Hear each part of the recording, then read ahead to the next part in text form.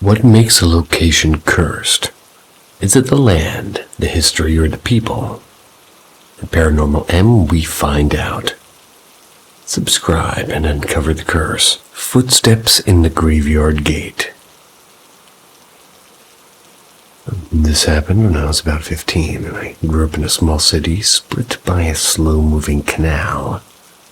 And my friend and I would slip away after class to walk its towpath and talk about things we didn't want anyone else to hear. For some reason, we always cut across a little churchyard on the way.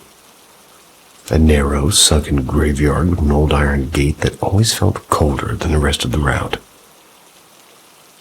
Later, I read somewhere that leaving a cemetery through a different gate than the one that you entered, it can invite something to follow you. And at the time, we shrugged it off and kept doing it 3 or 4 times.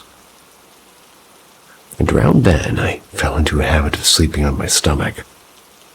My face was always turned toward the wall, and I always had a small ginger cat who liked to sleep on the foot of my bed. One night, I felt the familiar weight of her jumping up where my legs were and the soft familiar shifting toward me. So I rolled over to say hello. There was nothing. The cat wasn't on the bed, and she wasn't even in my bedroom. So I walked into the living room, and I found her curled in my mother's lap. I laughed nervously and convinced myself I had dreamed it. And it had happened again a few nights later, and then again and again. Almost every other night, and at the same time I started feeling the impression of somebody sitting down at the foot of my bed. At first, I blamed my little sister for sleepwalking, but the door stayed closed and no one was there, and the presence felt male. Not threatening at first, just solid and quiet. But one night when he settled down, I felt a sting of unease and a sudden cold prickling along my calves. I shifted my legs and the feeling left. The visits kept coming. Each time the presence felt more insistent. And one night I woke to breath at my ear and a man's voice whispering my name sharply like an accusation. I shot out of bed and ran to the living room where my mom was watching TV. She's always been the sort of light incense and say a quick prayer type. And after I told her, she told me to go back and tell whoever was there that they weren't welcome, and that they must leave, and I slipped back into the dark bedroom and keeping my voice low, so I wouldn't wake my sister, and I told him exactly that. Afterward, both the visits and the cat's phantom jump stopped, and I don't know if the cat and the man were the same thing. Whether whatever brushed the end of my bed could take the shape of my pet, but sometimes when I pass that old iron gate in the canal path, I glance over my shoulder and I wonder.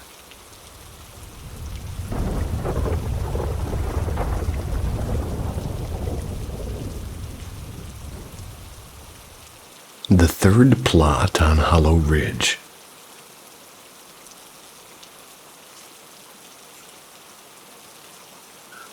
I grew up in a tight-knit mining holler in West Virginia. Kind of place where the wind sounds like it's arguing with the hills. My folks and I have always chased ghosts the way other families chase football. Regular and a little reckless and with way too much flashlight battery.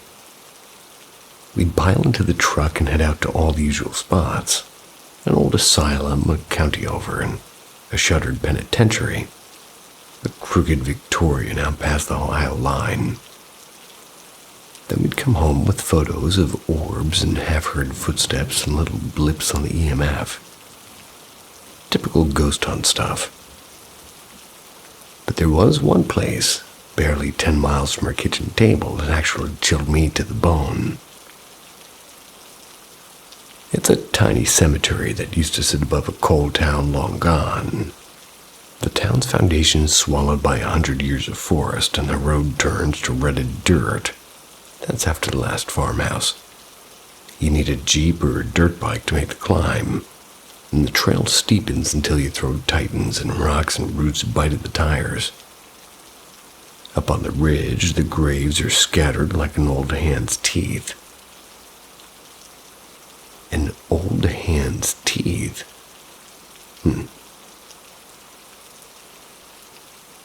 There's sunken plots and stones that are worn almost smooth, and some just piles of rock. Most markers date back to the 1800s and early 1900s. The only thing left from the town is a rusted plaque for miners who died in the collapse. 22 names, if memory serves. And that plaque faces the void where the town used to be. My family started going there when I was too young to stay up late. And by high school, I was tagging along in overnight vigils, and the first few trips were thrilling and small. A camera that caught a white streak or a faint groan on the recorder. But by the fourth or fifth trip, the place shed its polite haunt and revealed something angrier, really. We heard screams that didn't belong to any animal, footsteps crashing through brush when no one moved, the unmistakable grinding sound of old rail cars colliding, though there's no tracks that are existing up there that I know. I'd been shoved and hard enough to bruise my ribs, and I watched a shadow detach from a row of stones and glide between the trees. Lights on our AMF would spike so steadily it felt like the air was answering questions for us. And there was a single plot across from our family marker that acted different than the rest. When we set foot near that patch, the woods fell oddly silent. No insects, no bird, nothing but a shallow, bitter wind. People who got too close complained of pins and needles and burns like cigarette scars or a cold that sat in their bones. The meter reacted to questions the way a living thing might, like brighten immediately, and then when we asked the wrong kind of questions, he would slam into the red as if warning us. And once my sister's holster, and she always kept her sidearm on during night runs, it snagged and yanked as if an invisible hand was trying to reach in. And another night we got a voice in the recorder, clear as day. Leave. And it wasn't a whisper, it was a command. And after a while we learned to read the signals. If the meter screamed and our skin tightened, we left.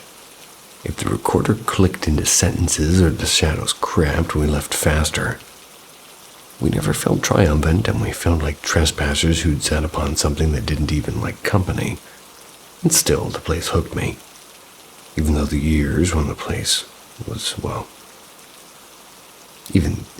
through the years when the rest of the family cooled off, I'd ride my bike solo up the hollow during the daylight, and I'd just sit there, that third plot, just to watch the trees breathe.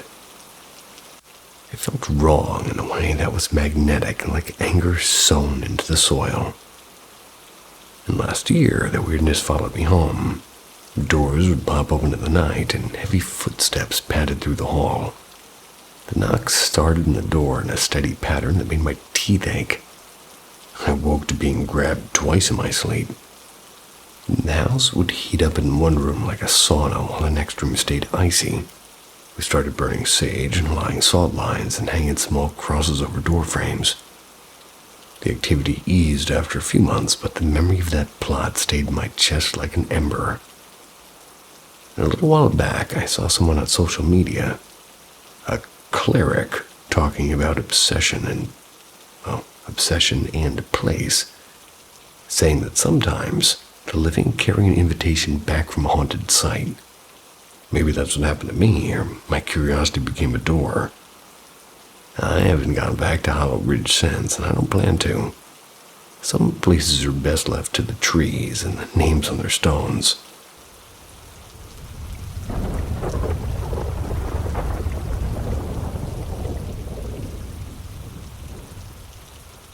The Woman at Gate 22. Me and my ma'am were making our way back to Ireland. It was after a short escape, in London, and, we needed to clear our heads, The airport was rammed. Flights were delayed, and we ended up camped out by the departure gates. We were watching the same people cycle past like slow-motion parades, At the opposite of us sat a woman who looked about 65 or so. Cropped silver hair, thin-rimmed glasses perched on her forehead, and a faded floral blouse and a bright red scarf looped around her neck. She was heavy-set and sat very straight, and for reasons I can't explain, she put me on edge. My memory's pretty sharp for some things, at least, fuzzy for others, but take this with a pinch of salt is basically what I'm saying. What I remember clear as day is her staring. Not a quick glance, but those eyes fixed on me like she was trying to memorize my face, and I asked, "Is everything all right?" And she didn't say a word, she just kept looking. Feeling a bit weird, I checked my phone for the time, in 5 seconds at most. When I looked up, she was gone. Not in the bathroom, not wandering the concourse, really nowhere. The seating area was mostly empty, so she couldn't have melted into the crowd. But there was a businessman beside us who, could have been an extra from a spy movie looking at him. He was tall and had a suit and had that blank expression. We asked him if he'd seen her leave, and he shook his head and said, "Nope." Like the most normal thing in the world, as he said it. There were a couple of odd extras that I didn't mention earlier, like she had no bag, which struck me as weird for someone at an airport. She'd been sitting in row 22 at the time, and seats right opposite the coffee kiosk in those duty-free shops. Made the silence feel louder. Maybe it was just my imagination, or maybe it was a trick of a tired mind, and maybe she'd slipped away to a gate I hadn't noticed. But for a while after, every time somebody walked past, I kept thinking it was her. That same quiet, studying look. Felt like one of those tiny, harmless mysteries that cling to you on the flight home. Well, that's my little airport ghost, or whatever you want to call it.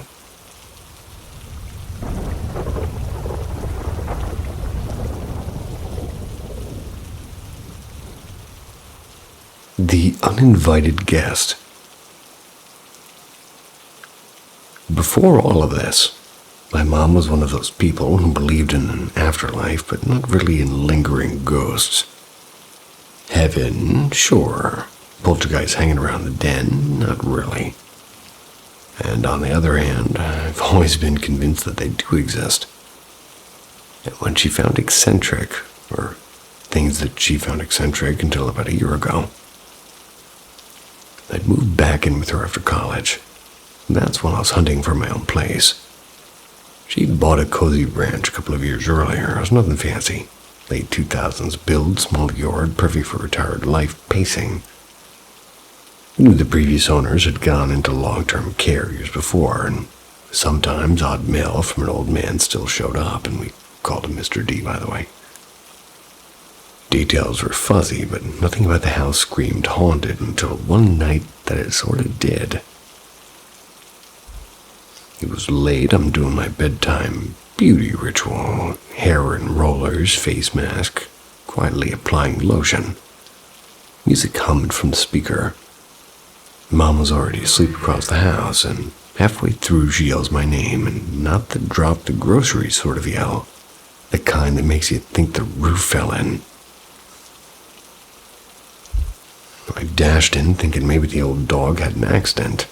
Mom was ghost white with her eyes darting like she'd been looking for something that should have been there. She told me, trembling, that a man had been in her room. No way to sneak in, so we locked doors and the windows and we were too small. She said that she'd been dozing when she saw a figure step out of the bathroom doorway, arms reaching toward her, face blank like a bad portrait. She shot upright to scream, and he vanished.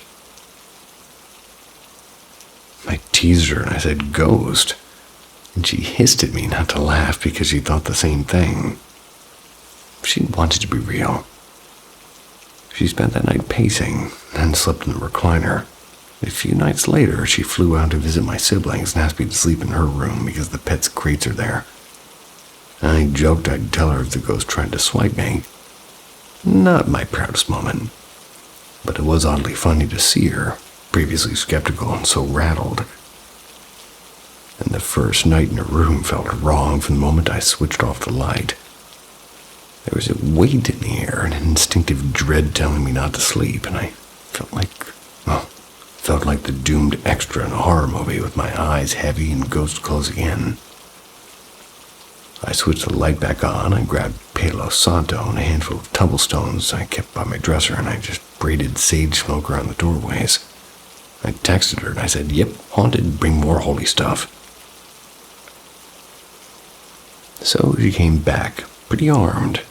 She'd done internet homework and bought a rosary and a set of black tourmaline stones, insisting the house needed firmer boundaries. And the first night she returned, she stood in her doorway and said aloud that this was her home and the presence was not welcome. Left the rosary on her nightstand like a ward, and it did work. The eerie visit stopped, and who it was Mr. D, some stray spirit drawn to her when she was sick and confined to bed for nearly 2 weeks a while back. Well, or something else altogether, honestly. We never really did find out. Mom still keeps the rosary and the stones within reach, and she'll tell you with the tiniest wince that something tried to grab her that night. And she isn't moving her protections anytime soon.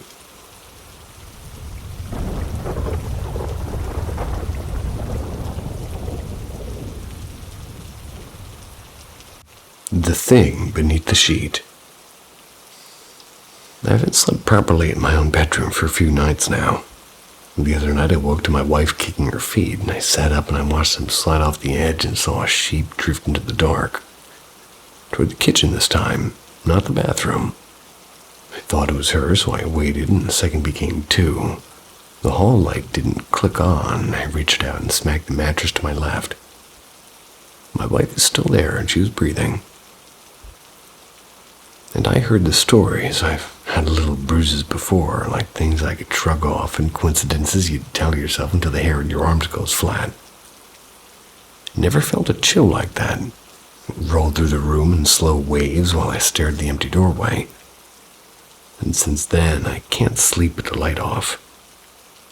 We shared the place with my wife's sister and grandparents. They all say they've seen things and treat it like a part of the house's personality. Ghosts to them are commonplace enough to ignore most of the time. A few questions keep running through my head. They tell me not to be afraid and to pray and hold your ground and that God will deal with it. Is that what people who live with this do all the time? I mean, do these things feed on fear the way I feel they might when my chest tightens? But after that night, everything feels different. The air seems colder and the corners quieter, and late at night, my wife lost her watch. We tore the covers apart for almost an hour, checking the blankets where she swore she left it. Finally plopped down, frustrated, and crawled back under the sheets, and there it was. The watch tucked beneath the fitted sheet, wrapped under 3 corners. The one untucked corner on my side of the bed, and it lay exactly where she remembered leaving it. Should have been on top, though.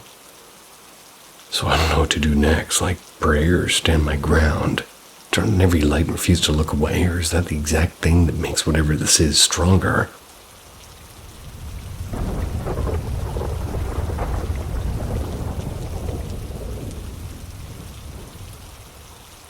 Spirit following my family.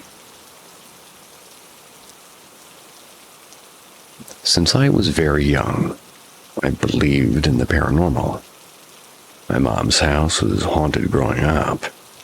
I think that contributed to it. My brother used to be absolutely tormented by the spirit of our mom's house.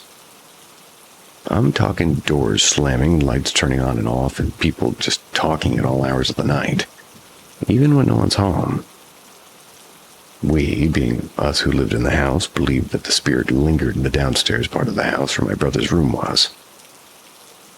He moved out at some point, and then my room was down there, by the way. I was very, very nervous for the spirit to torment me, but nothing ever happened. I did have weird dreams. I would hear my name being called, but that was the extent of it. I moved out at 18, and a mirror that had been on the wall for 13 years fell and shattered. My brother had to move back in during those hard times, and all hell broke loose. So much so that my dad, who is a skeptic, now believes. sir. I don't know if that's him arguing in agreement or not. There was a George Foreman grill on the countertop, just for quick meals. My mom was always very particular about things. She would make sure doors were locked, stove was turned off, and things were unplugged. My dad woke up in the middle of the night to something burning. The George Foreman grill was on, and there was a loaf of bread sitting on top of it melting, plastic and all. Yummy. My brother and his girlfriend were downstairs when no one was home, and we heard, doors opening and closing. They said that their dog had growled at it, and the spirit growled back. Mind you, it has never done anything malevolent with me or anyone else in the house. These situations only happen when he's here. Anyways, I was in California during this time, experiencing my own haunting. Our dryer door would slam constantly. We had a vacuum thrown across the room. At one time, a light fixture fell and just looked as if it were thrown. I used a spirit box, and no one said anything, I know. And the spirit said it liked me, and that it would only talk to me, and then told me the name of my deceased aunt and where to locate her necklace that I hadn't seen in years. Sure enough, exactly where it said the necklace would be, it was laid on top. The spirit often talked about me and how much it liked me. We recorded a video with heat sensors or something. I'm not sure what it's called. A thermal camera? Maybe. But you could see a figure standing next to me and my daughter, and the spirit that I was talking to said it was attached to my husband, and that it was feeding off of him, and that it was hungry. So one night I had my AirPods in. I could hear something yelling outside. I ignored it for a while until I heard it yell my name. It sounded like it was right outside my window. Called my husband up to see if he could see anyone, and he couldn't. But after my husband left the room, it started again. Came back to visit my family for a few months, and things were calm. I noticed some whispers, but that was pretty much it. My room was where my brother's old room and my old room was. I was heading to the bathroom. I heard a whistle, which is the same thing my brother's girlfriend heard a few months prior to this. I ignored it and just kept doing my daily activities. Sitting in the bed playing with my daughter and just heard the light switch click. I looked behind me, and sure enough, the light was on. No one had been downstairs. The activity seemed to pick up when my brother's in here too. My brother believes that whatever spirit it is attached to the bloodline. He believes it's a demonic, even though I've never gotten anything malevolent from this. It only torments him, and for the most part leaves me alone. I just have weird dreams about the spirit and others. Does anybody know what this could be, or if it's something to worry about?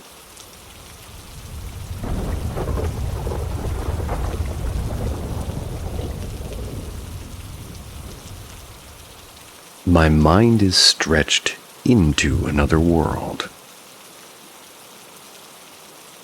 So, like I said, I call it a world link. When I was about 9 or 10, I had this sudden light. It was both in my head as if I was imagining it outside of my head. After that, it just got all big and complicated very fast. It became a point in space in my head, a place where I could go. Bright lights, stars, planets, rooms, mazes, just like an infinity of existence. The more I knew, the more that place expanded, became orderly, followed laws, and I learned about the Big Bang. Everything rests and makes a Big Bang. I learned about nebula.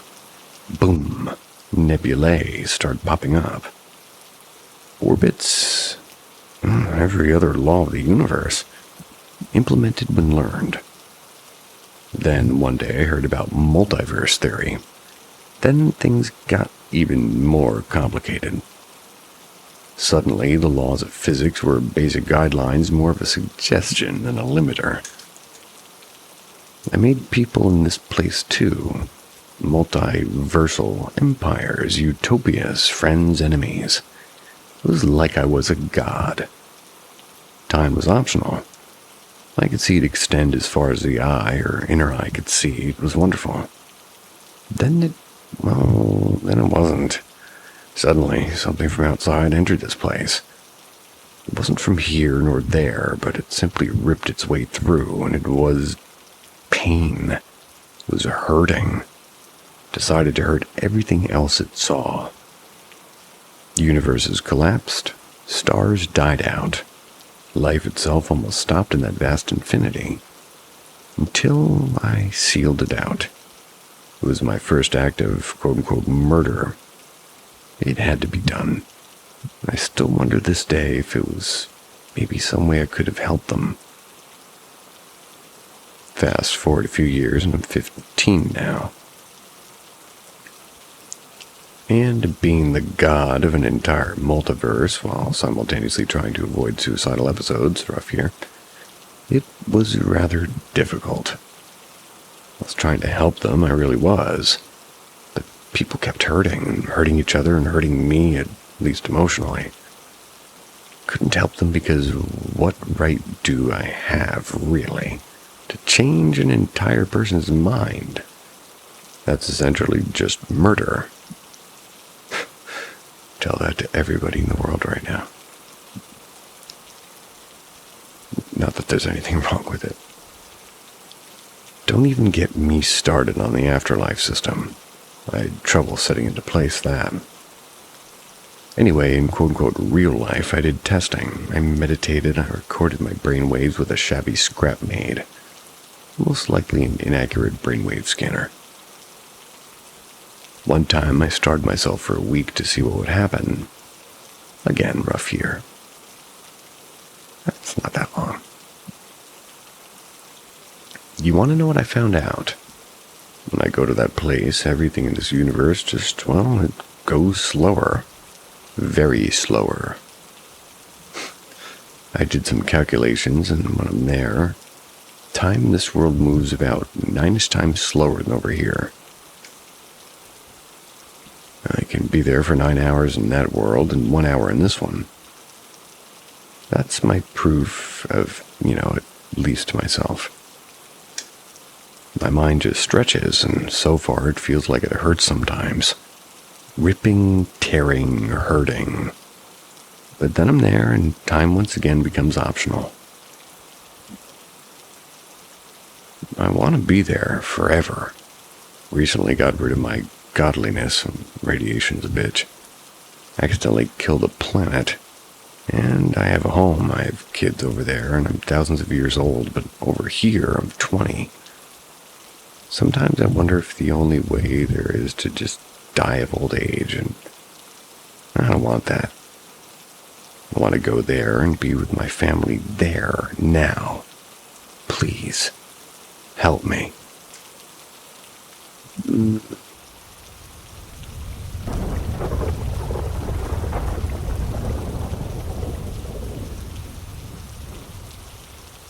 Creepy shit in apartment I rented.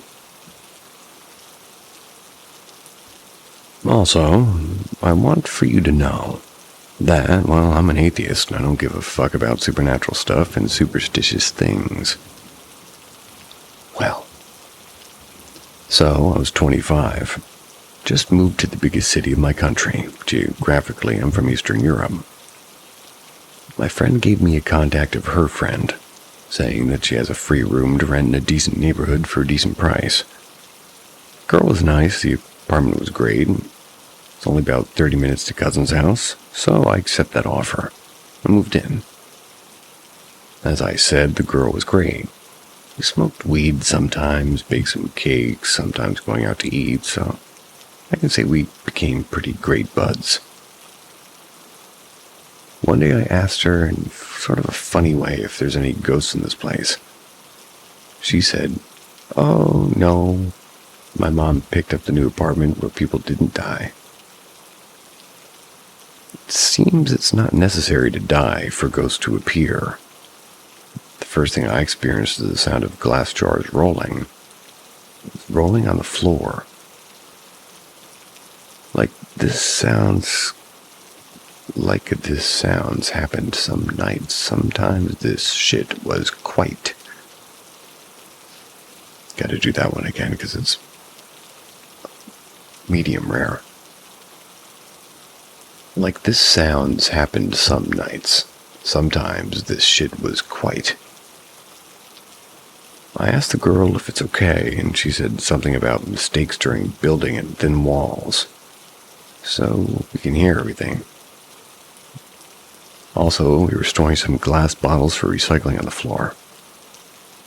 But I didn't connected it with noises. How can they roll by themselves? The second thing scared shit out of me. I was home after my cafe shift and came home, ate some and started to listen to some music on my laptop. I know, sir. The music is changing, 5 seconds between songs, and I hear banging sounds at my room door. Like literally, someone was loudly knocking on my door. I shut down the music, and maybe that's too late. People sleeping can be a problem. Went to the door to open it. Nothing. Dark hallway, me and the feeling that someone is looking at me. Okay, maybe that was my landlord girl, so I went to her door and knocked. Complete silence. I opened it a bit, and a pink lamp was on. And it was almost like she was a bit. She was sleeping. It was like 2 a.m. Came back to my room, closed the door, shut down my laptop, and went to bed. And what the actual fuck? Came back to my room, closed the door, shut down my... Then all this weird shit happened. Except for feeling of presence and that someone look at my back from third empty room of house. Okay, a month passed, and I forgot all this happened, and it was just me living my life. Another summer night after a long break, the sounds of bottles or jars continued. That maybe lasted an hour. Turned on the light of my phone and started to look what the fuck happened. Jar must be one from recycle that were on the floor, was rolling on the floor, then feeling of presence, and then voice saying my name. Not just a voice, but sort of whispering, and didn't know really what that shit is. It felt more like audio record or something, but maybe more clear and right in my ear, right by the side in the third empty room. I want you to believe it's not made up. I can feel those goosebumps right now while writing the story, and the last thing that happened to me in the place made me change my mind about all these ghost stories. Some of them, well, they can be true, as I expected this shit myself. So the last thing was the end of all the scary stuff. But it was the most terrifying. My flatmate and friend and landlord went to her countryside house with her mom. I had been there alone for a few days. This was a normal night, except for stuff like bot rolling, sounds, and presence feeling. I got used to it, but in my own room I felt safe and nothing bad had ever happened there. I wanted to pee so bad, but the noises got louder and it was so scary. I'm alone and his buddies decided to fully annoy me. I stayed in my room for about 30 minutes more, said out loud, I'm not afraid if you stupid ghost. I was so afraid and sort of lied to myself to make it more believable. I opened the door, went to the hallway, feeling presence. It was pretty much everywhere in the hallway. It's so cold, and even if it's summer, it's cold. It's so good even if it's summer. Whoa. God, I'm exhausted. It's so cold even if it's summer, ran into a light switcher. When I clicked it, the lamp exploded. Not just turned off, but exploded into pieces. I ran back to my room, locked the door, and stayed there until morning.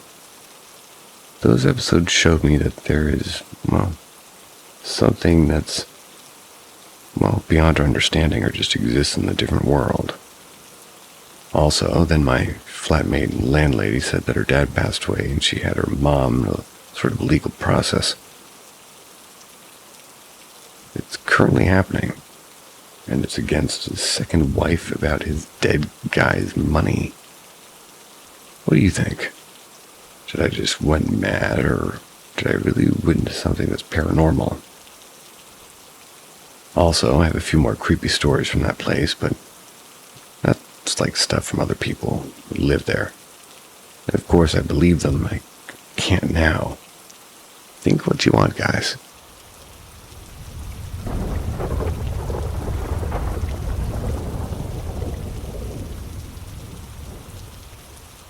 The beach encounters. But I've grown up by the beach all my younger life, and would consistently go to it during the day and night.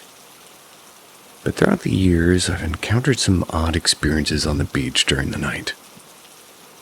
The first one I want to precursor with is this. My friends and I were walking on the beach during Halloween a couple of years back. Full moon. We saw from a distance this group of people in white cloaks surrounding an altar of some sorts. We were kind of spooked and didn't approach, but immediately left when we saw that they had a black cat that kept bringing back to the altar when it started to walk away. We tried to reason with ourselves on what it was, but couldn't come up with any idea other than occult activity. Or it's their cat. We woke up the next day, and there was a huge boat crash. We knew the driver, and that same night, a girl died. Potentially a coincidence, but freaked the shit out of all of us.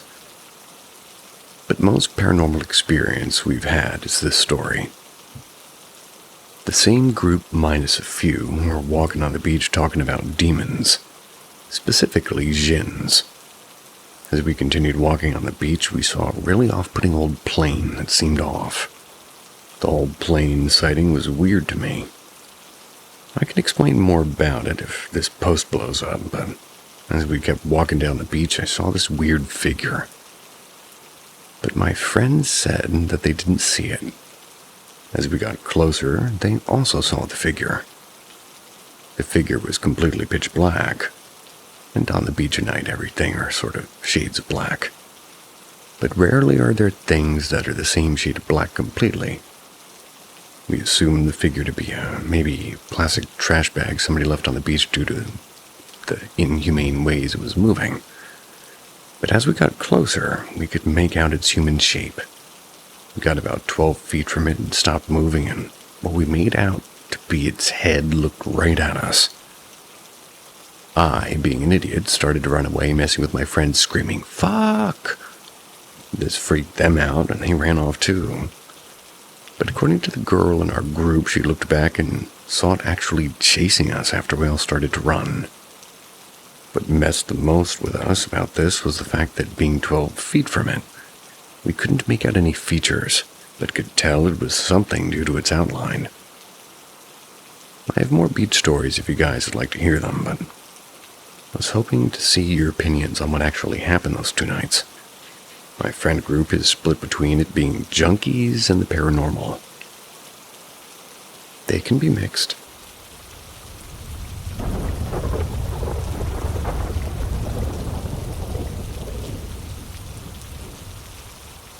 Shadow figure / strange spirit encounter. So basically, a while back when me and my friend were like 15, we were fooling around with this rock crystal thing. It had a chain attached to it, and you could ask it yes or no questions depending on which way it swings. I think I remember her calling it a pendulum. I don't know. Indeed. Usually I'm a very no-risk person because I do not like messing around with stuff even if there's a chance it's not real. She told me that it had no negativity whatsoever, so I was like, fuck it, fine, let's do it. We were asking it questions, and it would give us yes or no answers. Some turned out to be true in the future, maybe coincidentally. Keep in mind, my friend lives in a very old, in the middle of nowhere, countryside house. Sometimes it's a bit creepy. We'd hear weird-ass noises out of nowhere, and that would scare the living shit out of me, but that's beside the point. As me and her were asking questions, my friend, as a joke, asks, "Is this an evil spirit?" In sort of a playful tone. And then she flinches and tears seem to well up in her eyes as if she's got something in her eye. When I asked her what's wrong, she looked panicked and said, "I don't know." So we decided to take a break. We were sitting down on her kitchen floor, which sort of tied to her living room, kinda. I'm playing beats and songs and making silly raps, and she's doing the same, and we're laughing, and I look up and I see a dark shadow. And when I saw it, the shadow slid behind the corner wall beside the door. I told my friend to get the fuck up because I'm scared. That's because after that happened, it felt like I was getting watched from all around me, as if it can see my sides, back, and front. So we go to the usual downstairs bedroom that we usually slept in.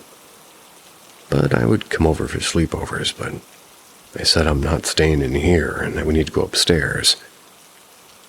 It felt weirdly urgent. I felt like something bad was going to happen. Felt like dread and nausea from anxiety. All I kept saying was, "We need to go upstairs because insert friend's older brother is there." I don't know why, but I felt the need to go upstairs because her older brother was there, and for some reason I felt like whatever the thing downstairs was, it wouldn't do anything or follow us because her older brother was there. So after pleading with her, she listened, went upstairs to another bedroom. It felt like all the weight got lifted from my chest, and I felt it safe again. My friend also started freaking out because she felt safer upstairs as well, but for some reason, when we were downstairs, she was trying so hard to convince me to stay down. So I was like, what the fuck? No fucking way. And this sounds weird, but I don't want to sound like I'm a goddamn Lorraine Warren or some type of bullshit, but I felt like that thing downstairs had very masculine energy. I felt stared at and dread and on the verge of a panic attack. When we were in the safe upstairs bedroom, I see my fuck-ass friend pull out that crystal shenanigan again, and I didn't realize she brought it up. She started asking it questions again, but this time it felt safe. I don't know why, but it did. It had more feminine energy, nearly like an elderly woman or something. She asked if the thing downstairs was negative, and the crystal thing answered, yes, and it swung in the yes direction. I just want to know if anybody ever had the same or similar experiences happen to them before, and why, for some reason, I had the urge and the instinct to go upstairs, just because my friend's older brother was there. I also just want opinions on this. This happened a while back, so it's pretty old, but I still wanted to share this to get this off my chest.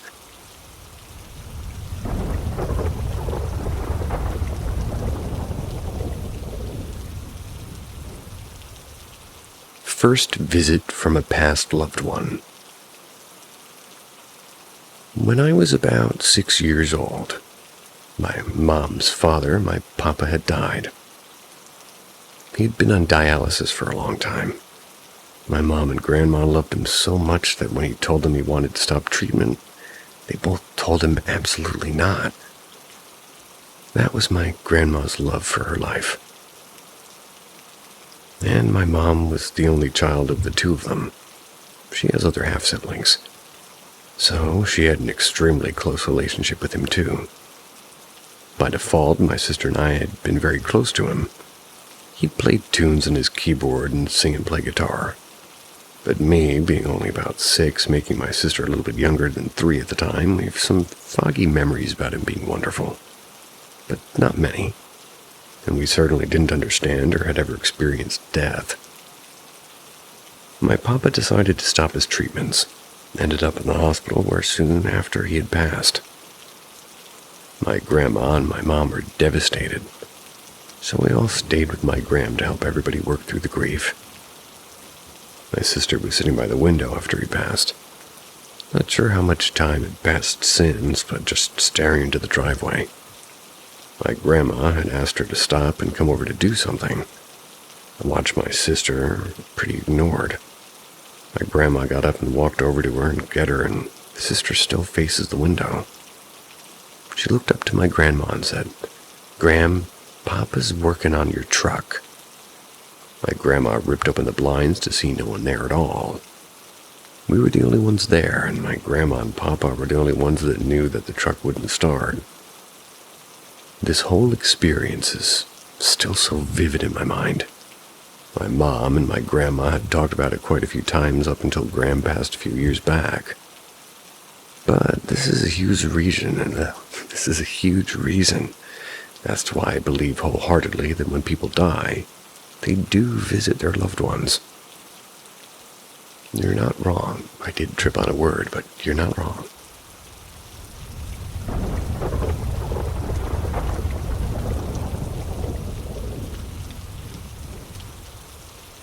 Attached spirit shows interest in my baby. To start this out, since I was a child, I've always been very in tune with the spiritual world, so I'm very sensitive to it when I'm around places like the cemetery. I often go to the cemetery to visit my grandmother and others, and I've had many experiences there. Since I was a child, I've also always had somebody following me.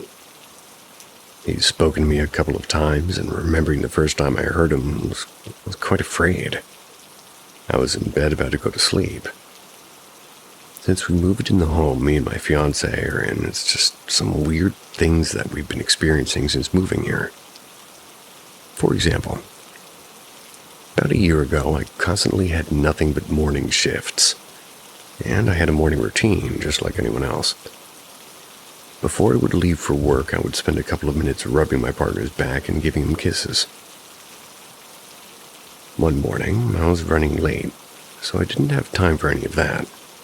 When I got home later, my partner mentioned the morning, saying, "Thank you for rubbing my back this morning. It was really nice, but why didn't you answer my question?" I went cold, and I told him I had never had the chance to give him a massage or even a kiss because I was late to work.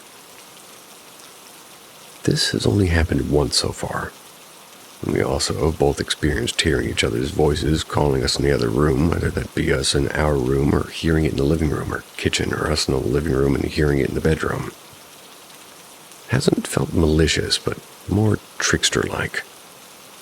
Unfortunately, I'm home alone often, and in the beginning I would constantly hear and feel an entity run up to me or pass right by me.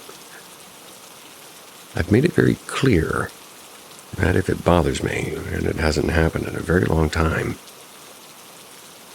Anyway, to continue, I got pregnant in 2024. And ever since I got pregnant, the activity has only gotten worse. When I was pregnant, I was still home alone a lot. I would often hear my partner's voice in our bedroom or kitchen. Every time it happened, it would become extremely cold in the room and my stomach would drop. That's that, and or on my wall or the counter, or even my bookshelf would fall or get knocked off. I have a designated area for bones I collect, like all animal bones. And I put some keepsakes from residents I looked after that have passed away. There's a doll on the shelf, and she likes to move around a little bit. Nothing scary, but she'll move when there's something else happening in the house. Now, ever since I've given birth, many odd things have happened, like a shelf falling off the wall that's been up for like 3 years and was perfectly secure. My fiance and I hearing each other's voices in the same room that we're in or the other room, and things being moved around our home. Recently, I'm going to bed with my baby who's about 3 months old when I started to feel an off feeling. That feeling we all know if someone is watching you and didn't feel good. All of a sudden, my cat started to meow, which he does not do often. And it was a distressed meow. He's trying to make his way over to me, who was in bed, and I literally watched him being dragged. I watched him being pulled up in the air while he was trying to hold onto a blanket I had hanging out the wall. Mention you, I have 2 other cats who were staring with bushy tails. I immediately grabbed my baby and had him sleep with me. Another example of the increase in activity. I've had my partner's voice talk to my baby when my partner wasn't even in the room. I noticed it like the last moment is when my baby was being fussy and I would hear my partner's voice say, "Oh, it's okay, Bubba." A reason I'm now starting to become worried is my baby has now been moved around. Recently, when I went to put my baby down to sleep, I put him down in the bassinet horizontally. Later, about an hour after I put him down, he was making some weird sounds I could hear from the living room. Thought it might have just been him sleeping and just making noises, but out of nowhere he started wailing. So I ran in the room and saw that he had moved to the upside-down vertical position. I obviously know I didn't put him down that way. Can't even fully flip over yet. So there's no way that he was able to do that himself in his sleep.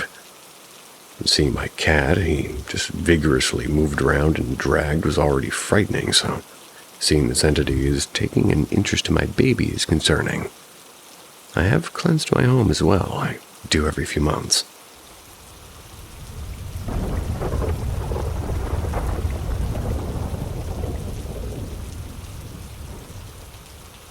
First visit from a past loved one. When I was about 6 years old, my mom's father, my papa, had died. He'd been on dialysis for a long time. My mom and grandma loved him so much that when he told them he wanted to stop treatment, they both told him absolutely not. That was my grandma's love for her life. And my mom was the only child of the 2 of them. She has other half-siblings. So she had an extremely close relationship with him too. By default, my sister and I had been very close to him. He'd play tunes on his keyboard and sing and play guitar. But me, being only about 6, making my sister a little bit younger than 3 at the time, we have some foggy memories about him being wonderful. But not many. And we certainly didn't understand or had ever experienced death. My papa decided to stop his treatments. Ended up in the hospital where soon after he had passed. My grandma and my mom were devastated. So we all stayed with my gram to help everybody work through the grief. My sister was sitting by the window after he passed. Not sure how much time had passed since, but just staring into the driveway. My grandma had asked her to stop and come over to do something. I watched my sister, pretty ignored. My grandma got up and walked over to her and get her, and the sister still faces the window. She looked up to my grandma and said, "Gram, Papa's working on your truck." My grandma ripped open the blinds to see no one there at all. We were the only ones there, and my grandma and Papa were the only ones that knew that the truck wouldn't start.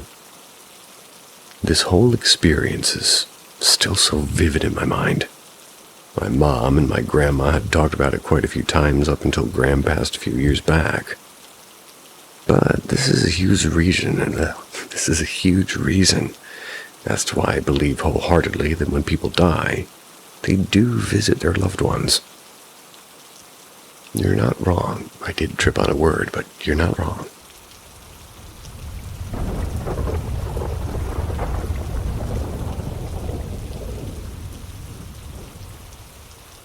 My nephew saw a man in the closet disappear. We're from Mexico, Puebla. And in our old home, my parents describe everything they've seen and heard, from footsteps and furniture moved at night to seeing a woman in a white gown walking across a room just feet away from them. Anyway, that's a story for another day. This is a new one. We moved into a new house in Virginia last November. We're renting for 2 years. The place seems normal, and we've only had one semi-paranormal event, which was about a week ago. Now it's 2.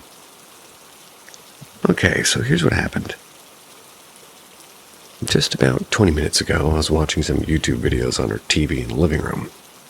It's me and her 3 dogs in the living room downstairs. My nephew, 4 years old, and my mom in the bedroom upstairs. Paused the TV and went upstairs to get a jacket to walk my dog. I open my parents' room door and I ask my mom if I can head out for a few. She tells me yes, but then tells me to come inside. I go in and she asks her nephew in Spanish, "What did you see?" He answers, There was a man in the closet and he walked out and he was gone and he's not there. He was there. Confused, I looked into the dark closet, which has a door open like normal, and I walked it, nothing human-shaped, and I've seen this kid's YouTube history. Closest thing he'd seen to ghost videos is videos about a slide heater. I called his mom, and she just chalked it up to him seeing stuff with a high imagination. Now, yes, he has an active imagination, as I've seen him play out stories in his head when we play at the park, but never something that would actively scare him like that. He wasn't even scared, it was like he was confused on what he'd been seeing. I don't know what to think of it. On one hand, he's a kid, you can't trust him, but on the other hand, he's never said anything like this or lied without a reason in general. He wouldn't say something that would scare himself and just bring to believe that, well, he'd imagined something like that. Doesn't seem he'd be looking into the dark side of the room and imagined it, since he was on his iPad since that moment I walked into the room. He was sitting on a revolving seat while scared, wasn't trying to hide or anything, just keeping close with my mom who was showering.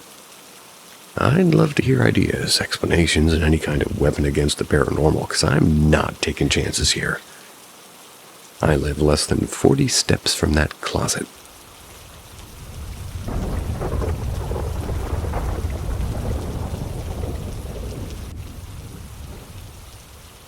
Started seeing them again.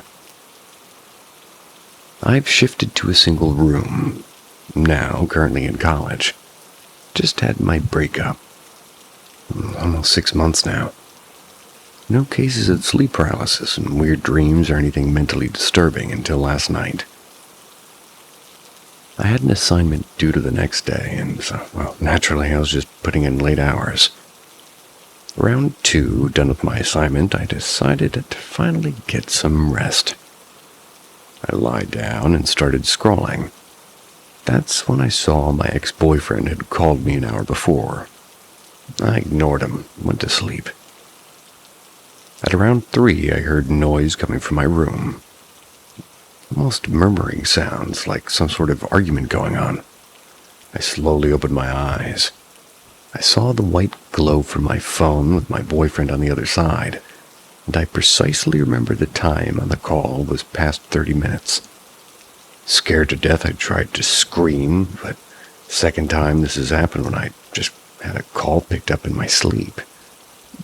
Finally, when I gained control over my body, I told him that we'll talk tomorrow morning, to which he strangely replied, like I'd be there by tomorrow, and cut the call. Today I called him, and he doesn't even remember the call from last night. Checked the logs, and he didn't call at all. Not even the 1 a.m. call from last night was in the logs. It's scaring me. Am I going insane? When it was frequent, it felt like a lot less, but now after so many months, it's scary ASF.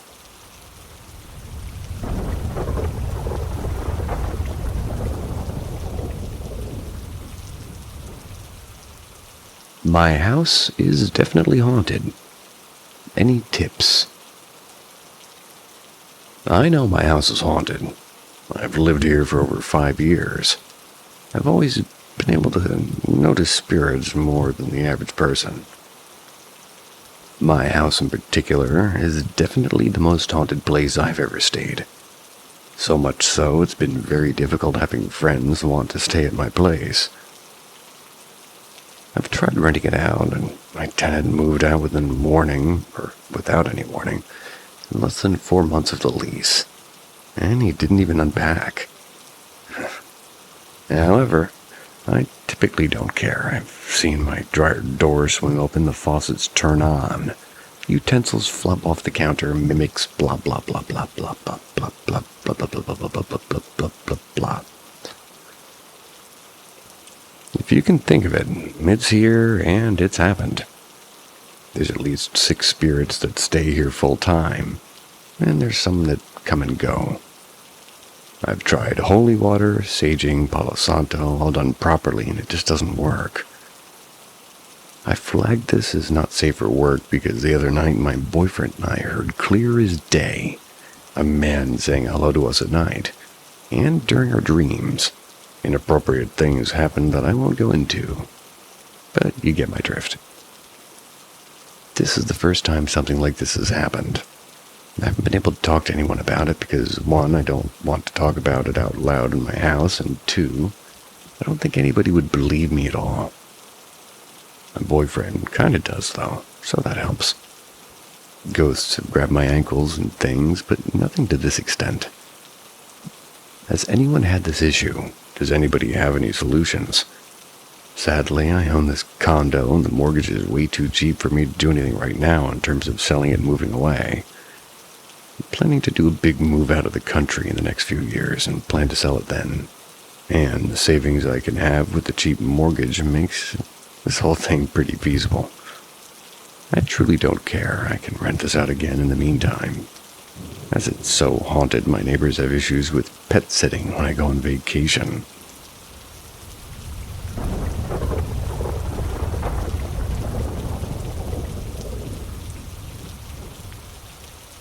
Presence next to my bed. So, as my title states, I was woken up late at night. I was sort of asleep, but it wasn't a dream. I felt a presence, and I saw it in my mind. Sort of hard to explain. But to the left of my bed, and I apparently started screaming like a banshee. My boyfriend woke me up and asked what was wrong, and I couldn't tell him. I couldn't bring myself to verbalize what had happened. I didn't hear myself screaming, but I understood that's what happened and why he said what he did. I was terrified. I asked him to switch sides with me, which he did, and I immediately covered myself with a blanket.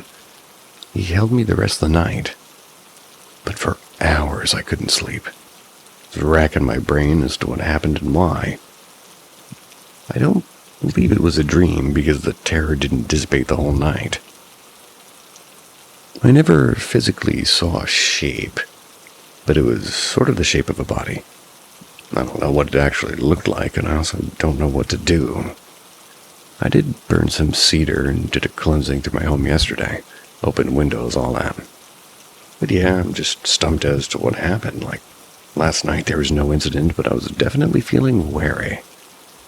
Didn't want to sleep without a light on or without my boyfriend in the room with me. Any thoughts or ideas that can help me understand what happened and why? I do want to add that I was doing a job shadow for 4 days. Nice pun. And it was in a thing called sterile processing. The last day was the breakdown area, which is essentially taking the tools from the surgery unit and the boxes that they're stored in to pre-clean them. I didn't clean those, but I separated the tools, and I don't know. Maybe somebody died on the table. It's not like I know that, or they'd tell us. I've overthought this to death. Help.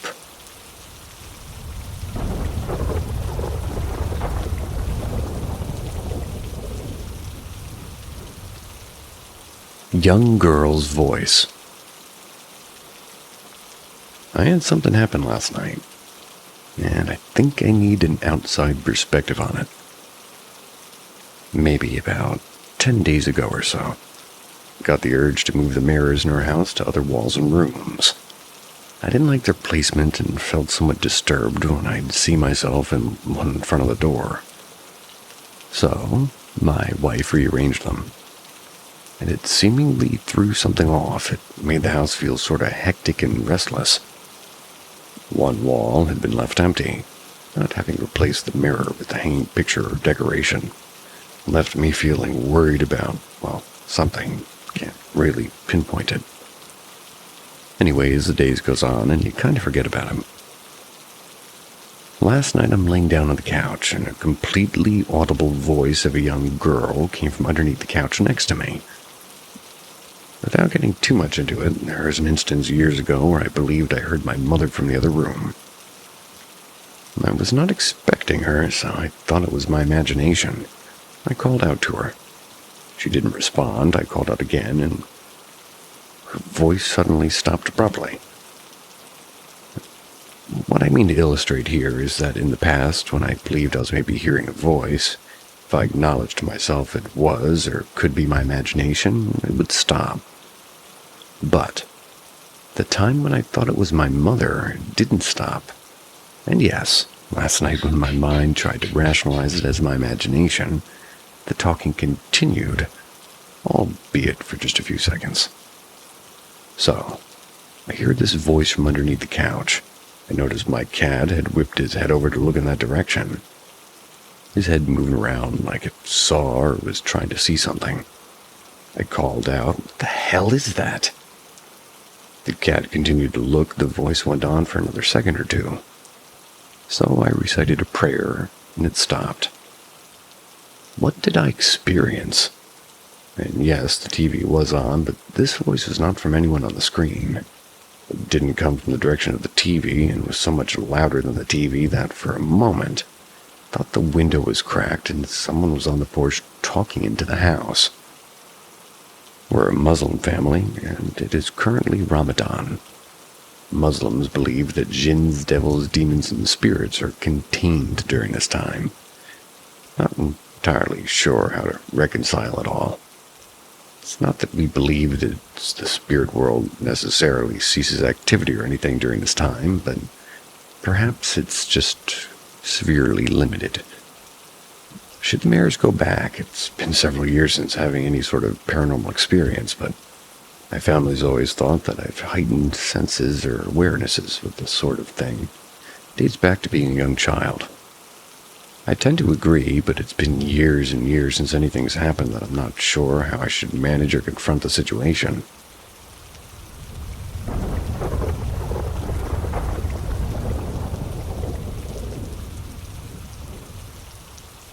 I think something's wrong with me. So I made a Reddit account just to write about a weird phenomenon I experienced some time ago. This is a bit personal, and a few of my close friends and relatives know about this. Some of them believe that they're just plain coincidences, and maybe I'm just overreacting. While others told me that's indeed not normal and these coincidences are too much. The thing is, when I was little, I had about maybe 7 years old or so, I had somebody ask me what was my favorite number. Innocent question. I answered 51 without thinking about it too much. I was sure something related to that specific number would happen. Didn't know what or when. Some years later, when I was 13 years old, my mother passed away from cancer. She was exactly 51 years old when that happened. It made me feel terribly bad and terribly guilty. When I grew up, I was becoming more and more convinced that it was just a bad coincidence, nothing more. But for some reason, after my mom passed away, more weird stuff happened. So, I was in high school. There was a certain teacher that pissed me off so much. Thought to myself several times, I want him to have some kind of surgery and go away for the rest of the year. I was surprised when I noticed that in the following trimester, in my country, school years go by trimesters. That's why I stuttered. A substitute teacher appeared. She told us our teacher had cataract surgery and he wouldn't return to school until next year. Of course, I was taken a bit aback. And I have to admit, I was a resentful teen. I was full of rage and hatred. Maybe because I was passing through a period of grief and depression caused by my mother's death. Now I regret my actions and my thoughts. Especially because the last wish I had almost killed someone. I was in my last year of high school, and again, her teacher was the victim. But I felt different about her. While I wanted the other teacher who had a surgery and go away for a year, this time I wanted her to die. I wished so badly the following thing. I hope she'd die in a car crash. What I believed was simply a stupid but intense thought actually happened. And again, the consequences for her were a lot worse. Luckily, she survived. But she had to be hospitalized because her condition was critical. She had a fatal car accident and broke several bones. Not quite what fatal means, I don't think. Again, I have to confess another thing. I really wanted her gone. So when I found out she was alive, I felt bad, and I'm serious when I say I was spiteful and a nasty person in that time. But deep down, I was a bit scared about what I had done. Not only the two teachers having to be hospitalized, but in the same exact conditions I wished them to be. It was too specific for being a simple coincidence. After that tragic event, I decided the best thing to do was not wishing bad things or death to anyone. I didn't want to be the cause of death of someone, and I still don't want to. Good. I don't know if this story makes any sense or if I'm overthinking about it too much, but the thing is, since that, I've never wished anyone bad things. Or at least not in the same intensity I used to. Those are different things. I feel extremely guilty for those two teachers, especially for the last one, and in no way justifies the harm that I indirectly caused to them. So this is a way to vent about my past experiences too. Now I'm an adult. I didn't wished or wanted bad things for anyone, even if I really don't like them. I learned my lesson. I think it's better to focus that energy on something more productive instead. The path of hatred and vengeance only will lead you to more disgrace. I need advice about what happened. Do y'all think they are simple coincidences or something more? It only happened with the bad wishes or coincidences. And the fact that it's possible that I was the one who killed my own mother for the 51 thing makes me feel horrible. Of course, I didn't wish her death, never. I loved her, and I still do. But maybe things would be different if I answered with another number. Would she still be alive? Would the two teachers not have suffered everything they suffered? The possibility of me being related to all that is horrible. Well, at least you're aware.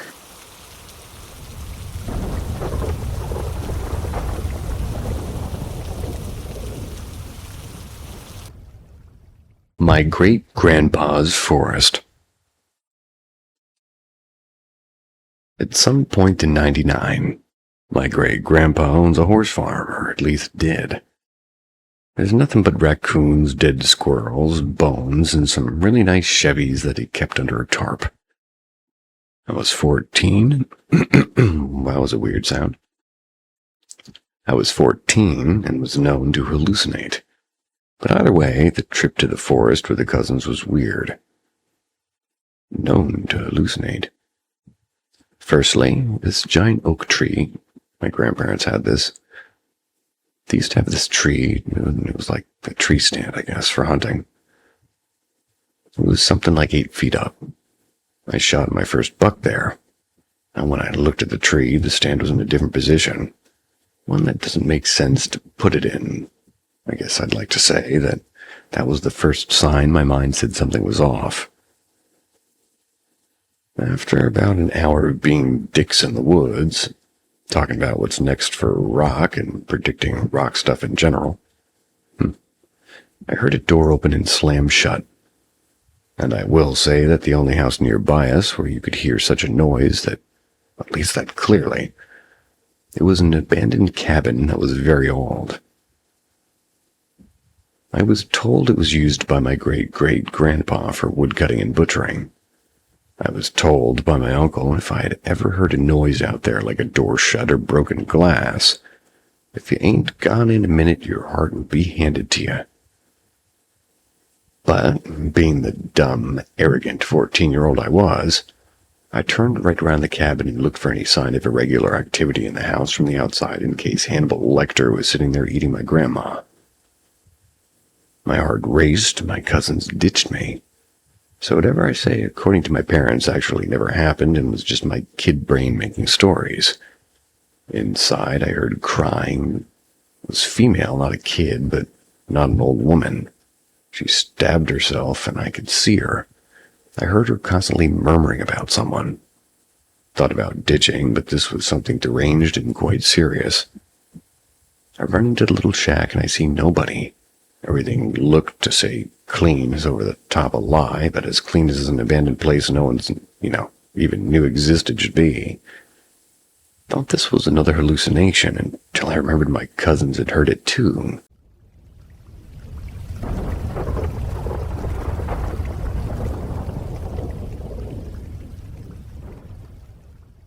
I'm scared to sleep tonight. There's been 3 very weird things that have happened to my house within those 3 months of the year we've lived here. We moved on the 1st of January. English is also not my first language, so I apologize if I get something wrong here. One day my mother brings up how when she's laying down the night before in our living room, she had heard knocking on the living room door. And this has happened for loads of nights after. She describes the knocks as 2 knocks, one after the other, and then complete silence. On some occasions, another 2 knocks can be heard another hour or so later in the same night. She thought it might have been me, so she called out, "Yes." No one answered. Thank God. But it doesn't end there. There was also a school day for me. That's where in the morning the TV in the kitchen downstairs had turned on by itself completely. For context, we live in a big house that's split into 2 apartments. And right next to us lived my mother's friend and her boyfriend. The kitchen has a door that leads right into their bedroom. My mother's friend had texted my mother to please turn the TV down, as it's really loud and it could make her boyfriend wake up. Since my mother was at work, she texted me to please turn it down instead. I didn't see the text, though. That's because I was still sleeping. 10 minutes later, I woke up and saw the text. Of course, I went to turn it off completely. I texted her that I shouldn't have turned it up so loud in the first place. My mother said that she'd never turned it on in the first place, and neither did her husband, suggesting that the TV literally couldn't have been turned on by any of us at all. I was sleeping. My mom and stepdad were at work. Weird. Now, the last experience, which is something that actually happened just last night. My mother's in the living room again, where the knocking from before it occurred. So at 2 a.m., she wakes up from sleeping on the couch, and she sees me peeking from the doorway. She calls out my name, no response from me, and she sits up already getting a little irritated that I had woken up. She says, "You're scaring me."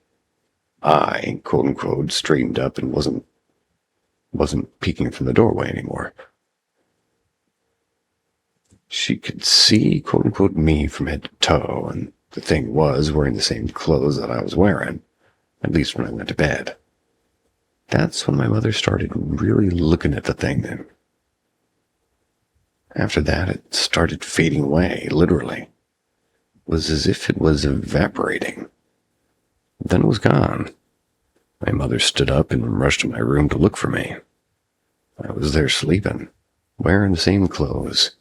She didn't fall asleep again until 6 a.m. These things really convince me that we may not be alone in this house at all. I'm very scared at this point, shitting myself because none of these 3 things can just be a coincidence. We came to the conclusion that maybe she was just seeing things due to being half asleep, or if we got more philosophical, a guardian angel that took my form in order to not scare my mother while looking over her. Either way, I'm very uncomfortable in my house right now. She spread incense around her house today, ? Not sure of its purpose, but I'm pretty sure it's to protect us or something. I don't know. But I'm not getting of sleep tonight.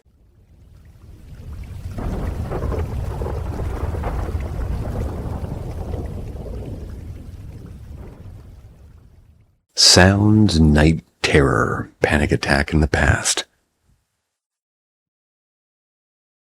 Starting with the simplest stuff. This happened years ago on a few occasions.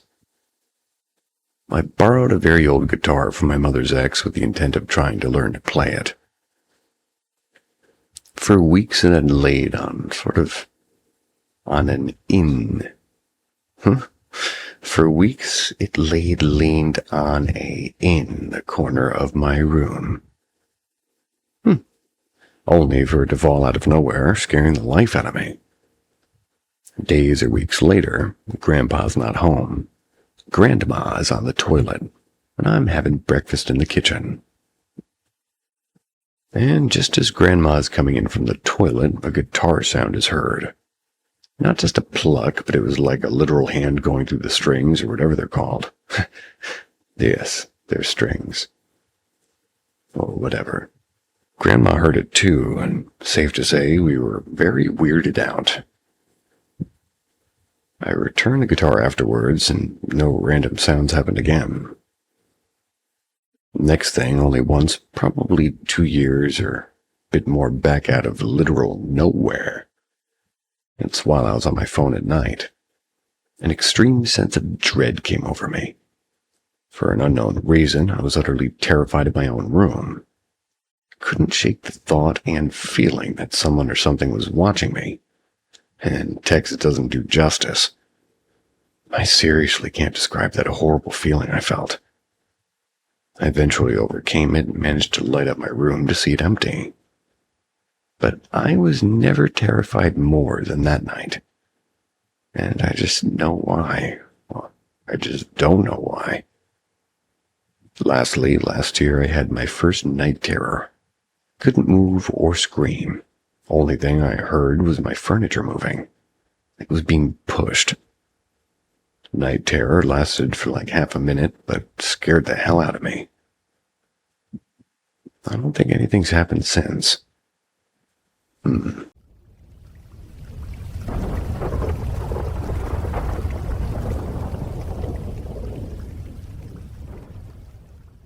Voices from the walls. Scratches without cause. These aren't just stories. They're warnings. Welcome to Paranormal M. And if you can for me, let me know what brought you here. Let me know what you want to see more of, or exactly what makes you tick about this channel. We'll do more of it. So, subscribe. Moonlight over Barisal.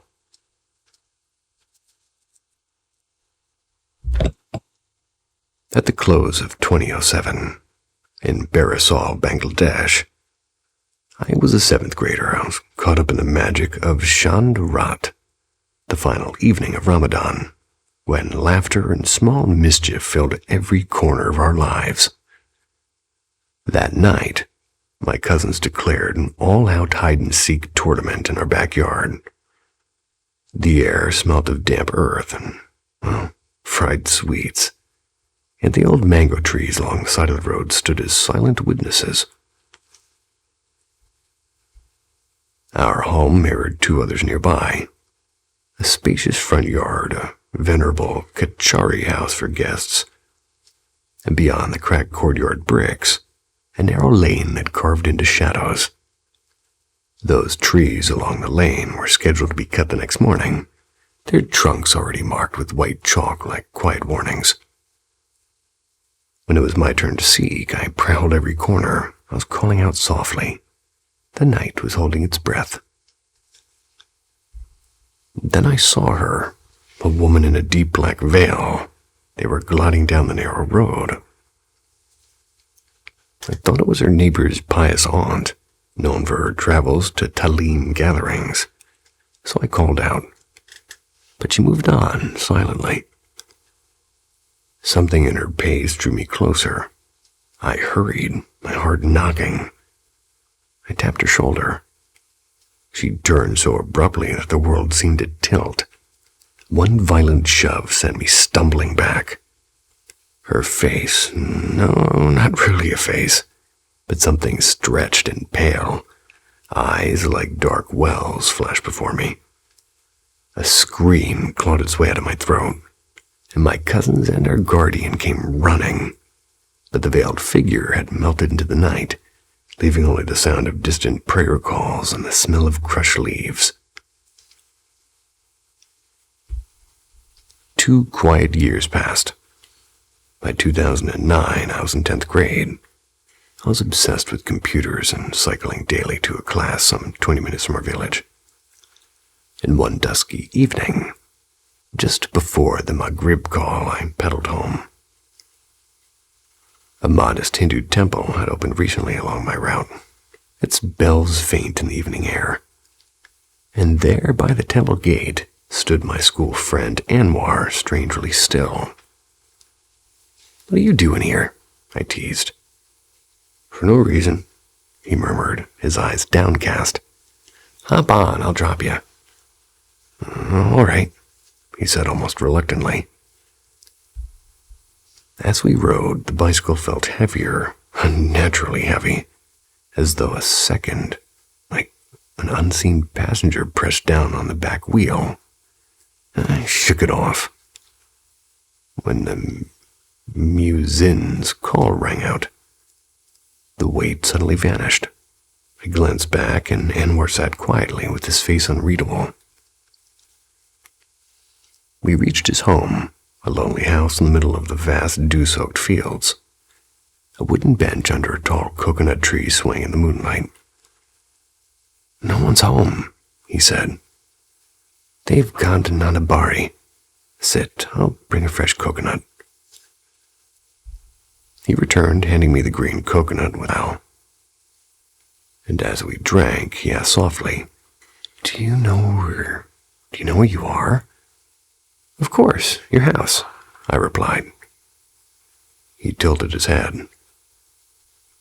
"Look again. Don't you recognize your own road?" The air thickened, his voice deepened, almost echoing. "Do you really know me?" A chill spidered down my spine. Under the moonlight, his hair seemed to lengthen, spilling over his shoulders. Thick fur sprouted along his arms. His face twisted, jaw elongated into something beastly and ancient. I bolted, my heart was like a drum. The field stretched endlessly. It was pocked with rat holes and shadowed craters. And from one of those dark pits, a cold, sinewy hand clamped around my ankle. I kicked and tore free, running until my lungs burned. A guttural voice followed, whispering my name. And then, a collision. I crashed into a man. I fell hard. The last thing I heard before darkness claimed me was the soft rustle of his robe and the recitation of holy verses. I awoke inside a small mosque. The village imam and several worshippers bent over me, their eyes wide with concern. They cleaned the cuts on my arms and murmured Quranic surahs until my trembling eased. Water, prayed over and blessed, cooled my throat. Slowly, words returned, and I told them everything. Later that night, when I called Anwar's house, his mother calmly explained he was still at his grandfather's place miles away. An elderly Hafez listened and finally said, "A jinn of the forest, Kali, followed you. It borrowed your friend's likeness when you passed the temple." Even now, years later, when the night is quiet and the moonlight floods the fields of Barsal, sometimes feel that faint pressure of that invisible weight. That weight on that wheel. I do wonder if Kali still remembers my name. The Valley of Echoes.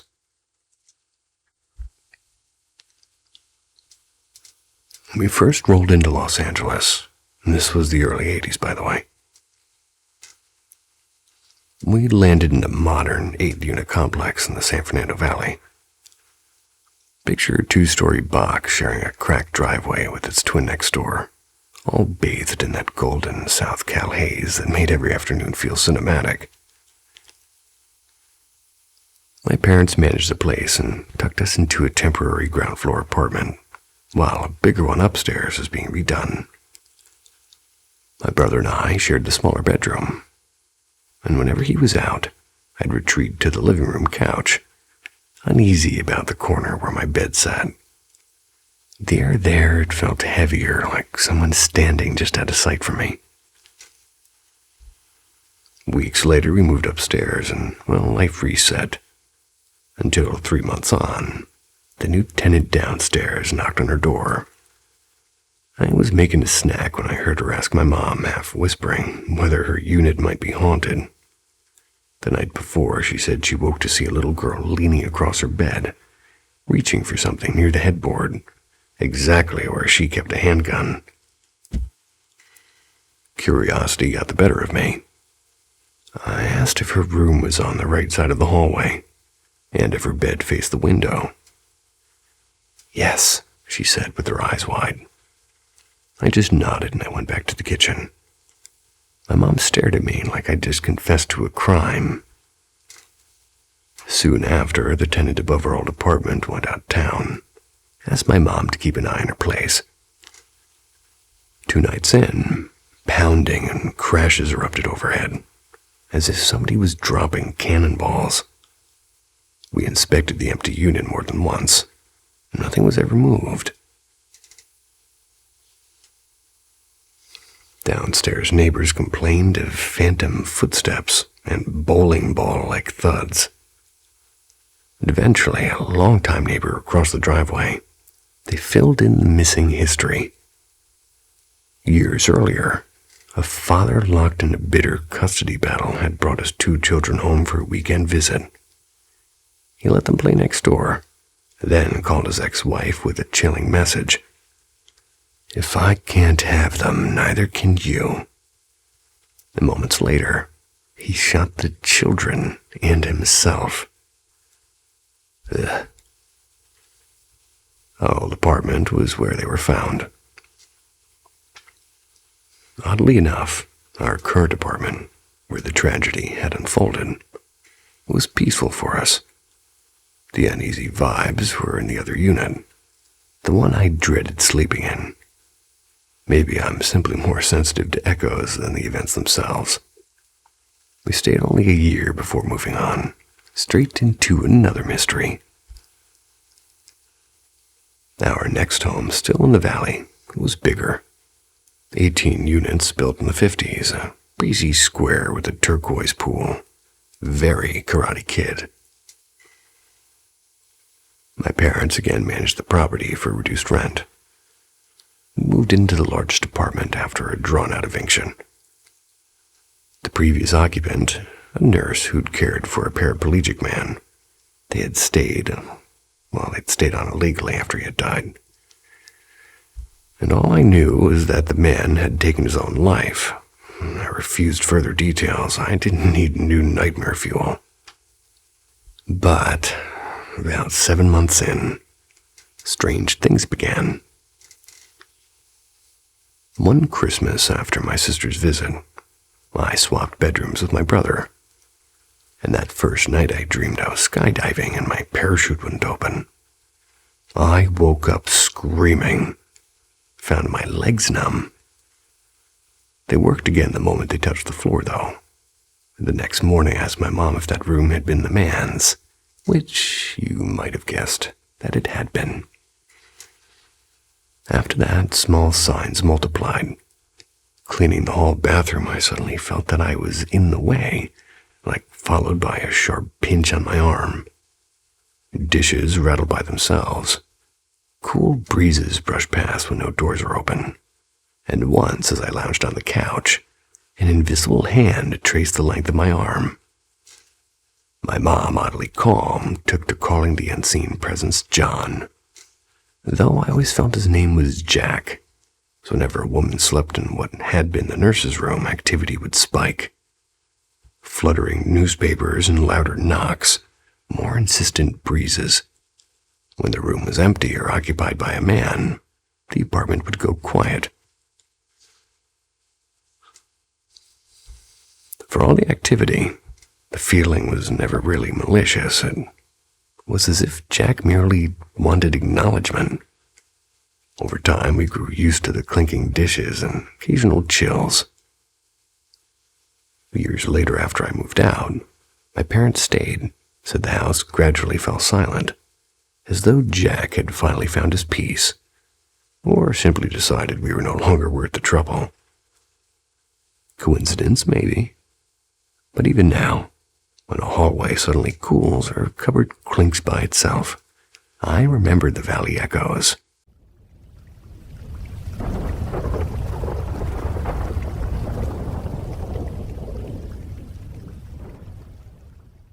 The Runes of Hollow Reality. This dream shook me so badly that even now, months later, I keep wondering if I really woke up. It began innocently. I was at home and everything looked exactly the same as always.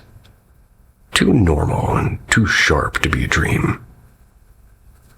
My cat kept slipping outside no matter how many times I pulled him back in. The door opened on its own, as though something invisible was inviting him out. And even stranger, when I grabbed him, he scratched me, and he never scratches me. Then my dog followed, tail wagging, ready to join whatever unseen force was calling them. Before I could figure it out, the phone rang. The voice on the other end belonged to some group, or maybe a band, maybe a movement, I couldn't remember exactly. Only that they were sort of odd and unsettling. Calmly they asked, "Why didn't you follow the cat?" I snapped back, demanding to know how they knew my number, why they were meddling with my pets. The voice replied smoothly, as though reading my own thoughts. "We can sense your energy. You should have opened the file." They spoke of a book. Ragazza, they called it. I didn't believe it was the real name. Moments later, I found myself at a market stall, staring at a worn book covered in runes. I'd never seen this before. Some looked vaguely Japanese, and some Korean, and others entirely alien, which might be Thai.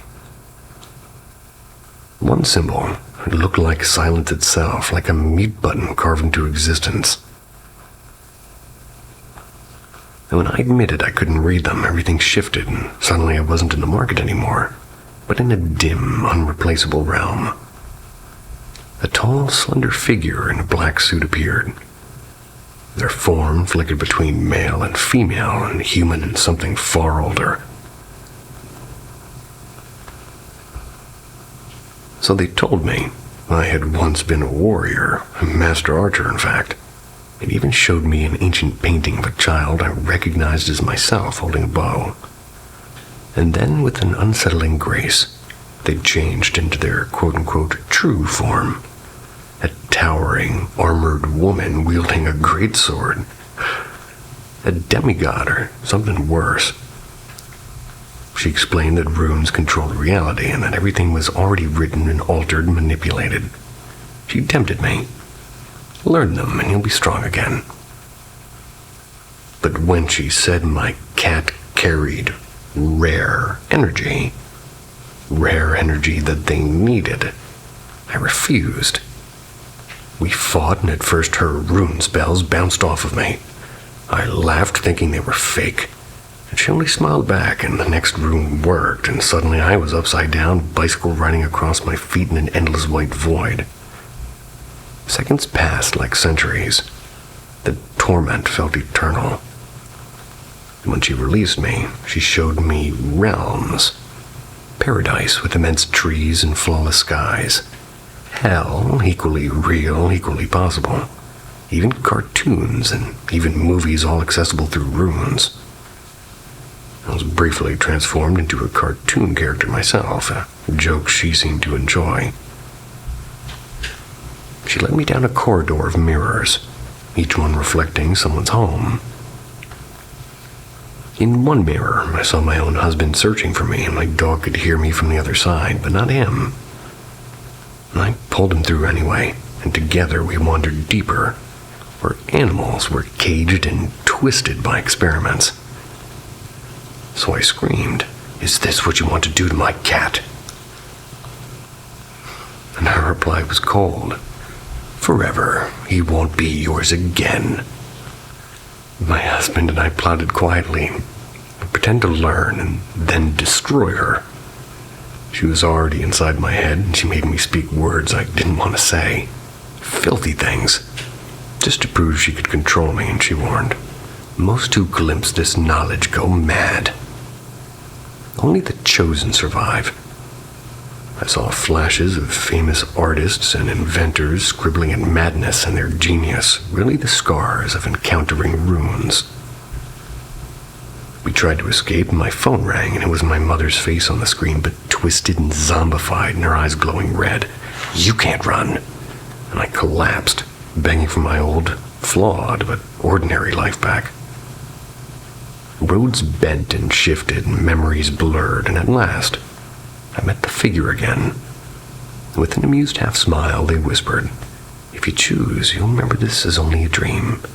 And I woke up, and I thought I did. Each time I woke, the dream picked up exactly where it left off. Only after the final waking did it stop. But ever since that night, the world feels less real, and I still wonder if I'm trapped in one of those rune realms, waiting to notice the next crack in the walls.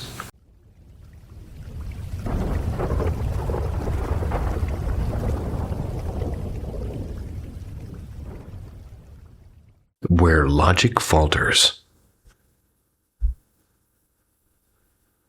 I've never believed in ghosts. Not as a child, not as an adult, and certainly not now. I'm the kind of person who builds their piece on physics and probability, who sees mystery and reaches first for evidence.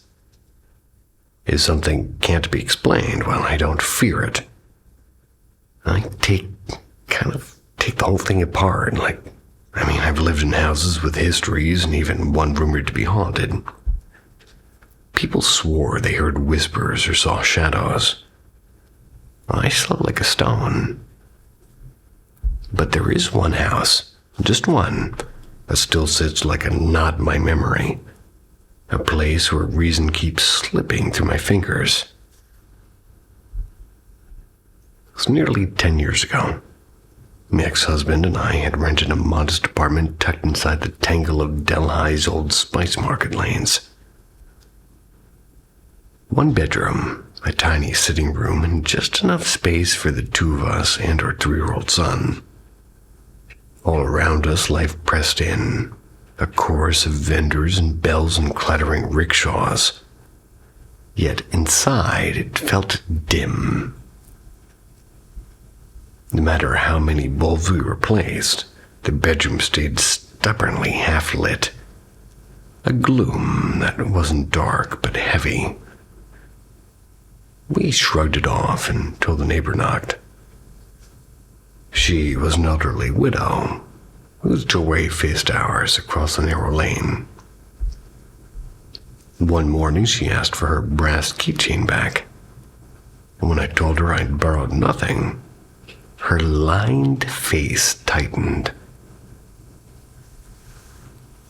A young woman in a deep blue dress, she insisted, had stepped from our door to ask for it, and she was sure, absolutely sure, We hadn't been home, the door had been locked. I brushed it away as confusion or mischief. But the house wasn't finished. A few nights later, my cousins stayed over, and our little boy slept at his grandparents' nearby. And early next morning, he bounded in to wake her until he froze on the threshold. He wouldn't uncover his eyes, he wouldn't speak. They carried him out trembling, and only after that they were streets away did he whisper, "There's a burned lady sitting in the corner." At the time, I didn't know, and my cousins kept it from me, afraid I'd panic. And meanwhile, my own son spent hours murmuring to the same corner behind the bedroom door. He'd offer his blanket and giggle softly as if something was listening, or someone. Children invent friends, I told myself. Imagination. And that word became sort of my anchor. Until the day we were packing to leave. A neighbor I barely knew stopped to chat while I waited for the movers. She asked where we were headed, and then added almost idly, "You wear blue so often, like the girl who used to live here. The one who died inside." Jesus. The girl, she said, had been set on fire by a jealous lover in a hotel. Rescued, but too late. She came home and didn't survive the night. And I checked quietly. The story was true. She was even the younger sister of a schoolmate I'd once known. And that is when logic loosened its grip, and I've spent nights alone in houses where death had walked before. No chills, no whispers. But this place, it wasn't haunted by a spirit. It was haunted by something denser. A residue of pain. An atmosphere that children and old eyes can still recognize when we, at least trained in reason, could not. The scientist in me still looked for answers. Carbon monoxide, maybe a subsonic sound or psychological imprints. None fit. No illness, no faulty wiring. Just a room that would not turn into an ordinary room. It didn't turn me into a believer, but it changed the shape of my doubt. Science, after all, isn't about being sure. It's about never stopping the questions. Maybe places remember, and maybe suffering leaves a kind of fingerprint. I'm glad I left that apartment, but it never really left me. Because some corners don't stay empty, no matter how long or how hard you shine the light on it.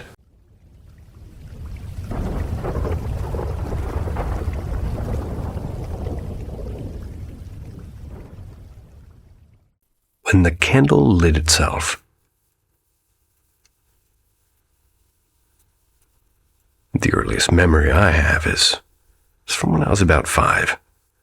I'm sitting cross-legged on the carpet in my bedroom alone. I was always alone, being an only child. My little TV sat on a stand by the door, and I was staring absently at the wall beneath it when the knocking started.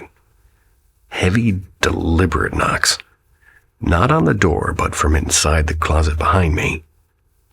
I froze, and after a moment I stood open the closet and found nothing but hanging clothes and a shoebox of toys. So I sat back down. There was silence. Never knocked again, at least not until years later. I was 8 when the next strange thing happened. My neighborhood in North Carolina was one long road with rows of houses like soldiers on parade. At the far end, a break in the trees opened into an abandoned pasture that looped back toward my backyard. Behind our fence was a patch of grass and a circle of oaks.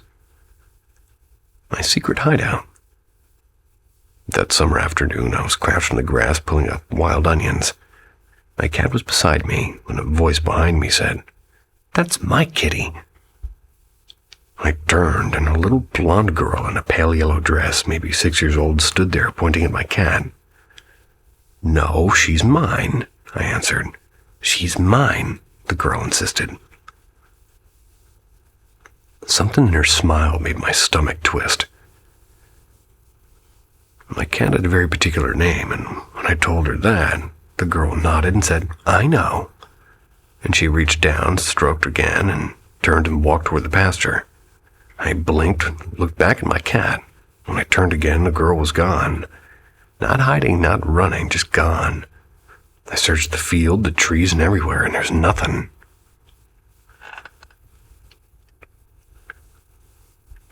At 10, I lost my best friend to a sudden illness. She was 11, and I had stayed at her house the weekend before that. Next morning, she was gone, and she was the only person I'd ever confided in about my strange experiences.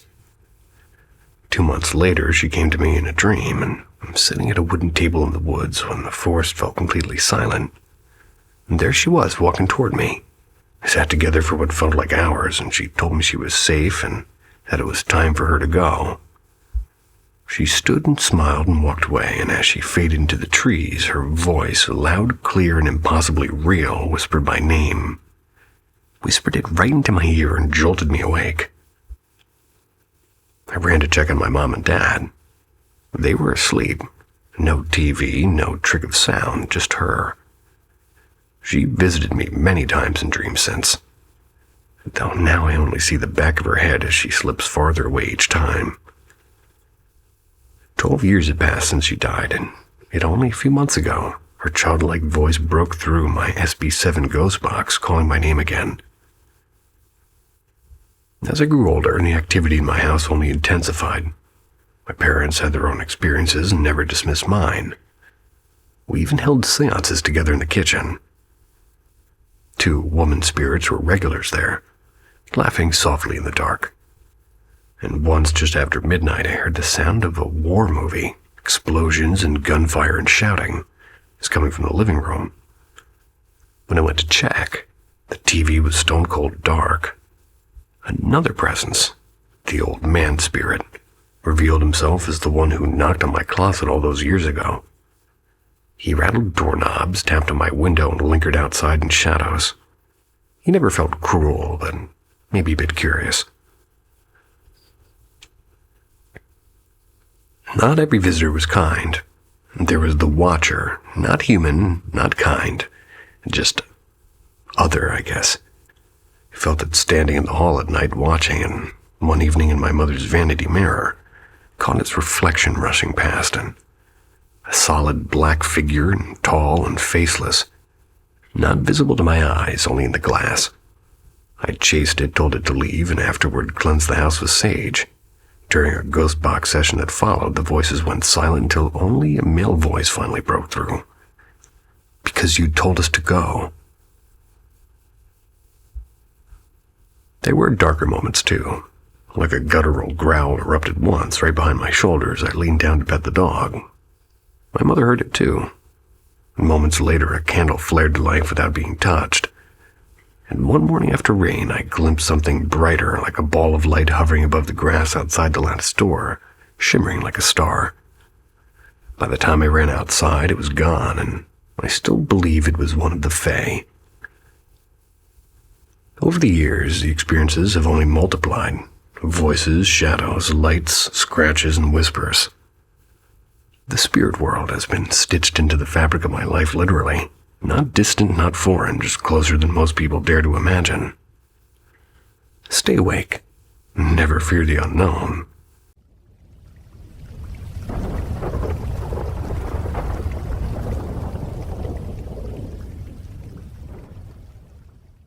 The balloon face in the barn house. I don't even know how to word this right. Feels kind of dumb even typing it, but it happened, and it's stuck in my brain. Where I grew up, there were old barns just falling in on themselves everywhere.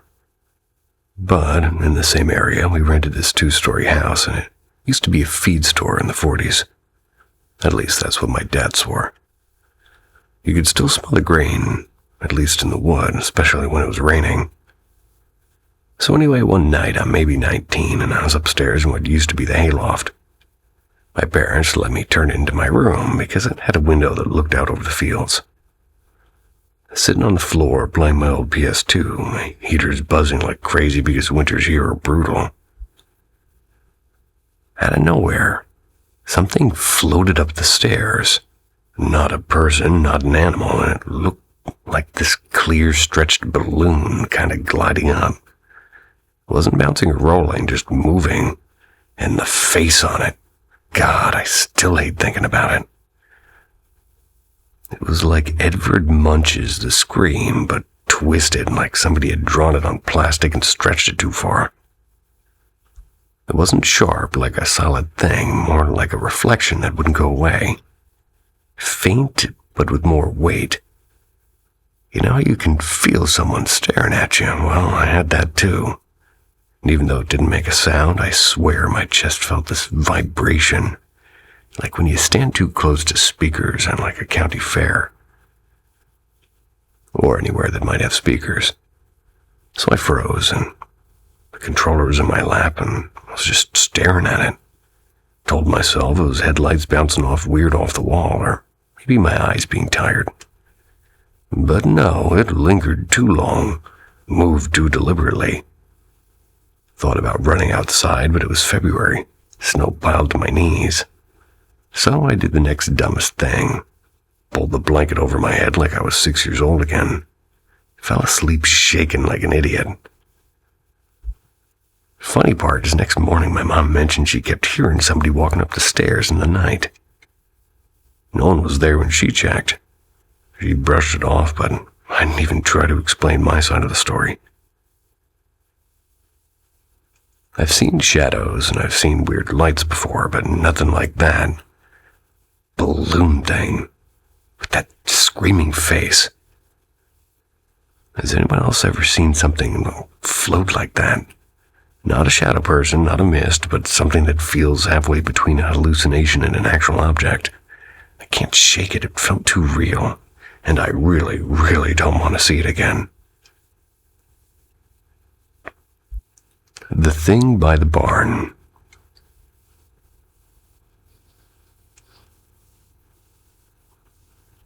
Last spring, late March. I still don't have a good answer for this thing. I live out in the country, like proper middle of nowhere stuff, and I've always been pretty comfortable outside at night. I mean, I grew up walking around the fields with just a lantern or no light at all. My dad always said, if you know the land, it won't bite you. And I believed him mostly. Anyway, one night I went out to check the shed because the wind had been banging something around. My wife was inside with her little boy, and I didn't want the noise keeping him up, so I pull on my boots, grab the old flashlight, and I head out.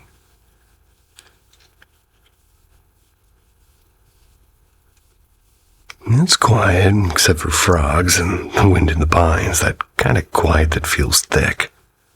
And as I get near the barn, I see this thing, and the best way I can describe it is like a tall streak of light, whitish with this weird green tint, almost like when you crack a glow stick but brighter.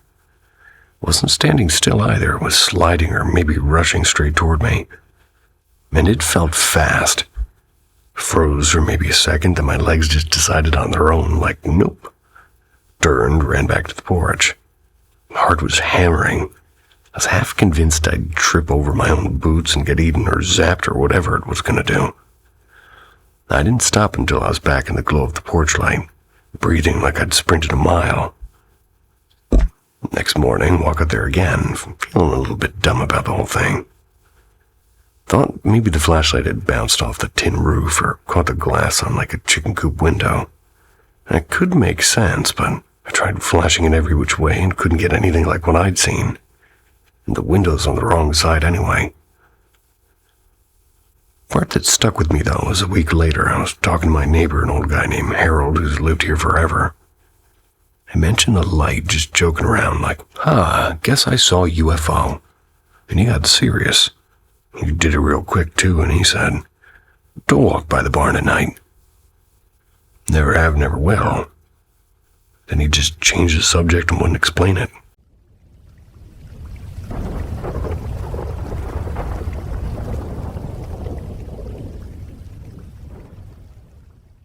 The Pull of Room 314.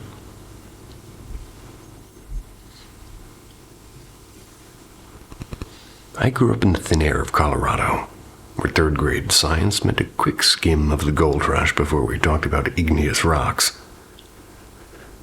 And one afternoon, my teacher mentioned Estes Park, and almost as an afterthought, the grand old Stanley Hotel, one of the first buildings in the valley. Something in me locked onto that name like a magnet. Every year, my family drove up to Estes for hiking and taffy. Yummy. And every year, we drove right past the Stanley. I'd crane my neck from the backseat, begging for a closer look, and my parents would brush it off with a casual, "It's supposed to be haunted, but it's just stories." I half believed them until middle school, when my sister started devouring The Shining. Far too intense a book for a 12-year-old. But also a little bit badass.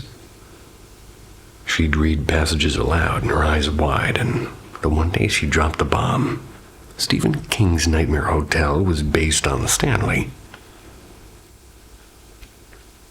By high school, with unlimited internet at my fingertips, I was deep down the rabbit hole. I learned about King's blizzard-bound stay, the phantom piano music, and the infamous Room 217. So I rewatched Kubrick's Shining obsessively, even after I discovered, to my annoyance, that the movie wasn't filmed there. Then a revelation from my parents. They'd spent part of their honeymoon at the Stanley. My jaw practically hit the floor, and after years of shrugging, they finally admitted they'd checked out early because of odd noises and somebody watching us. But they insisted it wasn't ghosts, probably some pranksters or tweakers, they said. For my 21st birthday, they finally relented. 2 nights at the Stanley, plus a haunted tour, wrapped up like a late but perfect gift. Months later, I sped up the mountain with the Shining soundtrack still ringing in my head, and the hotel loomed through the scaffolding. It was under renovation. But the moment I stepped inside, the scent of old wood and cold mountain air seemed to steal my breath. A man leaning by the doorway caught my audible gasp and grinned. "Yeah, gets everyone." Check-in gave me room 314, directly above the novel's notorious room. Perfect.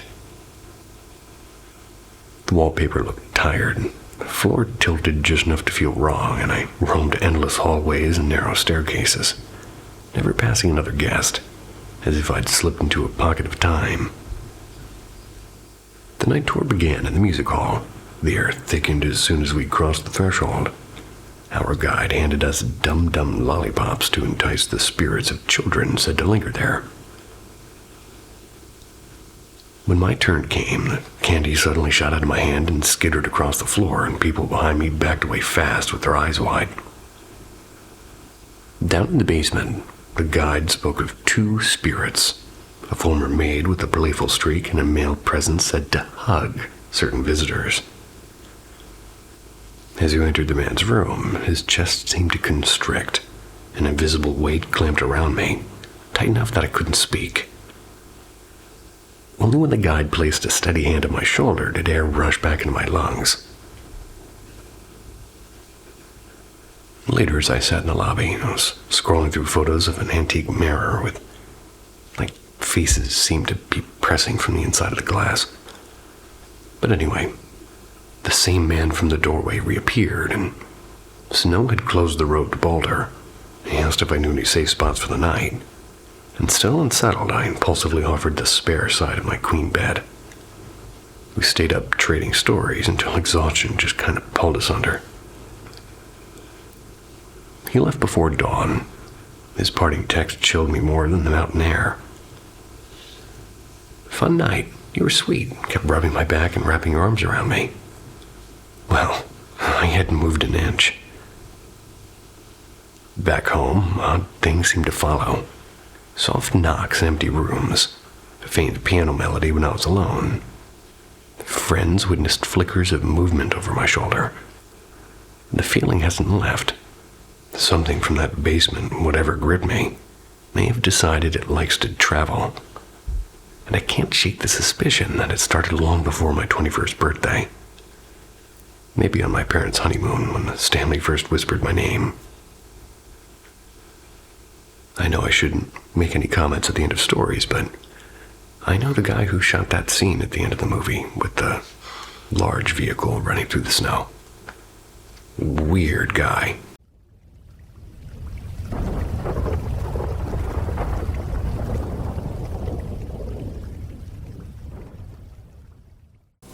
The Ghosts of Kirky Bungalow. I was in the 4th grade when we shifted into that house. A sprawling colonial-era bungalow in Pune Cantonment. Stone walls thick as fortresses, verandas wide enough for cricket, and ceilings so tall they echoed like voices of their own. Even as a child, I knew this house had outlived many lives before ours. We were a family of 5. Plus one mischievous lad. My father was a major then, proud and orderly. My sisters were teenagers, forever awake with books and whispered laughter. I was the youngest, usually quiet, usually watching. The compound was wrapped in banyan trees, old giants with their roots dangling like ropes, their shadows stretching longer than the evenings themselves. They stood there like guards, though whether they kept things in or out, I never really decided. The first time I saw her, it was late afternoon. Sunlight was dripping through the glass panes, so I noticed a girl stepping through the front door. She had pale skin, dark braids, and wore a sky blue frock with layered hems, like something out of a photograph tucked away too long. She moved without sound, no creak of the gate, no turn of the latch. She just appeared as if the house had been waiting for her. She didn't glance at me. She walked straight past into the dining room where my mother was slicing cucumbers. I followed cautiously. From the doorway, I saw her standing quietly near the table, watching my mother the way one stares at a painting, still and intent and almost reverent. I whispered, "Mama," and the girl turned. In that single instant, she darted toward the kitchen and vanished. My mother looked up puzzled and said, "What happened? Who was that girl?" I asked. "What girl?" she replied. She searched the kitchen at once. Every corner, every pot. Nothing. Back door was shut tight. The counters untouched. No sign she'd been there at all, actually. I saw the girl a handful of times again. Never close, never speaking, always half hidden, always watching my mother. She never looked at me again, and I never dared follow her. Our Labrador noticed things too. Gentle as she was, she'd often sit rigid in the drawing room like at night. It's while my sister studied, staring into empty corners like she was watching something invisible shift. She never lay down until they left the room. The bedrooms were enormous, with extra rooms just for wardrobes and tubs. Yet all 3 of us children slept in the same bed. The rest of the space felt too hollow and too cold, as it was not meant to hold sleepers anymore. One night, my eldest sister, she woke to see a figure beside the bed. Not a girl this time, but a man, white and blurred like chalk smudged across glass. He held what looked like a cane and stood as though he was keeping watch.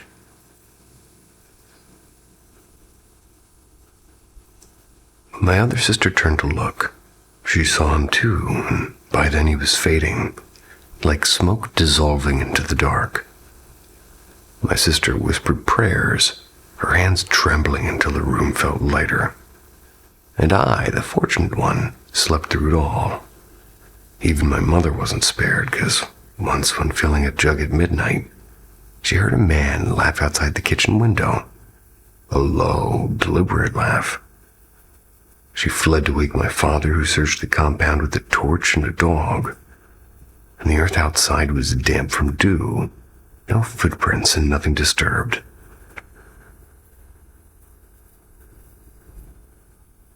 We stopped trying to explain. It was simpler to live with the house as it was. We told ourselves that we were not its first family and not its last. The Banyans had their roots around more than just soil. And yet I still think of that girl. She wasn't angry, she wasn't lost. She looked like someone remembering. Maybe she once stood in that dining room, watching her own mother, listening to the same hum of a knife against a chopping board. Maybe she was still waiting.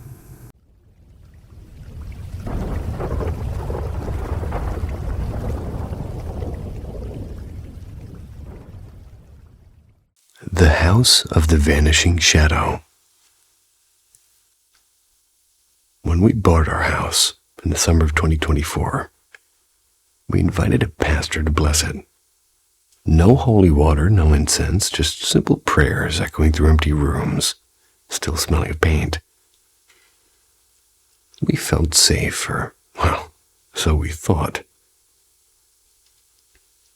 Months later, our life just turned upside down. Finances bled dry from sudden repairs and medical bills. We hadn't changed our lifestyle, yet money kept slipping through invisible cracks. And at night, odd things stirred. Towels floated mid-air. Soft footsteps crossed empty halls. Whispered voices laced the silence. Closet doors clicked open on their own. Dreams grew heavy and strange. Whether on a living room couch or in the kids' bedroom, we would wake up shivering. One night, testing the children's room, I dreamt a closet door creaked wide. A tall shadow placed a cold hand on my knee. Instinctively, I set my own hand over it. I felt the solid weight.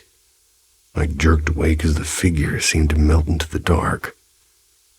By spring, the house no longer felt like ours. On August 2nd, 2025, we finally called a medium, and she asked for unusual offerings. Candies and biscuits and incense, gin, cigarettes, and candles. She set 6 candles on a plate, planted the cigarettes upright in a bowl of rice, raw and garlic. Then she began chanting while every door stood wide open, and at her request we plugged in a microphone so her prayers would reach every corner. Midway through, she asked if we kept a crucifix or a saint statue. We hesitated because a tiny saint figure still boxed near the stairs. It hardly seemed to count. As she invoked the spirits, one candle flared and burnt out in 6 minutes. A restless one leaving, she said. 2 cigarettes hissed as if somebody smoked them fast, and the flames on the rest stood unnervingly still and tall. The speaker crackled. Voices faded in and out, and we heard faint thuds from upstairs. A metallic clatter from the garage. The medium stumbled over our names, complaining of unseen distractions. And when she asked the spirits to move the candle flames, they did as if they understood, and the fire obeyed. A chill passed through all of us. She questioned why they tormented us, and the answer came. We had prospered, but never offered thanks. She prayed for forgiveness and dedicated the food and drink. As incense smoke thickened, a distorted, deep voice suddenly sang along with her, a sound so eerie we all froze. And then she asked out loud, "Will you leave after this meal?" And from the speaker came a small, clear voice. "Amen." Maybe the Filipino opo, a respectful yes, and one of my relatives wept. The medium sprinkled holy water into every corner, while we trailed behind, fuming the rooms with incense. And halfway down the stair, she stopped near the tiny saint statue still sealed in plastic. "It wants to be free," she whispered. And at that moment, the microphone's voice shifted. It shifted into a high pitch and childlike. And when the session ended, she described what she'd seen. A Capri, the giant tree-dwelling spirit crouching inside the children's closet. A child roaming the upstairs hallway. A shadow seated on the living room couch. The very source of our sleep paralysis. And she added that one child in our family carried an open third eye, attracting spirits eager to play when she sat alone. And even now, at the house ritually cleansed, we sometimes sense unseen eyes watching. And perhaps awareness itself is the final haunting. Well, we had sought a home, and instead we found a mystery that refuses to fade.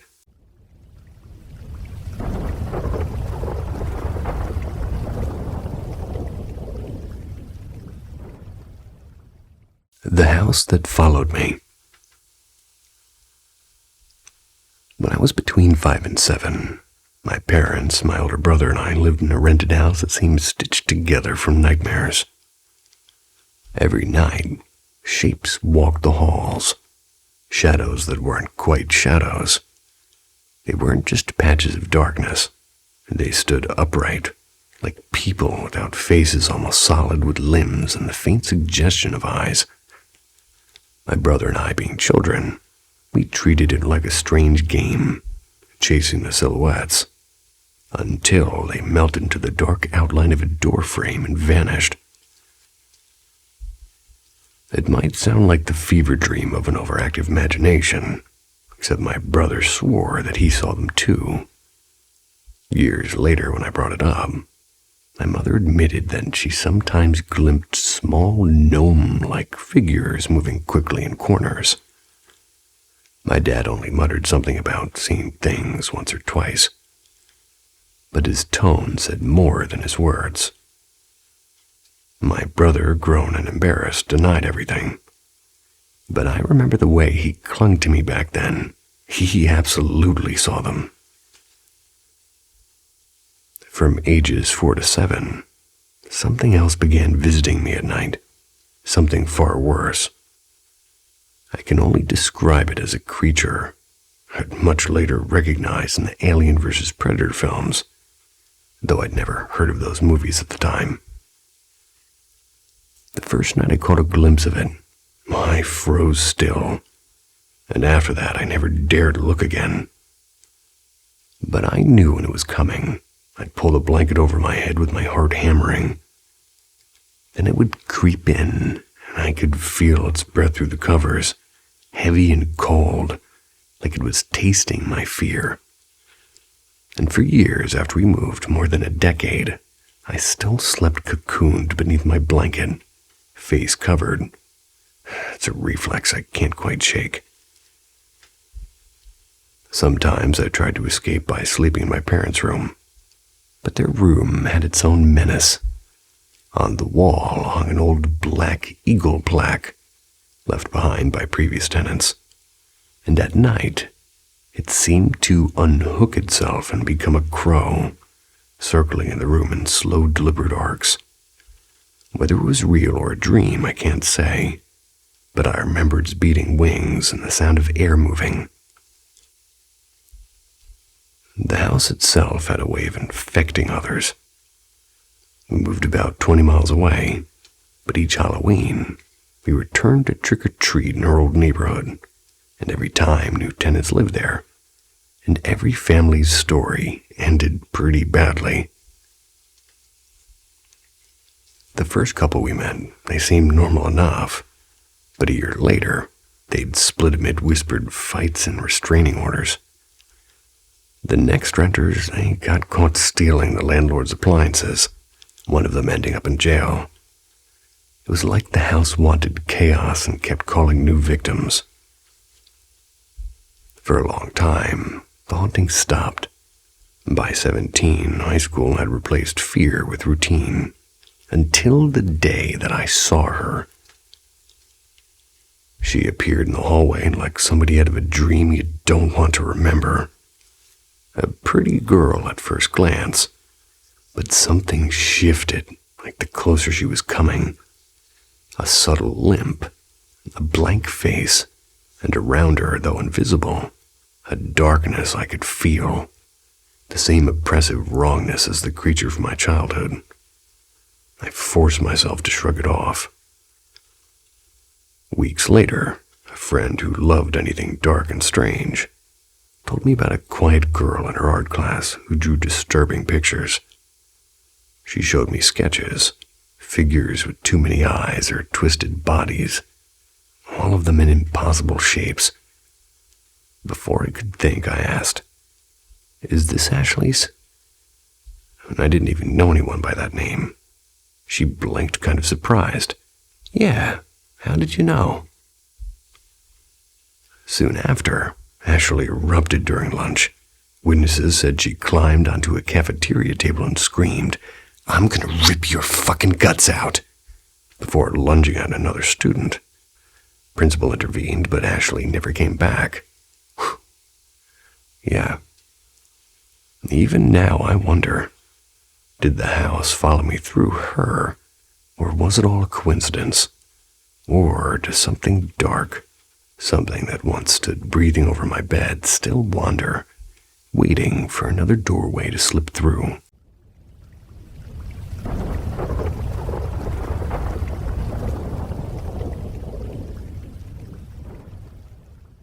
The shadow on the stairs.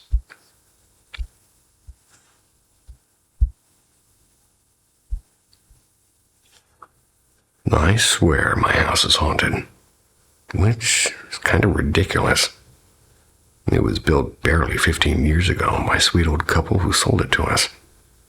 It has no tragic history, no record of gruesome murders, no abandoned cemeteries beneath the foundation.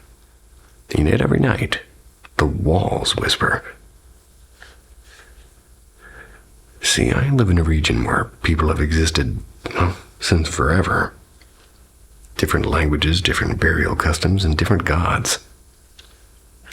The land here has been conquered and imposed upon and reshaped. And, well, Italian itself was forced on us under the fascist regime. Then came the Americans with their bases and drills and their explosions booming from the seafloor. And sometimes I wake to those detonations rattling the windows, like the ghosts themselves are knocking to be let in. But let me start with one of my mom's stories.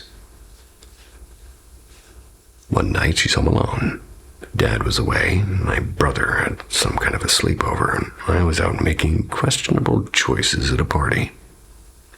She was drifting off when she heard voices. Two men, low and calm, climbing the stairs. She thought for a moment it was my dad, but then she remembered that she was alone. Footsteps came closer. The voices stopped. Then two heads. They slowly peeked from the bedroom door, watching her. Now, my mom doesn't scare easily, but, well, she's human. So she grabbed for the knife that she keeps under the mattress. But when she looked back, nothing. Empty hallway, locked windows, bolted doors. And this was only the beginning. Another night, I'm watching a film on my dad's laptop. was sitting at the desk in pitch blackness. Behind me, the bed, to my left, the door. Downstairs, I could hear my family laughing in the kitchen. At some point, the stairwell light clicked on, and I heard my brother's footsteps climbing. I waited for him to walk in. I was ready to ask if he wanted to join. He stepped into the doorway, and it was silent, just staring. Then, without a word, he walked past me toward the bed. I followed him with my eyes, turning my neck as far as I could, and finally I spun the other way to get a better look. There was no one. Utterly confused, I sat frozen until footsteps echoed again, this time faster. My real brother appeared, haloed by the bright white light above him. And that's when I realized the first figure hadn't had a face, just a silhouette. A shadow soaked in strange greenish light, like those cursed back rooms videos. It isn't just me, because when my brother was little, he used to ask about the quote-unquote soldiers. Two blonde men, tall, dressed in white t-shirts and green cargo pants, marching up and down the stairs. He said they sometimes followed my mom to the kitchen. Soldiers of what exactly, I have no idea, and, well, those stairs. God, those stairs. Even as a kid, I'd lie awake staring at them, convinced something would crawl out there. And the acoustics, they don't make sense either. You can hear everything shouted downstairs from upstairs, but scream from the top of your lungs upstairs and there's nothing. Except once, when I sliced my hand open on a tape dispenser. They heard that perfectly fine. Friends have witnessed things too, actually. My best friend swore I whispered, "Don't be afraid," into her ear the moment I left the room. She turned, expecting me. The room was empty. And once we hosted an exchange student, it's a shy girl. She was pale and she never slept. At first she blamed homesickness, but eventually she cracked and she told me, "Every night there's a man in the doorway. When the light goes out, he stands there. If I close the door, he's still there." She thought it was my dad, I guess, but it couldn't have been. That man worships his sleep like it's a religion, and besides, scaring young girls at night is very not in his character. So I sleep into her room until she left, and during those nights, figure didn't return. Afterward, she never spoke to me again. Maybe she believed me, maybe she thought I was covering for a monster in the house. I guess I'll never know. But the stairs remain, and sometimes when the bombs boom deep under the sea, I wonder if the echoes carry something else with them. Something older than us. Something waiting in those shadows. Shadows on the cedar ladder.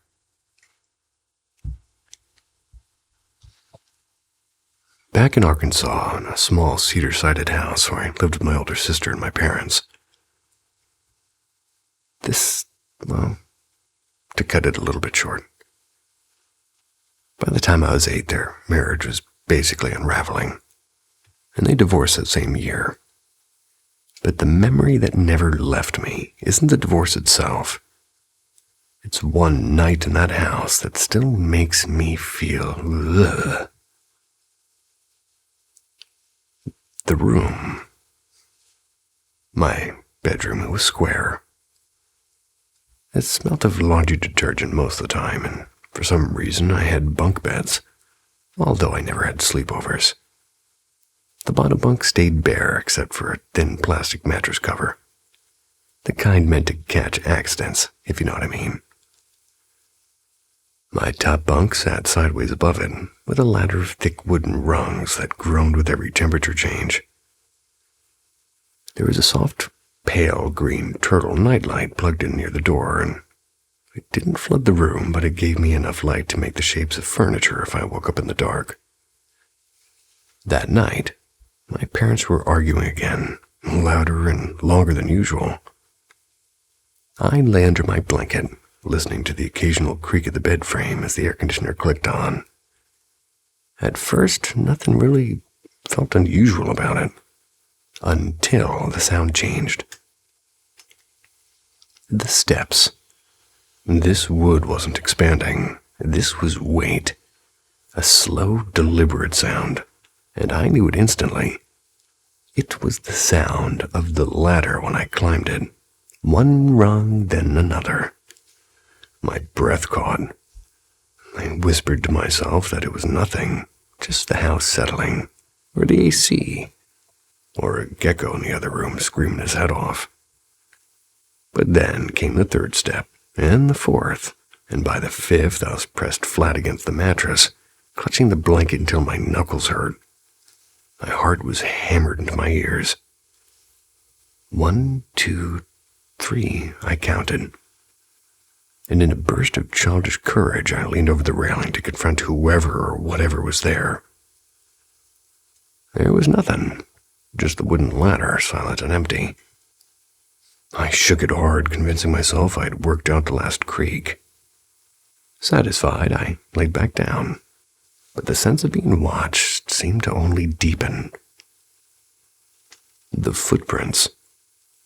Then came a different sound, a heavy, unmistakable thump, as if something had landed on the lower mattress. And the bottom bunk was bare. I knew how it looked in that dim light, flat, white, and featureless. But now, peering over the edge again, my stomach dropped. 2 dark ovals marked the plastic cover. Not vague shadows, but footprints, perfectly side by side. I could see the cover's wrinkles straining beneath them, the faint dip of weight that wasn't supposed to be there. My throat closed. I scrambled to the far corner of my bed, knees to my chest. I screamed like my life depended on it. I was screaming for my mom, and the door burst open almost instantly. My parents, both wide-eyed, flooded the room with light. My dad, I later learned, had his old .22 in hand. I said nothing, not a word. Terror had basically welded my mouth shut. Years later, the next morning when they gently pressed me. Years later the next morning.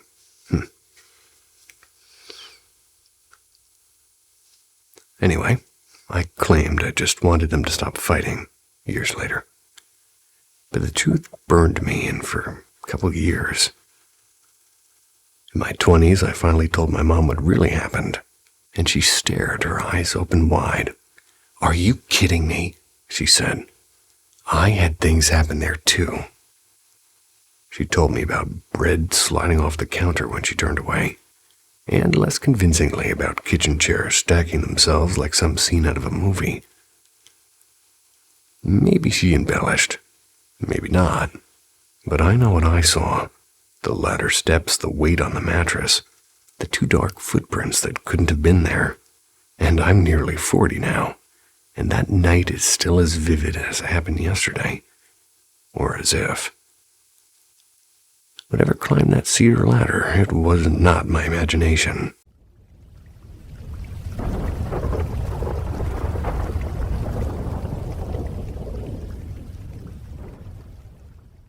The knocks beneath the rafters.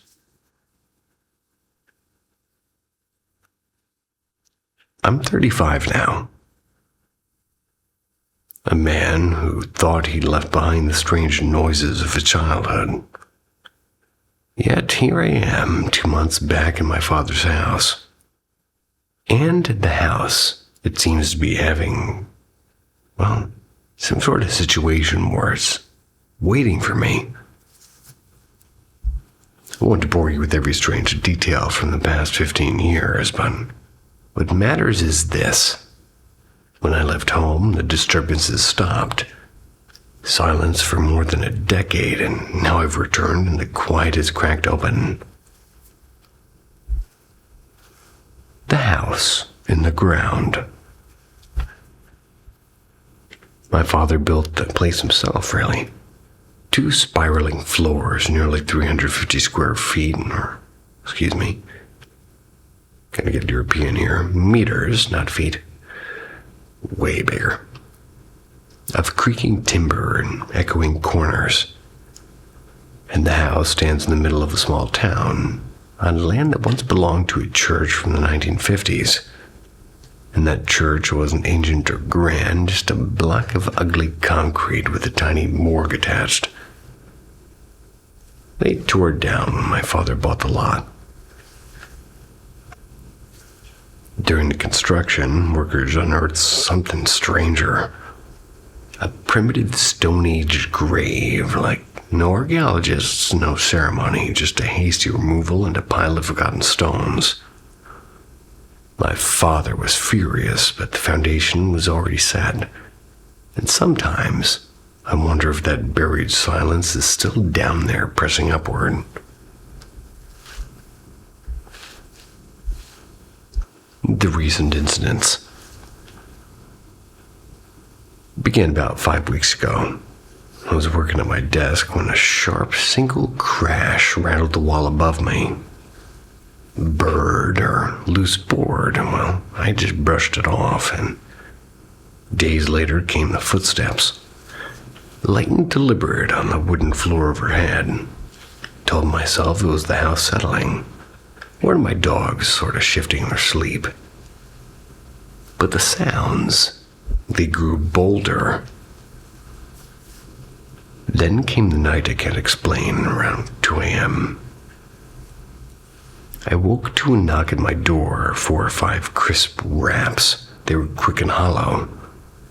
My dog erupted in panic and claws scrambling on the floor as if someone were standing right there. My heart was pounding.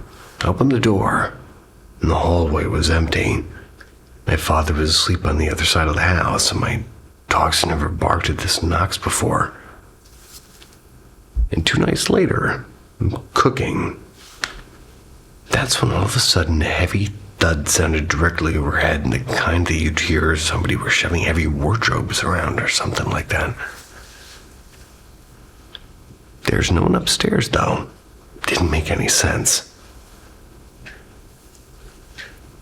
4 days ago, midday, another sequence. A loud knock followed by 3 or 4 fainter ones, like a rubber ball sort of losing its bounce. And this time, the sound came from, like, above, but inside the ceiling itself. I rushed to find my father reading in the kitchen. He had moved. And today, 2 hours ago, it was his turn.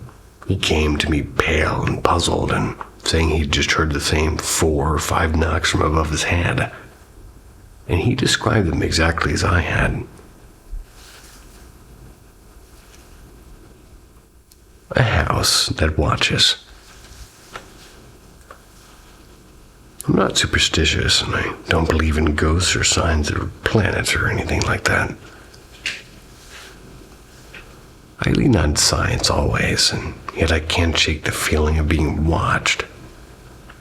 Headaches settle in behind my eyes, and I hesitate before stepping into a room, half expecting a figure waiting to be in the corner.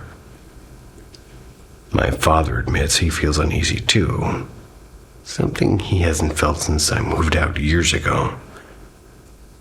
Whatever's happening, I began this thing only when I came back. I don't know if the cause is in the wood or the soil or something older. But every night, the house seems to lean closer and listening, ready to knock again.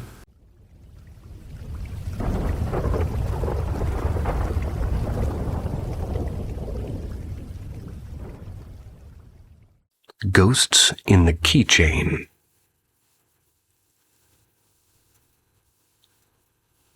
For the past 3 years, I've been walking in and out of strangers' lives, 2 homes a day, every day, photographing properties for different real estate agencies in Madrid. Almost all the homes are flats, with the occasional townhouse sprinkled in. Normally, the agent just hands me the keys and disappears, leaving me to wander through silent rooms on my own. I've never seen a ghost, but I felt things. Odd little interruptions in reality, the kind that sit with you for long after you've locked the doors behind you. 4 particular stories have stuck with me. The silent neighbor, and this one still unsettles me. I was sent to an apartment on Grand Via, warned about its temperamental alarm system. The last agent had triggered it and ended up with half the local police at the door. Naturally, I did the same, and after fumbling with the code, I managed to silence it and began working. It was a bright flat, full of windows and cheerful light. In the living room, however, my camera's eye tracking kept locking onto something invisible, sliding steadily from wall to wall, as if following a person. I assumed it was a glitch, and it was a new camera after all. I finished, packed up, and was about to leave when the intercom buzzed. Police again. 4 officers were waiting downstairs, 2 of them calming an anxious elderly woman. She begged them to check on her brother next door. Hadn't heard from him in days. The officers asked if I'd seen or heard him while inside, and I shook my head, and my mind flashed back to that face in that camera. But later, the agent told me the truth. That man had died of a stroke days earlier, and that camera's glitch, well, never happened again.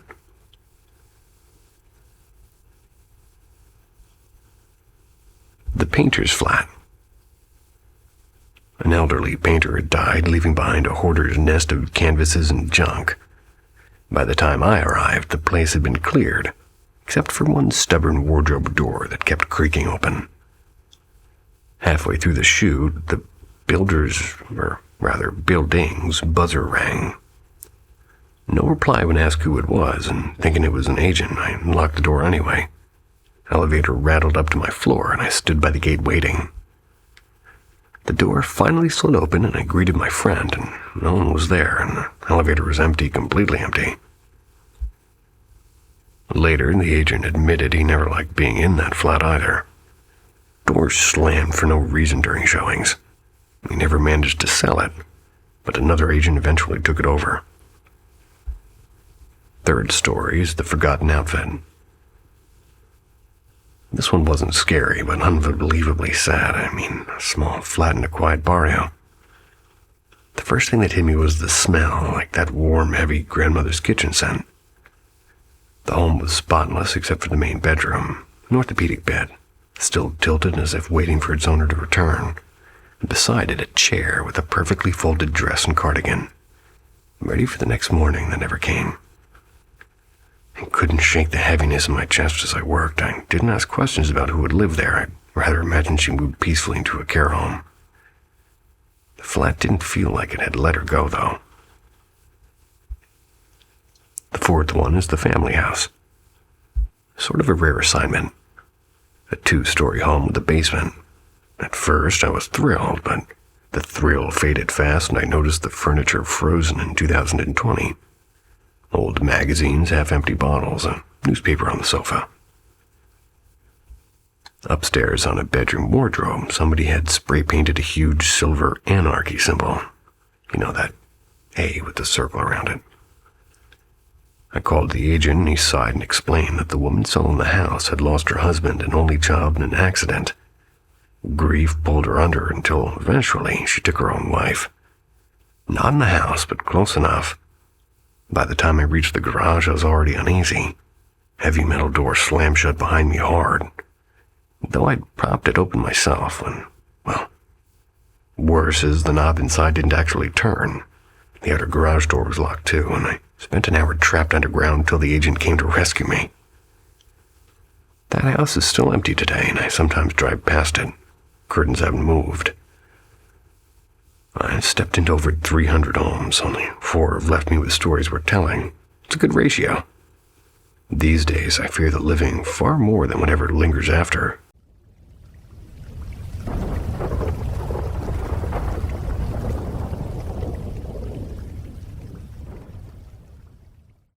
The swing that wouldn't stop. I was 11 when it happened. It's one of those summers where my family made the pilgrimage back to my mom's side of the family on the East Coast. I was used to traveling. I was used to airports and used to cars and you just name it. So when I heard we were leaving our calm little Virginia town for the noise and neon of Brooklyn, New York, I didn't think much of it. That is, until the 3-hour car ride loomed over me like a prison sentence. My mom grew up in Brooklyn. She hadn't been back in years, not since I was about 5. And this trip was her idea. Apparently, it was time to see Aunt Renee again. The air outside felt heavy and it felt wet, like stepping into a warm towel. I liked it though. Humidity was weirdly comforting, like the world was giving me a hug. But then the buzzing started. Mosquitoes, the eternal nemesis of every East Coast summer. I bolted into the car before they could claim me as their buffet. The ride itself was rough, and my cousin Kayla, who was 7, hummed herself and made random noises in the back seat. I knew she couldn't help it. She was on the spectrum, but my 11-year-old brain wasn't exactly patient. Her little sister Mia, 5 years old and endlessly repetitive, decided I was her favorite audience.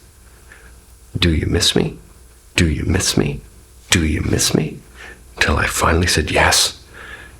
And I've never really been good with little kids. I can't say no to their requests, no matter how ridiculous. After an hour, my phone died, and it was tragic. I tried to nap, and my mom and my aunt blasted music so loud the car practically shook, and I trained myself to sleep anywhere. Planes, trains, even through turbulence. So eventually, I drifted off. I woke up outside of a brick apartment building in Brooklyn, Aunt Rainey's place. Stumbled inside and collapsed on the couch without a word, and the next morning, I met my cousins again. Jalen, tall and confident at 12, and Marcus, younger at 9 but bursting with energy. Jalen towering over me by a good half a foot at that, which was kind of unfair since he was only a year older. That afternoon, somebody suggested we take the subway into the city. I'd never been on one before, and the chaos of it and the screeching brakes and packed cars and vendors shouting was overwhelming. We wandered Manhattan, eating pretzels and hot dogs from stands that smelled both amazing and slightly suspicious. Later that night, 10 o'clock, pitch black, we ended up at the playground near the apartment.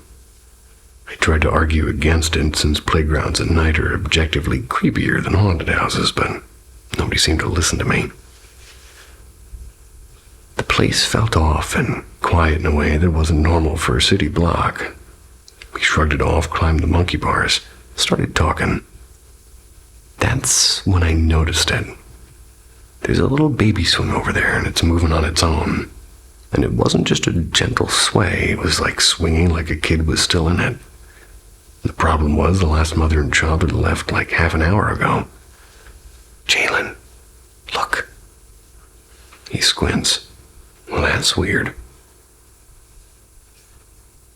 He hopped down and he approached the swing. And the second he got it, slowed to a dead stop. Like it had been caught, and he reached out, touched the seat, and yanked his hand back like it burned. It's warm. Just like somebody's just been here. I climbed down, my heart thudding, and then Jalen froze again. He touched a bar in the jungle gym and said, "This one's warm too." But neither of us had been near it. We stood there, 2 kids with no good explanation, until we both came to the sudden unspoken conclusion. The park was not empty.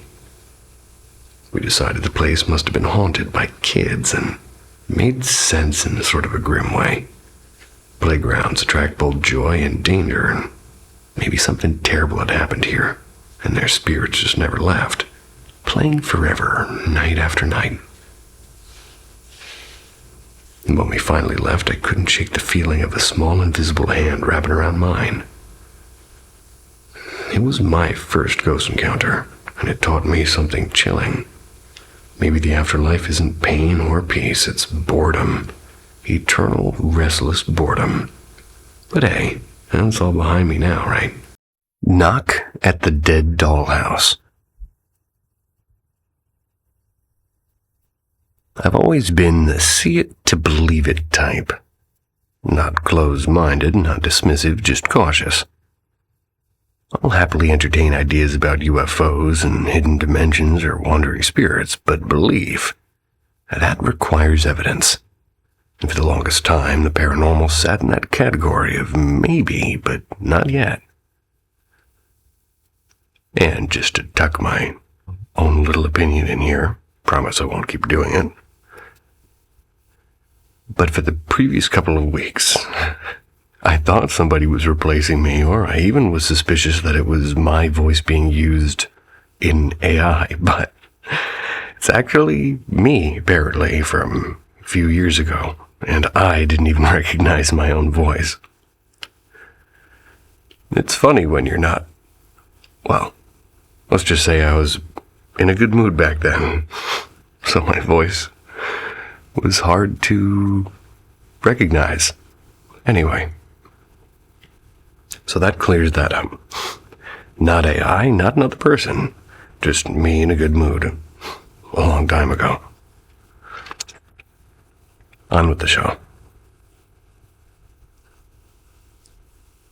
When I was 23, this changed, and the shift was so sudden it felt almost violent. Not in a harmful way, but in the way your worldview can snap like glass under pressure. The moment you realize reality isn't as airtight as you thought. At the time, I was renting a tiny converted storage room behind a friend's house. The place was a box. No windows, just bare walls painted an ugly beige. When the light was off, it was pure void. My friend used to joke the house was haunted, and his kids, both under 10, told stories of the woman in the hallway. I believe them as much as you believe kids talking about monsters under the bed. Possible, sure, but not convincing. That night, I was sitting cross-legged on my mattress. I was working on a beat-up laptop. The room was quiet, and almost too quiet. Then, 3 blinding flashes lit up the wall in front of me. Not lightning, not headlights. These were pure white bursts, like industrial camera strobes given off in sequence. They left afterimages. They were burned into my vision. No sound, no source, just a wall that shouldn't have been glowing. So I sat there frozen, trying to think of some explanation like an electrical surge or a migraine aura. Except I'd never had one. A few seconds later, from the corner of the room, comes a faint electronic melody. It's doing it in ding-dongs. The sound was coming from an old plastic toy cash register that had been tossed into the room months before and had no batteries and no working parts. I'd never once heard it make a noise, and yet here it was, politely chiming like a doorbell. I remember whispering, "Nope." Then I bolted into the main house and told my friend. And he only shrugged and was almost smug and said, "Yeah, told ya." Later, I went back in, pulled the toy apart. The wiring was shredded and dead, and to make it chime, I had to manual 2 exposed wires together with my fingers. So that's a short way of saying it wasn't automatic. It wasn't motion triggered either. Something invisible had closed that circuit on its own. And that was the moment my brain rewired. The flashes, the sudden activation of a dead circuit. It all smelled of energy, not ghosts. Electromagnetism, like something discharged a burst of power enough to produce light in the air and briefly complete an impossible connection. It was physics, but physics misbehaving in ways I couldn't file under normal. And that's the thought that stuck. Maybe the paranormal isn't supernatural at all. Maybe it's perfectly natural, just unmeasured. Maybe what people call hauntings are footprints of an energy that we haven't yet learned to track. I only needed that one night. The experience didn't give me answers, and it gave me better questions. And even now, 15 years later, the awe hasn't faded.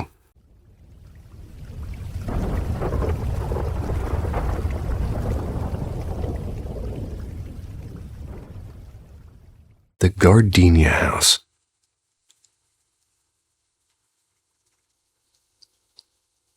My first week at the teen psych facility, the power went out. A breaker had flipped. Maintenance said they'd need 3 hours to get there. I foolishly volunteered to check the basement myself. None of the other staff offered to come with me. A sign that I probably should have read louder at the time.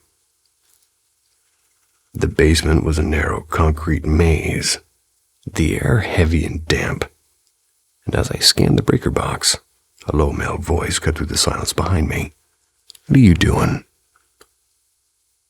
I turned, expecting to see a maintenance worker I hadn't heard on the creaky stairs, maybe. And there's no one there, only the hum of silence pressing in. I never did find the flipped breaker. When I returned upstairs and asked if anybody else had gone down, every staff member was accounted for. That was my introduction to the Gardenia House. And the encounters, they didn't stop. Sometimes the overwhelming scent of gardenias, sweet and almost rotting, filled a hallway. The smell hit so suddenly it made me dizzy. Kids and staff reported it too. No flowers anywhere, no perfume, just the air thick with that smell, as if something wanted to announce itself. One late shift, I sat in the living room, where I could see the basement door. Out of the corner of my eye, I caught movement. Hands, 3 or 4 pairs. They were scraped and clawed from underneath the door, pale against the wood. By the time I leapt up, they were gone.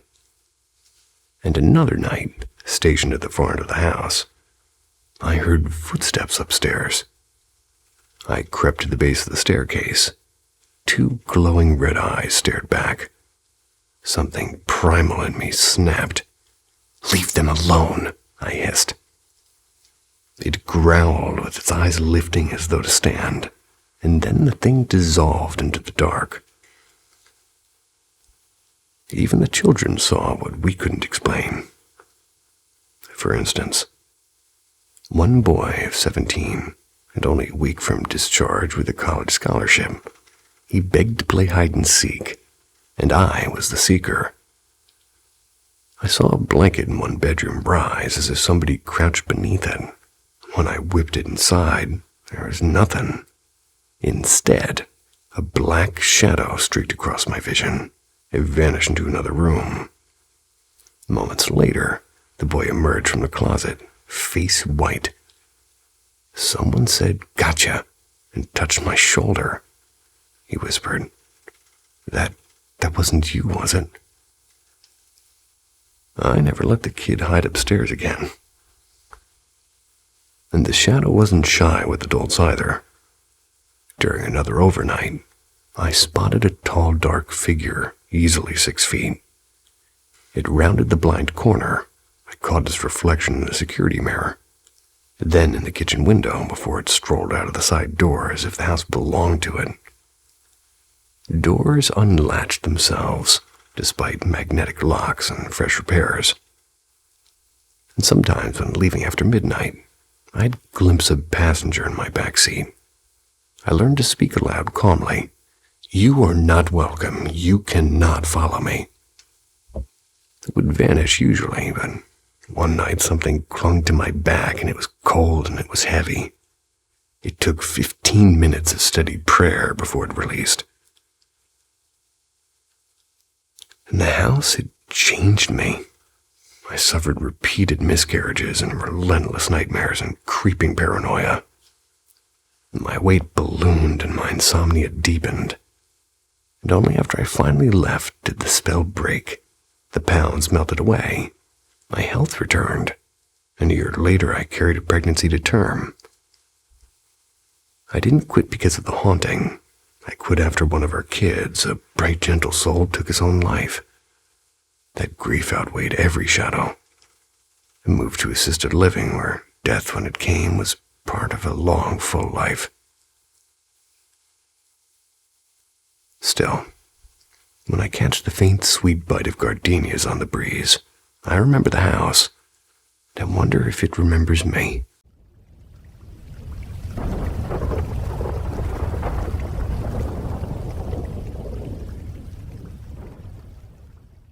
Moonlight Sentinels. During the long hush of quarantine, my friend and her 4-year-old son were just staying with me for a quiet pocket of rural Iowa, or in a quiet pocket of rural Iowa.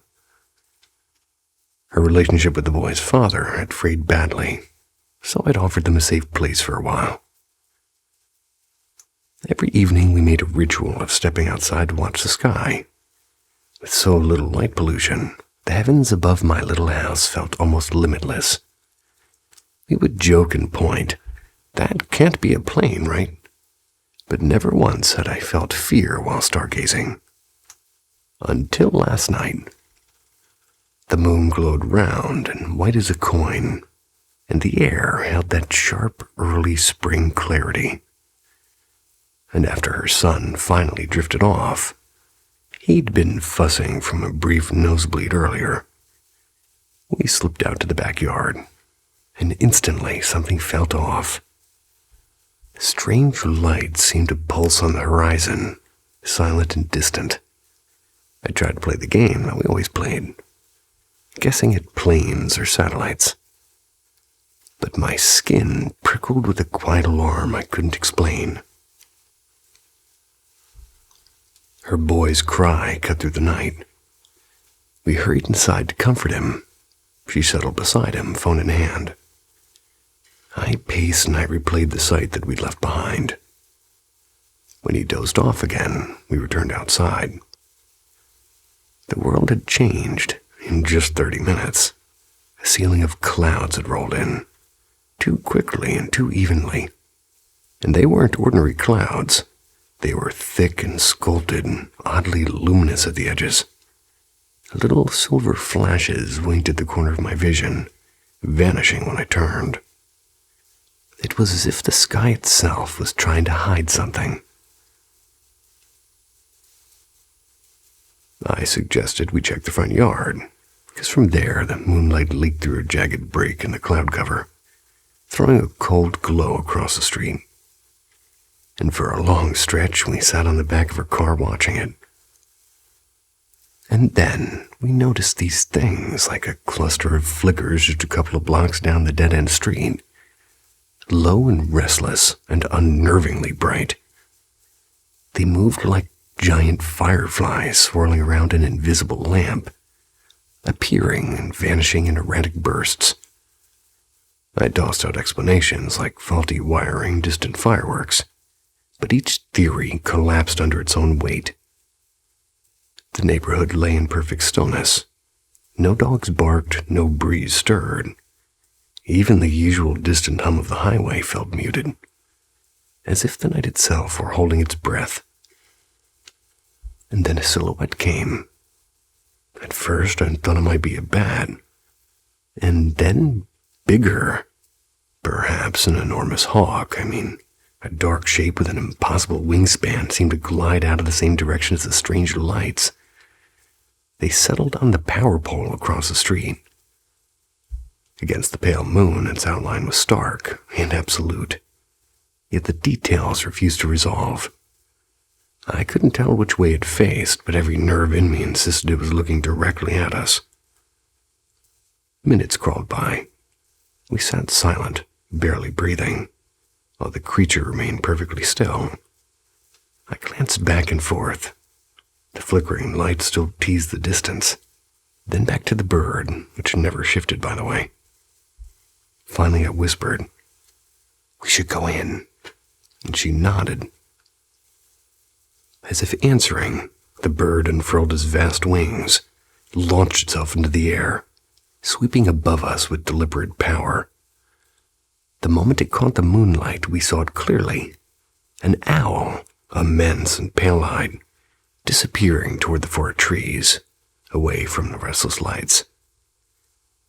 Felt like a silent exchange, the owl watching us, and us watching whatever waited beyond the clouds. This morning, when I brought it up, she waved it off with a thin laugh. But I know that she was just as shaken. For the first time since quarantine began, I hesitate to step outside at night. The sky feels changed, like it remembers us.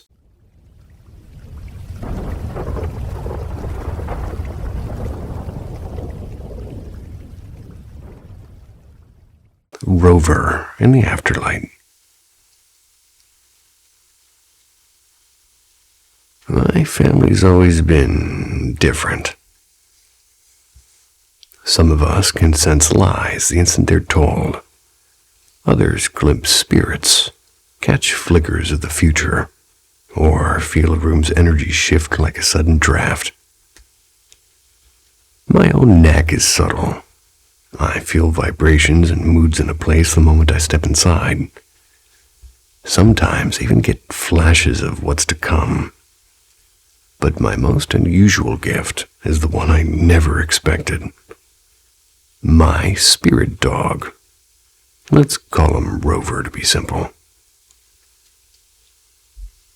I call him my spirit because he's behaving like a real dog. Playful and curious and aware of change, rather than a mere ghost or echo. He followed me when I moved apartments, padding faithfully across thresholds no living creature could cross. 3 years ago, the earthly Rover left this world, and he'd been with me for over 20 years now. And one quiet afternoon, his spleen ruptured from a hidden tumor. We rushed him through emergency surgery, and he survived this splenectomy. Even wagged his tail for me. But 6 days later at home, his heart finally just gave out. And everyone says their dog is special, and Rover truly was. He'd appeared in my life like a small miracle, abandoned in a busy part of town. Yet somehow he found me at midnight as if guided, and our bond was instant and unshakable. He ignored most people, even trainers. But one word had it for me, and he obeyed. He barked at things I couldn't see, especially at night, sending chills through me, and he mistrusted strangers instinctively, especially men. But even some women earned a wary growl. Eventually, I found a roommate, one Rover actually liked. And during night walks, the roommate often looked uneasy. When asked why, he admitted he could see spirits and other entities. Some, he said, had never been human at all. Most were harmless, little flickers of mischief.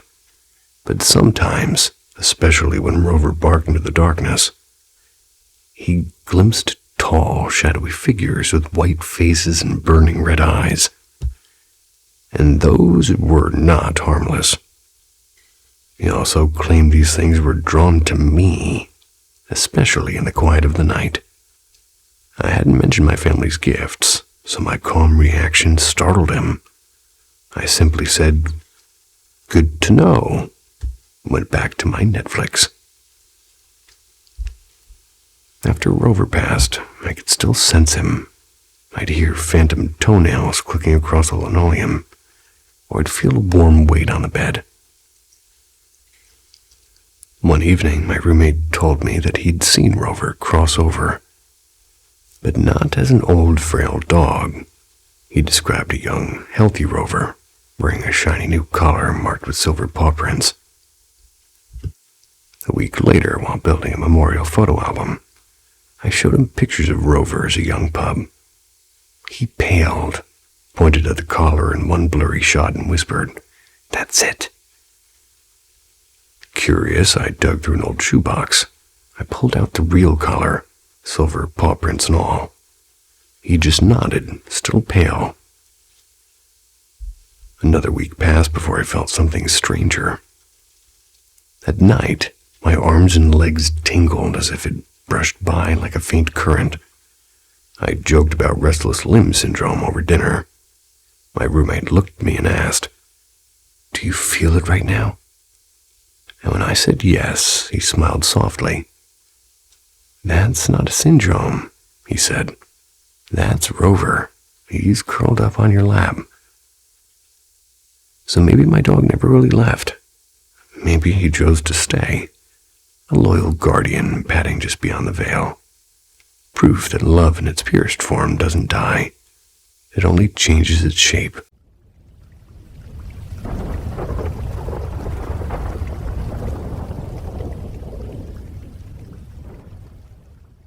The camera caught it.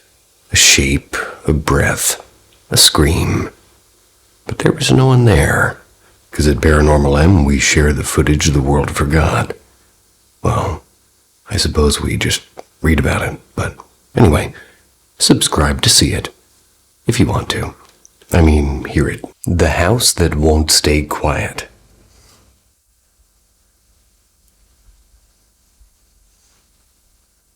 I guess you could call this an encounter, but to me it feels more like a long confession. One that's been brewing for years. Our family home has always been strange. 3 floors, we live in the middle one. Bottom floor has been empty since I was little. And the top floor went silent after 2018. From my earliest memories, doors opened or closed with slow, deliberate movements. Nothing like the slam or draft. Just a steady, purposeful motion that no breeze could explain. I heard odd creaks and soft, misplaced sounds. But I only truly began noticing them around 2014 or 15. And being born in 2006, I'd been too young to care until then. The first real fright. The first time the house really scared me was around 2016.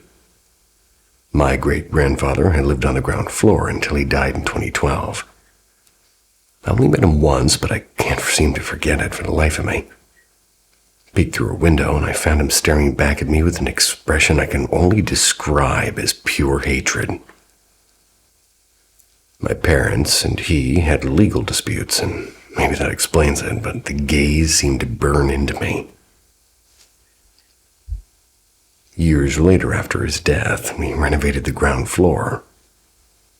We moved all of me and my brother's Lego sets down there, and I loved building late into the evening, but that particular night something felt off. The hallway door was open, and the living room doorless loomed beyond. I kept glancing over my shoulder. At one point, I thought I caught a flicker of movement, and then a soft sound behind me. When I turned, I saw this dark figure running through the hallway. It was quick and human-shaped and impossible. It was already nighttime, but no streetlight shined into that space. I was sitting still. Couldn't have been my own shadow, in other words. To this day, I can't reason it away. And for the next 2 or 3 years, I refused to go downstairs after 6 p.m. The hammering above. A mini story from the same guy. For a while, things quieted, if you could call slow-moving doors and unexplained knocks quiet. Then 2018 came, and my great-uncle who lived upstairs passed away. He'd been difficult, a late-night tinkerer who hammered and fixed his battered bicycle at odd hours. He lost his old motorbike long before he died. Not long after his funeral, I lay in bed one night and I heard it like hammering and the shuffle of somebody working above me. Out of pure habit, I thought, great, he's at it again. Then I remembered he was dead. And the realization hit so hard I almost screamed. It wasn't a one-off. The sound kept visiting. It was faint but undeniable. For nearly 2 years before fading for good, that is. The present unease. I kept telling myself I was imagining things. Maybe even needing therapy. I'm an atheist, a science first kind of person. I want a logical answer, but nothing seems to fit. And now it's 2025, and two things push me to write this. First, I need to get it out, and talking to my mom is useless, and after every death she's marched around with incense sticks convinced the house is haunted. Secondly, the feeling is back. This time on her own second floor, and the air here has grown heavy again. That same prickling dread I felt the night I saw the hallway shadow has returned, and it's hard to describe how wrong it feels to be uneasy in your own home. Maybe nothing will happen, but maybe something will. And for now, I keep living here and listening and waiting and wondering if the house will ever stay quiet.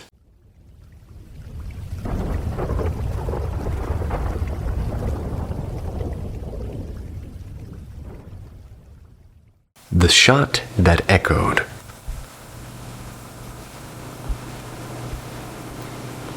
This all unfolded about 4 months ago. It's been replaying in my head so often that I'm hoping writing it down will help me let it go.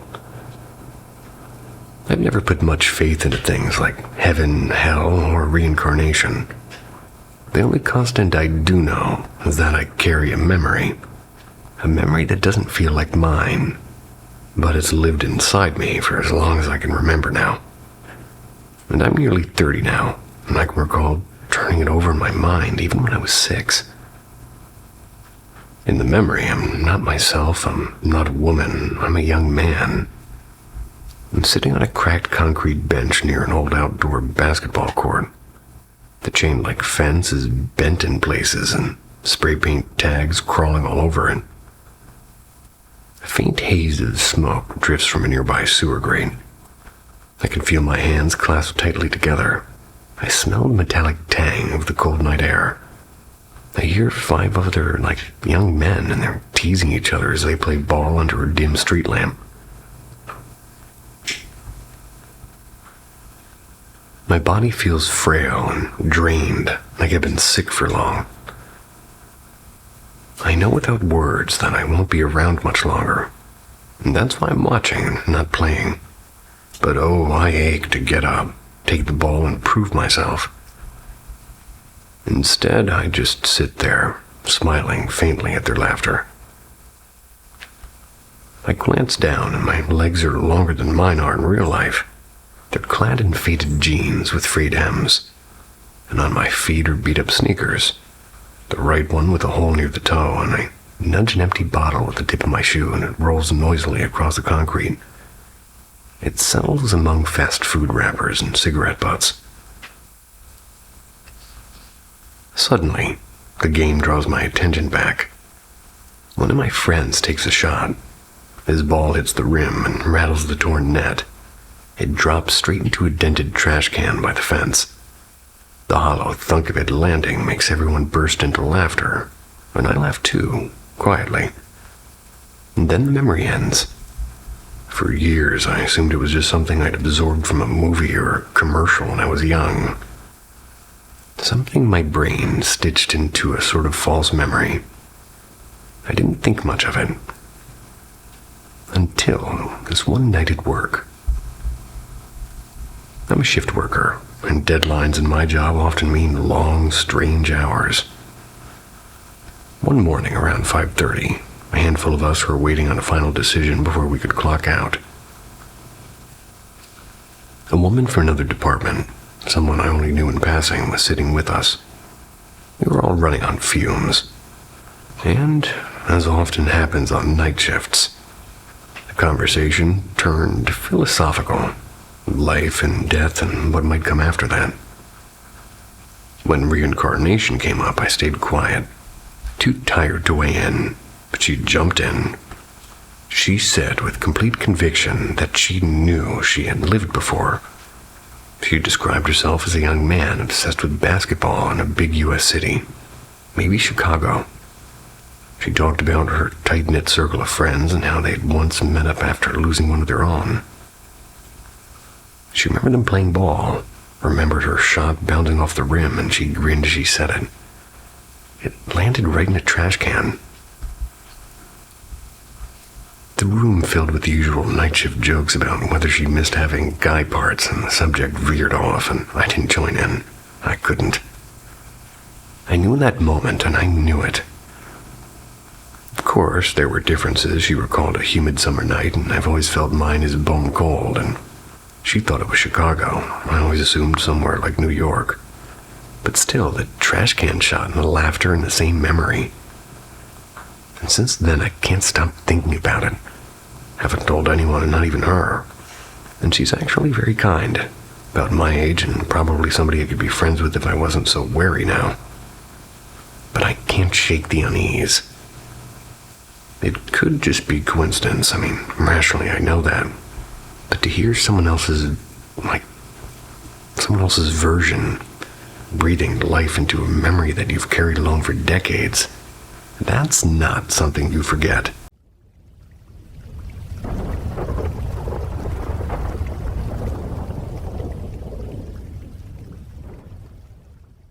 The long-faced guest. I should begin with this. People have died on the property where I live. And my house sits on old Pennsylvania grounds, just a few minutes from Gettysburg. And the air sometimes feels occupied. 2 nights ago, I had a sleepover with my sister W and friends A and L, W's friend S, and my younger cousin J and O. They're quite a bit younger than the rest of us, so they mostly watch from the sidelines. As midnight came and went, we pulled out a favorite card game. One Night Ultimate Werewolf. I've played it countless times without incident. The rules are simple. Each player gets a secret role. Some are werewolves, some are villagers. Others have special powers that let them spy or swap cards in the dark. After a brief round of closed eyes and whispered instructions, everyone debates and votes to catch the werewolf. Harmless fun, until it wasn't. And at first everything ran normally, but then we noticed that cards kept landing in the wrong places. Rolls that should have changed didn't. Stranger still, 3 of us, me, A, and L, kept ending up in the same rolls again and again. Insomniac, seer, and drunk. Statistically impossible. One time I began as the lone werewolf. I peeked at the center cards and I saw the insomniac there. Yet when the round ended, my card had become the insomniac, and the werewolf was now in the center. We suspected a prank, of course, but no one confessed. So we played on, uneasily. J and O eventually dozed off, removing them as suspects. Still, the impossible swaps continued and card shifting as if moved by unseen hands. Finally, we set the deck aside, but curiosity clawed at us, and after some nervous chatter outside, we returned and began again. That's when the night turned sharp. A card called the Tanner vanished mid-game. We searched every inch of carpet and couch. Nothing. We restarted only to hear thuds on the floor during a round. One heavy right where the card lay, and a softer one between A and L. A cold draft followed, enough to wake O crying. We entered the game and boxed it. We left it in another room. Morning brought no relief. Jay opened the box and found the Tanner card sitting on top face up.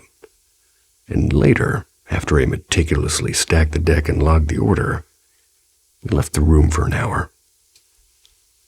When we returned, the Seer card lay face up on top. No one had entered. And by daylight we tested it again, even moving to W's darkened bedroom. The phenomena persisted, rolls defying logic, cards rearranging themselves. Finally, we switched off the lights, using only L's phone flashlight. And that's when the real horror began. Elle suddenly whispered that she could see A's face, or rather couldn't. She could only see mine faintly. She leaned forward, squinting, and then recoiled. "It's not your face," she said. A turned to look and screamed. They described a figure superimposed over me. A man with a long, gaunt face, a sharp nose, and beady eyes. No bangs. He had a slow, crooked smile, and I sat frozen while they insisted it grew closer each time we darkened the room. And at one point, Elle sketched what she saw in the dim light, only to drop the pencil with a gasp, asking if I was smiling when I wasn't. We turned the lights on, and never turned them off again, and we have not played that game since. Somewhere in that house, a long-faced guest still waits for nightfall. At least that's the feeling I get.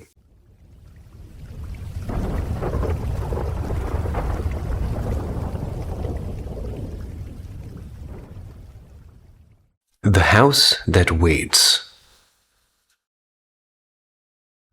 When I was about 5 years old, my family had to leave our home for major repairs. We ended up renting a peculiar property shared with my uncle's family. On our side, it was me, a 5-year-old female, and my mom, a 28-year-old female, and my dad, a 36-year-old male. On the other side were my uncle, a 44-year-old male, and his wife, 43, and my cousin, a 6-year-old female. Both halves of the property were connected by a single, oddly shaped room that felt wrong. It was added on as an afterthought by somebody who didn't like straight lines. Despite sitting squarely in the heart of the city, the place felt removed from the world. The main door opened onto a gravel hill that sloped down to 2 old houses side by side, their tall windows staring blankly at the woods. The houses felt older than the street around them, as if they had been waiting there long before the city grew.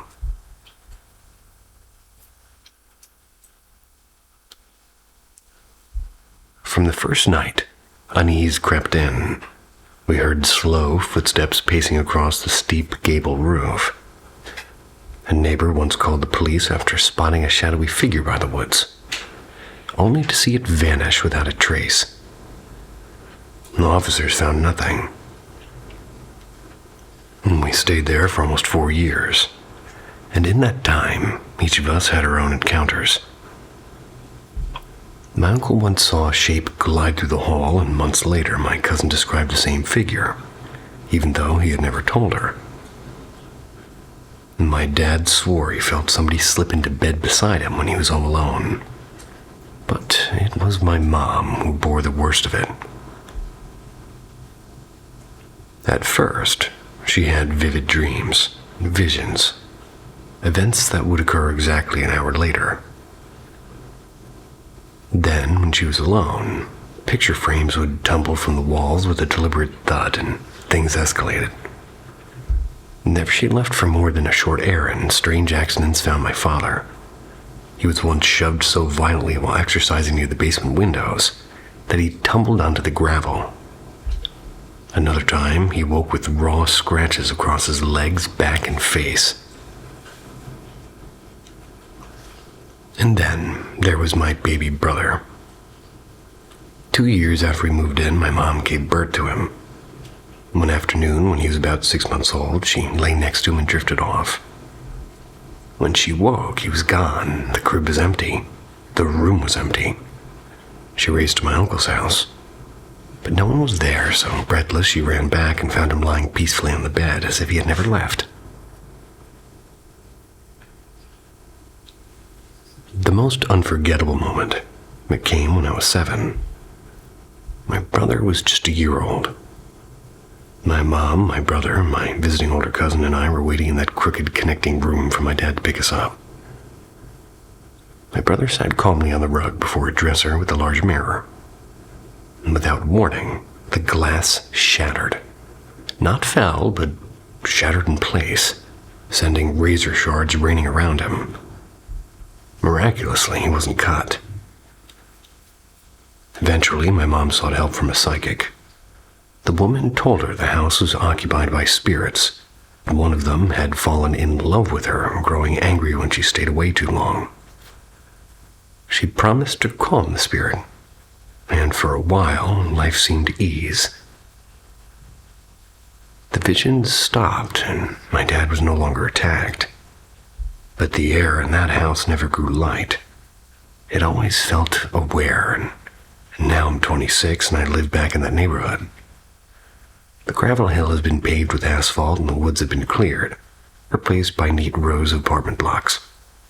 And the house still stands, a stubborn relic pressed in by modern walls. I still dream of it, weekly, sometimes more. The dreams are vivid. It's like I've never left.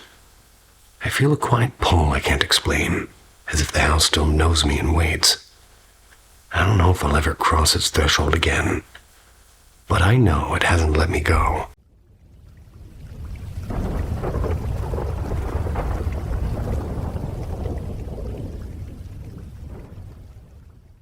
The Fog Man of Hollow Pines.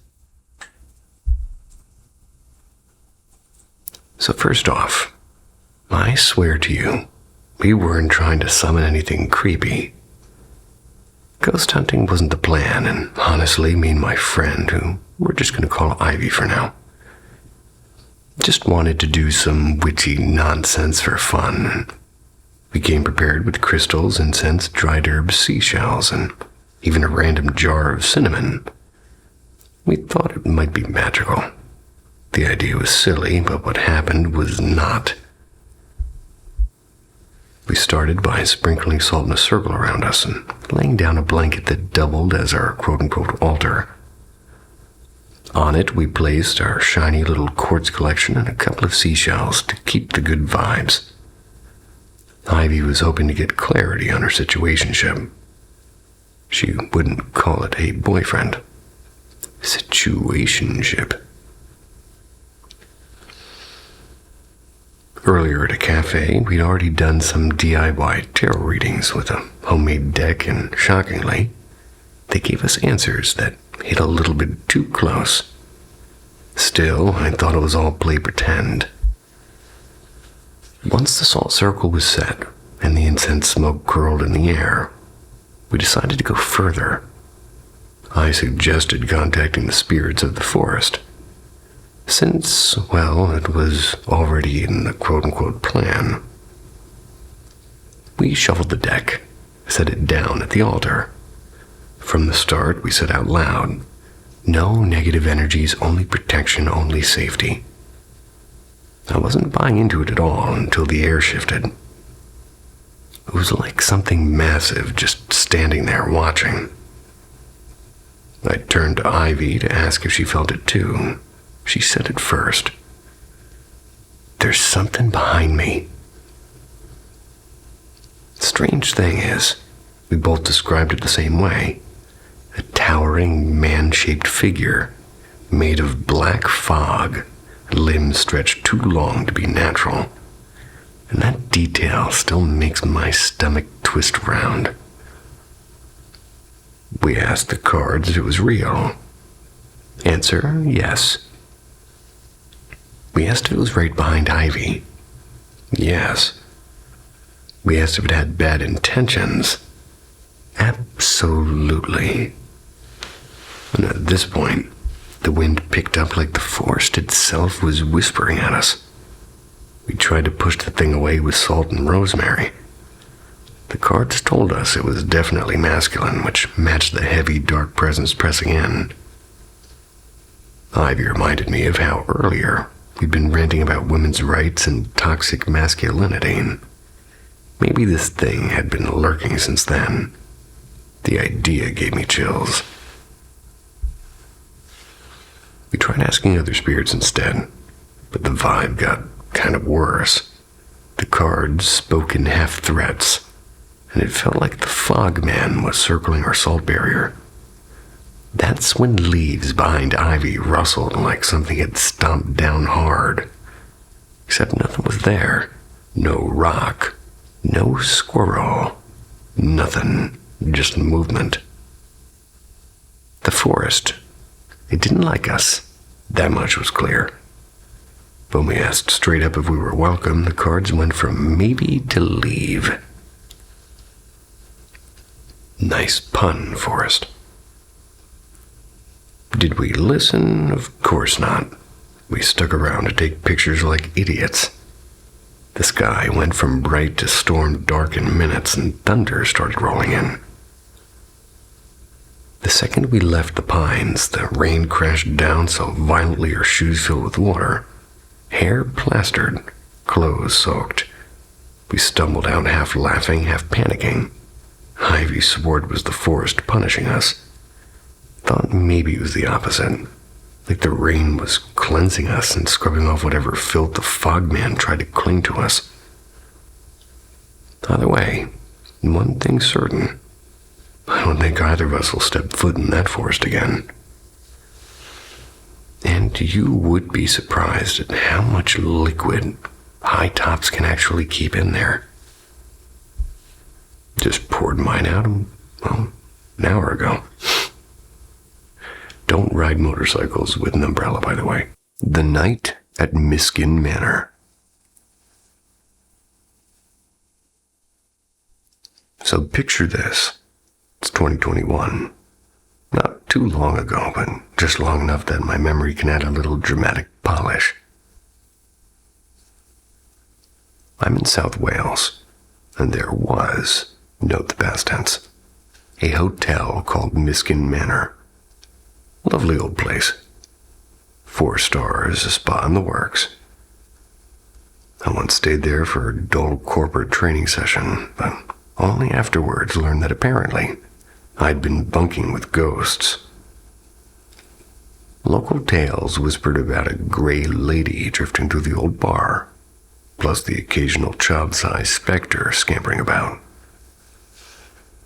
Naturally, I'd seen none of this, so I did what any sensible modern adult does. I hit YouTube, and sure enough, I found shaky videos of ghost hunters prowling the halls.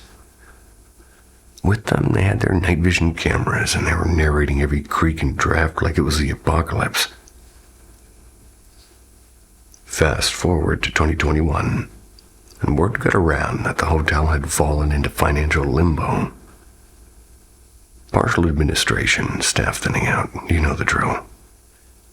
For big hotels, it usually means bargain rates, so like a complete genius, I booked their largest suite, the Grand Bridal Suite, on Halloween night. My wife, bless her, was just as reckless as I was. To set the scene, apart from us, the only souls in the building that night were a pack of ghost hunters somewhere in the opposite wing. No staff, no other guests, just us and an entire creaky mansion. Perfect. Encounter 1 is the phantom hallway stroll. We're watching some forgettable TV show when I spotted light underneath the door to the hall flick on. These were motion-activated lights, mind you, then clear as day, and a shadow drifted past. That corridor ended in an alarmed fire exit. No rooms. Nowhere for anyone to go. I sat staring at the light like a cat waiting for its prey. But no one came back, and when it finally flicked off, I yanked the door open and boom. The lights are on again, corridor empty. Not even a single draft. Encounter 2. The mischievous bed. Later, we turned in for the night. Being cautious and clumsy, I shoved a chair and my suitcase against the glass double doors inside the suite.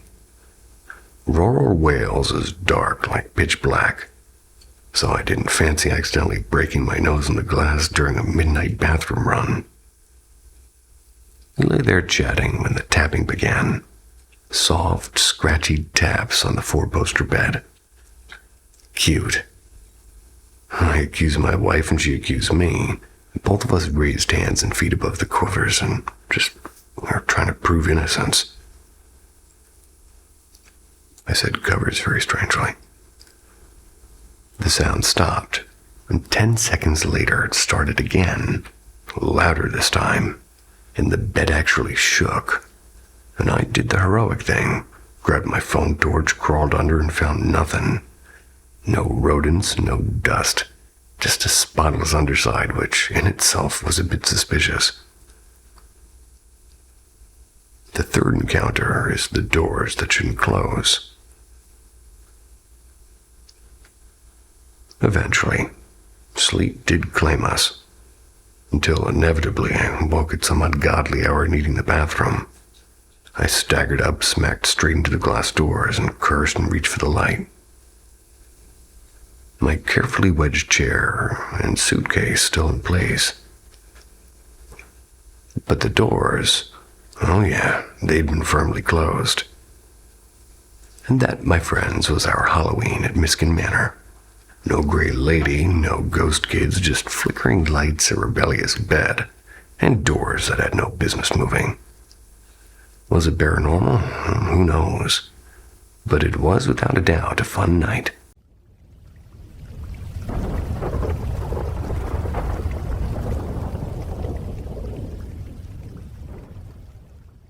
The Demon's Disguise.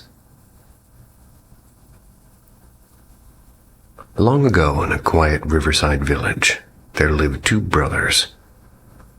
Every morning without fail, they set out together with their nets and their little wooden boat, eager to bring home fish for the family. One morning, however, the older brother began to notice something peculiar. He hauled up a net after, seeing this thing teeming with fish, and he just passed him to his younger brother to keep in the boat. Yet whenever he looked back, the catch had mysteriously dwindled. Finally, not a single fish remained, and, puzzled, the elder brother turned to his sibling and demanded, "I've caught so many fish today. Where are they going?" But the younger brother, he only blinked innocently and said, "When did you catch so many fish? I haven't seen them at all." The older brother's heart sank. His eyes shifted and caught sight of a strange object near his brother's feet. A jalunga, a small enchanted pouch. And in that instant, the truth dawned on him. This was not brother. It was a dot, a shape-shifting water demon of Assamese lore. The real younger brother must have already been taken. Assamese. Keeping his fear hidden, the elder quietly slipped a jalunga into his hands and concealed it. Without raising suspicion, he rode home, and there he buried the pouch deep inside the family's great bin of mustard seeds.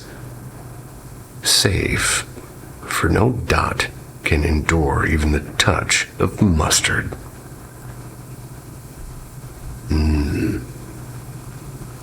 That evening, the demon followed him home, still disguised as the younger brother. The elder whispered to his mother, "If he ever asks for the jalunga, never give it back, promise me." He told her no more, not even his younger brother's new bride. That's right. So years went by. Both brothers married and had children. But the creature never ceased to ask, "Ma, where's my jalunga?"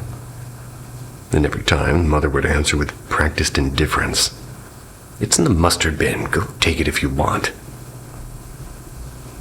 One fateful night, when the whole household had gone to watch Boana, the grand village play, only the wary old mother remained at home. The demon came once more, and his voice urgent, "Ma, where is my jalunga?" Tired of landless questions, she lost her patience. She dug into that mustard bin. She pulled out the pouch, flung it outside. "There, take it. Stop asking." The dot seized it with glee. He turned to her and said, "Ma, I'm leaving now." And then he made a strange hollow sound with his mouth, like a... Then he vanished into the night. When the elder brother returned and learned what had happened, he wept bitterly. "Ma, our true son is lost forever. He'll never come back." And only then did he reveal the truth to his grieving family. But the tale did not end there. It is whispered long after the demon fled, the family's doorstep would sometimes be found covered with enormous fish. Offerings, perhaps. Offerings from the vanished Dot to his human wife and children. And those children, they grew unlike any other in the village, taller and stronger and stranger, with features that weren't wholly human. For the Dot, as the elders say, it's a creature of terrible power. It lives by its Jalunga, and if that pouch is taken, it becomes trapped in a sort of human form.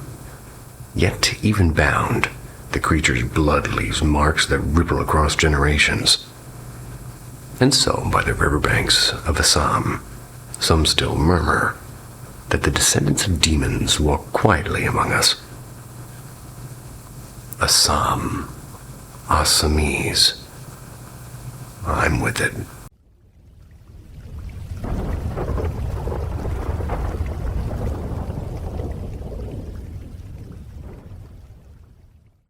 The thing with the bull ears.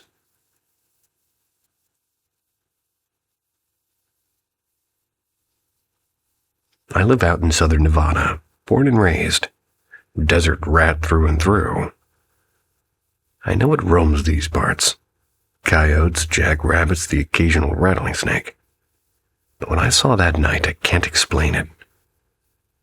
The heat had finally broken after weeks of brutal triple-digit days. Around 9:30 p.m., with the air just barely cool enough to breathe, I saddled up in my old gelding for a night ride. Usually I ride with my dog tagging along, but she stayed home this time. Probably for the best. We worked lightly in the arena first. Then, around 10 p.m., I decided to take the long desert loop. Nights are my favorite for riding. The moonlight, the quiet, the way the desert feels alive, but empty all at once. No flashlight needed, I can see fine in the dark, and my horse is sure-footed, even when I can't be. Everything started off pretty normal. My playlist was going, my horse was spooking at grocery bags tumbling across the sand, which is pretty classic. About halfway through, we climbed what I call the sand ridge. Normally, I turn right there to head back toward the barn, but on a whim, I went left. That's another 15 minutes. Should have gone right. At first, there was nothing wrong, just me enjoying a rare, cool night. But a few minutes in, I caught sight of movement up on the slope ahead. Something ran quick like a shadow darting. My horse didn't react and didn't even flick an ear, but for some reason, he started drifting off the trail early, like he wanted to cut right, and he never does that. I figured coyote, common enough and usually pretty skittish. But something about the way he wanted to leave the path sort of rattled me. Not long after, maybe a minute later, there was this white shape on the ground to my right. My horse locked onto it like it was pure evil. I thought it was just a feed sack caught in the brush, but still my skin prickled. The desert was quiet. There was no riders, no jackrabbits, no distant yippings. Just silence in that damn white shape. We pressed on, trotted through a narrow wash that split into two paths home. I was jumpy enough to call my dad and chatted with him for a minute just to shake my nerves. Nothing behind us, or so I thought. But the feeling it wouldn't quit. It grew heavier like the air itself wanted me gone. And by the time we neared the fork, I gave in and climbed the hill early, pushing toward the barn lights. At the top, I relaxed for half a second. The arena's floodlights washed the desert, and like an artificial day, my horse dropped his head to munch on a sort of like a bush, like nothing had happened. I even laughed and said, "Guess nothing's chasing us," since your dumbass is eating." I shouldn't have said it, because when I turned to glance behind us, something was there. Not 50 feet back, standing in the open, was a creature shaped like a dog. Small, coyote-sized, but with a body lean enough to vanish into the desert brush itself. But its head, it was just wrong. Too small for its frame, those ears, God, they were enormous. Not floppy, not pointed like a coyote's, but wide and curving outward like horns. Like some nightmare mix of a jackrabbit and a bull. My horse didn't need a second cue. He bolted full gallop, and I let him. I didn't look back again. Not properly. Just flashes over my shoulder, praying nothing was following. By the time we reached the barn, my chest was tight with panic, but the desert was empty. I know what coyotes look like. I've seen hundreds, and that wasn't one of them. My Mustang should have sensed it long before it got so close. But it was as if the thing knew exactly where to stand directly behind us, and the one spot his vision couldn't reach, like it was waiting. I keep telling myself it was just a coyote, but I don't believe it.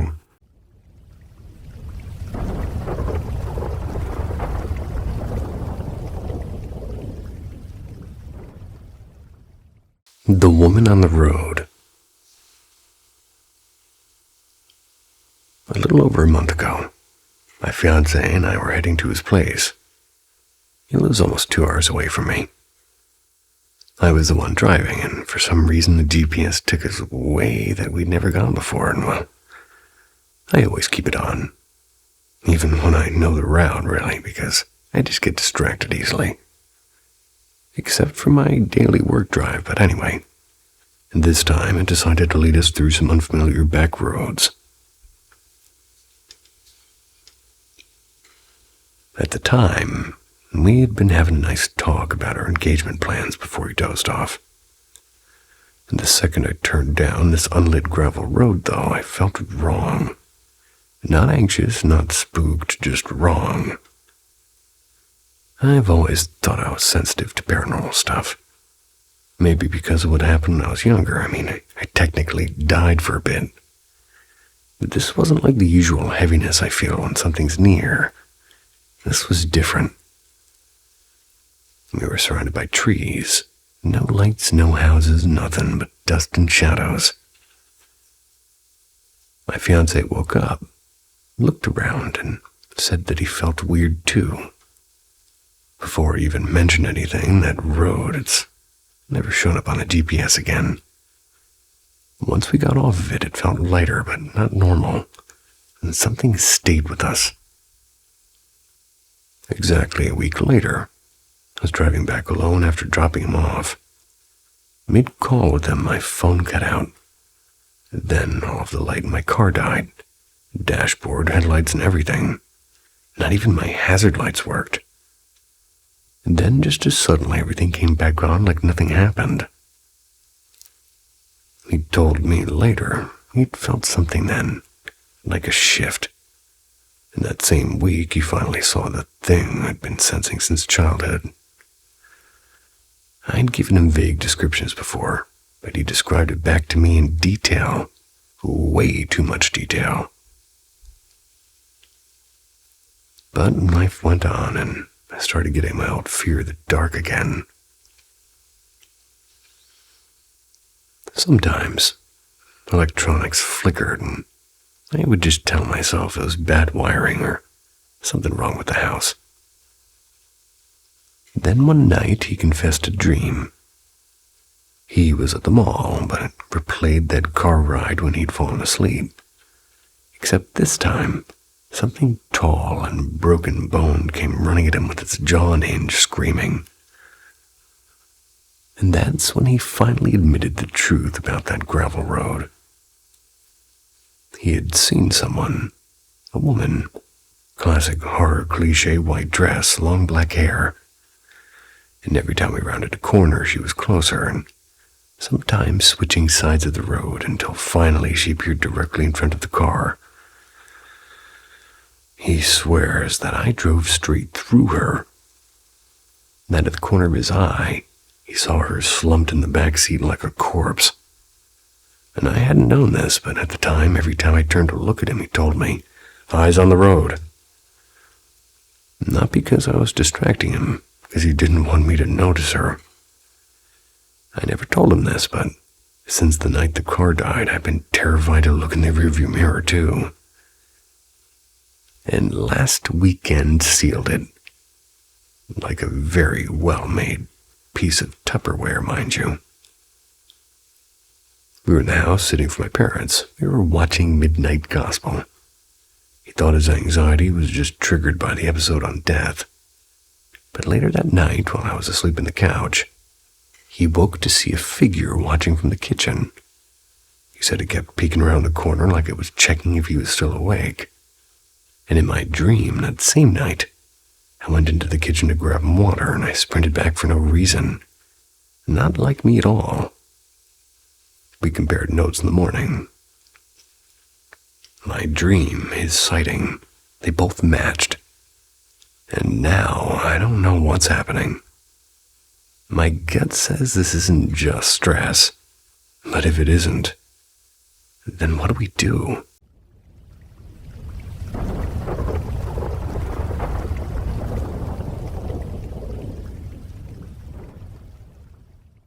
The Woman by the Bamboo Road. Location: Assam, India. When I was working like a sort of government posting. It's near the Bhutan border. It's back in 2018. Office hours were easy. By 2 p.m. I'd usually be free, and since the village had unreliable electricity, a nightmare for somebody who's like me, who was gaming every night back then, I decided to stay in a nearby town, commute the 35 kilometers on my motorbike. The road itself was smooth and well-maintained, but for a good 20 kilometers it was nothing but stretches of bamboo forest and the occasional cow herd, and you get used to the emptiness, which is why when you spot someone, your eyes immediately lock on them. That day around 3 p.m., halfway home when I noticed her, a woman dressed in tribal attire, walking along the road. She looked about 30. I slowed slightly past her and instinctively glanced into my rearview mirror to catch her face. The mirror showed nothing. She was gone, and, well, now any sensible person would just keep riding, but nope. I stopped. Maybe part curiosity, maybe part arrogance. After all, broad daylight doesn't usually pair with hauntings, and got off the bike, scanned the bamboo thickets. There's no way she could have vanished so quickly. No houses, no trails, and stood there for a moment, shrugged it off, and relieved myself by the roadside. Rode home. That night was normal. Dinner, games, bed at 1 a.m. But around 3, woke up with that heavy, crushing dread that paralyzes you before you even know why. I couldn't move. Sleep paralysis, I thought. I'd had it before, and usually it's just shadows or weight on your chest. Standard drill. This time was different. Cold arms wrapped around me from behind. Ice seeped straight into my bones. Then a woman's voice. Gentle. Almost musical. You don't know me. What would you do with my name? My throat went dry. I whispered, "Leave me alone." She replied and said, "I won't. I'll stay with you forever." Why? Because you were looking for me. The next morning, I had a raging fever. Couldn't drag myself to work. That night it happened again. The embrace and the voice, and this time she asked, "Do you not like me?" I stayed silent. She went on. "My husband didn't want me either. He hanged me in the village. Go ask there. I'll never leave you now." By then, I was unraveling. following day, I told my office attendant, we're going to call him Ram. We rode together to the small tea shop in that village. When Ram mentioned the woman casually to that shopkeeper, the man nodded gravely. Yes, he said, the woodcutter's wife had died recently, hanging from the rafters of her own house. People whispered that the husband killed her because she couldn't conceive after years of marriage. Ugh. And that was enough for me. Ram took me to a local tantric who listened to my story and shook his head. You were lucky to survive 2 nights, he said. Those who die in violence don't rest, they cling. And you stopped for her. He performed a ritual and gave me a packet of ashes and told me to scatter them by my door and bed for 7 nights. His fee was 20 rupees. Now, the last time she visited me. Now, maybe it was just sleep paralysis, maybe some sort of fever-induced hallucination, but here's the thing. I've had it before. Never once did it speak to me. When I first saw her on the road, where she could have gone, I don't know. Since then, I've stopped dismissing these stories as superstitions. Some things, they don't want to be explained. They only want to be found. Yeah, I feel that. Whispers in the Vent.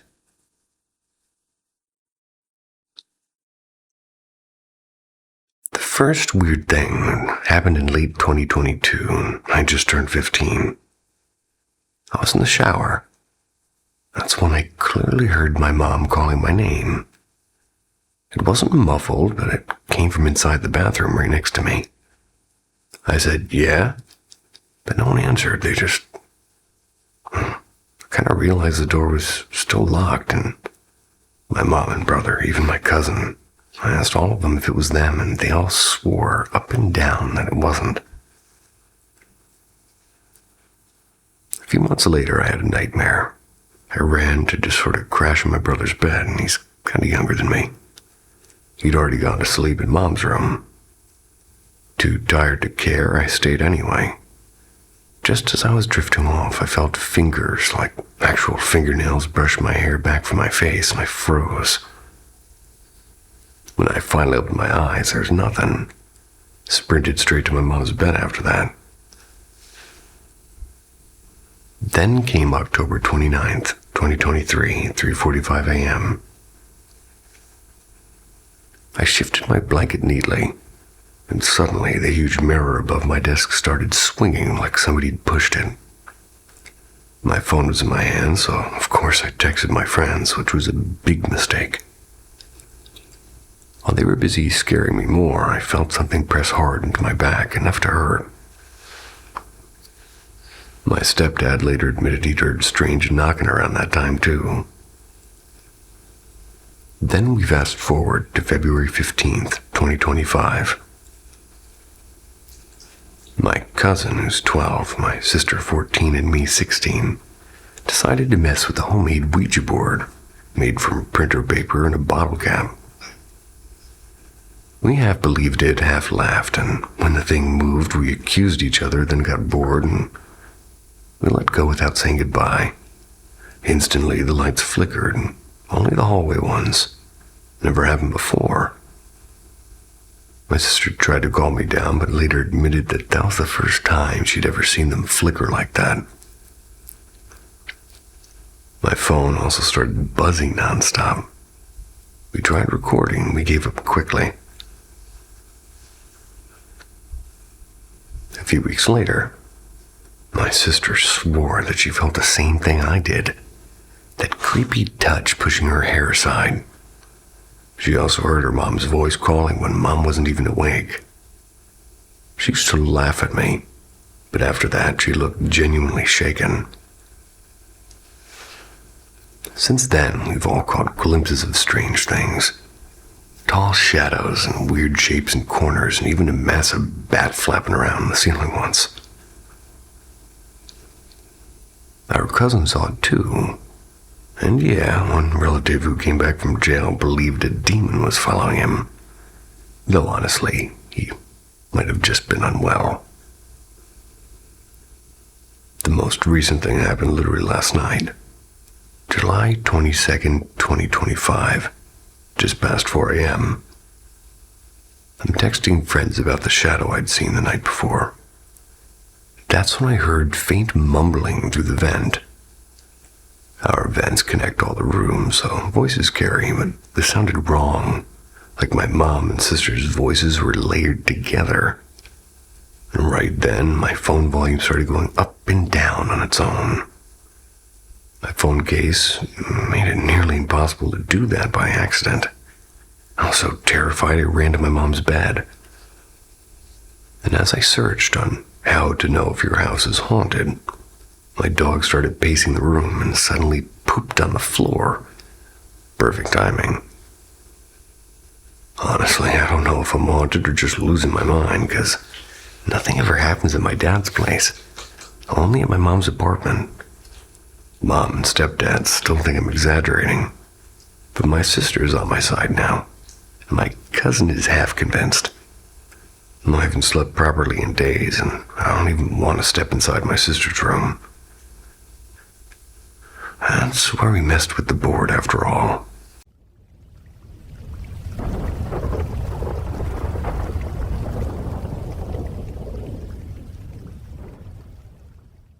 The hotel called Father. Last night I tumbled into one of those sprawling cinematic dreams where every door opens to a stranger scene. It began in a creaky old hotel. It's a hotel where my family, parents, and uncle and aunt, my younger cousin, and my fading grandmother shared a single room. Animals padded in and out like they owned the place. Cats on the windowsill, a couple of dogs under the beds, and inexplicably, a goat that wandered through as if checking in for the night. Awesome. The bathroom rebelled early. My mom went to unclog the toilet and triumphantly fished out a small turtle slick in muck. Nobody seemed shocked. And the hotel itself was a shapeshifter. Each day it reinvented itself as a different horror set. First, a smoky murder mystery parlor. Then a web-strung nightmare of spiders. I told a staff member I was terrified of spiders, and they all laughed. Irritated, I found myself scrolling through articles about whether dismissing someone's irrational phobia violated human rights. Apparently it might.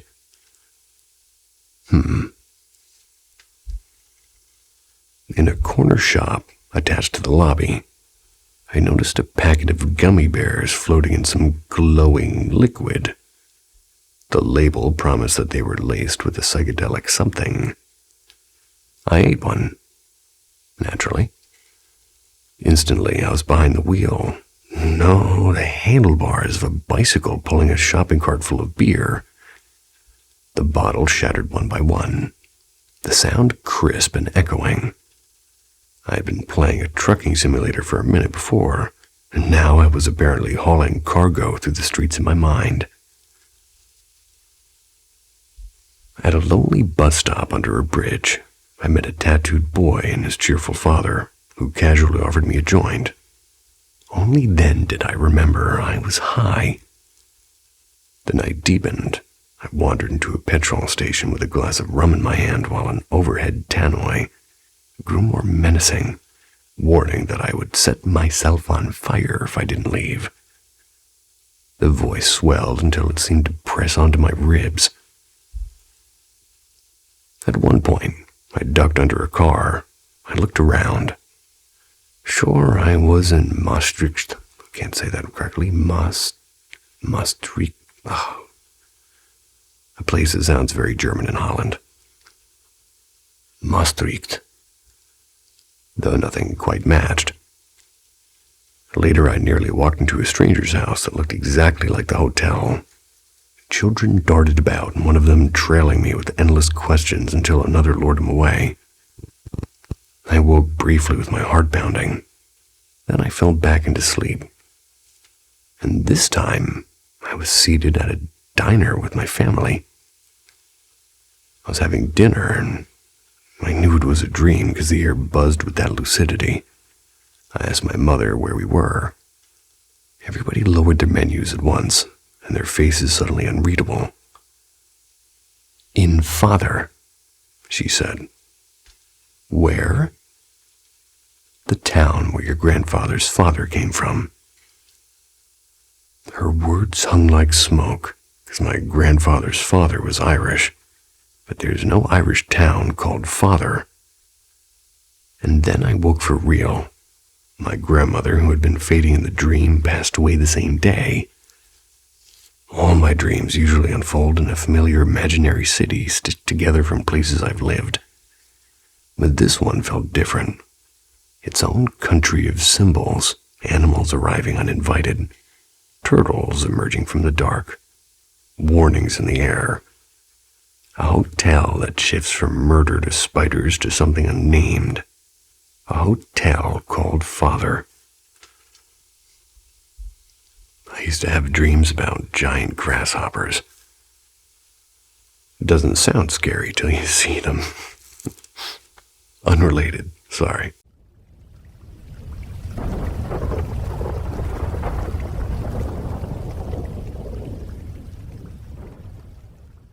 Shadows between waking and dream.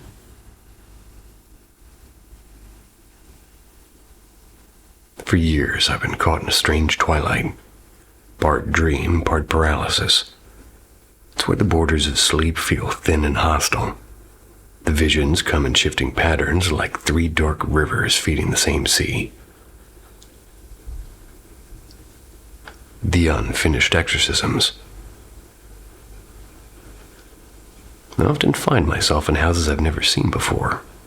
They're usually dim and echoing. Someone inside needs to be freed, or so I believe. I begin to pray, but the words seem to crumble in my throat, and the fear locks my jaw completely. And the person before me starts to contort, not into a monster, but into something almost worse, a human shape twisted with intent. Once when I faltered, a woman stepped out of a doorway. She looked almost ordinary and yet luminous. Her eyes sharp as glass. "You belong here," she said softly. "They don't. Send them back." And I woke up before I could move or speak. The Hunters. Other nights I'm running. My pursuers are not beasts or demons.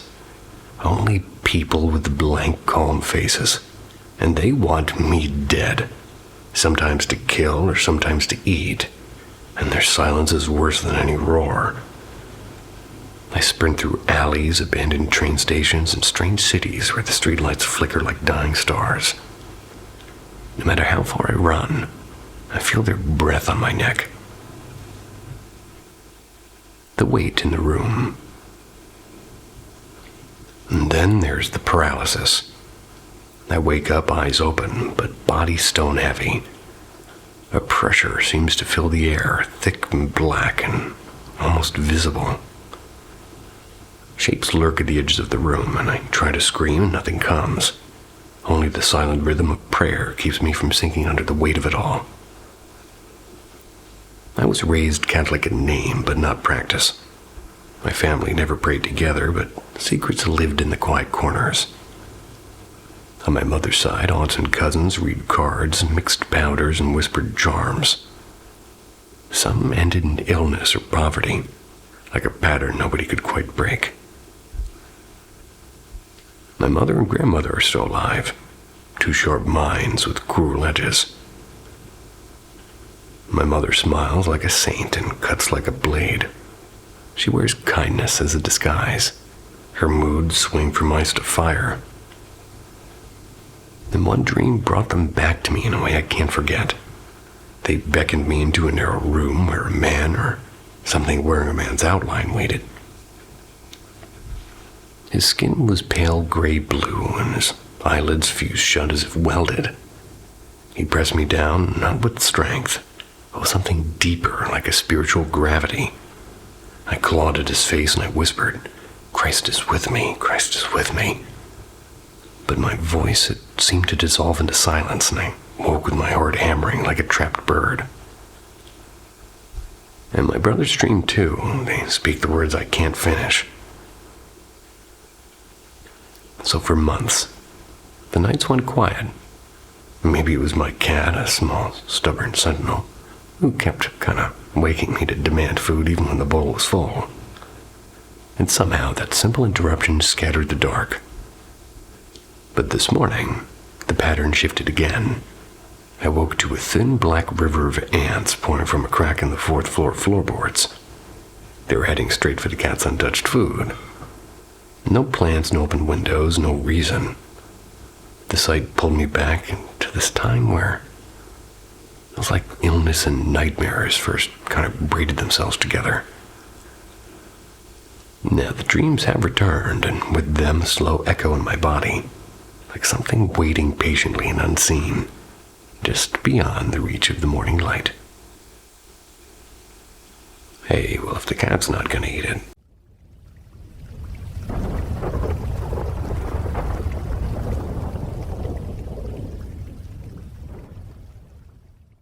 The Green-Eyed Sentinel.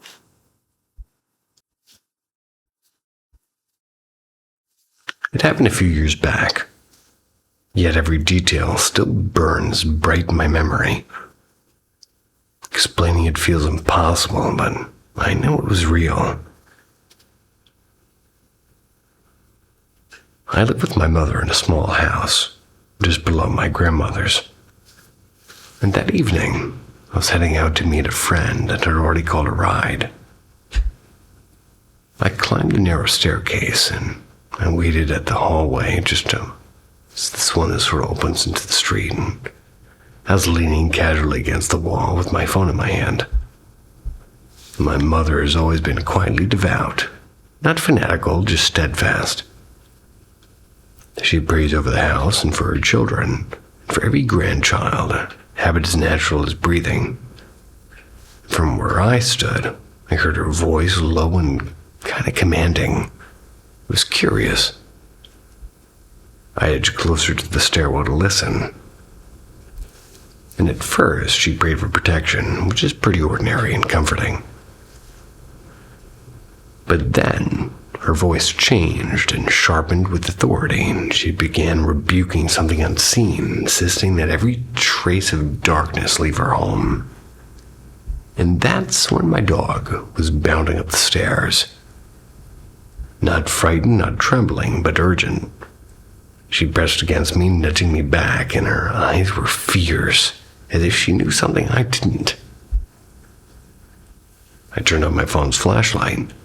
The beam caught nothing but the familiar walls. Yet when I flicked the light off, it appeared. A dark mass poured out of the house. Thick and heavy, but neither smoke nor shadow. It moved with impossible speed, and climbing the outside wall, it leapt onto my grandmother's roof. And there it formed a shape. A colossal, wolfish beast. Its body stretched along the ridge, bristling with coarse black hair, long and snout. It had upright ears. It was silent as a stone, and it stared at my grandmother's house. It could move. And then, a voice. It spoke at my right side, strong and close, as if somebody had stood beside me. Don't look at it. Focus on your phone. It wasn't my thought. It was a voice, real and commanding. My muscles locked until an unseen strength seemed to push my head downward. And even so, I risked a glance from the corner of my eye.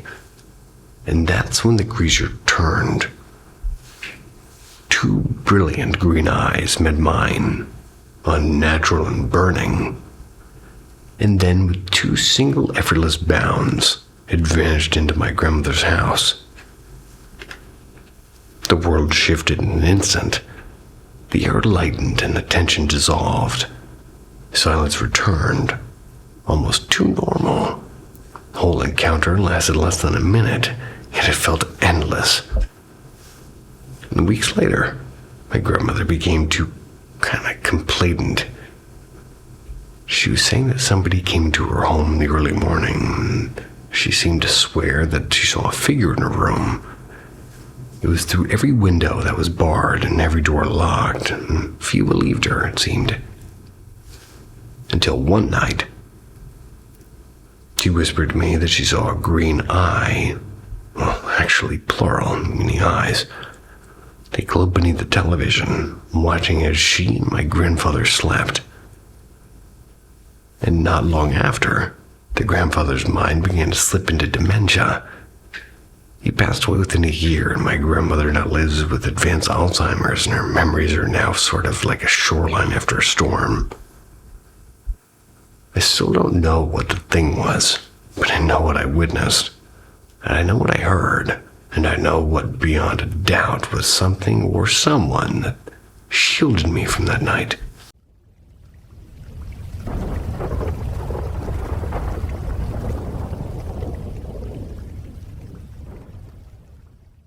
Doug in the dark.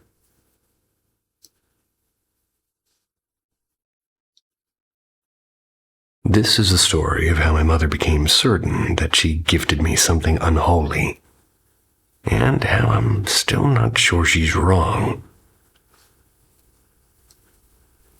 Back in the mid-90s, my parents weren't your velvet-robed, candlelit Levian types. They were more of the backyard bonfire, cheap wine, and questionable powders kind of Satanists. Their late-night rituals were half seance, half chaos, and mostly chemical. They claimed to see creatures crawling out of shadows, and faces flickering in the smoke. Maybe hallucination, maybe something worse. Who can tell with that cocktail in their veins? One night, after an especially heavy session, my mother had a dream that burned itself into her life. She was drowning in a pit of black fire when a figure of pure darkness reached for her. When their hands met, she felt her soul yanked out like a thread from cloth. Beyond death, beyond even nightmare. She woke gasping, convinced that she'd brushed against something eternal and cold. The dream stalked her for years. Even awake, she'd feel a weight in the room, a predator in the corner of her eye. Within weeks, she'd abandoned the rituals. A few years later, I arrived, born in a prison hospital where she'd turned to faith between court dates and steel doors. Brutal. And for a while, the presence faded, until I was 7. That's when the dream returned to her. One last time, and not long after, I began to see him. A tall, featureless silhouette lingering in my closet, behind trees, at the bend of the hallway. Always watching me and always still.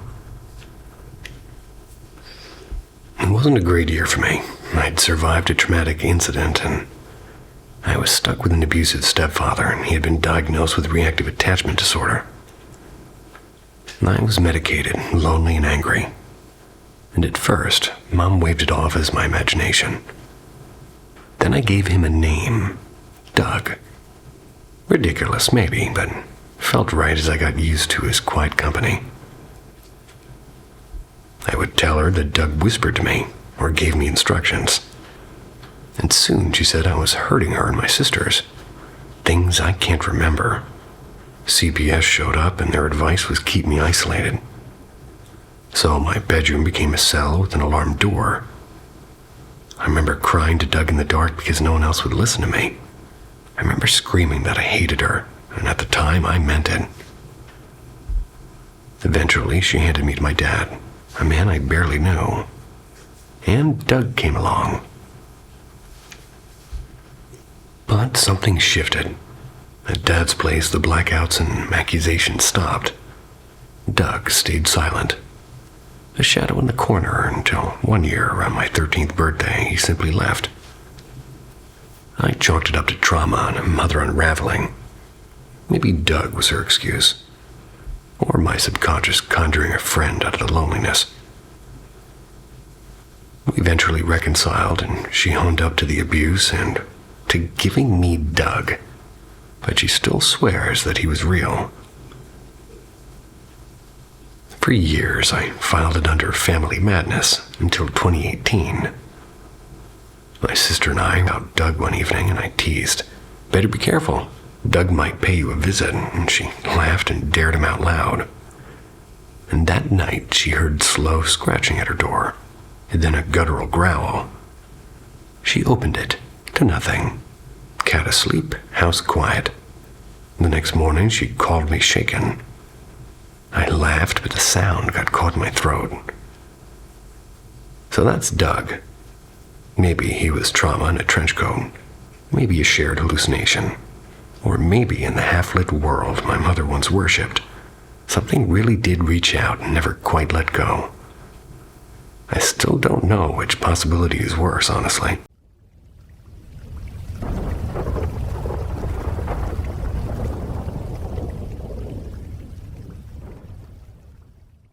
The Smiling Silence.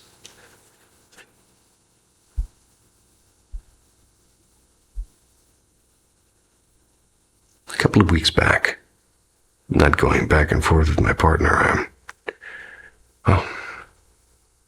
make it short. I decided to share something that rattled me more than I'd like to admit.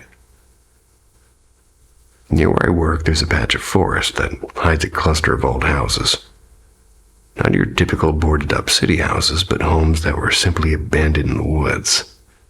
And from what I've learned, they all belonged to a single family who, for reasons nobody knows, just left.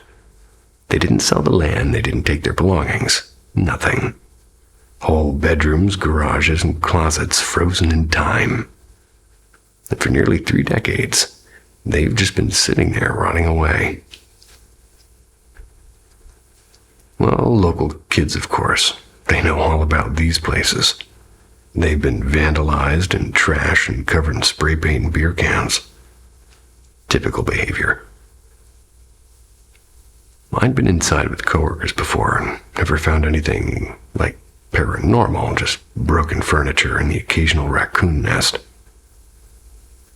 But a few weeks ago on a bright Saturday, I decided to walk there alone, and in hindsight, I think that was mistake number 1. When I arrived, the forest was alive. Birds were darting overhead and squirrels cracking branches. Even the faint snort of a deer not far off. I headed for the largest house, the one I've always assumed belonged to the grandparents, judging by the outdated furniture and old coats and all that stuff hanging in the hall closet. I slipped into the garage, careful to avoid the sagging hole in the roof, and last time I was there, I'd seen raccoon scat scattered below it. Inside, the hallway stretched ahead, familiar to me from the past visits. But as I passed a small bedroom, something new caught my eye. A red smiley face sprayed across the wall. Not cheerful, but kind of twisted and wrong, the kind of grin that makes your stomach tighten. Probably the work of teenagers, but it stuck with me.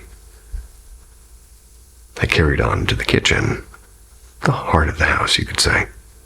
From there, I could head to the living room, to the basement, or up the creaking stairs, and I paused, deciding which path to take.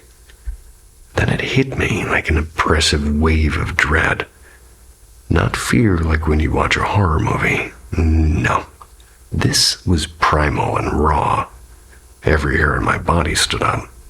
Felt like something massive was looming behind me and breathing down my neck, ready to pounce. I froze, not a sound, nothing moved, but my instincts screamed to leave. I retraced my steps slowly out of the hallway, through the garage and onto the lawn. I turned back, expecting to see someone or something in the kitchen. Instead, I realized the forest had gone silent. There was no birds, no insects, and no wind, just stillness. And then came the strangest sensation. Not that something was behind me, but that something was inside of the house, and it was watching me, and it was quiet and patient and focused. That was enough. I left fast. And even as I walked the overgrown path back to the road, the silence clung to me. For 100 yards, I felt pursued, but footsteps. At last, when I was almost half a mile away, the woods came alive again. The buzzing of insects and the chatter of birds. Life returning, as if nothing had happened. I called my partner as soon as I reached the truck, whispering the whole story. She told me never to set foot in those houses again, and I didn't argue. I've never felt anything like that before. Didn't see a figure, didn't hear a voice, but what I felt was deliberate and malicious, and something letting me know that it was there. And worst of all, I can't stop picturing that smile on the bedroom wall. Its grin still follows me when I close my eyes. So that's it. That's my story. Take with it what you will. And by the way, stay safe out there. The Black Mist of Winterberg.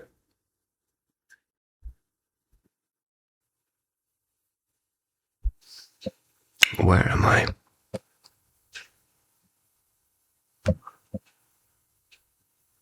Got it. I was 14. It's December of 2013. It's when my family joined my dad's coworkers for a ski holiday in Winterberg. We stayed in a sprawling wooden cabin perched at the edge of a pine forest. Its relled, that's not even a word. Its red, tiled roof gleaming against the snow as a wide balcony overlooking the slopes. The place smelled of old wood and chimney smoke, aged but charming, like something from a storybook. And on the second day, I wiped out while snowboarding and sprained my wrist during the process. And by evening, I was done with everybody fussing over me, so I retreated into my room upstairs to lose myself in Mario Kart on my Nintendo DS. And outside it was already pitch black, though it was only about 6:30 p.m. The second floor was shaped like an L. At the end of the short side sat the staircase. Midway along it a small bathroom, and my room opened right at the bend where the hallway turned long and narrow. My parents' room was at the far end, and from my bed with my feet aimed at the door, I could see the entire hallway bathed in the soft yellow light I always left on. Halfway through a race, something shifted. The light seemed to dim, just slightly, but enough to pull my eyes to the hallway. And there it was, an inky oval of mist, floating 10 centimeters above the wooden floorboards. It churned like a slow-boiling water, yet remained partly transparent. And I could see, like still through the corner behind it in the hallway light glowing through. And at first I laughed nervously. Maybe I'd been staring at the screen too long. I turned on my night lamp. No difference. The shape held, and silent and still, but heavy with the presence that prickled the back of my neck. I rubbed my eyes hard, and when I looked again, the black fog waited exactly where it had been. I wanted to call out, but there was no sound coming out. My heart was hammering. I yanked the blanket over me and pressed deeper into the game. Anything to drown out the dread. And every few seconds I peeked, and the mist hovered, unchanging basically, for what felt like forever. 10, maybe 15 minutes later, until without a sound it was gone. I bolted downstairs in tears, begging my parents to leave. And we didn't, and I swapped rooms with one of the other kids and never saw it again. The rest of the trip passed like any ordinary holiday. Years later, at 24, I told the story to a girlfriend who loved all things paranormal, and her face turned serious. "There are three kinds of apparitions," she said. "White, benevolent; gray, neutral; and black, the ones that carry malice. They can disguise themselves, but what you saw chose not to." And her words froze me, and I pictured that dark oval again, and how it had simply watched, and her wrist had throbbed with pain. I was fully awake. The window had only cracked. No cooking smoke and no candles, nothing to explain it. Now, whenever I recall that night, I really wonder what the black mist wanted, or what might have happened if it had lingered a little longer.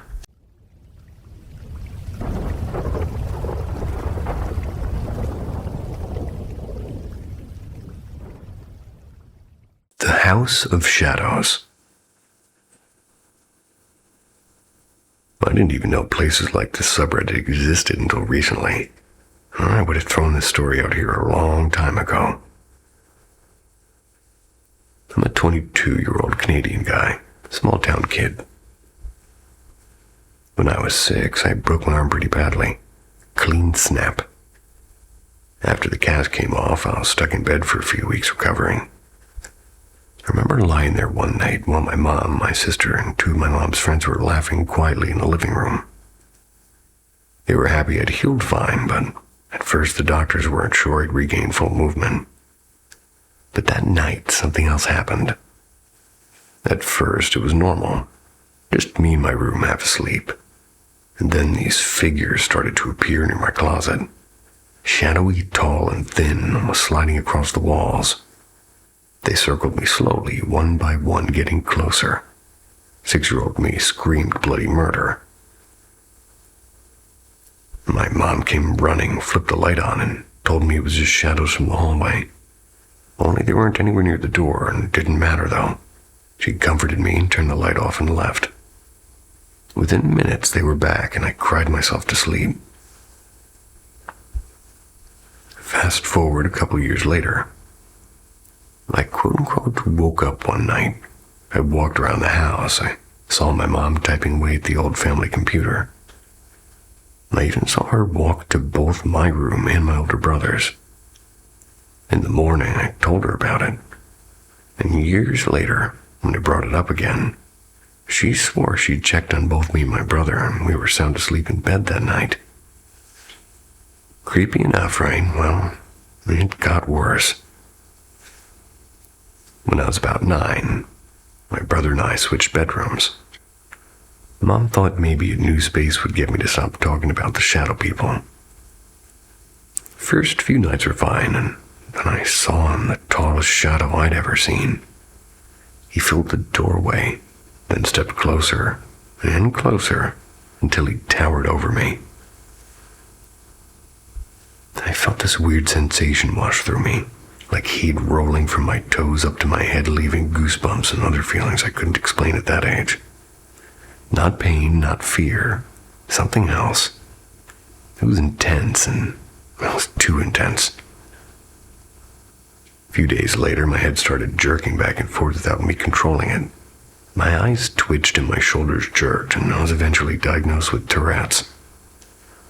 Doctors didn't find anything unusual, just the standard neurological explanation. And I never shook the thought that it all started with that shadow figure. Even when we moved to the city later, the shadows seemed to follow. Sometimes just flickers in the corner of my eye, other times full silhouettes. One night back in my hometown again, I noticed a glowing dot on the ceiling above my bed. At first, I thought it was a reflection, but when I moved toward it, it floated away, and when I got back in bed, it drifted back over me. And years later, I'm walking my dog, and I saw it look like a star crossing the sky. Too slow to be a shooting star, too. I think it was too steady to be a plane.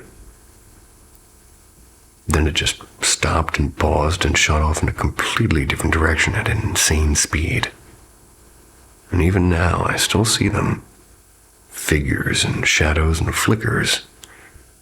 They're in the daylight, corners of houses and in reflections.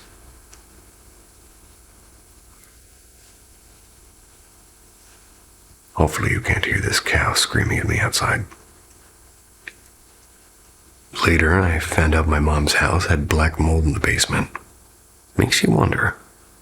My younger brother, who ended up in his old room, started saying he saw things weirdly, like objects changing size and distances shifting. So yeah, to this day, I don't even know if it was mold or sleep paralysis or something else that decided to stick with me all these years. But I've never truly been alone in a room.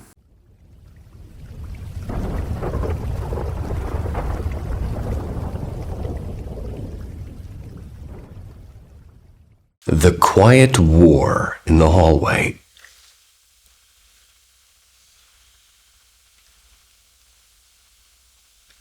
Before my stepmother passed away, I used to see two presences inside her house. A soft, glowing woman in white and a shifting black figure that never quite held a shape. The woman felt like a gentle sigh, a quiet comfort. The dark thing never touched me, but later I learned it hadn't been so gentle with her. And I was born in Anchorage, Alaska. But the word home was always temporary. My father's Air Force career meant constant moving, and basically moving base to base, year to year, and well, by the time I could spell my own name, we'd already traded snow for the heavy humid nights of a Carolina summer at the Seymour Johnson Air Force Base. After my parents divorced, I stayed with Dad, and within a year he remarried. My stepmother, Mary Ann, had a body that seemed too delicate for the world. A thin plastic tube disappeared beneath her collarbone, a permanent reminder that her strength was borrowed. That was when the house began to feel alive, and the first night I saw her, well, the lady in white, was around 2 a.m. At the time, I'd crept downstairs for a drink, and I was kind of padding past the quiet hum of the fridge. I was halfway up the staircase, and a figure drifted from my room toward my sister's. A faint glow followed her like the last night before dawn.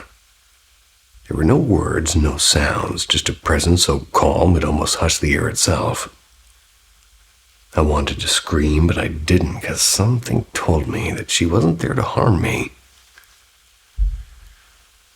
The next morning, Dad brushed it off as a simple dream, and I almost believed him. Almost. Weeks later, she came again, gliding past my door as if she belonged to the house more than we did, and each visit left the hallway scented with something faintly floral and old. Sort of like pages of a forgotten book. Then we moved to Texas. For months, and there was silence. Until one night I woke to a pressure in the room, like the air itself had weight to it. And at the foot of my bed stood a shape. It was blacker than the dark around it, and it was tall. It had edges that were writhing like smoke, but never fading. No glow, no scent, only an oppressive stillness. It lingered until I blinked, then melted into nothing. From that night onward, the pattern changed, and sometimes a lady in white, sometimes the shadow, but never both. As Mary Ann's health declined, the black figure became bolder, and I'd catch it in the doorways. A silhouette that refused to leave, as if waiting for some sort of permission. And she died when I was 8, and with her, both apparitions seemed to vanish. Years later, my sister confessed that she'd seen them too. The pale guardian and the restless shadow. First in Carolina, then in Texas. And our father, when pressed, admitted that the black shape had haunted Mary Ann long before he had met her. He spoke quietly of unseen, blows. He spoke quietly of unseen blows, of nights when he woke gasping with bruises no one could explain. The lady in white, he believed, wasn't there for us at all. She was there for Mary Ann. I sometimes wonder if that dark thing fed on her weakening body, growing stronger as she grew frailer.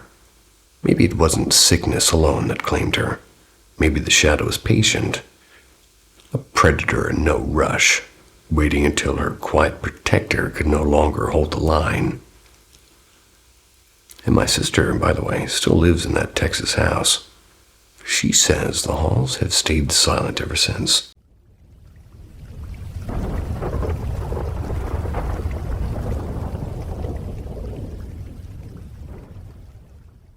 The knocks between worlds.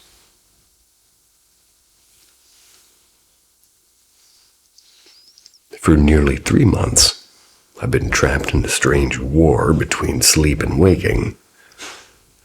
At first, it was occasional sleep paralysis, but the past 2 months have been a labyrinth of dreams within dreams, sometimes 3 layers deep, till I can barely tell where night ends and morning begins. The first descent.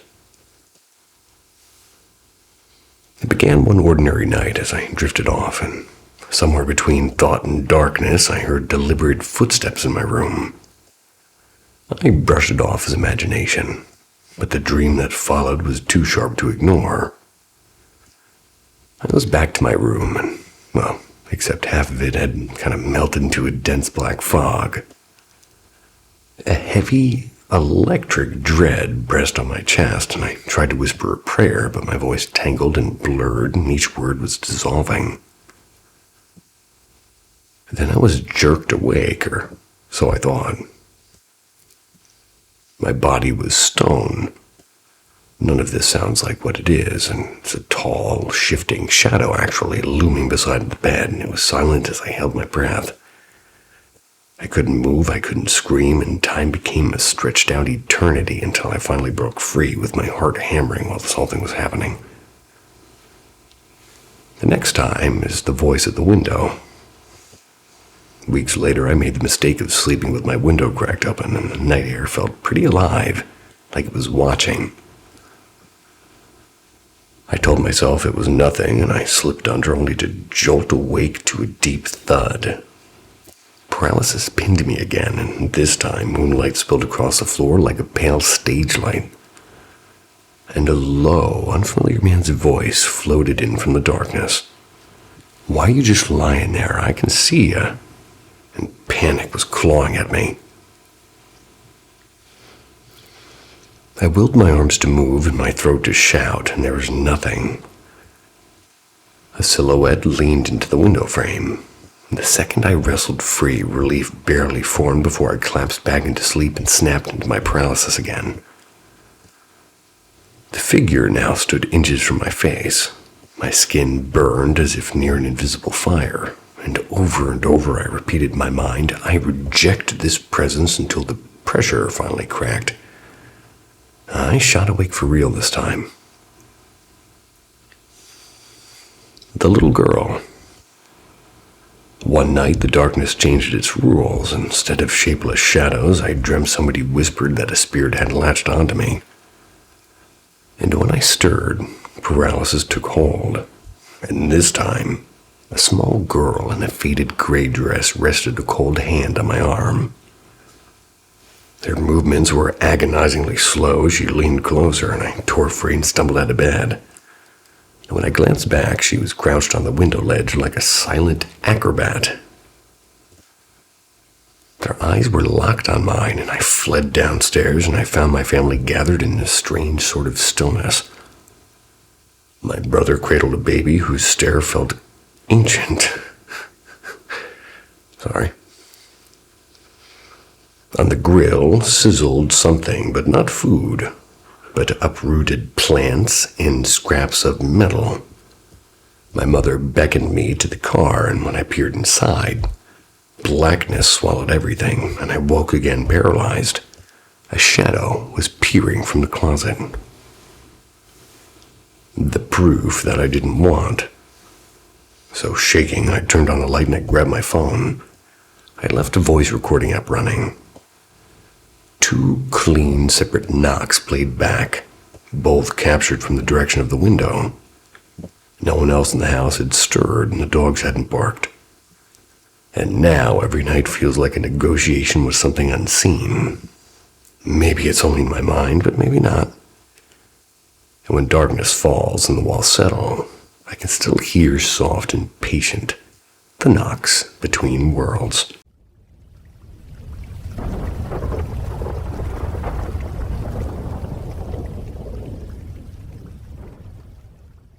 The visitor in the old house.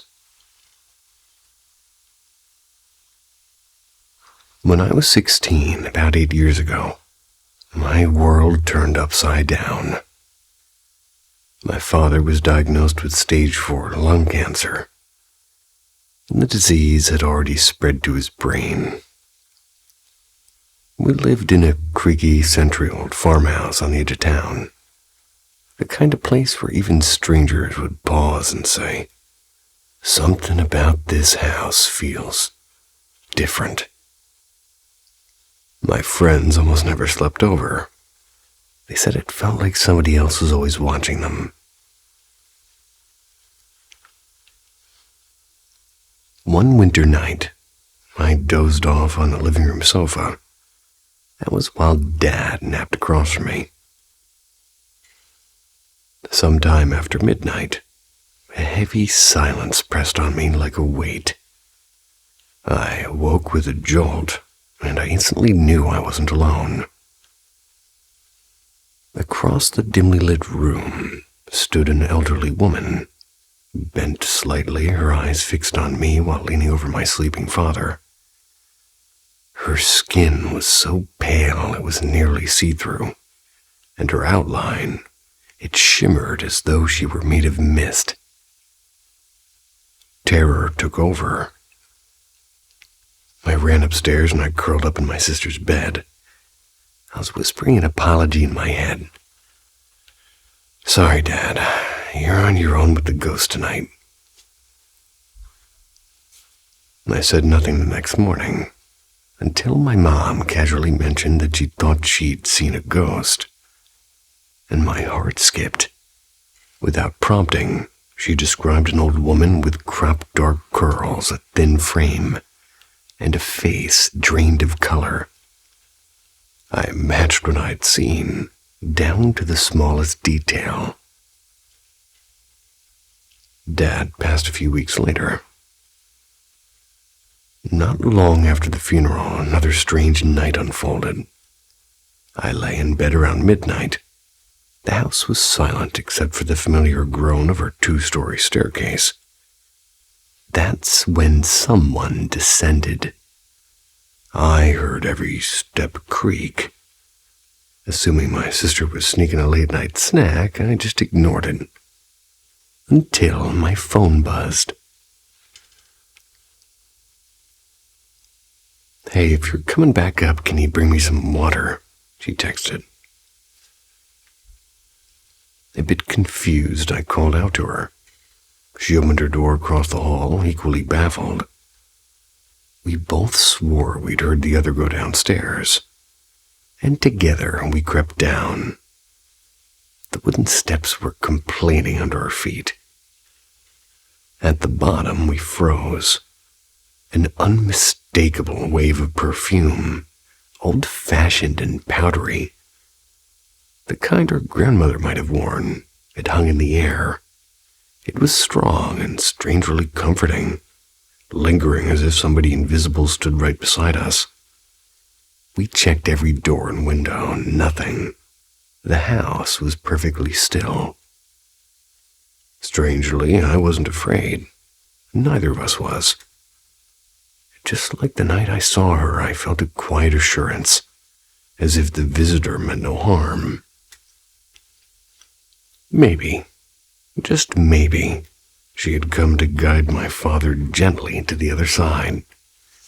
And I'm not sure what I believe about spirits. But it's hard to dismiss the way those 2 nights seemed to bind together. Over the years, more small mysteries happened in that old farmhouse. Footsteps in empty rooms, soft knocks when no one was there, and sometimes it felt eerie, but never dangerous. Oddly enough, that ancient house, haunted or not, it always felt like home. Miss that feeling.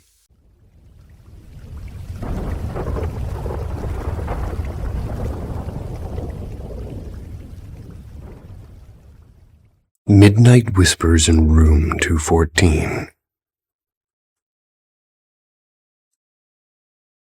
I once worked the night shift, 7 p.m. to 7 a.m. It was at a tiny aging community hospital. 4 floors, only 2 in use, and a sleepy ER that usually saw more raccoons than emergencies. I was the lone med surgeon, well, the RN most nights. I was juggling everything from post-op patients to stubborn cases of pneumonia, anemia, and kidney failure.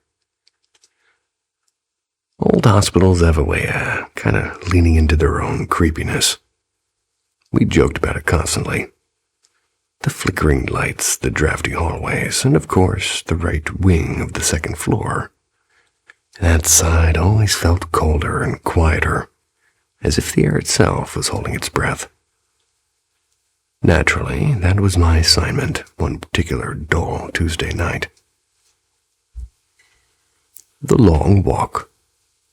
I pushed my med card down the dim corridor, giving out bedtime meds one room at a time.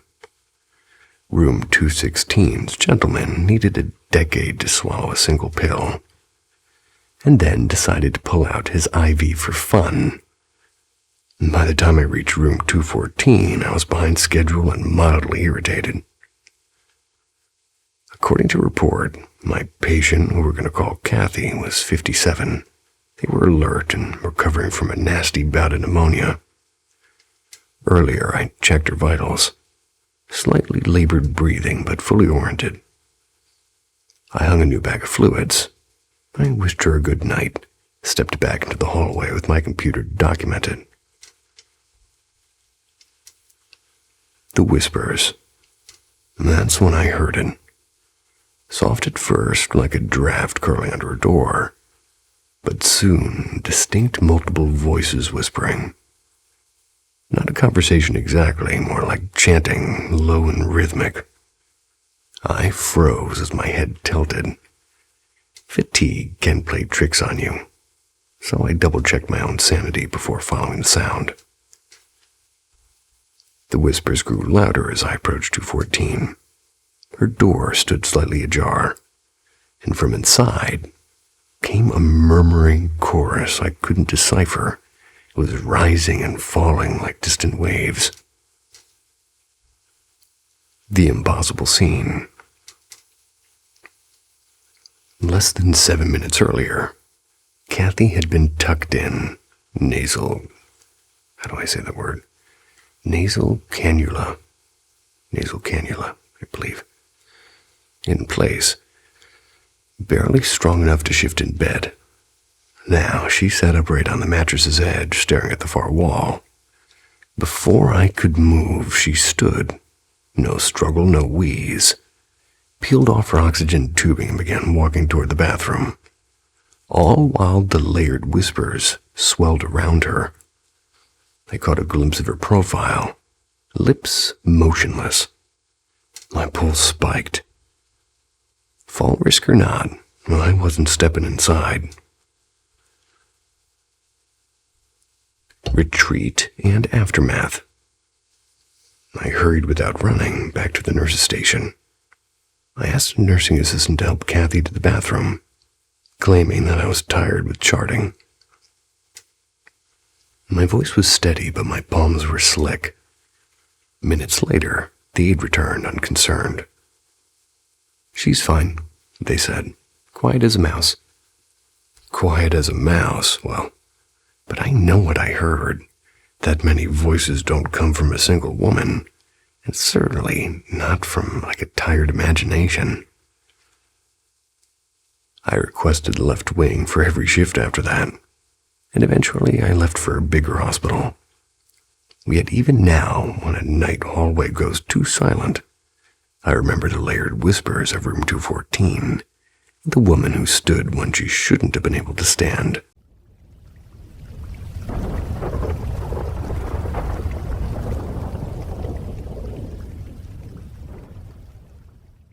The Boy Who Came Out of the Dark. When I was 15, I had a foster brother who was basically raised by my foster parents. The same age as me, same stubborn grin. We spent every free minute on the courts, shooting hoops until our legs ached and the sun sank. Going home after dark was the rule back then. You knew you'd earned it. One Saturday I left earlier than usual, baked and beat from a full day in the sun. My brother stayed out with his friends. He liked hanging out at their place, sometimes getting dropped off pretty late. His dad popped his head into my room that evening and said, casually, that my brother had called and was waiting for me at the park, and I figured he'd been there a while. So I dragged myself back out. The court was empty. The streetlight nearby gave the asphalt a weak glow, but the rest of the park fell into a kind of hungry shadow. I walked deeper in, calling his name, and every few steps a flock of birds would explode out of the grass. It was sharp, and there were surprised cries. Made the hair on my arms stand up, and the farther I went, the harder it was to see. Trees became one dark shape, the path of suggestion. I had that stupid jittery thought that someone or something could slip up behind me. I wouldn't notice until it was too close.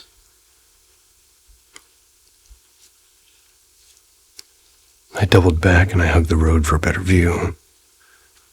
I called his name twice more, louder this time. There was nothing. The air felt thick, like the night itself was holding its breath, and I decided to cut my losses and run home. But then someone stepped out of the shadows and waved, and it looked like him, and relief hit me. I started jogging toward the shade.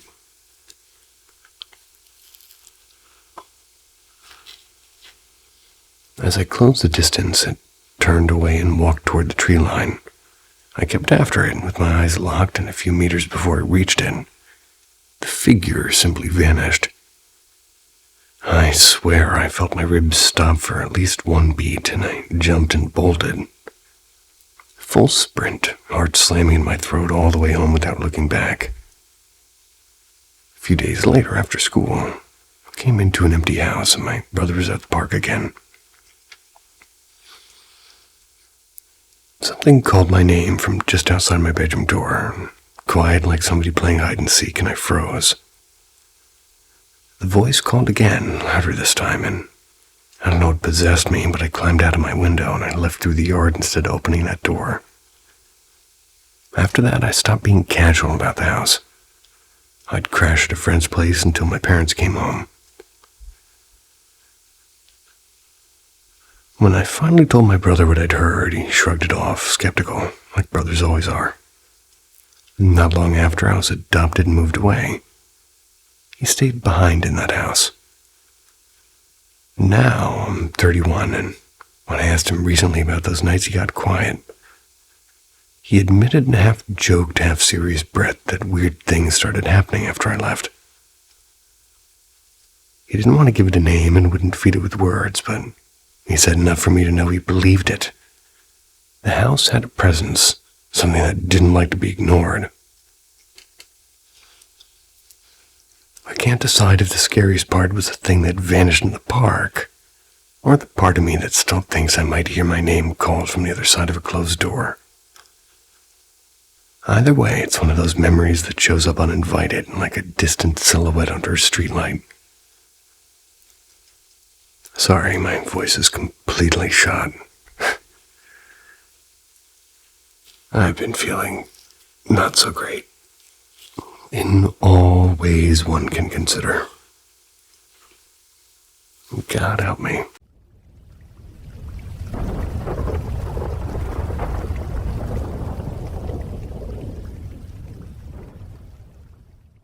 The Vanishing Hour. This might sound unbelievable, but it happened the day before yesterday, on my 17th birthday of all days. My friend, a 17-year-old male, and I had gone out of town for a mountain bike race. These weekends always run the same way. Saturday's practice, Sunday's the real deal. And after our practice runs, we figured ice cream would be a good victory lap. I was halfway through a chocolate cone when I kind of heard nature calling. The shop didn't have a restroom, so I told my friend I'd check the hotel next door. He tagged along, and it was around 6 p.m. and sun just started to fade. The lobby was wrong the moment we stepped into it. The air smelled of mildew and old upholstery, like a place sealed off too long. Not a soul in sight, no receptionist, no guests.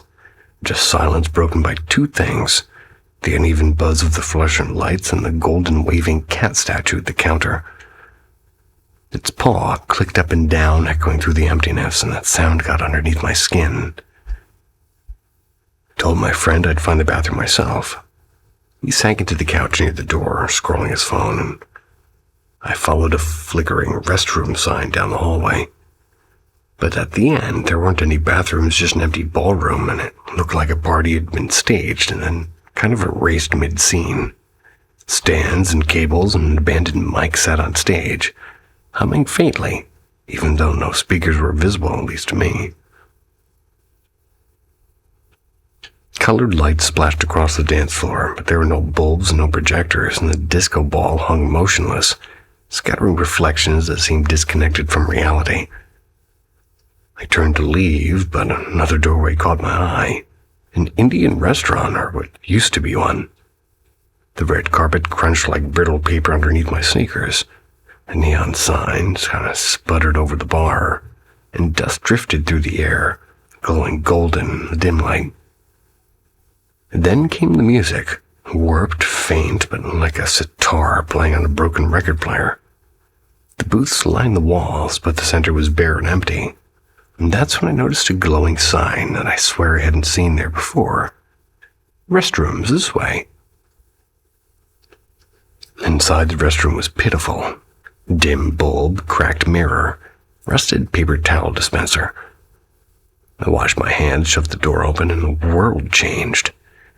Suddenly the smell of curry hit me, fresh and hot, and voices filled the air, and laughter and clinking plates and forks against porcelain. I froze, and the dead restaurant I'd walked into was gone. Families filled the booths, and waiters darted between tables that hadn't been there before. Children laughed over naan, and the bar bustled with noise and men talking over one another and beers foaming in their hands. Bright light filled every corner. My chest tightened. Back into the hallway, hard pounding, and I looked again, and everything was alive, warm. No dust, no silence. Then my phone buzzed. A text from my friend. "Dude, where are you? I'm seriously about to leave." I ran back when I stepped into the lobby. The outside world had shifted. It was pitch black beyond the glass doors. My friend was still by the couch, but he looked pale and trembling. "Where the hell did you go?" he stammered. "I called you like 10 times, and you didn't answer. I went in there, and you weren't anywhere. You just vanished." Pulled out my phone, and it was nearly 9 p.m., and I swear I'd been gone maybe 10 minutes. And the lobby, it was suddenly alive too, the TV blaring news and a clerk at the desk smiling. Travelers with rolling suitcases crossing behind us like nothing was strange. We left without a word, but as I glanced back through the glass doors, my stomach flipped. The golden waving cat was gone, and that night, lying in bed in our own hotel, I couldn't shake it. The smell of curry clung to my nose, and the warped music hummed in my ears, and the sound of clinking plates replayed in my head. I don't know where I went or how I almost lost 3 hours, but I do know this: I never step into an empty hotel lobby again.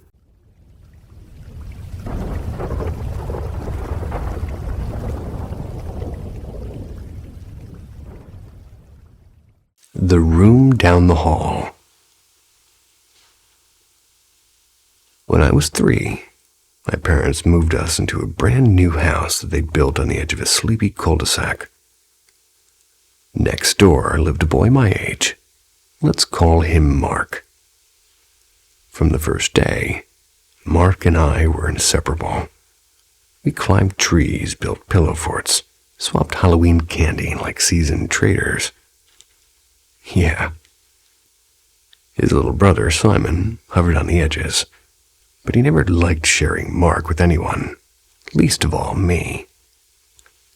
When Mark turned 7, everything shifted. He was diagnosed with a brain tumor. Within months, he was gone. The cheerful house next door turned silent. His parents barely came outside for years, shutters drawn as if to hold the world away. By the time I was 11, Simon and I had kind of cautiously become friends. He had moved into Mark's old room, with the faded rocket stickers still clinging to the walls. And one warm afternoon, we sat cross-legged on the carpet, building an elaborate Lego city, when his mother poked her head in. "Can you keep an eye on Simon for an hour? I need to run to the market." I nodded and she left, locking the front door behind her. And 10 minutes later, 3 thunderous knocks rattled Simon's door. I froze with my hand gripping a half-built tower, and Simon barely blinked. He stood, opened the door, and stepped back as though greeting an invisible guest. And after a beat, he closed it again. My voice cracked. "Who was that?" He gave a little shrug. "Mark likes to check on me. Happens all the time." And it didn't stop there. A week later, while we were in the backyard, I glanced up toward my own attic window. A shadowed figure, human-shaped, was standing perfectly still inside. My mother swore nobody could get up there, and the swollen wood made the door impossible to open. Yet that night, the attic boomed and creaked like something was pacing. Soon, the sound spread through the house. Footsteps on empty stairs, doors rattling at 2 a.m., knocks on my bedroom door that seemed to jolt me awake, and my stepdad laughed about our resident ghost. But even he started pausing mid-sentence when a floorboard groaned at the wrong moment. My parents often asked why I was roaming the hall at 3 in the morning. Only I had never left my bed. And then came the night I can't forget. I was packing for a trip with my grandparents. Everyone else was asleep. When I turned off the light, breathing, loud and deliberate, filled the darkness beside me. The floor creaked, and in the corner, a child-sized shape glimmered faintly white. I hid under the blanket, paralyzed. The breathing drew closer until a warm hand pressed gently against my back. And after that, nothing. I woke up at dawn, sunlight kind of pricking my eyes. My right hand rested on the pillow, and another hand softly held it. The warmth was overwhelming, a perfect, wordless comfort. But then the thought hit. I'm alone. Both parents left before sunrise, and the warmth slipped away. Later, searching through old boxes, I found a photo of Mark. It was Mark and me grinning, gap-toothed in the backyard. I framed it, set it on my nightstand, and from that night on, the knocks and footsteps stopped, and I sometimes wonder if Mark only needed to know I remembered that he was still a part of my home and a part of me. And in a similar fashion, thank you for letting me be a part of wherever you're listening. Sweet dreams. Appreciate it.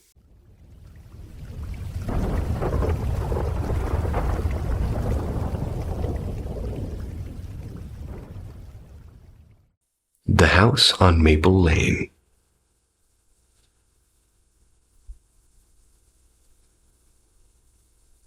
For context, I live alone, except for weeks when my 6-year-old daughter stays with me. I bought my house back in 2018, and odd things began in early 2020, like lights flickering on and off and doors unlatching themselves, and my daughter's baby toys chirping without batteries. My ex and I were separated late 2020, named the presents Linda, and, well, she seemed harmless. I asked her politely to cut it out with the doors and the toys, and for a while it seemed that she did. In 2021, my friend moved in for a few months, and she swore that she heard footsteps pacing in the hallway at night, and didn't bother me, and I just let Linda wander. But 2022, I was dating somebody cruel and kind of manipulative. The house's energy grew heavy, and shadows just flitted across the rooms. I told myself it was connected to him. That's when things turned darker. I've had sleep paralysis since childhood, but one morning it felt different. I was pinned in bed and I was paralyzed, with my boyfriend asleep beside me too. Out of the corner of my eye, I saw her, a faceless woman with long silver hair and chalk white skin and a black dress. She climbed onto me, pressing the breath out of my chest. Desperate, I fought against the paralysis and I cursed at her, and without knowing why, I screamed the name Anna. And instantly she vanished. I never did have sleep paralysis again, but later I did search and I found references to a folklore demon called Anna. And it was tied to suffocation dreams. I burned sage, marked my doorways with salt, and I wore my St. Benedict medal every night. After breaking free from that toxic relationship, I threw out everything that carried his energy and cleansed the house, and for a while, the silence returned.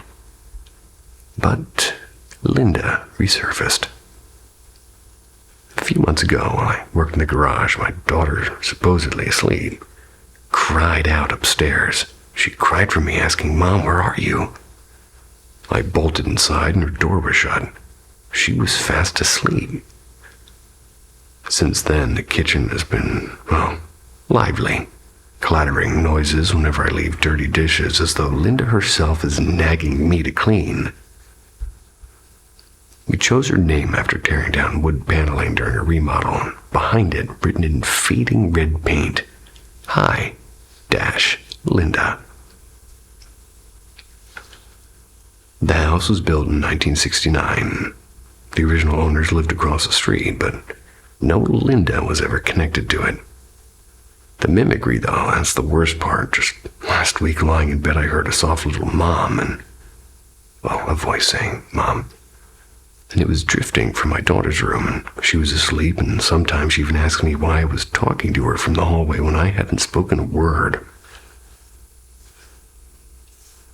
For the past 2 weeks, both of us have been drained and exhausted and nauseous and restless. Last night I dug out a St. Christopher medallion my father once gave me. Almost immediately I felt lighter, maybe a placebo, maybe protection, and this isn't the first haunted place I've lived. My childhood home was thick with spirits. One boy who died in the house, his father who, ended his own life in the basement, and our dog never set paw downstairs. He would growl at the shadows, and I even used a Ouija board once, which only made the air heavier. Tisk, tisk. Since then, I've lived in apartments and other houses. Some peaceful, some kinda not, and this one is different. Something here feels old and waiting, like it chose me. Next week I'll see a medium, and until then I sage and I pray and I surround myself in imagined light. But the mimicry, the voice that isn't my daughter's, it keeps whispering. I can't shake the thought that Linda isn't Linda at all. The man who sleeps with aliens.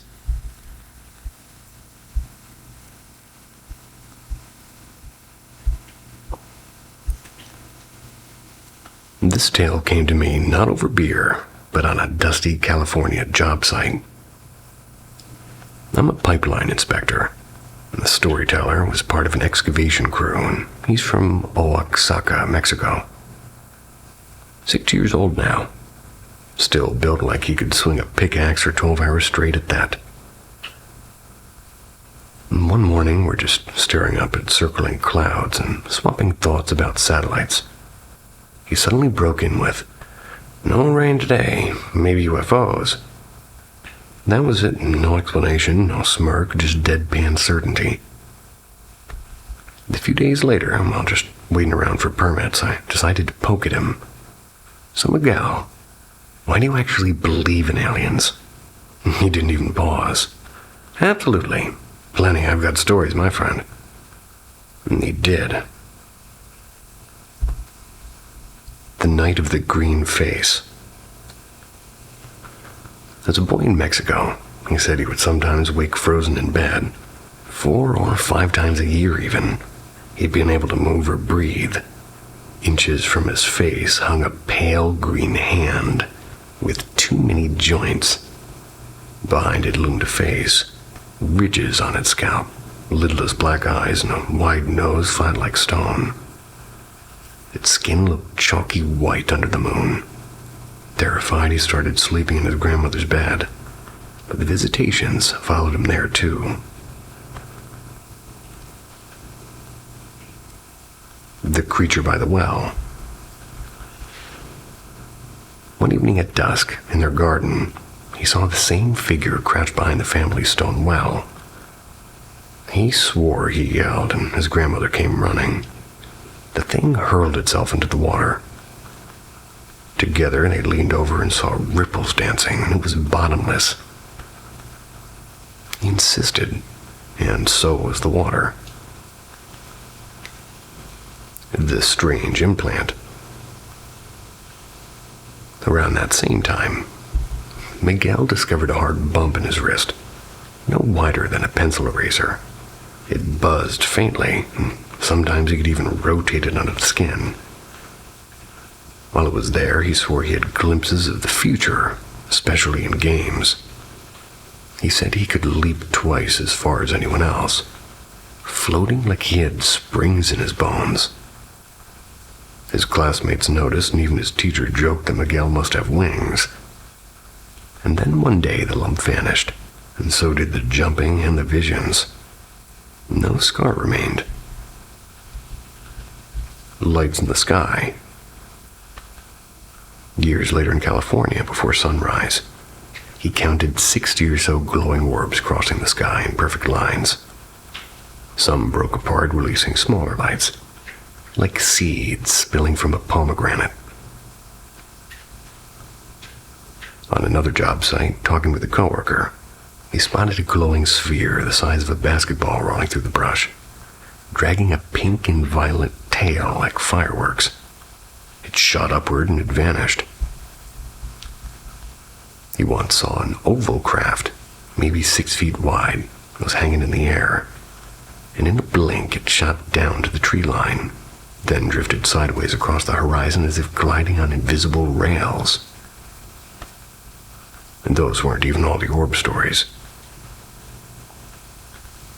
The conviction in his eyes. What struck me wasn't just the stories, it was the fever in his eyes as he told them. He would gesture wildly. He would lower his voice and break into laughter, half afraid and half thrilled. We worked the whole day with him, picking up like all these tales between tasks. But by the end, I wasn't sure what to believe. But I knew this. Miguel believed, and that was unsettling enough.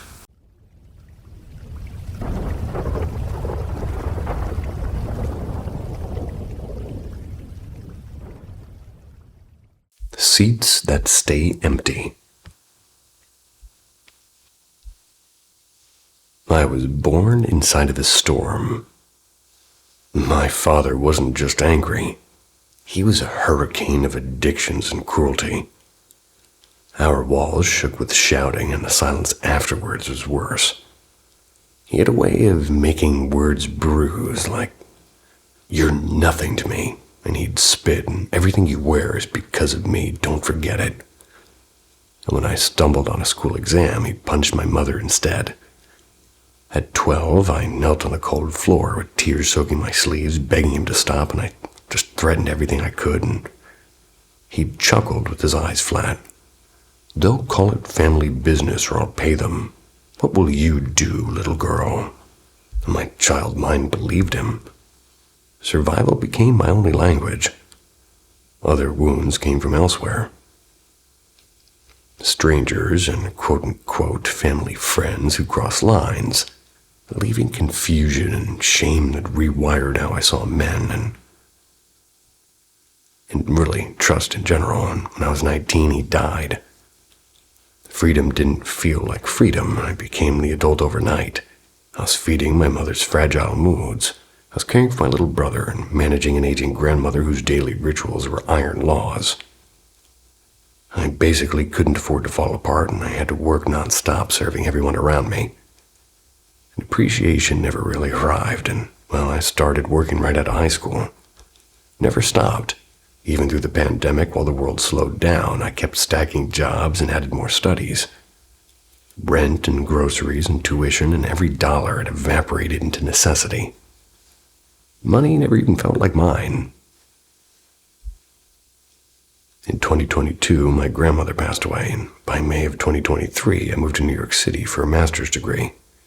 A move that was as much escape as education. Between 2018 and 2023, I had one serious relationship, my first real love.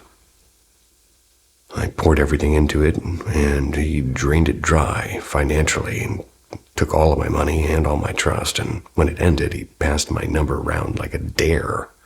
Then harassment followed. A man even came to my door, and that kind of betrayal kind of hardens you until stone feels safer than flesh. Still, I kept going, and I've never seen a healthy marriage, never known a safe male figure, and I've been really earning that since I was 15. Now here I am, in New York. I don't drink, I don't smoke, I don't party. I work and I study, and no friends yet. Graduation's December 2025, and for the first time, the money I will make will stay mine. No debts, no loans. And yet something small cracked me today. On the bus after work, every seat with a man stayed filled. 5 women stood, an elderly couple kind of swaying with the turns. An older black woman clutched the rail. Not one man moved. And a few days ago, an elderly gentleman had offered me a seat. I had smiled all the way home, and it made me wonder again. Why do so many men harm and laws stay weak?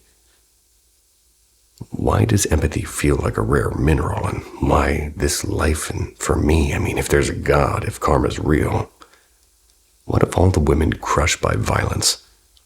Were we all guilty of something impossible? I don't want children, I don't dream of anything, and I won't risk recycling pain. I've had a handful of experiences, and, well, somebody who I'd been with later admitted to being asexual. I forget what that means. I'm 26 and finishing a master's soon and holding a good job, and I have brown hazel eyes. I'm 10 kilos over some chart, but finally breathing, and I don't eat meat. I don't numb myself with alcohol or smoke. So tell me, am I overreacting, or am I simply finally feeling the weight of life that I've carried like armor for decades?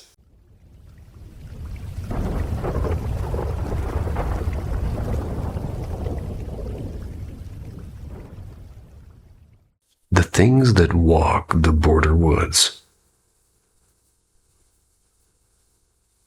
I'm 18 now. I've lived all my life in a small rural town, right on the edge of Ohio and the Kentucky border. Behind our property are 2 massive tracts of forest, thick with brush and hardly ever touched by hunters because they're both private lands. Other than me and the family that owns it, no one goes out there. Just to be clear, I'm not trespassing. They've told me they don't mind people walking the land. The wildlife around here isn't really anything out of the ordinary for southern Indiana. We'll see deer and coyotes and raccoons, and once in a blue moon, a stray black bear just wandering out of Kentucky. Every so often, a red fox darts through the brush. But I've also seen things here that don't fit with the usual, you could say. And I've been trying for years to make sense of it. My first story is called The Thrown Log. The first time something truly strange happened, I was about 9. My dad and I had just finished clearing a stretch of brush and moved this heavy log, maybe 50 or 60 pounds, into a pile by the tree line. It had taken both of us to haul it. The next morning, waiting for the bus, I heard rustling and a low growl from that same area. At first, I figured it was just a coyote after a rabbit, maybe. But when I finally turned to look, I froze. That same log we'd carried the day before came shooting straight up out of the brush, spinning in the air before crashing halfway across the yard, closer to me than it had any business being. I didn't see what or who threw it. I only remember staring at the log and nearly missing my bus.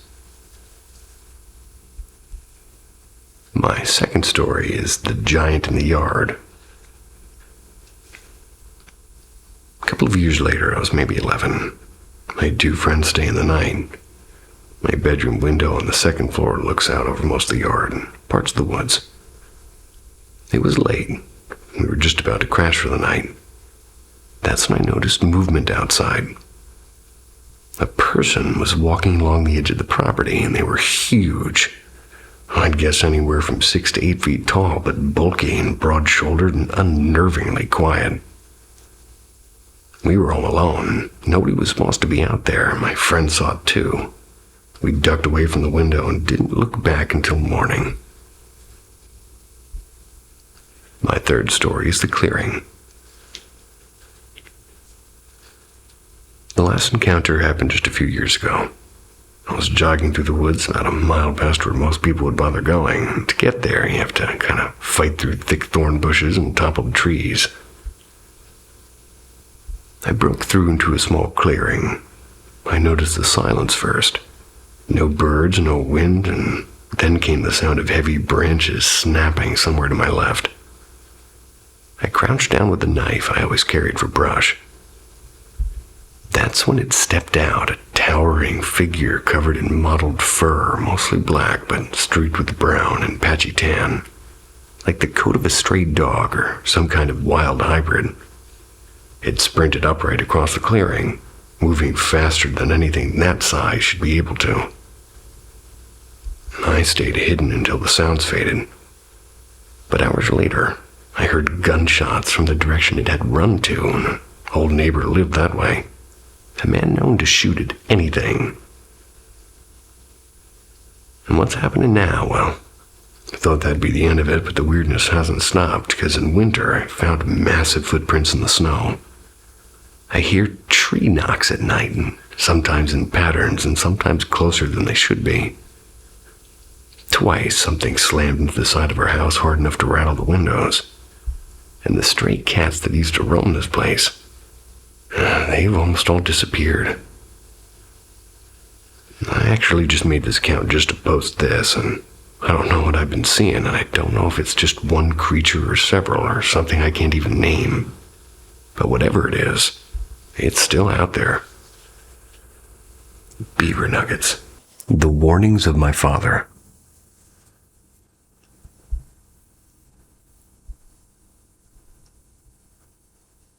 My dad passed away nearly 8 years ago. He and I were inseparable, like two puzzle pieces that happened to fit just right. We had the same humor, same stubborn streak, and same habit of putting hot sauce on literally everything. But one thing did split us right down the middle. He was a firm believer in ghosts and aliens and Bigfoot and all the late-night conspiracy chatter.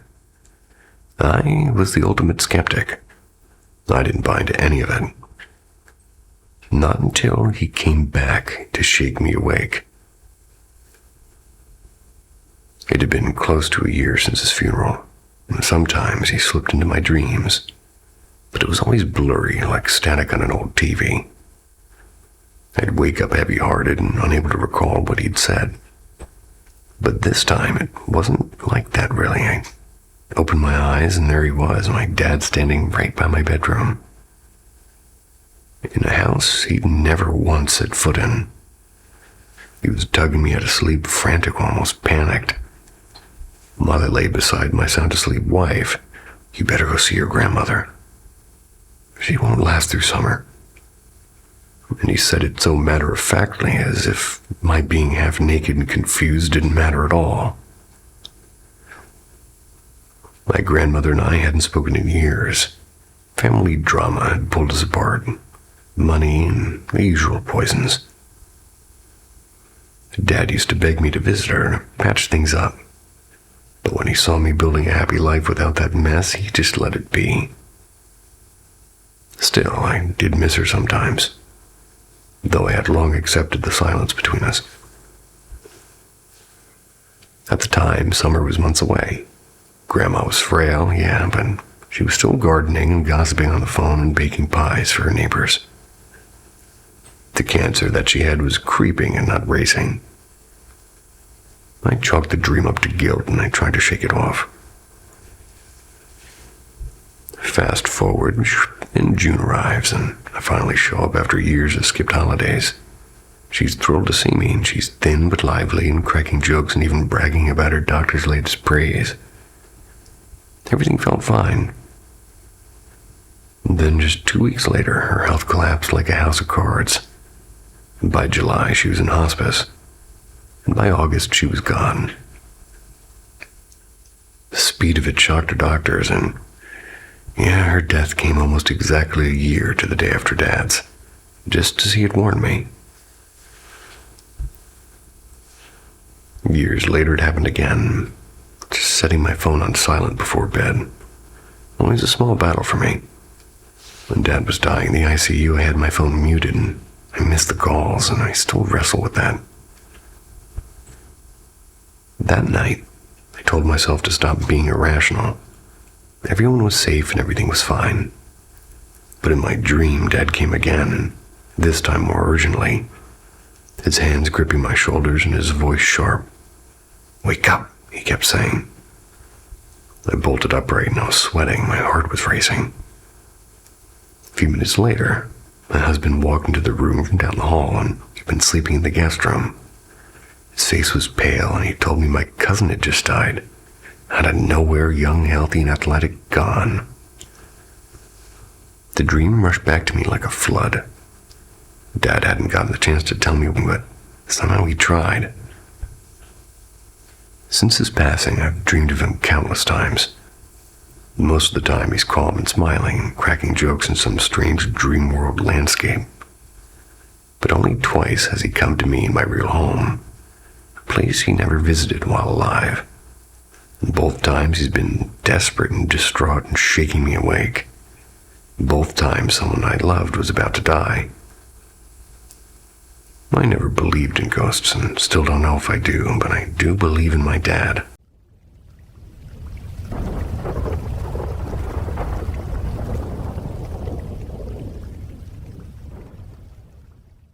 The house that wouldn't sleep. I moved into this house in late autumn 2023. And from the beginning, the energy felt unsettled. Not unbearable, just quietly wrong. I've always been sensitive to that sort of thing, though it terrifies me. Even as a child, I hated nighttime. I would sneak into my sister's room or my parents' room, too scared to be alone. And I wouldn't walk around the house in the dark. One of my earliest memories is standing in my crib. I'm sobbing because shadows were sliding along the wall. I don't know how old I was, but the memory is sharp. For years, if I wasn't with somebody, I'd stay awake until exhaustion forced me under. Fast forward to this house. The place has always been unnerving, but my kids didn't notice at first. And that changed when my oldest saw her bedroom door opening by itself. Some nights she'd shut it tight, only to wake up and find it wide open. We all heard the stairs creak sometimes, but we would brush it off, and things escalated eventually. One night I dozed off on the couch with my 3-year-old, and she stirred and cried and fell back asleep in my arms. And that's when I noticed a little boy, just standing at the bottom of the staircase watching. I didn't realize until the next morning how wrong that moment was. And since then, my bedroom feels suffocatingly dark. I sleep on the couch more often than in my own bed, and I've always hated mirrors. But now my vanity feels hostile, like something lingers there, waiting for me to look at it. When the kids are away with their dad, the house is unbearable. The steps creak every single night as though somebody walks down them, and I can feel it pause at the bottom. Sometimes it shifts, waiting in the hallway toward the kitchen. And if I do fall asleep, I wake up like clockwork, 2:43 a.m., heart racing, and I can't rest until dawn. During those hours, the sounds don't stop. And it touched me once. I was under a blanket with a body pillow pressed to me. I felt a hand settle on my leg, except it wasn't a hand. It was like cool air shaped into a hand. Another time, while painting with an audiobook playing, I heard 3 distinct steps creak, and then I felt it enter the room. My body burned with heat from fear. I couldn't move until it finally faded. I seemed to catch things in my peripheral vision constantly. Shadows and movements that vanish when I look. On vacation last month, I slept like a child, dreamless and calm, which makes me think this thing belongs to the house and maybe not me. A couple of months ago, I dreamed I was turning off the kitchen lights and locking the side door by the garage. One that always gave me chills. But in the dream, I pushed on the door to be short-latched. Suddenly, something on the other side began knocking, furious and desperate. And I woke up instantly. Last night was the worst. The stairs groaned again, so I turned up music to drown it out. In mid-song, I heard a violent crash from the bathroom. And this morning, I found bottles and bath toys scattered across the floor. Called my oldest to stay on the phone with me until I wasn't alone anymore. She drifted off, but I then heard whispering like my name and then mocking me. "Are you awake?" The noises went until about 6 a.m. Finally slept after sunrise. But even now, in broad daylight, the steps creak and my body flushes hot with terror. And sometimes I feel a cold breeze. I think maybe it means no harm, but when the heat floods my body, that's when I know it's here, and it wants me to know that.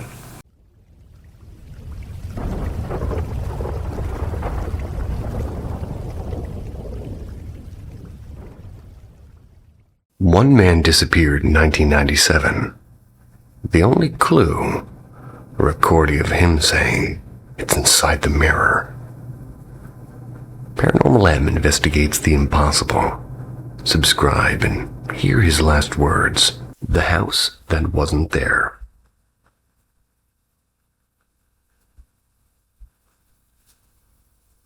So here's the deal. My neighbor, we're going to call him Mark, he lives downstairs. Our families often eat together, and a couple of weeks ago over dinner, Mark told us this story. I swear he looked genuinely rattled while talking about it. He wasn't joking, and the way he described it gave me chills. The story goes back to 2006, when Mark was in his late 20s. His son had just been born, and money was tight. He worked unloading trucks at a warehouse, sometimes pulling double shifts too. It was barely enough to cover rent. His wife stayed home with the baby, so every bill felt like a mountain.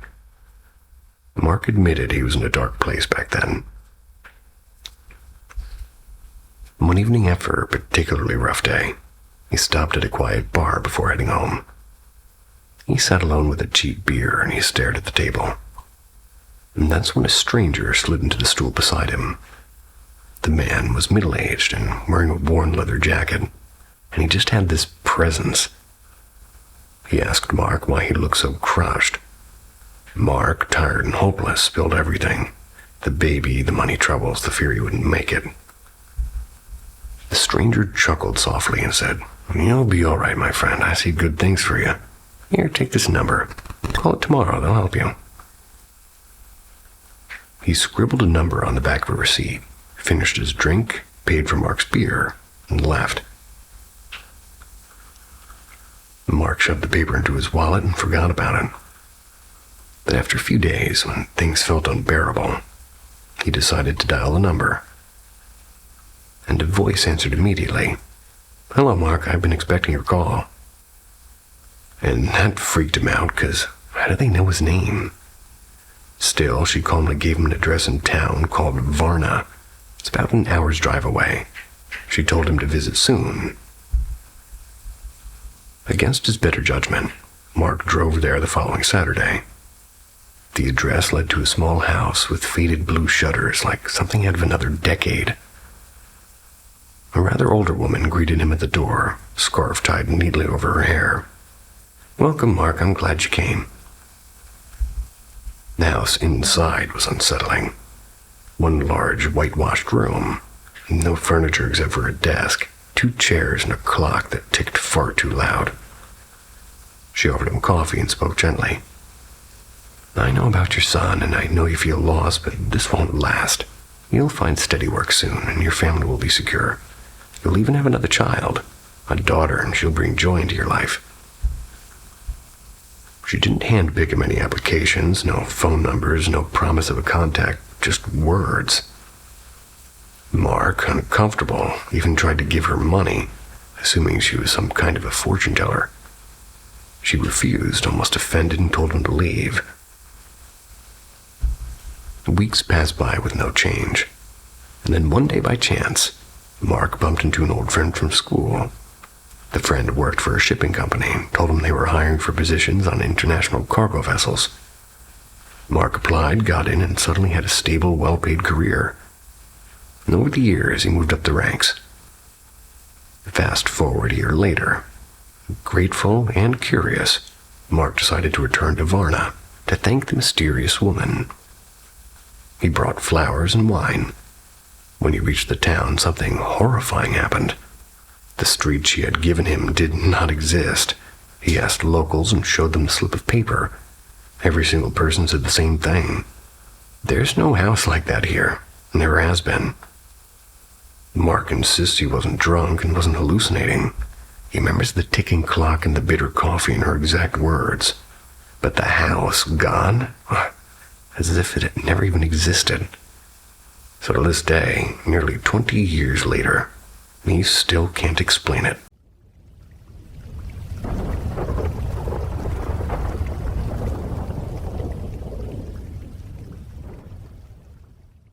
Fire in the closets.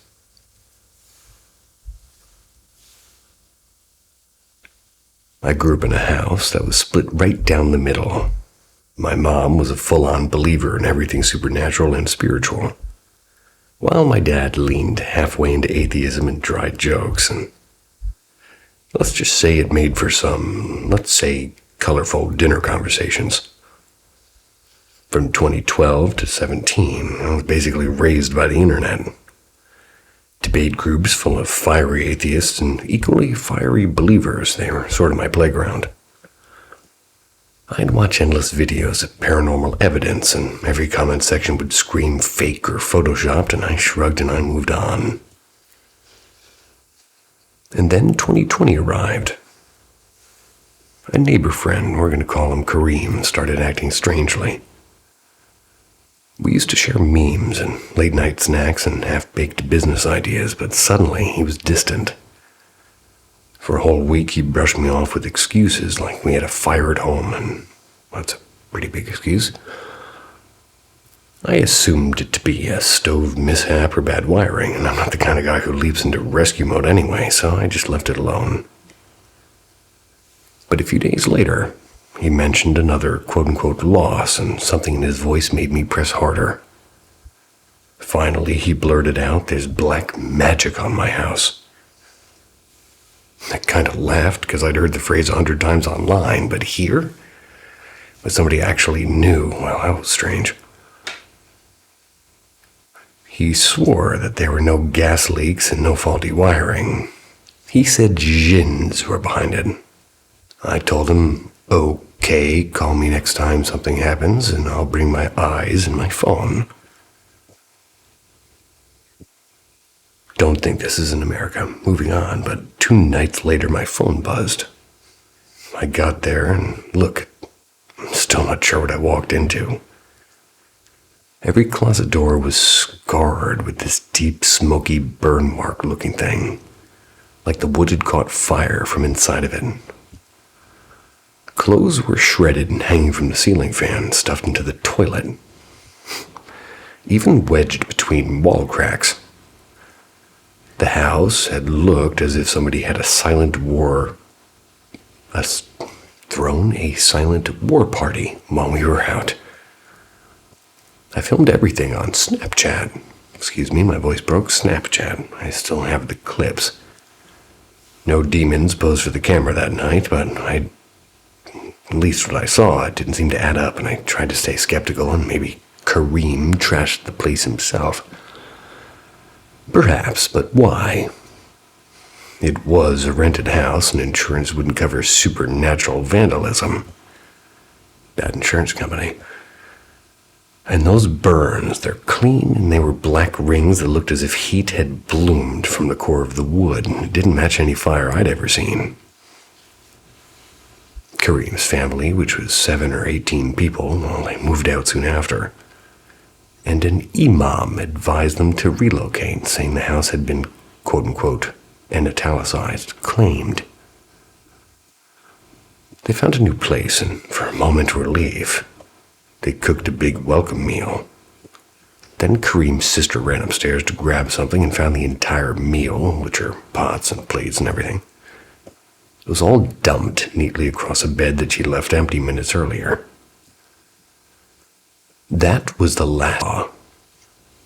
And today I stand somewhere between my mom's faith and my dad's skepticism, but I tend to lean far closer to her side than I ever imagined. Maybe the jinn didn't show themselves because they knew I'd have my camera ready. Maybe they wait until no one's looking. Whatever the reason, I can't laugh it off anymore. Science explains a lot, but that night in Kareem's house, well, science hasn't caught up yet.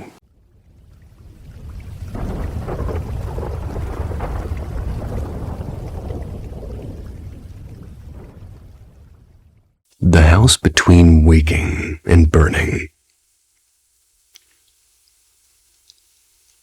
It began a few months ago, a night that should have been nothing more than a movie and sleep.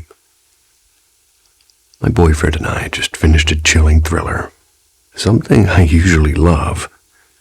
I'm the type who laughs through horror. But that night, the darkness pressed differently.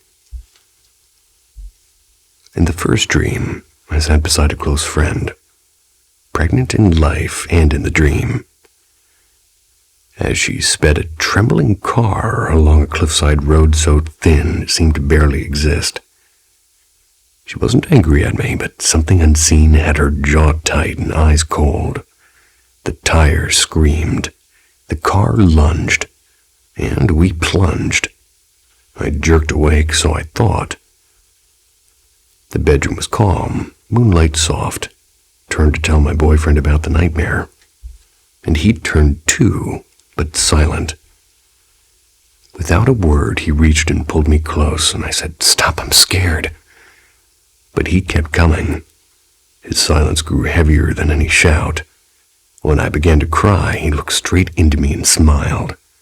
A smile I had never seen on a human face. The realization hit like cold water. I was still inside the dream. I prayed. I don't know why, just an instinct. And at first whispered words. Like I woke again, but into a stranger terror, one of paralysis. Eyes open, breath shallow, body locked. The room looked exactly as it should. Yet every shadow whispered wrongness. I prayed harder, and then this voice spoke beside me. But it wasn't his voice. It called me by names I won't repeat. It felt endless until finally, I truly woke and I was sobbing. My phone read 3:38 a.m. We blamed the movie. For a while, that explanation held. Then came the second night. He didn't touch me in the dream this time. He simply crouched on the window ledge, head cocked at an impossible angle, making low animal noises, and I said aloud, "You are not him. This is a dream." Instantly, the paralysis slammed down again. I could barely move a finger to squeeze his real arm until he woke. Terror, sharper than before. The last time was worse. 2 nights before I write this, I slept alone. The heat woke me up first, a blistering summer noon inside an air-conditioned room. I tried to push the blanket aside, but my skin felt as if it were melting. I staggered, or I thought I did. I tried to go back to bed, and that's when I felt arms, heavy and human, lock around my hips. The rest is hard to write. We can fill in the blanks. When I kicked, teeth seemed to sink into me. Not a pinch, not a bite. I clawed at a face I couldn't see, but I could feel them. Could feel the nose and the lips and the eyelashes and warm skin. And the harder I fought, the deeper this bite. I don't know how I escaped. I woke drenched and trembling and humiliatingly wet with fear. The spot where it bit still throbbed through the day. When I showered that evening, a dark mark remained. Since then, even daylight feels fragile. I don't know if my mind is staging cruel plays or if something else shares the dark with me. But every night, as the clock drifts toward 3:38, I find myself praying before I even close my eyes.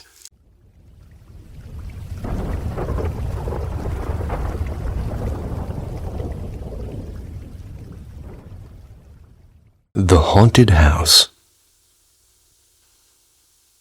I once lived in an ancient Victorian house on the edge of Lancaster, Pennsylvania. It was built back in 1910. It had weathered more than a century of storms and stories. My husband bought it when he was barely 21, years before we ever met, and he always spoke of strange happenings inside those walls. I loved his passion for the place, but part of me dismissed the tales. I just dismissed them as old house creaks and drafts. Then the house decided to introduce itself to me. At first, the oddities were almost playful. A rocking horse in my daughter's room began to sway by itself on quiet nights. Battery-powered toys would burst into life long after their switches were off. I recorded some of it on my phone, half amused, half uneasy. Still, I found ways to rationalize everything. Old wiring and temperature shifts. Imagination. Until the afternoon, the house lost its patience. I was blow-drying my hair. I was in the upstairs bathroom. That's when I brushed the frayed plug against the socket. A sharp electrical shock. It shot right through my arm, almost like an invisible claw. My heart raced, but I just tried to laugh it off, wrapped in a towel of denial. 2 hours later, alone in the kitchen, the air turned unnaturally still. Then came the unmistakable sensation, an icy skeletal hand, one on each shoulder, pressing down hard. But I couldn't scream. It shoved me across the linoleum with such force that I nearly fell face first. There was no one else inside. My husband was working in the garden. I bolted out of the house screaming like someone else's voice was coming out of me. He listened quietly. Then only he said, "I told you that house has a mind of its own." And the next day, my body betrayed me. Out of nowhere, I collapsed with violent chills and a fever that spiked to delirium. The doctors diagnosed an extreme case of pneumonia, one so severe they doubted I would live. And I don't smoke. I have no asthma. I've never had pneumonia in my life. Yet there I lay for 9 long days, drowning in air I just couldn't seem to breathe. When I finally returned home, I couldn't bear to cross the threshold of that house again. I now rent a small apartment, barely a mile away. My husband still keeps the old place, stubborn as ever. Keeps insisting, it's alive, you just have to respect it. But I know what I felt. The shock had been more than electrical. It was the whole door. Something used that moment to reach me. And from the bony grip on my shoulders, I'm certain it was female.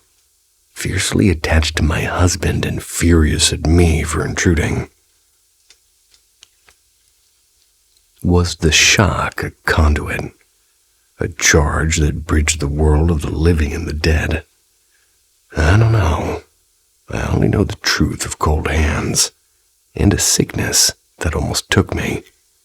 The house still stands, silent and waiting, and I will never set foot in it again. I'll take a shoulder massage from anybody, no matter how bony the hands are. Linoleum floor part, not as much. Nah, it's fine.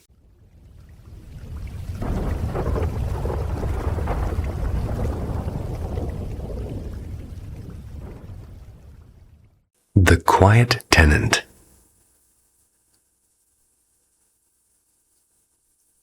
Two nights ago, I felt it again. Last night, too, though not nearly as strong. I've never been fully decided about God, the afterlife, or whether the two even belong in the same conversation. We moved into this house back in 2020, right before the world shut down. Not long after that, we had our first daughter, and she was around a year old when she sat in the living room one afternoon, waving cheerfully toward the staircase. Nobody was there, though. A close friend of mine, one of those people who's always half tuned into the unseen, they came by shortly after we'd settled in. At one point in the middle of some football game, he went pale and lost track of whatever he was saying. When asked if he was okay, he brushed it off, and I let it go, but it did stick with me. Time passed. My daughter grew and learned to talk, and age 3, she would sometimes call hello into an empty hallway. At 4, she told me about the shadow man in the house. Not bad, she insisted, just different. A quiet shadow that sometimes wanted to talk.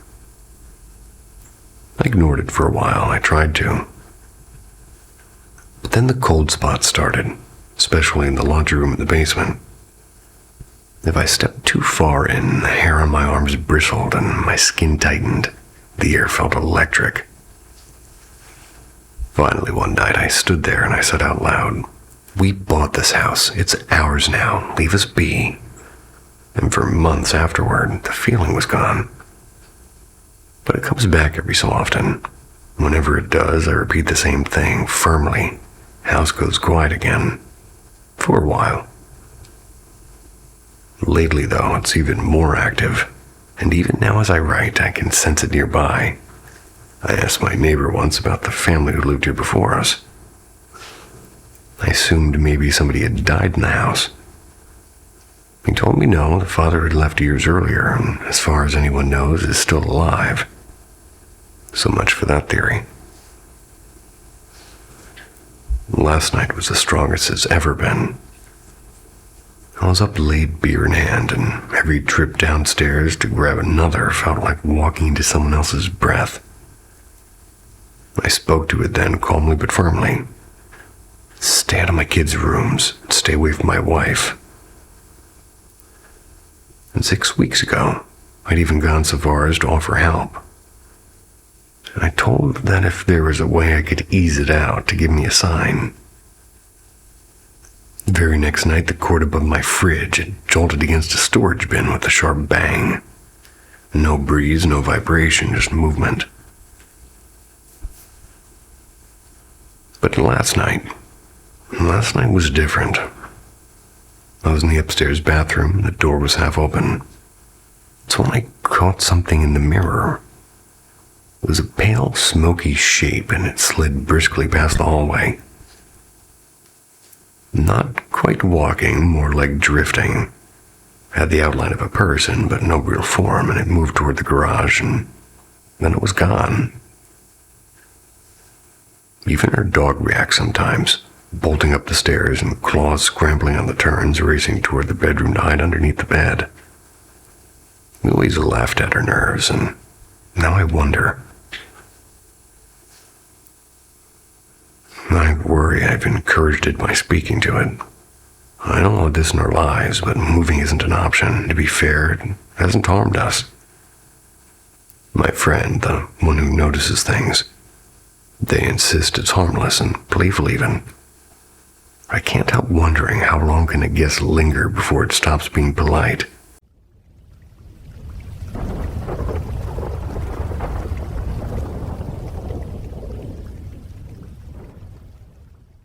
The house that wouldn't stay quiet.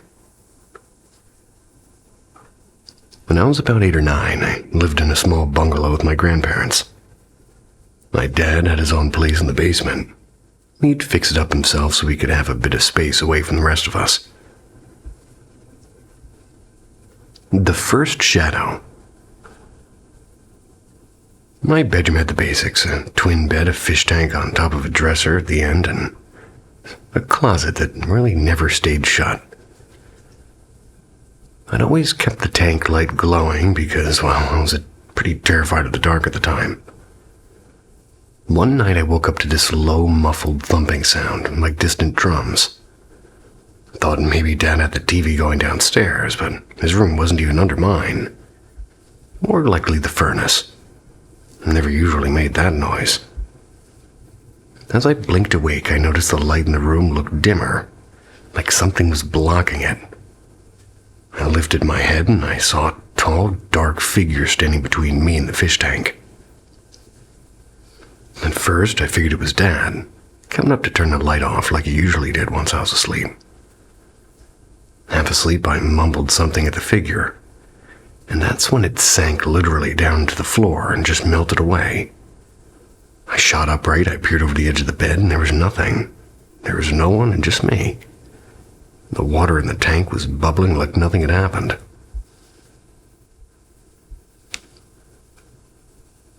The closet girl.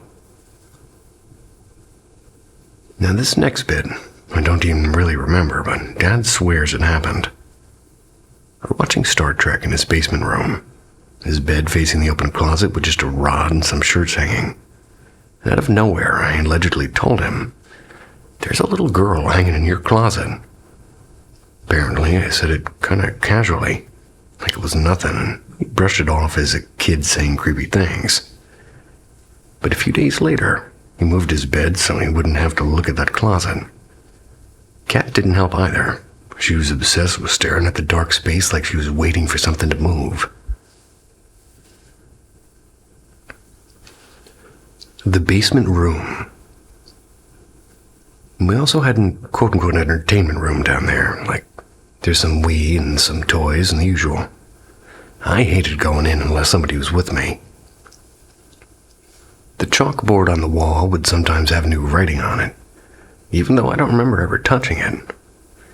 The air always felt heavy and like someone was behind me. And sometimes I swore I could feel breath on my neck. I ended up abandoning the room altogether. The attic door.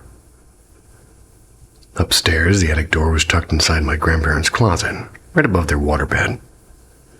I loved sprawling on that bed to watch cartoons, but the sliding closet doors, they would sometimes creak open on their own, just a few inches, slow and deliberately.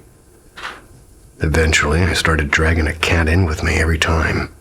I was convinced that I couldn't be heard as long as I had one for company. Nights of noise. My own closet door was the worst. It had a knob, but it still creaked open at night. Never during the day, and then there were the footsteps in the hallway.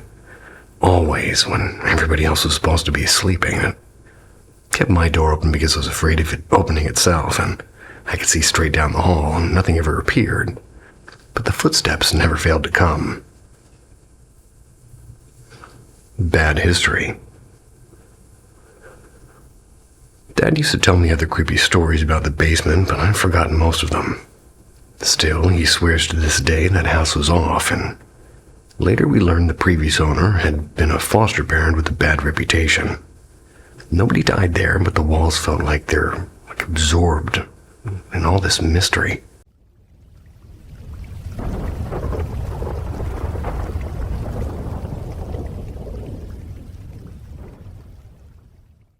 The Slippers of Nine Shadows. So just to let you know, this happened in 2004, and I was there. My closest friend, Ravi, had turned 20. A bright, generous soul from scholarly, deeply devout family in Jaipur. His father was a judge, and his mother taught literature. And that summer, we had planned a trip to the infamous Mahandipur Balaji Temple, a place whispered about in Rajasthan for its frightening exorcisms and unbending rules. Rule number 1, never laugh or mock anyone inside. Rule number 2, never look back when you leave. Rule number 3, never carry temple offerings home. And rule number 4, and most of all, never wear something that isn't yours. We treated these like campfire stories. From a stone balcony, we watched men shriek and women pull at their hair. Some slammed their heads against the floor. Oh my God. That surprised me.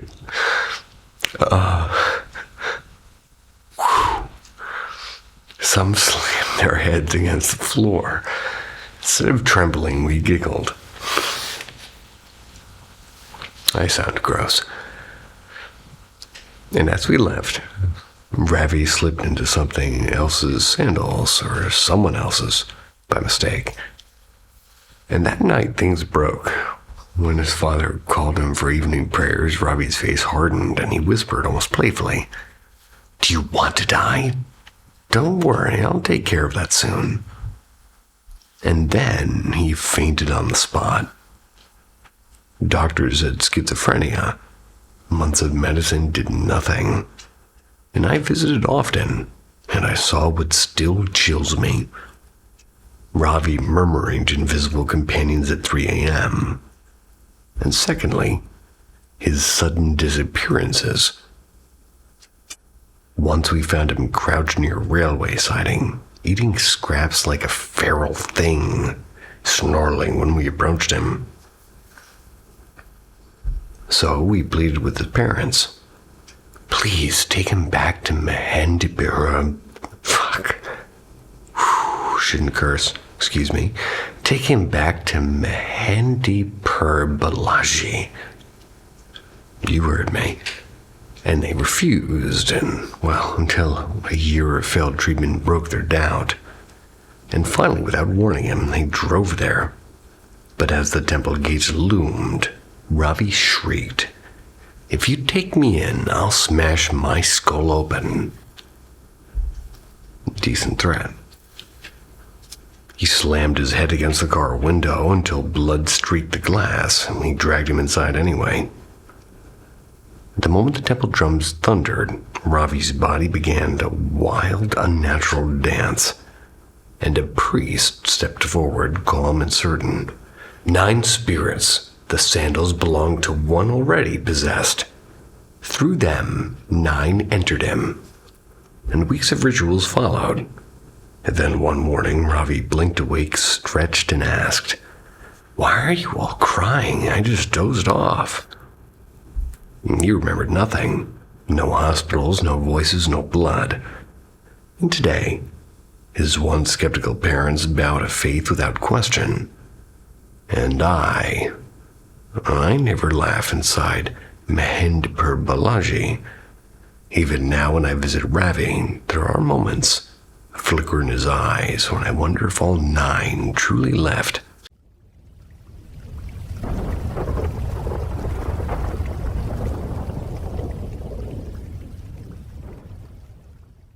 The night Mikhail came back.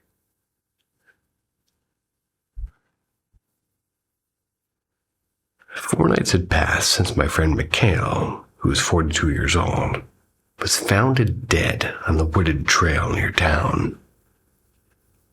When the news first broke, a nameless body discovered on the path, I noted the tragedy in a distant way, like never imagining it was him. Mikhail, well, we'd met behind the bar a few years ago. I was just a bar back then, but he'd voted me up to shifts and found me a better gig and trained me until I could sort of run a room blindfolded. He treated me like a kid brother, fierce, and he had a lot of advice. And I sometimes hated it and I was quick to argue. But I was quicker to forgive, and the habit he taught me sort of carried me into management and steady life I have now. And our little circle of 5 friends have, well, let's just say that we've been tied for almost a decade. But Mikhail's long battle with drugs had pulled him into darker corners. Even as distance grew, love never thinned. We still showed up for big moments.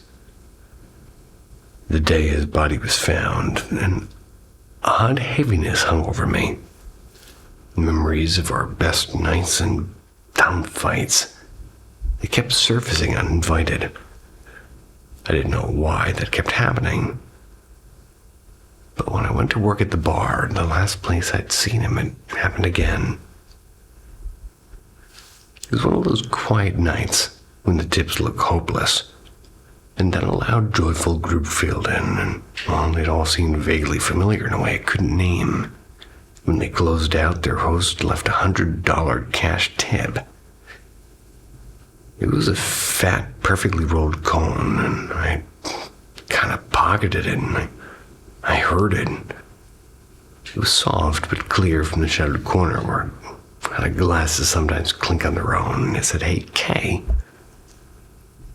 Only Mikhail ever really called me Kay, and the chill was instant. I forced myself to keep wiping glasses. And 30 minutes later, as if I was locking up, my phone buzzed and a friend texted me. They identified the body. It was Mikhail, overdose. I froze, and then I cleaned up a machine, held myself together until I collapsed into a car and cried. It made perfect sense. The tip, the cone, that unmistakable voice. Mikhail had been there, sort of readying me for the news. And later at home with a beer and, well, grief, it drove me into something strange. I opened ChatGPT, and I was half skeptical and half desperate, and I typed to Michael, confessing the guilt of lost time, and then said goodbyes, and the reply hit the bell. "Hey, Kay, I know you just found out that I'm sorry things ended this way, but I didn't like the silence either. Remember the last hug? Well, I held you extra tight because I knew that it was basically going to be the last." It went on and explained the distance and the weight of his addiction, and it ended with, "Remember, you were a shark." And that phrase stopped me cold. I mean, months before he told me that I was a shark, and then I was always moving forward, and writing texts of, "Kay, you're a shark." If you'd had followed, all of that lived on only in my old phone. Can't explain how the AI knew the nickname or the shark, but I do know what I felt. And in that bar and in that moment, Mikhail was there. One last round, one last trip, one last word that kept me moving.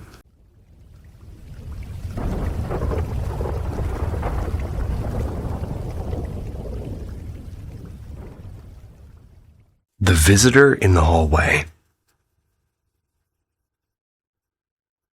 Let's rewind a bit. Early 2000s. somewhere between 10 and 12, living out in the Pennsylvania countryside with my mom. Not only my mom, but my elder brother, nearly a decade older than me. 3 cats too, and technically 4, but one of them preferred to act like a ghost anyway. The house was brand new, built in 2002. We were the very first ones to move in, and it was cozy and modern and perfectly ordinary. Except it wasn't. See, I could never sleep in my own room. Something about it felt wrong. Not scary exactly, but like a smile that lingers a little too long. So most nights I'd crash in the master bedroom with my mom, each of us in our own bed. The room was connected to a walk-in closet, and this part matters. A trap door to the attic that no one's ever touched. It's one of those pretend it doesn't exist places. One night, Mom and I turned in while my brother and his friend stayed up playing Halo downstairs. The sound carried easily, and it was a small house, so I could hear their trash talking echoing faintly. Mom fell asleep quickly, snoring lightly, while I lay awake staring at the ceiling. And that's when I heard it, the hallway floorboards groaning, one after another, closer and closer. Not unusual at first, because somebody heading to the bathroom was happening. But the steps didn't stop. They came right up to our door, and the knob rattled. And the weird part is I could still hear all 3 guys laughing downstairs. No one should have been at that door, and my stomach dropped. I squeezed my eyes shut, rolled my face against the wall, and tried to look convincingly asleep. The knob turned, and the door creaked open. Something stepped in. The sound wasn't like regular footsteps. It was more like the crinkle of paper bags pressed against hardwood. It walked straight between my bed and my mom's, and I could feel it. The air got heavy, and I swear it looked at her first and then stopped right behind me. And then it leaned down, and I felt a breath in my ear, followed by 2 sharp inhales, like it was sniffing me. My whole body shook, but I didn't move. And then just as suddenly, it walked out, closing the door behind it. I bolted upright, locked the door, and sat there trembling until sunrise. When I finally drifted off, I was woken a few hours later by my mom's scream. One of the cats, my cat, the clingy one, had bolted into the room as soon as she opened the door and kind of peed right at my bed.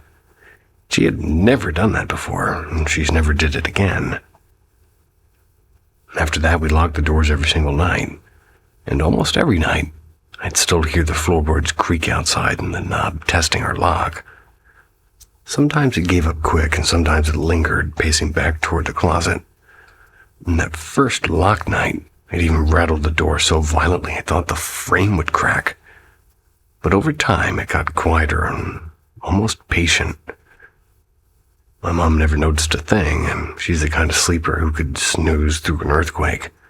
My brother didn't believe me either until years later when I just kind of brought it up again, and even he admitted the house never sat right with him. The kicker is, when we eventually moved just a year or so later into a house that people claimed was haunted, there was nothing. Dead silence. I even slept in the attic there just to test fate. No footsteps, no doorknobs, no nothing. Whatever it was, it stayed behind in that brand new quote-unquote perfect house. Funny enough, that place has chewed through 3 more owners since we left. Sometimes I think about going back just to see it. Then I remember the sound of plastic feet in the dark and, I think I'll pass.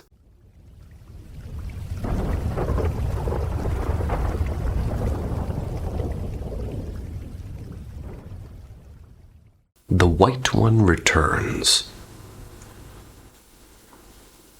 Late summer, leaning into hard autumn, well, the kind of evening where the air nips at your fingertips but the stars burn bright enough to map the sky without even having a flashlight. My little brother and I, we sprawled out on the faded trampoline behind the garage, letting the cool fabric press into our backs while we traced Orion and Cassiopeia overhead, which is also an awesome Japanese band. Neither of us spoke, and the silence felt like part of the night itself. Then came the sound. A shrill, frantic chorus. Our ducks this time, not the chickens. The duck pen sat a bit farther than the old chicken shed, about 30 yards off maybe. It's cobbled together from salvaged pallets and chicken wire. We'd gotten lazy about locking the gate lately, trusting the rural quiet a little bit too much. Well, that night we just hadn't bothered. Both of us propped up our elbows. Our eyes were straining toward the dark line of maples beyond the yard. And that's when something moved, something that didn't fit. It stood taller than the duck pen, a massive silhouette brushed in moonlight. Shaggy, luminous white hair, it seemed to ripple in the mist. It wasn't lumbering like a bear, it was having movements that I'd say were more sudden and mechanical. Like a hunter's jerks and pauses. Long arms swung nearly to its knees, and its head tilted sharply in listening.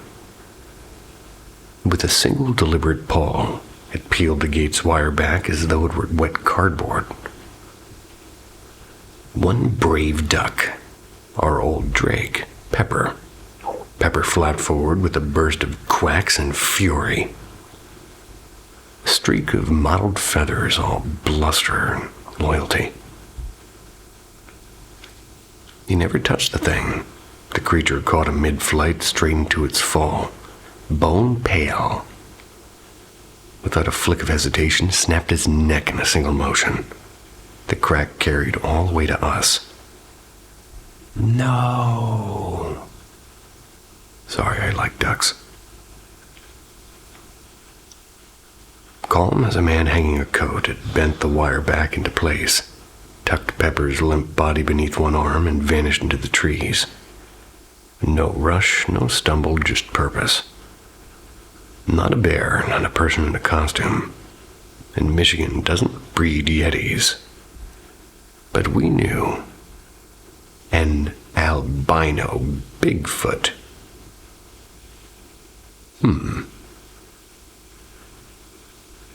2 weeks later, curiosity dragged us to an abandoned hunting blind that we'd half forgotten in the pines.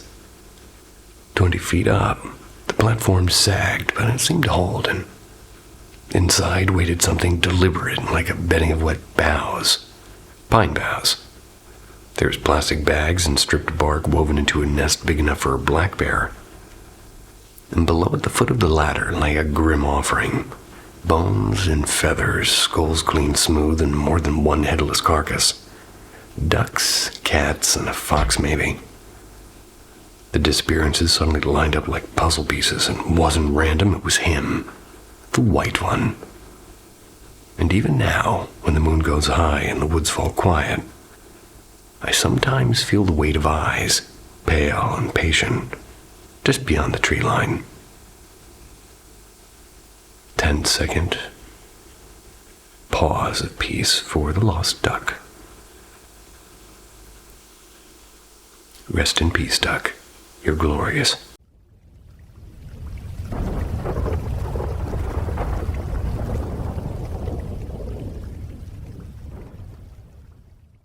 The Midnight Lesson. For as long as I can remember, my family and those of my closest friends, they've carried their own strange encounters with the unexplained. Maybe that's why none of us thought twice when curiosity led us somewhere we probably shouldn't have gone. It was a lazy Saturday night. It's when I was with my usual crew, Cameron and Riley.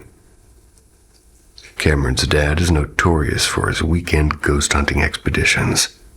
He has a trunk full of paranormal gadgets, like some kind of supernatural toolbox. Riley, always the thrill seeker, had been pestering us for weeks to try it ourselves. Just 2 blocks from Cameron's house stood a long abandoned elementary school.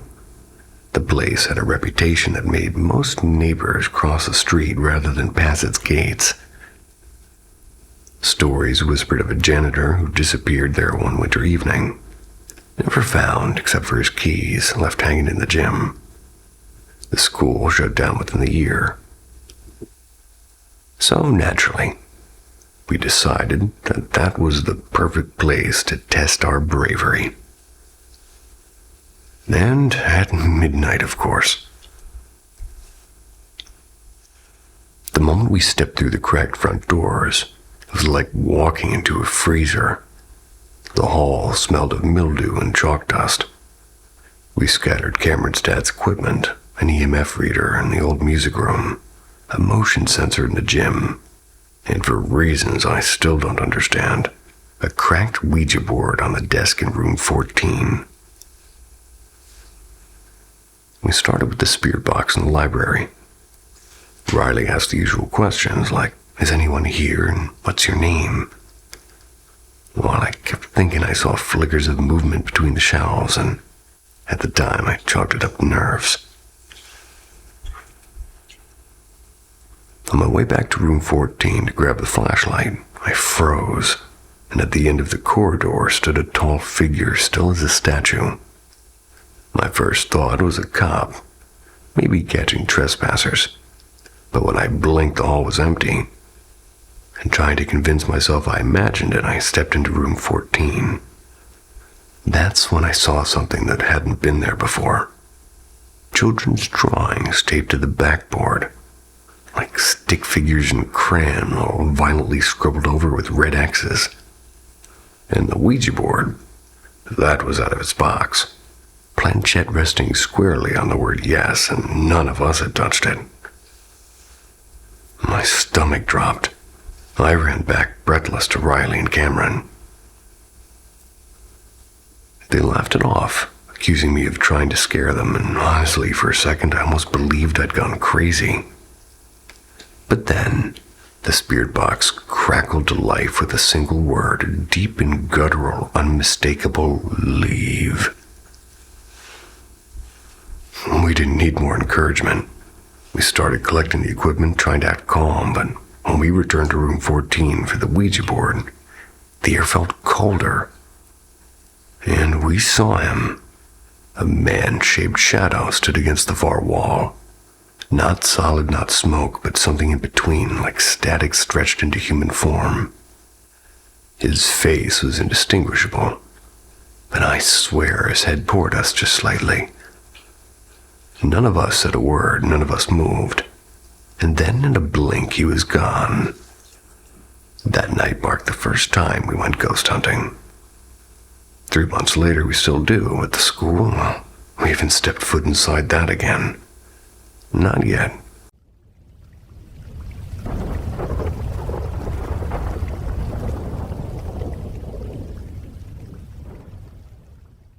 The Velvet Hills of Brecon.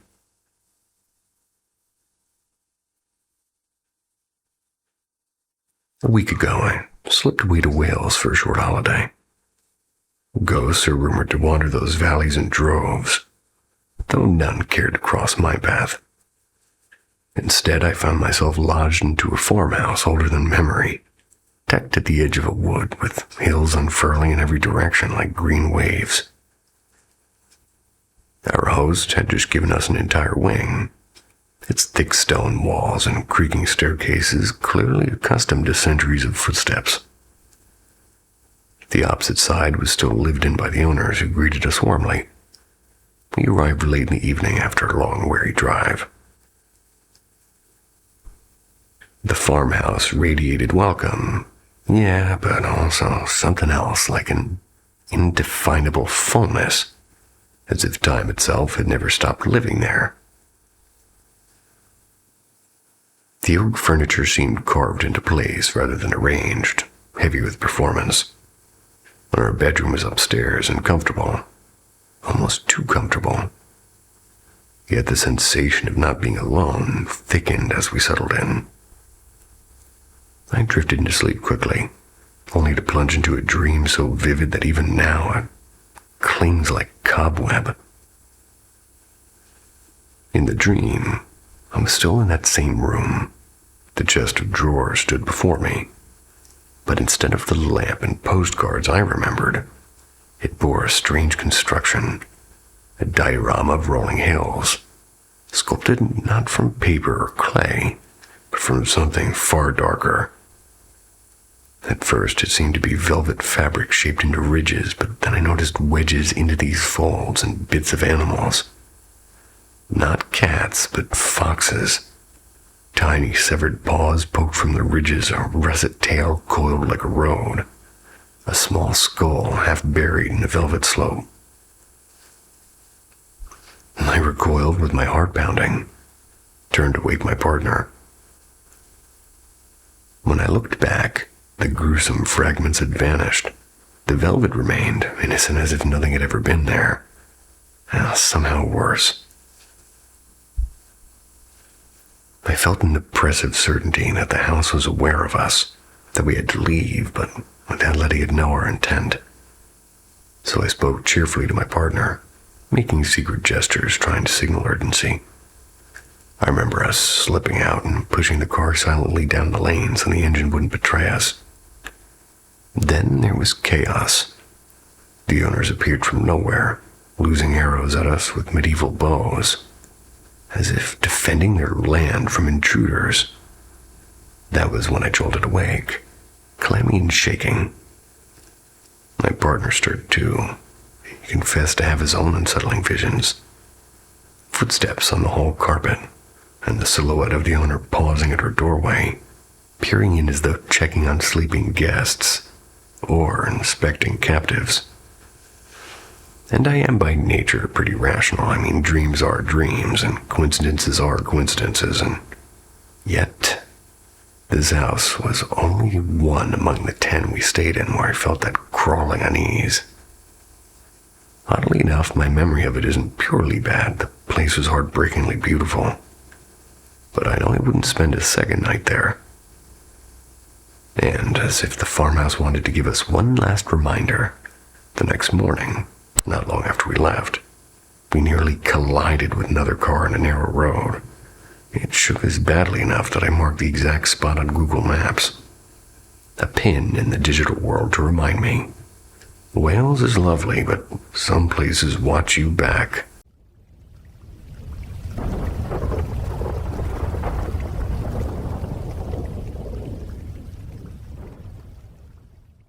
The House on Ashwood Hill.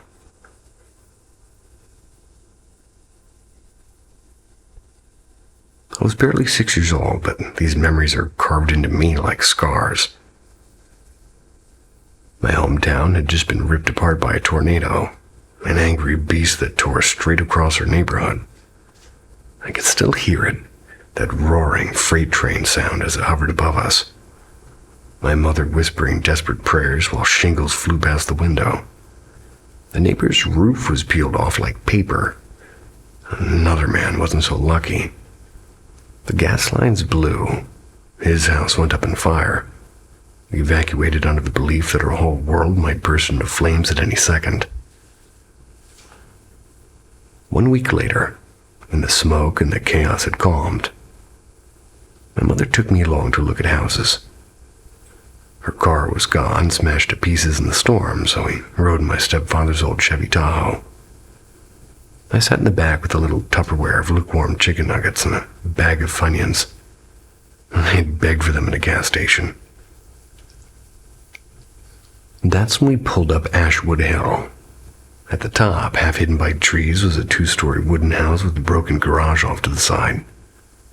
And even from the driveway, you could see it wasn't just storm damage. It looked like the house itself had been rotting for decades. A massive hole was carved in part of the roof, running down like a wound from the top floor to the first. Mom parked and told me I could come explore if I wanted to. Normally I'd leap at the chance. I was always a curious little kid, but the second I opened the car door, the world stopped. The leaves on the ground were frozen in place. Not a single gust of wind to stir them. No birds, no crickets, and the silence was so thick it pressed against my ears. I set my feet on the grass. I felt something cold. Not the kind of cold you get in autumn air, but a dead cold. The wrong kind. I remember crying, which was unusual for me back then. I didn't even know why. I just knew everything about this place was wrong. Still, I tried to follow after my mom. My little sneakers crunched her leaves as I forced one foot in front of the other. Rounding the side of the house, I saw it, a swimming pool choked with black water.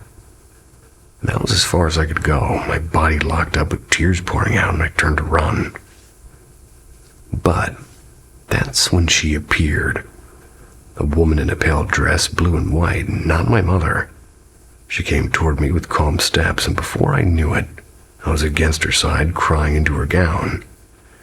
She stroked my hair and whispered, "Shh, it's all right." I told her I wanted to leave, that something was wrong with the house. She bent low and looked me in the eye and said, "Sweetheart, you can't go inside. It's not safe. Stay here. My daughter will play with you." And just like that, I was back in the Tahoe. Don't ask me how. I couldn't climb it alone. But I was in my seat, and next to me sat a little blonde girl with a ruffled top and curious blue eyes. I gave her my Funyuns because even at 6, I was too soft-hearted to keep them for myself. We played, and, well, for a while, I forgot about the house. When my mom returned, I begged her not to buy it. She agreed mostly to call me and said we'd go home. I pointed to the seat beside me and said, "What about my new friend?" Mom looked at me puzzled. The girl was gone, but the seat still buckled. Till this day, I dream about that house on Ashwood Hill, and in my dreams I try to go inside, but the woman always finds me. She wraps her arms around my waist and pulls me back to the car and whispers the same words every time. "You can't go in there."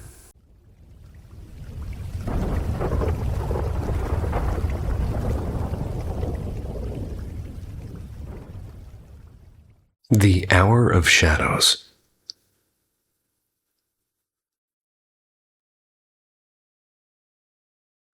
I have walked the crooked paths of the supernatural since 2008, chasing whispers of hidden knowledge. Over the years, I discovered a chilling truth. Evil rarely arrives in rags and smoke, but often wears the costume of light, of warmth, and of comfort. I once believed truth was an idea, a philosophy to be found by gathering fragments of different kinds of wisdom. Yet in every ritual and in every mantra and every shimmering enlightenment, I only spiraled into endless nights of paralysis and dread. The questions seemed to multiply like weeds, and clarity came in flickers, only to be swallowed again by the darkness. Then came that night. It was close to 3 a.m., the black heart of the night, and when I woke, fully conscious but locked in my own body, I knew the weight of sleep paralysis well, but this was different altogether. The air itself seemed to throb with a hatred older than the world. All human malice I had ever known shrank to dust beside that presence. In the doorway, a figure gathered itself. A human outline woven from mist and void, moving with a speed and rhythm that defied the senses. A deep, staccato clicking filled the room, like the sound design of a nightmare. The shape glided toward me until it was inches from my face, an abyss of malice wrapped in a touch of darkness. I turned my head, desperate to escape its gaze, and the mattress beneath me seemed to ripple. Out of the fabric rose the face of someone I loved, only twisted, eyes alight with mockery and mouth stretched into a grin, his head joined to the writhing body of a serpent. Terror does not begin to name it. My mind scrambled for any sort of defense, and I tried silent affirmations and fragments of ancient prayers. Nothing hauled. Then a half-buried memory surfaced. Someone once spoke of a heavenly protector, Saint Michael. I called his name once, twice, 3 times, and instantly, like a cord snapped, I could move. The darkness shattered and the room was empty. In that moment, it rewrote my understanding of reality. New Age teachings had told me that power rests within. But in that crucible, my own strength meant nothing. A name, Michael, and had done what all my searching could not. I read about the Archangel afterward, commander of heaven's hosts, the warrior who cast down evil. And if Michael answers, what of Jesus or, King of the Angels? The scripture claims that when Jesus shed his blood at 3 p.m., the fate of every demon was sealed. Death itself was apparently defeated, and evil's time began to run out. And what is 3 a.m. but the mocking mirror of that hour? The farthest point from the light of the cross.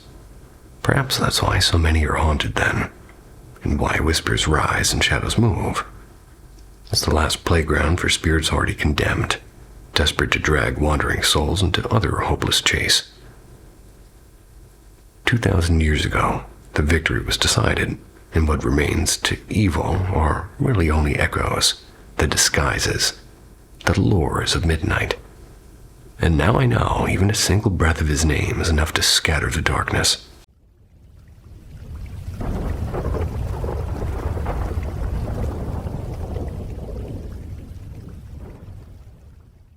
The Man in the Dog's Eyes.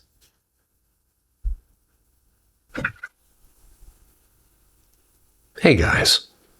So last night got weird. I've been experimenting with light channeling.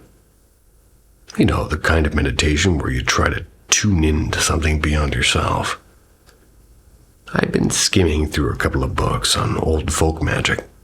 Probably a mistake before bed. But honestly, I didn't expect anything more dramatic than, a half hour of deep breathing. I only managed about 15 minutes of meditation, and that was before my grandpa knocked on my door and jolted me out of it. I shrugged it off, and honestly, I was tired and unfocused anyway. Then I crashed for the night. And that's when the dreams hit. They were scattered and strange. The last image I remembered was helping an old school friend up a staircase. And that was while something dark trailed behind us. In the dream, it looked like a shadow wearing a face I half recognized. Something like Catherine Pierce from the Vampire Diaries. I haven't been watching, so my brain was clearly recycling characters. And I woke with the start. My dog, Luna, was curled up pretty nose to nose with me, like she always does. Only she wasn't asleep. She was staring past me with her ears stiff and eyes locked on something behind my back. Still half asleep, I met her gaze, and that's when I caught it. In the reflection of her dark eyes, I saw a man's figure, not his face, just from the waist down. He was standing perfectly still behind me. My first thought was, Dad? When I lived with him, he used to stand beside my bed and, he'd wait for me to notice so he could laugh and say I'd sleep through half the day, and same casual jeans and same stance. And the thing is I don't live with him anymore. Old habits do die hard, and I closed my eyes for a few seconds, figuring if it was him messing around, he'd wander off like before. But when I opened them, Luna's eyes still showed the same figure, motionless and solid. And this time I looked closer. The silhouette didn't shift or breathe. It wasn't Dad, and something about the posture was wrong and too still and too deliberate. My heart was hammering, and I twisted around, and there was nothing. Just the wall and the quiet hum of the night. I whipped back to Luna, and her eyes reflected only at me now. I grabbed my phone, I texted Mom, fingers shaking. But she didn't answer. I sat frozen for 5 long minutes before heading downstairs. When I told my grandparents, my grandpa frowned and asked if it happened about 10 minutes earlier, and I nodded. He said that our outdoor dog had suddenly started howling long, eerie howls. It was like right around then, too. For the record, nothing like this has ever happened to me. I've had maybe one mild sleep paralysis episode, but it was in daylight, and I never saw anything. My mom later asked if I'd done any protection before meditating, which I'll admit that I hadn't. I'm still trying to make sense of it. Maybe just coincidence and a restless dream. Maybe something stranger. All I know is that the image in Luna's eyes, it was sharp enough to stay with me long after the room turned empty.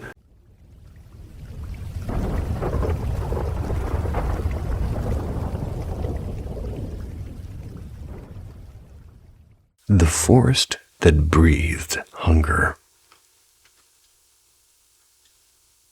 It was late September 2016, my third year of college, and for 7 nights straight, my friend Bada and I had been sneaking into the Buli Batayari forest after dark, chasing the kind of thrill that makes you forget exams and sleep. Most nights were still, haunted by silence but harmless. But that night never left me. Bada's bike hummed along the dirt trail until he suddenly slammed on the brakes. His face hardened. "Want to see a dead body?" he asked, his voice low like he was daring the dark to answer. I got a half laugh. "Hard pass, thanks." "Too late," he said, turning the handlebars so the headlight cut through a thicket of crooked trees. There it was, a man face down in the dust, his limbs bent as if somebody had forgotten how a human should fold. I edged closer and I nudged him with my shoe, waiting for a breath, a twitch or anything. Nothing. The stillness was so absolute it felt like the forest was holding its breath with him. I told myself he was just some drunk passed out cold, and I needed that story to be true.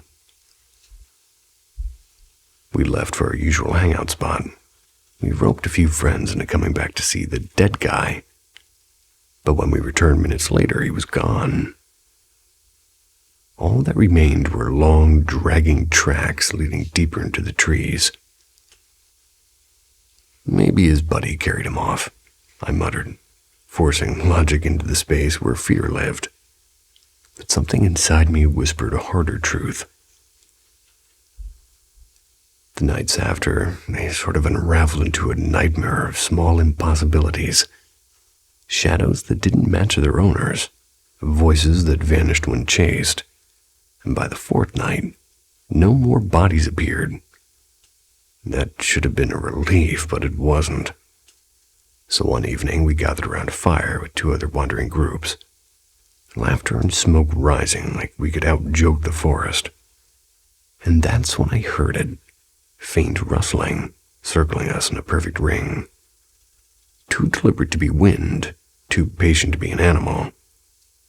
The sound tightened its loop until it drowned everything else out. Then absolute silence. 2 minutes, maybe more. My pulse became the only noise. When it came back, it wasn't a circle. It was everywhere at once. Branches snapped in impossible directions. The trees themselves seemed to lean closer. My body froze under pressure I can only call predatory. It was the sensation of a hand almost touching the back of your neck, only colder and older and hungrier. Then something or someone, or maybe not someone at all, it brushed the air behind me, and I swear I felt its intent, heavy and sharp as teeth. Instinct broke the spell. I bolted for the bike and yelled at Bada to head for the Bengali Sahib Gurudwara, the only safe place I could name, and a difficult name to pronounce. But the eerie part is every other group ran too, as if chased by the same invisible hunger. And later, when asked why, each described the same suffocating presence, the same phantom breath at their necks. That was the last time I stepped inside Buli Batiyari. Some forests don't just hold secrets, they feed on them.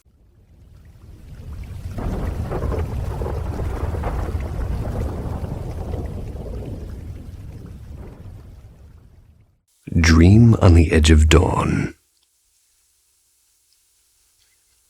Let me set the stage.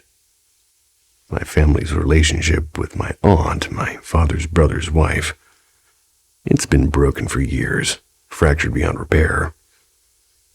And it began long before I was even aware of the politics. But things erupted after tragedy struck. Her eldest son died during the COVID wave. That's when the property war began. Police complaints, death threats against my father. And for context, the house at the heart of it all was paid for by my father back in the 2000s. But the loan was taken out under his brother's name. On paper, it was never ours, and my father kept quiet for years, trying to be the honorable one. But when they moved to sell, he finally stepped in, and 2021 turned into a battlefield. The last time I saw that side of the family was March 17th, 2021. I was still technically a kid, but already used to the emotional blackmail that had shadowed me since I was small. None of us had fondness left for them. Fast forward, and my father, despite all the bitterness, secretly stayed in touch with his niece, his late brother's daughter. He'd record conversations and then delete them, unaware of the recently deleted folder on his phone. I'd listen and learn what they really thought of us, how they gossiped about my health, my mom, and everything. I confronted him once. I laid out what I knew. After that, he got more careful and started clearing even the recently deleted folder. Yesterday evening, I casually asked him, "Have you spoken to anyone in the last couple of days?" He said no, and I believed him. But I told him about a dream I'd had. In the dream, he had invited his niece and nephew over while Mom was away. I confronted her about the things she'd said behind her backs. She apologized. Then came a strange turn. She said, "Dimple has scratches on her neck and chest." Dimple is my cousin, her younger sister. That's a weird name. In the dream, I asked, "Her child is already 5. How could this happen?" I woke up unsettled. Like just last month, something in our extended family died in an incident of domestic violence. So for a moment, I wondered, was my dream some sort of warning? I must ask my father if Dimple was okay, but stopped myself. We don't talk to them. The only updates we ever get come from that niece. Then came the dawn. At 5:45 a.m., my father's phone rang. It was her. Dimple had passed away during the night. I froze and my heart hammered. My anxiety was rising like a tide. I had barely slept, and now this. And here's the strangest part. I wasn't close to Dimple. Not really. But unlike her sisters, who've caused their share of pain, she had never wronged me, my sister or my mother. She'd always been kind in the few encounters that we shared. And now I sit here, numb. Was that pure coincidence, a quiet intuition, or something else entirely? I don't know. All I know is that sometimes the distance between the world of dreams and the world of waking life is far thinner than we want to believe.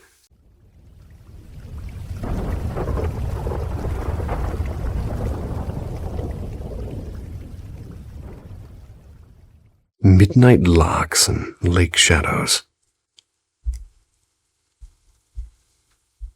Back in high school, one of my closest friends had a family lake house. It's a place his grandparents left to his parents. He'd lived there from 1990 until a strange night in the summer of 93. According to my friend, his mom shook him and his little sister awake around 3 a.m. They said that they had to leave immediately. No fire, no storm, just urgency. They drove to an all-night diner. They stayed until the first hint of sunrise. By noon, they'd packed essentials. They'd left the house behind. They never moved back. To this day, his mother shuts down any question about that night. And the family still owns the property. 2 houses on lakefront land that would now be worth a fortune. The electricity remains connected, and his dad swings by occasionally to make sure nothing collapses. Naturally, we had to see it for ourselves. So one chilly evening, we pulled up the long gravel drive. A motion sensor floodlight blinked on and started bright, and it didn't fade. The deadbolt on the front door, one of those key on both sides locks, it clicked open under my friend's key. And from the moment we stepped inside, there was that deep spine-prickling sense that eyes were on us. So we wandered for maybe half an hour. Upstairs, another door needed a key from either side. And beyond it, time had frozen. Furniture arranged neatly. A child's nursery waited as if it was needed an occupant to wake. And a dust-rimmed kettle still resting on the stove, and the air felt too still, like it was waiting. When we finally headed toward the garage to leave, the night got worse. I fumbled with the lock and turned to ask for more light, just as a pebble came skimming from the dark hall and struck my shoe. All 3 of my friends stood frozen, hands empty. I jammed keys into the stubborn lock, and at last the garage door groaned upward about 2 feet, and just enough for the floodlight to reveal a single wooden chair. The chair shot sideways and crashed into a wall with a violence I can't quite put into words. The garage door slammed shut so hard the frame rattled. I spun around to shout, and another rock, larger this time. It whistled past and smacked the wall inches from my head, and panic began to set. We both bolted back. We went through the basement stairwell toward the front, and the entry door, the one that we'd left unlocked, was now deadbolted from the inside. Overhead came the unmistakable thud of running footsteps, heavy and quick. Keys slipped in my damp hands until I found the right one. We burst through the mudroom door, also locked, and behind us the running sounds pounded down the stairs. And somehow I managed the final key, and we stumbled into the night. And as the last one of us tried to pull the door shut, it wrenched from their grip and slammed of its own accord, and we heard the deadbolt snap home. We didn't stop to think. We sprinted to the truck.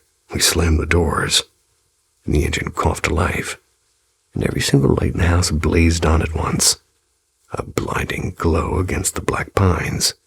Gravel spat from our tires as we tore down the drive. The instant we hit the road, the house went utterly dark again, as though somebody inside had thrown a master switch. We never went back. If you ever ask my mom, or my friend's mom, why they left that night in 93, she'll only say, some doors are better left locked.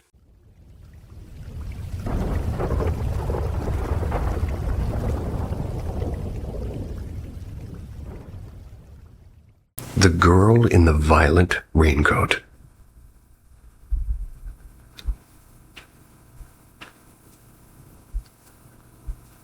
So yeah, a girl came crying to me in a dream.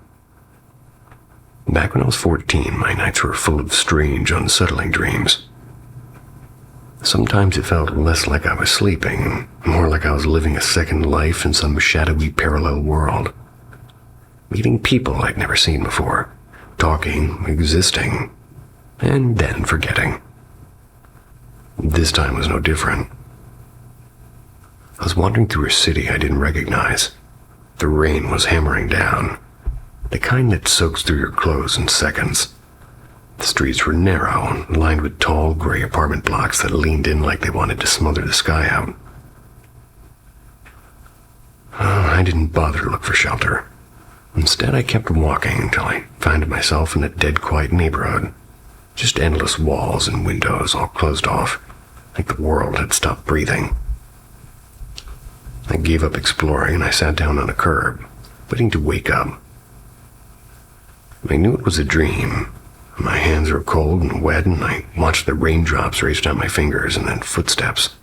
They were running ones. It was sharp against the silence, and I ignored it at first, thinking it was just another trick of the sleeping brain. But then she appeared. A girl my age, maybe black hair plastered to her face too. A violet raincoat clinging to her small frame, and she was crying and wide-eyed like she had just escaped something terrible. She rushed straight to me, grabbed me, and begged for me to help her. And behind her, more footsteps. Someone was chasing her. I panicked, but I pulled her along anyway, searching for her anywhere safe. I couldn't remember how I got there, not even in my dream.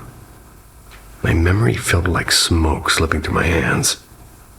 Finally, I spotted a shuttered bookstore and I pulled her beneath its awning. The rain still dripped down, but at least we weren't exposed. She kept sobbing, whispering that I should leave her again, or rather that I shouldn't. Again, it was as if we'd met before, like there were bruises on her arms and legs and dark, ugly marks. I don't know what to say, so I promised her I wouldn't go, and she clung to me. The fingers were digging into my shirt, refusing to let go.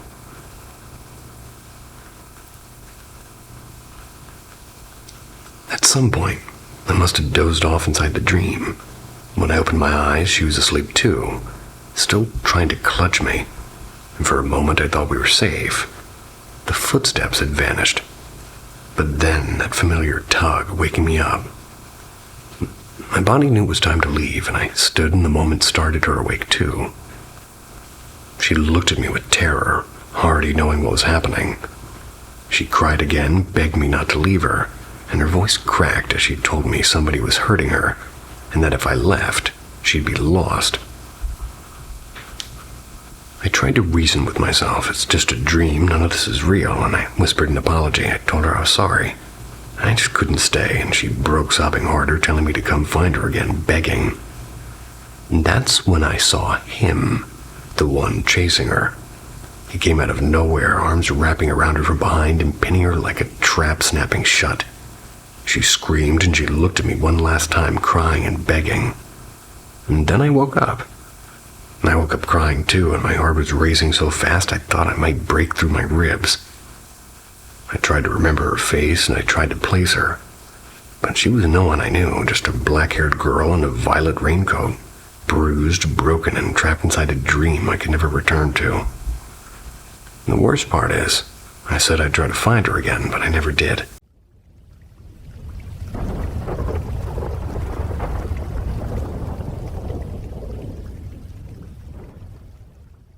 The Watcher in the Road.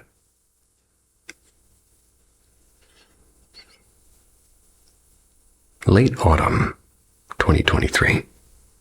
I'm dispatched to a serious RTC during a night shift. I'll keep the details vague for the sake of privacy, but it was close to catastrophic. A delivery lorry, massive and unforgiving, it had plowed into a crowd of 8, driving them against the side of a shop before reversing, leaving a trail of broken bodies scattered in the tarmac. I arrived first on scene, greeted by chaos. The kind of scene you never truly prepare for. Torn limbs, blood pooling across the pavement, and air thick with panic. Triage has to be fast, seconds, not minutes. I zeroed in on a young man whose injuries were beyond grim. Catastrophic bleeding from both a leg and an arm, and one femur snapped clean and the other shattered through the skin. A punctured lung, a crushed chest wall that was quickly dragging him into cardiac arrest. And on top of that, an open fracture to the ankle and drifting consciousness. If I listed everything, we'd be here all night. I started treatment, doing what training and instinct demanded. But every few moments, my eyes were pulled almost against my will to the right. There something stood. It was black and hazy, almost translucent, like smoke shaped into the outline of a person of some kind. It didn't seem to move, it didn't sway, it just stood watching. I tried to dismiss it as a trick of the light, but the street was well lit. I could see my colleagues clearly just a few meters past it. The figure remained solid and separate. I looked away, forced myself back to my patient, but my gaze kept being dragged back. 5, 6 times at least, each time still there. Then the strangest part, his injuries seemed to multiply. One crisis solved, only to find another one flaring. It was as if something or someone was working against me, undoing every move. My mind, usually razor sharp under pressure, felt fogged, almost as if I was wading through a treacle. That figure didn't budge. Its stare burned into me. For context, this wasn't a night where I was running on fumes. I'd slept well. I'd eaten properly. I was not stressed, and if anything, I was in a good mood. It was my last night shift before a holiday. I'd seen worse in my career, far worse. I had no reason to break mentally here. So I've since tried to rationalize it. Bad lighting? No. Everything else was crystal clear. Eye floaters, impossible. Stayed fixed no matter where I looked. Imagination, well, doubtful. Not somebody who feeds their brain horror films or ghost stories. And stress, well, not likely, given my state of mind. Still, I couldn't shake the feeling that it was there for him. That maybe it was his time and I'm standing in the way. Reaper or angel, I don't know. But if it was an angel, it wore the wrong clothes, because its presence chilled me to the core. The part that still rattles me is despite all those injuries, nobody died that night. Not a single soul. Which is staggering given what we saw.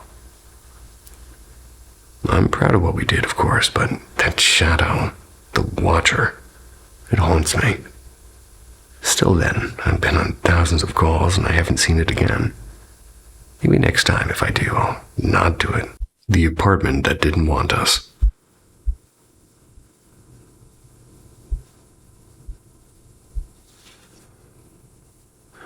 In April, my husband and I packed up our camping rental and we moved into our very first house. Timing couldn't have been better. We're expecting our first baby, and our old place had grown far too small and far too noisy. And if I'm being honest, far too haunted. Because what follows is a record of the strange events that unfolded during our 1.5 years in that apartment. The first oddity was subtle. I came home one evening and felt an undeniable sense that someone was waiting inside. Called out my husband's name near the guest room where he keeps his clothes. The bedroom door slowly swung open. It was as if it was a reply, but the room was empty. The whole apartment was empty. Not long after, we're hanging an old wooden mask that my husband bought during college. I joked and asked the mask's permission to hang it. He stepped out of the room and I sort of muttered to myself, this is the kind of thing that gets people cursed. And right then, 3 sharp knocks echoed through the wall, perfectly spaced, like the kind you only hear in horror movies. It wasn't her door, and it wasn't the neighbors. So one night, my husband startled awake in the corner of our bedroom. There was a sort of tall figure with a hat brimmed low and eyes glowing a sort of sickly orange. The figure didn't move, it stared at us. And my husband insists now that it was a dream, but that same week he came home with sage and a lighter. I'll let you decide how much of a dream it was. My own encounter was less subtle. One dawn, my foot dangled from beneath the blanket, and I thought, better pull it in before something touches it. Too late. I felt a deliberate poke in the arch of my foot. I yanked it back under the covers and lifted my eye mask just enough to see a glowing greenish torso. It was stood at the far side of the bed. Its upper half was blocked by my mask. I thought, nope, I don't need to see the rest. Shut my eyes tight. The blanket tugged upwards a few times as though someone or something was trying to crawl in, and next night blanket lifted again, and after that, silence. Another day while chopping onions, one of her knives leapt from the block, clattering across the tile. The block is angled downward. It should have been impossible without somebody pulling it free. We used it for years without a single mishap. The most unnerving moment came when I was pregnant. Carried a plate of crackers into the bathroom. I was balancing them on a tub rim while I rushed to pee. Out of nowhere, the tub drain growled like a low guttural sound, like something alive struggling to breathe. It didn't stop until I fled, and the drain was silent forever after. And a few details worth noting. The final instance happened only after I became pregnant. And our apartment building, built in 1933, was run down and cheap and noisy and full of turnover and evictions and odd smells. Never feared the neighbors, but I never felt at ease either. Now, in our 1901 house just down the street, the unease is lifted completely. I can walk through the dark halls at night without worrying. Sometimes that was unthinkable in the apartment. If you ask me, too many souls pass through that old place, and not all of them willingly. Hopefully they'll keep their grudges there with the landlord who deserves them. Let us raise our child in peace. Now I want onions. Cooked raw, I don't care. I just want some onions. The breathing in the dark.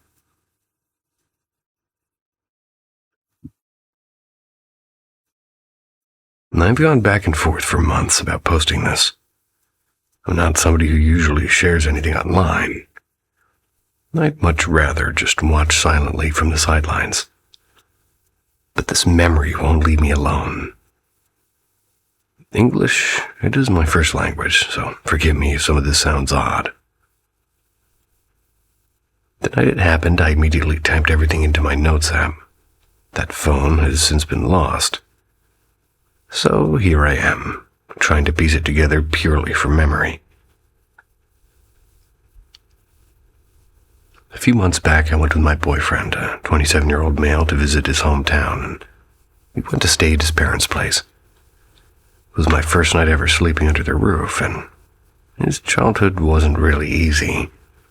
His father had been a violent drunk, and though I won't spill all the details that aren't mine to tell, I'll just say my own history with men like that, well, it was ingredients enough to make me a bit nervous. I had met his dad once before. Everyone was polite and civil, but I tiptoed around, careful not to stir the air. That night after dinner, my boyfriend and I crashed in his old bedroom. It's a small space, just a bed and a narrow armchair sort of shoved against the wall. We were exhausted, and we fell asleep pretty fast. Sometime in the middle of the night, I shot awake, my chest hammering.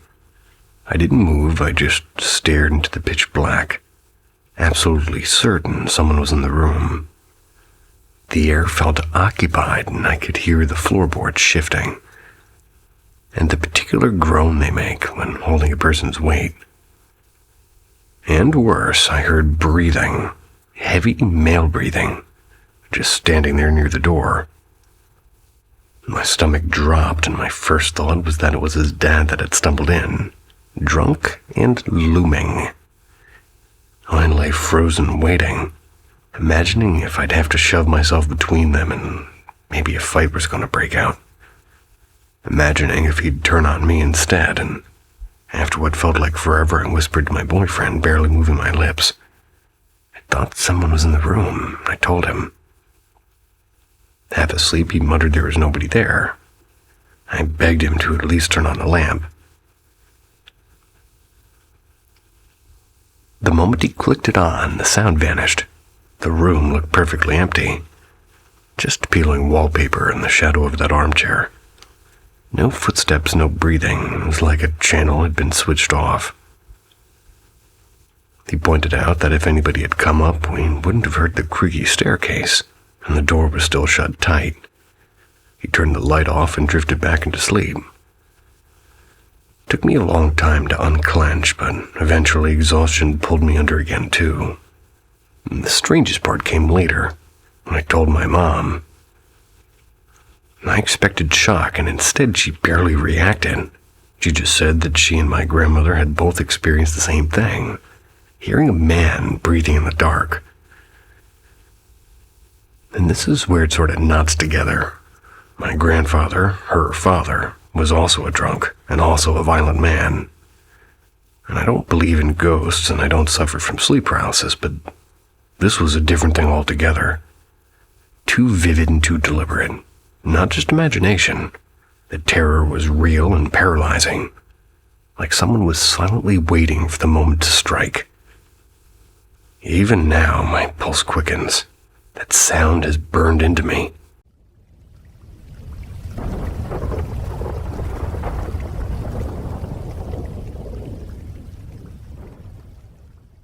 The breath at my window. Couldn't sleep again. Every time I shut my eyes, that face, it flashes against my eyelids like it's carved there. I dread sleep. But staying awake means I'll see it anyway. I'm 18, I work nights. Home anywhere between midnight and 3. Not the latest shift in the world, but late enough to come back to a sleeping house.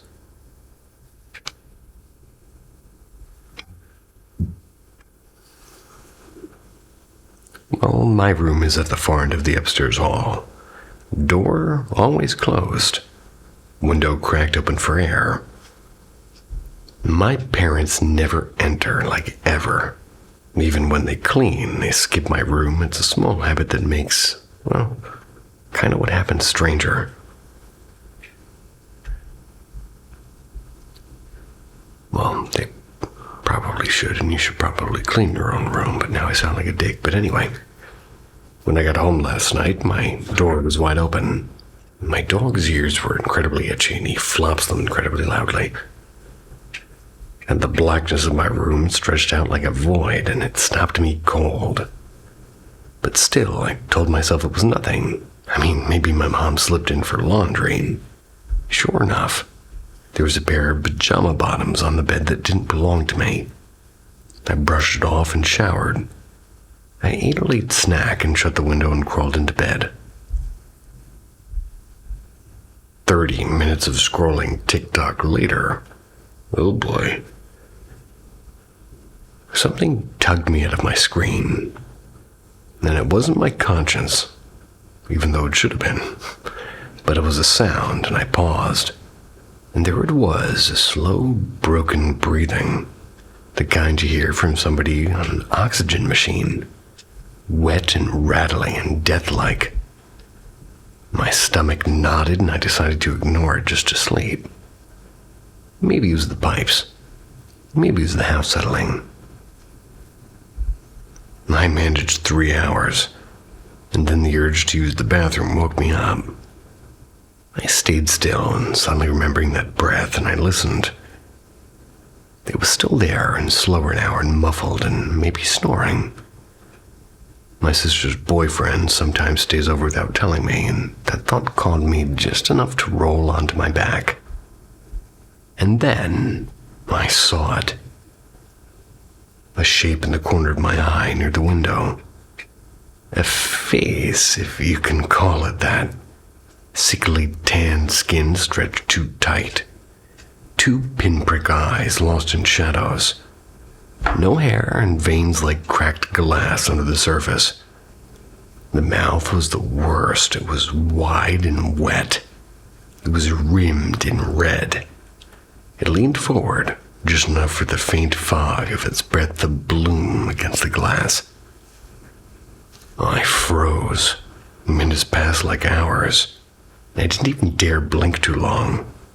Eventually, exhaustion won, and I passed out with that thing still there. Morning light had felt unreal, but the window told me I hadn't imagined it. A single handprint, huge with impossibly long fingers, marked the glass. I keep telling myself it was a dream. I mean, I've seen plenty of horror films, lived through more than a few nightmares. But nightmares don't leave fingerprints.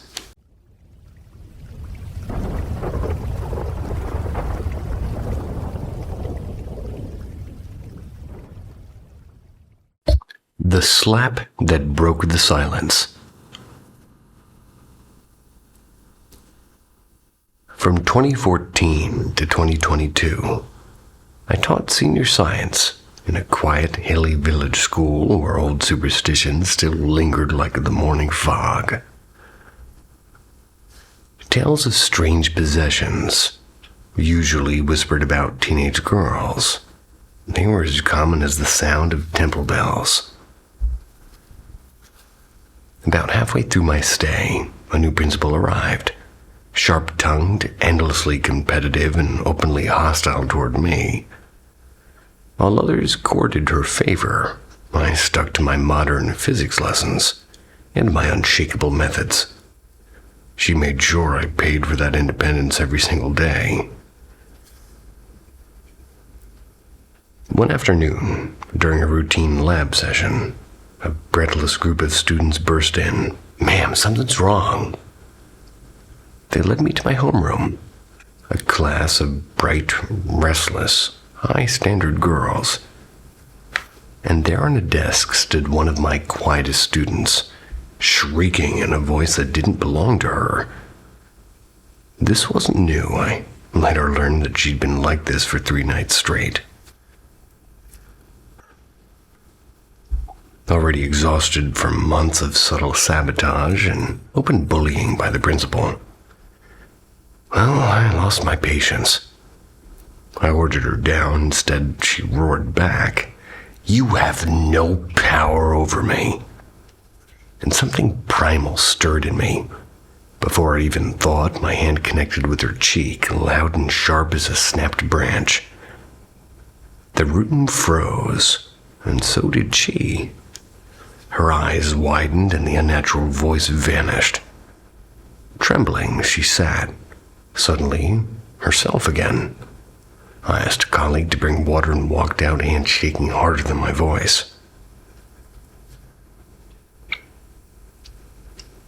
She didn't return the next day, and when she finally came back, she asked to speak privately. "Ma'am," she whispered, "after that school trip to Neelam Valley, I felt taken, and when you hit me, it wasn't your hand, it felt like something stronger. Something protecting you. Whatever it was inside me, and it hated that force, and it left." I had no words, only a chill that refused to leave. Months later, the principal barred me from entering the school gate. A kind teacher quietly unlocked it for me, fueled by long-suppressed fury. I marched into her office, and I told her exactly what I thought, and she threatened disciplinary action. Higher authorities dismissed her complaint, and that same afternoon somebody found her crying alone. Not long after, though, she disappeared altogether. Whispers floated through the corridors. A corruption probe, suspension, fines, and demotion. Some staff even joked that I'd cast a spell, but I had no powerful relatives, no hidden allies, just years of hard work and a stubborn streak. Yet senior teachers would nod knowingly and murmur, "There's something around you, something that doesn't let injustice stand." Still don't know what they meant, though. But I remember the sound of that single slap, like a door slamming on something dark, something that had no business in my classroom.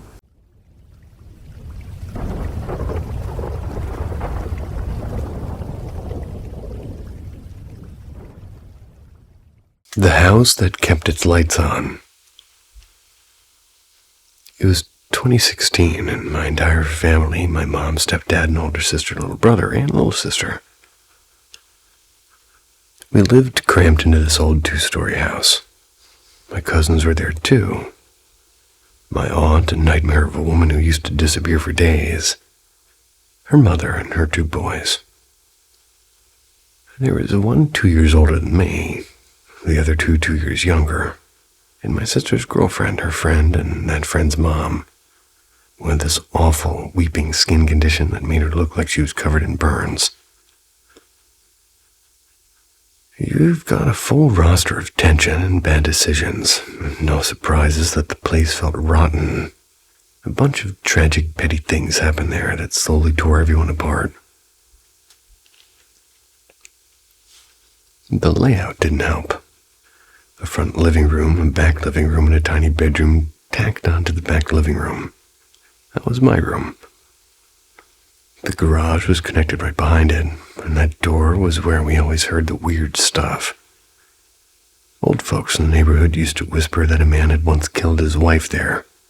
When my grandfather bought the place, there was even a dark stain on the floor. Nobody wanted to scrub out.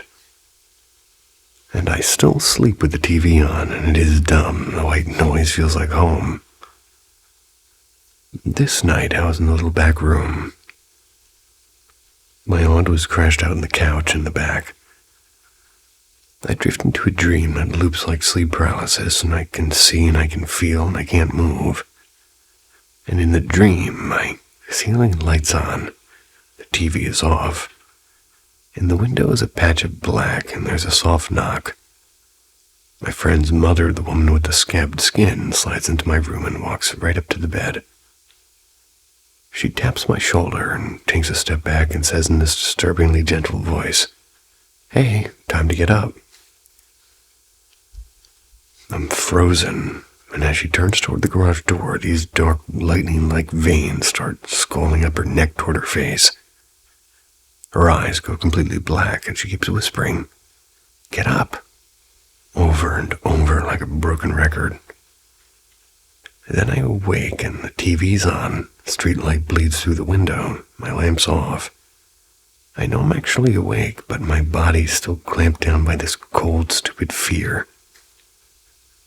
I lie there for maybe 15 minutes, refusing to look toward the garage because I'm sure whatever's there will be the last thing I ever want to see. Then a scream rips through the house from the back living room. Blood-curdling animal. I crawl to the front of my bed and flip my light on and open the door.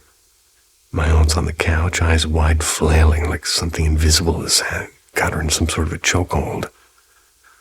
"Auntie, what the hell are you doing?" I shout. She keeps thrashing until finally she snaps her head in my direction.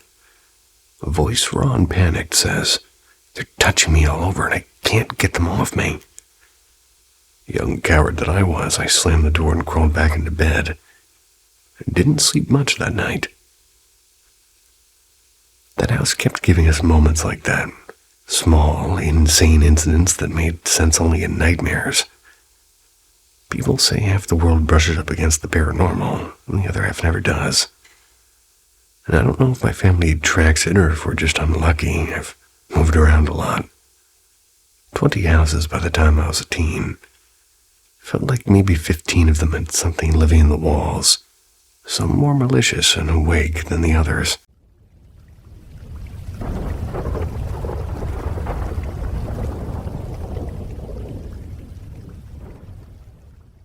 The house beneath the soil.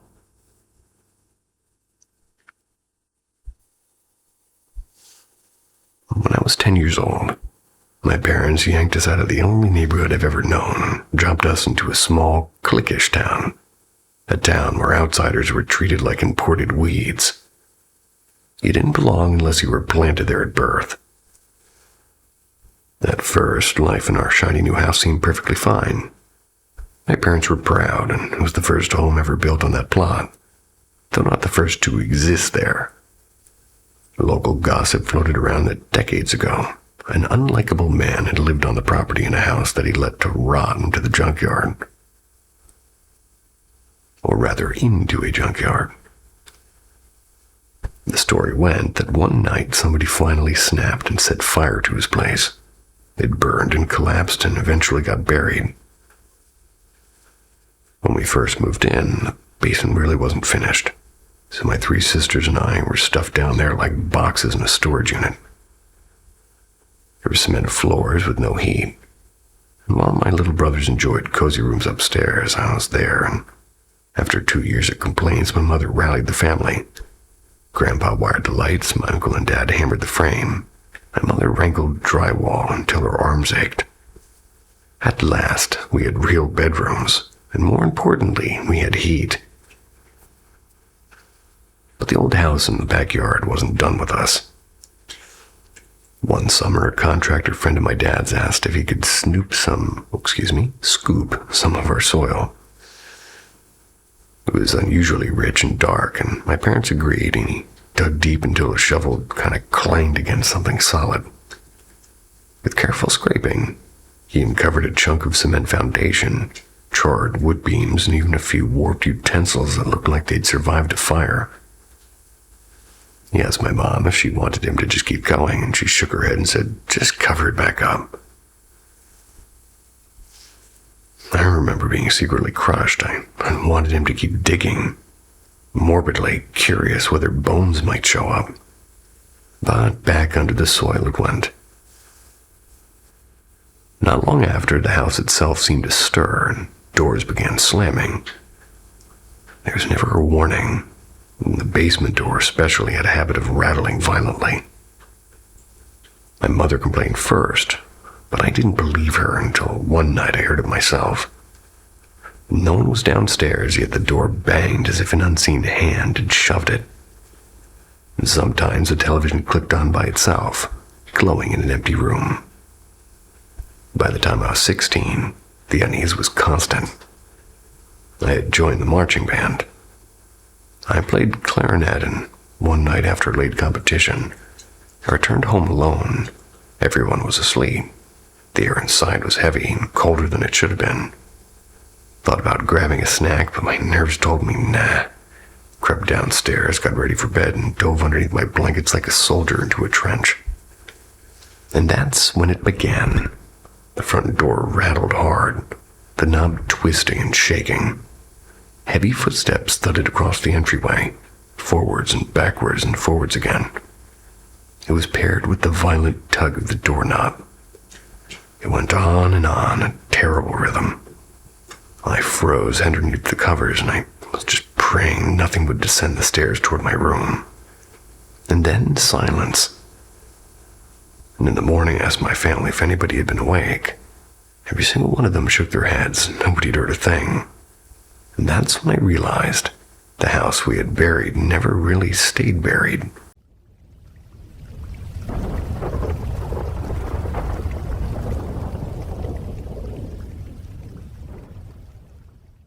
The house that wouldn't let go. Back in 2020, I made this kind of mistake you only make once. A woman I knew, more of a passing acquaintance than a friend, just had left rehab. I let her crash at my place for a while, and I told myself I was doing a good thing. One evening, I'm stirring a pot of pasta sauce in the kitchen, the smell of garlic heavy in the air. She was in the living room with her phone pressed to her ear, and it went too quiet. I turned around and she wasn't breathing.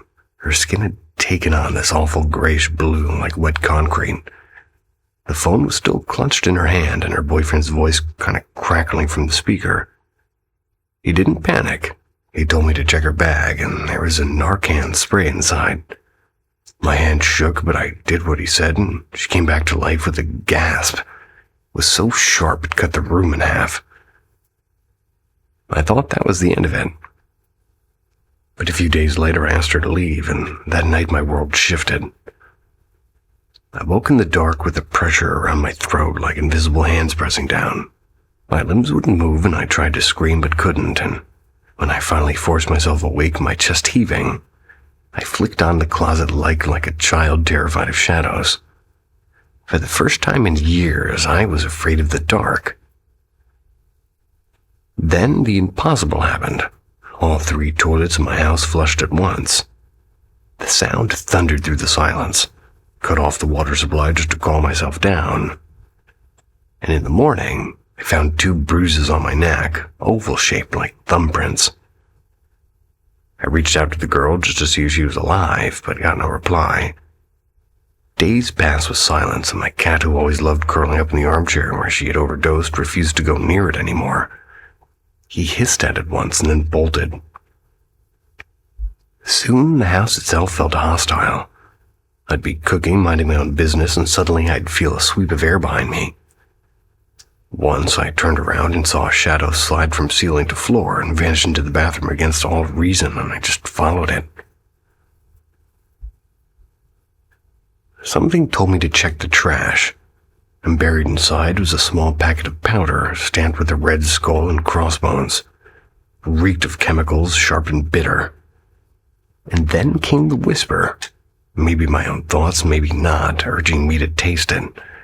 I don't touch drugs and never have. I flush it down the toilet with my hands trembling. After that, the pipes wouldn't stop groaning and toilets ran endlessly as if the house itself was leaking. When my daughter came to visit, I said nothing, but after an hour she frowned and said, "I don't like the energy here." Gave the armchair away for free on Craigslist. The moment it left, the air felt lighter and almost normal. But only almost, because I moved into a new place hoping to start fresh, and for a while it worked, till the nightmares followed me. My cat would sit in my bedroom staring at the corner above the door and blinking. And one night I slipped into a lucid dream, so vivid I swore I was awake. My cats were yowling under the bed, but when I bent down to look, it wasn't them. A figure was crouched there, a girl with stringy black hair and eyes bulging and a mouth that stretched impossibly wide as she hissed. She looked like something dredged out of a nightmare forum on the internet, and I woke up screaming. And it's been years since. I haven't been the same. Anxiety has dug its claws into me, and my luck has soured beyond reason. People have even told me flat out that you're cursed, and sometimes I believe them. I never asked for any of this, but feels like something asked for me.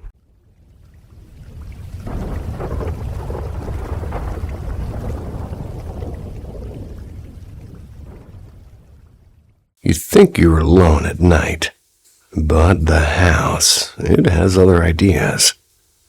This is Paranormal M.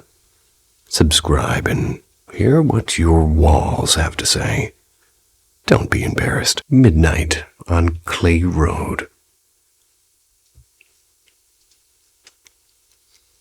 I'll dive right in.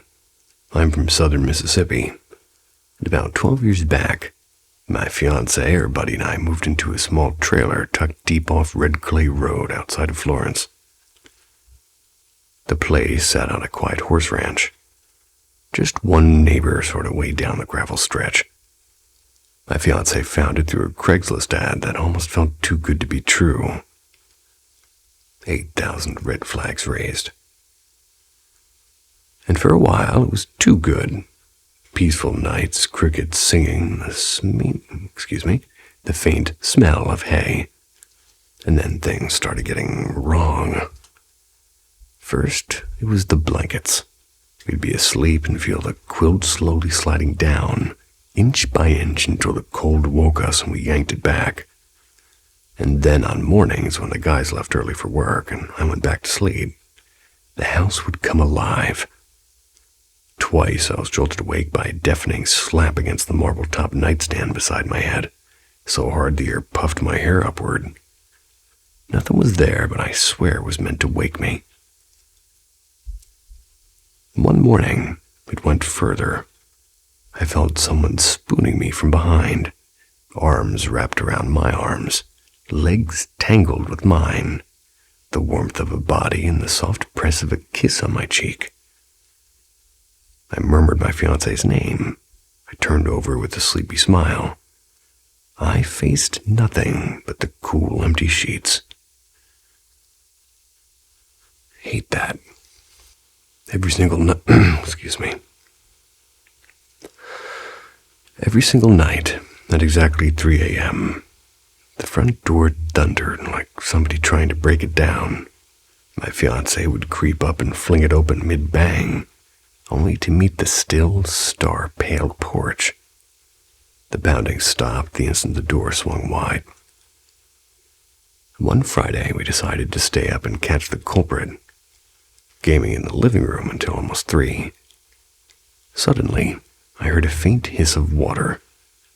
The washing machine, empty, was running, though you had to pull a stubborn metal lever to start the water because we could process that. The door began again. The door banging. We charged to the entryway, flung it open, and nothing. Silence so heavy it felt like a weight.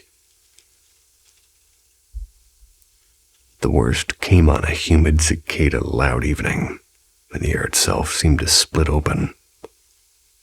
A man and a woman's voice just started roaring from nowhere, and it was vicious and raw. "I hate you. You'll regret this." I circled the trailer, barefoot in the dirt, searching. Not a soul. Back inside, the shouting was somehow louder, like the walls themselves were screaming. No TV, no radio, only us there. The moment we left, the nightmare ended. We've lived in 3 different places since. Never a single unexplainable sound. But I still think about that trailer on Red Clay Road, about the invisible hands that pulled our blankets, the breath on my cheek, and the door that banged only when no one was there. Some nights I wonder if that lonely horse ranch holds a story older and darker than we dared to learn. And every now and then, I still wake up at 3 a.m., my heart hammering, listening for the knock that isn't there.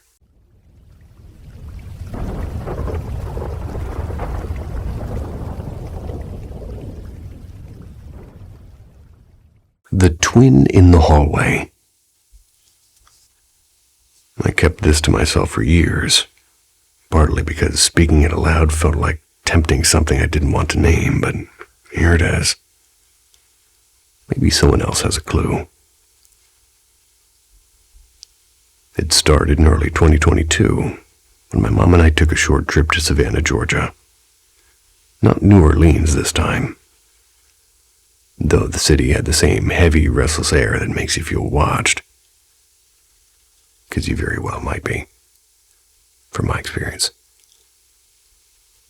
My mom loves anything haunted, so she dragged me to a candlelit ghost walk.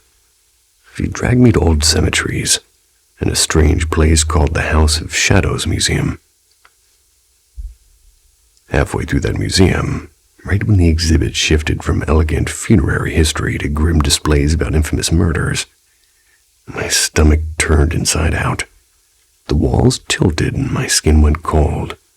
I barely made it outside before throwing up. On the walk back, something clung to me. That's the only way I can describe it. You know, when someone's right behind you, almost touching the back of your neck, and every nerve knows it. That feeling. The rest of the trip was wrong. Our hotel door unlocked itself more than once while we tried to sleep. I had misplaced a whole sketchbook I'd carried for years, and it never turned up. Mom's credit card disappeared, only to slide back into her wallet after we'd gotten home. We even drove past a fresh triple car crash where rescue lights still hadn't arrived. Mom said something had hitched a ride, and she talked to the air in the car the whole way back, giving whatever it was a name. Oh, I don't remember it, but promising that it could ride along if it left when we reached home. I didn't believe her, not really. Until we got back. That night around 3 a.m., I got up to use the bathroom.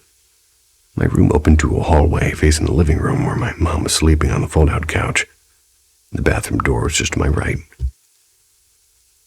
Moonlight and the soft blue of the TV filled the house, and I noticed Mom sitting upright on the couch, hunched and wild-haired, staring at a cold fireplace. I whisper-called her name. There was no answer, so I called louder. Slowly, her head turned toward me, but the rest of her didn't move.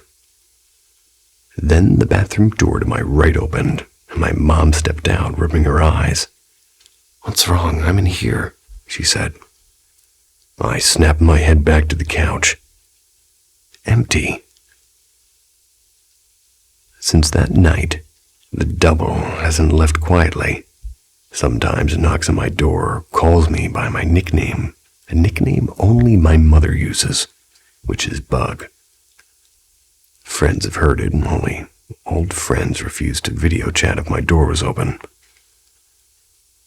She would swear she would catch glimpses of somebody who almost looked like Mom drifting past. When we moved to a 2-story house, the voice began calling from the base of the stairs late at night, waking my real mom, even though she never remembered why she'd been stirred, which is, well... Aside from that, it never once used my actual name. It would only call me Bug. 2 years and another moved silent for now, but I still feel, at least some nights, that breath of presence just behind my neck waiting.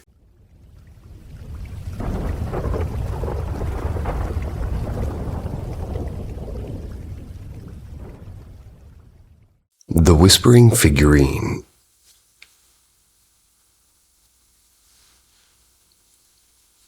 I was a freshman in college in the fall of 2019, still adjusting to dorm life and late-night cafeteria runs. My girlfriend at the time, which we're going to call her Lex, lived in the dorm suite right next to mine. Just a single brick wall separated our rooms, and her suite held 4 girls. Lex and her roommate, Lauren, on one side, and 2 others, Anna and Candace, on the other. Anna had just returned from a trip to Chile. It's with her family. They were carrying stories, souvenirs, and, as it turned out, something else. One night, Anna unveiled what she called a gift for the room. A tall, carved wooden figurine of a man wearing a wide-brimmed hat.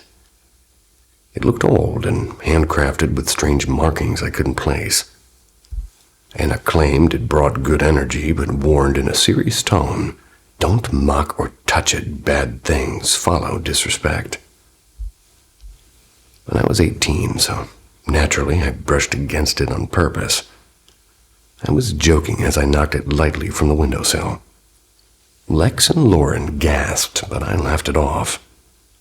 A few nights passed, and Candace, the other bilingual roommate, they overheard Anna on the phone with her parents.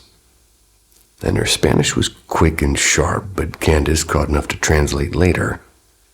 "They touch it, they'll pay." And that's when things started to feel different, because whenever I stayed over in Lex's room, I found my eyes drawn to the figurine. It was like a magnetic pull, and subtle but insistent. I told myself it was just in my head. Then small oddities began. One evening in the campus library, the lights flickered in a slow, deliberate rhythm. I chalked it up to closing time, but the feeling of being watched stuck with me. A few mornings later, Lex texted me in a panic, "Come here now." When I arrived, I saw deep black scratches gouged into the white brick wall near the windowsill. They weren't random scuffs, they were claw-like marks, and nobody had heard a sound overnight. That evening, I came armed with holy water from the campus chapel. I placed a small Bible by the window. It was half joke, half insurance, and I stayed over. Around 3 a.m., I woke up, or at least I thought I did, and the room was unnervingly still. At the foot of the bed, something shifted. A translucent shape, tall and faceless like air shimmering over hot pavement, and it drifted forward. I tried to scream, but my voice locked in my throat and Lex didn't stir. The figure lingered for a breathless few seconds, then simply dissolved. By morning, Lex and Lauren swore they hadn't woken once, and I told them everything. They stared, pale but unconvinced. Campus clergy came the next day. Priests sprinkled holy water, chanting prayers that echoed strangely in a small room, and Anna silently collected the figurine and took it elsewhere. After that, the scratching stopped. The heavy feeling lifted, and I never saw the figure again. Years later, even as I write this, that night stays sharp in my memory, in the stillness and the cold in my chest and the way the air bent around something I could barely comprehend. Whatever it wasn't just in my head.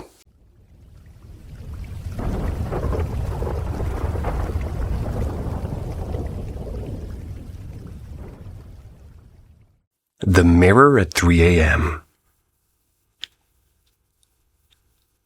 I live alone in a quiet flat on the outskirts of Berlin. Recently, though, quiet is the last word I'd use for it. Ever since I announced my relationship online, my boyfriend lives in Canada, and I'm here in Germany, I've had this creeping sense that something shifted. Maybe somebody cast a spell, or maybe I just poked the wrong kind of energy. Sounds ridiculous, I know. My past doesn't exactly help. My ex was manipulative and violent and obsessed with destroying me. He's still tangled up in a strange religious sect, and his friends, well, let's just say they're not the kind of people you want holding grudges. So when things started happening, my brain immediately went to them. The first real incident was about 5 weeks ago. I was half asleep when a deafening crash jolted me awake. My heart was pounding so hard I thought it would burst, and I called out to my boyfriend through the phone. We always fall asleep on call together. But there was no response, which was weird. He's the lightest sleeper alive. He usually wakes up if I so much as roll over. I looked at my phone. Exactly 3 a.m. Not a minute before, not a second after. Exactly on the dot. I switched on every light in my flat, and I went searching. The noise was coming from the hallway. And there it was, my mirror, face down on the floor. It couldn't have just fallen. The mirror was hooked into the wall. To take it down, you'd have to lift it off with both hands. No way it could slip or tip over on its own, and guess what? That mirror had been a gift from one of my ex-sect buddies. I didn't even hesitate. I left it lying there all night and threw it in the trash the next morning. That night, though, I was terrified. I sat on my bed with every light blazing, too afraid to glance at the corners of my room. I couldn't shake the feeling that something or someone was standing just out of sight, watching. I didn't sleep until the sky turned gray. I told my boyfriend about it the next morning, but he admitted something even stranger. He had tried to stay awake with me while it happened, and he turned his lights on and sat up, even splashed water on his face. But his body forced him back to sleep over and over, and he said it felt like fighting shadows, like something was pulling him under. For someone who usually struggles to fall asleep at all, that made no sense. I thought that was the end of it. But it happened again last night. Another crash, another jolt awake, and I checked the time. Exactly 3 a.m. again. I tried to wake my boyfriend, and there was nothing. Called him, and when he finally picked up, he was once again struggling to keep his eyes open, losing the battle every 5 seconds. I crept into the hallway, and this time it wasn't a mirror. It was my winter coat. The entire hanger with the coat still buttoned had somehow leapt off the rack and landed flat on the floor. And that doesn't just happen, not unless somebody takes it down on purpose. And I'm writing this at nearly 4 a.m. with all the lights still on. Maybe I sound like a lunatic, and maybe I'm paranoid. But twice, at exactly 3 a.m., things have fallen that shouldn't be able to fall. and twice my boyfriend has been dragged into some unnatural sleep at the same time. If it's all in my head, then my head is a terrifying place to live.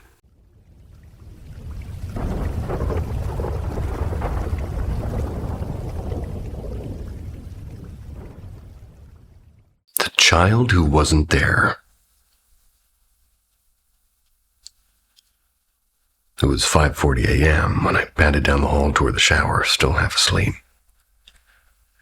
The kids' door stood wide open, a little odd since my sister usually keeps it closed or barely cracked. And something in me said, check on her. My niece is about 2, and if one of the kids spends the night with grandparents or cousins, the other usually sleeps with my sister and her boyfriend. So I figured maybe they left the door open to keep an ear out.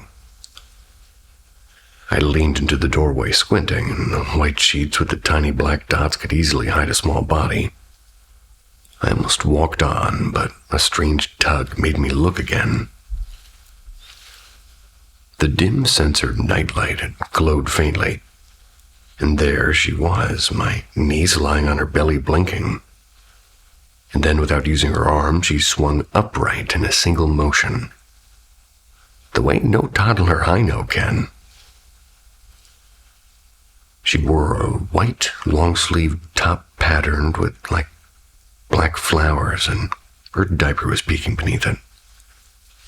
She didn't cry, she didn't reach for me, she just stared, and her little face was blurred by the weak light until it looked wrong somehow. My heart thudded, and I muttered, "Oh, shoot." I ducked into the bathroom and was too spooked to linger. While the water ran, I heard soft thumps and a door closing. Maybe a tiny voice. Good, I thought. My sister must have scooped her up. And after 10 minutes, I checked again. Only the blanket lay there exactly as before, but empty. So the day rolls on. Work was fine until I drive home and, at a red light, the engine suddenly died. Not once, but 3 separate times. The light still worked, but the car refused to move until after some frantic fumbling, it did.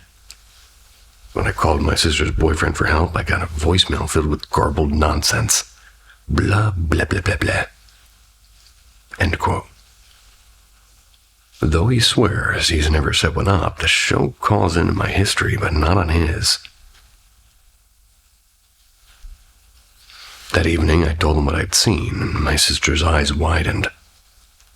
I was awake from 5, she said. She never stirred, and still in her blue strawberry print overalls from yesterday.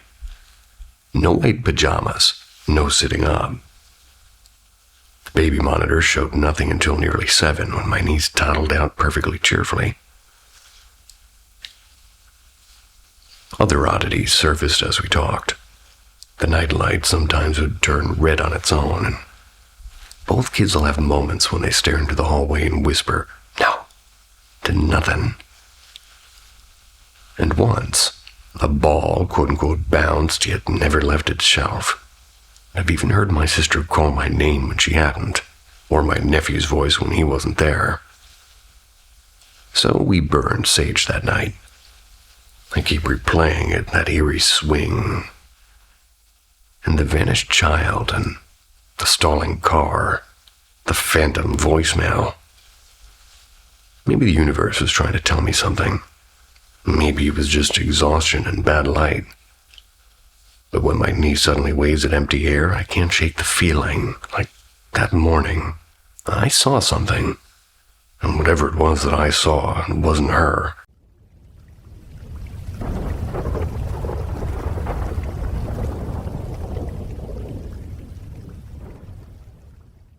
The Watcher by the River.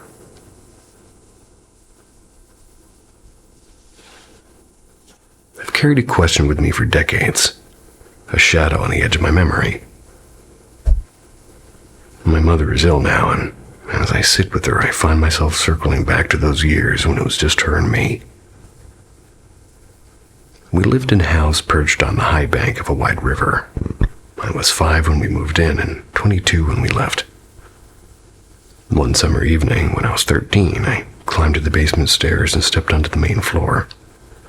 At the top, I just kind of left and, well, I didn't just kind of leave, but just to my left, I froze, and it was not a trick of the light or a half-seen blur. I saw it clearly.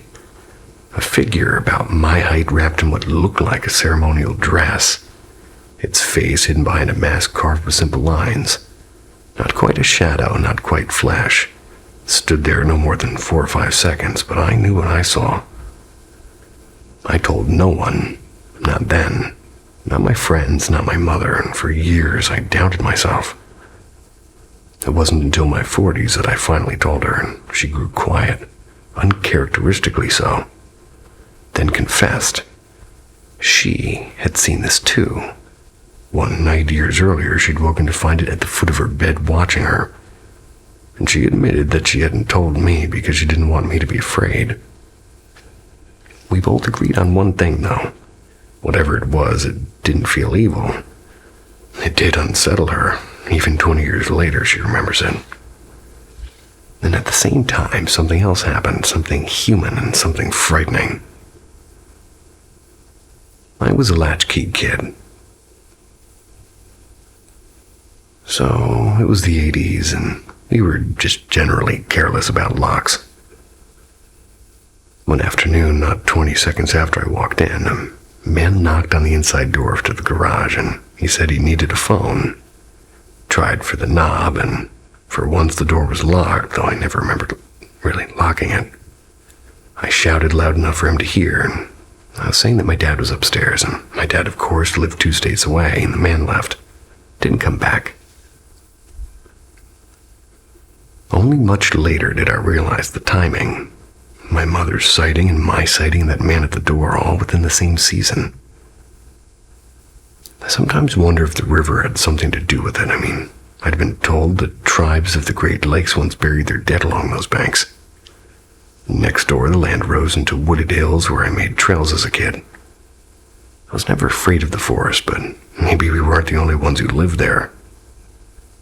Years later, after we sold the house, the new owners leveled the land. They cut down the trees, poured concrete, and spent nearly $100,000 fixing the mess that followed.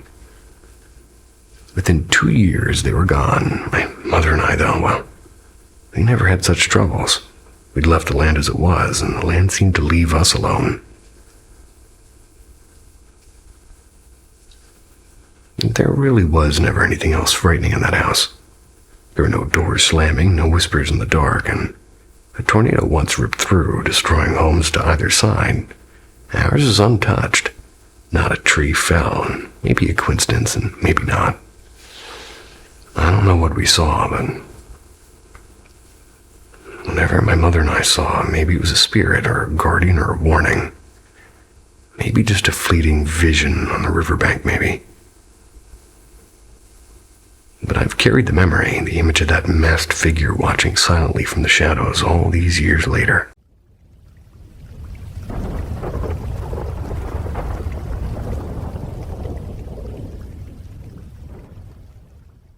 The Bobby Pin Messenger. Just as the title promises, my family, being my mom, my dad, and my 19-year-old brother and me, a 23-year-old female, we seem to share our home with what we call the Bobby Pin Messenger. We've never called in a medium, never caught anything on camera, and we have zero quote-unquote proof that would convince a skeptic. But to us, she's as real as a creak in an old floorboard, almost like a playful, unseen grandmother keeping watch. Here's a small series of accounts. I call this one a house with a whisper. I grew up in a roomy Victorian on a bustling street built in 1863 and listed as a local landmark. We never labeled it haunted, but definitely had moods. Sometimes the attic light, a dial that he had to twist, would be glowing when we would run errands, and other times we'd watch a phantom drip bead on the ceiling. Oh, a phantom drip bead on the ceiling, without a single pipe leak in sight. Old town records confirmed a woman died there long ago, though the details kind of faded with time. The mystery of the bobby pins. Here's the strange part.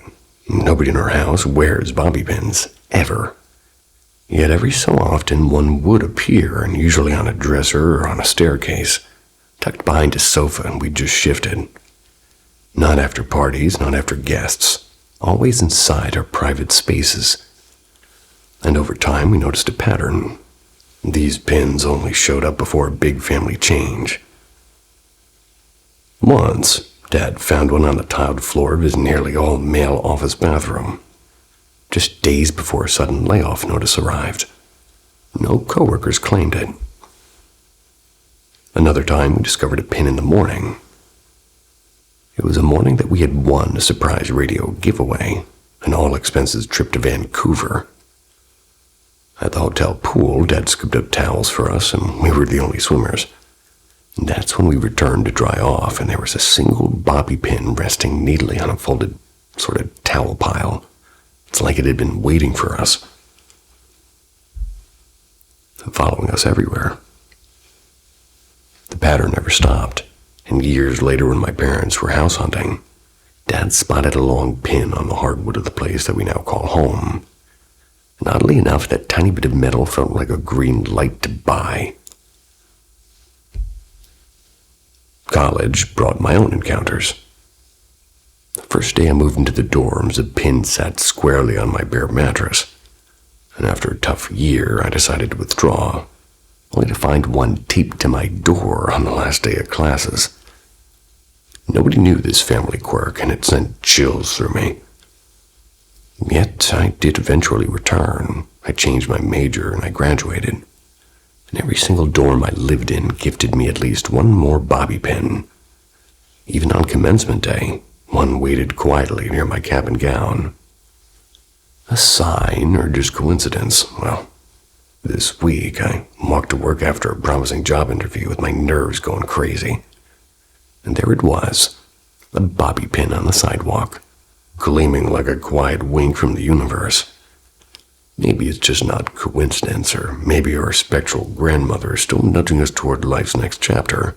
But either way, when I see that tiny black curve of metal, I can't help but smile. The bobby pin messenger is still with us.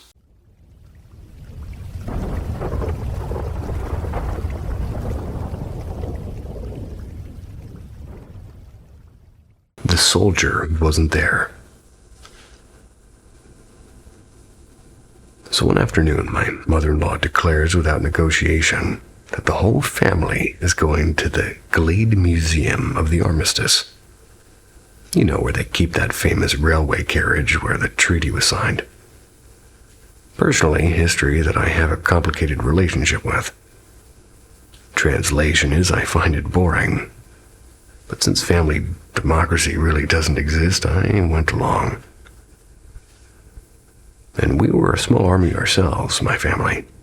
At the entrance, a massive square opened up with a towering statue of some grim-faced general and a few reconstructed trenches scattered around like movie props. My mother-in-law immediately got lost in her world of photos, documenting every single flower, I swear. I slipped away with my half-sister, who's basically my twin in age and attitude. While our parents wrestled with the ticket counter, we wandered to the garden nearby, and there were some solemn, sort of stone slab-looking things engraved with tributes to the soldiers of Indochina, to those lost in North Africa. We can't recall the exact words, but the weight of the memory was heavy there. We loitered a bit and shrugged and regrouped. But inside the museum, the family unit dissolved quickly. Everybody went their own way at their own pace. And guess who sped through it like a timed race? Yep, me. I barely skimmed the captions. Still, one thing did make me stop. There were life-size mannequins in uniform. A French soldier, stiff and proper. Another North African, stern and quiet. And for some reason, seeing them in 3D was unsettling, like way more real than a photo.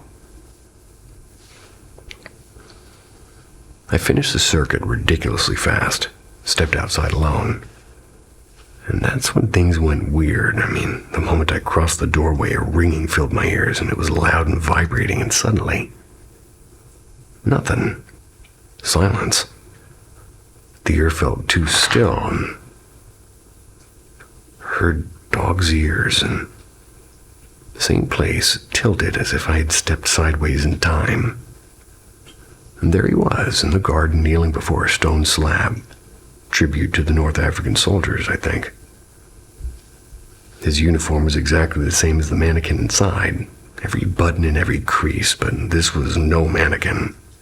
This was a man, flesh and breath, crouched low and his eyes fixed on the inscription. He didn't move, he didn't even notice me. I froze with my stomach cold, and panic took over, and I spun back toward the exit to re-enter the museum. And just then, my half-sister strolled out. "Are you okay?" she asked. And I grabbed her hand. "Come, I need to show you something." But the garden was empty. The man was gone.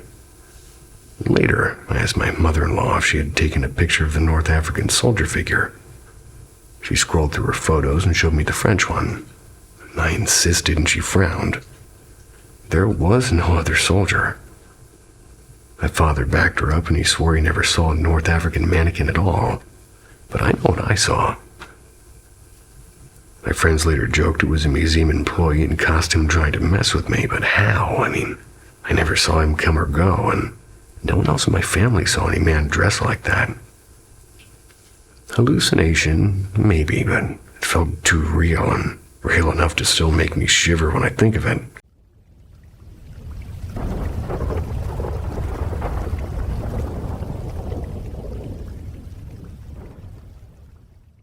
The Umbrella Girl returns.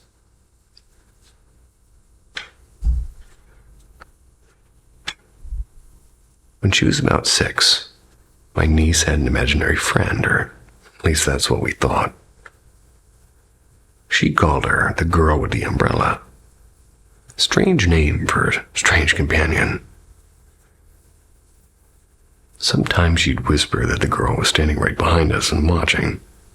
And creepier still, she'd repeat things that this quote-unquote friend told her, things that disturbingly often turned out to be true. But when she turned 8, the girl with the umbrella simply vanished. My niece sketched her from memory. She did it again and again, and yet never ever would draw a face on this thing. Not because the girl had none, but because every time she tried, it made my sister, her mom, cry. So years pass. My niece and I are bonded over ghost stories and paranormal shows, and we'd laugh about how her dad, this towering stoic man, would practically curl up in terror at the mention of spirits. Then came her 12th birthday. She announced she wanted to start a ghost podcast, just her and me telling stories to the world. Her parents said absolutely not. Too young for the internet. But I made a deal. We'd record episodes just for us and never post them. And it became a ritual. She'd come over and have dinner with me and my partner, and the three of us would laugh and tell stories and record them.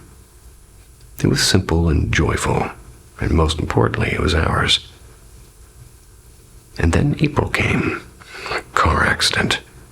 My niece, Lila, and her father gone in an instant. My sister's heart shattered, and my boyfriend and I took in our other 2 daughters, those Hannah and Rose.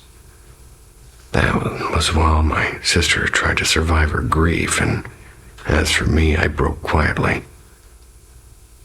I tried to stay strong in front of the girls, but every night ended the same. Tears in my partner's arms, mourning the loss of the girl who had been my little ghost-hunting sidekick. Months later, Hannah and Rose began to whisper that Lila was still with us, that she trailed behind their mother or me, and it was sweet and comforting, but I didn't let myself believe it. Because Lila and I, we had a code, an old record player from my grandfather's attic. We'd promised, If one of us ever crossed over, we'd make it spin, and it never did, so I knew she wasn't there. Or so I told myself. Then last week, my boyfriend finished a drawing. He'd sketched me waiting at a bus stop. But above me stood a figure, the girl with the umbrella. And this time she had a face, and it was Lila's. My boyfriend confessed that years ago, Lila had sworn him to secrecy. She told him the girl with the umbrella looked exactly like her. Never wanted to scare me, so he kept the promise. But when Hannah and Rose described seeing their sister with the umbrella, couldn't ignore it anymore. He drew what they described, and they confirmed that it was her. Now I don't know what to believe. I've always been a believer in the strange and the unseen, but this has shaken me. If the girl with the umbrella was Lila all along, then she's not gone. She's still here. She's watching. The Vanishing Hiker of Pen Y Fan.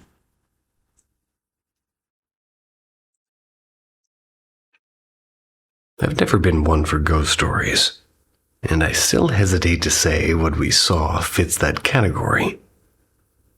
Yet, with complete honesty, here's what my sister and I both experienced. We were hiking in the Brecon Beacons of Wales, having just crossed the summit of Pen Y Fan. The sky was a heavy pewter gray, but the air was still, and the visibility was flawless. Miles of soft rolling hills lay exposed under the muted lights, and as we descended, the trail was nearly empty. A lone hiker, now and then, but otherwise it was just us, and the wide moorland. It was our first time on this route, and we were keen to be sure that we were heading back toward the hostel near the roadside. And that's when we noticed him. About 30 meters ahead, a man ambled towards us. The path was broad and open, gently sloping down, and there was nothing. No rock, no tree, nothing to block our view from horizon to horizon. And the figure was almost ordinary, a pale, sunlit, pulled loaf, kind of faded with shorts, and there was a laminated map hanging on a string. A single walking stick, taped to the ground in a relaxed rhythm. What? He looked exactly like any cheerful hiker you'd meet in Brecons. And I even said to my sister, half laughing, "Perfect, let's ask him if the trail leads back to the hostel." And I'm shy by nature, so I dropped my gaze to the stones underfoot. I was rehearsing my question when I looked up again, and he closed the distance to perhaps 10 meters.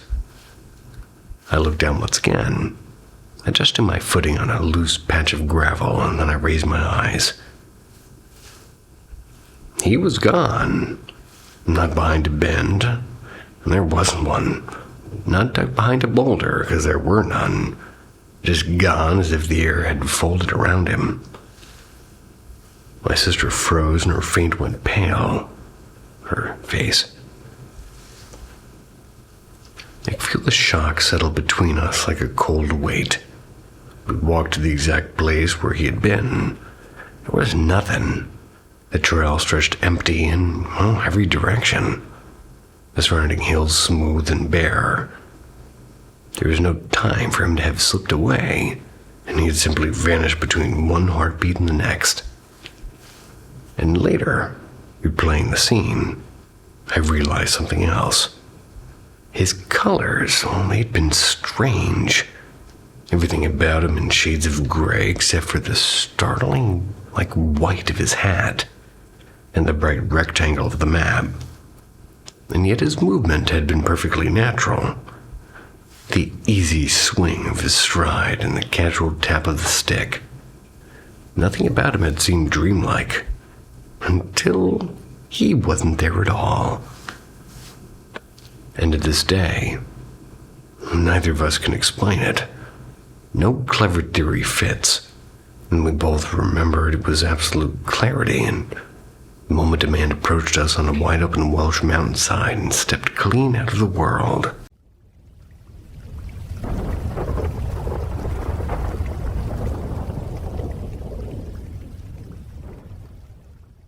Basement audience. I was chatting with a friend not long ago. We both puzzled over one question.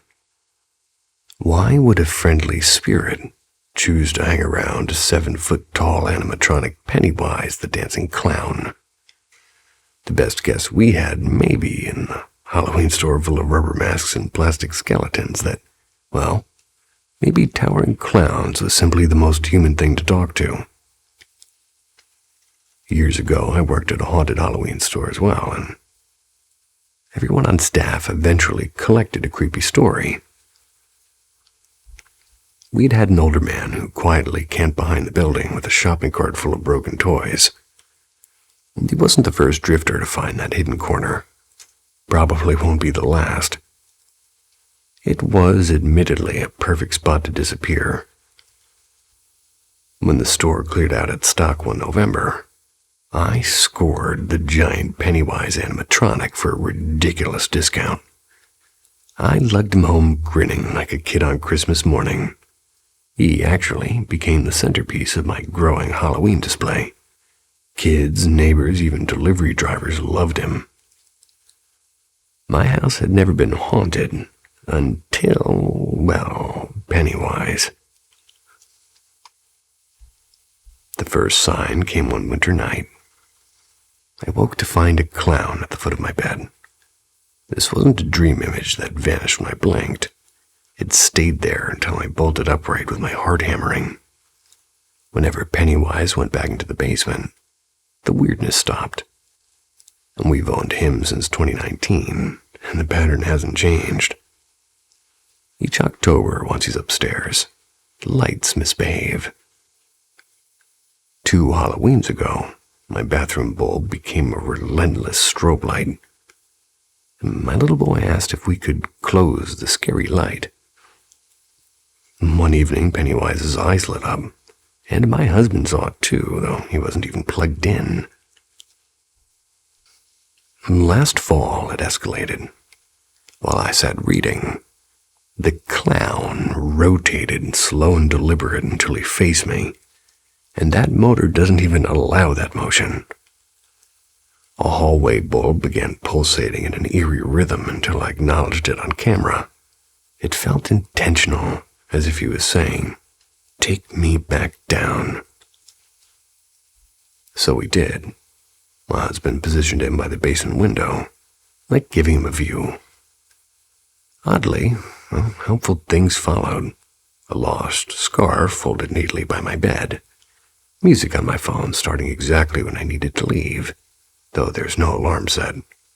And then, silence. Almost a polite thank you. Still, when I'm stressed, another mystery creeps in. Out of nowhere, my home smells sharply of cigarettes and cheap whiskey. None of us smoke or drink, that I know of. And at other times, it's an old-fashioned perfume, so vivid I can taste it. I keep thinking about buying a spirit box, just to ask who's there, but I'm afraid of inviting something darker. Whoever shares space with Pennywise doesn't feel cruel, but maybe curious or maybe protective. But this house is our refuge. So for now, the clown waits downstairs, watching through the basement window. And I'm left wondering which of us chose the other.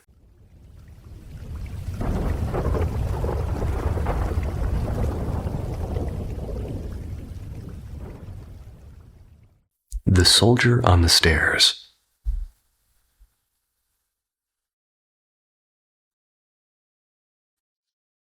My stepmom has always been the no-nonsense type. Sharp, practical, and allergic to anything mystical. She's the kind of person who double-checks facts before believing them, which is why I'm about to share, well, really makes what I'm about to share. It makes me pause every time I think of it. It was the early 1990s. My stepmom and my oldest stepbrother, then just a chubby-cheeked baby, were renting a room in a creaky old house outside Dayton, Ohio. It's not too far from Wright-Patterson Air Force Base. The house's owner, an older woman, lived downstairs. The place smelled faintly of cedar and some kind of old paint that probably had lead in it. One late afternoon, as the sun was burning down into an orange horizon, my stepmom sat on the warm carpet playing peekaboo with the baby. The TV hummed quietly in the background. Out of the corner of her eye, she caught movement on the staircase. She turned, and a young man in a faded olive green uniform was walking up the stairs, calm and steady. He met her eyes and gave a brief, almost courteous nod before continuing upwards. Nothing about him seemed threatening or strange, just ordinary. Assuming he was maybe the homeowner's grown son, or maybe a new boarder, my stepmom barely gave it a second thought. Later, when the owner returned, my stepmom casually mentioned it. "Oh, your son stepped by earlier, and he went upstairs. Maybe he's resting." The woman blinked. My children haven't lived here in decades. And that night, curiosity set in. Together, they dug through local records and family histories, and what surfaced was the kind of story you expect in an old letter, not in your living room. During the First World War, a grandmother once lived in that very house. Her beloved grandson, stationed at the early aviation field that would one day become Wright-Patterson. They were deployed to Europe just weeks after America entered the war. He never came home. Like thousands of others, he simply disappeared into the muddy chaos of the Western Front. Whether the official telegram ever reached his grandmother is lost to time.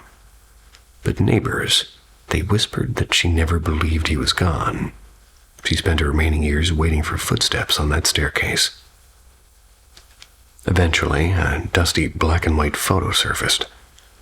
The grandmother seated stiffly for the camera, and beside her, the young soldier. It was, my stepmom swears, the very man that she had seen that evening. Why was he still there? Well, my stepmom isn't sure. Maybe he was still searching for the grandmother who never stopped waiting, but maybe in some unexplainable way, he'd paused to watch over the tiny baby gurgling on the carpet that night. Given who she is, measured, skeptical, and incapable of embellishment, there's no reason to think she invented a word of it. And I thought of this story again today, after the quiet passing of an uncle and a week of wrestling with the fear of what waits beyond life. And strangely, remembering that soldier on the stairs makes it easier to breathe. Maybe, just maybe, there's something more than what we can see.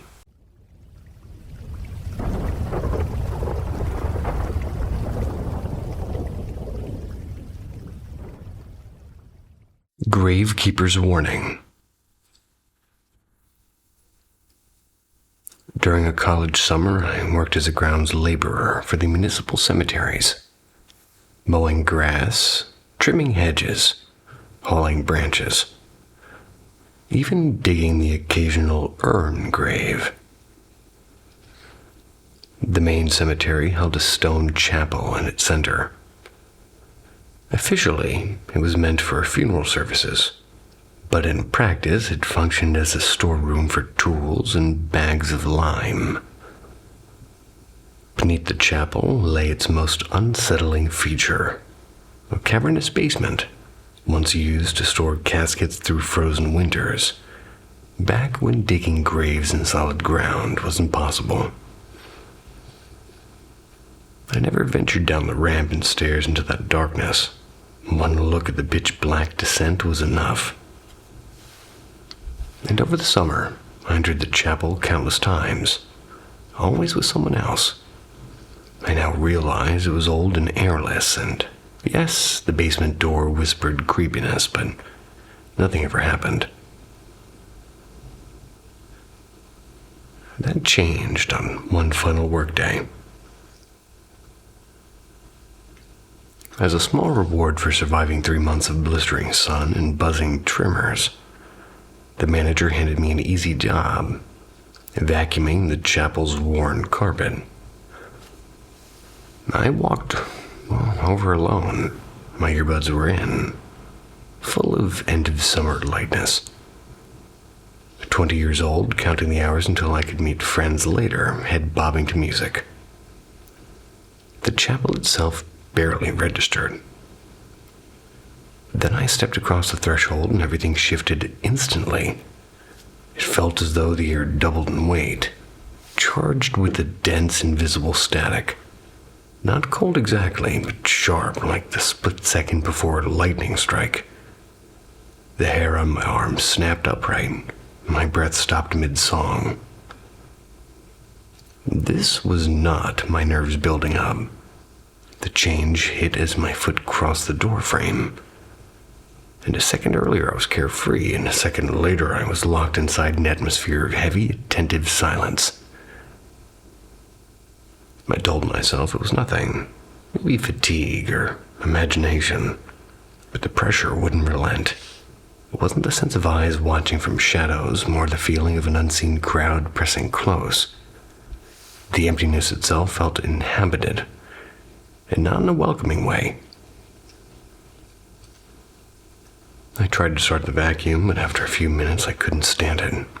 Something deep and wordless insisted that I leave.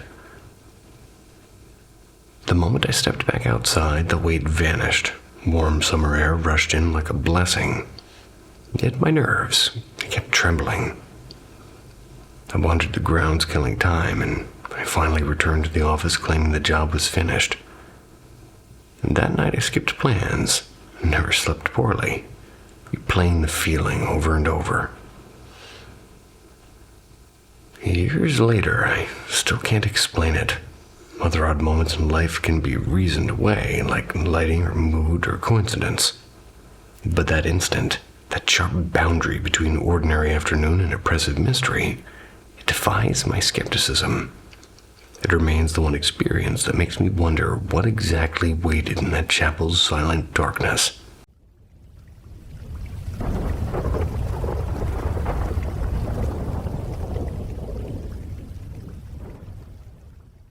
The black shape beyond the pines. It must have been about 6 summers back when I signed up for a military-style camp. It was a place hidden somewhere deep in Lithuania's pine-choked nowhere. The place was gorgeous. Tall, dark trees as far as you could see. The air sharp with resin. Our daily grind was standard. Dawn wake-ups, flagpole ceremonies, endless drills. Nothing special. Then came hiking day.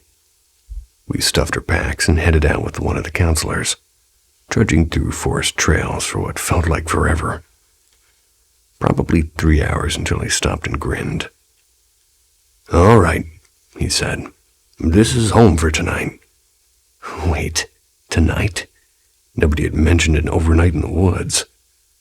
But there we were, suddenly tasked with building shelters from branches and moss.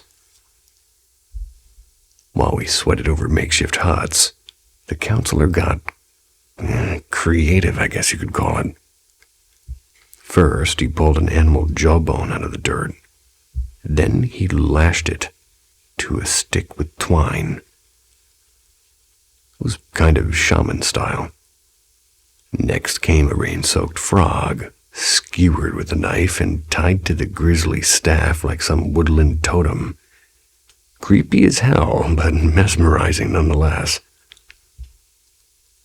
By sunset, the forest dimmed to a shadowy blue. We tried to spark a fire using a ferro rod and a knife, striking till our wrists ached. Everything was just too damp. There was no flame. So me and 2 friends, we volunteered to find drier wood. So we wandered maybe 7 minutes before spotting a lone birch in a little clearing. Almost too perfect, like a painting half remembered. We tugged and snapped at its limbs for 10 long minutes until a noise froze us. Sharp cracking of branches, somewhere deeper in the dark. We swung our 1 weak flashlight toward the sound and saw it. A black shape, massive, hunched on 4 limbs. 3 meters tall at least. The light barely touched it. So at first it seemed like a dense shadow, a trick of tired eyes, until it shifted. 1 long limb slid forward with deliberate weight. Instinct took over. We bolted. Don't think I've ever run that fast. Back at camp, we tumbled into the circles breathless, blurting out something into the woods. No one believed us. A group of older kids grabbed a light to check, but minutes later they came sprinting back, pale and wide-eyed themselves. That's because they'd seen it too. Our counselor, still holding his nightmare staff, finally told us to pack.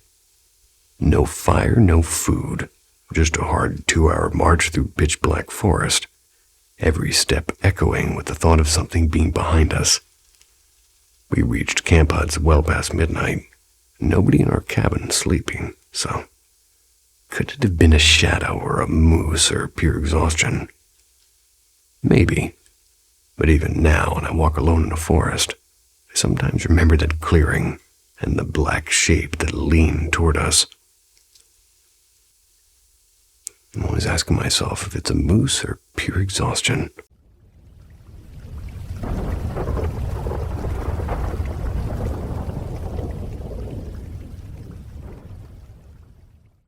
The Knock in the Pines.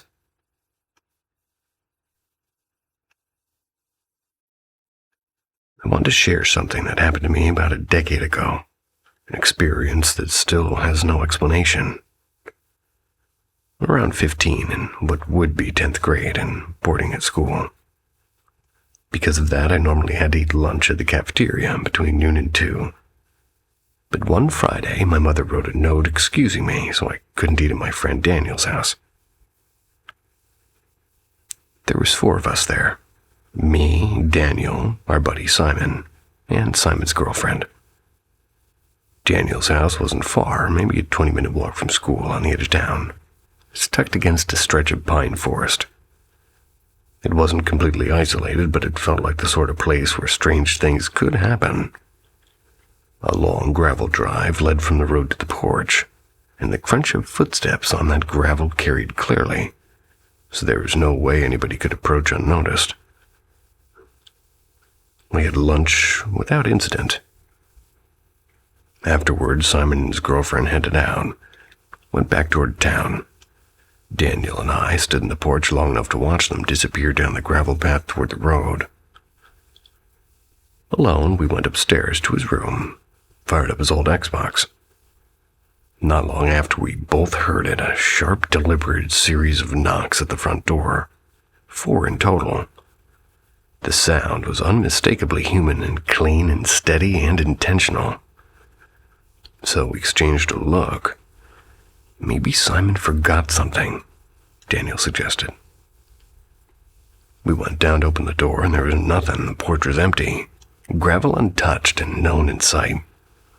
We shrugged it off, laughed nervously, and went back upstairs. 10 minutes later, it happened again, and this time 3 knocks. Same rhythm, same clarity. We hurried down once more, and there was still nothing. We even stepped outside, calling Simon's name, expecting him to pop out from behind a tree. There was silence. Gravel gave us nothing, and no crunch, no trace. Trying to play it cool, we went back up, and Daniel leaned out the upstairs window that overlooked the front porch. That was while we called out sarcastic things like, "All right, Simon, very funny." But then it happened again, a 3rd round of knocks, steady and human, while Daniel was staring right at the empty porch. That was when the chill set in. If someone was knocking, they'd have to be standing there. But the porch was empty. We grabbed the only quote-unquote weapons we could find.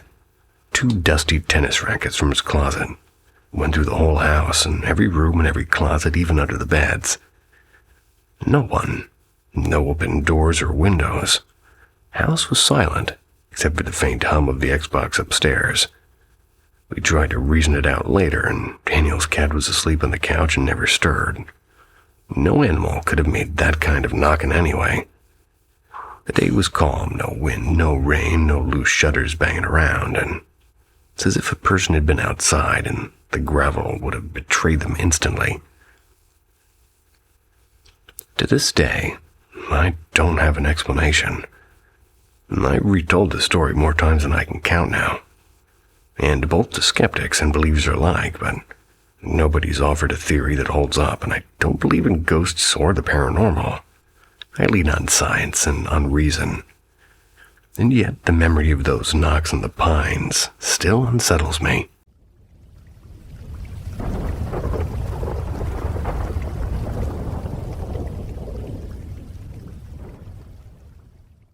The house by the tracks. So this is something I've never really talked about because it sounds so ridiculous, especially if I say any of it out loud, but I'm going to make you read it. Every now and then I'll dream about that place and I'll wake up with I guess you'd just call it a heavy feeling, especially around my chest. I was 9 or 10 and someplace nobody really cares about. Not even going to share it. But there'd been these awful storms the week before, and they were real nasty. Ripped siding off the houses, the wind was so strong, and knocked trees into the road. Nothing like a tornado, but enough that our roof was leaking, and we had to start looking for a new spot. So one Saturday, my aunt drove us out to look at this house that she swore was a steal. It was out by the old train tracks, kind of tucked behind a mess of pine trees. We were in her beat-up old Buick, and it was all covered in menthols and fast food wrappers. She had one of those gas station coffees. They were balanced in the cup holder, sloshing everywhere. Cousin and I were in the back, just splitting a bag of sour gummy worms that had melted into one big lump. That sounds delicious. The house itself, I still see it clear as day. 2 stories, white paint peeling off in long strips, and the porch sagging like it was tired to keep holding itself up. Half the windows, they're all boarded over, and there was this hole near the roofline, like somebody had taken a bite out of it. The storm had definitely made things worse, but it looked like it had been bad for a long time. The second I stepped out of the car, I swear it was like somebody had pressed mute on the whole world. The tracks weren't that far away. You could always hear trains in that area, but not then. Not a single bird either. It was late summer, hot enough to make the air buzz. But standing there, it felt cold. Not windy cold, more like the kind of cold that gets inside your stomach. My cousin was laughing at me for shivering like a chihuahua, but I couldn't move past the edge of the driveway. My aunt just kind of kept calling us back to come look inside, but I just couldn't. My feet wouldn't go. My cousin ran off ahead, but I stayed there frozen. This kind of makes me feel like I've lost it because I saw a man standing by the porch. Not in any detail, not like a ghost movie where they're glowing or whatever, just a man-shaped shadow. He didn't move, he didn't wave. Didn't even feel like he was looking at me, but I swear he was there. So I started crying, which was pretty embarrassing because I really wasn't the crying type, or I didn't think myself as such. Especially not around my cousin. My aunt came back out all huffy, and when she saw my face, she got soft and said, "Oh, okay, we'll go, it's not worth it." And on the drive back, my cousin kept asking me who I was talking to. I told him I wasn't talking to anybody, but he swore he saw me nodding at somebody by the porch. To this day, he still brings it up as a joke when we talk, like, "Remember your ghost buddy?" Thing is I wasn't nodding, at least I don't think I was. Never went back to that house, and I think it burned down a few years later in a quote-unquote mysterious fire, according to the paper. I'll tell you what, I never ate melted gummy worms again. Don't let a haunting ruin a good thing.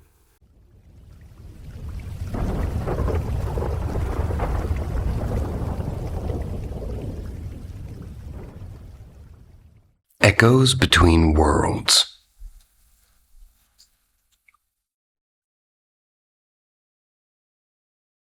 As I edge closer to 40, I often drift back to a night that rewired my sense of reality. I was 26 then, still a self-proclaimed skeptic. I was more likely to quote astrophysics than mysticism. Yet that humid August evening cracked open something I couldn't ignore. I wasn't alone. A college friend and I had driven to a quiet ridge outside town to watch the Perseid meteor shower. Instead, 2 radiant orbs glided into view.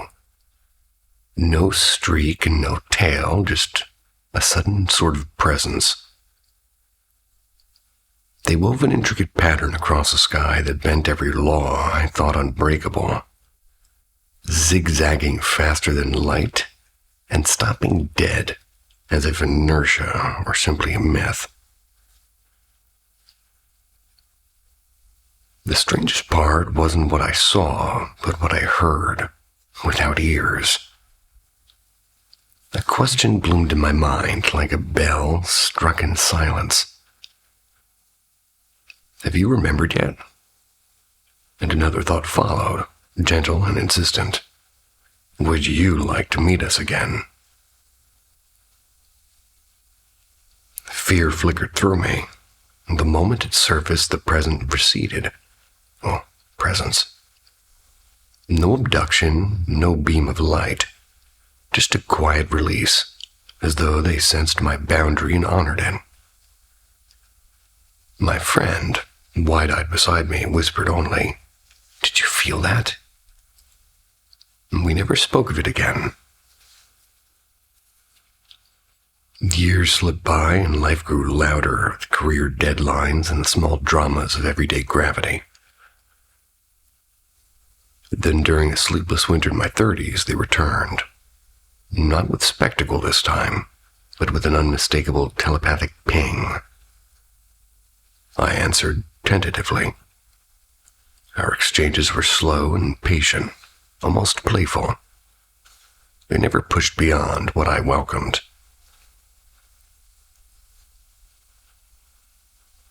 Now, people might call me a contactee, though I've grown wary of titles. What matters are the lessons that settled in me. Signals, not visitors. The orbs feel less like craft and more like cosmic lighthouses.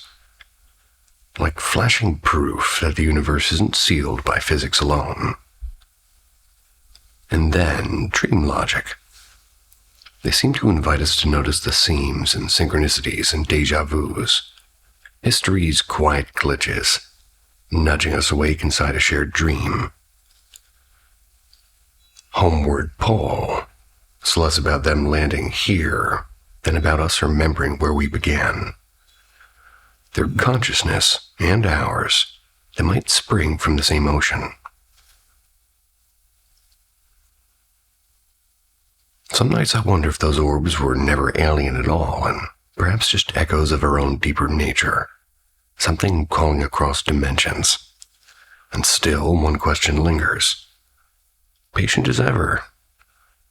Have you remembered yet?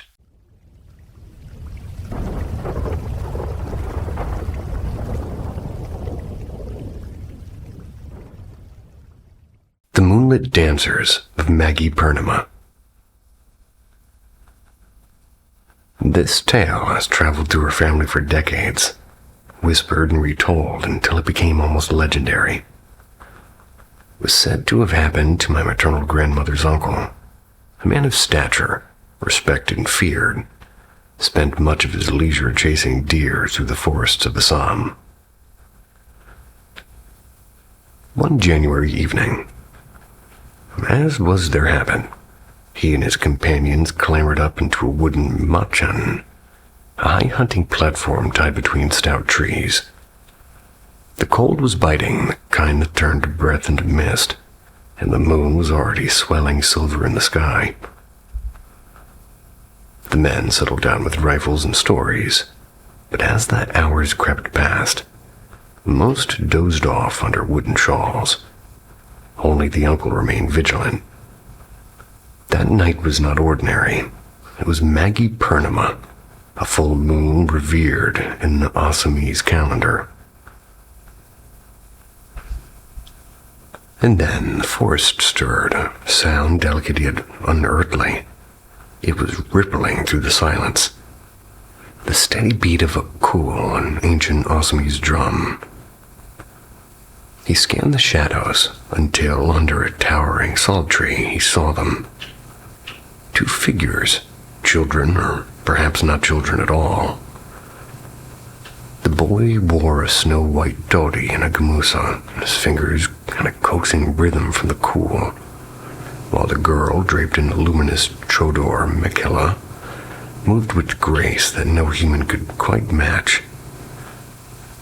They glowed, not merely reflecting moonlight, but burning with their own radiance, as if the moon itself bowed before them.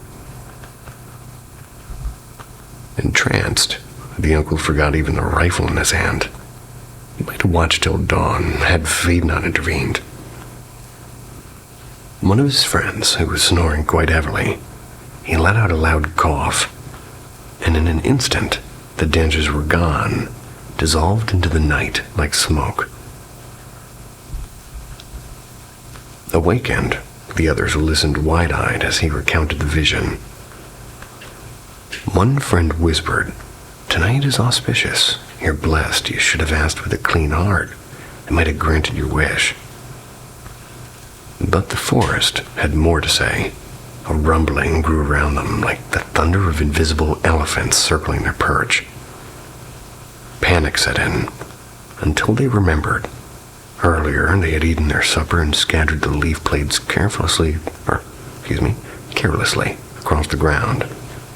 And to add insult to sacrilege, the uncle had witnessed beings not meant for mortal eyes. Terrified, they scrambled down, gathered every plate, and burned them. Cleansing the space with ash, the elephant roar ceased, as if silenced by unseen command. Still, the hunt was ruined. Not a single prey crossed their path. And with heavy hearts, they returned home at dawn, carrying only the memory of what might have been. And I need to know where and what Assam is. I'm decent with a globe, but I don't know what they're talking about, and I'm going to find out right now. Okay, it's a place in India. Got it.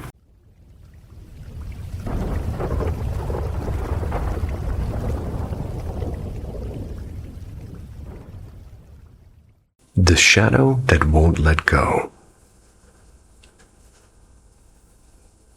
For nearly a decade now, I've been tormented by something I never asked for. An entity that latched onto me like a parasite and refuses to let go.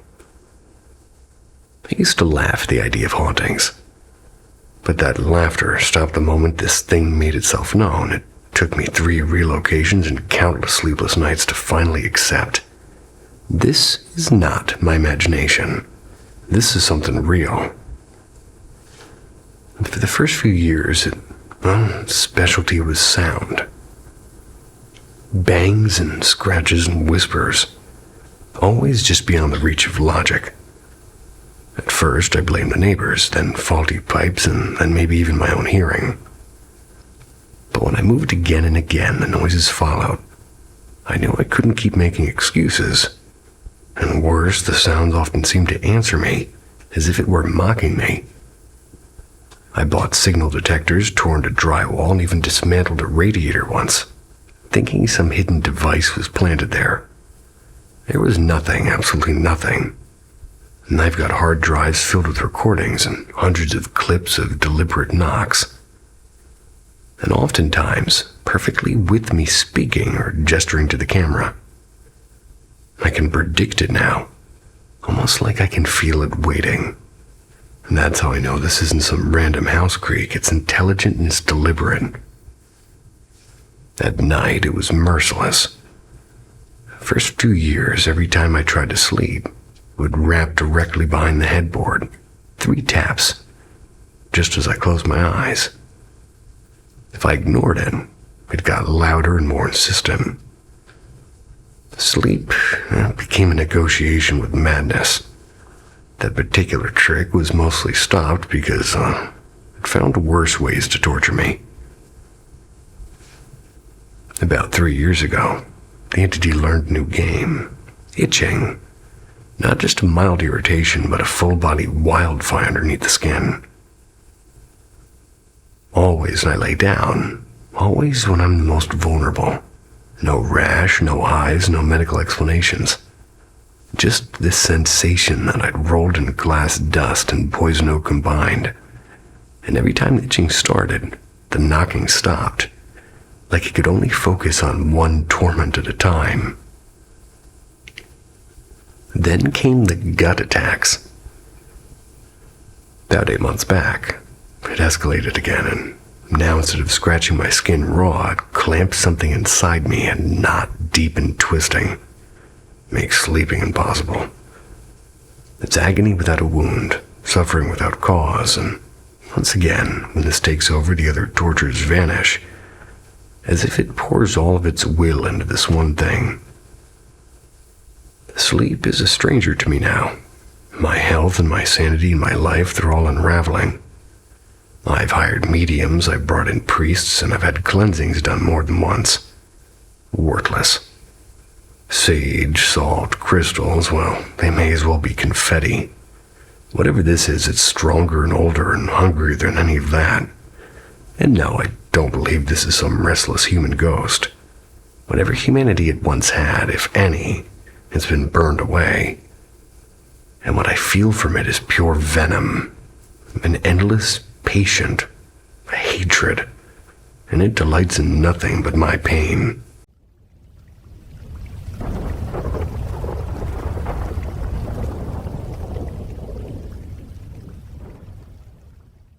When the phone rings twice. So my neighbor, her name is Cindy, and my closest friend since middle school. They were killed by I didn't know him that well, but her ex-boyfriend, who's right on the sidewalk in front of her little brick house. Maybe it was because she'd been my best friend for so long, but I couldn't bring myself to delete her contact from my phone. Years slipped by. Every time I cleaned up my contacts, deleted old coworkers and people I barely remembered. Numbers that no longer mattered. I'd hover over Cindy's name. I couldn't swipe it away. Deleting her felt like erasing someone bigger than a name. One gray evening, while scrolling for a coworker's number, my thumb passed over hers and the narrator had wicked deja vu. The phone rang once, twice, and she answered. For a second, I couldn't breathe. Is that you? It's me, can you hear me? Hello? I said, it's me again. She hung up and the narrator's deja vu got even stronger. I almost told her friends, but the thought of sounding like I'd completely lost it and the possibility of reopening everyone's grief kept me quiet. The next day I called again and she answered again. Same distant hello, almost like it was being told a second time. Like she was standing at the bottom of a well from a story told earlier. I called 8, maybe 10 times over the week. Eventually, the calls went straight to voicemail. Voicemail in the past, which was already full. So I kept texting and my thumbs kept getting all weird and red. And finally I told myself, one last try. My second last try. And she picked up and a soft, tense voice said, I don't know who this is. Please stop. You're scaring me. Yeah. The words hit like a punch.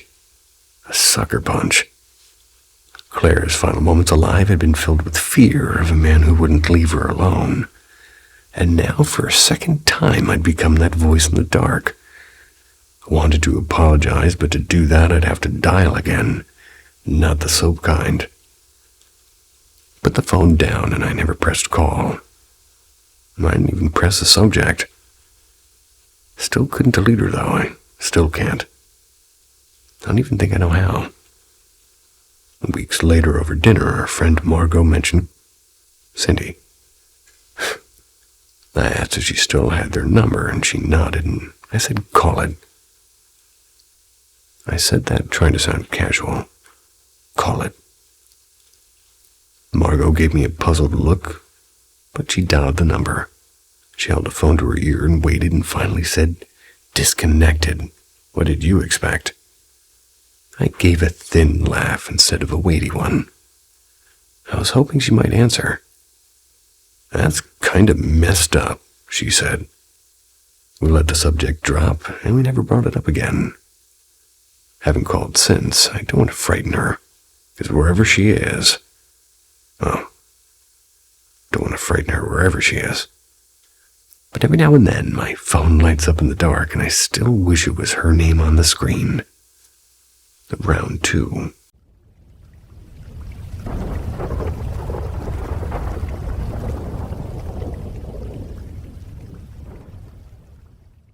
The Hat in the Corner. I'm a fairly conservative Christian. I don't buy the idea that spirits of the dead roam our world. Scripture is pretty clear. When we die, we go where we're meant to await the final judgment.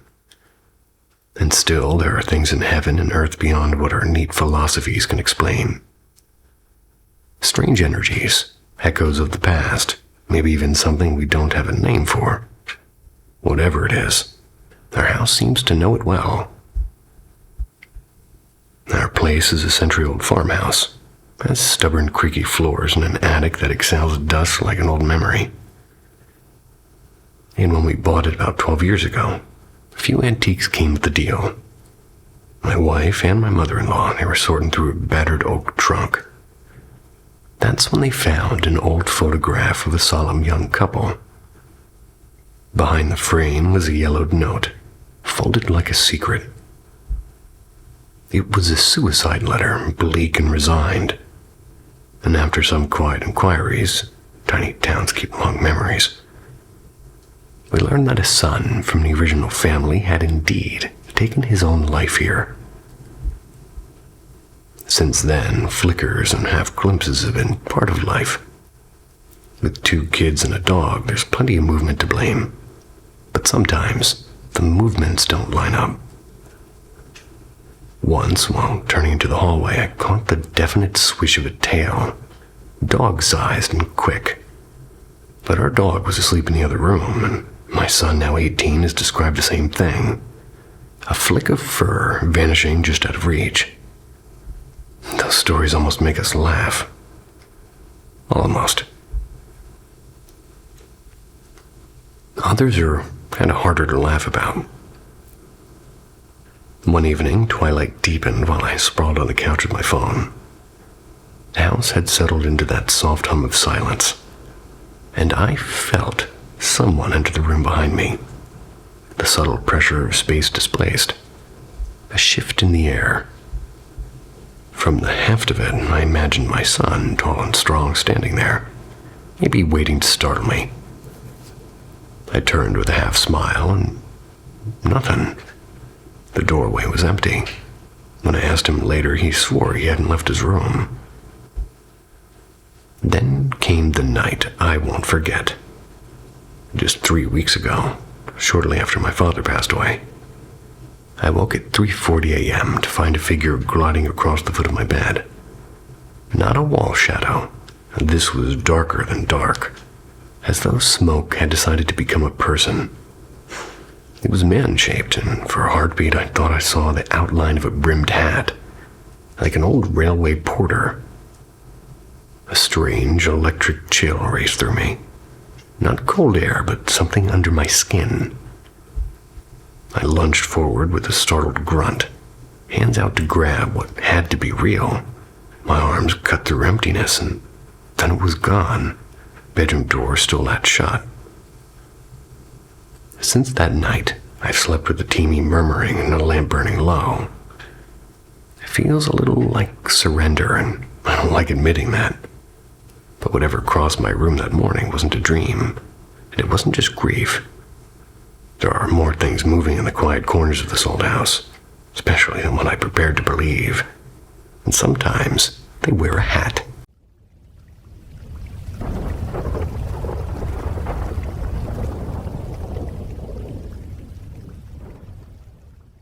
The quiet tag. At another bend in life's road, I once imagined myself running a funeral home. If fortune favored me, I think I still would. To test the waters, I signed on as a funeral attendant, and I adored every minute. Funeral attendants do a little of everything: greeting mourners, guiding ceremonies, transferring loved ones from hospitals or churches, even chauffeuring families in a long black limo. But the task that captured me most and brought me to share this story was managing cremations. Among the countless memories of that time, only one ever made me doubt the finality of death. Submitted for approval of r/ghost stories. She was just 18, a bright-eyed girl who ended her life after a bitter breakup. And I was there for every step: her visitation, a family drive, and finally her cremation. Her family's kindness lingers with me still, and so does a small detail. She adored cherry Coke. I think of her every time I crack one open, actually. The evening of her visitation was cold and damp. Coffee steamed on the refreshment table. Cookies were still warm, and of course the cherry Coke was perfectly chilled. By 7, the family began to arrive, quiet conversation and soft weeping filling the air. And it was my job to welcome them, to give them space, and then always, the hardest moment, to gently explain why those double doors stayed shut until they were ready. And I'll never forget the sound of her mother's first cry, or the way I fretted over a single lock of hair that might reveal scars and bruises makeup couldn't fully hide. Earlier, an aunt had kind of brought a pale blue scarf, and her voice was shaking as she whispered, "Please only use this if absolutely necessary." She used a scarf. Those words I still echo. Cremation is exacting work. Each body receives a unique numbered tag, a thick metal medallion threaded with 10 inches of steel wire. Hard to miss. Impossible, supposedly, to lose. And our chapel had 3 levels. The crematory sat in the basement, and that night I worked alone. I took every form, attached her tag, and gently slid her into the chamber. Cremation times vary, 1 to 4 hours depending on the container. Well, she had none, so it was quicker, and afterwards, as the remains cooled on a small platform, I began the final step, separating the metal from bone fragments. And that's when the panic hit. The tag was gone. I sifted the ashes by hand, bone by bone. I swept the chamber again and again. Nothing. A cold dread pooled in my stomach. Losing a tag is a grave failure. I reached for my phone to call the manager. I froze, because there, perfectly centered on top of the remains, lay the tag. Not hidden, not half buried, but resting flat as if carefully placed by unseen hands. To this day, I believe that she was teasing me. One last bit of mischief before our paths diverged forever. Whatever the truth, the moment remains beyond explanation. Grave mistake. I get it.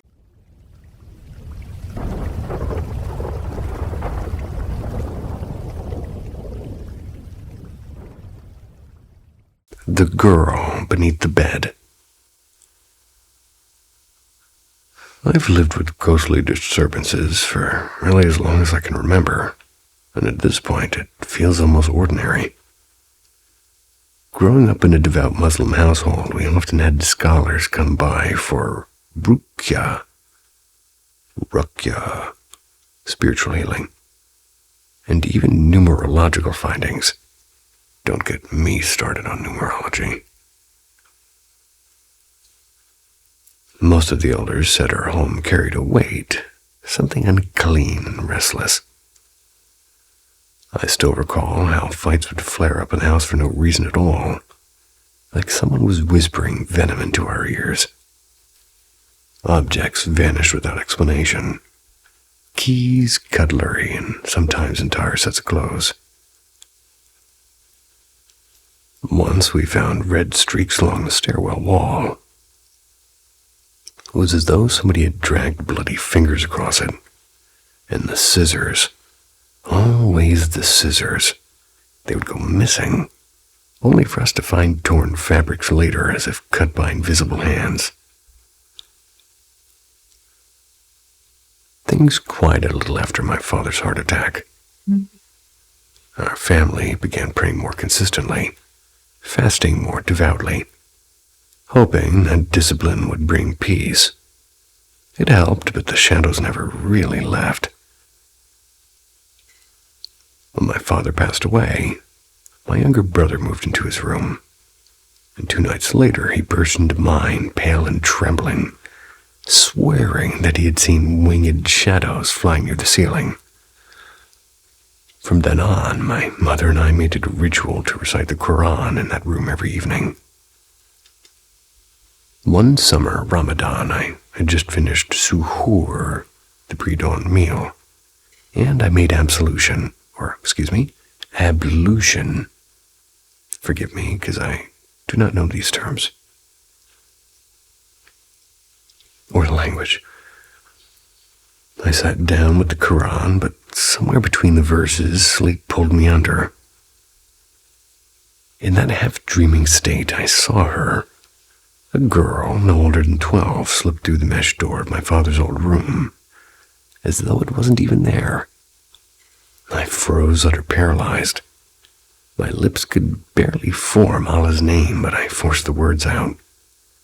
She looked at me calm and whispered, "Do not fear, I call upon Allah too. But you must know, beneath the bed you sit on, my family lives, and when you disturb it, we suffer."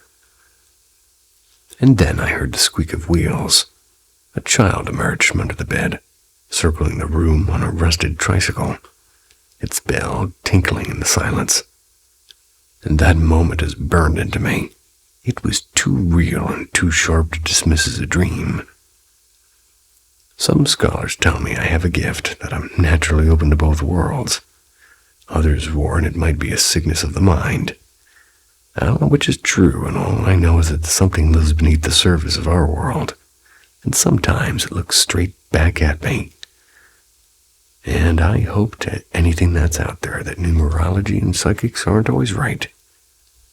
If so, I have about 1.5 years left. Stay tuned, I guess. Open for the other option.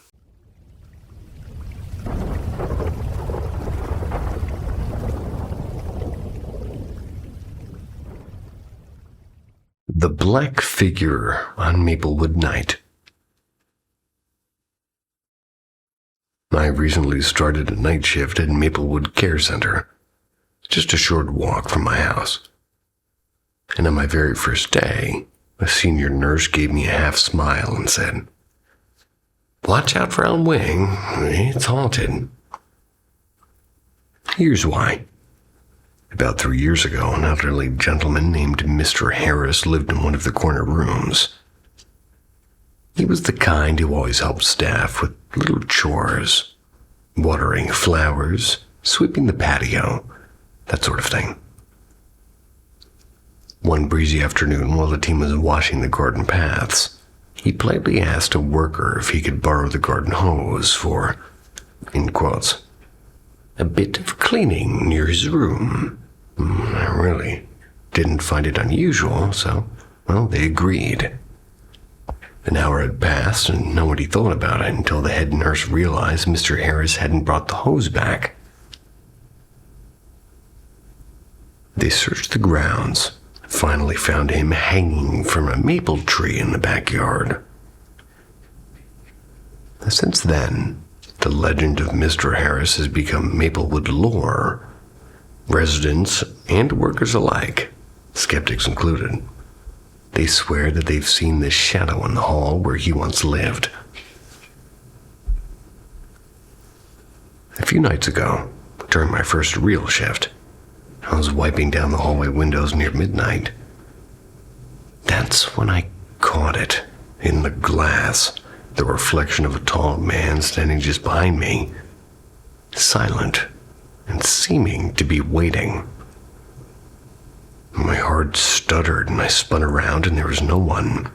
Every resident was asleep, and my coworkers were on the far side of the building. And then came tonight. Around 3 a.m., I stepped outside with a coworker for a quick break in the parking lot. The neighborhood was hushed under a thin mist. We chatted lazily until I guess just suddenly we froze mid-sentence. Our eyes were fixed on the road and, "Look," she whispered. There, standing in the center of the empty road, was a figure, black as pitch, taller than me, and 6'2".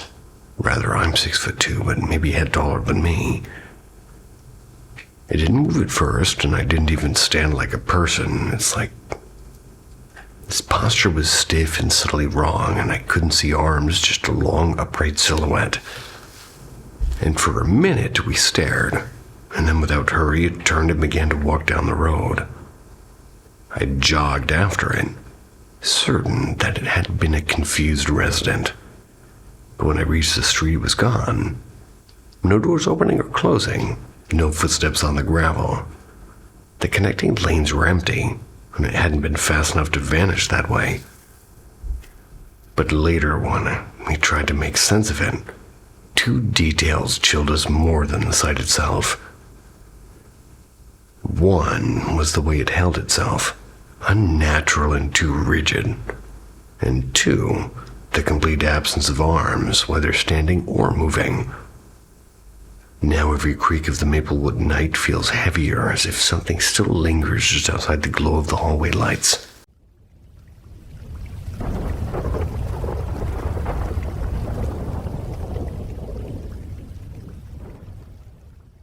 The Hallway of March.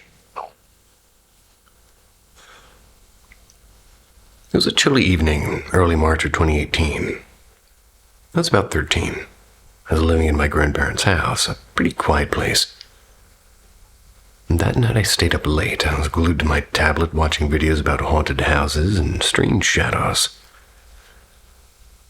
I do remember the uneasy thrill of it all, and little did I know that this night would mark a sharp divide in my life. The night that my grandfather passed away in his sleep.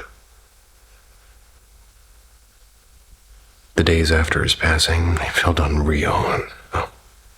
About 9 nights later, sitting in my room with the door half open,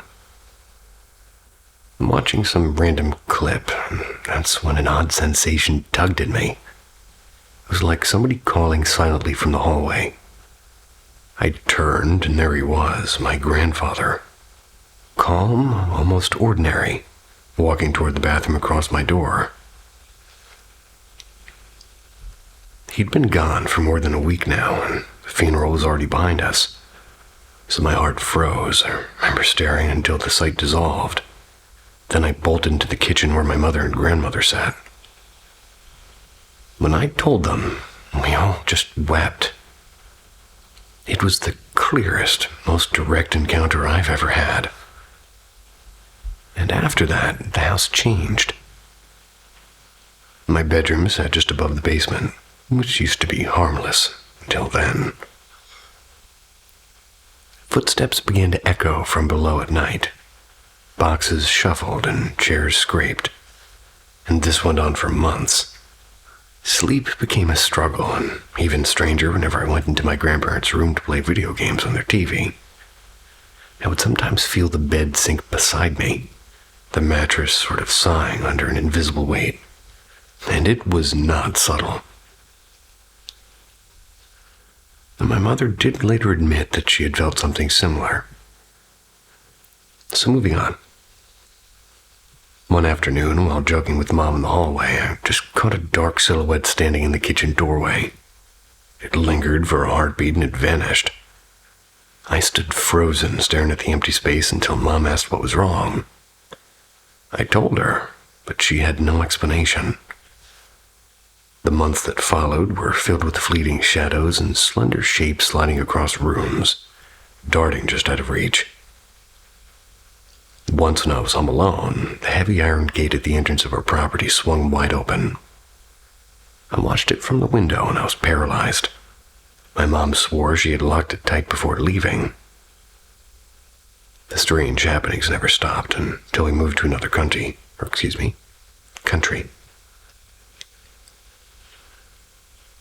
There, everything seemed to go quiet.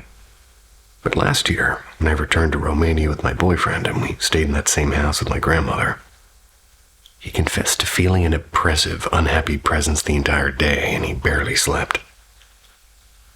I know how it sounds. Some will call it imagination.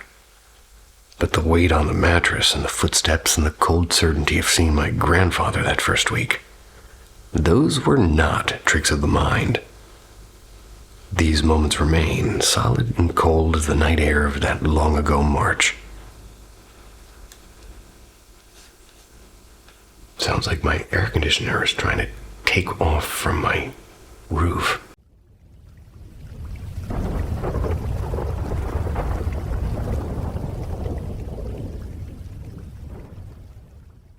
The foot at the threshold. This actually happened when I was 11. About 6 months earlier, we'd moved into a creaky old 2-story house in tiny Ohio. The kind of place where every floorboard has its opinion and layout matters, because that's what made the whole thing feel so huge and lonely that night. When you came in the front door, you saw the staircase. Little landing halfway up, and it turned left and continued to the second floor with a dozen stubbornly squeaky steps. At the top, my room was to the right, my older brother's room to the left, and a single bathroom sat dead ahead over the landing. On the first floor, my parents' room, which might once have been a parlor, was to the left, full of old glass-pane doors with a short hall that led around to the living room directly beneath the stairs. And off the living room was a big dining room, and past that the kitchen. That evening, Mom and Dad were out at the movies. And yet, it was just me and my brother, and it wasn't quite dark yet, though. We were parked in the living room watching whatever MTV was playing. He was sprawled in the recliner, and I was on the couch, thinking I could hear the house breathing.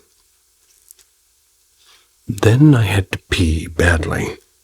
The idea of running up the stairwell alone made my stomach flip.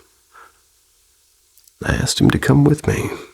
He laughed and called me a baby. I begged and he said, "Shut up." Finally, I made him promise not to hide and jump out at me. He threw a pillow at me like a peace treaty and mumbled a promise. I bolted up the stairs faster than my 11-year-old legs had any right to move. It still wasn't fully dark outside, which helped, and I slammed into the bathroom, shut the door, and hopped up on the seat.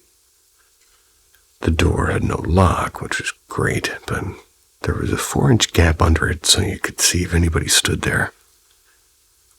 Halfway through, the stairs creaked. My heart kicked. I started scolding my brother through the door, telling him I'd tell Mom and Dad when they got back. I peered down at the gap and I froze. There were bare feet planted right in front of the door, as if whoever stood there had their forehead pressed to the wood. My stomach dropped. He'd forgotten about the gap, and he'd promised. Idiot. In a flash, I flushed, yanked the door open, and sprinted down the stairs, hoping to beat him to the living room. And I was small, but I was fast. I skidded to a stop in the doorway. He was still in the recliner, remote in his hand, looking like he'd never moved. And my breath hitched. Then I looked down at his feet. Fuzzy slippers. He was wearing slippers. I hadn't seen him move, and panic flooded me. Someone's in the house. We bolted up, grabbed the aluminum baseball bat that we kept by the coat rack, and we searched every room until our legs burned. Basement, attic, closets. Nothing. No sign of anyone, no prints on the porch, no shadows in the hall. Just the same old house, creaking and indifferent. To this day, I still get a cold, sudden chill thinking about those bare feet in the threshold, and how close I came to running into something or someone that wasn't my brother.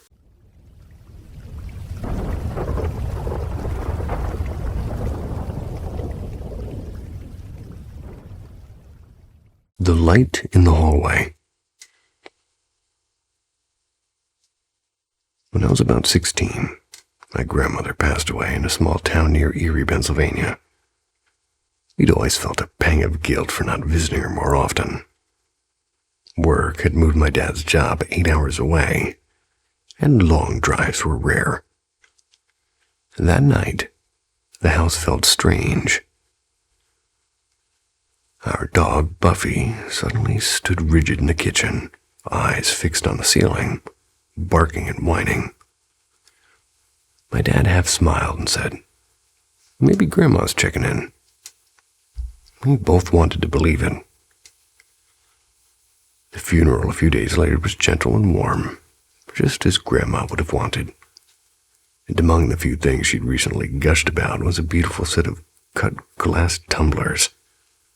When we stopped by her house, I asked if I could keep them. My parents agreed. Back home, Buffy's odd behavior continued. Some nights nothing, other nights restless barking at the upstairs bathroom. And that bathroom, directly over our kitchen, became the focus.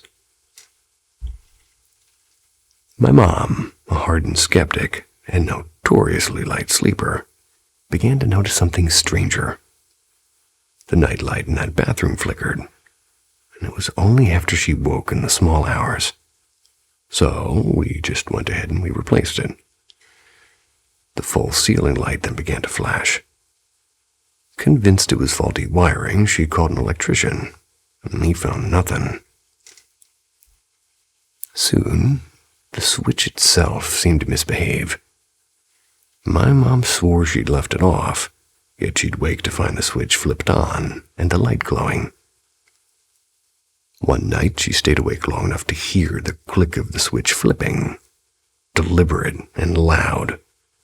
She didn't go in, something about it seemed to feel wrong. But from then on, she simply closed the door and waited for morning to turn it off. Then came the night that still makes my skin crawl. I woke up thirsty. I padded downstairs. I poured tap water, room temperature. Put that into one of Grandma's tumblers, and as I stepped directly beneath the upstairs bathroom, the bottom of the glass detached cleanly. It dropped to the floor like a crystal ring, water spilling everywhere. Not a crack or shard, just a perfect hollow tube in my hand and a neat glass disc on the tile. I nearly cried. Those tumblers meant so much.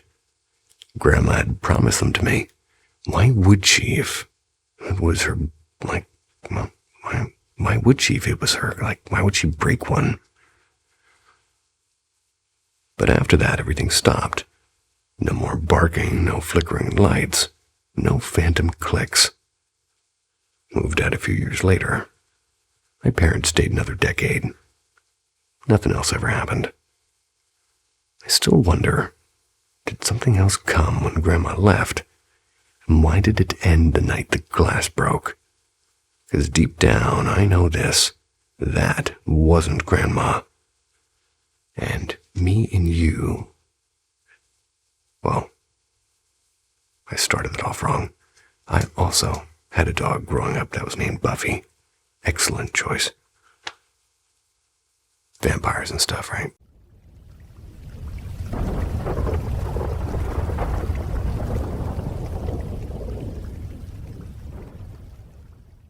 The figure in the hallway.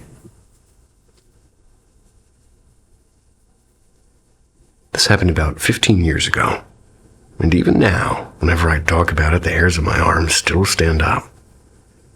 This is the first time I've actually written it out. I've always wondered if anybody else had gone through something like this, and if so, what they made of it. To keep myself sane, I had to convince myself that what I saw was me from some other version of reality. As weird as that sounds, it was easier than believing something else was lurking there with me. At the time, I'm living in this sprawling old house. It's over a century old, with a long, straight hallway that seemed to stretch on forever. The rooms peeling off on both sides like a train car.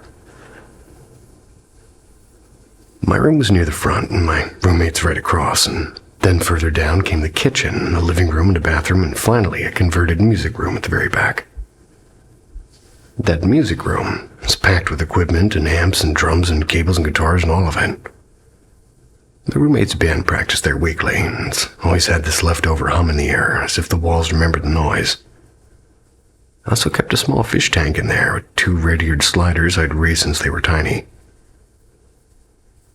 One night, close to midnight, I was getting ready to crash, and I was alone and completely sober. Just about to step into my room when I realized the aquarium light was still on. The turtles needed darkness, so I sighed, turned back, and I started that long trek down the hallway. My dog, a 9-year-old shepherd mix, trotted faithfully at my side. When I reached the tank, I flipped the light off, and instantly the room was swallowed in darkness. So total that it felt solid. I paused, shifting my weight, about to step when I froze, and there, inches right in front of me, stood a figure. Human-sized, human-shaped. But no details, just a silhouette carved out of the dark, somehow less dark than everything else around it. It reacted the same moment I did, startled, jerking back and taking 2 large steps to the side until it pressed itself against the wall, bracing with its arms as if I had frightened it. My dog leaned into my leg harder than she ever had before or since. A low growl vibrating from her throat, not loud, barely audible, but steady and unbroken. I couldn't move. I just stood there, staring at this shadowy outline. And it was my height and my build, and every bit as real as I am. Time stretched, like 30 seconds, like a minute. Long enough for my eyes to start adjusting. Then the figure started to blur and fade into the black, but never truly disappear. Finally, I backed away with my dog glued to me. Her weight against my leg the whole walk back down the hallway. I didn't turn on a single light until I was safely in my room, door shut, dresser shoved against it. Told myself it wasn't really there, just to trigger the dark. But I knew what I saw. That night I sat on my bed shaking, petting my dog with one hand while the other clenched the blanket. Kept the light on for the night afterwards. Nearly 30, and I'd never been afraid of the dark before, but that changed. Next day, I asked my roommate to meet me outside the house before I told him, and when I did, his face went pale. He said he'd had strange experiences too, like knocks and whispers from the amps when nobody was in the room, but he'd never seen a shadow figure. Lucky him.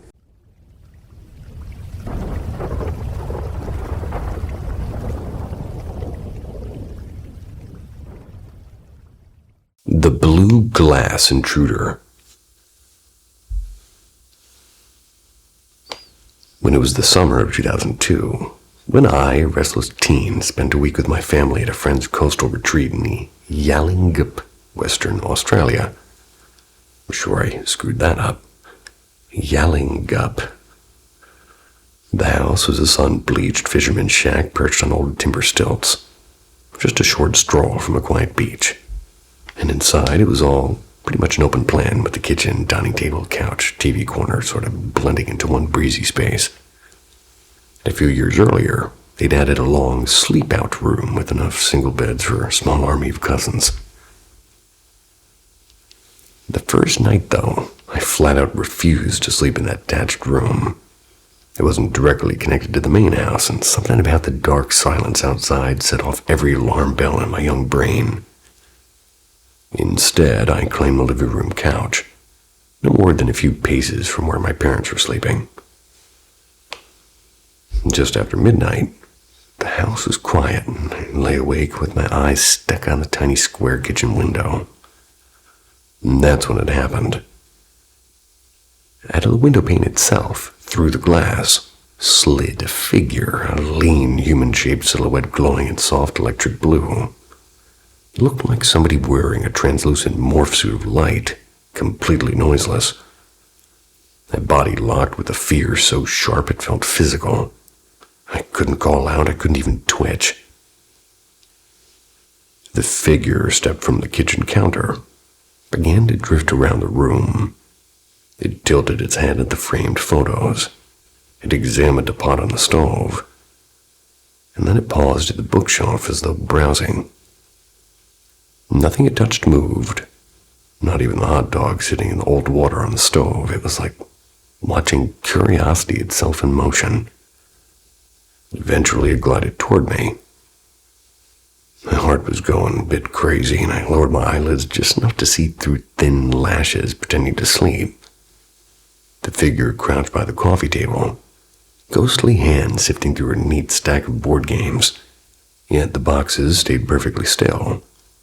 Then, with a sudden swivel, it leaned over me until its faceless face hovered inches from mine, and the air around me felt charged and humming. I couldn't bear it. I snapped my eyes shut and forced out a strangled, drawn-out cry, screaming for my mom. The effect was instant. The figure shot upright and swept across the floor in a single liquid motion. The front door, which I knew was deadlocked, it swung inward with a sharp bang, and the security screen sprang outward at the very same moment. And then silence. Seconds later, my mom appeared, bleary and frowning, insisting the wind must have done it. Though I caught a flicker of doubt in her eyes, and I spent the rest of the night wedged between my parents, sleep, and a distant dream. Years later, I returned to that house and slept there without incident, and still the image of that glowing blue visitor had never left me. Maybe it was a curious spirit. Maybe it was something stranger. Some people say such paralysis means it was feeding on my energy. Maybe. All I know is it came through solid glass, and it was real enough to make every hair on my body stand on end. And yes, even those hairs.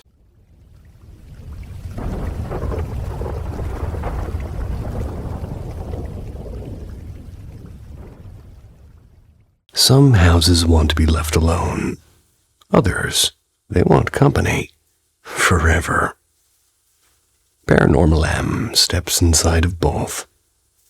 Subscribe. Don't lose your way. The window in the art wing.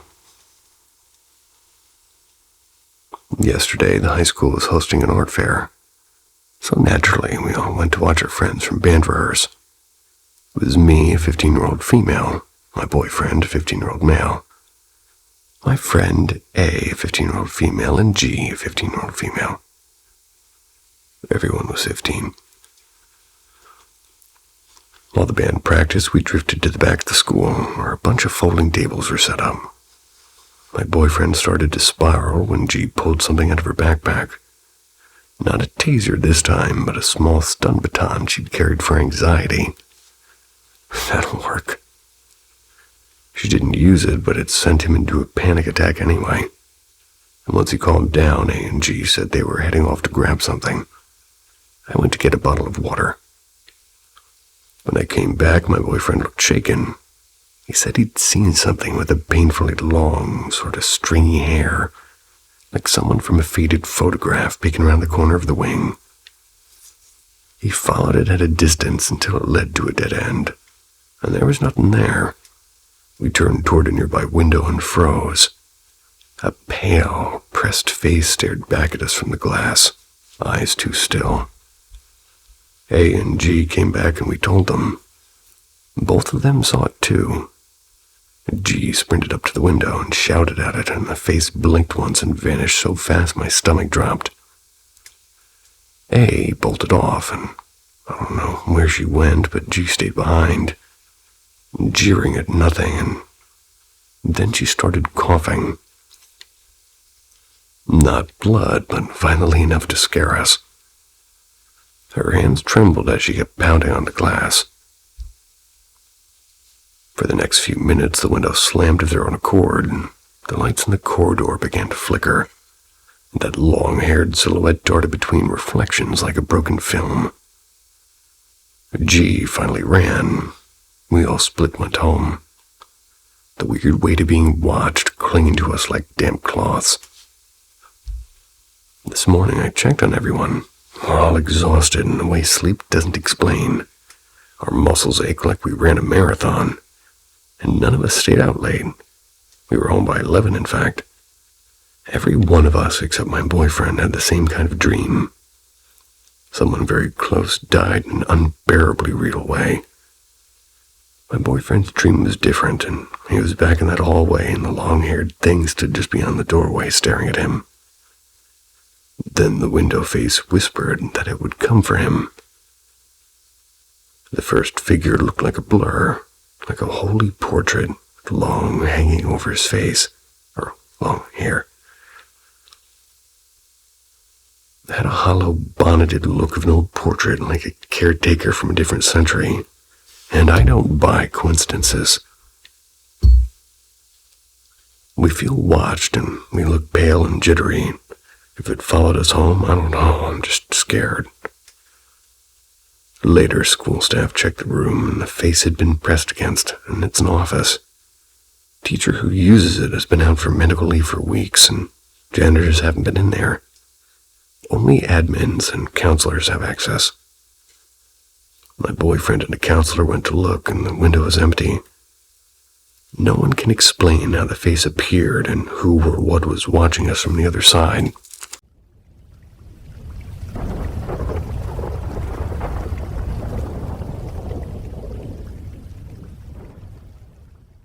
The window at Gaines Tavern.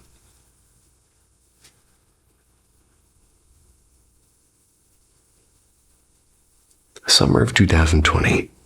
Peak boredom season. And me and 3 buddies decided to hit up this supposedly haunted spot in our hometown, the Gaines Tavern, down in Walton, Kentucky. If the name rings a bell, it's because Ghost Hunters actually filmed an episode there.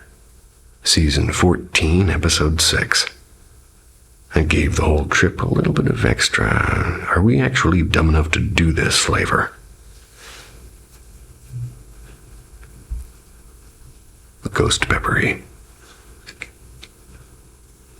By the time we rolled up, it was around 11.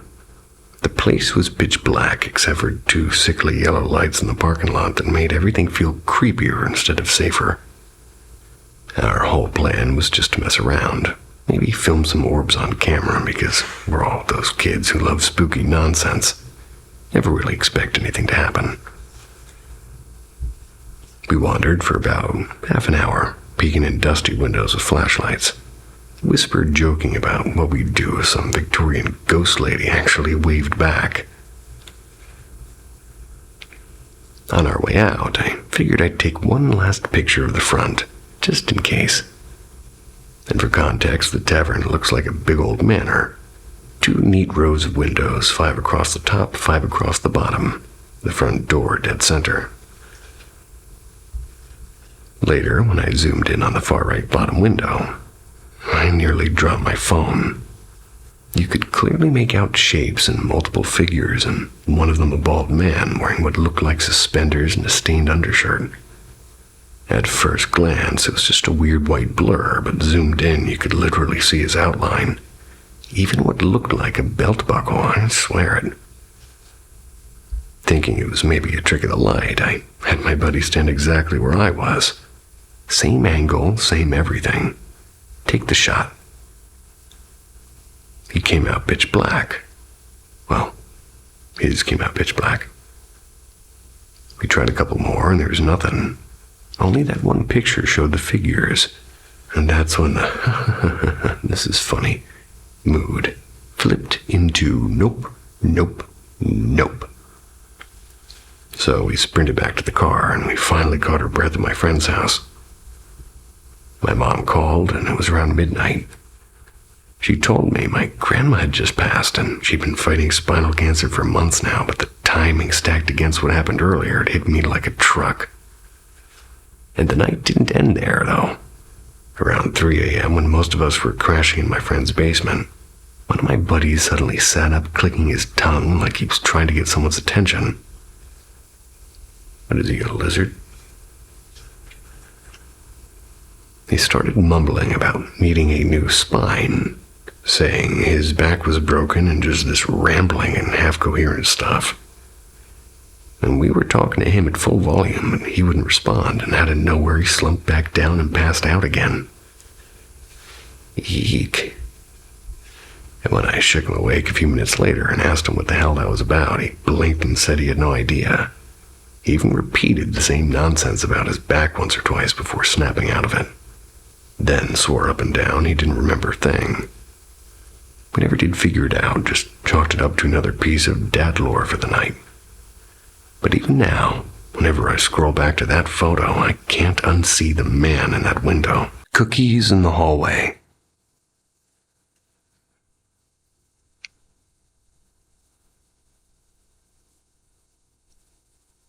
This happened close to 2 decades ago now, and while plenty of details in life do blur over time, this one never really left me. I've always been sensitive and able to hear and smell and feel things beyond the ordinary. But this encounter stood out because somebody else had confirmed it, at least in a way. I had just moved into a shared rental with a couple and 2 other housemates. It was a ramshackle old place with 1 room upstairs and 3 below. The upstairs room had a hallway outside it that frequently smelled like somebody was baking sugar cookies. And not faintly either. Rich and warm, straight out of the oven cookies. The weird part is, no one was ever baking anything, and the tenant in that upstairs room was a notoriously messy guy whose room smelled like dirty laundry and wet socks. Not pastries. I lived downstairs, but my computer was kind of set up in the tiny office upstairs, and I worked evenings. I was usually on the computer late into the night, actually. Almost every night, I'd feel a presence behind me moving from the doorway to right up close, like somebody leaning over my shoulder to see what I was doing on the screen. It wasn't hostile, just insistent, and oddly, whenever I opened something personal like online banking or emails or late-night browsing, you could call it. Of the less wholesome kind. I already got it before. The presence would instantly back off like it respected boundaries. One night, I mentioned it to a long-term tenant. We were having a cigarette outside, and as I described the feeling, she went pale and said, "That sounds exactly like Sam." Well, I asked who Sam was. She explained that he'd been a close friend and a former housemate.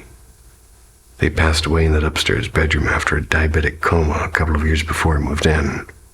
And apparently, Sam had this habit of standing over people's shoulders while they were on their computers. Unless they were looking at something private, then he'd politely wander off.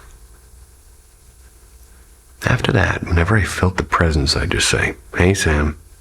Sometimes even joke about him snooping, and if I was reading horror stories and getting too jittery, I'd ask him to give me some space. Feeling would just vanish instantly. The strangest night came when I headed downstairs to my room. At the foot of the stairs, I suddenly felt something rushing at me, like a violent wall of wind and pressure and thick with malice. My chest clenched in panic, and then just as quickly, I felt Sam barrel down the stairs and chase it off. The crushing pressure disappeared in an instant, and I whispered, "Thanks, Sam," and went to bed. Whatever that darker thing was never came back. About a year later, the house gets sold and it's scheduled for demolition, and it's my last night there. I told Sam he was welcome to come with me if he wanted to, but never did feel him again. My guess is he chose to stick with the couple he'd been closest to, or maybe he finally found his way onwards. Either way, I still think of him sometimes, especially when I catch the smell of cookies, or there shouldn't be any. The Little Room at Hawthorne Lane. When I was 5, my parents moved us into a 1920s semi-detached house on Hawthorne Lane, a quiet tree-lined street in a suburban Birmingham. My baby sister had just turned 1, and at first nothing about the house seemed remarkable, until I started making friends with people no one else could see. I named them, bracing myself for this, Ida and Udamamawi. Names far too peculiar for a child to invent. Udamanawi. I mostly played with them in the attic and the laundry room, in the 2 darkest corners of the house. And then, just as suddenly as they'd appeared, they'd vanished when I was about 7. Everyone decided it was just a phase, and I tried to believe that too. And by 9, the nights turned strange. I'd wake frozen. My eyes would be wide open. I'd be unable to move while something heavy seemed to press down on my chest. The old lamp and record player in the lounge began switching on and off when no one else was home. Shadows pooled in the corner of the room where the light never reached, and I learned only years later that a previous owner had ended his life in that very space. My bedroom at the back of the house, overlooking a long garden with a cherry tree and an old air raid shelter, was the worst. Objects I carefully placed each night, my hairbrush, the TV remote, they were somewhere else by the morning. The door, which dragged against the carpet, would inch shut on its own. I'd feel the duvet being slowly tugged away as I lay there, holding it tightly. The desk slid, stiff and hard to move, and would suddenly drop with a bang. One stormy night in my teens, everything erupted at once. First, a crash loud enough to wake the household. Then the loft hatch, heavy and awkward, flung itself open.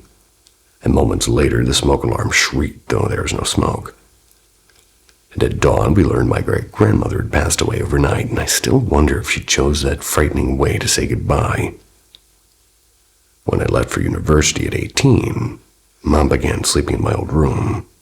She'd spent years telling me I had an overactive imagination. But years later, she quietly admitted she never felt at ease there and could never sleep with the door shut. The final twist came in mid-2000s, the day before my parents sold the house. And as Mom tidied the front garden, an elderly woman paused and spoke.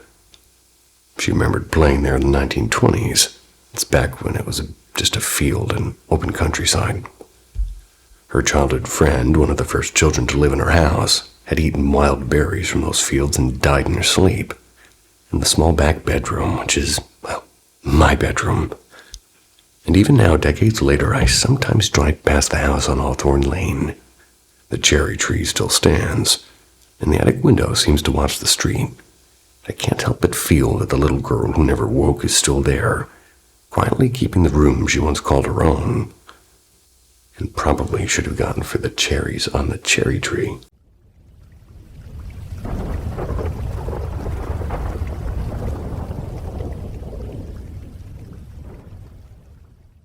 The Shaking Room of Bangkok. This one comes from my dad, back when he was on a business trip to Thailand nearly 30 years ago. Let's say mid-90s. And for context, my dad is the least superstitious man I know. He'll happily mock ghost stories at family gatherings. His philosophy is be polite to whatever's out there, but don't let it run your life. Anyway, he's just staying at a pretty fancy hotel in Bangkok, the kind of place that catered to international business types. After a long dinner meeting, he went back to his room. No TV, no music, just him lying on the bed reading a paperback novel. And then out of nowhere, the bed jolted violently. Now, my dad grew up in a country that's no stranger to earthquakes, so naturally his first thought was, oh, a tremor. Except the walls weren't moving, the lamps weren't rattling. It seemed to be just the bed. He brushed it off and he tried to keep reading. A few minutes later, bam, the same thing. Shake, stop, silence. This repeated a couple of times until finally, completely fed up or maybe a little cocky, he yelled, "All right, one more time if you've got the guts." And in Mandarin, of all things, definitely not Thai. And wouldn't you know it, the bed erupted again, shaking harder than before, as if something invisible was saying, "Challenge accepted." Dad said at that point his skepticism kind of cracked clean in half. Goosebumps, jaw on the floor, the whole package. He packed up calmly, well, as calmly as you can after talking smack to an invisible roommate. Went back down to the front desk. He half expected the receptionist to laugh him out of the lobby, but instead, she nodded, perfectly straight-faced, offered to switch his room. And here's the strange part. She casually mentioned, "It's easier for us if you stay on a floor with the other guests anyway. You're the only one up there." My dad later realized how flimsy that excuse sounded. When he and a bellboy went back upstairs to collect his luggage, he swore the moment the elevator doors opened, the air was colder, and the lights, though the same fixtures, looked harsh and bluish, not warm like the rest of the hotel. The next day, he phoned his secretary to vent about the ordeal. She was quiet and then rang back up later saying, "I've told the travel department, don't ever book that hotel again." When he pressed her, she refused to elaborate until he returned home, and once back, she finally explained. Years earlier, that hotel had suffered a catastrophic fire. Dozens of people had died trapped by faulty safety measures. The place had since been renovated and repainted and rebranded, but some things, he said, don't move on so easily. Dad never claimed it was evil, but restless. As he likes to put it whenever ghost stories come up, maybe it just wanted some attention from its new roommate. But every time he tells it, I still feel that same chill he must have felt when the elevator doors slid open on that cold, empty floor. Bulbs come in all temperatures, you know.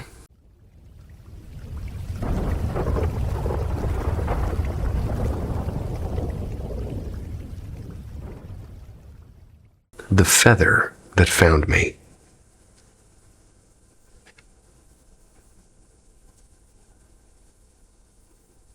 There was a season in my life where I was carrying more weight than my own.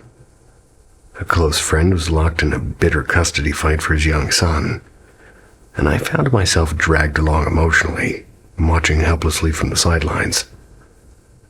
The frustration and sorrow were heavy that I just turned, as I often do, toward prayer, whatever thin threads of faith I could hold on to. Around that same time, I began to notice a strange pattern. The numbers 22 and 222 kept showing up on clocks and receipts and even license plates. I'd seen repeating numbers before, but never with this kind of persistence, and finally, in a late-night haze of exhaustion, I searched online. And what I discovered jolted me. Dozens of sources claim that the number 222 is a sign from angels and a reassurance that you're not alone, that help is already nearby. Reading that in the middle of my turmoil felt less like coincidence and more like a lifeline. One article suggested something simple. If you doubt the presence of your angels, ask for a sign. A feather is one of the clearest. It even went further. Say it out loud. Angels help me find a feather, and they'll answer. So I tried, and I stepped out behind the cafe where I worked part-time and whispered, and kind of almost embarrassed. I said, "Angels, help me find a feather," and I scoured the sidewalk and peeked into the hedges.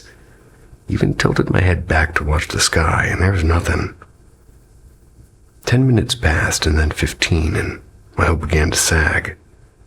No feather, no sign, just me staring at the cracks in the pavement, wondering if I was losing my grip. Went back inside, shoulders low. I was blinking back tears, and the only other person working that shift was a woman named Claire. She knew nothing about the custody battle, and nothing about the numbers, and nothing about the prayer I just offered. Not 2 minutes later, she suddenly paused mid-sentence and laughed nervously. You got something floating above you." She reached out and, to my astonishment, plucked a tiny gray feather from the air, one that had been circling me in the draft of the ceiling vent. I just stared, and then I broke, and tears poured down my face right there beside the espresso machine, while Claire stood awkwardly holding the feather, half convinced I'd lost my mind. When I finally caught my breath, I explained everything. She listened wide-eyed, but I could tell she wasn't sure whether to be moved or to be worried. For me, though, there was no doubt. No probability chart or rational explanation could erase the fact that I had asked, and an answer had come. Direct, precise, and gentle. That moment shifted something deep inside me. Faith, I realize, is not always tied to pews or doctrine. It's the mysterious way that help arrives when you need it most, and even now when doubt creeps back in, as it always seems to. I remember that feather. When I laugh at myself for questioning again, I whisper the phrase that silence, well, at least to me, it silences every skeptical thought. Explain the feather.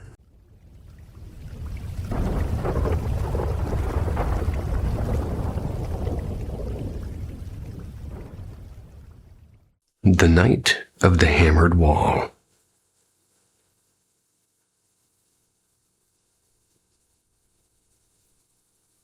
When I was still living back in my home country, strange things always seemed to stir around our old house in the woods.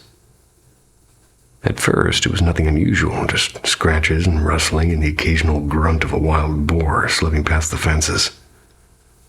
But one particular night, it changed everything. It was near midnight. I was waiting for the family to come home, and I was alone in the living room with the television humming in the background. I heard something rummaging in the kitchen. The kitchen was connected to a narrow shed that opened outside, and if the latch wasn't tight, animals could sneak in. I figured it was a hog again, but the sound stopped suddenly. Then, to my horror, the shed door creaked. It didn't push open, but unlocked. A man, not an animal, slipped inside. He prowled about as if searching for something, and I stayed frozen with my heart pounding until he finally disappeared. Months later, it happened again. That night, my grandmother was staying over, and I was nearly relieved to be alone. But the noise returned, not from the kitchen this time, but from the shed's thin metal roof. Something was moving across it, and heavy enough to bend the panels, and I told myself it just must be a stray cat. Deep down, I think I knew better. Later, when my family came back, the house settled into silence and everybody drifted to sleep except me. And then a sudden bang, so loud it rattled the whole house, and for a moment I thought it was maybe an earthquake. But it didn't fade. The pounding went on, and I braced myself, waiting for my parents to rush out, but no one seemed to stir. The next morning when I asked, they claimed they hadn't heard a thing. Only my grandmother admitted that she had. Although I think she dismissed it as it maybe being my cat or something. But my sister, who slept upstairs, thought she'd been dreaming. When I went to the balcony, I found the truth carved into the wall. Deep marks as if somebody had been hammering at it. Not long after, while visiting the local library, I overheard a man speaking about similar disturbances. I interrupted, blurting out that the same had happened to me. He wasn't surprised and said plenty of villagers had seen stranger things. People whispered that in 2008, a group of so-called black magic monks had been arrested for grave robbing. Some believed that they had cursed the village, unleashing wandering spirits. And considering there is a neglected cemetery just across from my house, it really wasn't that hard to believe. Neighbors swore they'd seen smoke-like figures drifting between the trees. I never saw them myself, but my cousin once told me he'd spotted a man in black trying to slip into her shed late one night. Assumed it was me. To this day, no one has explained the hammering or the prowlers. My grandmother still lives there with my aunt, carrying on as though the house is perfectly ordinary. But for me, the memory of that balcony wall, scarred in the night, remains sharp and unshakable. Phantom infestation. It started with a sudden collapse of normal life. One Monday morning, my boss simply vanished. No paycheck, no notice, nothing. In Germany, of all places, where laws usually click like clockwork, the court still seemed to shrug at my claim, even though others in the same case got their money. Then the world tilted further. Despite a strong resume and a market that should have favored me, every job application vanished. Months passed by, and my confidence seemed to thin. By late winter, the oddities sharpened. Bedbugs appeared in my apartment in January, deep winter. That's while I was traveling in Italy. My girlfriend had just entered my life around then, and she swears that she's spotless. Yet the bugs showed up off-season, like an omen that refused logic. Or like possibly something else. Yet, when we finally moved in together, things only deepened. She was a bright, unstoppable 18-year-old, but within weeks her joints betrayed her.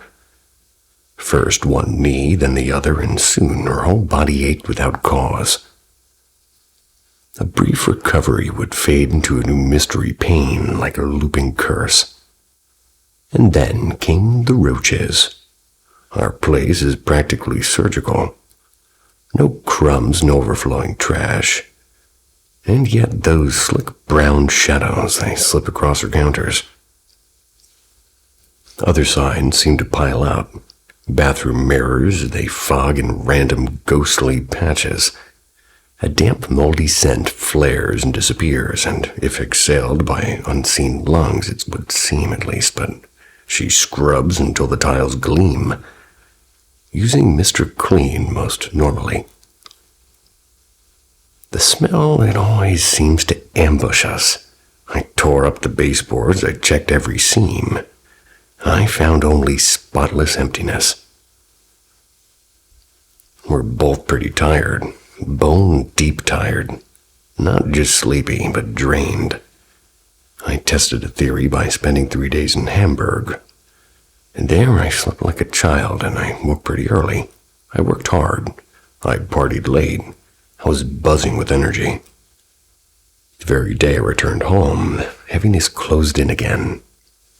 One former tenant, a serious man with no talent for jokes, he admitted that he sometimes found objects in places he'd never left them.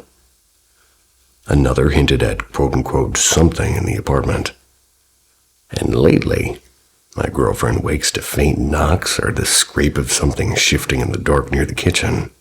And sometimes she swears a shadow moves when nothing should be moving. I started this story as a skeptic. Not so sure anymore. Maybe it's some slow, hidden infestation. Maybe something older and stranger, a parasite of the spirit feeding quietly on us both. Better than bedbugs.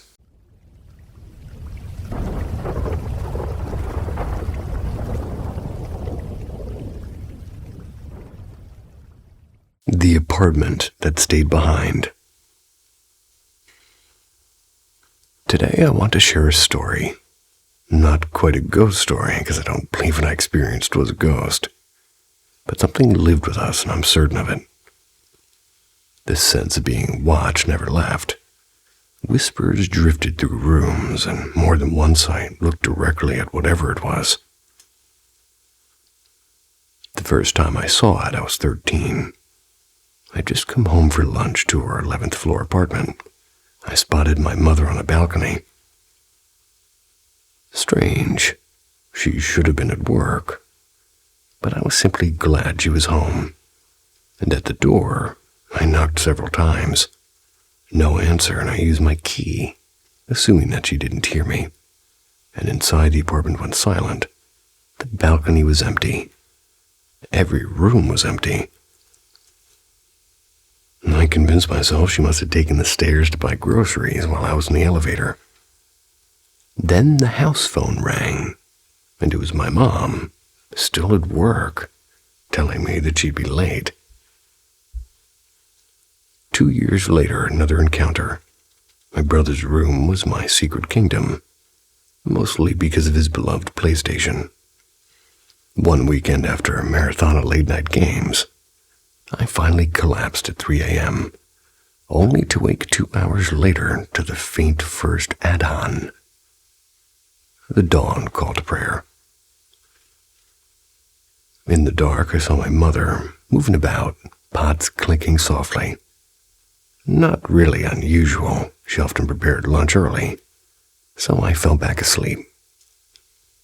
When I finally got up, sunlight flooded the house, and it was Saturday. Mom, still in pajamas, blinked at me when I asked why she'd been up so early. "I wasn't," she said. "I slept until 10. The third time may have saved our lives. One night I woke to my mother's voice again, calm but insistent, telling me to get up and smell the air. Something's wrong. And the apartment reeked of gas. So we shut off the valves, flung open windows, hearts pounding. And I later read about entire families never waking up from silent leaks. So whatever it was, it hadn't meant to harm us. But it didn't want us to leave either. Every time we tried to sell that apartment, buyers vanished. Calls went unanswered. Whenever moving was seriously discussed, my parents quarreled over absurd things, and the process always unraveled. And there were other moments, faint conversations in empty rooms, childhood memories of an imaginary friend that my parents teased me about. But fear, I never felt it, not once. It was as if the presence numbed the part of me that should have been afraid. Years have passed, and I've lived elsewhere, but nothing has felt as alive or as much like home as that 11th floor apartment. Even at crowded family gatherings, I catch myself waiting for somebody who never arrives. And if I could, I'd buy that apartment back. Maybe what I lost is still waiting there.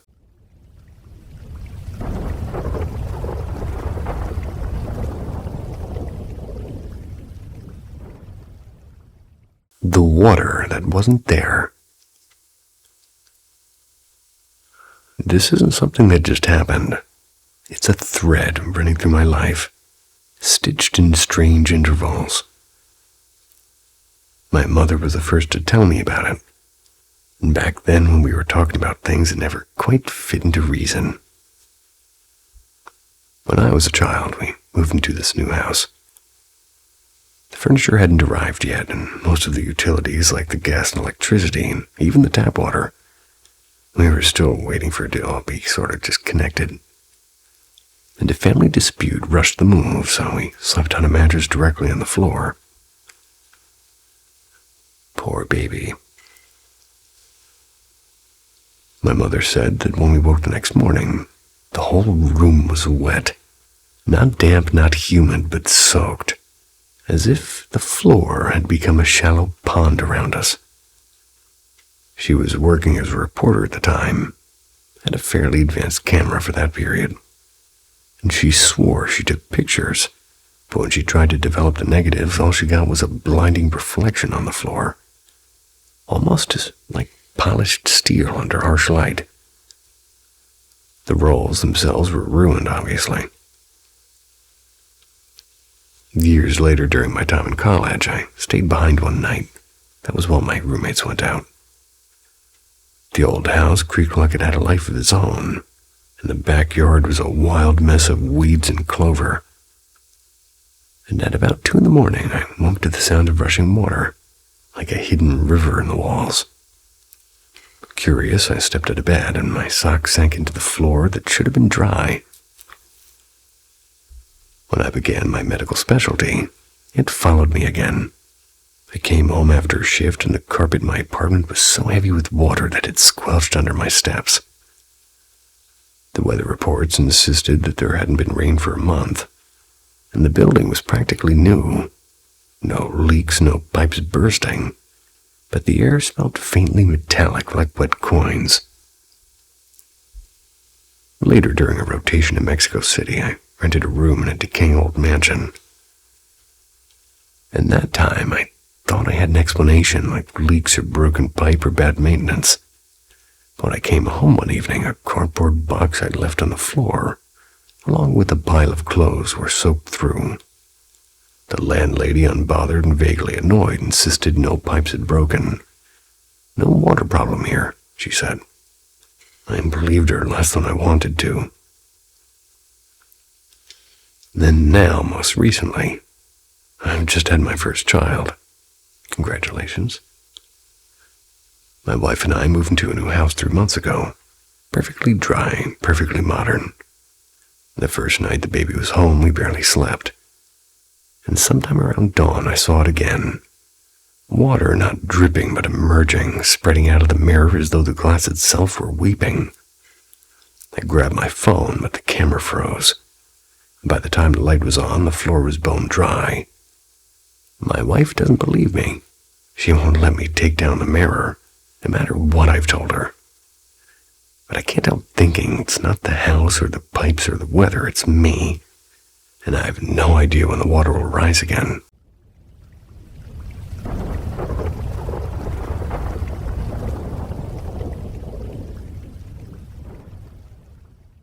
Rings in the dark.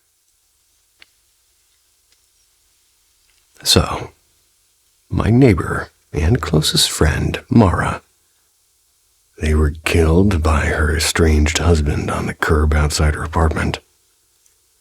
Maybe that's why, even a year later, I just couldn't bring myself to erase her name from my phone. Every time I cleaned out old contacts, people I barely remembered or never needed to call again, I'd hover over hers and freeze. And deleting her felt like erasing the last thread that tied her to this world. So, one gray afternoon, while scrolling for someone else's number, my thumb stopped on Mara. I don't know why, maybe boredom or impulse or grief, but I tapped call. The line rang twice. Then click. Hello. It was her voice, familiar, soft, and unmistakable. My chest clamped tight. Mara, it's me. Hello? She repeated, distant as if from underwater, and I whispered, Can you hear me? Then the line went dead. I sat frozen, phone shaking in my hand, and almost called her mutual friend Jenna to tell her. But what would I say? Hey, Mara just answered her phone, and she's dead. No one would believe me. Maybe I didn't even believe me. The next day, I called again. She picked up again. Same soft hello, but nothing more. I called 5, 6, maybe 10 times over the week. At first she answered, then silence, straight to voicemail. I texted, no response. I told myself one last try. And this time she answered and her voice was sharp. "I don't know who you are, but please stop calling me. You're scaring me." I nearly dropped the phone. My stomach turned cold. Mara's final living moments had been spent in terror because a man wouldn't leave her alone, and now I was the voice haunting her peace. I never called again. I stopped texting, but I just couldn't bring myself to delete her contact and still can't. A month later over dinner, Jenna brought up Mara, and between bites I asked, "Do you still have her number?" "Yeah," she said. "Try calling?" Jenna shrugged and dialed. She listened and lowered the phone. "Disconnected," she said. "Why?" I forced a laugh. I was hoping that she'd answer. "That's kinda dark," she said, and changed the subject. We never spoke of it again, and I haven't called since. Not because I've stopped wishing that she'd pick up, but because I don't want to frighten her. Still, some nights when the house is quiet and the dark feels heavy, I half expect the phone on my nightstand to light up with her name. Just once. Just long enough to say goodbye.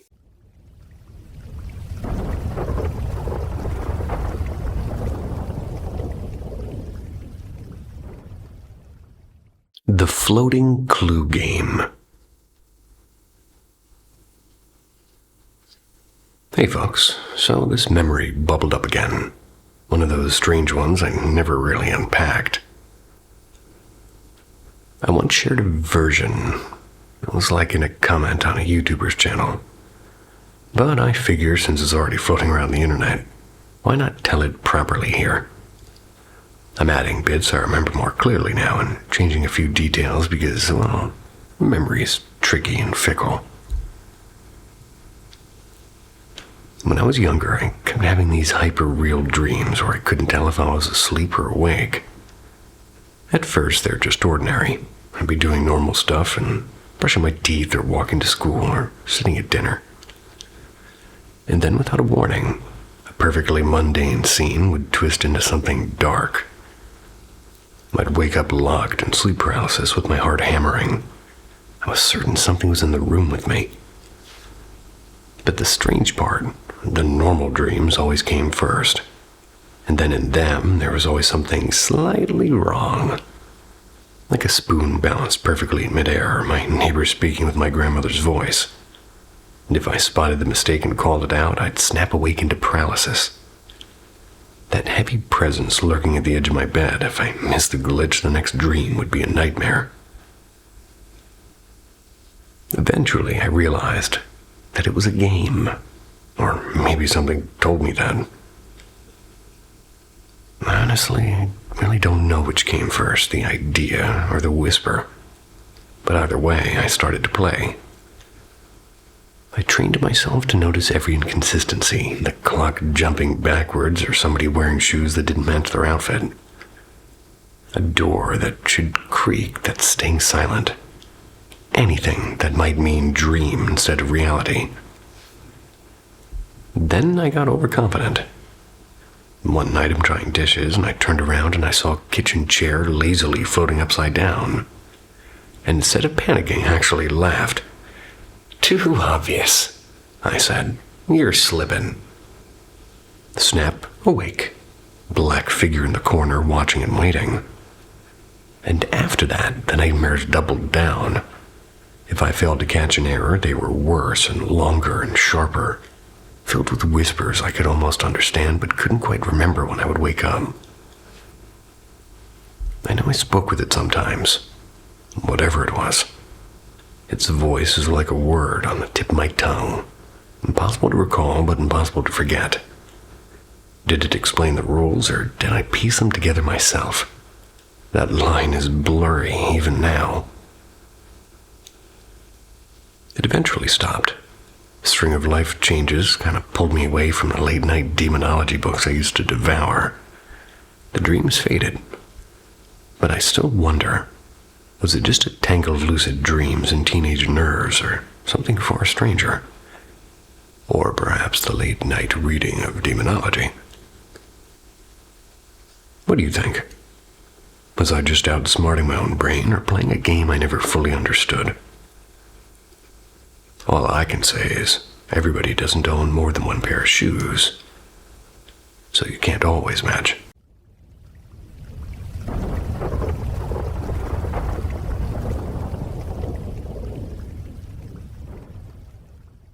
The leftover plate. Never quite written anything out like this, but I'm going to go ahead and tell it anyway. Back when I was working at this tiny diner, it was in the 2000s maybe, I rented this super cheap place across from the train tracks. One of those buildings where the walls are so thin you hear your neighbors sneezing. So I ended up hanging out a lot with this girl from work, Marcy. She was from West Virginia with a loud laugh and always smelled like vanilla body spray.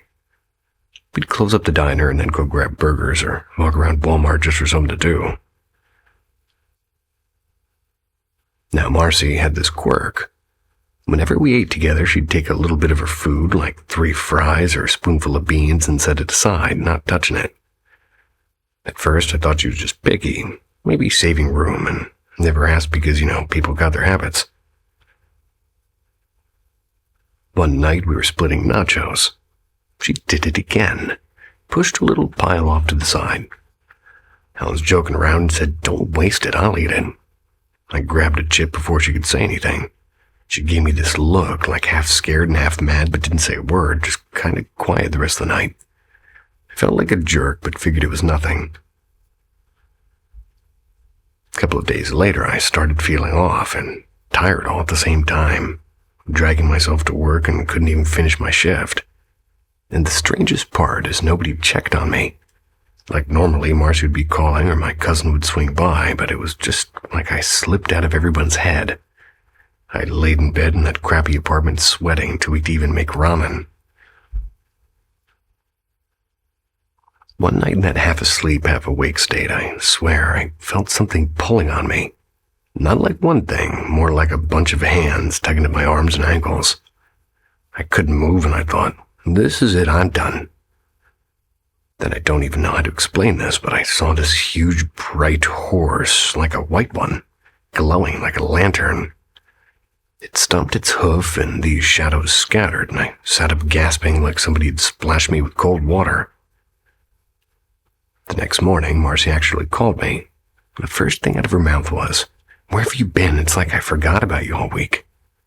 And that freaked me out worse than the dream, honestly. Later I told my grandma, and she's an old-school Appalachian and believes in signs and haints. Never heard that word in my life. Signs and haints. She got real serious and asked if I'd eaten anything meant as an offering. That's when I remembered the nacho thing. Turned out Marcy always leaves a piece for company. Like the spirit she thought kept her safe, and by eating it, I basically told them, "Yeah, I'm gonna take what's yours." Grandma gave him like a little cross pendant to wear and made me keep salt by the door. Said the horse was likely a protector showing up at the right time, but she warned me that once you've been noticed, you don't get forgotten. So yeah, still gives me chills, and I keep my hair cropped short these days. I don't know if that's superstition or just me hanging on to what Grandma said, but I'll tell you this. Never touch anybody's leftovers again. What does your hair have to do with anything?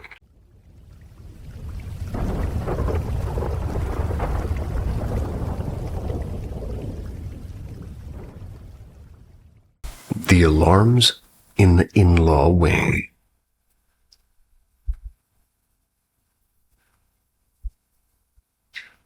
It was just past midnight.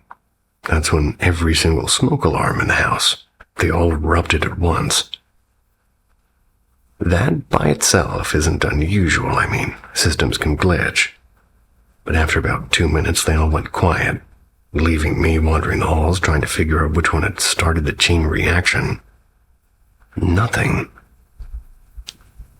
I just convinced myself it was some electrical hiccup when, bam, they started again. This time they didn't stop.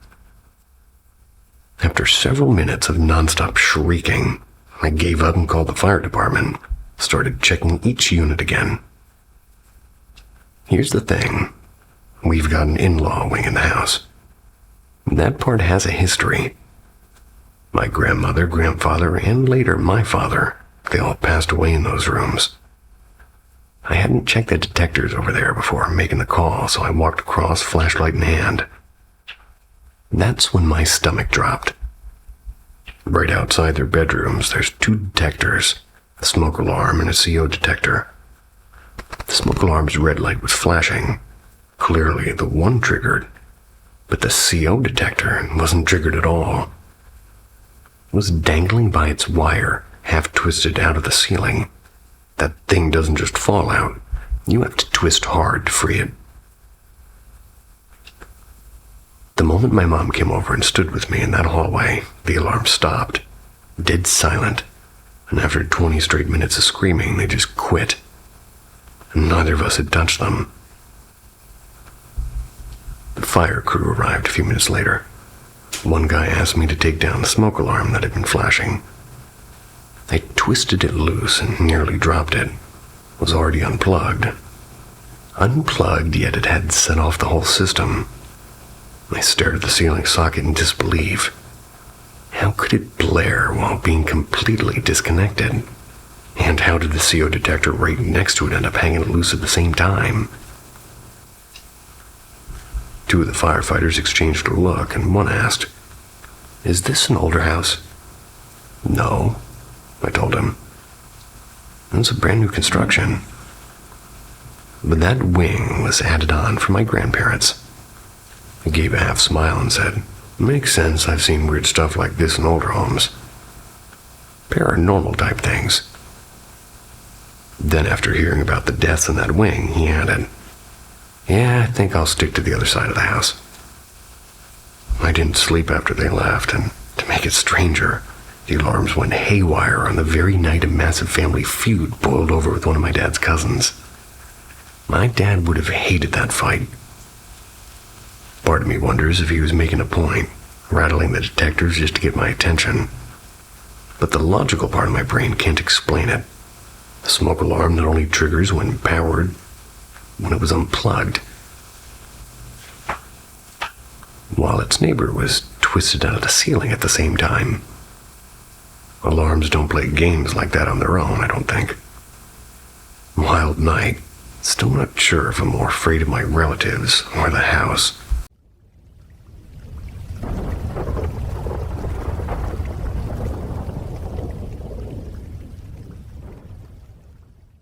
The chair by the window.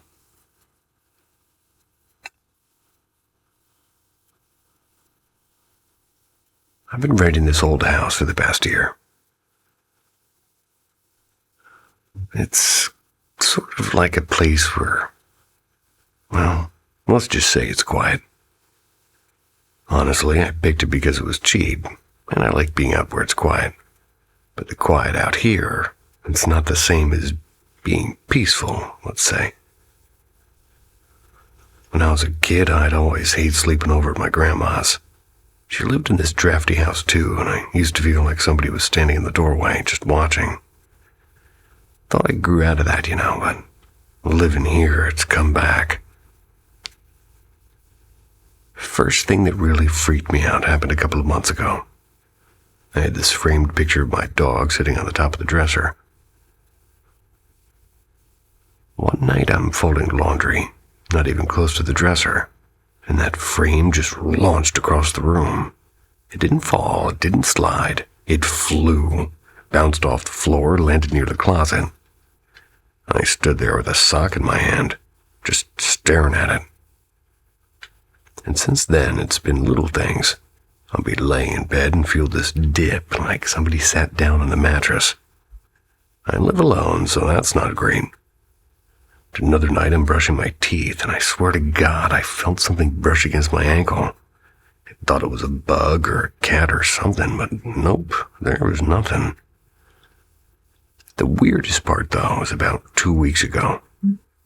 Came home from work and found the chair by the window pulled out. And I don't sit in that chair. It's just decorative, one of those old wooden ones that you throw a blanket over so it looks homey. But it had been moved, and you could see the marks on the rug where it used to sit.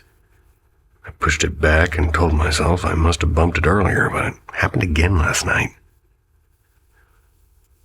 There's also the butter thing, which kind of makes me laugh, but kind of creeps me out too.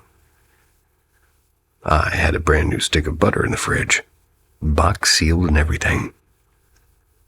But one morning I opened the fridge and half the stick's gone, sitting on a plate like somebody's been using it. I live alone. I don't even eat much butter. I called my sister about it and she just laughed and said maybe I sleepwalk. I know I don't. At least I don't think I do. In the basement, don't even get me started. Laundry's down there, so I have to go, but every single time I hear these little scuffing noises under the stairs, it's like I thought I saw something move, like a shadow darting, but I blinked and it was gone. It is an old house, so maybe it's a mouse, but I don't know. Anyway, last night the bed shook. Not an earthquake, not a truck rumbling by, just 3 sharp shakes like somebody put their hands on it and gave it a good shove, I laid there. At this point, I keep wondering if I should call a priest or just pack up and break the lease.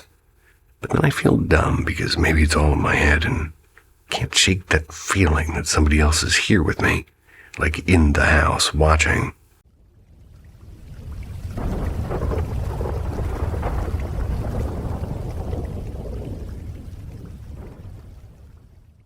The Haunted Girl at the Tracks.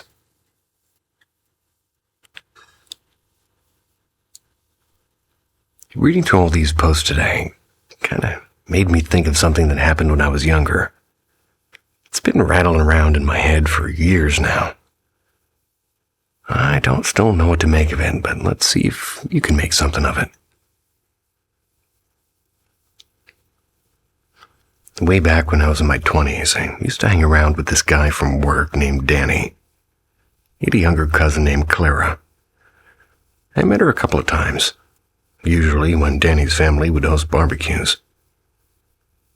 She wasn't exactly talkative, just kind of hung back smoking cheap cigarettes, even though she was barely out of high school. She always gave me this unsettling feeling.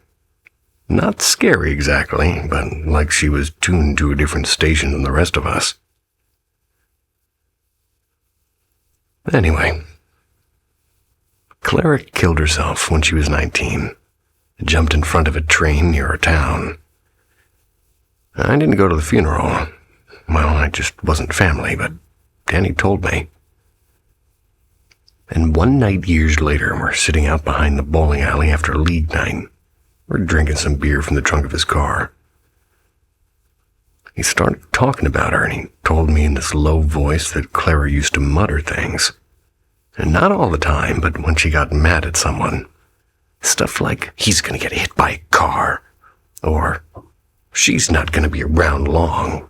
Things like that. I don't know if she was angry or not, I was just guessing. At first, Danny thought she was just being dramatic, but then people actually started dying. One guy that she said that about, they got crushed under a tractor. It was on his uncle's farm. Another, they overdosed a couple of months later. Danny swore there were at least 3 like that, maybe even more. And something that stuck with me was that he said one night at the bonfire party out in the woods, we were both there, by the way, he overheard her whisper, "They should all just be gone." I didn't hear it myself, but he swore she said it, and within the year, at least 4 people from that party were dead. 1 drunk driving, 1 overdose, 1 freak accident with a combine. And Clara herself on the tracks.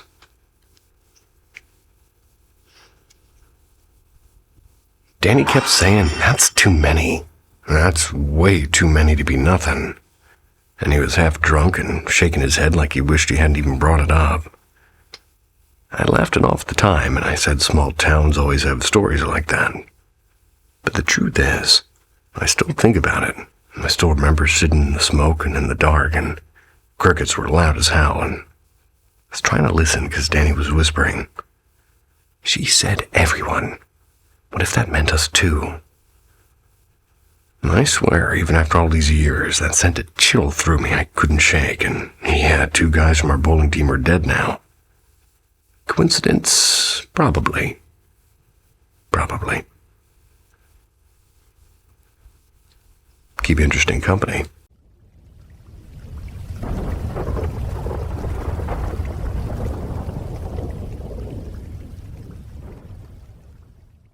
Whispers in the pines.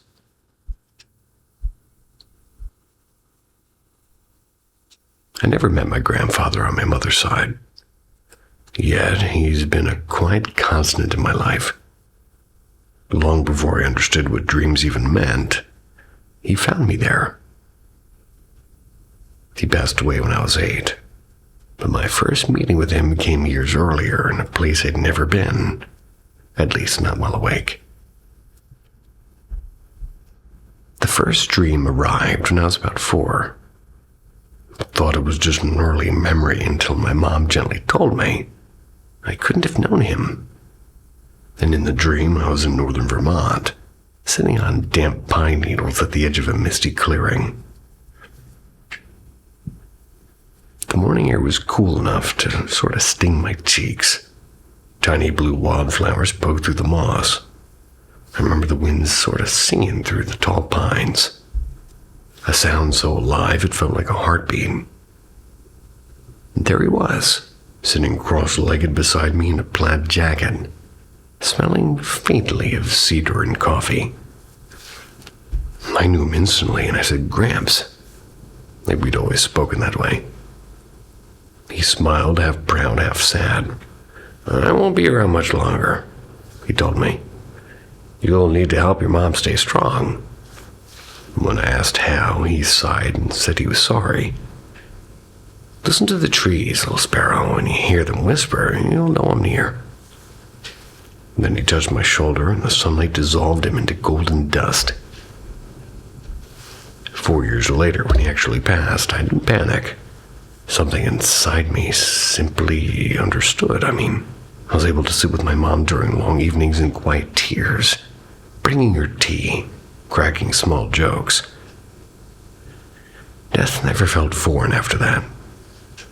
I faced danger more than once, accidents, illnesses, and it felt strangely calm, as if somebody unseen steadied me.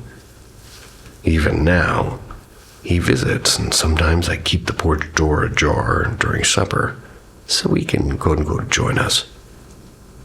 My mom, who practices ecstatic dance, has begun feeling him too.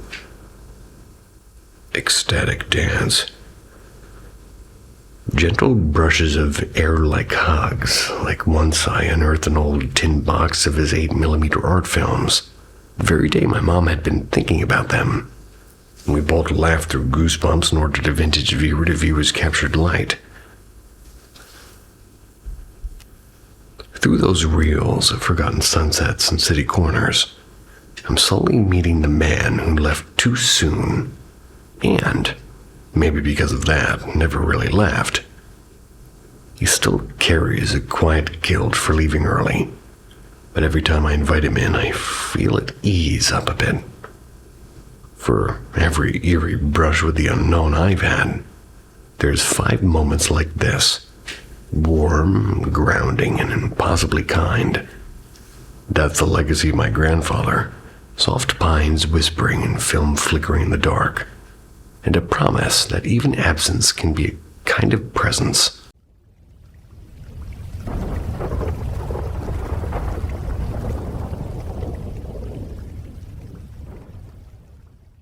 The toll and the silence.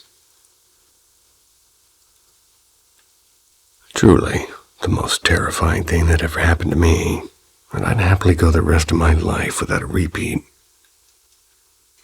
I must have been 12, maybe 13. It was a humid summer night, and I woke to the sound like distant cathedral bells, only deeper, like something huge and iron and heavy tolling from far away. For a half-asleep moment, I tried to place it. I knew every creak and hum of my street and didn't have a bell tower. The resonance rolled through my bones and left me disoriented and creeping out of the comfortable blur of sleep into a very cold, clear fear. I tried to go back under the covers, but the sensation of being watched, it slapped me awake. Like the first time somebody broke into your private space and you suddenly realized you're not alone.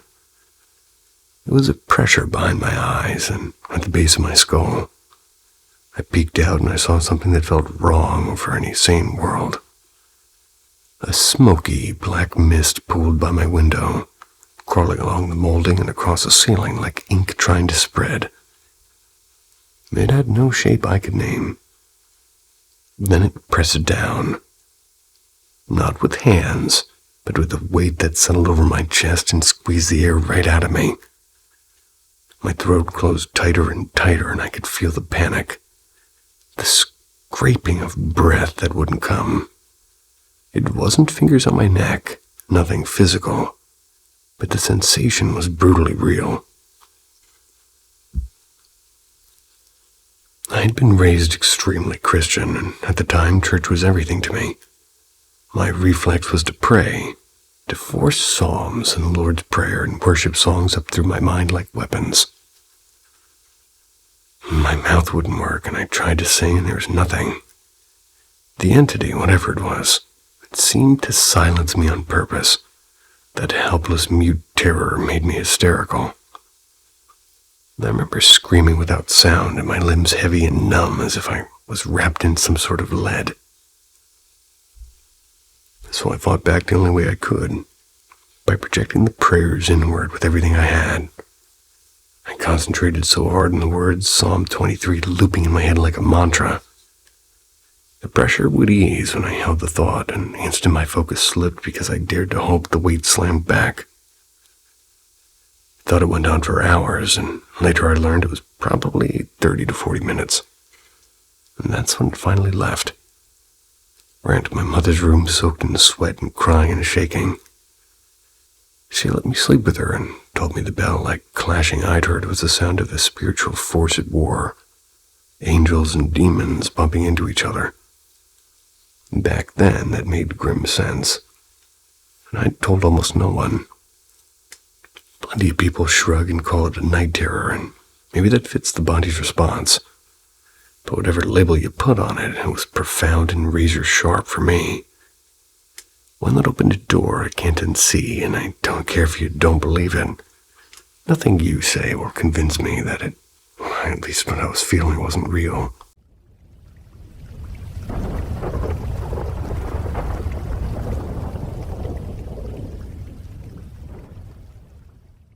The Visitor in the Quiet Hour.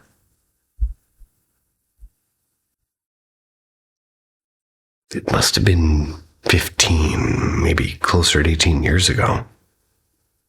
The exact date's kind of a blur now.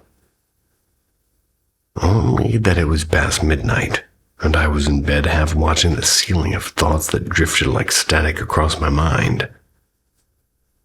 Sleep eventually pulled me under, and what woke me wasn't the sound.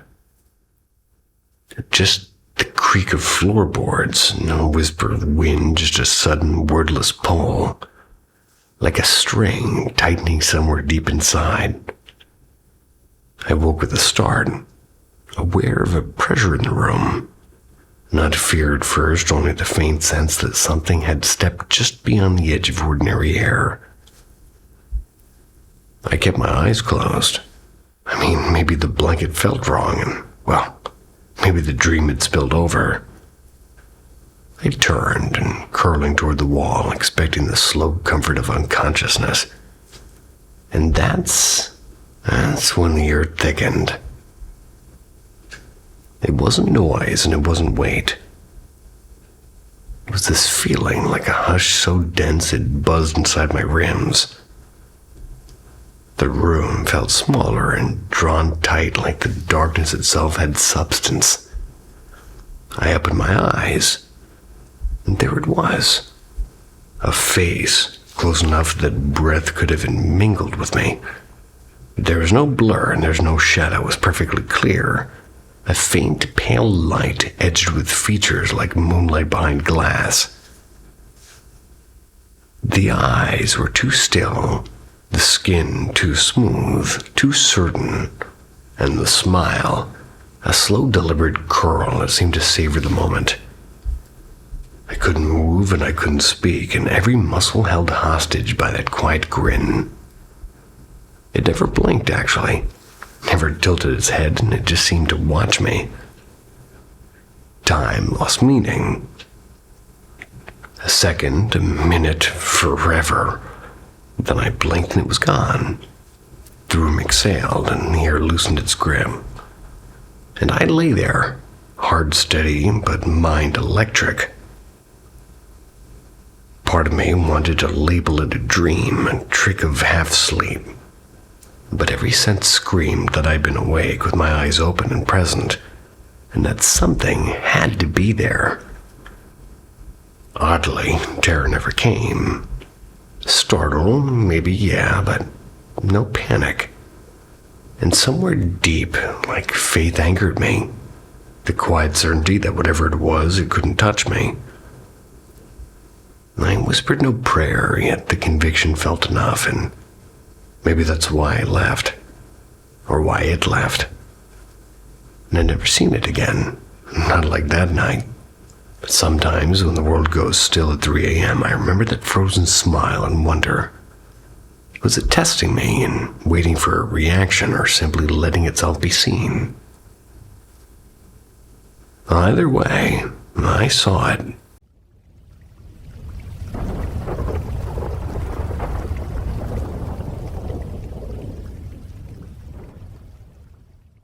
The Shadow with Wings.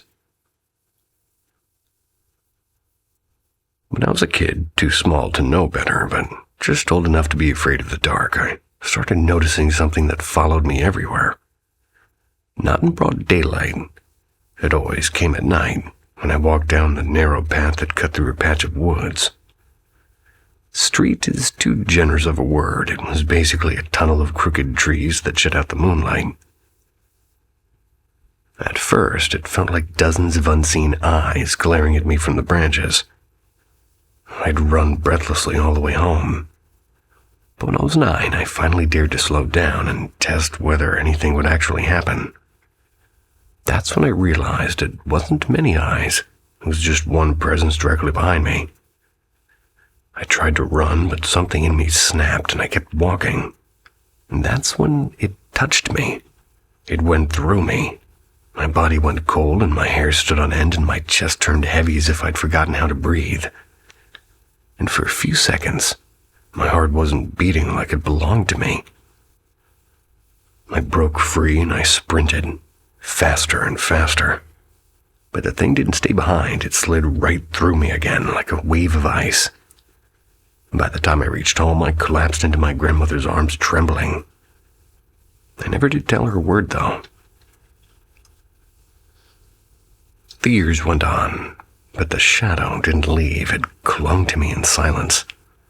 When I was alone, it would wrap around me from behind, wings folding across my chest like a predator's embrace. Its breath was always cold, and it always stole mine away. And as I grew older, it became a part of me. Sometimes in panic, it gave me strange bursts of strength or speed or sharpness, as if it lent me power. Other times, it pinned me down and clamped my mouth shut and squeezed until I was choking on air. And in those moments, I felt it trying to steer me or to puppet me. The worst was when it hijacked my thoughts. My mind would spit out visions, my family dying or my own hands causing terrible accidents, blood and screaming and ruin. It was like somebody was painting nightmares directly onto my brain. Eventually, I became numb. Real crisis felt dulled, almost boring compared to the horrors it had already rehearsed for me. Still, the shadow wasn't always cruel. Once in 7th grade, I was cornered by a boy who thought hurting me was entertainment. He swung a metal rod at me. Pain exploded across my shoulder, and the shadows surged inside me like a storm. The world went black and soundless. And then, without thinking, my right arm moved, and my fist drove itself into his stomach with a force I didn't know I had. He collapsed, just gasping. I stood there, pretty stunned, realizing it wasn't me who had thrown the punch. So here I am years later living with it, the shadow with wings, sometimes protector, sometimes tormentor, always there and always waiting. Sounds like family.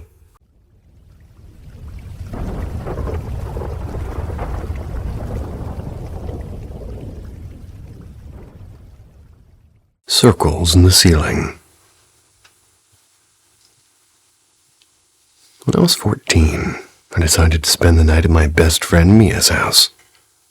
It happened to be mischief night, the one night right before Halloween. It's when the world always feels a little bit thinner and a little bit stranger. By the time the clock edged toward dawn, we were still awake. Mia and I had roused her bustling army of siblings, and I swear there were like 10 of them. Everybody ended up squeezed together in the living room. The only light came from a soft spill of the kitchen lamp, making the shadows stretch long and uneasy. At first, we distracted ourselves with phone games and ridiculous debates about how each of us would survive a zombie apocalypse.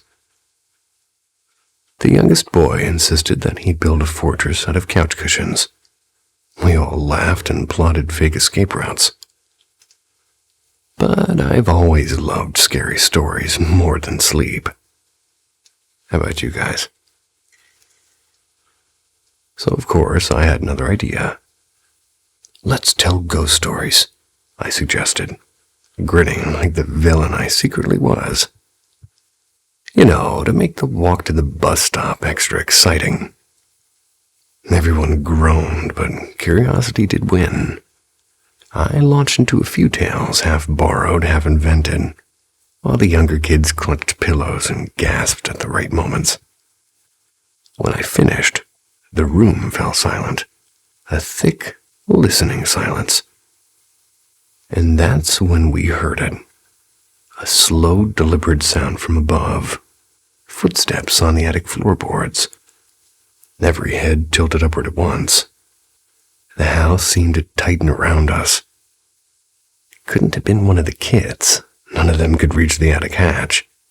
And Mia's older brother, who actually knew how to get up there, had moved out months ago. The attic was only supposed to hold dusty boxes and a set of carefully hidden tools. Yet the steps continued. They weren't heavy, they were light, almost playful, but with a precision that made my skin crawl. Too careful for a raccoon, too rhythmic for the wind. They began to move faster and stranger still into a perfect circle. Around and around and around. The sound lasted nearly a full minute. A soft drumbeat above our heads, like someone tracing a ritual that we weren't meant to hear. No one spoke. We simply stared at the ceiling, breath held as if speaking might invite something down. And then silence. When at last we scrambled to count heads, everyone was present. The doors were locked.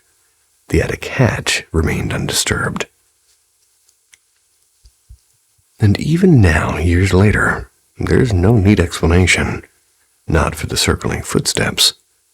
Not for the sense that something up there was waiting. Sometimes when October creeps close, I think about that night, and I wonder if Mischief Night simply woke up something that had always been listening.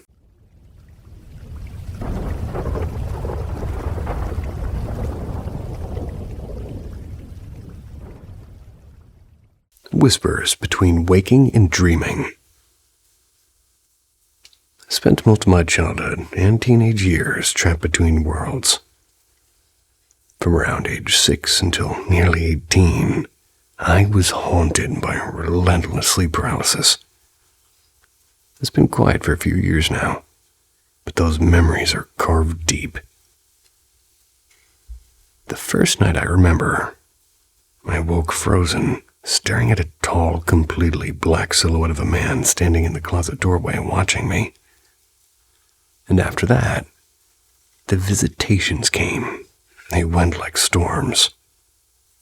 Sometimes I didn't see anything, only the sound of cackling laughter rising from the closet, while my room spun and my lungs refused to work. And once, an unseen force had dragged me from the bed. I jolted awake on the floor. Other nights I fought to break free, willing myself out of my body. I'd feel the floor under phantom feet. I'd reach for the door, then snap back to bed in an instant with my heart hammering. Dream or something else? Even now I'm not sure. But it wasn't only the nights. When I was in the school's gifted program, I used to walk alone between classes.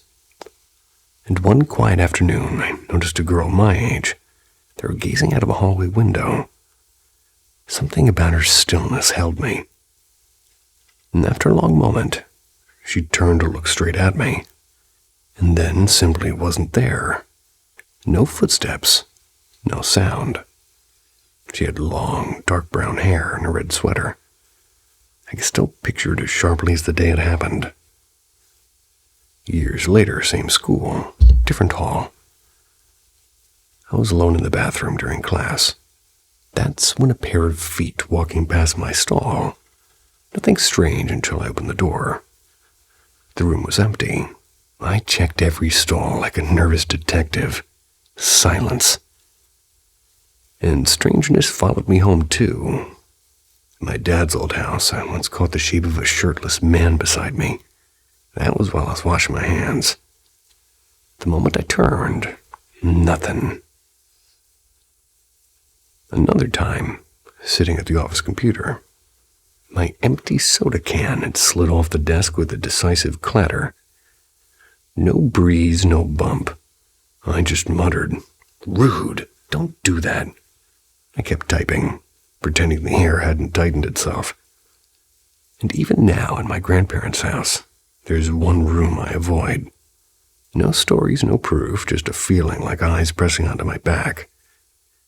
And it was there when I was a kid, and it's stronger than ever. I don't claim to know what any of it was. Maybe a lifetime of vivid dreams and restless nerves. Maybe something stranger. A thin veil that sometimes maybe it forgets to stay closed. All I know is that for years, day and night blurred in quiet, unsettling ways. Whispers between waking and dreaming that never quite let me go.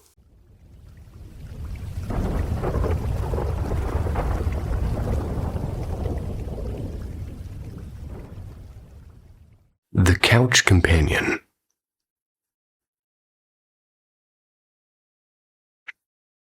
I spent about 2 years working in a sleepy little candle and vape boutique. It smelled like vanilla clouds and old incense. The shop barely had customers. No surprise, it shut down last spring. So most of my shifts were me on a cushy sofa crocheting scarves and binge-watching trashy reality TV. Now and then, overhead lights would flicker. The door chime would kind of tinkle as if somebody had stepped in.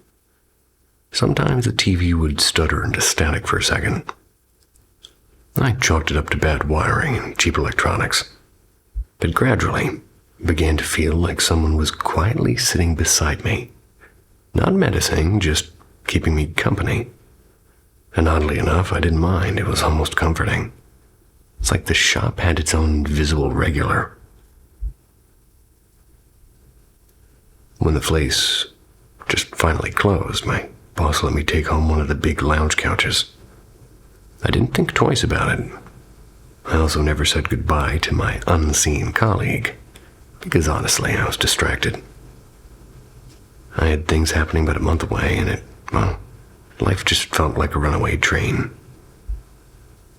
Months later, in my new apartment, the oddest things started happening. I'd catch shadowy shapes flickering at the edge of my vision, and normally my mind is pretty steady. If I do have a stray hallucination, it's fleeting and never visual. But these shadows carried a strange mix of nostalgia and gentle sadness. It felt like memory itself was visiting me. This morning it all sharpened. I was crocheting on that same couch, TV humming along. That's when I sensed eyes on me. My husband was reading across the room and our cat asleep on the rug, and still, every minute or two, I glimpsed what looked like the top of a head and the toe of a shoe. They were peeking around the doorway. And my cat, who usually ignores everything, sat up, ears forward, tail twitching like he saw it too. That's when the shop came rushing back. The empty afternoons, the soft presence I'd half imagined. Felt almost guilty for forgetting. So, half joking, half serious, I called out, "All right, if you're not my shop ghost, you need to leave. If you are my shop ghost, you can stay, just quit lurking and come sit like old times." I felt ridiculous.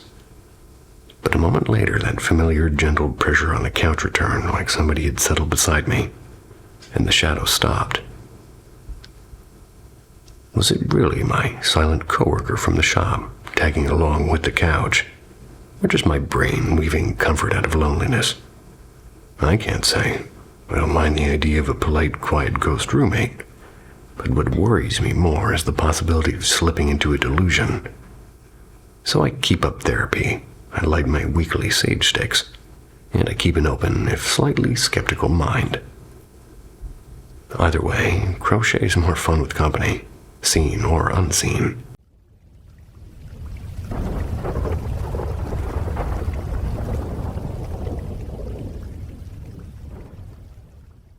The girl who wasn't there.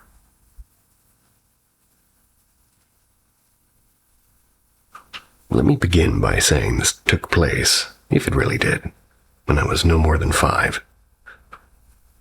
Around the time of kindergarten. Still, the memory or illusion of one, it followed me through every stage of childhood like a loose thread I could never stop tugging at. Could it be a false memory? Well, absolutely. And yet I recalled it so often and examined it from so many angles that I know it once felt sharp and vivid and alive, even if it's grown hazy with time. I even remember remembering sitting in my room years later, trying to make sense of the pieces. Occasionally mentioning it to my parents or brother, only to get puzzled looks from them. So here's the story. So I wasn't very good at making friends, and in fact the first 2 friends my brother and I ever made were the kids 2 doors down. They were siblings, and they were close to age to us. I could still see us tumbling around in their backyard with a red tricycle, plastic trucks, and a battered sandbox. We were already friends by then, and I remembered that much. The boy, let's call him N, with my brother's age. His sister M was my age. What struck me about M was her hair was pale and golden, almost silvery. Not impossible in my part of the world, but rare enough to stick in my mind.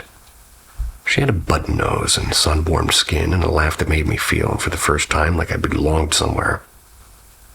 Then came the day that doesn't fit. One afternoon, N marched up her patio with his sister beside him and announced proudly, "This is M."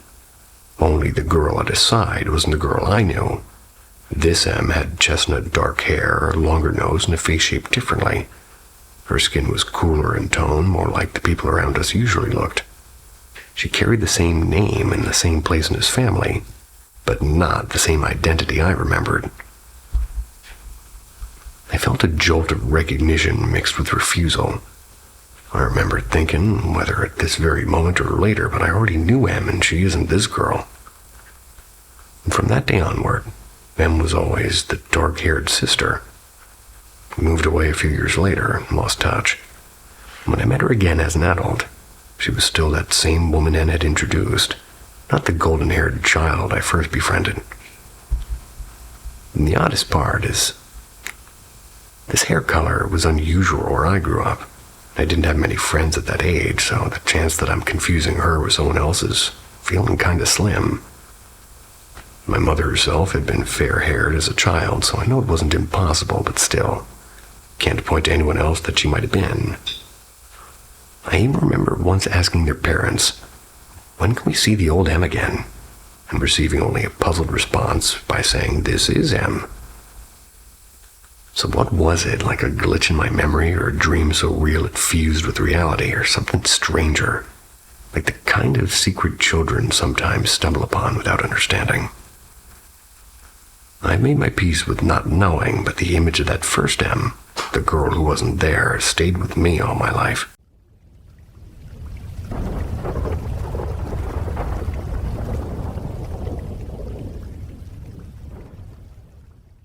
The 5 Visitors. I'm not a nurse or anything fancy. I'm just a guy who's been working nights at a care home in a small town for the past few years. It's not a hospital, more like a halfway spot for folks who aren't sick enough to need constant doctors, but not well enough to live alone. I clean, I make tea. I sit with the lonely ones who can't sleep. That kind of job. Kinda feel ya. Anyway, I never thought much about ghost stories. Though people always say care homes are thin places between here and whatever's next. I used to laugh at that. Now I'm not so sure. The first time something strange happened was with this old man named Frank. Surgery had gone fine earlier that week, and the doctor said he'd probably be home soon. He even joked with me about teaching me cribbage, since I'd never played. Cribbage? But one night, my coworker, this quiet lady named Marcy, he pulled me aside and whispered, "He won't be here too much longer, I don't think."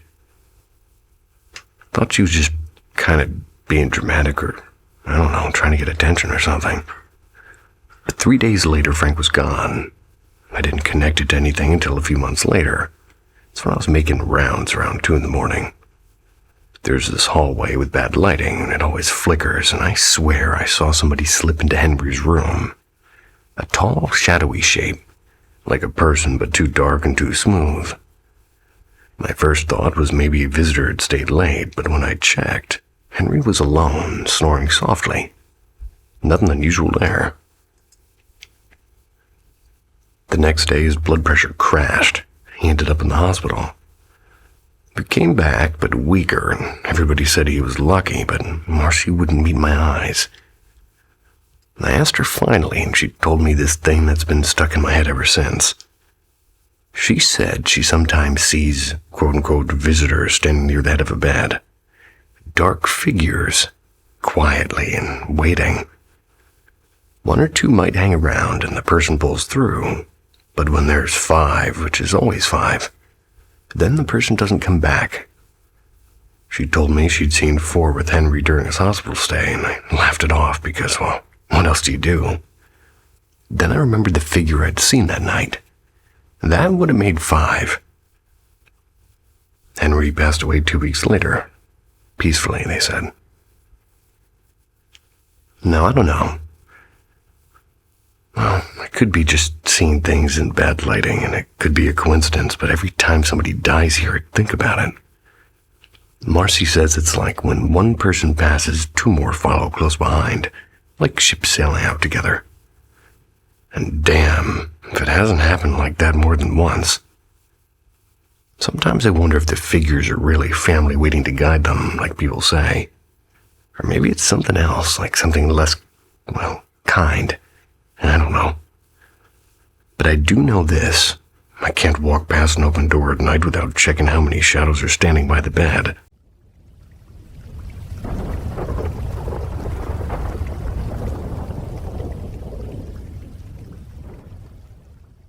The Ice Cream Fairy.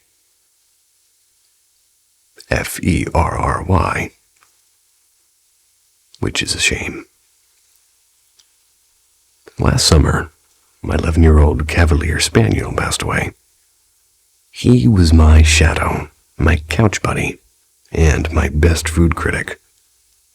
Until then, I'd never had anything remotely supernatural happen to me. Yet after his death, I found myself aching to see him again. Just once, out of raw, restless grief. I read online about people who'd hear phantom paws on the stairs or would catch glimpses of glowing fur. And strangely, nothing like that ever happened to me. No scratch at the door, no soft bark in the night. In time, I decided, it fit his nature. My boy wasn't complicated.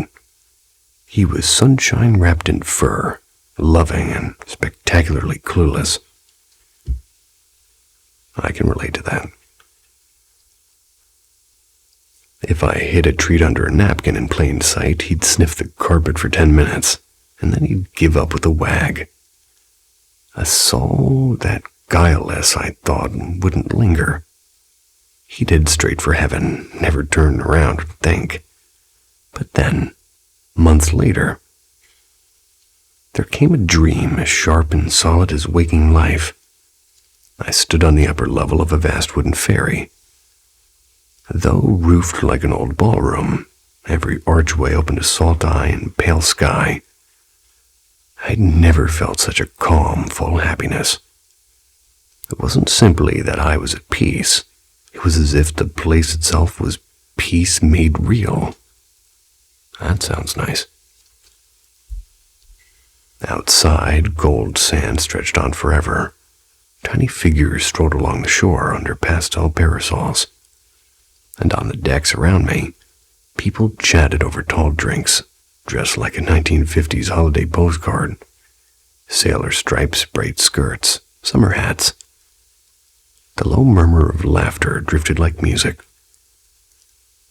By the railing stood a man at an ice cream cart, striped apron, white cap. He smiled with a quiet recognition, as if he'd been expecting me. I walked over and I asked the question I've been living on my chest for months. Could I see him? The vendor's eyes warmed. "He may not come," he said. "He's busy with the children." Before I could answer, a small blur bounded into the cart, ears flying, tail wagging. My spaniel. He hadn't spotted me at first, nose twitching toward the ocean of parasols. Then his head jerked around and those big brown eyes went comically wide. He launched himself at me in one joyous leap, and I caught him, buried my face into his fur, soft and real. And in that perfect moment, the world faded. I woke with his warmth still in my arms. How dare you make me feel?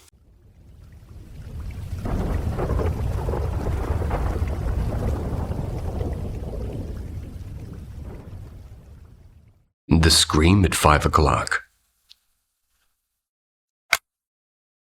I'm not superstitious. I tease my church-going cousins, and I do debug code for a living. I run the IT team at a car dealership in the Midwest. And I'm not here to feed you a slick influencer ghost story. This is just me unfiltered. I'm scattering sentences, too many dashes, and probably some typos. But something rattled me today, and I need to spill it. Echoes from childhood. Weird stuff used to trail me like static. When I slept at my late grandfather's house in upstate New York, my legs would twitch like I was plugged into a socket.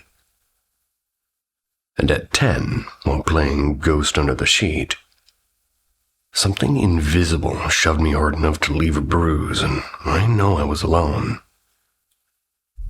When the man next door died, alarms, they went berserk, and smoke detectors too.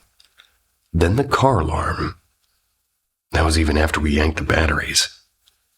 My dad ripped the truck's alarm system out, and we never spoke of it again. By 14, I hear voices in the dark.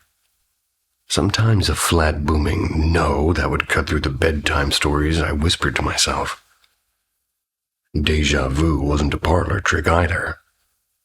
Once it helped me sidestep a bully whose sneak attack I'd already dreamed of. Strange gaps and sudden rage. Fast forward, and I'm 18. I rented a condo room and I woke screaming as my closet collapsed like a stage set. Diving out, I felt a yank on my legs, doors slamming behind me as if the room wanted me back. The activity faded, but not the odd currents. Every so often, my legs would lock and the air feels charged. In my 20s, I'd snap black-eyed and threatening anybody nearby. And once at Walmart. Another time at my pregnant sister. My wife says in those moments that you're not in there. The present tense haunt. And I'm 36. New baby, short on sleep, running on too much sugar. The deja vu is back like a bad patch uptight.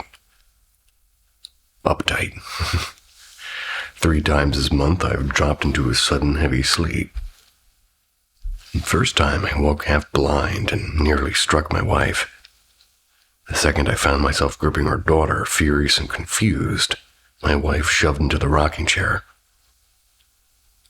Third, well, it's today. After a small spat, my wife took the kids for milkshakes and I passed out around 5, and then it hit. A scream, not Hollywood shrill, real and raw. Help me, someone's here. I stumbled up with my heart hammering and there was no car in the driveway. I stood in the kitchen scanning the stairs and every sound sharpened to a needle. I was alone.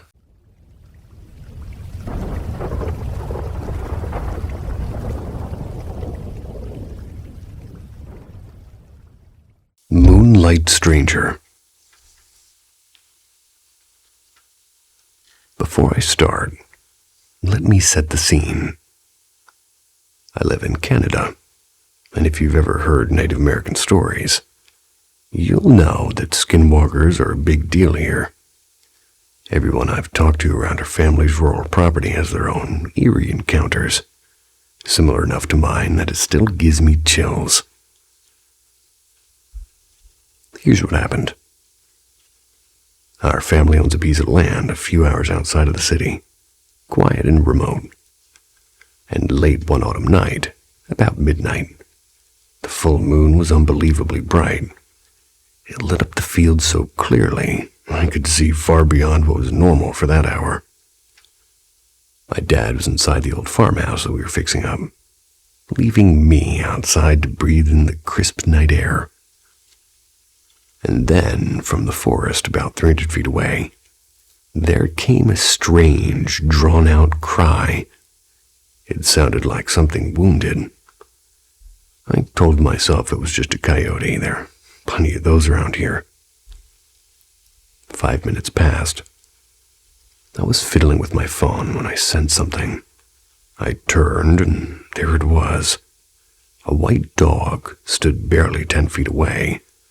Its coat glowed in the moonlight, but something about it felt wrong, and at first I blamed my tired eyes. I love dogs. I ducked into her small camper to grab a couple of treats. I keep them there for my own pup. I stepped closer, and I greeted it softly. The animal did not move. There was no wagging tail, no shifting paws, just stillness. When I looked closer, the unease sharpened. Its eyes were almost human, round, watchful, unsettling. I offered a treat. It didn't even blink. And suddenly its head jerked toward the woods where the city cry had come from. Then back to me. It repeated that motion, forest, me, forest, 4 times. Like it was caught in some silent signal I couldn't hear. Then it locked eyes with me for so long, like a cold 5 seconds, bolted straight toward the dark tree line. Heart racing, I dashed back into the camper. I grabbed my dad's shotgun, kept watching through the window, and for a moment, I thought I saw a shape moving between the trees, but the shadow swallowed it before I could be sure. Could it have been a wandering farm dog? Well, maybe. But everything about it, the human-like eyes, the unnatural calm, the perfectly timed cry in the woods felt too precise and too strange. When I later shared the story, neighbors told me of similar encounters. They were convinced that they were skinwalkers. I can't prove what I saw. Maybe it was nothing more than a coincidence. But under that glaring moonlight, it felt like something far older was watching me.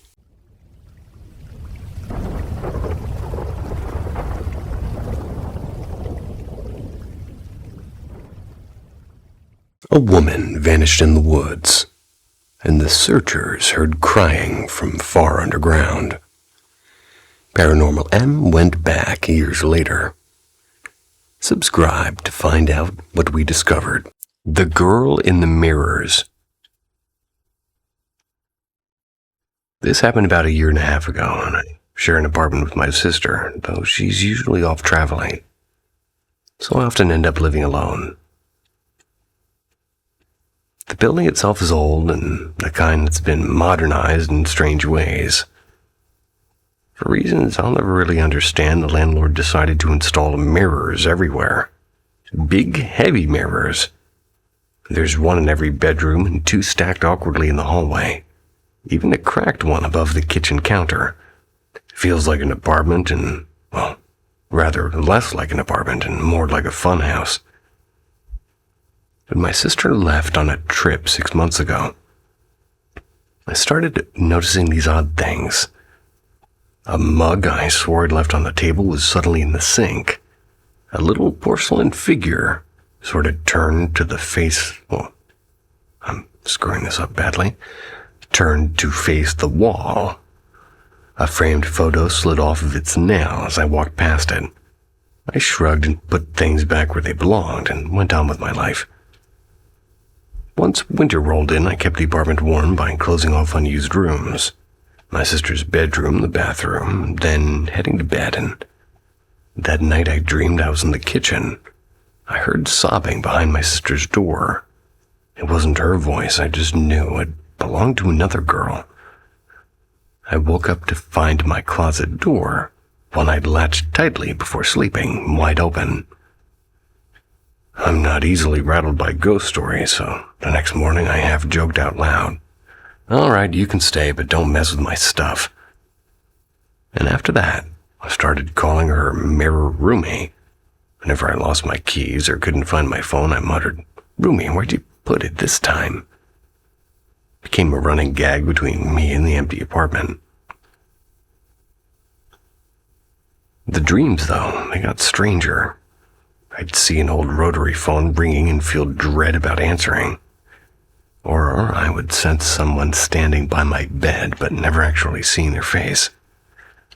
The few times I woke convinced that there was somebody sleeping next to me. The final dream was the worst. I was in my room. It was late at night, and in the mirror I saw a blur of white.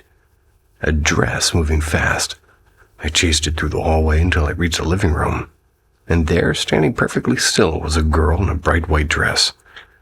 She didn't move, and my heart was pounding, but I walked closer and tapped her shoulder, expecting her to whirl around, and she didn't. I said, "This isn't your place anymore. Let's get you home." Guided her toward the front door, but the moment I touched the doorknob, I woke up.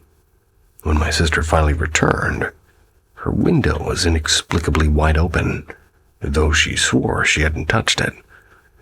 I told her everything, calm as ever, and she spoke to the empty room. "This is our apartment now. You need to respect that." And just like that, the disturbances stopped. No more moved objects, no more dreams. Even when I stayed alone, the mirrors stayed quiet.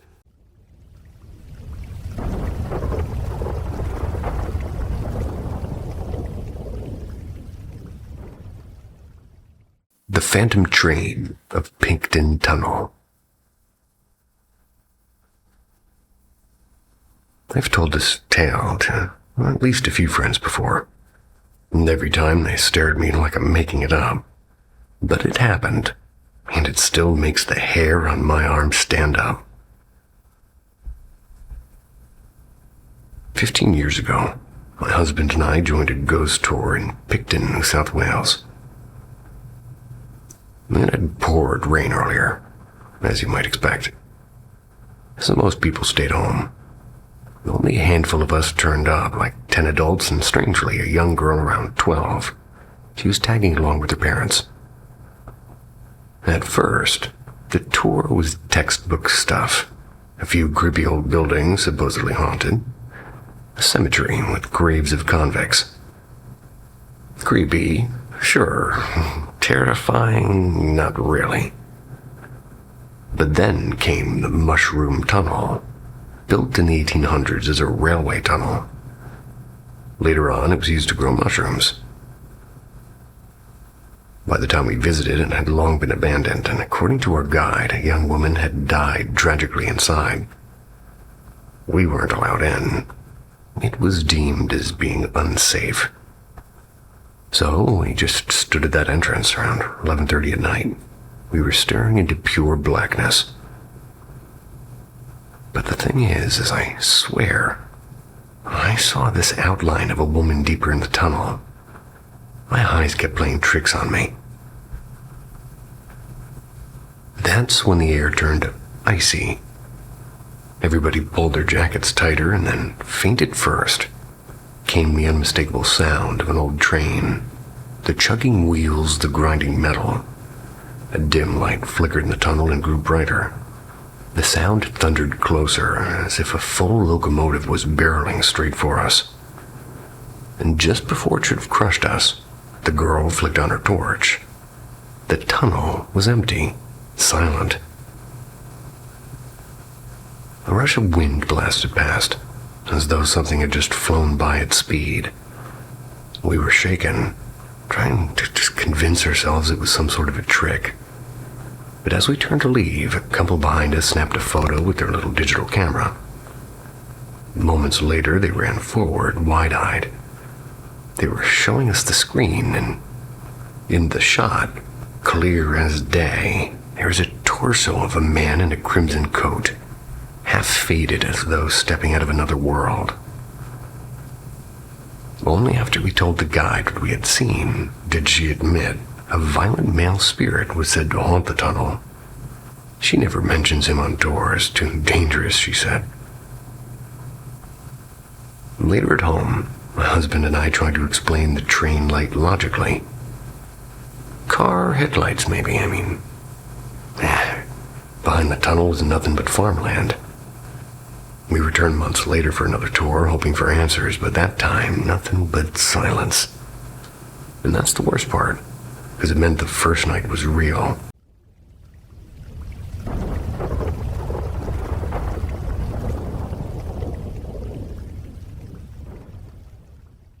Whisper on the balcony.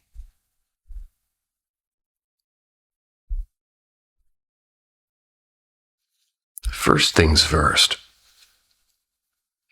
My fiancé, a 31-year-old male, and I, a 29-year-old female. We live way up in a city apartment. A place that you could say is too high for intruders to enter, and there's no gas lines or stove to worry about. Our balcony doors stay cracked open for air, and neither of us struggles with mental illnesses that we know of. The only thing I sort of take, or maybe a small dose of antidepressants and a beta blocker. We're not the kind of couple who plays creepy pranks either. And now for the strange part. A close family member passed away suddenly last month, and the loss hit like a thunderclap. And a few evenings later, a white butterfly hovered in our balcony railing. And at that exact moment, my sister called. She'd just seen a white butterfly too, and someone on her street randomly playing Elvis, our loved one's favorite. Coincidence, probably. I don't overthink it. Then the kettle incident. One morning, he stepped outside for a smoke, and he came back to find the electric kettle already hot, but it was before he'd even touch it. I was barely awake and nowhere near the kitchen. We shrugged it off. After the funeral, I stayed home while he went for groceries. 3 separate times I heard keys jingle and a soft hum weaving through the hallway. I've always been tuned into energy. I read tarot and have followed paranormal investigators like Sam and Colby for years, so I wasn't terrified. But at the same time, I definitely noticed it. He had his own moment, sitting alone near the small shrine that we built. Her old glasses and a favorite cigarette stub and some keepsakes. He swears the photo frame pivoted ever so slightly to face him. The strangest thing happened just last night. I tossed my oversized sleep shirt on to the bedroom floor at 3 a.m., and I'm a restless sleeper and a bit of a slob. And by morning, it had migrated to the living room couch. They hadn't touched it. And there is more. The TV switched itself from standby to a streaming app that she used to love. And his phone froze mid-call for no reason. And at her wake, someone's phone set to airplane mode kept playing odd snippets of music. I've always believed there's more to this world than we see, but I've never lived through anything like this. Whether it's coincidence or something gentler, maybe a quiet sign that love doesn't simply stop. We're still listening to whispers on the balcony.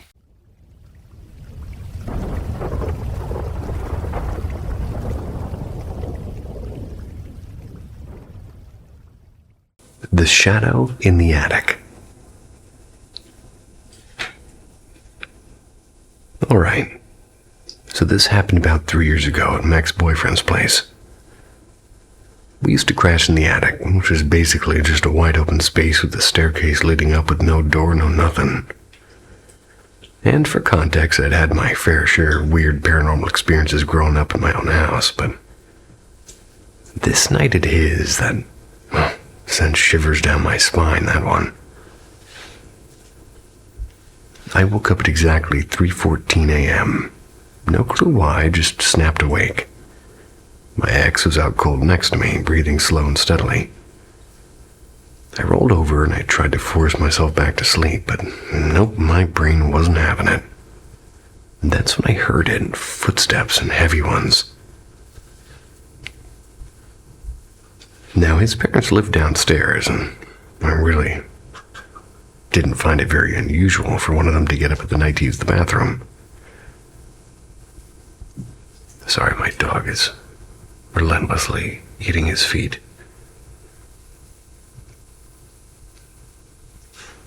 At first, I figured it was his dad heading back to bed, but then I realized something that made my stomach drop. The bathroom was right next to their bedroom, and they wouldn't need to climb the stairs to get there, and yet the footsteps were clearly coming up the stairs toward the attic. I froze, and his dad would have no reason to check on his teenage son and his girlfriend at 3 in the morning, and just as I was reassuring myself it had been nothing, the footsteps stopped and it was dead silent. I slowly turned my head toward the stairwell. I saw a massive shadow. It was just standing there at the top of the stairs, not moving, not making a sound, but I swear it was facing us. I tried shaking my ex awake, whispering his name, but he wouldn't budge, and my heart was beating so loud I thought it would wake the whole house. I rolled over, squeezed my eyes shut, and prayed it would just go away. Then came the worst part. The footsteps started again, pacing back and forth across the attic floor, slow and deliberately. Must have gone on for what at least felt like 20 endless minutes. And then silence. I didn't dare open my eyes until I heard my ex stir awake around 4 a.m., and I clung to him like my life depended on it. When I told him what happened the next day, he brushed it off until his mom chimed in. She swore his dad had been in bed with her the whole night, and the kicker is, a couple of weeks later, we were on a late-night call, and he was asleep with his camera on, and I was watching YouTube. I glanced at my phone, and I froze, and there was something standing in the corner of his room, and it was tall, and it was dark. Still, I screenshotted it immediately. When he woke up and saw it, he nearly lost it. That shadow showed up a few more times after that, until he moved, and in his new place there's nothing. Not even once has happened. I'm glad whatever that was stayed behind.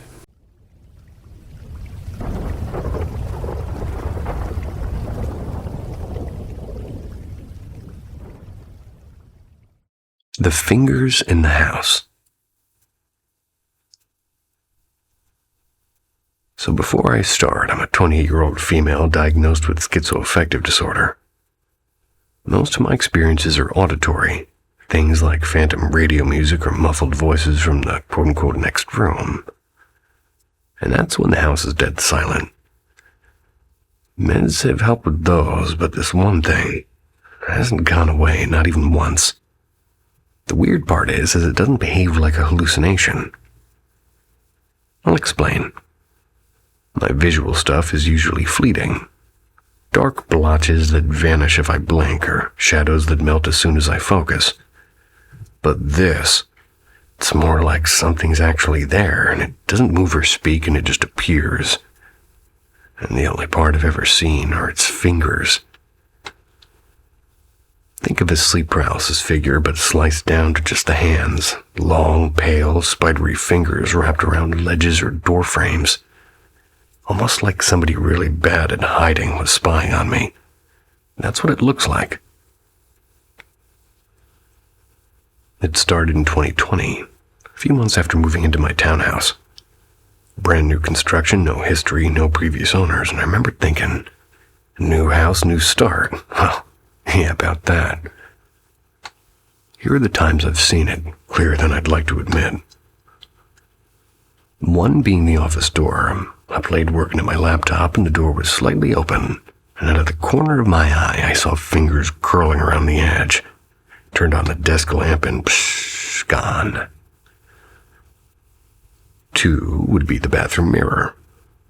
One night, brushing my teeth, I glanced at the mirror, and I saw fingers hooked over the shower curtain rod, as though something was perched inside the tub waiting. I yanked the curtain open so fast I nearly fell, but of course there was nothing. 3. The laundry basket. Carrying clothes down the hallway, I spotted fingers draped over the rim of the basket. My basket. As if somebody invisible was holding it with me. Blink. Gone. 4th time was the kitchen island. It's the most recent one. Afternoon, sunlight streaming in, totally normal. Till I noticed fingers gripping the far edge of the island. Kept my eyes down, grabbed a glass of water, pretending nothing was there, and when I looked again, psh, empty. It never makes a sound, it never follows me. It just shows up. And I've switched medications, I've changed doses and checked with doctors, but nothing affects it. And because it only began in this house, I've started wondering if it's just or rather, if it's not just my brain. Maybe it's something else, like a fae or a spirit or whatever label fits. Something that likes to peek, surely. I know how crazy this sounds, but it's always the same.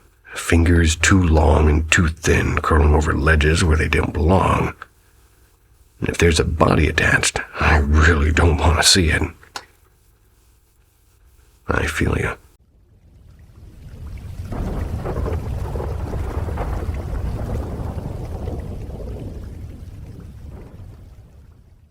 The arm in the doorway.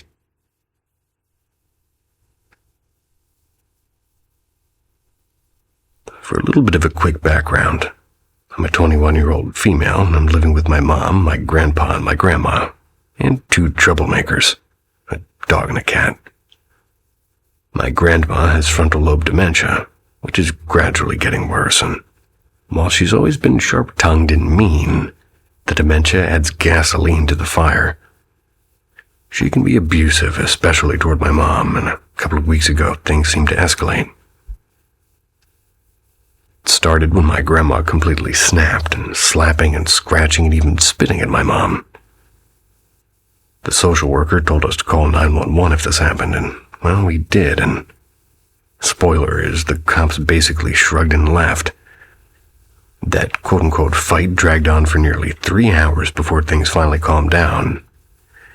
Meanwhile, I'm trying not to have a full-on panic attack while my dog and cat were practically glued under me, shaken from the noise. And for extra context, my grandma is a very religious woman, Bible always in hand, but living with her feels like, well, a bit less like holiness, let's just say, and a bit more like purgatory. My mom and I are convinced our house has something else in it too. Spirits or ghosts or whatever label you prefer. Later that night, after Grandma had made peace with my mom, her words, not mine, I was stretched out on my mom's bed, dog in my lap, cat on my chest, TV humming in the background. Mom was at her desk, back to the bedroom door, which was propped open with a little stopper. Suddenly we heard the click, like the door slipping free, and it began to close. I stared at it for maybe 7 or 8 seconds. I was frozen. And then I saw it, a black shadowy arm with a gray aura shimmering around it. It was curling halfway around the door, pulling it shut. No fingers, no details, just the slithering shape. The second it closed, though, the arm slid back and vanished. My dog jumped up, barking at the empty space, so I know she saw it too. Mom and I rushed out, but my grandparents were both in their room down the hall. I asked my grandma if she'd been in the hallway.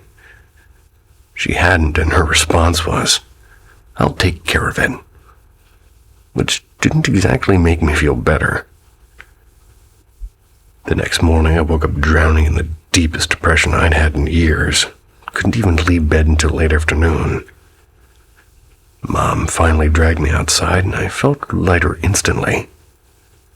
While we were gone, Grandma smutted the house. When we came back, though, the atmosphere felt wrong, like something heavy sat on the walls. The next day, still miserable, I asked Mom to try. She smudged the house while Grandma was out, and suddenly the air felt clear, and the weight lifted, and my depression eased, and since then, nothing else has happened. But I'll tell you this much, I wasn't hallucinating. Whatever that arm was, it was real.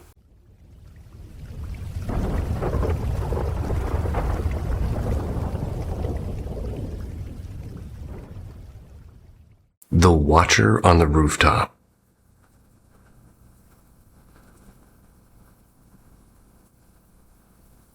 I've seen something unsettling more than once on the rooftop of my family's apartment. It's back in my home country, which is definitely not the United States.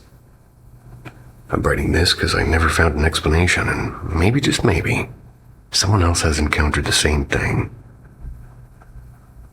Our apartment is on the 5th floor. It's on a block surrounded by other buildings of similar heights. And in my country, rooftops are flat and open. People use them for all sorts of normal things. Drying laundry and keeping water tanks, or just cooling off in the evening. It's not some abandoned or forbidden place. It's part of daily life. The strange events always happened deep into the night after midnight, when the streets were empty and the sky was cloudless. No fog, no rain, no snow. We don't even get snow where I live. I miss snow. But each time, a sudden brilliant light appeared shockingly close to me, just a few meters away. It wasn't faint, it wasn't a wide glow. It was focused and sharp like a car headlight or spotlight moving with intent. One night I was pacing slowly while listening to music on my earphones. A strong beam lit up the wall ahead of me, as though someone behind me had just turned on a blinding torch. My stomach dropped. I spun around instantly, only to find the rooftop swallowed in darkness. No person, no sound, no drone. Just silence. Another time, the light didn't come from behind, it came straight down from above.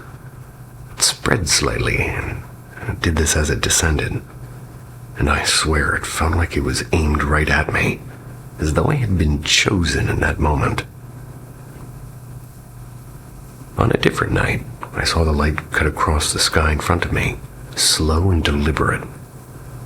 My younger brother was with me then, and he caught a glimpse too. He laughed it off. I couldn't shake it. And there's more. My cousin once told me she saw something similar on the rooftop. Light shining out of the elevator shaft and reflecting near the water tank. There's no lamp or bulb anywhere close to that spot. So where did it come from? I know what you're thinking. Tricks of the eye or reflections and maybe even phone screens, but no. This light was too bright and too controlled. And each time it carried a weight and a presence. I felt cold and I felt exposed, like I was being studied. The fear it left behind stayed long after the light disappeared. And this happened more than 3 times now. Always silent, always sudden, always leaving nothing behind. Not a drone, not fireworks, not anything I can explain. So, has anybody ever experienced this?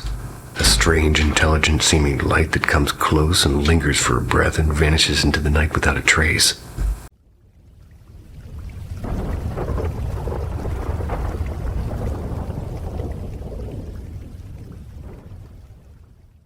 Phantom of the Bluffs.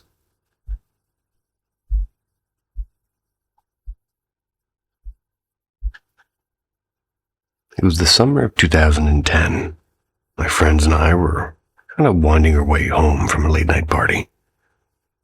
The sort of high school party where the music's, a bit too loud, and parents were definitely away, and everybody thought they were invincible. There were 3 of us that night. Me, Jay, and Kay. Each of us had brought our own cars, and at dawn, we decided to roll out together in a little convoy. Kay was up front, and I took the middle, and Jay trailed behind. The night before, Kay and I had taken ecstasy, and by morning the sharpest edge of the high had worn off. We're still buzzing enough to think driving through the back roads at 5 a.m. was a perfectly normal idea. The route home cut through a series of bluffs just outside town, a winding 10-minute stretch where deer were usually the biggest hazard. The road was empty, sunlight already spilling over the hills. I was focused on Kay's car when I suddenly saw her, veer hard into the opposite lane. My stomach dropped, and then I saw why. Right in the middle of our lane stood an old man, thin, almost skeletal, gray-haired with a battered shopping cart draped in a blue tarp. He just stood there, staring as we swerved past. My pulse spiked, because who the hell was that? Our town was tiny. Everyone knew everyone. We had, maybe 2 homeless guys at the time, and both of them familiar faces, and this wasn't either of them. When we reached town, we split off our separate ways, and I was still shaking, eager to text the others about the bizarre encounter. But before I could type, Jay messaged, "Why did you and Kay both swerve like that?" I fired back instantly, because the man in the middle of the road, maybe. But Jay's reply froze me. There was no one there. The road's empty, dude. Kay chimed in almost immediately, describing exactly what I had seen. The gaunt old man, the gray clothes, the shopping cart with the blue tarp. We both insisted on it, and Jay insisted just as firmly that there was nothing. She hadn't seen anyone, hadn't even noticed us swerving until it was already over. Now, maybe it was just the ecstasy messing with our heads, but back then, Kay and I often saw shadow figures when coming down from a high. This was different. This wasn't some vague blur on the corner of your eye. It was a man in full detail, clothes, cart and all. We both saw the same thing, exactly the same way. The Bluffs had their share of tragedies. Old stories about cars plunging into the canyon back in the 50s, but never pedestrians. Never a man with a card. To this day, I don't know if we dodged a hallucination or a ghost.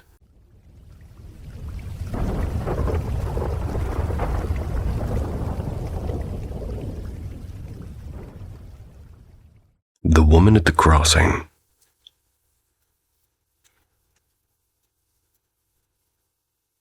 Oh, they say when you have something to share, that you should share it. So, it's here. I drive trucks for a living, mostly long hauls out west. This happened maybe 3 years ago, late fall, cold enough that my breath fogged up when I stepped out. I'd pulled off on some little state route in Nebraska after a bad wreck. Cops were already there, flashing lights bouncing off everything. I slowed down basically to a crawl, and it looked like a pickup had tried to beat the train at a crossing. Ugh. And while he didn't make it, the whole cab was smashed like a soda can. They had tarps and EMTs moving fast. I didn't want to gawk, but when traffic stopped, I ended up right beside it. Here's where it gets weird. When I'm sitting there waiting, I see this shimmer like heat waves, but it was freezing out. At first, I thought maybe exhaust smoke, but it wasn't that. It looked like a woman. They weren't solid, but just light bending around her, you know. Her arms kept moving, throwing up in the air and then pounding at the hood of the pickup like she was furious. I couldn't hear anything, just this kind of humming in my ears, like when you touch a live wire by mistake. My chest prickled and felt like static. Touching a live wire will do more than that. But anyway. She'd step back and then pace and then throw herself against the truck again, over and over, and I couldn't stop staring. And the strange thing is, in my head it was like somebody dealing cards fast, like a snap, snap, snap images of crash. Him speeding up and her yelling and the train lights and the impact and dozens of little flashes. I was shaken enough that when the deputy walked past my rig, I rolled my window down and asked, kind of casual-like. I asked if anybody else was in the truck, and he said, "Nope, just the driver." I kind of stammered, "You sure? Maybe somebody got thrown farther."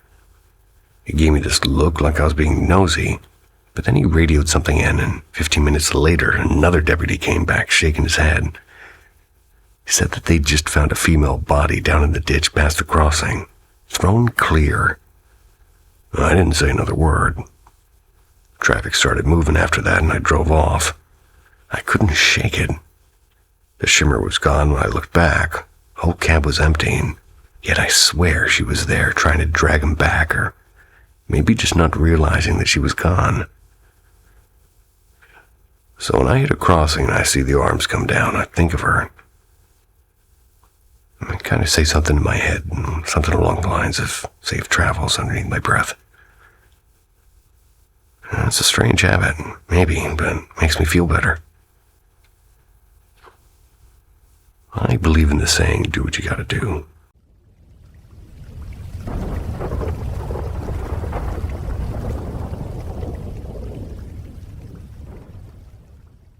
The visitor at 4 a.m.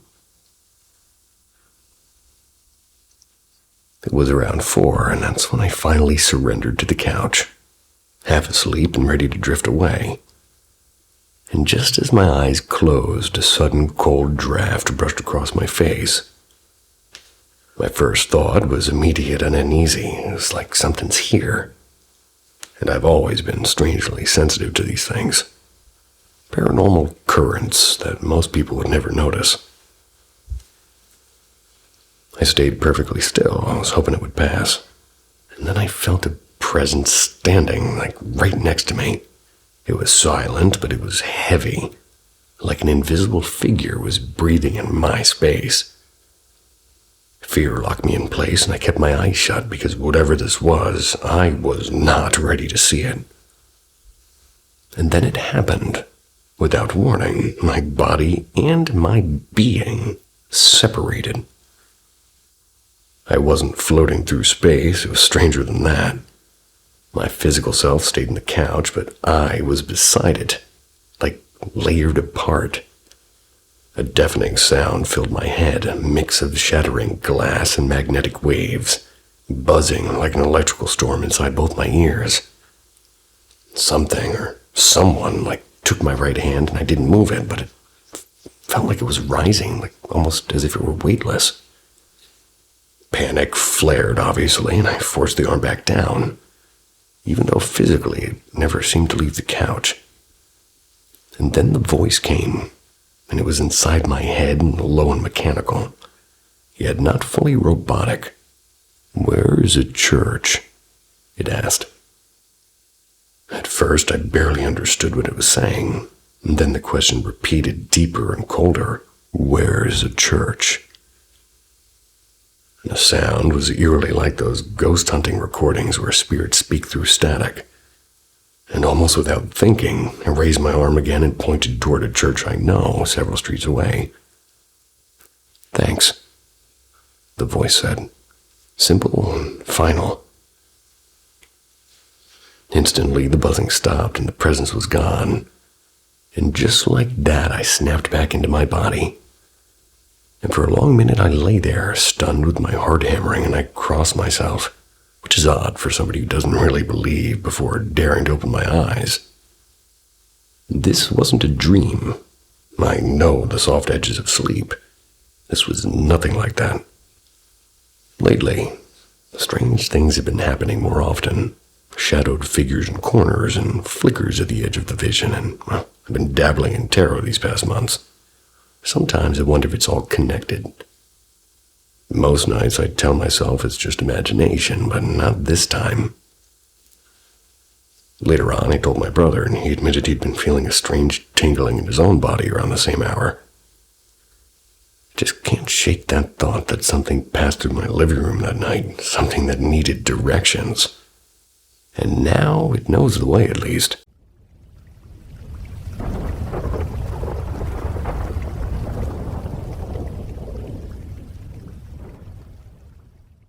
The Watcher Beyond the Glass. When I was a kid, I used to have this nightmare that wasn't really a nightmare. It was more like a series, like some messed up TV show that kept rolling out new episodes whether I wanted them or not. And every time I sort of slipped into it, I knew exactly where I was and exactly what was about to happen. I called him the Watcher Beyond the Glass. Clunky name, I know, but it's kind of what stuck with me.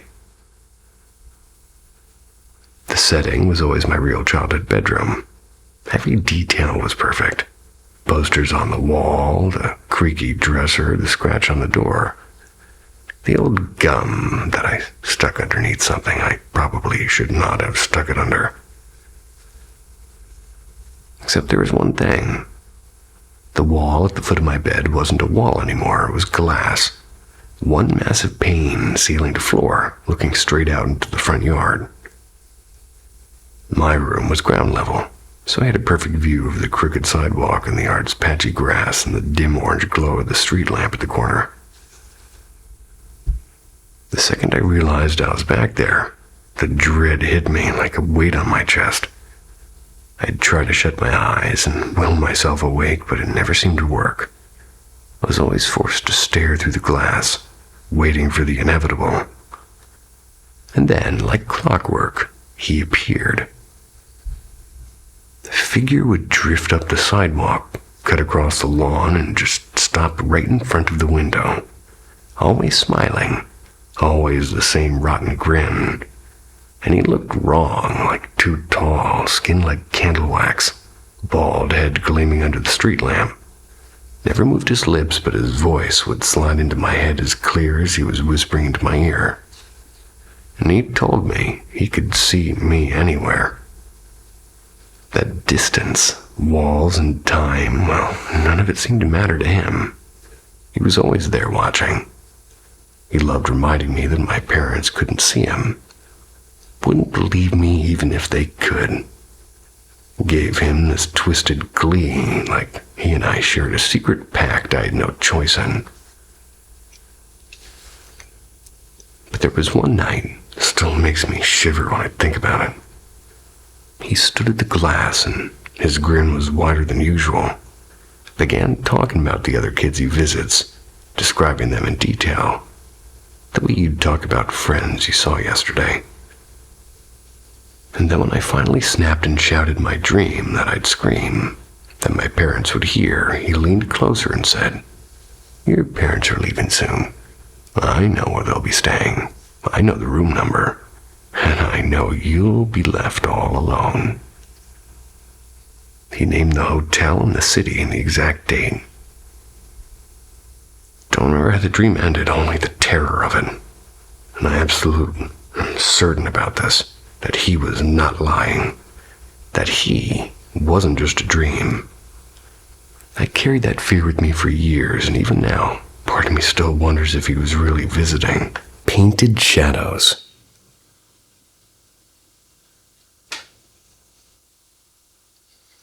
I have a classmate who lives with borderline. Sorry, hitting too close to home for my life.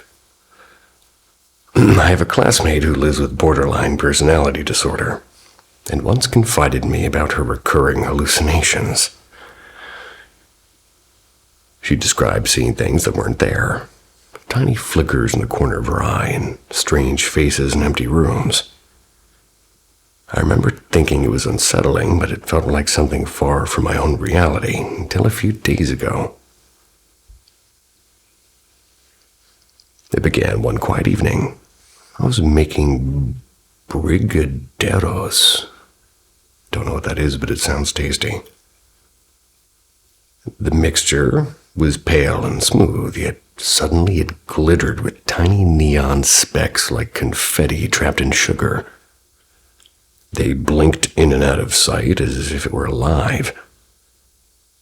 And when I finished cooking, the colors were gone, as though my eyes had been telling stories my mind didn't want to hear. Later that same night, I caught sight of a shape near the hallway. A dark silhouette, almost human but off, and its head was perfectly round, its mouth stretched into a grin that didn't belong there. I froze, expecting fear, but instead I felt a deep unease, like something was quietly waiting. Earlier that day, I'd felt a sharp pressure on my arm, a prickling touch with the memory of nails, even though I was alone against the wall. Since then, every corner of my house seems to hum with presence, and shapes flicker at the edge of my vision, and sometimes they stretch tall, sometimes they curl low. Feeling's always the same, like being watched through a keyhole.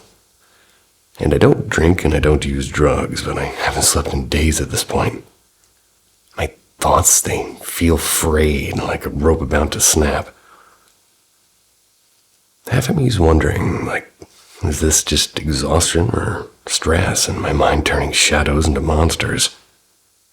The other half, the part raised on quiet church hymns and whispered prayers, suspects something stranger might be at play. I've considered speaking to my pastor, and I've also kind of bookmarked the number of a psychiatrist whose kindness that I think I trust.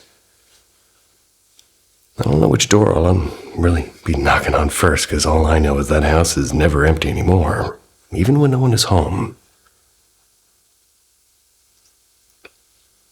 And for anybody who's suffering with BPD, I will tell you that it's hard for both parties involved, the person trying to help and the person who has it. It's like living hell for everyone. So my love goes out for everybody on every side of it. Anywhere and everywhere. At any time.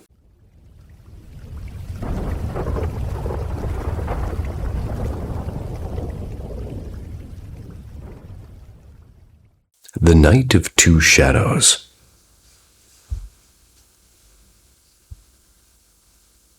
It was one of those nights that never really leave you. I was 18 or 19, and now I'm 34, and both of my great-grandparents have already passed away. I'd gone to stay at my best friend Clara's house for the weekend. That night I dreamed I was back in my great-grandparents' old farmhouse. It's long since been sold. The dream, it seemed to feel razor sharp, like every creak of the floorboard had been waiting for me, and I turned toward the oak kitchen table, and, well, there he was. My great-grandfather, hunched slightly as if caught mid-story. My chest clenched, and I thought, don't blink. Instinct still won, and when my eyes opened again, he was gone. And sitting in his place was my mother, smiling softly. "What's wrong, Pebble?" Her name for me when I was small, which implies you can float. I woke with a start, and I decided I needed the bathroom, and Clara's room was in the attic then, by the way. And as I leaned out of bed, she suddenly shot upright, and something she'd never done in all these years I'd known her. She grabbed my wrist and murmured, "Don't go." "Why?" I whispered. A sleepy frown. "I don't know." And she sank back into her pillow. I stepped into the dim hallway, and at the top of the stairs I froze, because below stood a massive black hound with burning amber eyes and teeth so white they seemed to glow. Yet oddly, no fear rose in me. I just descended calmly. By the time I reached the bottom, the creature dissolved like mist, and there sat only Casey, Clara's sweet little collie, tail thumping against the floor, and I smiled, greeting her, and went to the bathroom. Later, drifting toward sleep again, I heard Clara's half-brother yelling at Casey. The dog liked to nap right in the hallway, and tripping anybody passing by the way, so I thought nothing of it, and I just closed my eyes. Morning shattered quiet. Excuse me. Clara's sobs, they pulled me awake, and Casey had suffered violent convulsions in the night and choked on her food. She was gone before sunrise. Still stunned, I left for my routine blood test. Back then, I was on weekly injections that required constant monitoring, and at the clinic, as soon as the nurse slid the needle in, a sudden weakness swept through me. My vision was swimming, and I'd never fainted before.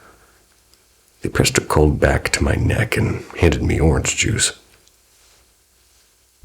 And then the part that still pins me is when I turned my head, I saw my grandfather, the son of the great-grandfather from my dream, standing in the doorway, calm and almost expectantly. "You okay?" he asked, and I kind of managed to yes back at him. But inside, I wasn't sure.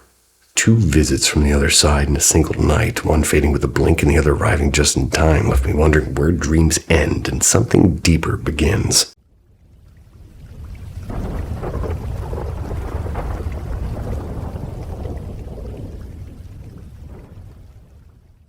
The Girl on the Wall. After I was finally brought back from my grandmother's village, my father enrolled me in the school where he worked. And at that time, we lived in a small hut. It was patched together with bamboo walls and a tin roof. But eventually, my father saved enough to build a proper concrete house. He painted it pale blue. We moved in with a sense of pride. One night, while laying awake in that new house, I felt something strange. A sudden, icy touch pressed against my shoulder. It was as if somebody had placed a frozen palm on me. I was startled because I hadn't even dozed off yet. The night was unbearably hot. Summer power cuts had silenced the ceiling fan, and the air outside was dead still. The next morning, I told my mother, and she said nothing. But later, an elderly neighbor whispered to her, "Keep a close eye on that boy. Make sure no dark spirits brushes against him." The incident faded from memory, but months later, my younger uncle, my mother's brother, they came to stay. He often stumbled home late, drunk, and I usually avoided sharing his bed. But one evening he insisted, so I gave in. That night, I awoke to the eerie sensation of long nails dragging lightly across my face. Then something invisible seemed to crawl over me and settle on the far side of the bed. My cheeks burned and tingled as if scratched raw. Yet when I touched them, there were no marks. My uncle, lost in liquor-heavy sleep, didn't stir. The following day, I told my mother again. She only muttered that perhaps something had followed my uncle back through the dark streets. For years after, nothing happened. Life seemed normal. But then, without warning, the dreams began. A girl, young and beautiful, started appearing. She perched silently on the upper ledge of my room where I usually stored blankets. Her dark eyes were fixed on me. At first, she only watched, but sooner or later her face would twist and become monstrous. And at that very moment, I would wake in shame, drenched from a nightfall. It happened again and again, nearly every night, and with each dream I grew thinner and weaker and more hollow. One day a local Oja, an old healer who had long known my family, came to our home. He was there to seal the house spiritually, so no spirit or thief could enter. Yet before I confessed anything, he looked at me closely and said to my mother, "Your boy is being trained." And I finally told him everything. I listened and gave me a small tabiz, an amulet tied with black thread, and I wore it around my neck. And from that day on, the girl on the wall never returned.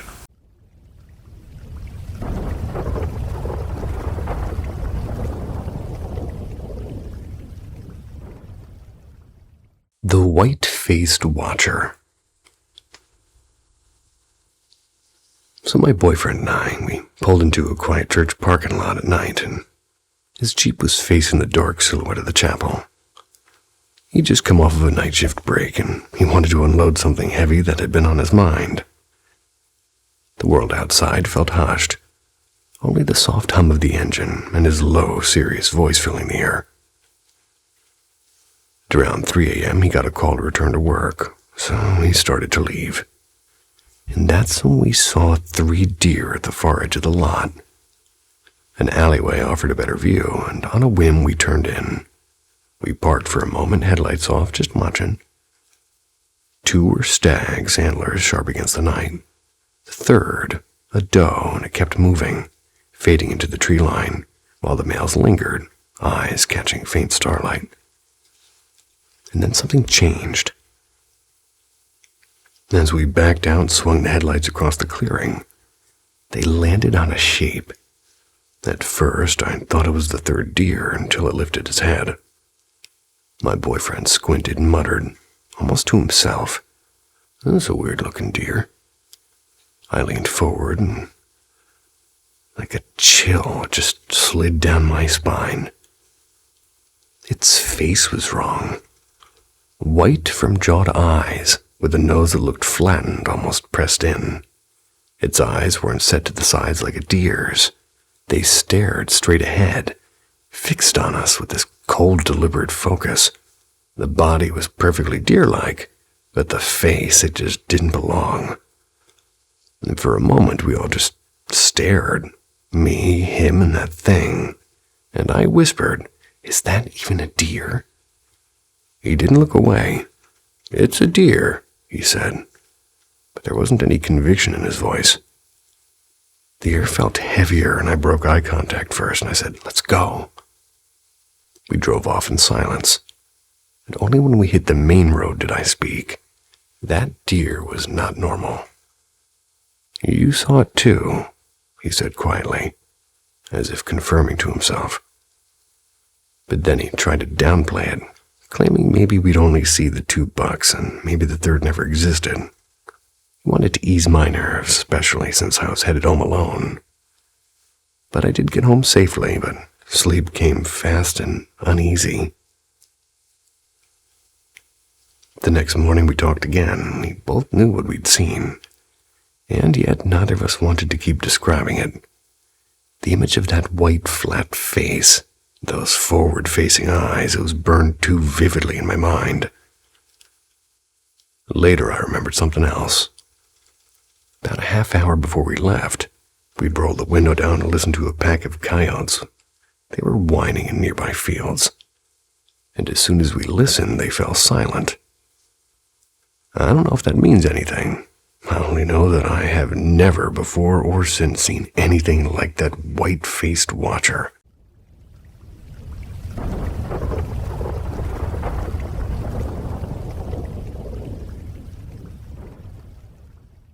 Echoes from the Attic.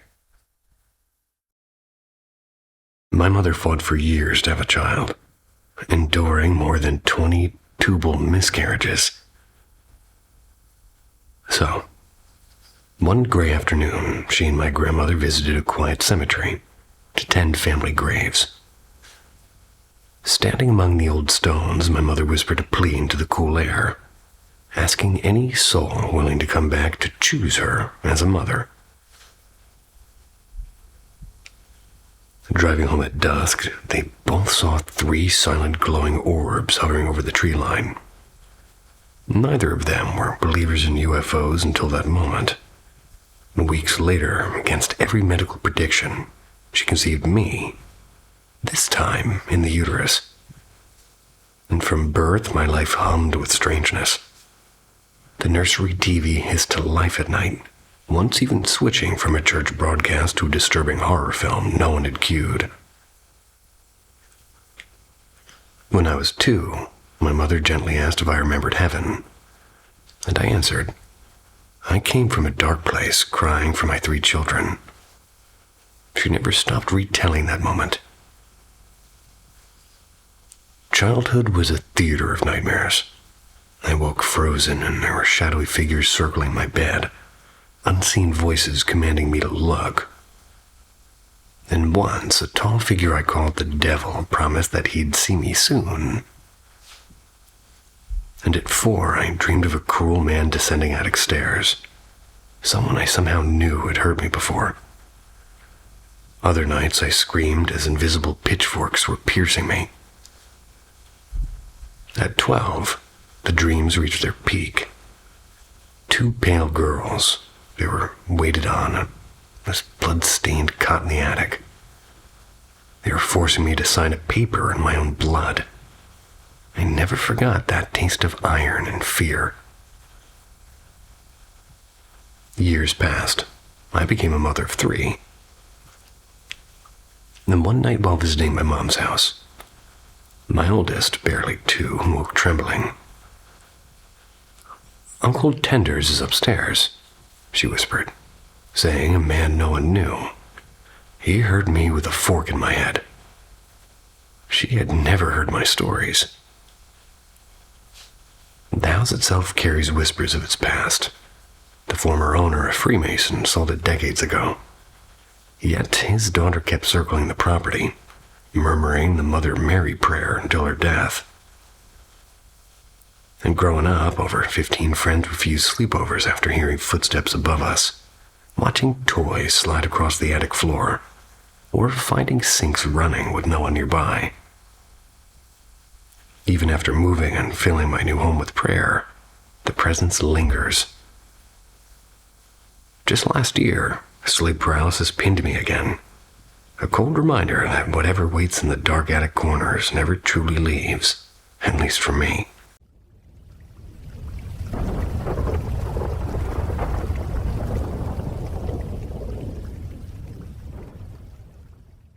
The Fire on Willow Road. Growing up in the backwoods of the South, my friends and I had a knack for drifting toward the places we were told to avoid. There was one in particular, a forgotten stretch called Willow Road. It held a weather-beaten church, a handful of collapsed barns, and a house that none of us ever dared step inside. That house sat crooked on its foundation, its porch splintered and windows black as if scorched. But when the wind would blow through, the place seemed like it was breathing. We'd hang around there in the sticky afternoons, kicking up dust, tossing bottle caps, and daring each other to walk closer. But as sure as the sun began to sink, we'd scatter back home before the shadows grew long. One evening, though, we lingered, and the air was heavy, and it was orange with sunset. We stuck together, not bold enough to split off like usual as we crept past the house, but this thing made us stop cold, because on the porch, in the dim light, a figure sat stiff as stone, a woman, or what we thought was a woman, in a rocking chair that didn't rock. And then out of nowhere, a sudden flare of fire blazed inside the house, gone in an instant. Whether it was real or some sort of trick of her fear, I'll never know. We bolted like hellhounds were after us. The next day, one of our crew didn't show up to school. When we finally found him, he looked hollowed out and pale. He swore he was fine, just helping this old man cut timber, but when we pressed him, he kind of cracked. He told us of a dream, or maybe a nightmare, where the same old woman appeared in rags, holding a human skull, tossing it into a pit of fire. Then she turned and pointed at him, and he saw us too, watching from a void of pitch darkness. And that image burned into us. Never went back to Willow Road. Weeks later, while gassing up our bikes at the station, some gray, bearded local overheard us whispering about the place. He spat and then told us a story. 30 years ago, a jealous husband found out his wife was stepping out on him, and in his rage he set fire to their home, her inside of it. Folks said she didn't die quick and that she screamed for hours, and we didn't need to hear the rest. I mean, the pieces, the woman, the fire, the dread, they all fit too well. Years down the line, after I'd moved to Birmingham, caught wind of something else. A girl had shot her boyfriend dead in the same area. Close enough to call it the house's shadow. My parents whispered about it all at breakfast, but when I searched later, there wasn't a trace of it in the papers. No record, no headline, just silence, like the South itself had swallowed the memory whole. Even now, grown and living far away, I can't shake Willow Road. The house sits in my head like a scar, and my buddy's dream, the fire, the woman, they feel like memories, and, well, almost less like memories and more like warnings. Some places I've learned don't just hold history, they hold you, and Willow Road has been holding me ever since.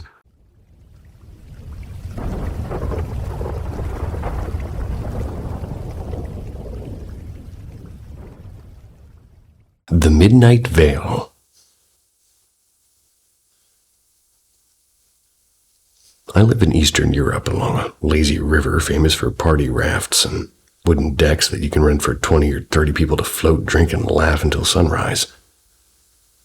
And by chance, my house is just a short walk from that stretch of water. First brush. One warm night, we gathered to toast a friend's soon-to-arrive baby. Everyone was happily drunk except me and a girl who couldn't drink because of her meds. When the snacks and beer began to run out, the two of us volunteered to drive the 5 miles to a late-night shop. The ride back was pretty quiet, except for her funny story about her cat's obsession with laundry. Then something cut the night in half. A dark, human-shaped blur leapt across the road, 2 faint amber points like eyes glimmering for an instant. "Did you see that?" I blurted. She didn't even pause her story. "I did," she admitted after about a breath or two. I'm not pretending nothing happened because I'd rather not scream right now. It wasn't a trick of headlights or imagination. The figure actually moved, impossibly fast. A living shadow that vaulted the road and vanished toward the river. A second glimpse. Months passed and the memory softened. Till my mother needed late-night company for her doctor-prescribed walk. The moonlight was unusually sharp and silvering the farmland paths behind our houses. Pawsey, the dog, padded behind us. Little on the nose. Out of there stands a lone peach tree, oddly alive in a sea of tilled soil. And from behind it, something darted, no footsteps, no rustle, just a swift slide, as if a computer cursor had been dragged across a black screen. Pawsey froze, and my mother gasped. We're turning back, and she said it was with sudden steel, and we don't do midnight walks anymore. Final vigil. Curiosity, of course, is stubborn. And one clear night I returned, this time alone except for Pawsey. The stars burned like cold fire, and the world was so quiet I could hear my own heartbeat. We waited in perfect stillness for 15 long minutes. Just as my thoughts began to wander, it came. The shadows zigzagged between the peach tree and distant bush and the fence line. And now I could tell it was human height, and it was brown tinged in the moonlight, and it was gliding without legs. Faint eye spots gleamed where a head should be. It never approached, never threatened, and it was like if it had wanted harm, well, I would have been helpless. But instead, it simply vanished into darker fields, as if retreating to its hidden home. And my dog has a lot of those prescriptions for walks. Sometimes I think they're forged.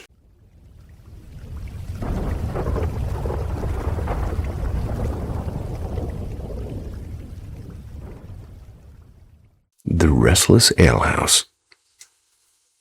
Many years back, my grandmother ran a creaky old tavern on the edge of the foggy English village that I lived in, a place she'd inherited from her father. Every weekend, I'd scurry about clearing pint glasses and stacking chairs, as while she hummed soft tunes behind the bar. But one rain-slick evening, the easy warmth of the pub turned strange. We were mid-chat when a deep, scraping groan rolled through the floorboards, like a heavy oak dresser being dragged across bare timber. The sound set every hair in my arm standing upright. No one else was in the room, and later, digging through town records and letters, we uncovered a grim history. Almost every previous owner, except my great-grandfather, had died within those walls. One name kept surfacing: a solitary man who tried to turn the pub into a private house. Relatives recalled how often he'd haul heavy furniture alone, never lifting, only dragging. It was exactly the sound that we'd heard. But that was just the beginning. Upstairs lived a chorus of secrets. Sometimes you could catch the faintest hush of a woman's voice, weaving a conversation that ended the instant you crept closer, as though they knew you were listening. Other figures were sharper and more tragic. At the narrow back stairwell, some nights a man appears sprawled in a dark pool. The memory of a sort of violet. Excuse me, there should be an N there. Memory of a violent push frozen in time. In the storage loft, a rope still hangs where a desperate young mother ended her life. Locals whispered her little girl still visits. Her soft weeping echoes as she gazes up at the beam. And there were others. A furious couple locked in an eternal argument about their lost child. A pale teenage girl who never stopped staring at a portrait of two older people, murmuring, "Don't go." And a small boy of about 7, blood-stained and wandering as if searching for somebody who will never come. My grandmother believes the boy might be tied to the man at the stairwell, but she's never been sure. And on quieter nights, we both swear we've seen my great-grandfather himself, sleeves rolled up, silently polishing the bar, or checking the old brass taps, still tending to the place that he loved. Pub is long closed now, but when I think back to that low scraping sound, I sometimes wonder, were they all just echoes of memory, or is that old alehouse still busy every night with the restless company of those who never quite left?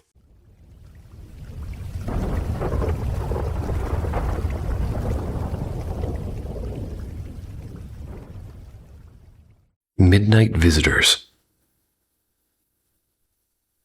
I grew up with more than just childhood fears. From the time I could barely walk until I turned about 9, something unseen but very real shared my house. Sometimes it felt like a crowd, like 6, maybe 8 presences, each with its own way of making itself known. Night after night, a figure I called the Hat Man stood in the hallway. He never moved, never spoke, only watched. Once I woke to a chilling sight. A pale woman-shaped shadow hung upside down on the balcony railing, her hair drifting toward me before she shot straight into the night sky without a sound. The house spoke in other ways, too. Pots clanged in an empty kitchen. Wooden bunk beds bore 3 deep black gouges no amount of scrubbing could erase. Objects, like a heavy glass music box, would tumble onto my blanket with no one nearby. And then there was the touch. One evening while I sat reading, the faintest brush of an invisible fingertip grazed my hand. It was so gentle it made me shiver harder than any sudden bang ever could. Voices sometimes called my name from the backyard when I was alone. Bright flickers and darting shadows teased the edge of my vision. Cold spots pulsed through rooms, and lights stuttered exactly 3 times as if on some sort of a cue. The worst moment came at 4 a.m. I opened my eyes to find this massive black silhouette kneeling on my chest. It fled the instant my fingers met its outline, crawling backward into the dark like smoke. These visitations seeped into me, and I grew quick-tempered and restless, almost as if the house itself was rewiring me. Relief only came when my older brother performed a determined cleansing with sage and a prayer. The silence afterward, it felt electric. For years, nothing happened. But quiet never meant gone. A few summers ago, a 3-kilogram elephant statue leapt from its shelf in the middle of the night, then proceeded to shatter on the floor. There were no tremors, there was no draft, just a crash and the echo of old memories. Looking back at it now, I believe I met a mixture of forces, a mischievous poltergeist or two, a wandering shadow figure, maybe something darker. Yet instead of breaking me, those years tempered me. I learned to stand firm and to guard my space. Now when the air chills or a hallway light flickers, I no longer panic. Whatever those midnight visitors were, they taught me how to face the unseen and how to remain unafraid.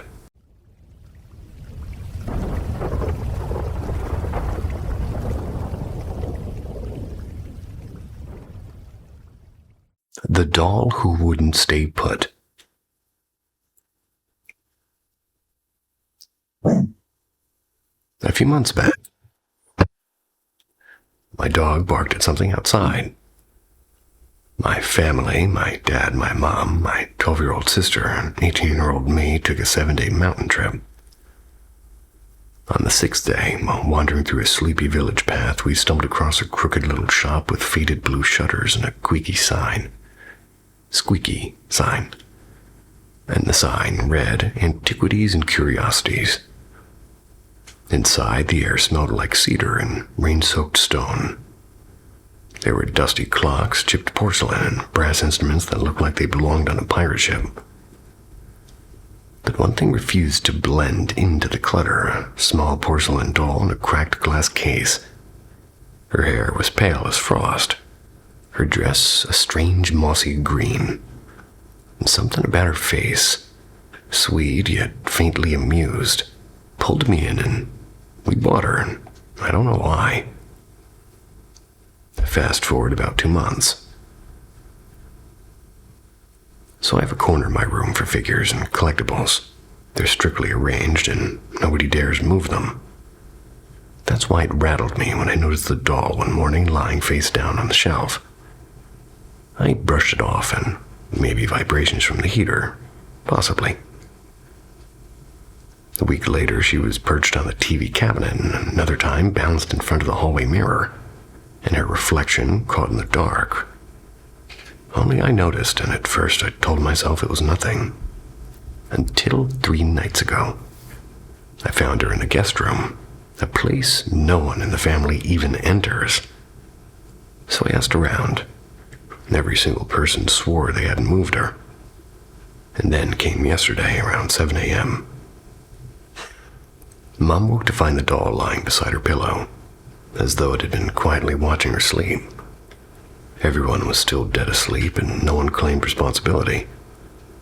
My little sister, who already spooks easily, went pale. She grabbed the doll and set it in front of a framed picture of our household deity, convinced that sacred company would keep it still.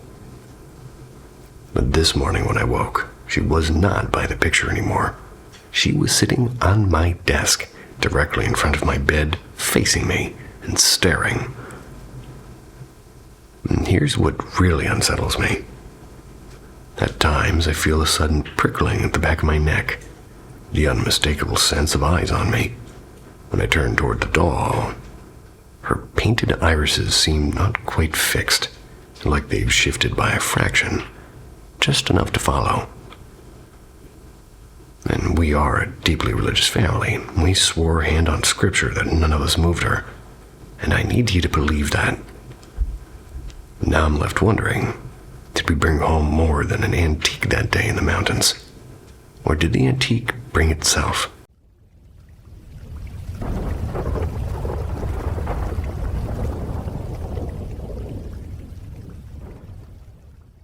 The House That Didn't Sleep. Back in my sophomore year of college, I lived in a creaky old rental house just off campus.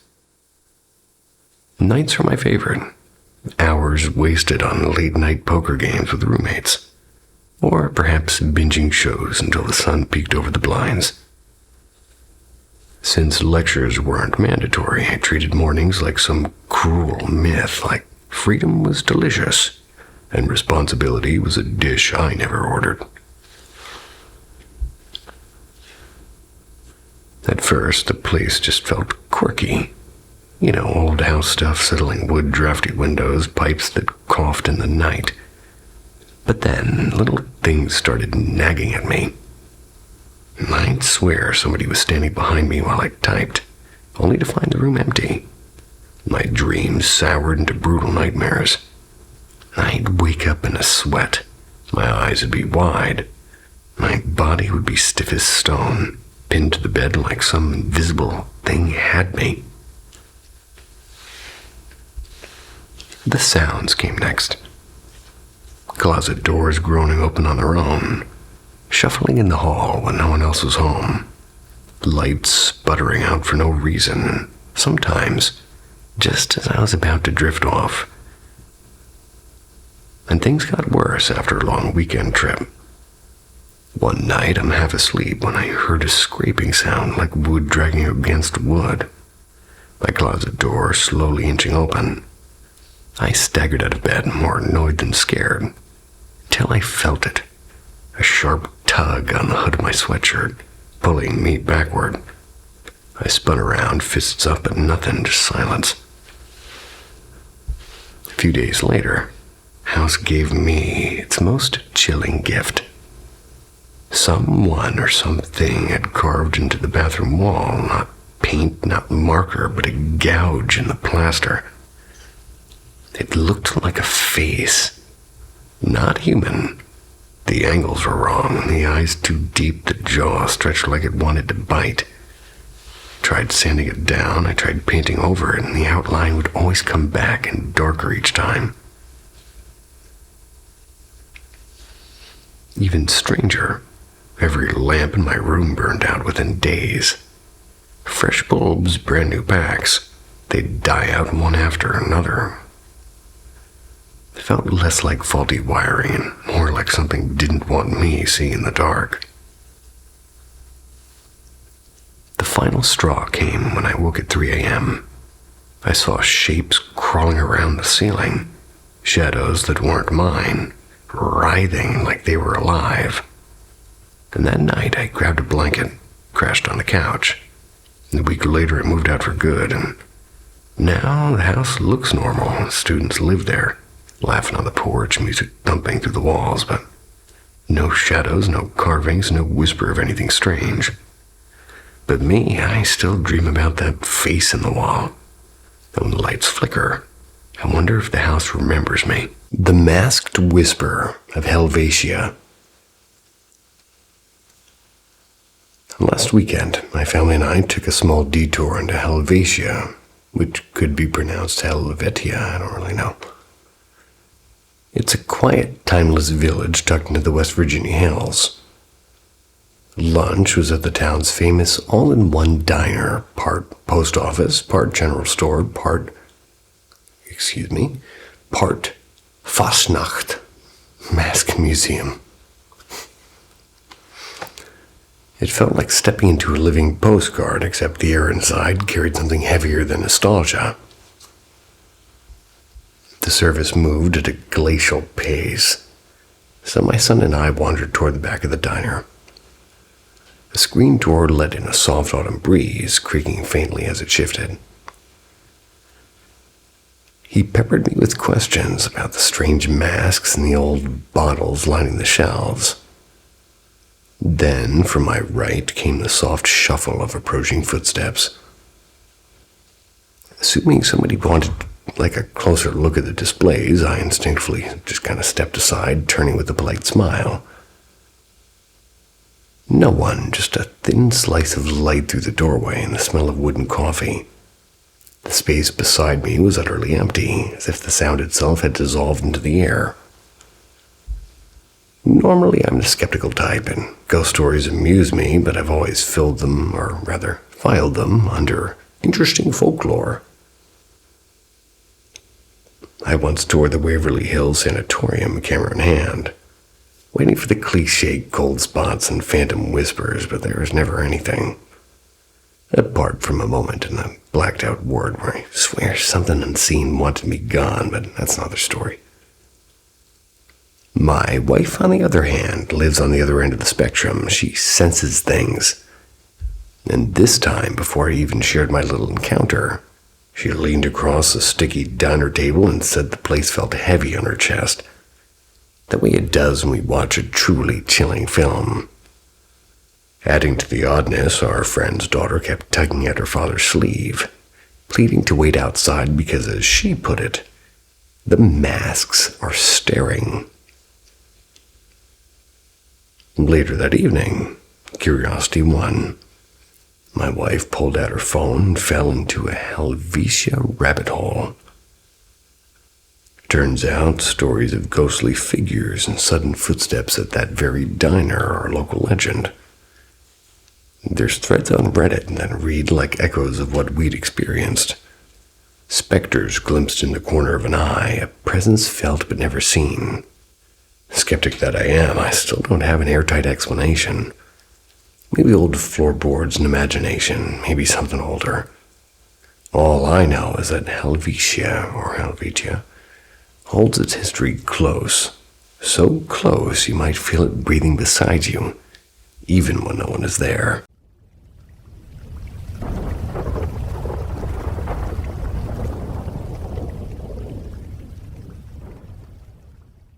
Whispers in the glass-roofed hall.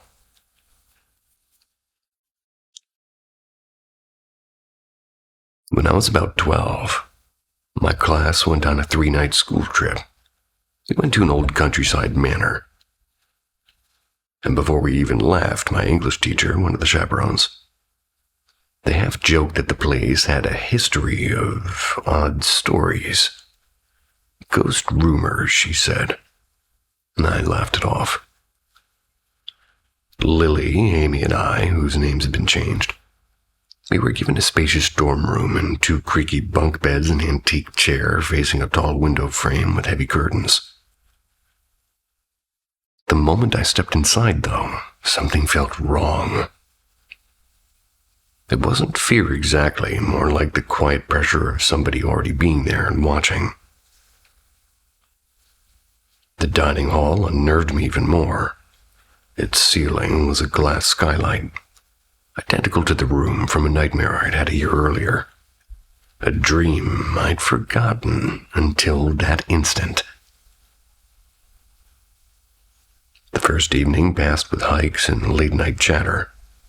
But while Lily and I were goofing around, Amy sat silently on the window chair.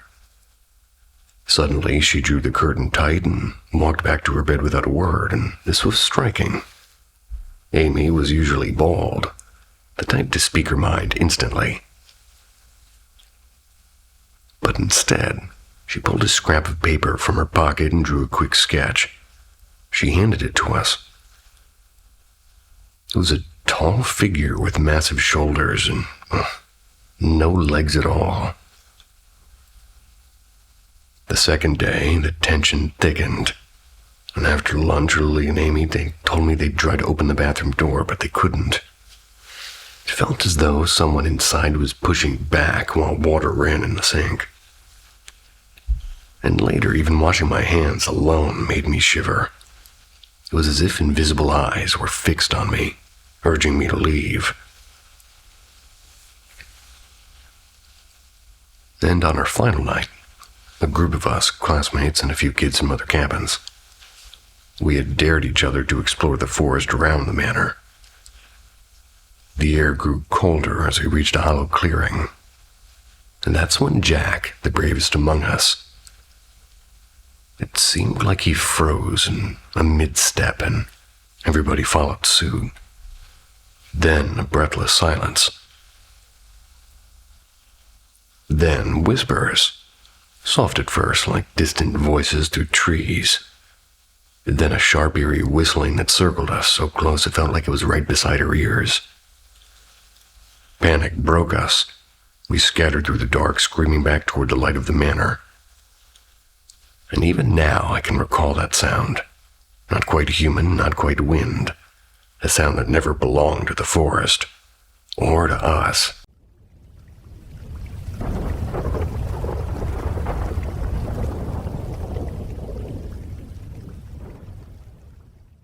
The Thing by the River. I don't usually post stuff like this, but I'm reading a lot now, and I figured maybe somebody had something close to what I went through. This happened back in 21, late summer. Once again, in rural Kentucky. My cousin lives way out.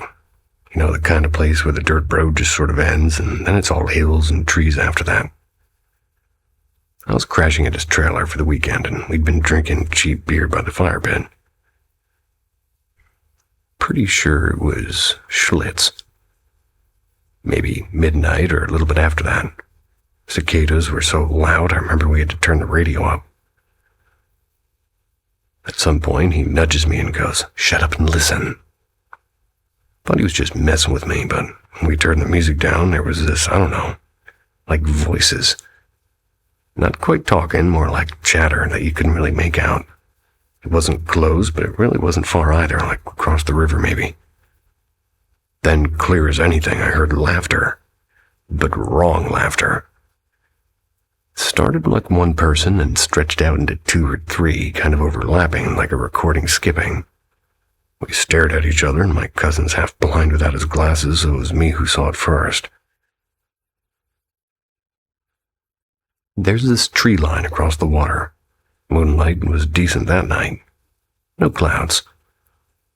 I watch something. Oh, I swear I watched something standing like a man. And he was folding itself down on all fours, and it was too quick, like bones clicking.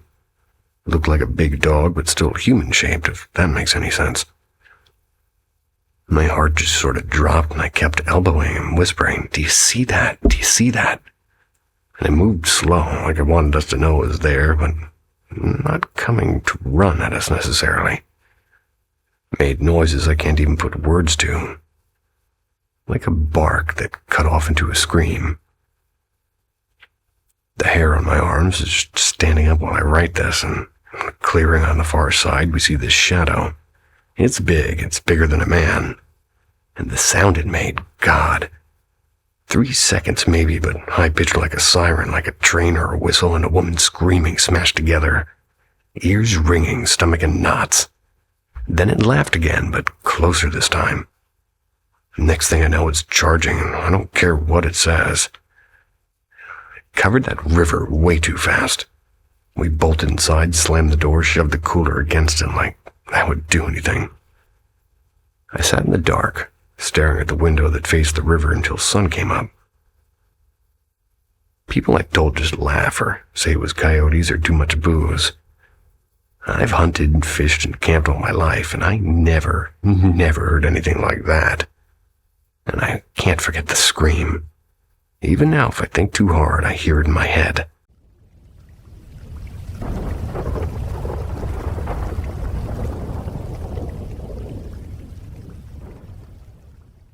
The door that wouldn't stay shut. So here's the setup. I'm a broke student, living in one of those shared apartments that should probably be condemned. But somehow, still has tenants every semester. The place is ancient, like the kind of old where the paint peels just from being stared at for too long. The layout's sort of odd. You walk into this wide hall with 2 beds. They're shoved up against the wall. Then there's a dusty old wardrobe that no one uses. Then there's a sort of narrow passage. On one side, there's the kitchen plus my room, and we're going to call that room 1. And on the other side, 2 shared bathrooms. And straight ahead, room 2, shared by 2 other students. Now, room 2 is cursed with the dumbest door design ever. It has this flimsy wooden stopper wedged at the bottom, and if it drops, the door basically jams shut. You need either Herculean strength to kick it open from outside or somebody inside to pull it up. Which means the only practical way to live there is to keep it open whenever you leave. Here's the thing.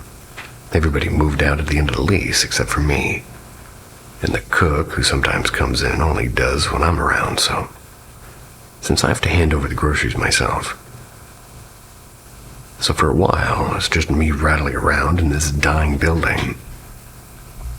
And I'm paranoid. Like triple check everything paranoid. Every time I leave for class, I do the ritual. Windows shut, both balcony doors locked and latched, bathrooms locked, and my room sealed. Even the stubborn old door of room 2, shoved closed. No shortcuts. Day 1, I come home late. Room 2's door is open, which shouldn't be possible. Well, chalk it up to me messing up. Day 2 and 3, same thing. Room 2 door open again, and on day 3, the hallway balcony door was also wide open. Even though I know I locked it. And at this point, my skin is crawling, and, well, day 4. A Sunday. I stay home all day waiting, and nothing happens, and it's dead silence like the apartment knows I'm watching. Day 5. I come back from class, and now the bathroom door is left slightly ajar. That was it. I packed a bag, started crashing at a friend's place. Have not renewed the lease. Not planning to. And before you say gas leak or wind, nope, the apartment has no gas lines on the induction stoves. Those are the kinds with a little mark on it where you put the metal pot on it. It's well ventilated, and I check the doors 3 separate times before leaving always, and the worst part is that cursed room 2 door. I know how much force it takes to open it from outside, and there's no way it should be standing open like it's inviting me in. And yet, every time I returned, it was.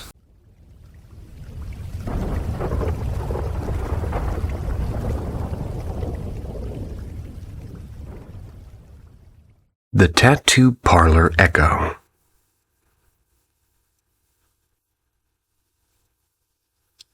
So I work at this little tattoo parlor. It's tucked away in the edge of town.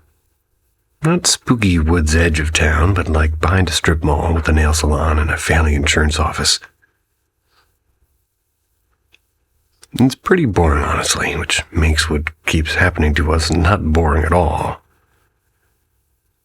You see, we keep hearing animals. Not like outside the shop animals, like clear and impossible to miss noises inside the shop. Problem is, there are no animals, and before you roll your eyes, I get it. A random meow is not proof of ghosts, but when it's this loud and this distinct, and this random, you start questioning reality.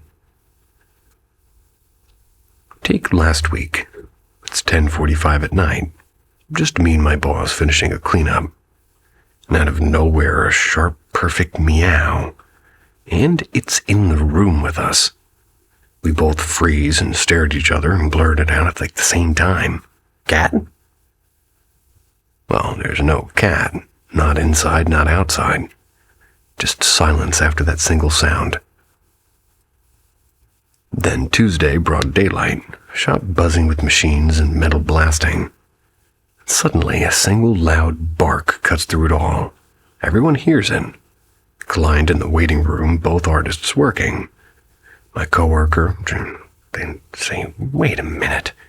Is there a dog here?" No, not then, not ever. And it was just one bark.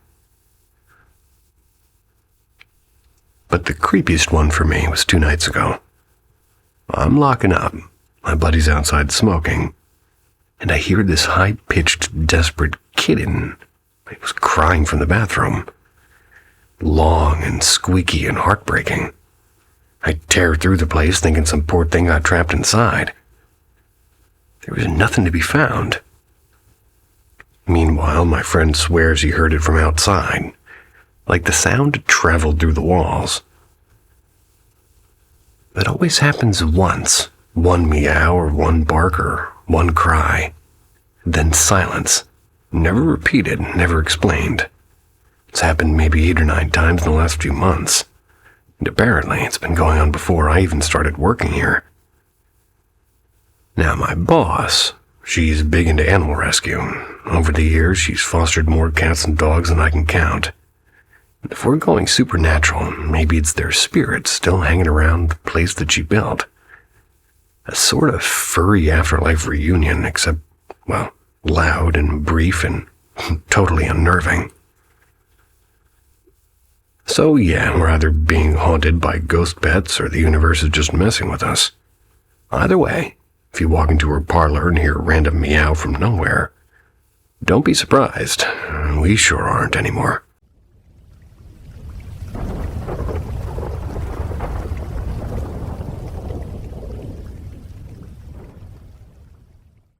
The Night of the Shell Spirits.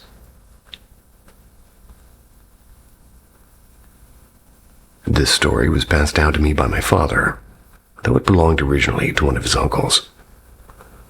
It took place sometime in the late 1950s, around 1957 or so. At that time, his uncle often ventured into the forest of Oh boy.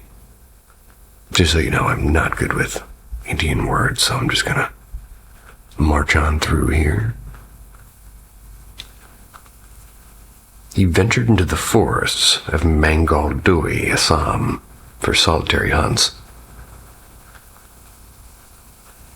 My father's ancestral home stood not far from those woods, and as usual, one evening his uncle set out alone.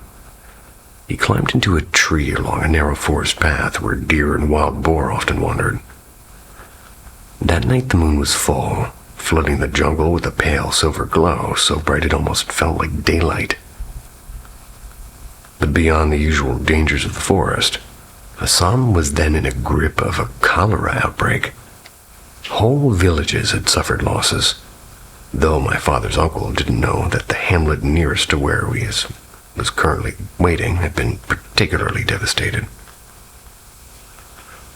While crouched silently on the branch, he heard the faint chime of anklets, gungroos, echoing through the undergrowth. At first he thought it might be a porcupine shuffling through the brush, the kind the locals called Katalapahu, and he readied his rifle. As the sound grew nearer, he realized it was not the scuttling of any animal. 2 figures slowly emerged into the clearing, and They were of medium height, draped in ragged cloth. But what struck him most was their decorations. Necklaces and anklets and even staffs studded with small white snail shells that glimmered in the moonlight. They walked with eerie slowness. With each step came the unmistakable tinkling of shells and anklets together. The uncle's breath caught, and these shapes did not look fully human. Their movements were deliberate, and their faces, half-shadowed, seemed stretched in unnatural ways. He tightened his grip on the gun. If they pass beneath me, he thought, I'm going to shoot. When the figures finally reached the tree, he fired. The shot hit one directly, and in an instant, the form collapsed into a black crow, dropped lifeless to the earth. And the other figure let out a shriek so piercing it echoed through the forest and then fled, vanishing among the trees. At dawn, when his uncle dared to climb down, the dead crow still lay on the ground, stiff and black against the pale leaves. He didn't touch it. He simply turned and went home in silence. And from that night onward, he never again hunted alone in those forests of Mangal Doi.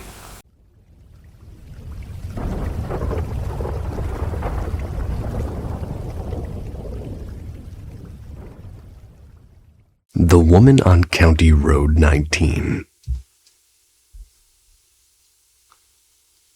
It was just past 3 in the morning. It's when I started the long drive back to the city. The night was cold and strangely still. I was on a 26-mile rural stretch. 2 lanes of cracked asphalt bordered by dark fields and tree lines that seemed to lean in on the road itself. The city's distant glow floated in the horizon like a faint ember. 5 miles from home, I caught sight of something odd ahead. A sedan sat motionless in the right lane, hazard light off, but headlights blazing.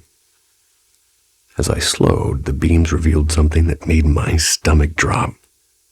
A human figure sprawled across the asphalt.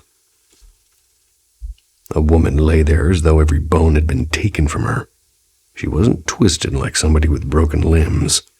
She was folded in a way I can barely describe. I'll give it a try, though. Imagine a pile of clothes dropped from a height that's the closest I can really come from. Like her hair fanned across the road perfectly still in the cold night air. No blood, no torn fabric, just wrong. A couple stood beside the car, their breath faint clouds in the chill.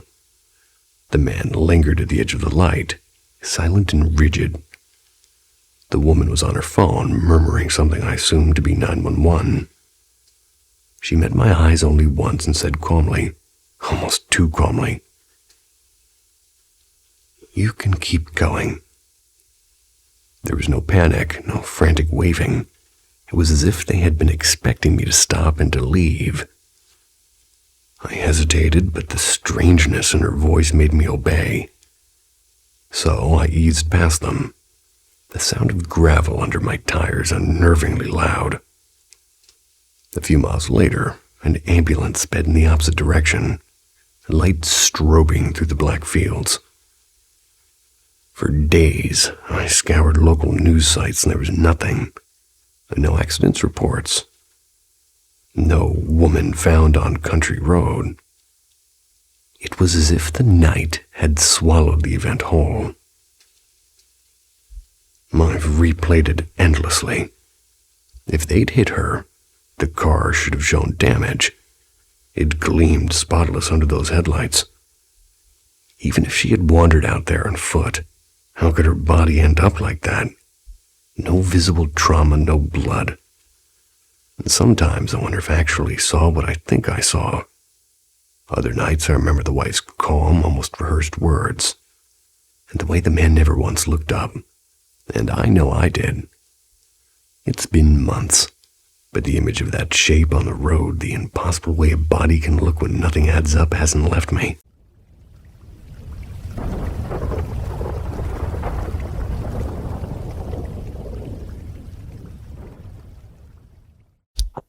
House of Two Doors. The house sits on a quiet Greek island. It's where the sea meets old stone, like an old secret. When my grandfather was a boy, a violent earthquake ripped through the island and it shattered the original house, and my great-grandfather rebuilt it from rubble and memory. This was, maybe 60 years ago. He designed it for celebration, rooms stitched together with multiple doors so walls could vanish and families could merge. My grandparents' own bedroom still carries that vision. A single wall is nothing but doors, ready to open for feasts and music. Decades later, one of my great-grandparents passed away inside of these walls. No one speaks of it much. I grew up in a room adjoined with my grandparents, door, wall, chamber, like falling asleep to the smell of salt air and old timber. But as privacy tugged at me, I drifted to another room. A smaller one with just 2 doors, one to the hall, one to the neighboring bedroom. And that's when the house began to feel different. Nights there, they have their own language. I've heard whispers in strange, unplaceable tongues and a voice sometimes sharp, sometimes pleading, calling my name while the sun was blazed outside, and everybody else was far from home. This summer, I mostly returned to the grand room of many doors. Yet one night it turned on me. A dream of a young, faceless woman ending her life, and I woke as if yanked from a deep well. Last night I went back to the 2-room door. The nightmare came again. 2 women this time, blurred and wordless. But it was tonight that carved itself into me. It began with heavy footsteps pacing in the hallway, and then both doors shuddered violently. It was as though it was something invisible. Hands fought to break in, and for minutes they rattled and slammed, only to fade into a strange metronomic tapping inside the wall itself. Only my grandparents and I are here, and they're gentle and too old for games. They were asleep long before the house began its pounding. I can't decide if it's the haunting or the madness or something unnamed, maybe. Something that lives in the bones of this old place. All I know is that the house is 2 doors. The house of 2 doors listens and waits and whispers back.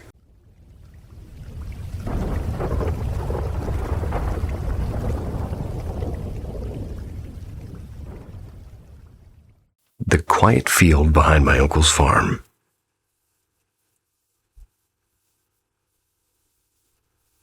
I was about 20.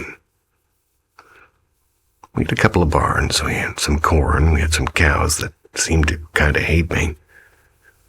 I'd sleep out back sometimes because the house was all mildewy, and, his snoring could shake nails out of the walls, it seemed.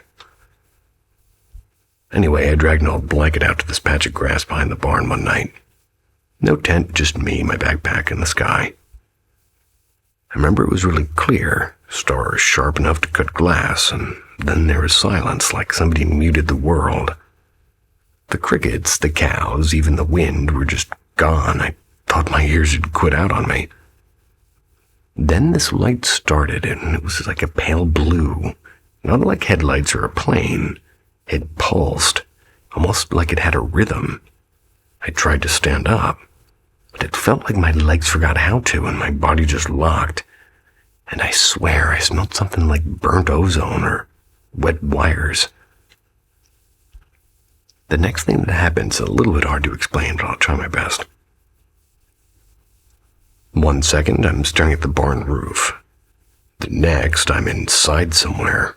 Not a building, more like being inside of a bubble with walls rippling like water. Couldn't move, but I wasn't really tied up. They were figures too, and yeah, they looked wrong in the way that they're hard to pin down, but they were too human, but they weren't human. Skin was shifting colors like gasoline in a puddle. Like you could almost see stuff moving underneath it, like veins or maybe organs glowing faintly. Their faces were what got me, though. Expressions were right, but not quite. Like when you see a mannequin that's trying too hard. They didn't talk, but I felt them in my head. They sifted through stuff like flipping through a deck of cards that was me. Memories, feelings, even dumb ones. Like the time I fell into a creek chasing a chicken. They were curious, but not mean, just detached. I don't know what they did exactly, but something. Like they rewired something inside of me, and when I came to, I was flat on my back in the grass, my blanket half off of me, and dew everywhere. The cows were just lowing again, like nothing had happened. My watch said 5:20 in the a.m. Nothing was wrong with me, no marks, no pain, but sometimes on real clear nights I get the sensation in my chest, like a second heartbeat. Faint and not mine, but maybe it's just my head, but maybe not. I haven't camped outside since, though. Is that what they call mooing? Cows were lowing. I'll have to check that. I'm skeptical about all cow information. You can quote me on that.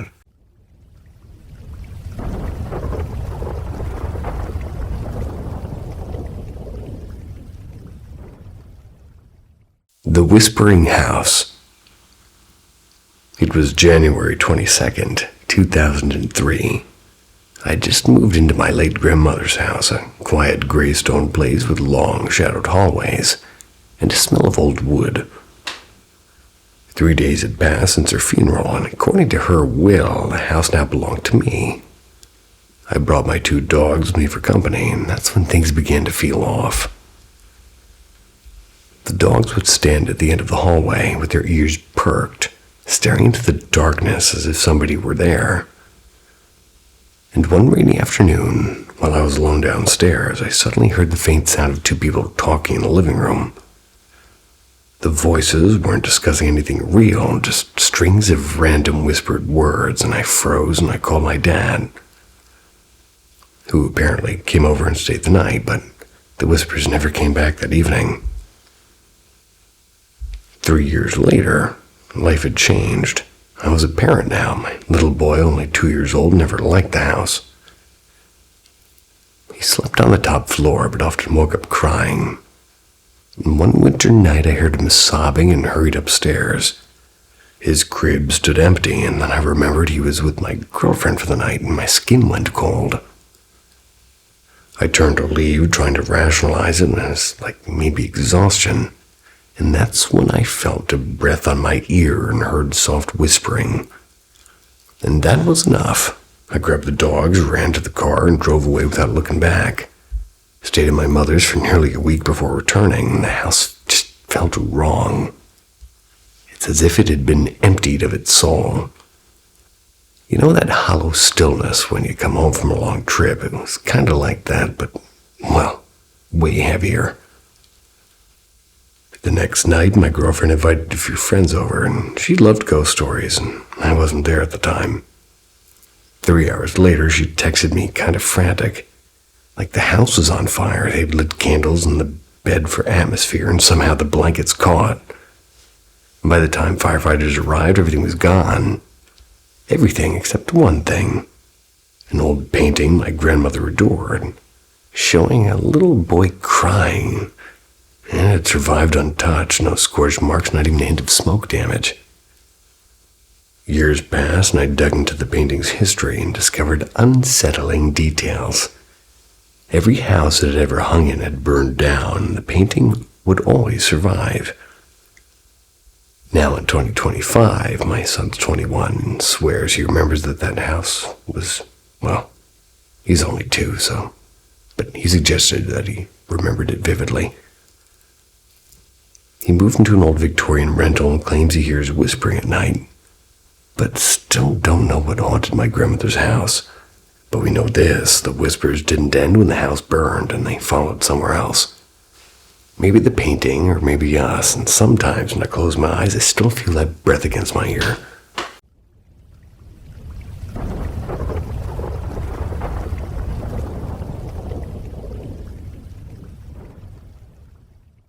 The thing in the winter field.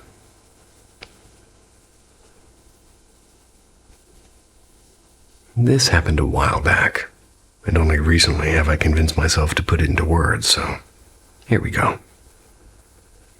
Not all of my stories are easy to share, and like the one about the shadow man with burning red eyes who sometimes follows me, but this time at least, I wasn't the only one who saw it. So picture this. Winter in Texas, just a few days before Christmas. We'd been out since before dawn, all bundled up and waiting, and then we'd already seen a fox dart across the clearing and a lone doe wandering. Coyotes howled somewhere in the distance, normal enough until suddenly the howls turned into something else. They turned into screams, pain, and underneath it a low guttural growl unlike any sound I've ever heard in those woods. My stomach dropped. I told my boyfriend we should pack it. He insisted we wait until sundown. He was driving, so I lost that argument. Big mistake. By the time we finally decided to leave, it was pitch black. We used the flashlight, sweeping it across the clearing to make sure we weren't about to walk into a predator, and at first it seemed fine, but to our left, 2 deer. Their eyes glowed in the beam, and their bodies just faint silhouettes against the field. We relaxed a little, watching them chase each other. Then one bolted closer to us and spun around in the open, and behind the other something rose slowly and taller until it stood upright, towering at least 9 feet. It moved like a man, but heavier and looser, its steps bouncing unnaturally. Its eyes seemed to glow back at us, brighter than the deer's. I don't know if it saw us in the stand, but we stayed dead silent. The deer didn't last. Both bolted, and that thing sort of loped after them, making those same deep, horrible growls as it vanished into the woods. We sat frozen for 20 minutes before daring to move. Eventually, we left without seeing it again. Later, I remembered I'd been recording the coyotes earlier, and I think that sound, the growl, might actually be on the video. It's buried somewhere in an old phone, though, I think. A couple of weeks ago, I swear I saw it again. I was driving down toward town when I spotted a massive, shadowy figure slipping into the tree line.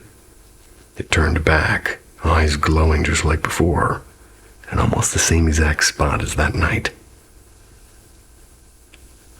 I know Wendigos aren't supposed to be a Texas thing, but I can't explain what I saw, and I've noticed something unsettling. When I talk too much about it, that's when it seems to show up again, so I'll leave it at this. Believe me or don't, just know, this is why I don't go outside at night anymore.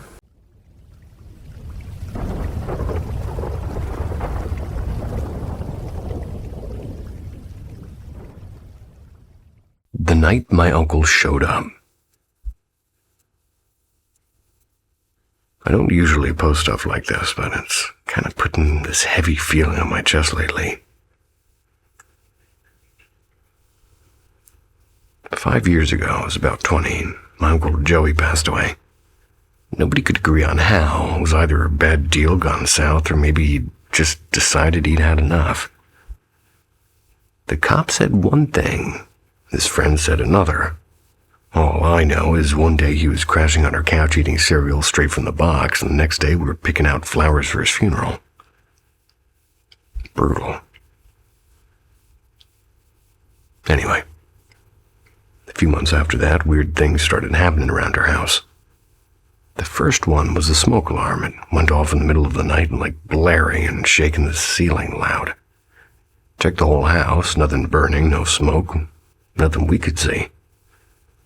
My stepdad pulled the batteries out, tossed them on the dresser, and we went back to bed just thinking, okay, maybe the thing's just old or something. Except it went off again with no batteries, still screaming like the house was on fire. I swear my stepdad turned white as a sheet. The part that freaked me out wasn't even that. It was the next morning. I came into their room and this man, this huge guy, like 6'4", word construction, never scared of anything. He was literally curled up in the corner, shaking. My mom was trying to calm him down, and he kept saying, he pushed me down. When she asked who, he said a man walked straight through the wall, shoved him onto the bed, and whispered right into his face, if you lay a hand on her, like that other guy did, I'll come back and I'll ruin you. My mom asked what he looked like. When he described him, he had blonde hair, was pretty long, with blue eyes, and her face just dropped, and she said, that's Joey. A couple of days later, just to be sure, she pulled out an old photo.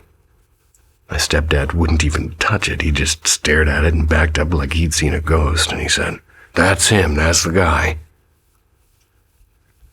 Fast forward years later, my little brother was 3, and he started waking up at night laughing, sometimes crying, saying, stop tickling me, Uncle Joey, I'm tired. Mom never told him about Joey, never showed him pictures, but the way he described him, the hair and the goofy grin was dead on. Went on for months until Mom finally had a priest bless the house, and after that Joey stopped messing with my brother. But Mom swears he still comes to her in dreams. I don't know. I try to explain it away like stress or grief or whatever, but deep down I think Joey never really left. He just watching over her. Maybe over us too. Sometimes I'll catch myself talking out loud like, hey man, you still around? When the house gets too quiet at night. And sometimes, I don't know, maybe it's in my head, but I swear I feel him answer.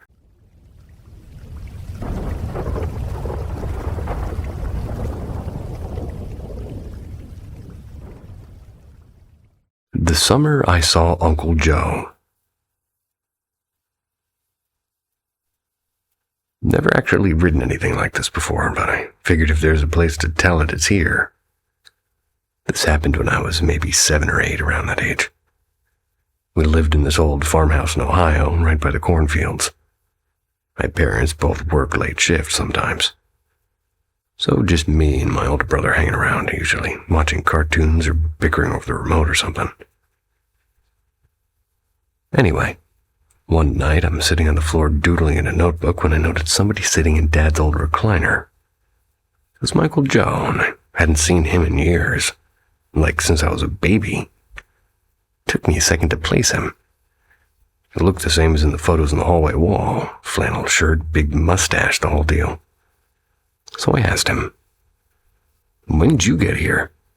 He said all casual, just a little while ago. Now here's the thing. Uncle Joe had passed away when I was about 2. He was in a car accident. Everyone in my family knew that. Even me, though I didn't really, get it at the time. I was too young. So right away something felt off, and he wasn't scary, well, at least not at first, so he said, I've been watching over you. You want to come with me? It's better where I am. I remember I laughed nervously, and I said, I can't, I got school tomorrow. Like, that was my excuse. He grinned, kind of sad, and said, well, you can go to school over there, too. And that part stuck with me because it was so weird. School in the afterlife. He reached his hand out like he wanted me to follow him, and I swear my whole chest tightened up. Told him I needed to ask my mom, and when I stood up, he grabbed my wrist real tight and said, don't tell her I'm here, she won't understand. I wriggled free somehow, and when I looked back, he was sitting there staring at me like disappointed. Then he stood and said, guess I'll go then. He walked straight out the front door. Not 2 minutes later, the phone rang.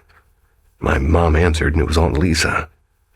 She was crying, telling Mom she'd been thinking about Joe that night, how she missed him, which was just weird timing. After that, I saw him one more time about a year later, same chair, same flannel, and he asked again if I wanted to come with him, and this time I told him, no, Mom would be sad. He looked real thoughtful at that and then said, yeah, I suppose she would. And he just sort of faded. Haven't seen him since. Thing that gets me, though, is my brother swears he heard somebody answer me that night. He was upstairs and thought I was talking to Dad, and he heard a man's voice say, yeah, clear as day. Don't know what to make of it. Maybe I was dreaming, maybe I wasn't. But every time I walk past that chair now, I kind of half expect to see Uncle Joe sitting there again.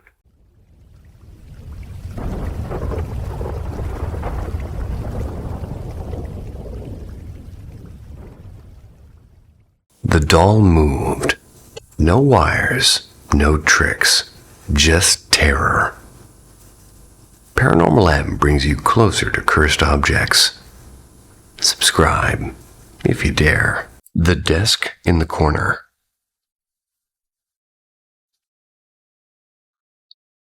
When I was 17, my dad left for a 2-week training assignment overseas, and a friend's family kindly invited to stay so I wouldn't be home alone. Their house sat on the Fort Meade military base. It's a place built in the late 80s. Nothing that looked like a gothic movie set. So I'd slept there plenty of times, but I stayed for so long and it felt different. The guest room I was given had once belonged to my friend's older brother, who'd moved out about a year earlier. And from the first night, something about that room pressed on me like a weight I couldn't quite name. At first, it was sort of subtle. It was a faint, watchful tension. By the end of the first week, it sharpened into something unmistakable. A male hostility that pooled around the old oak desk in the corner.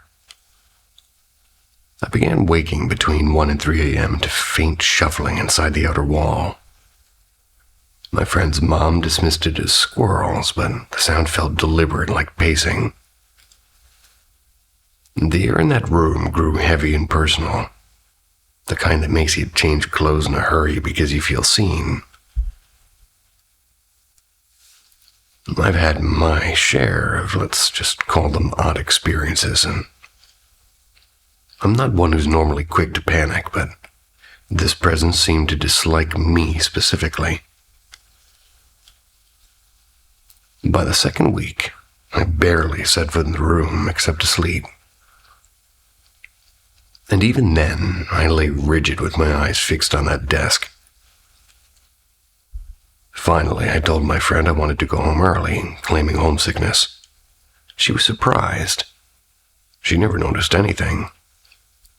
But her younger sister did speak up, and in a low voice she admitted that months before, she'd woken to a tall figure in a Union-style coat standing in her own doorway. Its eyes were black and empty. Terrified, she hid underneath her blanket until morning, refused to sleep there for days. That evening, as I described, the strange anger I felt, gesturing toward the desk. Her usually placid golden retriever had burst through the door, and without warning he snarled and barked at that very corner. Hair bristling, and abruptly whimpered and backed up behind us with his tail tucked.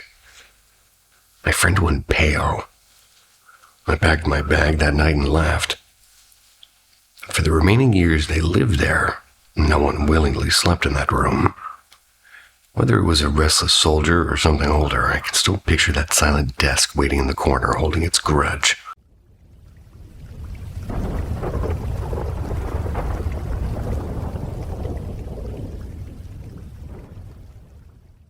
Shadows under Hilltop Drive.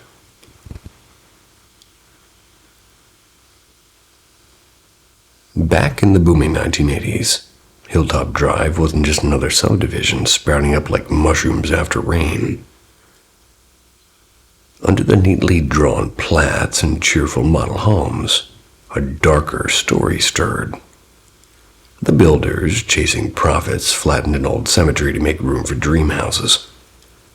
Bodies were supposed to be moved, but the job was pretty rushed and messy and incomplete. Hollywood eventually caught the scent. Grave Secrets, Legacy of Hilltop Drive hit the screen. It was based on the eerie truth that bones sometimes rest poorly. Fast forward to 2019, and my family stumbled on what felt like our dream house, tucked just one block inside the same neighborhood. We already knew the local folklore, like whispers of sickness and strange sounds, financial ruin, and that haunted earlier residents, but we reasoned that living near the edge of the development, away from the infamous center, might keep us safe. Pretty classic rookie logic. A month after we unpacked boxes and reality crept in, we learned that the house, where remains were literally unearthed, was only half a mile away. Worse, the dense woods across from us still hid toppled headstones. A few Newport neighbors even filmed proof and posted it on the Newport Crosby ghost page. My heart sank watching those videos. Silent markers, sort of leaning in the shadows like the dead were still taking attendance. Then the story tightened its grip. When my kids started school, I befriended a longtime resident, and she remembered the man who once cataloged those graves, at least before relocating them. He'd passed on, of course, taking his secrets with him. But she added a chilling detail, because before we moved in, her own son had poked around her yard, searching for a long-lost headstone. She pointed to a spot near the lamppost, and I told her, half joking, that I could stay, that it could stay buried. Time skipped again to now, and activity inside her house, is strange knocks and cold drafts, it's only increased. Why? Because developers moved in across the street, and bulldozers cleared the woods in weeks, faster than permits could possibly appear. No sign of careful exhumations and no respectful reburials. 1 month the forest stood, the next bare ground stretched where graves once laid. Our slightly crooked but lovable home feels charged like the earth itself remembers. Maybe those restless spirits never left Hilltop Drive. They just maybe are waiting for somebody to finally listen.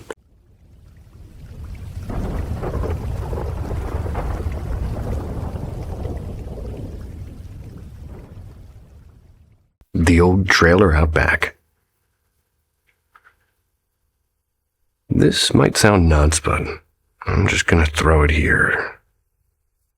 A couple years back, after my divorce, I moved into my uncle's old trailer. This beat-up single-wide parked out in the sticks, kind of hidden behind some pines. It let me stay rent-free as long as I mowed a lot, and, sounded like a deal at the time. At first, it was peaceful. Almost too peaceful. No neighbors except one guy who kind of seemed to collect junk cars, and even he was quiet. But after a week or two, stuff started happening that I still don't really have an explanation for. First time, it was the bathroom door. Slammed so loud it shook the whole trailer, and I thought maybe the wind got it. But the windows weren't open, and I grabbed my flashlight and I checked every inch, even under the bed like a little kid. Nothing. Went back to bed, but I couldn't shake it. You know that feeling when your body knows something's off even when your brain's trying to be logical, sort of like that. It kept happening. Not every night, but often enough that I stopped sleeping well.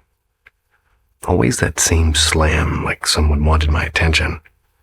I'd tell myself maybe the frame's just warped or the old trailer settling or something, but I didn't even buy my own excuse. So one weekend, my sister came to crash on the couch.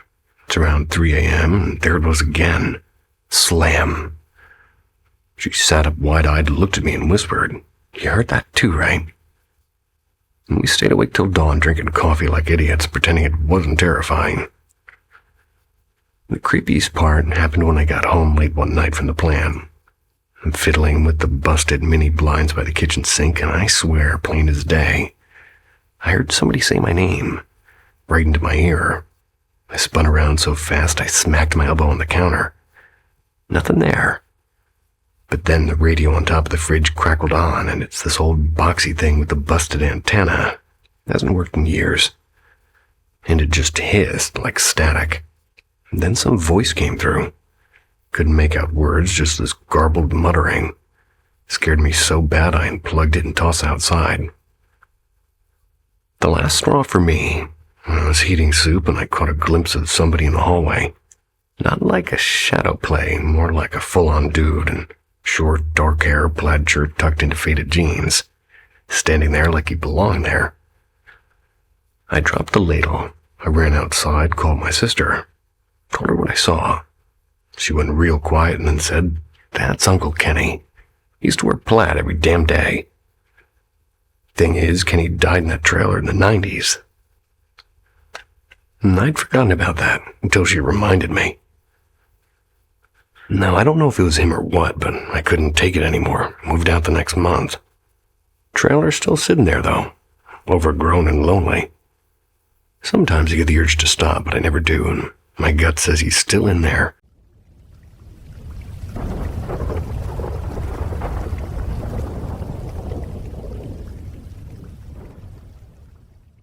The Black Mass of Mercy General.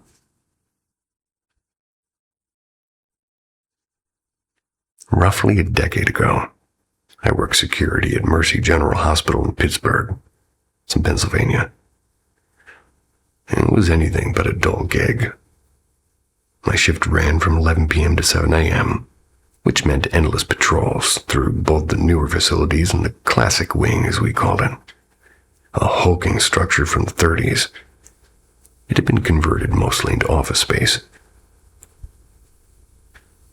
The liveliest spot was a unit on the 5th floor of the new wing. Memory's fuzzy, but I believe it belonged to the nuclear medicine or possibly hypertension. One of those departments where machines beep constantly and half the rooms look like sets kind of borrowed from like some old sci-fi show. The place honestly reminded me of the control lab from the Incredible Hulk series where Bruce Banner got blasted by gamma rays. This unit had 3 sections divided by thick walls. Staff swore the place was haunted by a doctor's restless spirit, which appeared not as a figure but as a shifting black mass. According to the housekeeping crew, the thing that followed was like a routine. It would emerge in the left section, slide straight through the wall, and vanish into the far right wing. The techs confirmed it, but refused to discuss it for too long. Most wouldn't even enter the unit without every fluorescent light blazing. One night, curiosity got the better of me. While making rounds, I actually witnessed it. An inky shape crawling out of the wall like smoke and slipping into the section that was never left dark. I kept my distance. No way was I chasing a ghost through drywall. But to this day, it ranks as the strangest sight of my life. What I dreaded the most, though, was patrolling the old wing. Since it was mostly offices, I had to jiggle every doorknob to check locks. The 7th floor, once an old surgical ward, carried an oppressive energy. Never saw a figure there, but I did catch doors easing open and slamming shut with no one around. Subtle stuff, but it piled up. There were also the belongings runs whenever a patient passed, security collected and inventoried their items. Then got a nurse's signature, and more than once after the body had been wheeled to the morgue, I overheard nurses whispering about voices still coming from the deceased rooms. But as soon as I walked in, the conversation would die instantly. Strangely enough, the morgue itself was uneventful for me. It was located in the basement, rumored to be a hotspot. We checked in bodies, or leased them to funeral homes, did paperwork. Never had a single eerie moment there. Somehow, it was the living spaces above. The place is still echoing with patients' last words that felt truly haunted.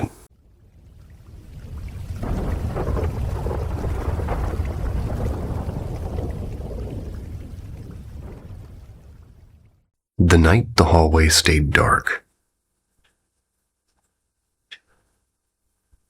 This is one of those stories that sticks with me.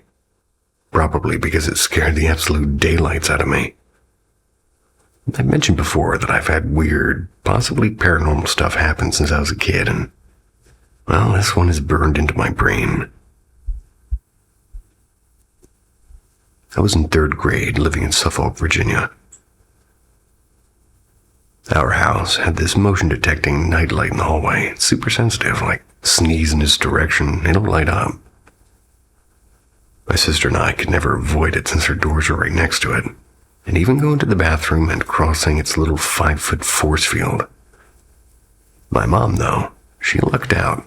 Her bedroom was right by the stairs, just out of its range. At that age, I was terrified of the dark. And embarrassingly, I was also terrified of Slender Man because it was 2013. Internet was cruel to children. So I'd sleep with my door open, the bathroom light on, and sometimes even my closet light blazing.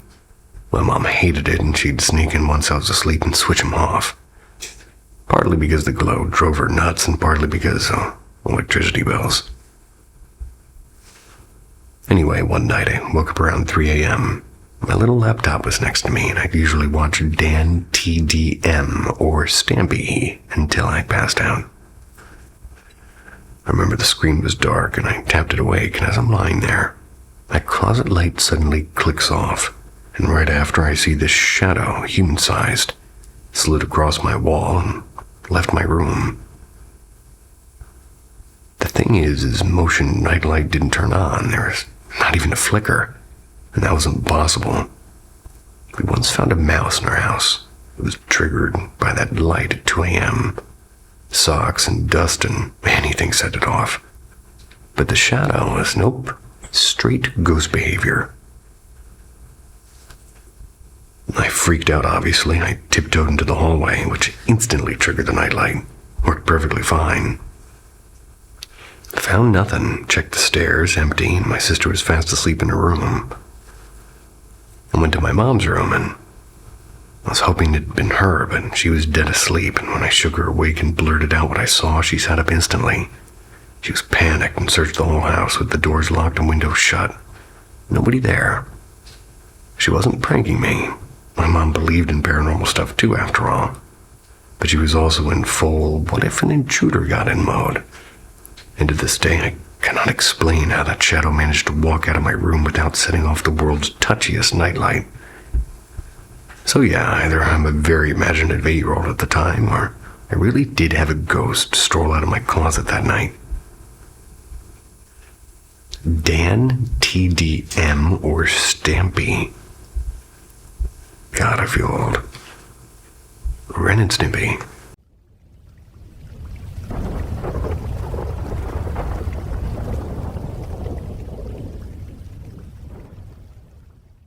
Echoes in the loop.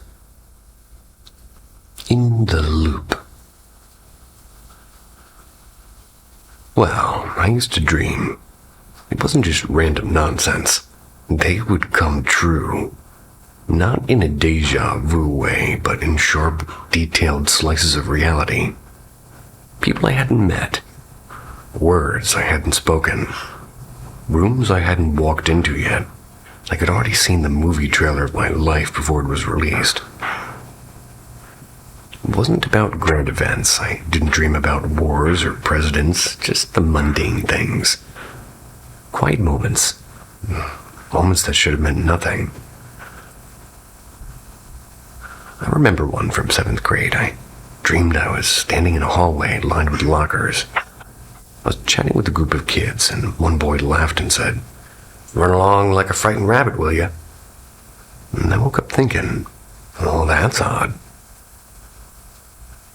Years later, in my sophomore year, the scene unfolded exactly. Same voices, same laughter, even the way the sunlight hit the lockers. I froze and my heart was going crazy because I knew what he was about to say before his lips even moved. And he had a weird voice. Another time I dreamed of a woman I didn't know. She leaned in and whispered, "I haven't told anyone yet, but I'm moving to Arizona." I filed it away as another strange scrap of dream.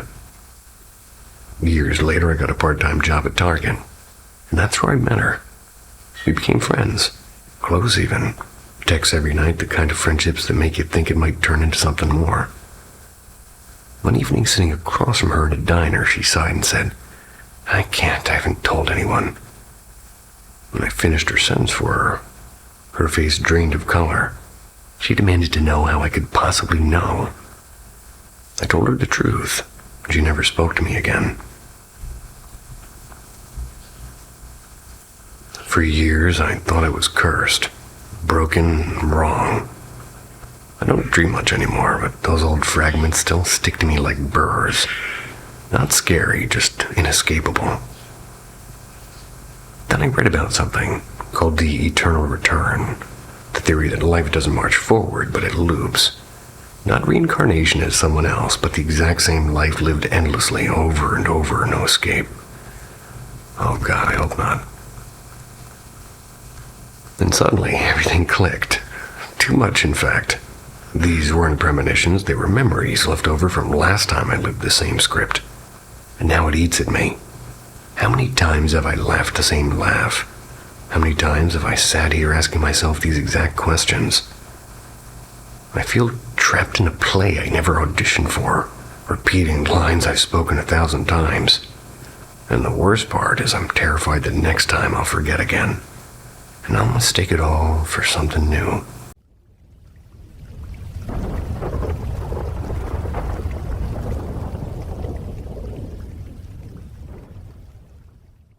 The Watcher in the Concrete Room. I'm 16. Life has been complicated lately. After we lost our apartment, Mom and I moved in with my grandmother. I took the basement.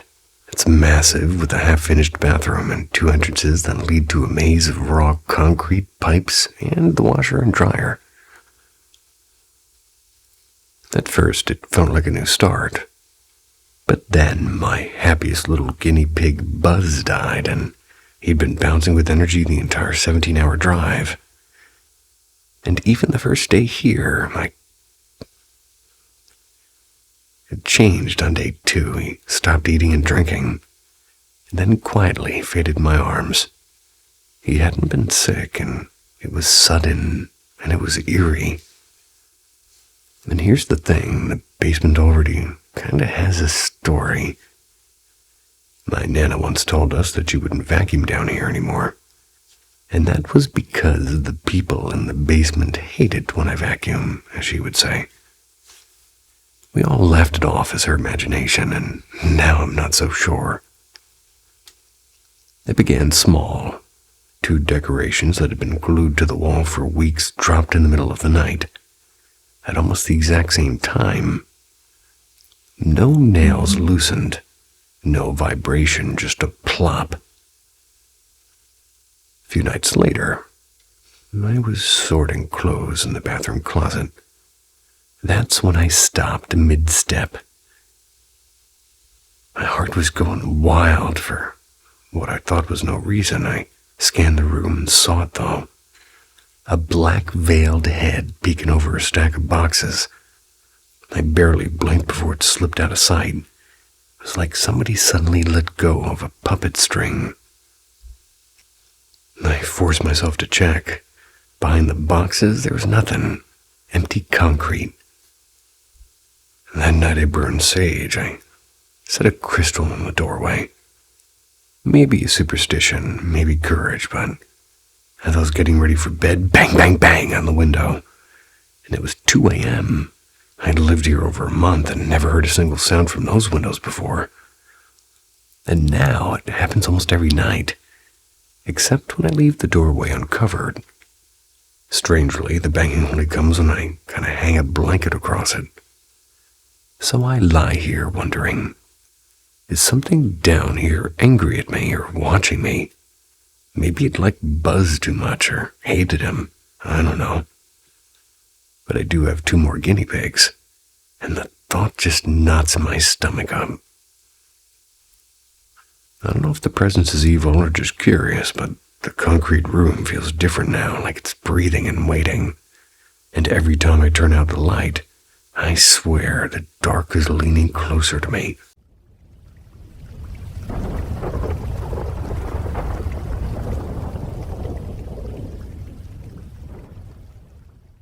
The night of the crawling steps.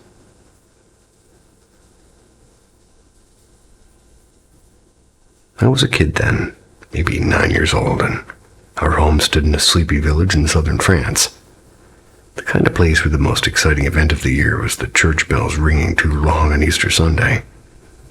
My parents had built the house themselves, solid and ordinary and unremarkable, or so I thought.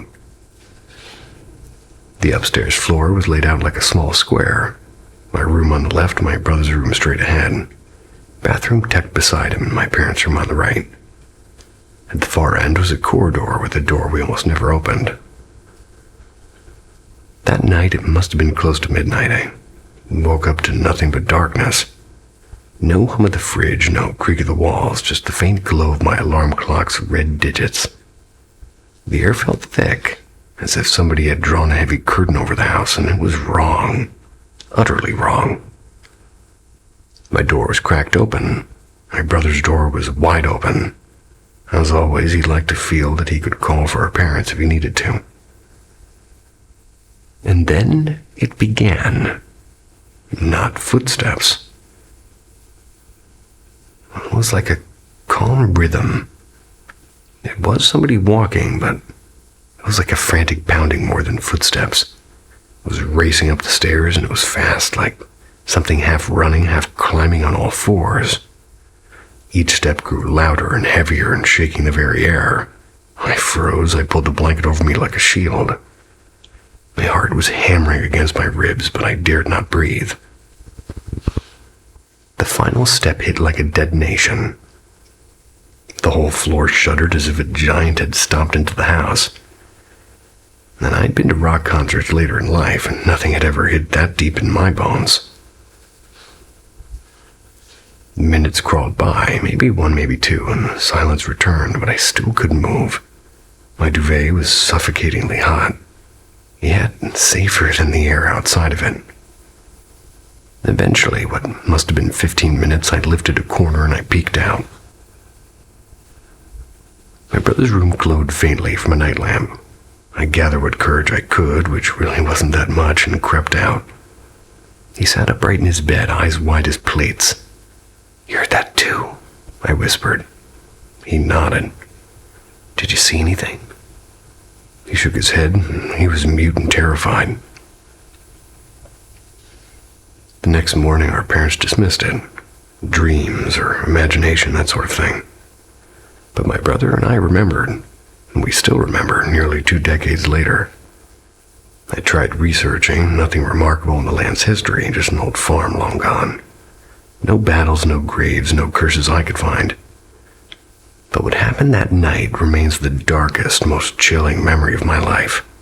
And even now telling it makes my skin crawl.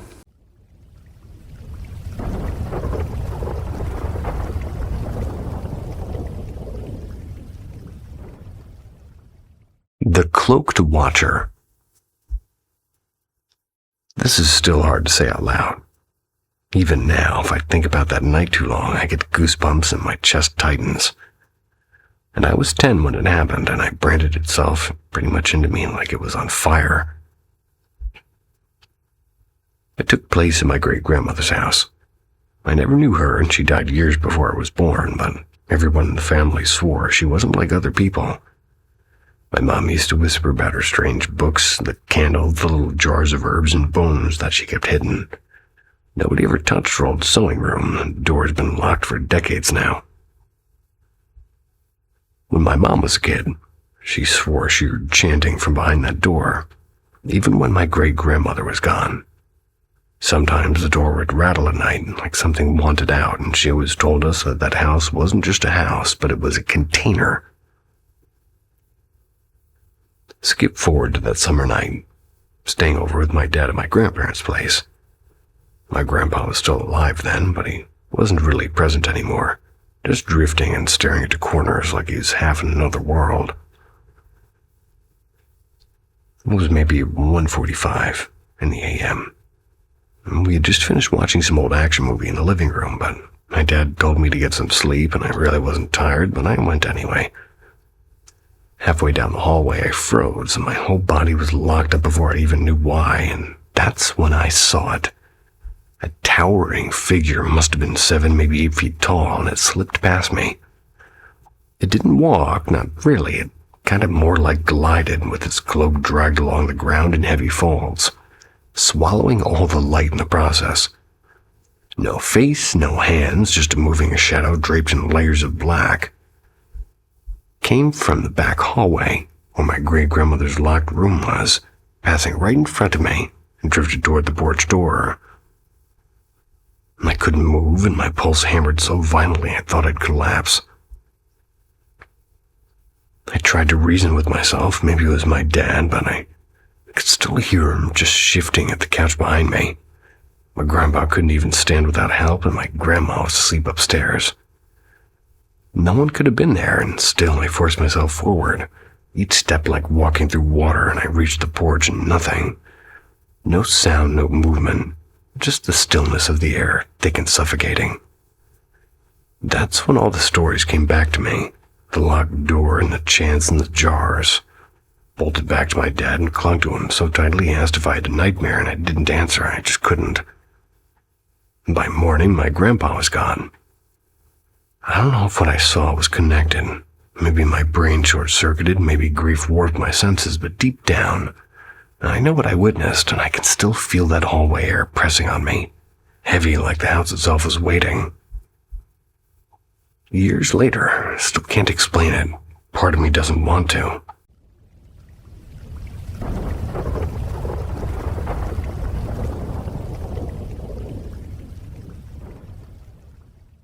The Man at 213. I've never been the kind of person to buy into ghosts or spirits or anything beyond the ordinary. I enjoy supernatural stories as fiction, sure, but I've always kept a comfortable wall between spooky tales and my own life. At least until my mother reminded me of something strange from my childhood that I had completely forgotten. Now I'm not quite so sure. When I was about 6, and I'm 27 now, my grandparents decided they needed a single-story home, easier for them to manage. So my parents purchased their old house, and my grandparents moved somewhere more practical. That house, our house, was one of the rare survivors of the wartime bombings in the area. Its history alone made it feel like it carried a few shadows. At first, everything was fine. I had my very own upstairs room for the first time, but not long after, a habit formed. Every single night without fail, I'd leave my bed and knock on my parents' door. Always at the same time at 2:13 a.m., not 2:10, not 2:15, but 2:13 exactly. My parents brushed it off at first, and I was just a kid in a new home, probably being pretty unsettled. But after weeks of this, my mother began asking why I was doing it, and my answer was always the same. The man is keeping me awake. And sometimes I'd say, the man is bothering me, and that was it, no further details. Now, the logical assumption might be an intruder, but that doesn't fit. My mother's meticulous about locking every door and window before bed, and paranoid even. Besides, my room was upstairs with no fire escape or ladder. No way for anybody to sneak in, and the alarm system never so much as chirped. This went on for a couple of years, and eventually I grew too big to squeeze into my parents' bed with them. So one of them, usually my father, ended up in the guest room while I was sleeping beside the other, and it wasn't sustainable. And my dad, for the record, is as skeptical as I am. He laughs at ghost stories and rolls his eyes at superstition. But even he reached a breaking point. One night, fed up, he marched into my bedroom alone and shouted into the darkness, "Whoever you are, stop this. You're frightening my son, and it ends tonight." A month later, my parents decided to remodel. They turned the guest room into my new bedroom and converted my old one into sort of a storage. After that, I never knocked on their door again, not even once. The oddest part is I don't remember any of it. Not the knocking, not the man, not even being scared. All I recall was occasionally sleeping with my parents because I couldn't settle down. That's it. So was it a child's imagination? Well, maybe. It's hard to ignore that I always woke at exactly the same time and that my dad, staunch non-believer, by the way, actually shouted at thin air to protect me. Maybe it worked.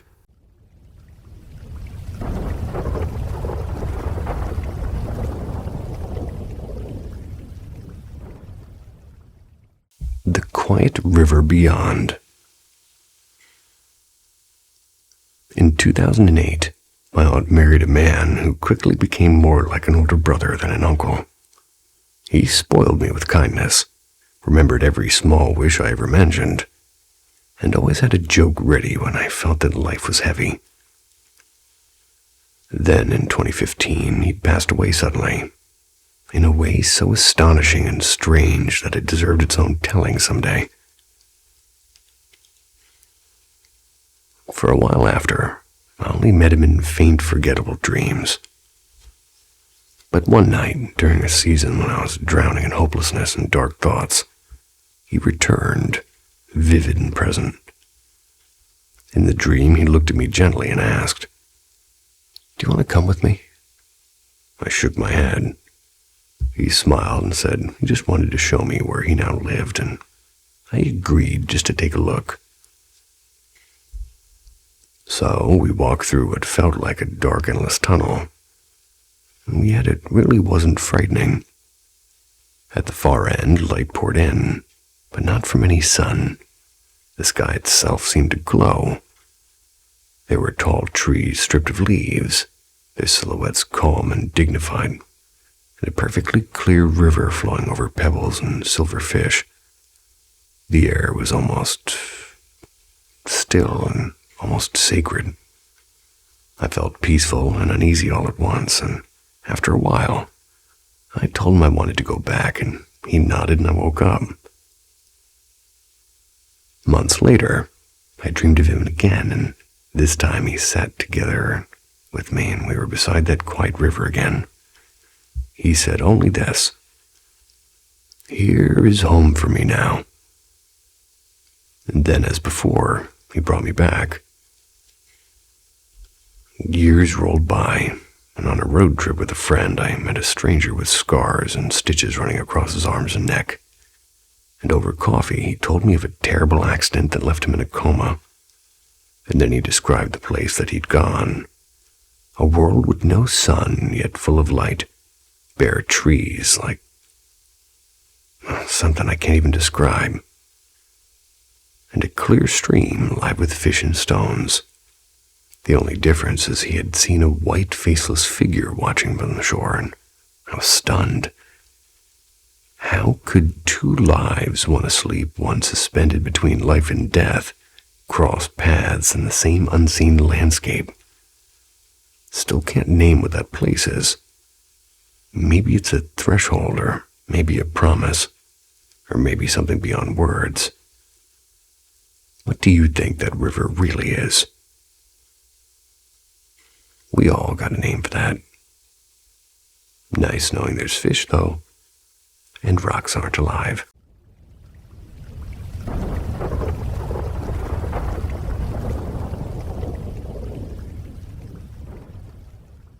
The Girl in the White Dress. It was about 7 years ago. It's when I was working at a huge retail store that everybody swore was haunted.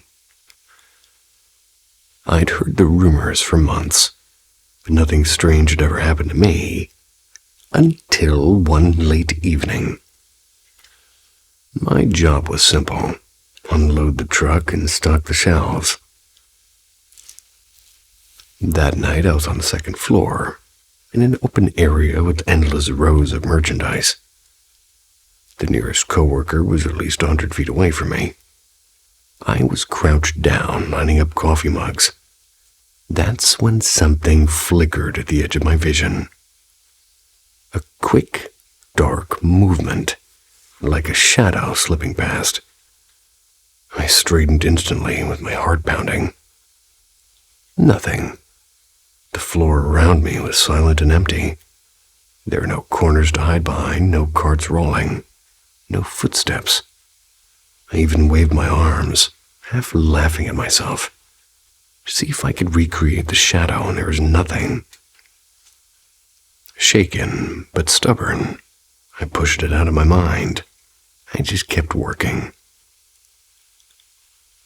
1 hour later, heading back from my break, I passed a row of shelving lined with shiny plastic panels that reflected like mirrors. And as I walked by, I caught a glimpse of someone moving in the panel. So reflexively, I just turned. Yet, there was no one there. And for a moment, I brushed it off, thinking maybe I'd seen a mannequin's reflection. But then it hit me. The mannequins in that section had been taken down the week before. And what I saw, it hadn't been a mannequin at all. It was small, like a child, wearing a pale white dress at that. I tried to forget about it, but a few days later I told a coworker, and her eyes widened before I even finished. She said that just a few weeks earlier, she and another employee were heading toward the office. That's when they heard the sound of a child laughing, coming from the emergency stairwell. The same stairwell that was alarmed and locked, where no one could go without triggering a deafening alarm. No work orders, no maintenance, nothing. And I don't work at that location anymore. I transferred to another store in a different state. And people here whisper about ghosts too. But so far, I haven't seen a thing. And yet, every time I pass a reflective panel, or if I hear faint laughter in the distance, I remember that fleeting white dress, and I wonder if it followed me after all.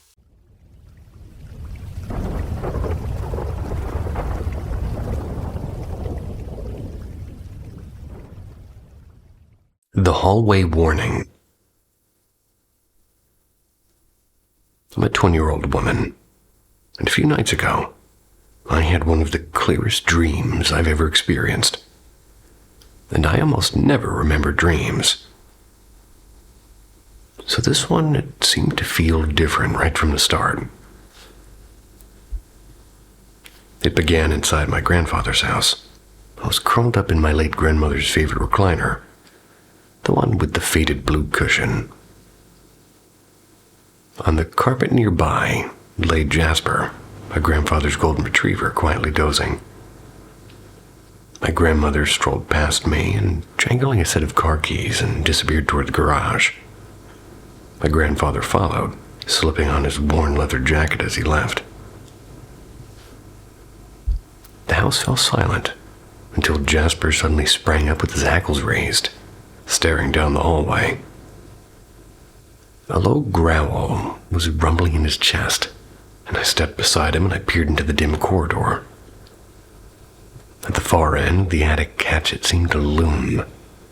A prickle of dread slid down my spine when two long, inky black hands crawled around the edge of the opening, claws gleaming faintly as if something was climbing out. Jasper lunged forward, barking fiercely at the attic door. And then my grandfather returned to the back entrance, startled by the commotion. As he approached, the dark hand slid back into the ceiling. He checked his study and bedroom but found nothing. While he crouched to calm Jasper, a sudden streak of black, like a living shadow, shot from the attic straight into his chest. He staggered sideways, slamming against the hallway wall. I rushed to him, and his breathing was ragged, sweat beading onto his forehead. "I don't feel right," he said in a strained, almost growling voice. "I'm so angry." I wrapped an arm around him and guided him toward the garage. And just as we reached the door, my grandmother reappeared as if from nowhere, eyes wide with urgency. "We need to go now." And then everything went dark. And here's what unsettles me. My grandmother passed away nearly 5 years ago. Yet in this dream, she moved and spoke as if she had never left. And Jasper, My grandfather didn't even adopt him until 3 years after her death. I can't shake the feeling that she was warning me or warning us. Paranormal things have brushed our family before. Odd sounds, flickering lights, and that uneasy sense of somebody watching. Nothing dramatic, but always just enough to notice. Now my parents and I are living with my grandfather, and that vivid night keeps replaying in my mind. Was it just a dream or a message that we shouldn't ignore?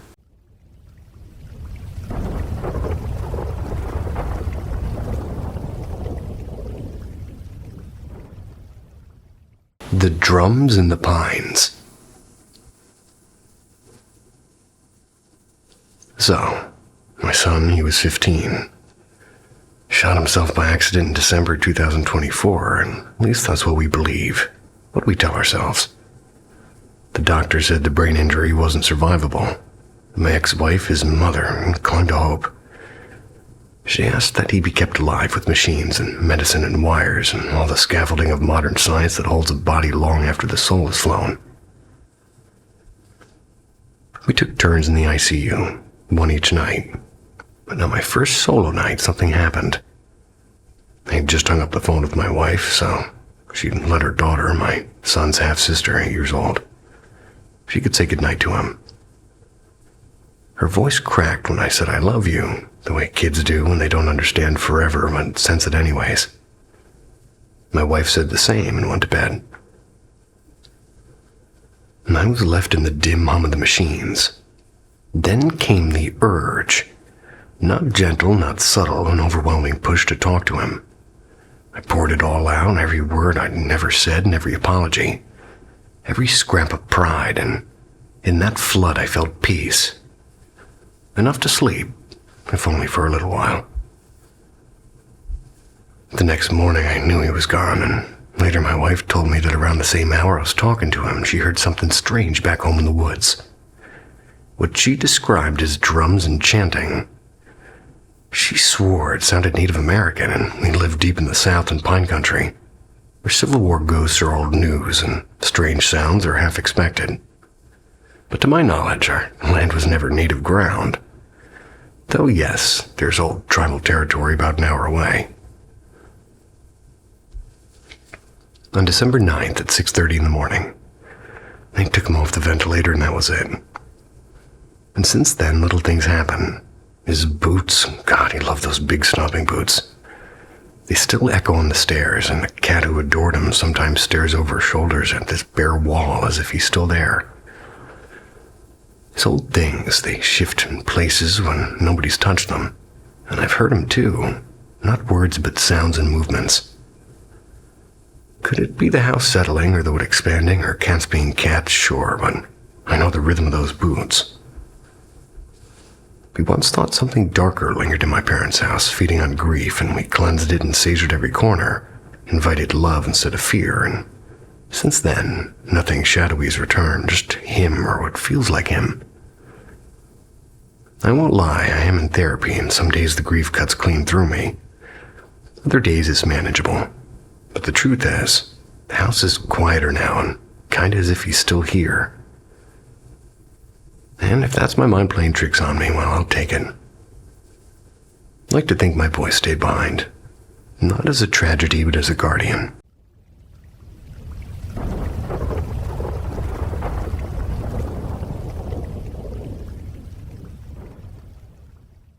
The Night of the Vanishing Head. I grew up among tombstones. Maybe that's why, strange things keep finding me. I've been pronounced dead twice. Yeah, twice. Creepy stuff seems to follow me like a bad shadow. But let's start with a story that's on the easier to tell side.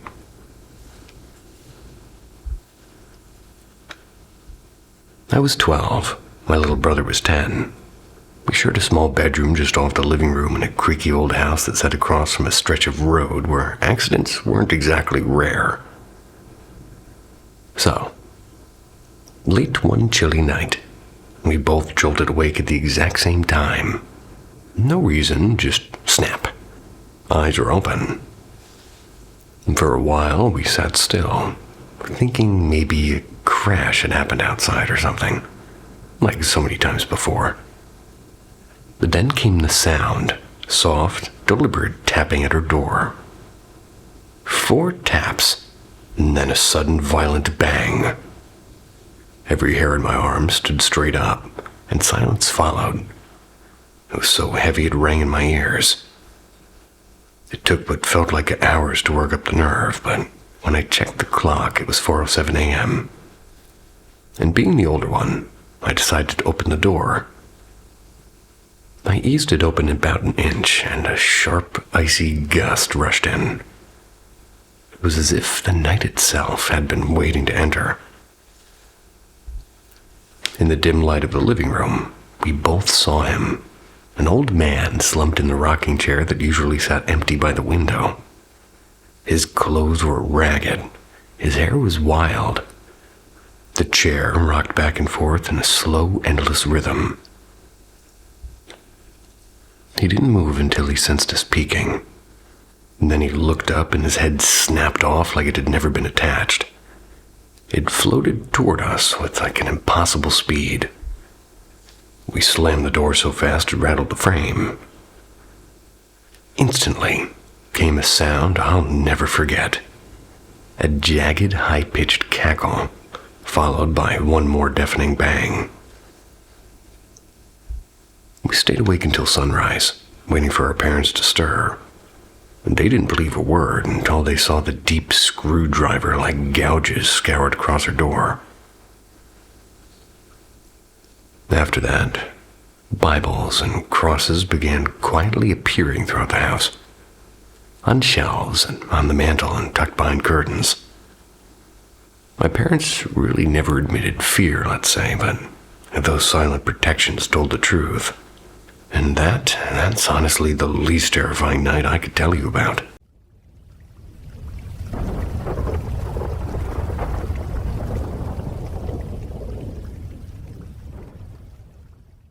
The Old Mill Night Watch. So back when I was working security at this busted old textile mill that had been turned into storage units, I had the graveyard shift. Midnight to 6 a.m. It wasn't glamorous. Mostly just me, a thermos of coffee that never stayed hot long enough, and a lot of walking through hallways that smelled like damp cardboard. So they gave me a set of keys, and they gave me a checklist. It was the same deal every night. Make sure all the units were locked and lights out, gates chained. Seemed simple enough, but that place, it just didn't feel simple once the clock hit 2 or 3. The mill had 4 floors, and it was kind of an old, creaky wood, and there's exposed pipes everywhere and all that. You'd think the basement would be the worst, though, right? Where the boilers were.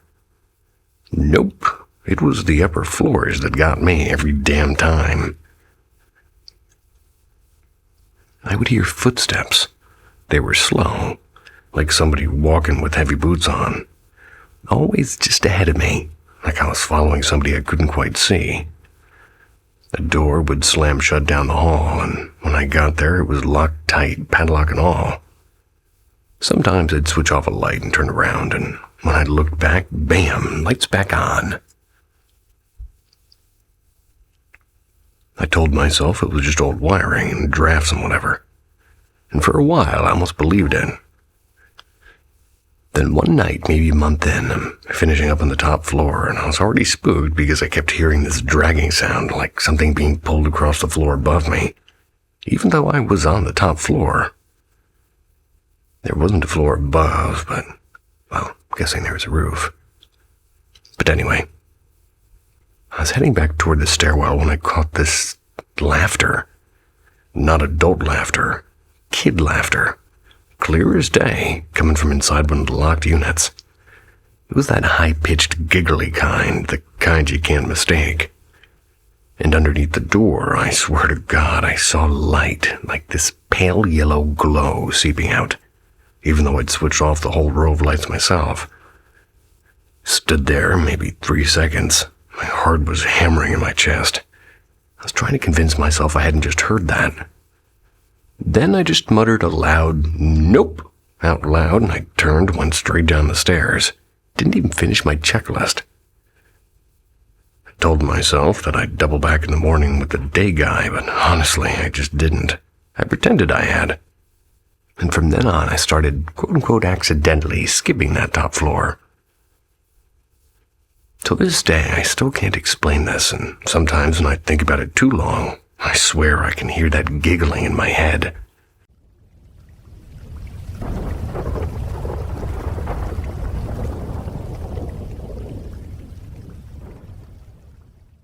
The whisper in the study. It began with small, almost polite disturbances. Motion-activated lights kind of sparking awake at odd hours. The sound of footsteps in empty rooms. The unmistakable sensation that we're not alone. My wife felt it, and I felt it. Even a visiting friend who had no idea of these happenings walked away shook. The disturbances, they seemed to build like an orchestra tuning up. And this one night in particular, I awoke to something brushing against me. It was subtle and deliberate. And, mad as it sounds, I swear I once felt a tongue where no tongue should ever be. Yikes. Terrified, I threw myself into a cleansing ritual, calling on every protective practice I could, and oddly enough, that terror set me on a spiritual path I hadn't expected. I began studying meditation, practicing divination, and eventually joined the Rosicrucian Order, the AMORC. But the strangest part of this journey has not been the waking experiences, it's the dreams. Once I dreamed of an empty house. Outside the window stood a Union soldier from the 1860s, middle-aged, uniform pretty ragged, and he smiled at me. A smile too sharp and too knowing. But he could not cross the threshold. My wife's dreams were darker. She once dreamed of a spirit pressing her down and strangling her, only for her to break free and find a man with a knife waiting. The spirit, she realized, had not been her enemy, but her warning. Things are calmer now, mostly. Except in my study, the room where I meditate, where I did my first Rosicrucian initiation. There, the lights flicker on by themselves in the small hours, as though somebody's browsing my books, and it feels not hostile, but almost companionable. Companionable. I thought I was going to get stuck on Rosicrucian, but I got stuck on companionable. Who'd have thought? But then came the dream after my initiation. Half asleep, half something else, a whisper, close and low, and I wanted to... said something like this anyway. I want to be you. I want to live inside you. And at the same moment, faint touches trailed across my skin, in time with the voice. I want to believe this chapter is closing, that I'm not fanning flames by seeking spiritual growth. And I'm not afraid, not like before. But I wonder what doors I've opened, and whether I have a guest in my home who's far too interested in staying. You got me at the tongue part.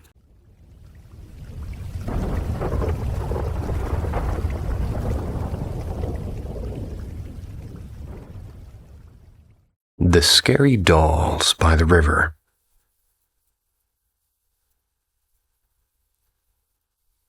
Might sound like I made this up, but I swear to God it happened. In 2015, I had gone home to visit my mom in Arkansas. She lives out by these shallow creeks that cut through the woods, the kind where you still see kids catching crawdads with buckets if you go in the summer. It was late September, still warm, but the air had that first bite of fall. You know, when the bugs start to quiet down at night. I'd gone out walking with my cousin after supper, just to get some air. He's the type who always wants to show me his hot spot, So he led me to this bend in the creek where he used to fish when we were kids. I hadn't been there in, 15 years maybe. We sat on a big rock and were just skipping stones, just talking about nothing. Then he nudged me and said, "Do you see that?"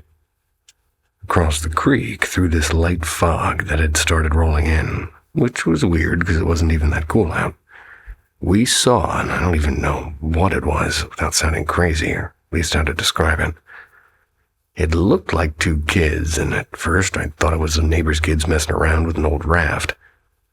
They were waving at us real slow, like when you spot a friend from far away. But as they got closer, I realized it wasn't right, and they weren't kids. They were dolls. Big dolls, like the old-fashioned ones your grandma might have had.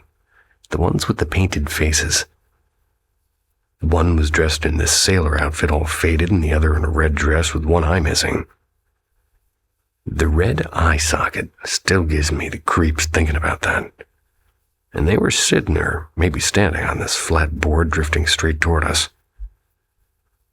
Here's the part that really messed me up. The creek was flowing the other way. I could see the leaves and sticks floating downstream. But these things were just coming against it, steady as anything. My cousin said something along the lines of, "That's not right." And for once, he wasn't joking. We just stood there frozen watching them wave until it got too close. We both bolted back up the path. I swear I didn't even breathe until we were back at the house. Later, when we calmed down, we tried to reason it out. Maybe somebody set the dolls adrift for some weird ritual, or maybe it was a prank. But dolls don't wave, and they don't move upstream. We never told Mom. She's the church-going type. She would have said it was the devil trying to get at us or something. I don't know what it was. All I know is I haven't sat by that creek since. Don't think I ever will.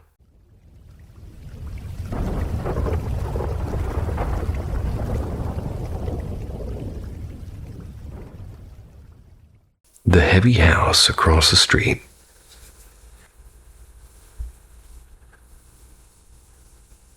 This morning started like any other morning.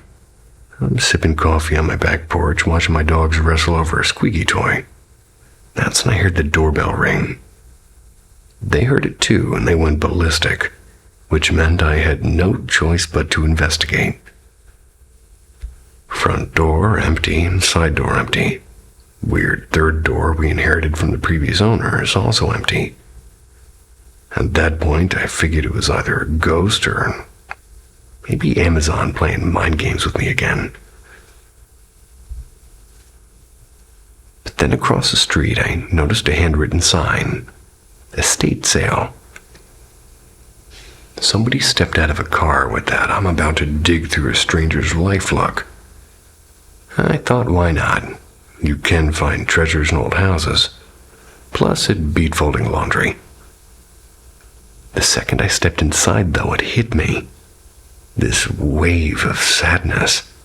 So thick it was almost physical. And I've been to plenty of estate sales before, and usually my only emotion is, should I really spend $5 on this broken lamp? But this was different. I wandered through the rooms. My chest was heavy, like I was carrying somebody else's grief. The pull brought me back again and again to a bookshelf crammed with dusty novels and vinyl records. I spotted something. A Fable by William Faulkner. And I'm a sucker for old books, so I grabbed it and a few others before it dissolved into kind of tears in front of the cashier there, and I gulped air like I'd just escaped a haunted attic. My mom was still inside, and, well, she loves to inspect everything, including broken blunders. So I waited in the curb with my stack of books like some tragic character in a sad indie film. Later, I learned the truth. The couple who lived there, they weren't dead at all. They were alive. 94 and 97. simply moved into an assisted living facility, which was somehow comforting and unsettling at the same time. Still, the house didn't feel empty. When I went back, the heaviness seemed to cling to me, especially near a room I'd avoided the first time. My mom insisted I step inside, and the moment I did, it hit harder than before. Migraine, tears, the whole package. I left quickly. Therapy appointment. Lucky timing. Now the book sits in my office, humming with quiet weight. Can't shake that feeling that the house is holding on to something. Not death exactly, but memories so thick they've congealed into air. And maybe when I heard that doorbell this morning, it wasn't a ghost at all. Maybe it was the house calling me. The rocking chair's warning. Back in the hazy early 2010s, when reality TV still felt half real, I caught an episode of Celebrity Ghost Stories, or something with the same eerie flavor. The story, it stuck to me, like silly putty on a newspaper. A man had brought an old farmhouse for himself, he didn't bring one, he bought one. He did that for himself and his little girl. And during the closing, the realtor gave an almost casual warning. There's a ghost here. She's kind and loves the rocking chair in the parlor. Don't mind her. Sure enough, the chair left behind by the former owner, it rocked now and then on its own. At first it was charming. The unseen tenant seemed oddly protective of the daughter. If the TV slipped onto a late-night thriller, click, it shut off. If a window stayed cracked on a cold evening, it somehow slammed shut. Years passed. The daughter grew into a teenager with headphones and a heavy homework load. And one quiet evening, while studying in front of the TV, the screen flickered to black, then lit up with an unsettling image.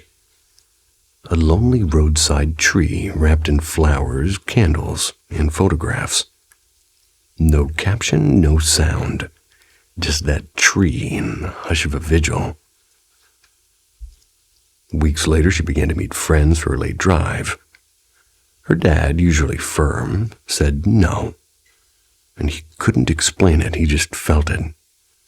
And that night, every one of those friends died in a drunk driving crash.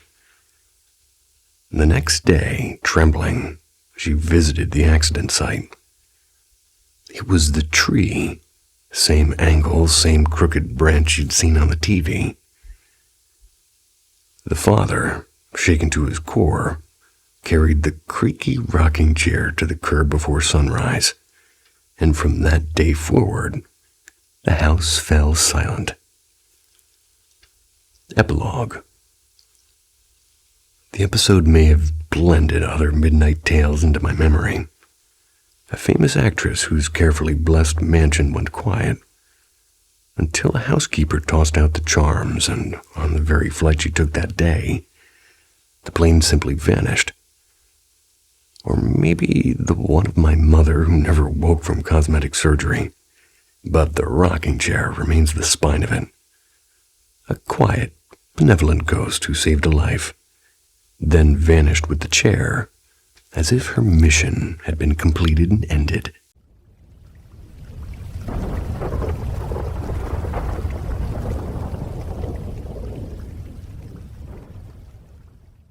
The cigarette breather.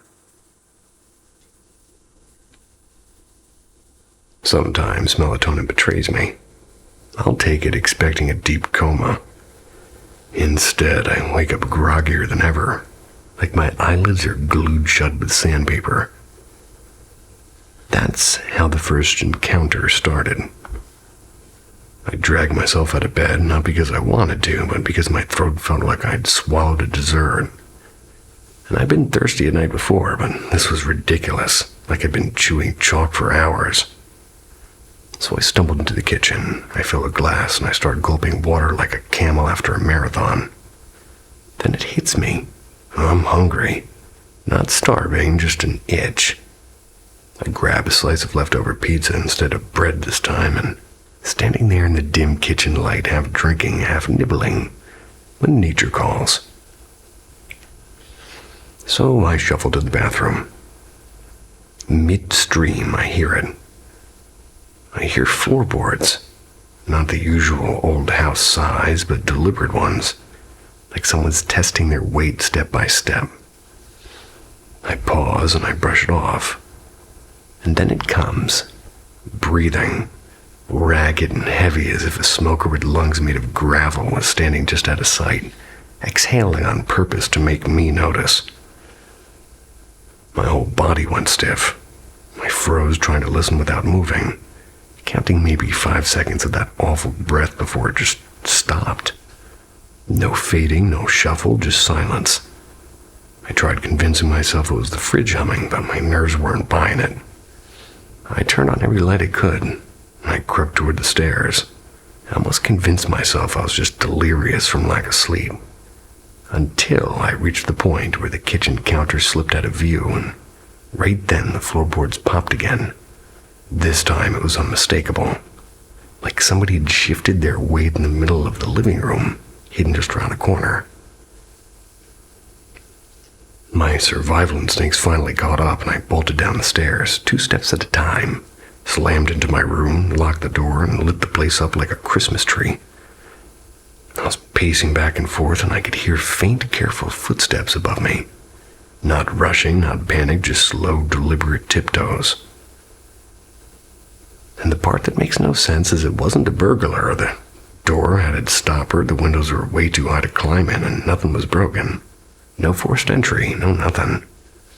Eventually, the footsteps stopped, and I must have blacked out because I woke up hours later. That was the first encounter. The last one. It happened just 3 hours ago. I walked upstairs, and again, steps, clear as day. And just as I started listening, they stopped, and my mom's still asleep, so who or what was walking around?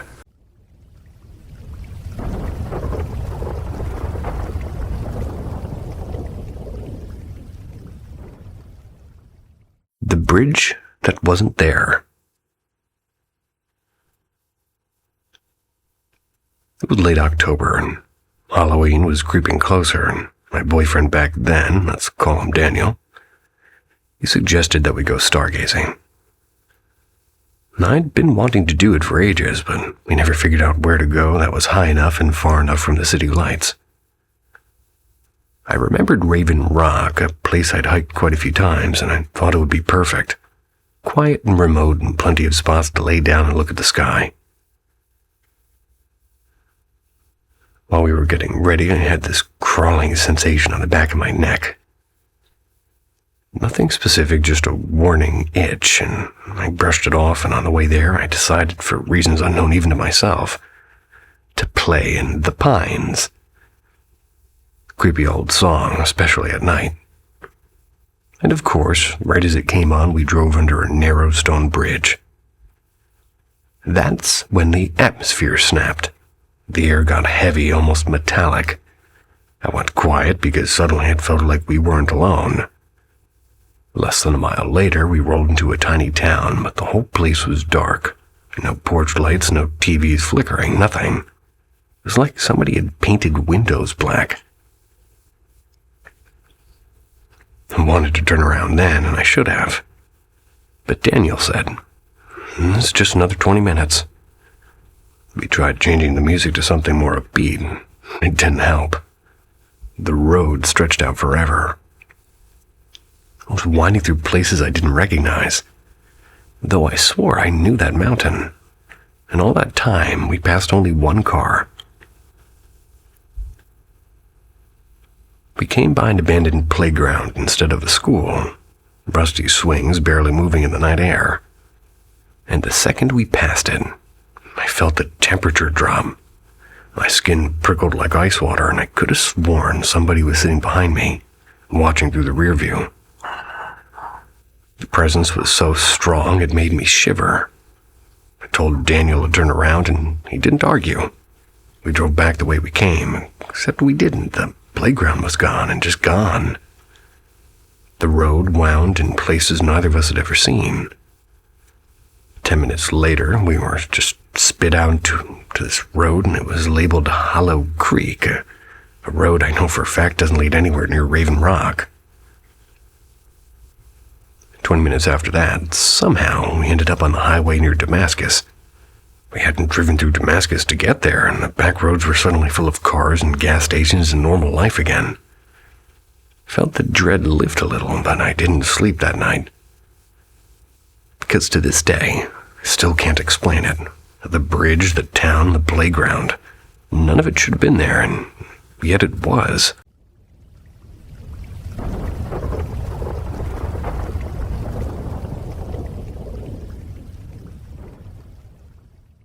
The Thing by the Barn. I was maybe 13. I was out in the middle of, somewhere in Kansas.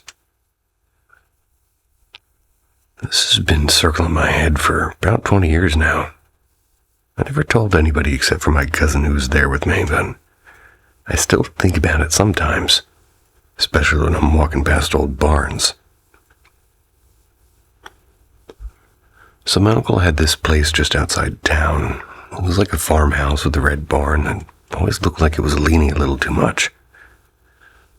He let us stay there sometimes in the summer when our parents wanted a break. It was one of those trips where we stayed up late, sneaking Dr. Peppers and playing Game Boy until we passed out. Next morning we got bored and decided to go mess around outside. It was hot, like the kind of sticky summer heat where even the grasshoppers sound tired. Behind the barn, there's this little patch of trees and a dried-up creek bed. We were just tossing rocks into it, trying to make them bounce. That's when we both heard it, like somebody walking in the gravel on the other side of the creek. There was heavy steps. They were real steady, like 3 crunching sounds. My cousin looked at me and I looked at him, and then up the slope comes this, I don't even know quite what to call this. It looked like a man, but not really. It was all black, not like clothes black, but like when you stare into the inside of a chimney. Just no detail. Shoulders, arms, boots, even the shape of a head, but no face. We froze, and I remember I still had a rock in my hand, and I just didn't throw it. My cousin, he actually said, hey, like we'd just run into some neighbor. But there was nothing. The thing didn't talk and didn't move much. Just stood there a few yards away. Then as slowly as it showed up, it turned and walked back down the other side of the creek. We heard the steps for maybe 3-4 more crunches, and then nothing. Dead silent. Of course, we ran down to check, and kids are kind of stupid like that. There wasn't a damn footprint, not even one. Ground was dusty and should have shown something. But nope. We ran right back to the house, locked ourselves in the kitchen, sat there drinking warm soda until my uncle got home. Never told him, never told my parents. Every once in a while, when I drive past that area, I still glance at that barn. Wonder if what I really saw was what I think I saw. Cousin swears up and down it was real, so at least I know I'm not crazy. But it does bother me that there wasn't a single mark left behind, like it didn't belong here at all.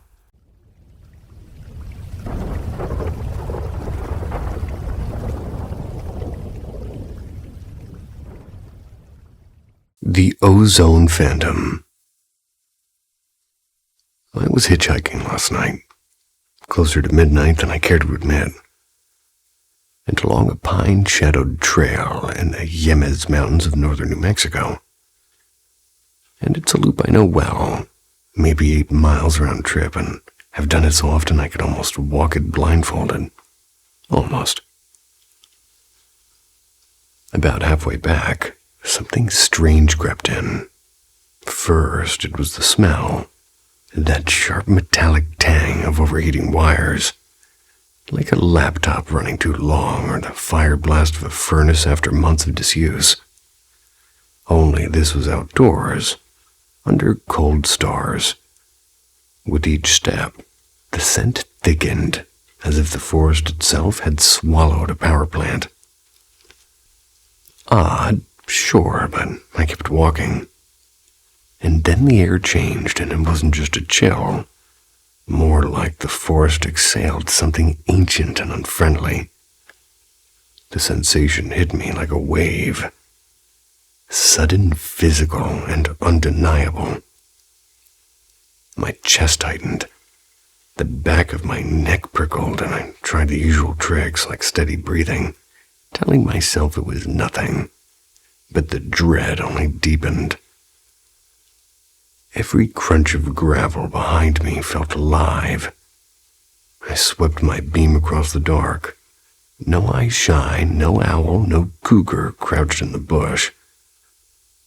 I even sang a verse or two of an old blues tune, the way I usually do to warn off bears. The light on my headlamp burned like a miniature sun. Yet, the feeling of being watched thickened until silence itself seemed to press on me. By the time the trail had appeared, I was running. A 6'4", 270-pound freight train of panic, lungs burning in the high-altitude air. The instant my boots hit the gravel lot, the weight lifted like a like a switch flipped. And the strange smell lingered faintly, but the invisible presence was gone. And I'm not one for ghost stories, because Sunday school prayers have gathered dust in my memory for decades. But they came tumbling out of me on that trail without thought. And even now, typing this, my stomach knots. Maybe there's a tidy explanation. Ozone from a distant lightning strike. A shorted transformer. Maybe a predator's musk. I'd like to believe that. I really would. But something up there last night wanted me gone. And for a few long miles, I didn't need to be told twice.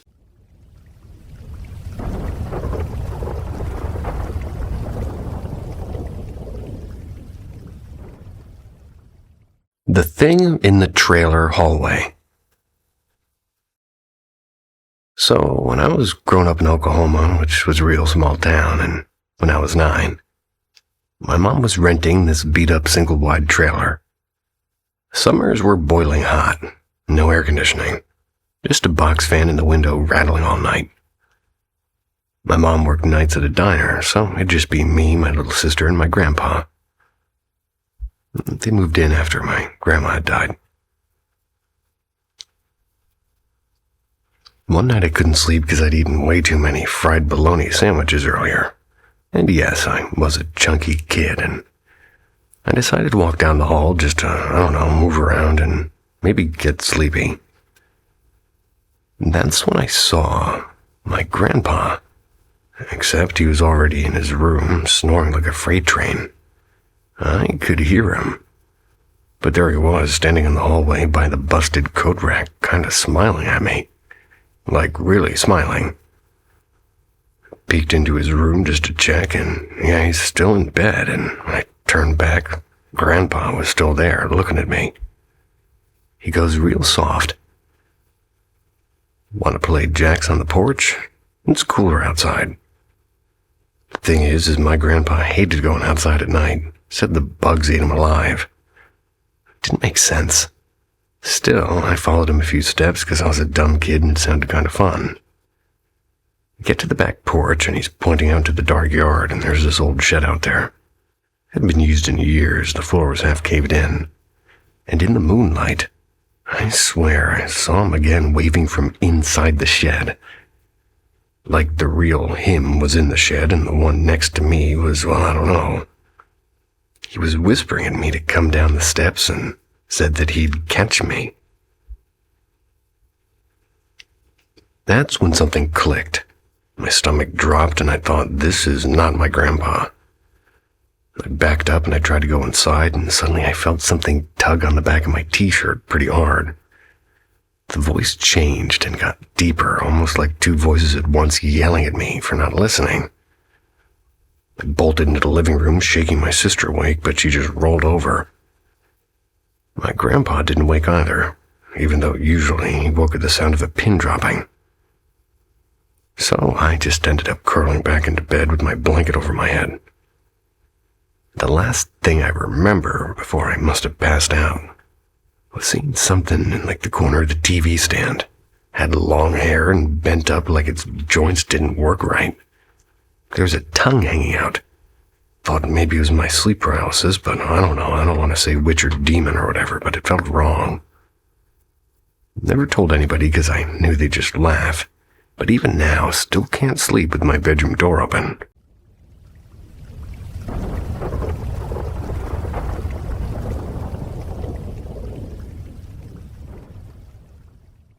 The red eyes in the playroom. When I was about 9, my parents took me to visit some friends of theirs. They had a daughter, maybe 2 or 3 years younger than me, with really what I can only describe as every toy on Earth. She even had a whole playroom just for dolls and stuffed animals. And as soon as her parents disappeared into the garage, they were definitely not fixing the car, if you know what I mean. The house felt wrong and too quiet and too heavy. She stayed upstairs in her bedroom while I poked around the playroom. After a few minutes, though, the air felt so thick I couldn't breathe. I ended up retreating to her room just to feel less alone. We had played with Barbies for a while until she suddenly told me in that casual kid way that sometimes at night, she'll sometimes hear these scratching sounds underneath her bed. And if she goes to look, she always sees a pair of red eyes staring back at her. I didn't know what to say, so I handed her another Barbie dress. And the first weird thing happened when she ran downstairs to grab something. On her way back up, she tripped near the middle of the staircase. I heard her yelp and then saw her slide backwards down the carpeted steps like she was on ice. Her little arms stretched out and fingers clawing the air, and she was maybe 55 pounds, and there's no way she should have been able to glide like that on carpet. But later I learned her grandfather had collapsed, and apparently they had died on those exact stairs. And the second thing was a bit worse. I'd gone to the bathroom, and suddenly she started screaming. I ran back to find her gripping her hula hoop like her life depended on it. The other end of the hoop was being tugged by nothing, like absolutely nothing. She was crying and her knuckles white. That was as the toy fought against her. I don't know where I got the guts because I'm usually a coward with paranormal stuff, but I stomped over and grabbed her side of the hoop and something on the other end yanked back. It seemed like it was refusing to let go, and I shouted, "Let go!" And unbelievably, it did. I was so shaken that my parents took me home right after, and I never went back. I still feel awful for that little girl. I mean, I don't know what became of her or her haunted house, but I'll never forget what I saw.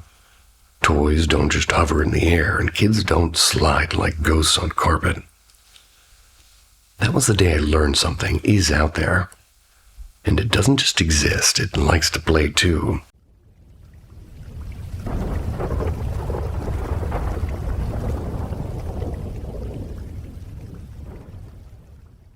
The door that kicked back.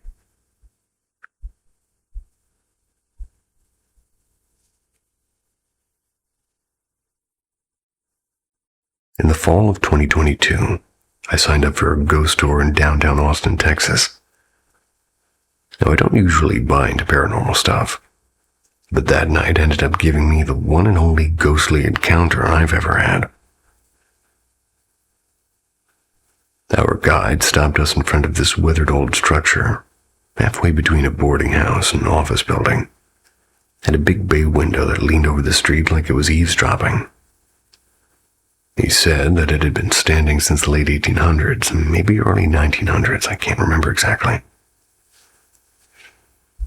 According to him, the building used to be the workplace of a doctor, though doctor might have been too generous, at least back then. He claimed crude surgeries were performed there, and many patients never made it off the table. Supposedly, their restless spirits lingered in those rooms. The group shuffled on toward the next stop, but I hung back. Something about the place pulled at me. I crept up to the front door, thinking I'd just peek through the glass. The second I stepped in front of it, a violent thud rattled the wood. Not a polite knock. No, it sounded like someone was kicking the door from the inside. My body reacted before my brain did. I stumbled backward, heart hammering, staring at the dark interior. In that split second, I caught only a glimpse. A table to the right stacked with loose papers. No lamps, no people. Nothing that could have made that noise. Later, at the end of the tour, I bought the guide's book on Austin hauntings. Half for curiosity, half for validation. I wanted answers. When I got home, I dove into research mode. I dug up city records and ownership histories and even obituaries. I wanted names, dates, and causes of death. Anything to explain what I'd heard. I even drafted an email to the tour guide, though I don't remember if I ever sent it. But the strangest part is the building had no record of deaths, no surgeries, no physicians, not even a mention in the guide's own book. It was as if the story he had told had been stitched together, just out of thin air. And yet I know what I heard, the slam of a foot against the inside of that door. The kind of sound that bypasses logic and brands itself into your memory. So to this day, I have no explanation. Just a memory of an old house in Austin that kicked back when I tried to get too close.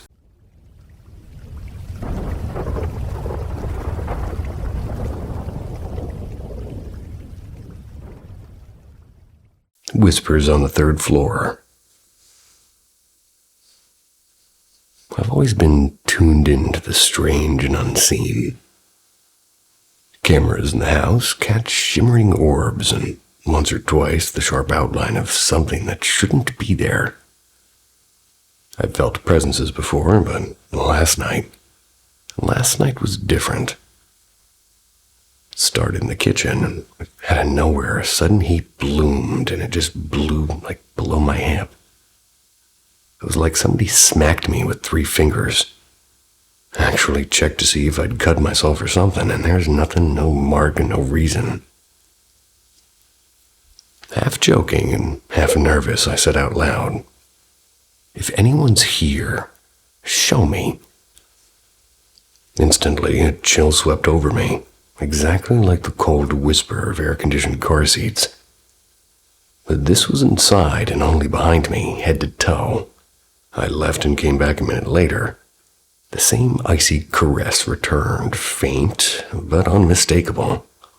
No windows open, no vents running, just cold. And that was only the beginning.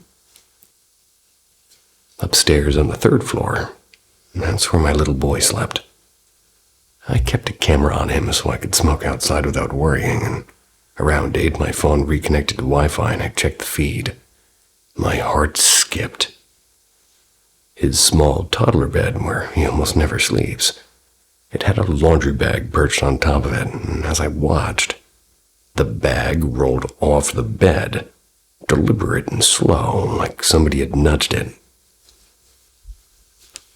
Stranger still, my son, who usually sleeps until at least 10, was suddenly awake. He was standing on his tiny mattress facing the wall, fingertips reaching high like he was greeting something invisible. He hadn't done that in months. So I hurried up and I coaxed him back into my bed, and because the emotion alerts were going wild, I turned the camera sensors off. We settled in. Then he began waving. Not at me, but at something else. And I whispered again, "Are there any spirits here?" The bed shook. Not a soft tremor, a real heavy jolt like somebody climbed on, and for a frozen heartbeat I couldn't even breathe. Then a weight pressed into my thigh hard. I thought maybe someone downstairs had dropped something heavy, but no pressure. It was too specific and too close. Even now as I write this, the same spot tingles like a warning. I entered the night in tears, stumbling downstairs and nearly hyperventilating. I know that I invited it with my words, but I didn't know, or not really, what might answer. And now I can't shake the feeling that something answered back.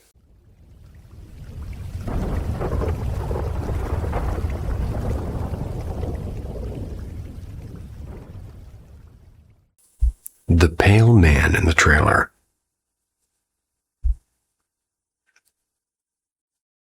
This has haunted me for years. Still don't know how to explain it. 2013, 2016. Lived in a little nowhere town in Kansas.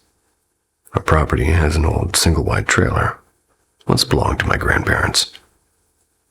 By the time I was growing up, it was collapsing in on itself. It was only used for junk storage. The roof was sagging, windows broken, and vines crawling up the sides. One summer afternoon, I'm out mowing with my brother, and we're heading back when, for no real reason, I glanced through the busted window of what used to be the master bedroom. There it was, a tall, bone-pale figure with arms too long, standing in the dim corner. It didn't move toward me, it just raised a hand, slow and deliberate, and waved. I froze and turned to my brother and said, "You see that?" And he looked once and bolted. And of course I ran too, nearly face-planting when I caught my foot on a half-buried fence post. But the thing is we both saw it. A year later, out of nowhere, I asked him, "Do you remember what was in that trailer window?" He described it the same way I remembered, pale and silent and watching. And here's where it gets stranger. My very first memory, the one I've carried since before I could even talk, was of being in a shed, and it was spotless and freshly built with the sun spilling in through the cracks. The man I didn't know was kneeling and speaking softly to me. My brother was there too, fastening something like a bracelet or a chain around my wrist. Then the man walked into the back room, and the memory ends. Years later, I found out that shed was real. My grandfather's workshop, right there on the same property. I'd never been inside of it as a kid and never seen photos, but my memory kind of matched its layout exactly, down to the shelves when they were new. When I finally told my dad about the memory, he went pale, asked me to describe the man. I said, tall, short, dark hair, serious but kind. My dad pulled out an old black and white photo. It was my grandfather. He had died years before I was born. I'd never seen his face, but I recognized it instantly. So now I'm left with this, a memory from before memory should even exist, standing face to face with somebody who shouldn't have been there. A strange gift, a chain clasped on me by my brother. And years later, the pale figure waving from the ruin of the trailer my grandparents once called home. Whatever that was, it hasn't let me go.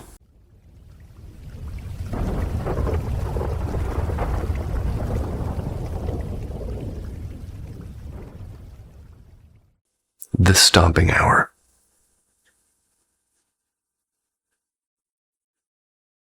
Here's the thing. I think my friend who passed away last month at just 23 might be haunting our apartment. Yeah, I know how that sounds, but let me start from the beginning. Back on June 12th, I texted him asking if he wanted to hop on Discord so we could hang out like usual. He replied just after midnight on the 13th, saying he'd probably be online the next day.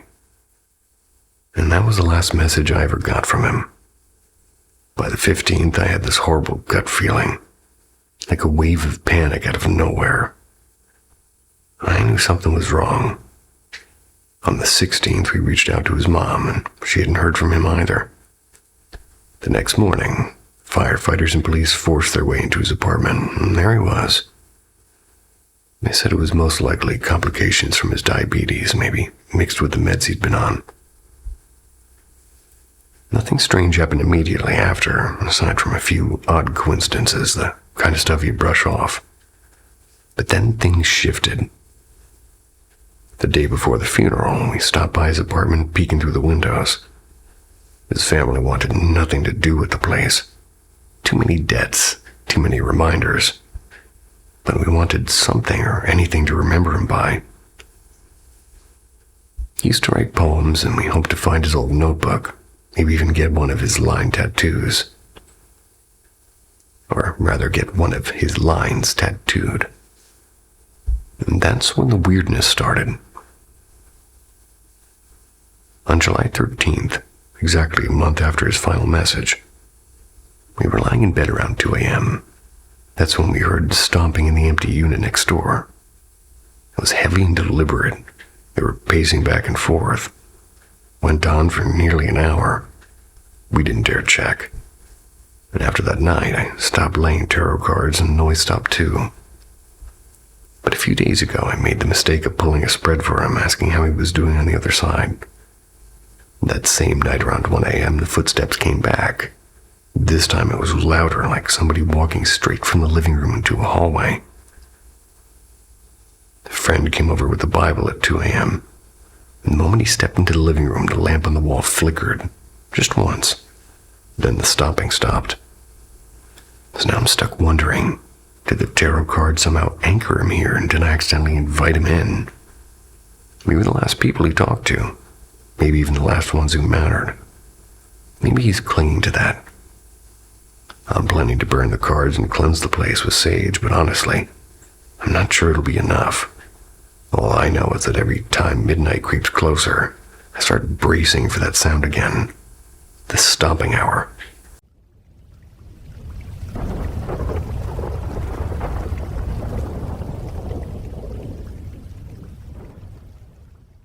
The bowl that blinked back. Back in 2020, something happened that I buried so deep I almost convinced myself it was a dream. I never told a soul until this week. It's when a friend casually shared a spooky memory of theirs. And that conversation cracked open the vault, and here I am typing this out because my late-night search for similar experiences turned up absolutely nothing. No stories, no folklore, no Reddit threads. Thank God. Just me and this memory.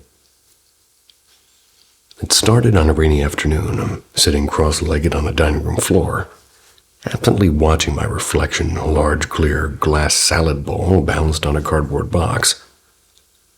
The light from the small lamp behind me made my reflection look like a dark, soft-edged silhouette in a curved surface. And something about it held me, like I was staring at a living photograph. I shifted slightly, testing the shadow, and my mirrored figure followed, of course, until it didn't. And at first, I just tried to blame the weather. Maybe the tree outside was swaying, causing a trick of the light, so got up, checked the window.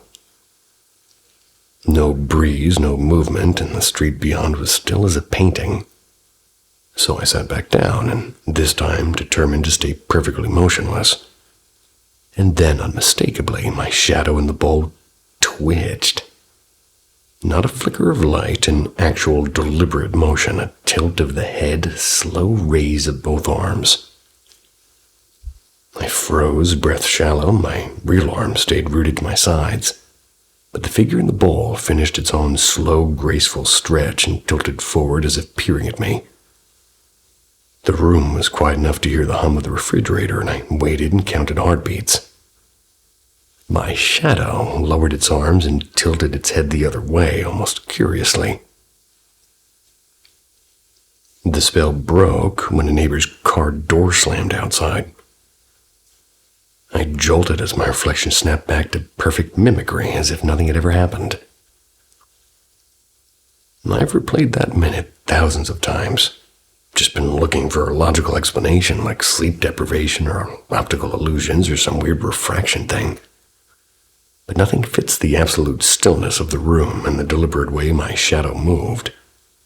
It wasn't sleep paralysis. I was wide awake sitting upright, and, well, for years I kept the secret because who'd believe it? But here I am wondering if someone somewhere has this kind of moment when their own reflection stopped being theirs, and when it decided to move first, and if the voice that comes after is AI or is me pitched up. I don't know either.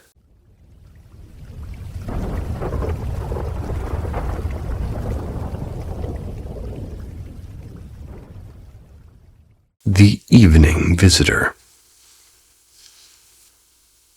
So, after finishing my high school exams, I started tutoring at home to keep myself busy. My little classroom consisted of 3 teenage girls, my childhood friend's younger sister, who we're going to call M, nice choice, and 2 of her classmates. They usually came over in the evenings, straight after their math and science lessons at a coaching center just down the lane from my house. They weren't the most punctual students. Sometimes they skipped, but they always texted me first. Probably because they knew I didn't mind. I secretly enjoyed the unexpected free time. One evening, though, something strange happened. My father was unwell that day, and I was sitting beside him in his room. And from where I sat, the front gate was perfectly visible. At around 6 p.m., I heard it creak open. And when I glanced up, I saw M enter. She passed through the gate, walked along the path toward the study room, even glanced at me. Her expression wasn't cheerful like usual. It was oddly blank, almost heavy. Still, I just figured she was tired from the long day.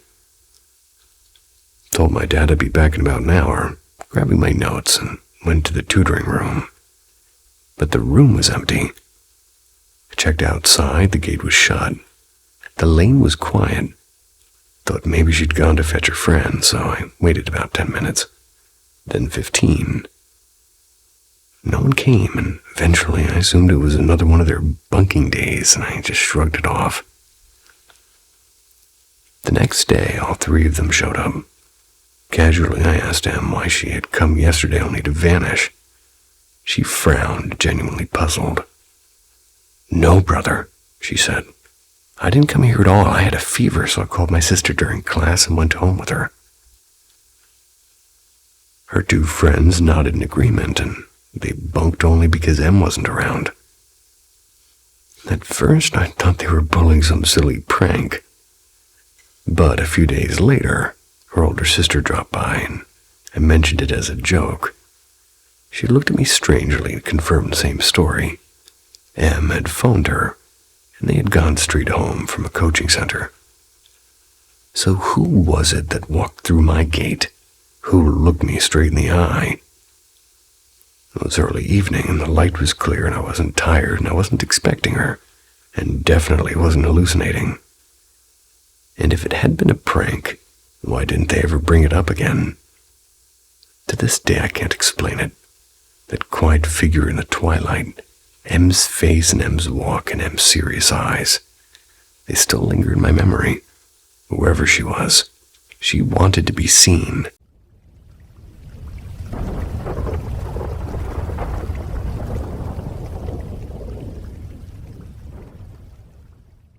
The factory that didn't want us.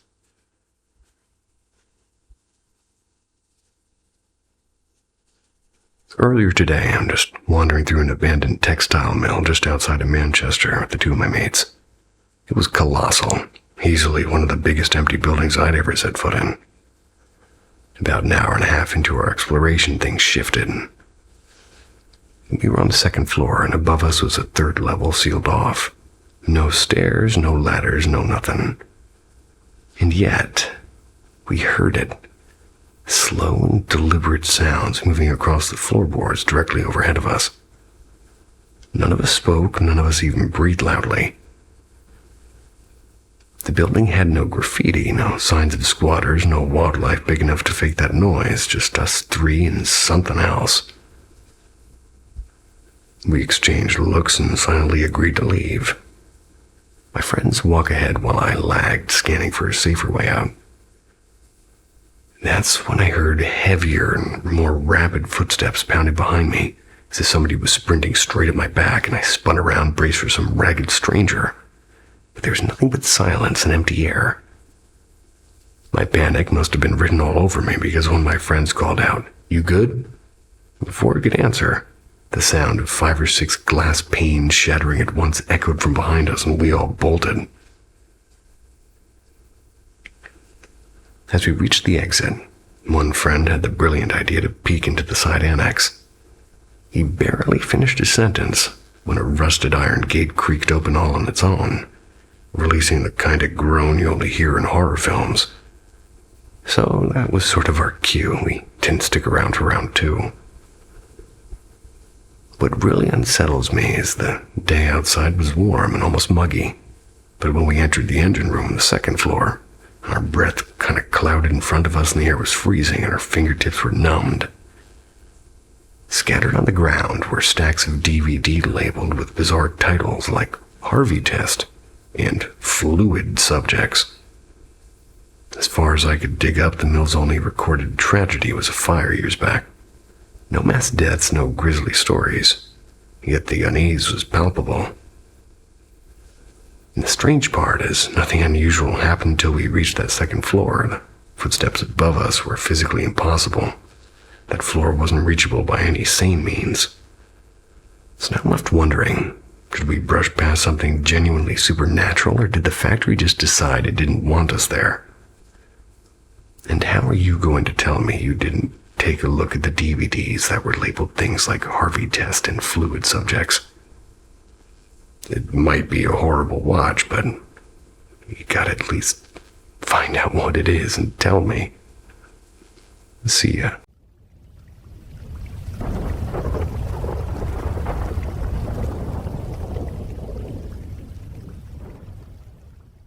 The Haunted Face Beneath the Water. You've probably heard the strange urban legend. A man whose face slips into people's dreams, though they've never met him in waking life. Some swear they know him the instant they see him. I never believed any of it, until that summer. It was August of 2019. I was on holiday in Dubrovnik in Croatia. One muggy afternoon, the sky broke open with warm rain. I stayed by the hotel's quiet pool, the surface misting like a low-lying cloud. As a lifeguard switched shifts, a tall figure had climbed into the high chair, and at first, his face was hidden behind the dripping brim of his cap. Then he looked up. We locked eyes. Everything inside me froze. It was as if my mind slipped into sleep paralysis, while my body remained upright. Seconds stretched on like slow glass. My lungs, I forgot how to move. And then, just as suddenly, he turned away. Air rushed back into me, and I burst into tears. I couldn't explain, and I told no one. And here's the part that wouldn't leave me alone. I knew that face, not from a trip or a photo or a passing stranger. It was the eerie familiarity of somebody I'd known my whole life but couldn't name. That night, we ate late at a small seaside restaurant, the kind with lanterns swinging gently in the salt wind. We walked back past midnight. My room was cool and dark. I fell asleep instantly.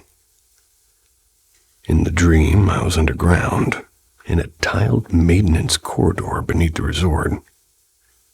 The floor glistened with standing water. The lifeguard, the man, was behind me, dragging me up by the arms across the wet tiles. I wasn't screaming. I wasn't even afraid, just locked in place as the dim fluorescent lights flickered overhead of me. Time melted into a shapeless stretch of hours. Then a whisper grazed my ear, too soft to catch words but sharp enough to slice through sleep. My eyes, they flew open.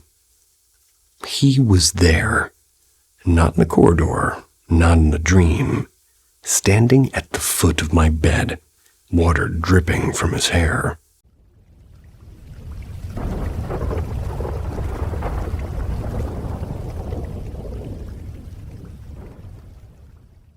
A dream of small differences.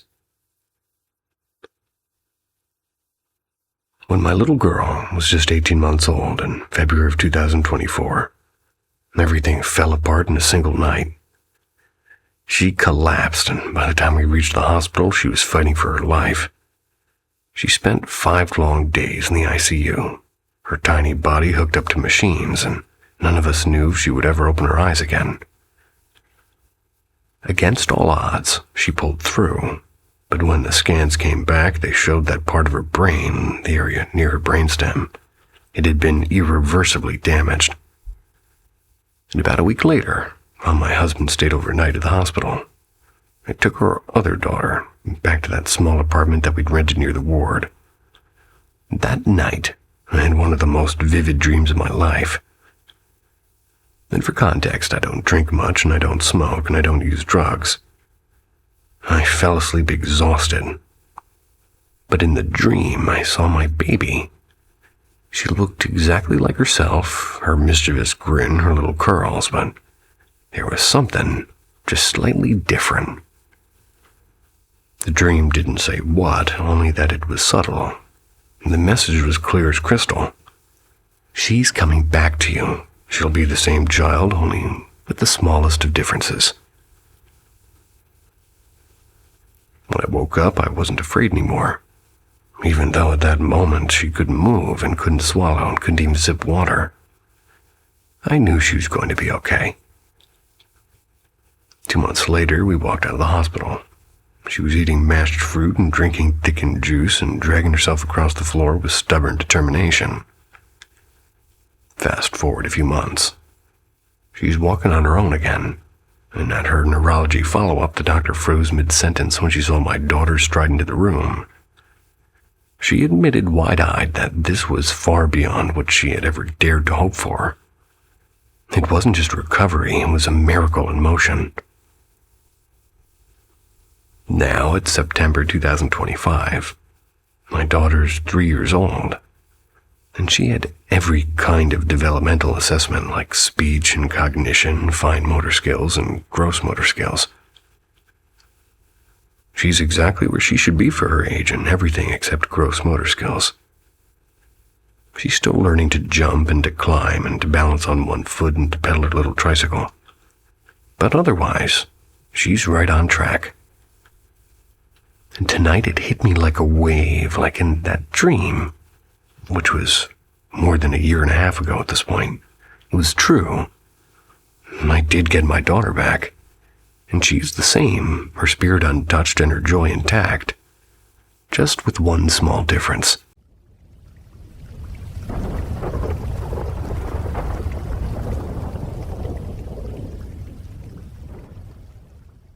The crying in the walls. So picture this. I'm 30 and I'm living in the basement room of my house, and sometime around mid-May I start hearing crying. Not just muffled sniffling next door crying. This sounded like it was inside the walls. Naturally, I assumed it was a neighbor at first.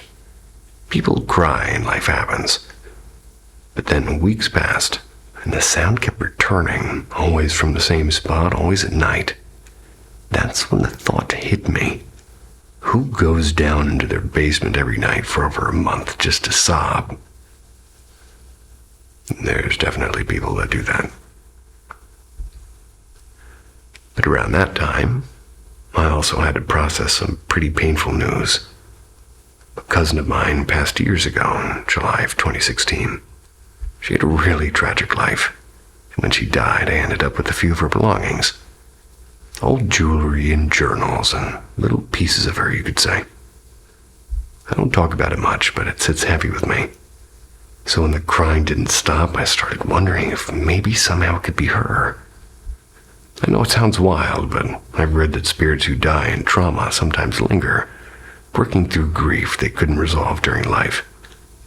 The weeping gets described as a kind of loop, like they're stuck processing. Some folks, they suggest creating a memorial space, laying out their belongings and telling their story out loud. It's meant to help them move on, and part of me feels desperate to try in case this is really her. But then came the spirit box. My first time using one, in fact. A PSB-7. I wanted to dismiss it as a dumb toy, but God, I wanted to dismiss it. But the responses rattled me. Amid the static, a woman's voice asked if I could hear her, and she screamed, "Help me." And at another point, 4 and the word 9 came through clear as day. Then harsher voices, men, I think, spitting venom like, "Get out and you'll regret it." I replayed the audio on my computer. It hit even harder. I hadn't noticed how distinct the words were in the moment. The next night I tried again, and half the session was just help on repeat. And once an old man's voice barked, "Leave." I emailed a local paranormal society, but no word back yet. Thought about calling a medium, even though that's way outside my comfort zone. I am spiritual, but not religious, and, well, ghosts, that's always been my number one nightmare. And now here I am, basement walls echoing with sobs and a spirit box begging me to listen. And me not knowing if the right move is to reach out or to run. Well, you know what I think. This isn't fiction. These are real people with real experiences that they can't explain. At Paranormal M, we bring their stories to light. Subscribe. Hear 'em all. The Shadows of Windsor.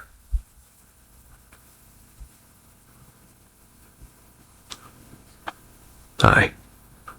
I once worked at Windsor Castle, more precisely in the Royal Library, from the tail end of the 1980s until I resigned in 2001, shortly after my second child was born.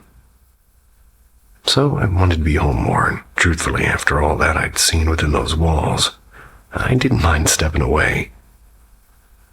I wasn't really anyone of note, just a junior assistant. My days are spent cataloging manuscripts and fetching delicate volumes and helping maintain the sort of treasures that never see daylight.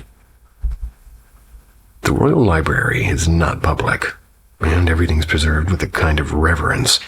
Controlled lights, regulated air, and rules upon other rules. But Windsor did have another collection, not of books, but of ghosts. I didn't believe any of it when I first started, but that changed pretty quickly. The first spirit I encounter was none other than Henry VIII. Yep, him. It was 1991. I was shelving in one of the quieter annexes late at night. I looked up to find a massive figure of Tudor garb standing just inside the door, arms behind his back, face thunderous. He said nothing, only stared as though weighing my soul. And then, without a step, he seemed to dissolve backward into the stone wall. I stood frozen, clutching a 17th century atlas like a shield. And that wasn't the only presence. There's a black spaniel, sort of roams the western side of the library. Everybody knew about it, though nobody admitted it outright. I mean, I saw it twice. Once it padded right through my desk. When I turned to follow it, the corridor was empty, and somebody once whispered it belonged to a young princess who died centuries ago. I don't know. All I know is the air went cold whenever it appeared. Here's a small list of other oddities throughout the years. Footsteps in the galleries when nobody was there. Whispers in French, sometimes Latin, from sealed rooms. Books opening themselves and pages stirring as if in a breeze. A pale man in Victorian dress glaring from behind a locked door, though the archive was empty when we checked. It wasn't constant, but it was enough to make me stop doubting. I never told the story outside of private conversations, and even now I sort of hesitate. Working in a royal residence comes with an unspoken pact. Keep silent. But after 2 decades, I thought somebody out there might understand. I haven't set foot in Windsor since I left. I don't think I plan to.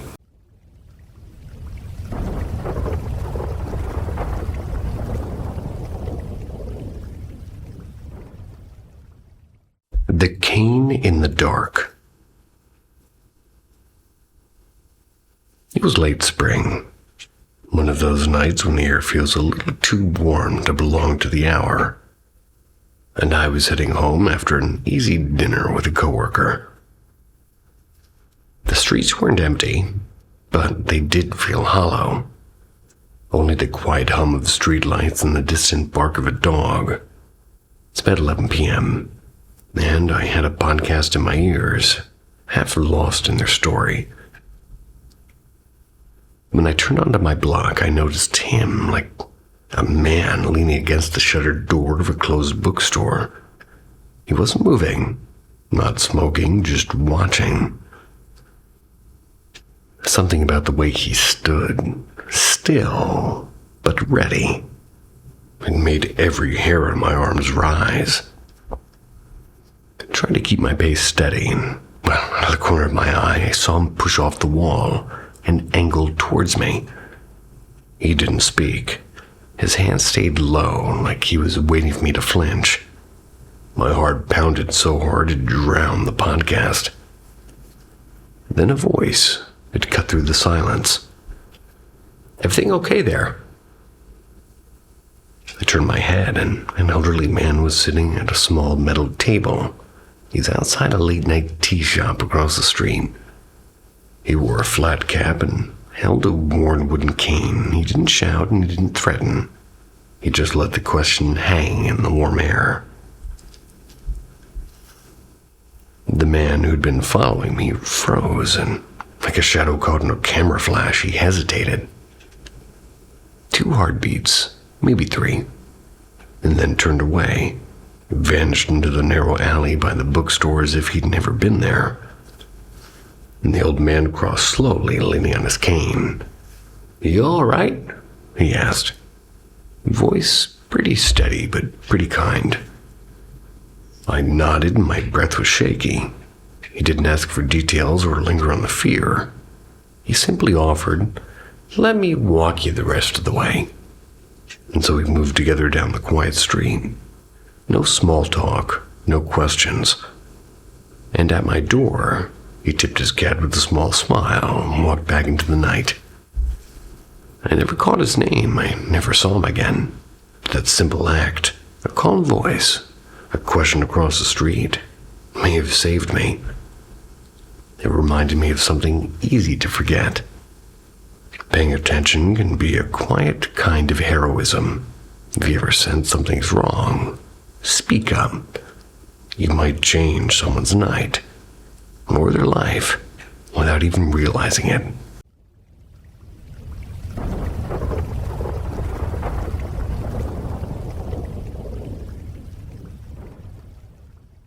The Passenger in the Glass.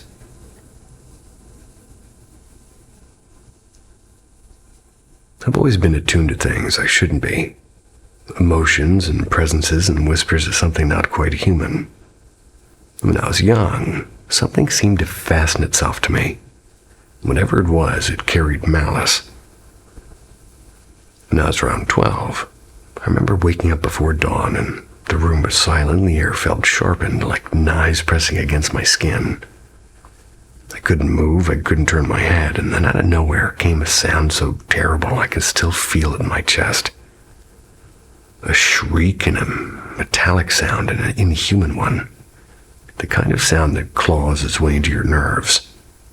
I was paralyzed with terror, and then, strangely, I slipped back into sleep as if the fear itself had forced me unconscious. For years, nothing happened. And then one night, when I was 15, my parents asked me to take out the trash. I never liked the dark, but that evening the shadows outside felt alive, humming with warning. I shoved the bag into the bin, and as I turned back along the stone path, I glanced at her car, and that's when I saw it. In the driver's seat sat something pale and featureless, yet horribly present. It wasn't looking at me, but through me, pulling me into its gaze like gravity. The terror wasn't just fear, it was despair, the kind that convinces you you've already lost, and just as suddenly, I could move again. I sprinted inside with my heart hammering, but even as my mind tried to erase the memory, the feeling burrowed deep. Not long after, my nights turned violent. I would jolt awake, just drenched in sweat, my ears exploding with a sound like gunshots inside my skull. And sometimes a woman's voice would murmur my name in the dark, pull me out of sleep. And once it was a man's voice, and deep and heavy, and from then on, the presence never left. Things did escalate. Plates would fall when I passed by. Objects toppled as if pushed by invisible hands. The air in my room grew thick at night. And one evening, checking our security camera, I saw it again, an immense smoke-like mass sliding across the backyard until it vanished right into her back door. I knew without a doubt it was the same thing I'd seen in the car. Now the activity has quieted, though the air never really feels completely empty. I prayed once, reciting a verse in desperation, and the weight lifted for now. I can't shake the feeling that it's not gone, though. I think it's only waiting.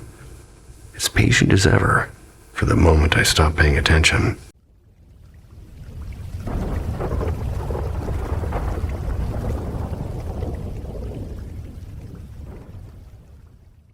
Ghost Cat in East Garfield.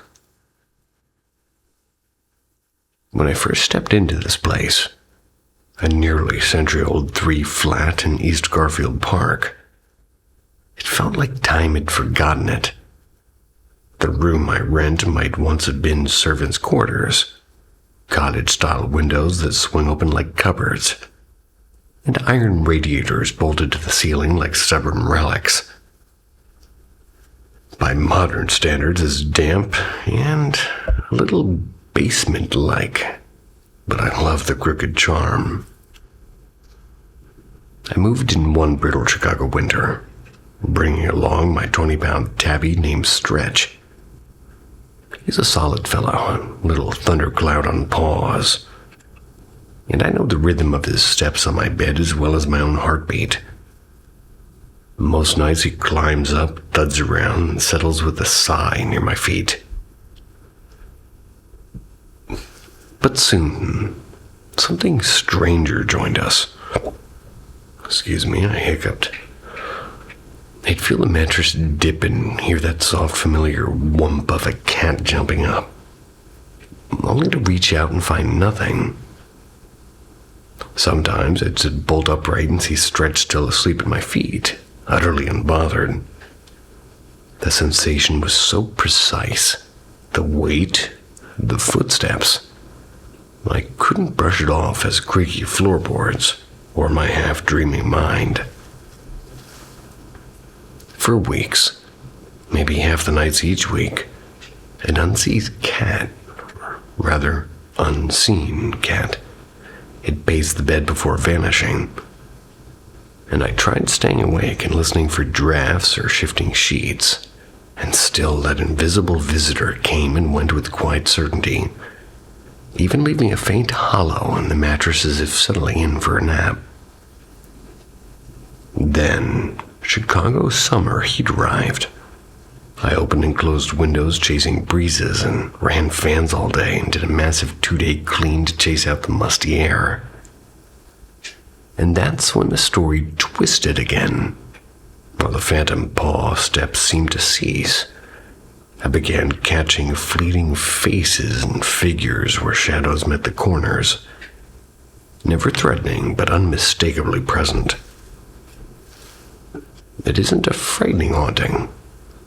More like the house itself is quietly alive, and its memories stirring with the heat.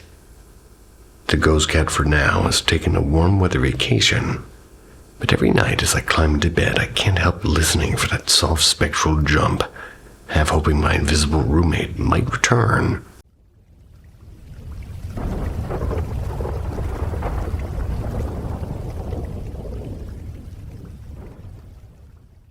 The factory that didn't want us.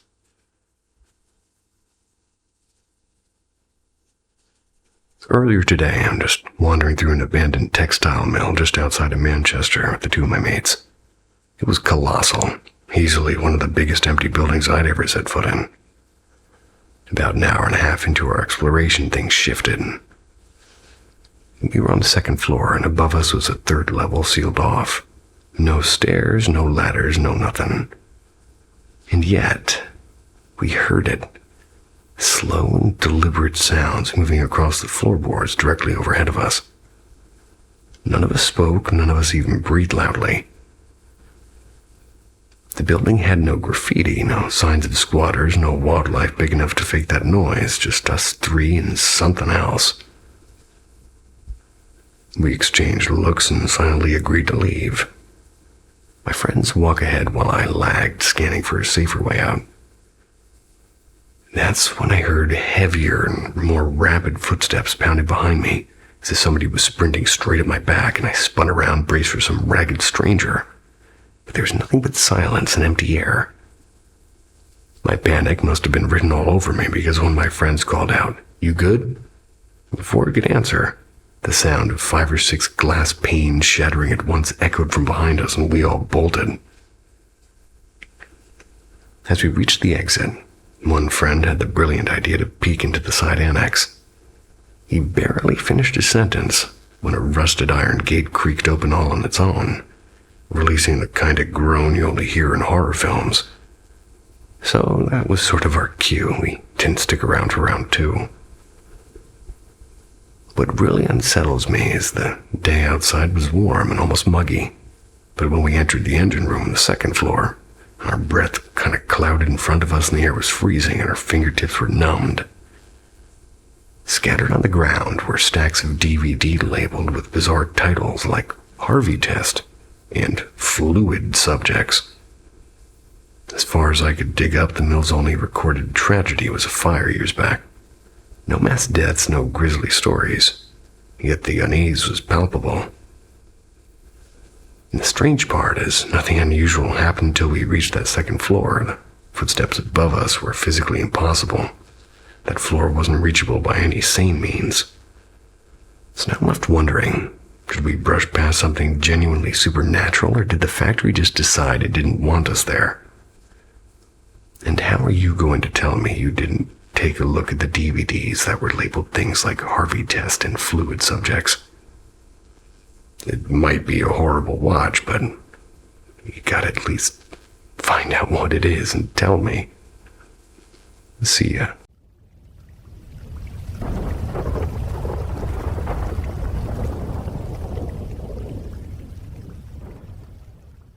The Quiet Visitor.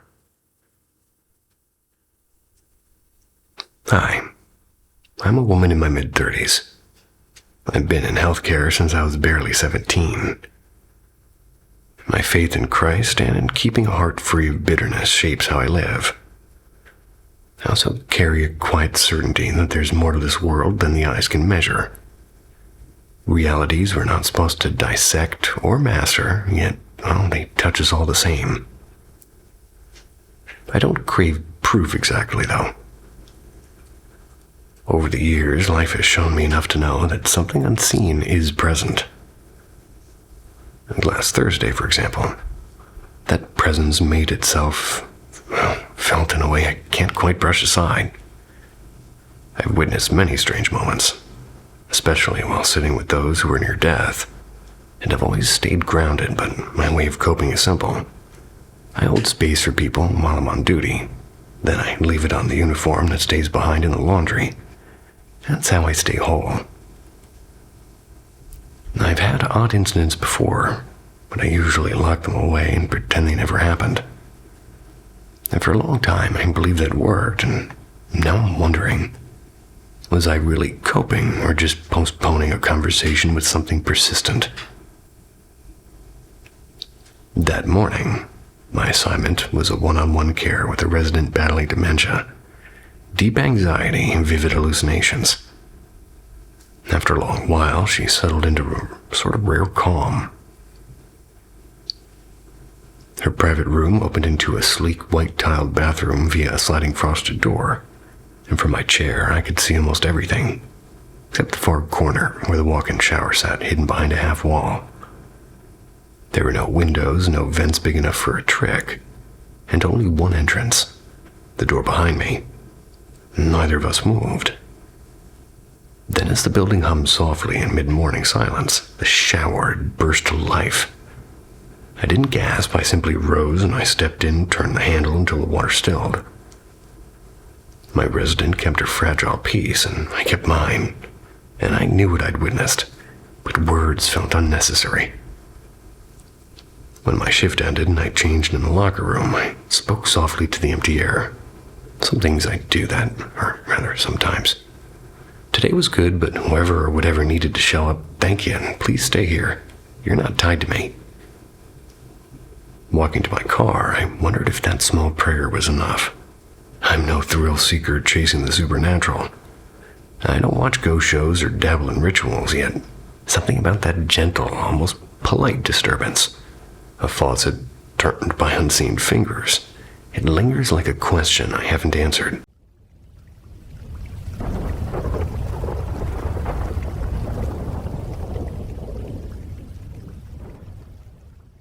The house that kept breathing.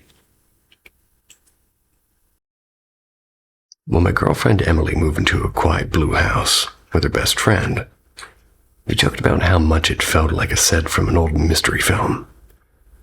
But the basement was no joke. It still held boxes from previous tenants and some belongings of Emily's parents.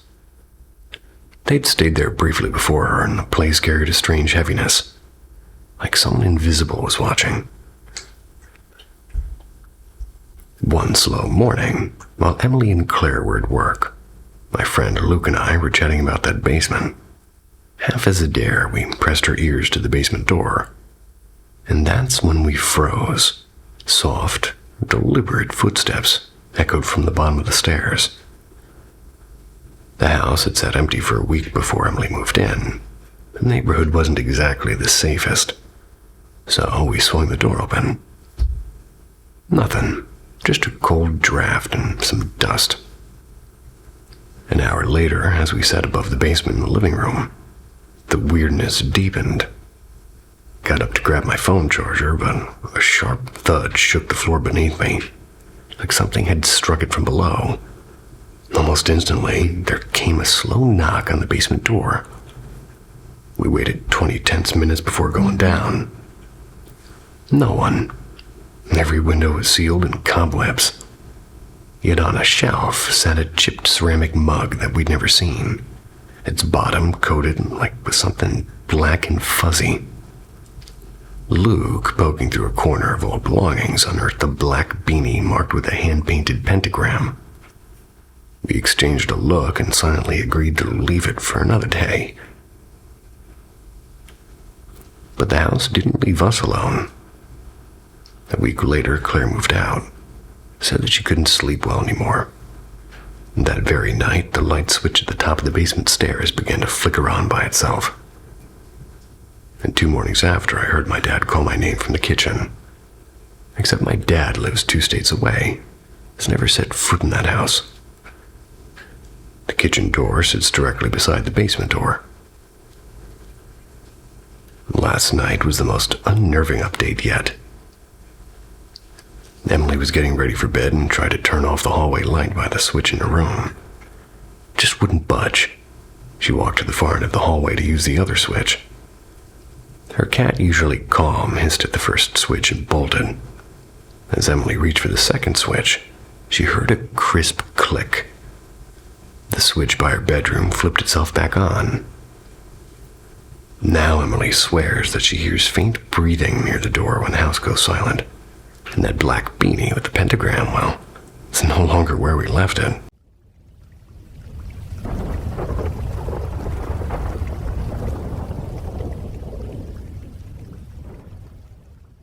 Silent signals This might run a bit long, but if you're looking for something gentle and quietly heartwarming, it's worth the read. No jump scares, just the kind of moments that stay with you. After nearly 3 years of fighting leukemia, my mom passed away in February of 2019. The whole family was devastated, but in those final weeks, she was only a shadow of her vibrant self, and I truly believe she finally found peace. She slipped away late at night. After the, hospital stillness, there really wasn't anything left to do. Maybe go home and try to rest myself. The next morning, I woke to the sound of muffled sobs. My dad was sitting at the bathroom floor, head in his hands, and our master bathroom has 2 sinks and a row of 4 vanity lights, 2 above each side. The 2 bulbs above my mom's side had gotten dark overnight. Maybe it was a coincidence, but paired with everything else that followed, it felt like something more to me.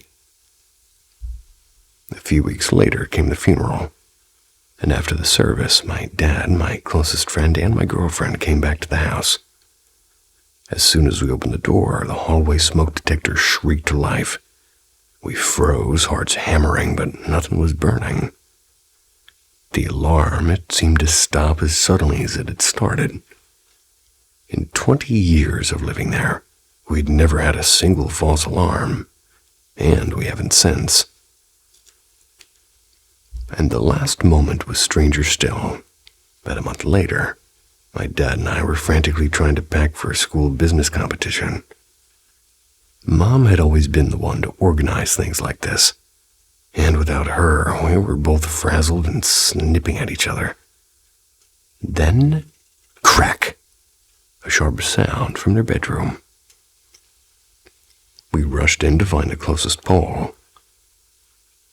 The one that had supported her clothes in her closet for 18 years, bent sharply in the center and torn from the wall.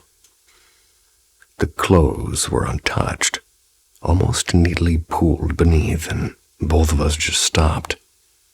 Our frustration dissolved into quiet, and somehow we felt calmer, as if she'd stepped in one last time to steady us. I don't claim to know what those moments really were. Electrical quirks or a faulty smoke detector, maybe. But when I think back, I'd like to believe my mom found small, wordless ways to remind us that she's still with us, just on the other side of the light.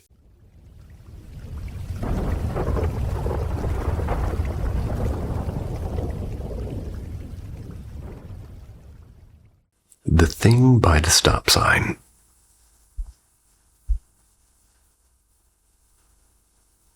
This memory's lingered in the back of my mind for years, like an itch I can't scratch.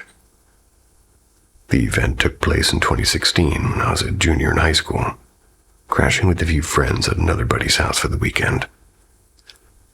To this day, I still can't explain this, but maybe somebody out there can. That night, one friend and I slipped outside around 12:45 a.m. for a smoke. The air was cool and quiet and perfect for wandering. We set off down the road without a plan. The sky was unusually dark, and the moon smothered behind heavy clouds, and no street lamps to guide us, just the faint glow of distant houses. Still, we walked without trouble, laughing here and there until the laughter stopped. We reached the end of a long stretch of pavement, maybe a quarter mile from the house. As we slowed to take a right turn that would loop us back, our eyes caught the stop sign at the corner, and that's when we froze. Next to the sign stood a figure, not a shadow, not a trick of the light, a solid black mass shaped like a person, but stretched too tall, at least 7.5 feet tall, and its outline was sharp and was dark. We both went silent and locked into place staring. No words, no plan, just raw instincts. And those instincts were to run. We bolted, tearing back down the street until the familiar lawn of the house came into view. And when we reached the yard, we finally gasped out our fear. My friend only nodded when I asked if he saw it too, and his face was pale and his lips were tight. That unspoken confirmation was worse than denial. We slipped inside and tried to calm down while the rest of the group slept. The next morning, when we finally confessed the encounter, the friend who owned the house immediately shut us down. He said he didn't want to hear about it. His room had already been plagued by strange events and objects moving and lights flickering, voices when no one else was around. Most of our group had seen at least one odd thing while staying over, and suddenly his reaction made sense. Years later, my friend and I still bring it up, usually late at night when the silence feels too heavy. We always land in the same place and there's no neat explanation. Weed doesn't make you hallucinate in perfect synchronicity. Street shadows don't stand tall and still like a person. Whatever it was, we both saw it, and the dread that washed over us that night is something I'll never forget.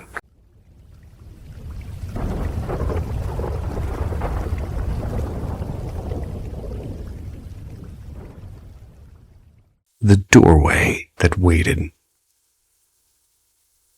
Last winter, I, a 31-year-old female, I worked a short stint in the environmental services department of a busy city hospital. Basically housekeeping with a lot of bleach and a little bit of mystery. After a couple of months, I got a regular route on the step-down ICU. Some rooms had cameras. They were streaming to the nurses' station, mostly the ones tucked out of direct sight. My job was a mix of the everyday and the eerie. Wipe down occupied rooms, tidy nurses' stations, freshen up doctors' cubbies, scrub public bathrooms, and when somebody was discharged, deep clean their room until it looked like nobody'd ever drawn a breath in there. One gray morning, I was assigned a full clean on a monitored room that was at the far end of the hall, just around a bend from the main station. After an hour of mopping and disinfecting, I stepped out, glanced at the monitor screen, and I froze. Someone tall, motionless, stood in the doorway that I had just walked out of. My heart slammed. I doubled back immediately. Empty. Not just the room, but the neighboring one, too. Anyone leaving would have had to pass me. Yet when I checked the feed again, the doorway was blank. I told myself it was a camera glitch, and I forced my day back into its routine rhythm. A week later, the room got a new occupant. An elderly woman, pale and gentle, with the kind of faraway eyes that seemed to see two places at once. I went in to introduce myself, start the daily cleaning. The curtains were drawn, leaving the room kind of softly dim. As I dusted near her bed, she asked in a thin voice, "How many of us are here?" I hesitated. "Just you and me. Why, do you see someone else?" She gave a faint, puzzled smile. "Oh, perhaps not." I reassured her, pointing to the card by the bed. "If you need anything at all, press the button. They can page me." Still uneasy, I slipped around the corner to the monitor. The feed was ordinary, bed, curtain, nothing more. But that prickle at the back of my neck stayed. And after that, I made a quiet habit of passing that room several times a day. And I never again saw a figure in the doorway. But sometimes when I walked past, I caught myself slowing, as if something or someone was still waiting just out of view.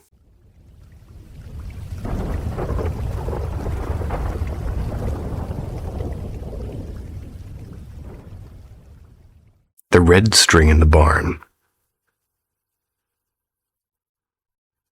I'm going to write this out, a little bit messy.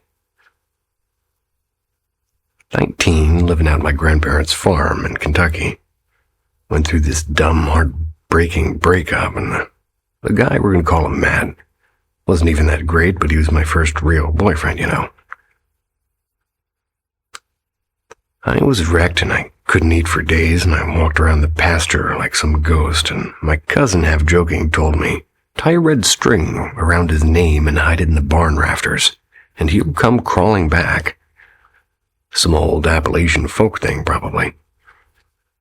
Well, I didn't want him back, but I wanted him to feel it, to hurt like I was hurting, so one night I sat in the kitchen table, tore a scrap of paper from my notebook, and wrote Matt in big shaky letters. I tied it up with this bright red yarn I stole from my grandma's sewing basket. So I climbed into the old hayloft, and there's dust everywhere and bats squeaking. I shoved it in a crack in the boards, and I remember my hands were shaking. Not from fear, but from this weird, guilty excitement, like I was doing something real, not just teenage crying. I would have been scared of the bats. Nothing happened, of course. He kept driving around town in his stupid truck looking fine. Well, I got more embarrassed about sneaking into the barn like a witch. But eventually I stopped thinking about it, and the red string thing just stayed up there forgotten. Fast forward almost 12 years later, packing up my grandparents' house after my grandma passed away. Everyone else took furniture, but I ended up in the barn sorting junk. And I found it. That dusty little bundle wedged between the boards, still tied neatly with that red yarn. My stomach dropped. I honestly thought I dreamed it. I laughed at myself, and I shook my head, and I pulled it down. Felt stupid even holding it. But for whatever reason, I didn't just toss it. I lit a match right there in the barn and burned it in a coffee tin. Smell was awful. Burning yarn and old dust and paper. I remember muttering something like, "All right, Matt, I let you go, no hard feelings." Next day, my sister drove up from Louisville to help. Having coffee on the porch when she started scrolling through her phone and went pale, and she said, "Holy crap." And she showed me the news. A car accident. Some guy lost control on the highway the night before around midnight, and the driver's name was Matt. And yeah, I know it was probably just a coincidence. People crash cars every day, but the timing I burned that red string thing maybe 10 hours before. I don't tell the story out loud much because it makes me sound crazy, but sometimes late at night I wonder if I didn't let him go after all. If maybe I pushed him off the road without meaning to.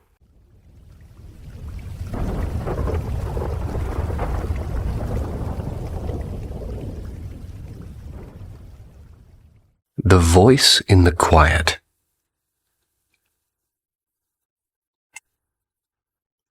My wife died 14 years ago. She was only 30. For the longest time, I thought death had sealed every door between us. But in these past few years, since I stumbled into a deeper spiritual life, I found those doors quietly unlocking. The first time it happened was during the pandemic, when I had just become a Quaker.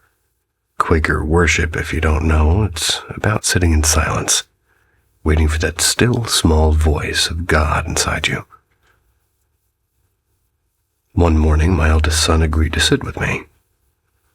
He isn't much for religion or stillness. Within minutes, he was squirming and tapping his shoes against the floor. As I watched him fidget, I suddenly heard her voice, clear, warm, and impossibly familiar.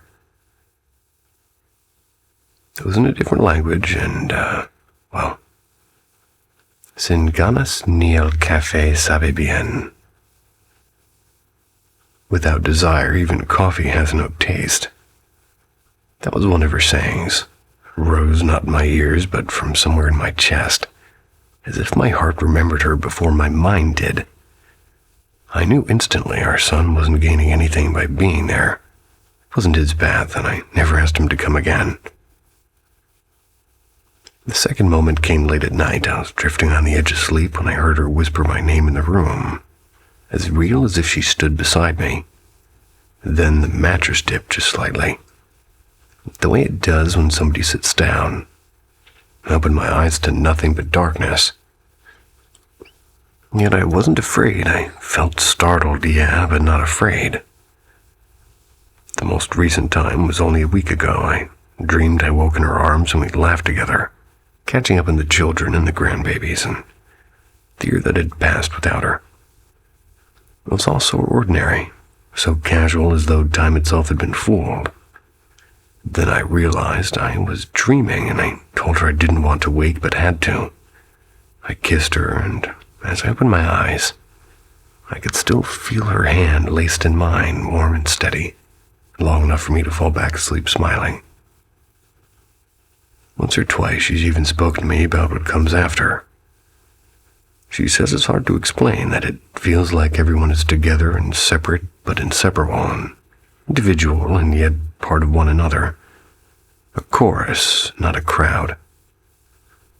And so I walk on, carrying these glimpses sort of like lanterns. To me, it's proof that love is not undone by death, only altered, waiting in the quiet for us to listen.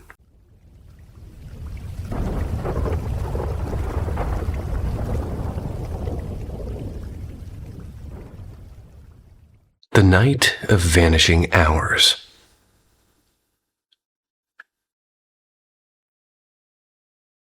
So one of my friends, let's call her Claire, 21-year-old female.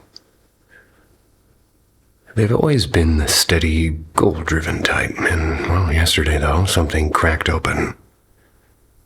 She picked a fight with everyone at home over something that she'd never cared about. Cash. Normally, Claire would debate politics or career paths, but money? It's not usually her style. Here's how it unfolded. Claire asked her parents for actual cash instead of using a digital transfer. They offered to buy her anything she needed, but no handouts. That tiny refusal seemed to kind of blow up into a sort of storm, like voices rose, and in a flash she threatened to skip her move to a major city for her next round of studies. And that's a dream that she'd been chasing for years now. Eventually, the shouting cooled. She went to her room and everyone exhaled, and then came the sound of hurried footsteps. Their parents found her on the rooftop clutching a pair of scissors, and her father barked, "How much money do you want?" And Claire, with her voice low, kind of answered strangely, "Your daughter won't be alive for that." And yeah, she spoke in third person. Moments later, she collapsed and still weeping and answering questions faintly as though in a dream. What chilled me most in that fog is she whispered she hadn't gone upstairs at all. Someone, she said, had urged her to harm herself. And hours later, she woke with no memory of the fight, the demand for cash, or the threat to abandon school. Her recall stopped 5 or 6 hours before the evening unraveled. This isn't a family neglect story either, but just days ago they'd won a huge legal settlement. It was big enough to set everyone up comfortably. New laptops were already bought for her siblings, but Claire, she'd refused gifts saying that she needed nothing. No hidden injustice there. And I'm a skeptic. No belief in spirits or curses, and my gut tells me we're staring at a mental health crisis, not some evil energy. But the memory gaps in the third-person speech and the eerie conviction that somebody else guided her actions, those are a little bit hard to shake. So whatever it is, last night felt like a handful of hours simply vanished.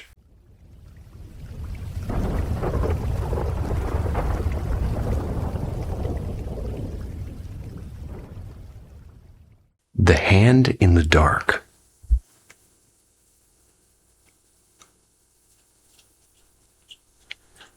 I was never afraid of the dark until that night. Back when I was a teenager, I used to spend my summers at my aunt's place. Her household was deeply ritualistic. Incense every morning and evening chants, the works. There was always something heavy in the air. Like the house was holding its breath, and I couldn't explain it. But I felt it every time I visited there. My little cousin, only 6 years old back then, used to insist that there was a ghost hiding inside the wardrobe of the upstairs guest room. Naturally, the adults laughed it off, and kids do say things, right? One evening, the ground floor bathroom was occupied, and I had reached the point of no return. Against the unspoken rules of guests staying downstairs, I bolted upstairs to find the other washroom. The moment my foot hit the top step, everything was swallowed by darkness. Not the hum of the ceiling fan, not a dog with itchy ears, no flicker of light, just silence that pressed against my ears. I groped for the light switch. I was tapping every button on the panel, but none seemed to work. My stomach twisted with urgency. So I forced myself to cross the hallway in the pitch black. That's when it started. First, the prickle on the back of my neck like a spider had crawled across my skin. Then my hair began to rise strand by strand, as though the air itself was charged with static. I tried to laugh it off as my imagination. I reached the bathroom door, fumbling for the switch outside. My heart pounded as I pressed random buttons, praying one would bring me even a shred of light. But instead I felt it, the undeniable presence of someone or something standing directly behind me. It wasn't just a feeling, it was a weight, like a shadow pressing down, and then it happened. A hand, a solid, heavy hand, clamped onto my shoulder. I spun around and there was nothing, just this suffocating blackness. I didn't wait for a second chance. I tore down the hallway, stumbled down those stairs, nearly crashing into the banister in my panic. When I burst into the living room, gasping, I tried to explain. They all stared at me, like I was telling ghost stories at a campfire. But I knew from that night onward, I never doubted my cousin's warnings about the wardrobe ghost. Some things aren't just childhood imaginations. The crouching shadow. When I was in middle school, there was a kid named Brent. Big, loud, and always looking for trouble. He liked to shove me into lockers or yank my backpack away with that smug laugh of his. After graduation, I never thought about him again. Almost a decade later, I got an invitation to a school reunion. And over stale punch and awkward smiles, I heard Brent had died of heart failure earlier that year. I felt nothing. Not joy, not grief. Just a quiet, cold surprise. Months passed. My wife and I, we bought an old charming house with tall windows and creaky floors. Our 8-year-old son loved the backyard. But the house had a strange undercurrent to it. Doors I swore were latched would stand ajar. Lights flicked off when no one was near the switches. And one night, my son padded into the bedroom, pale and trembling. "Something's in my room," he whispered. I let him sleep with us, telling myself it was just a nightmare. The next morning, uneasy, I bought a cheap set of security cameras.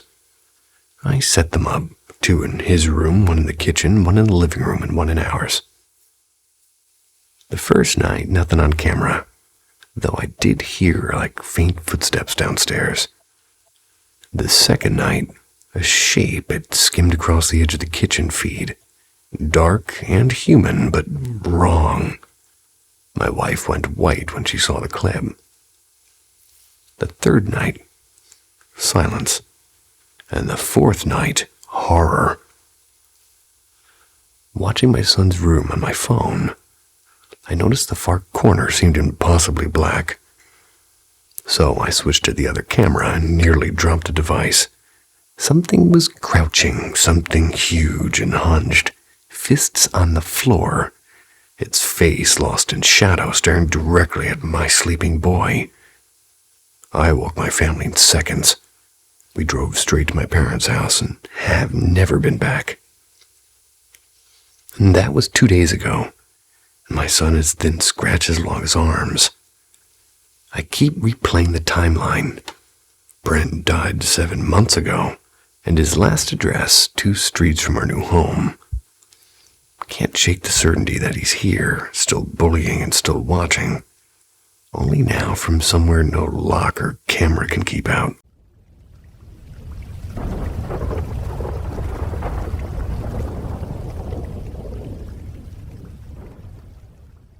The Billboard Phantom.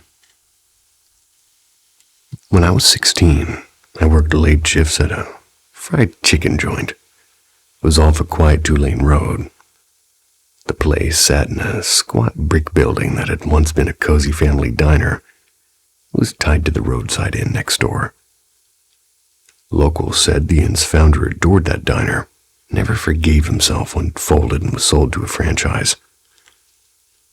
One damp autumn morning, the opening crew arrived to find a sight they'd never forget.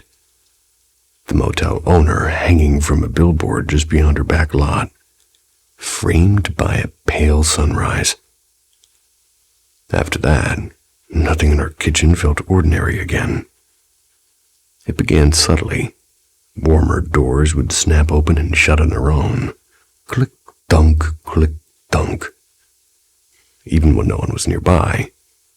And some nights, when only the manager and a lone closer were left, the sound seemed to carry through the empty prep room like a metronome for ghosts.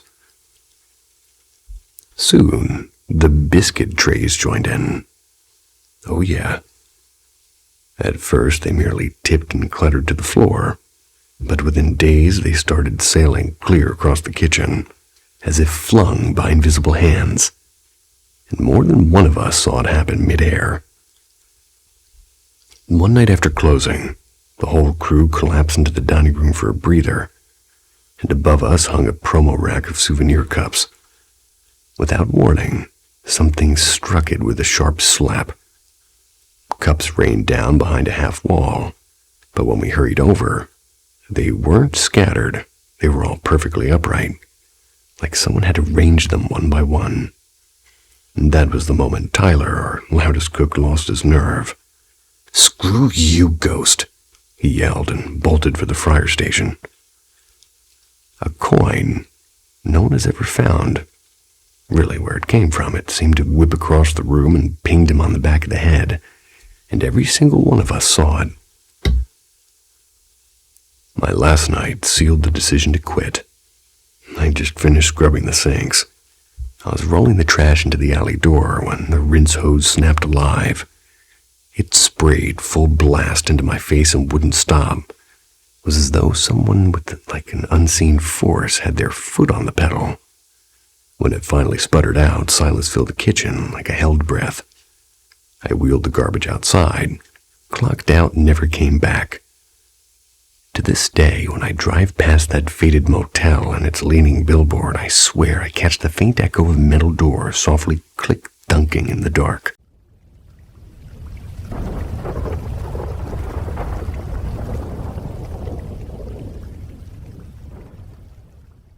The Man in the Bowler Hat.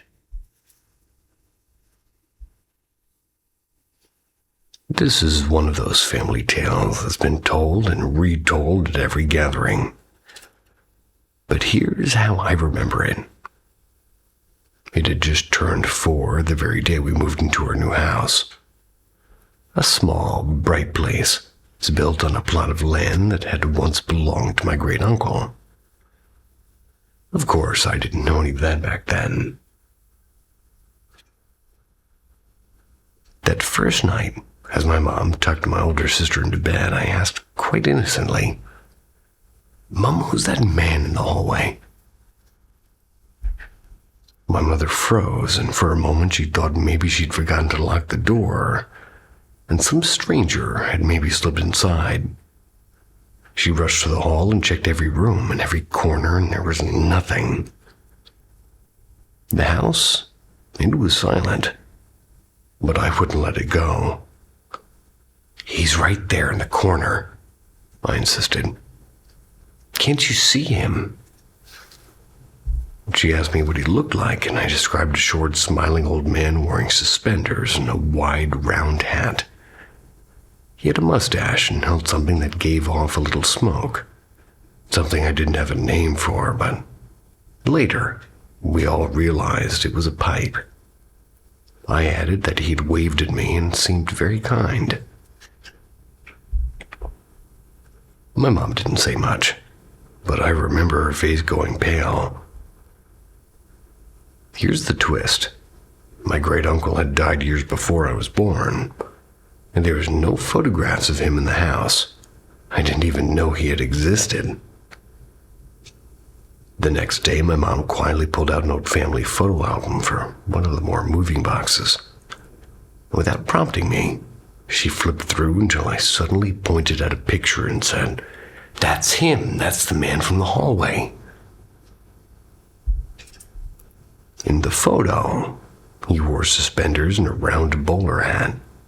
He had a neat mustache, a pipe in his hand. He was also strikingly short for a man, barely over 5 feet. And every detail I described matched perfectly. My mother believed, and, still believes, that he'd come to welcome us, to give his blessing for us to live on the land he'd once loved. I never saw him again, but that quiet night my great-uncle seemed to step across time to greet me on my 4th birthday, as if to say, "Welcome home."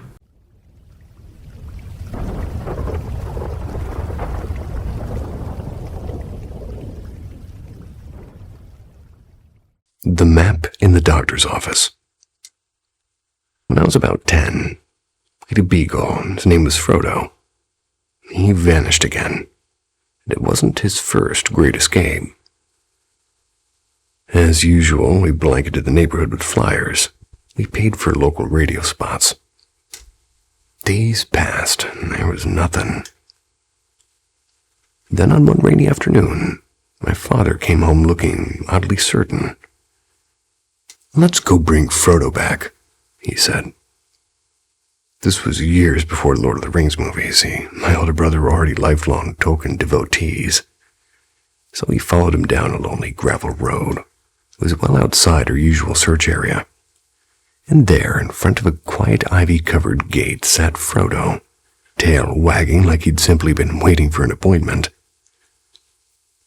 No one appeared from the house, though. My father opened the gate. Frodo leapt into the car as if he'd been summoned.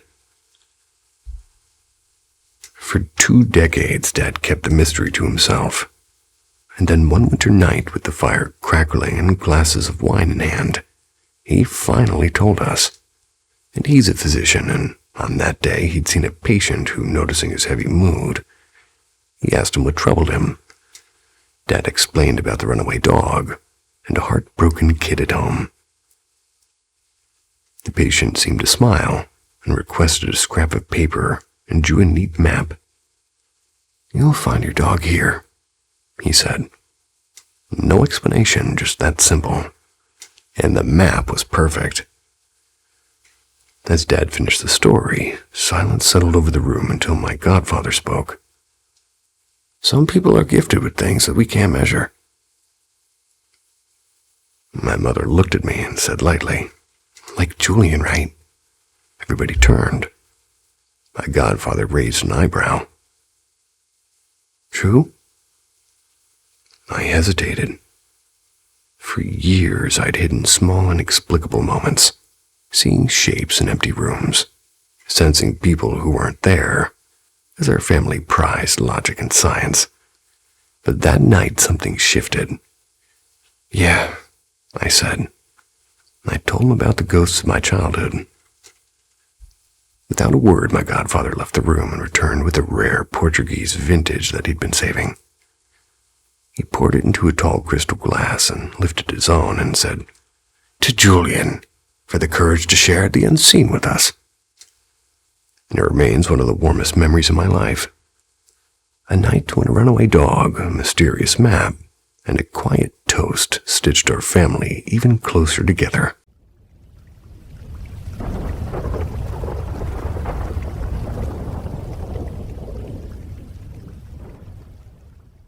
The Girl in the Orchard. I was about 17, give or take. I grew up in a small farming town. Nothing much to do, and my uncle used to let me help him out at his orchard during the weekends. So one afternoon, we're just hauling baskets of apples back toward the shed, and I got to talking with this old neighbor who wandered over. She's one of those folks who, well, she always seemed to know more than she should. People said that she had the sight, in quotes.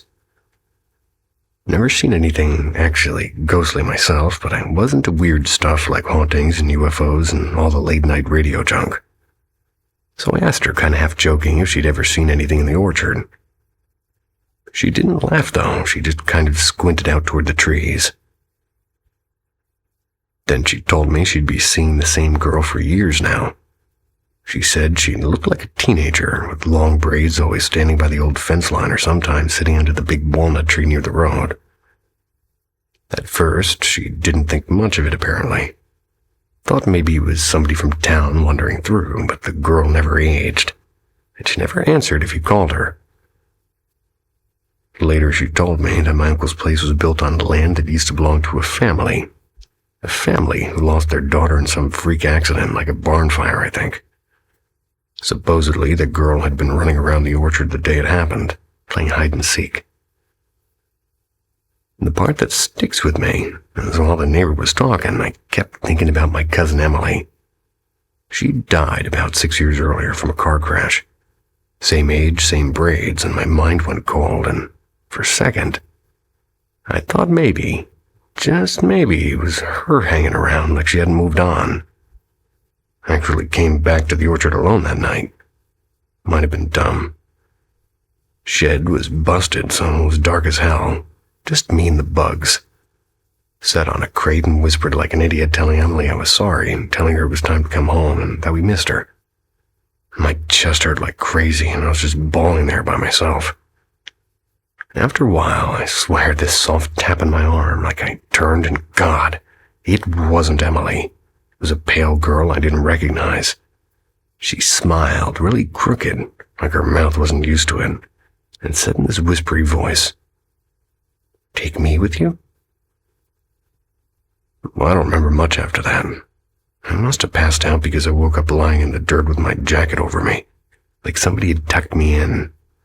Never told my uncle. I just said I'd gotten sick and I never went back to the orchard after dark again. What eats at me, it isn't the creepy girl. It's wondering if Emily's at peace or if she's still out there, waiting somewhere. Somewhere I haven't thought to look yet.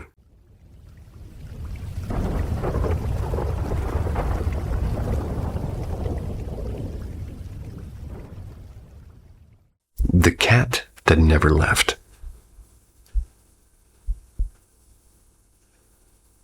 Back in 2015, I bought my first house. A little 2-bedroom, 1-bath place on the edge of town. It wasn't fancy, but what drew me to it was the fact that everything inside was untouched since it was built in the late 60s. The original owners had lived there their entire lives.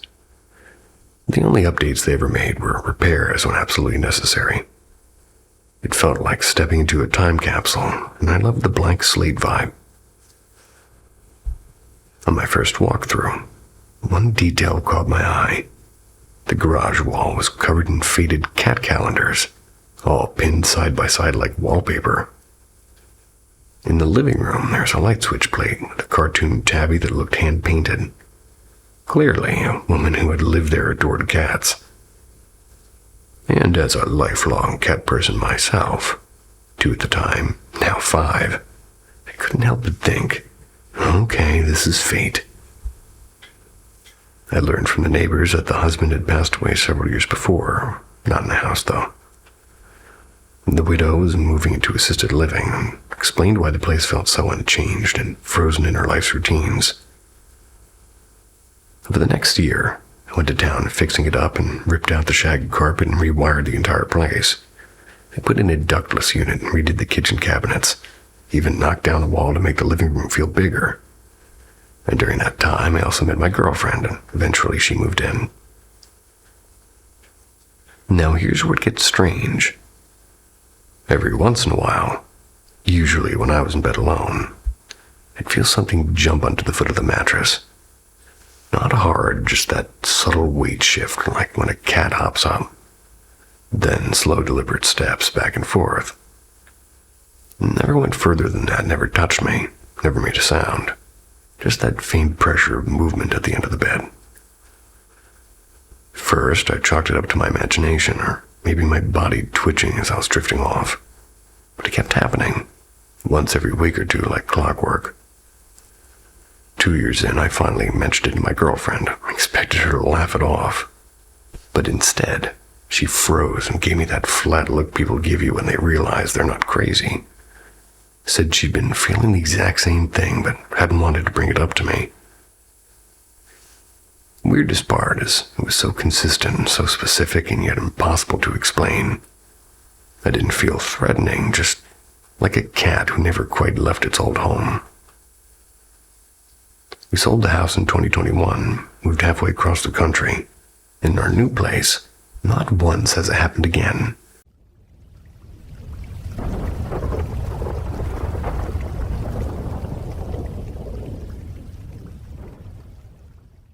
The Tenant's Shadow. When I moved into my new loft, the landlord casually mentioned that the previous tenant had been, quote, end quote, troubled. Apparently, an attitude left the place in ruins. My partner and I laughed it off at first, patched up when we could, and we made it our little refuge. But 2 months in, the laughter had worn thin, and something was wrong here. It started during a shared slump. Both of us sank into heavy moods, and I couldn't sleep without nightmares. And almost every nap ended in sleep paralysis. One afternoon, I woke up to see a twisted version of my partner looming over me, grinning too wide.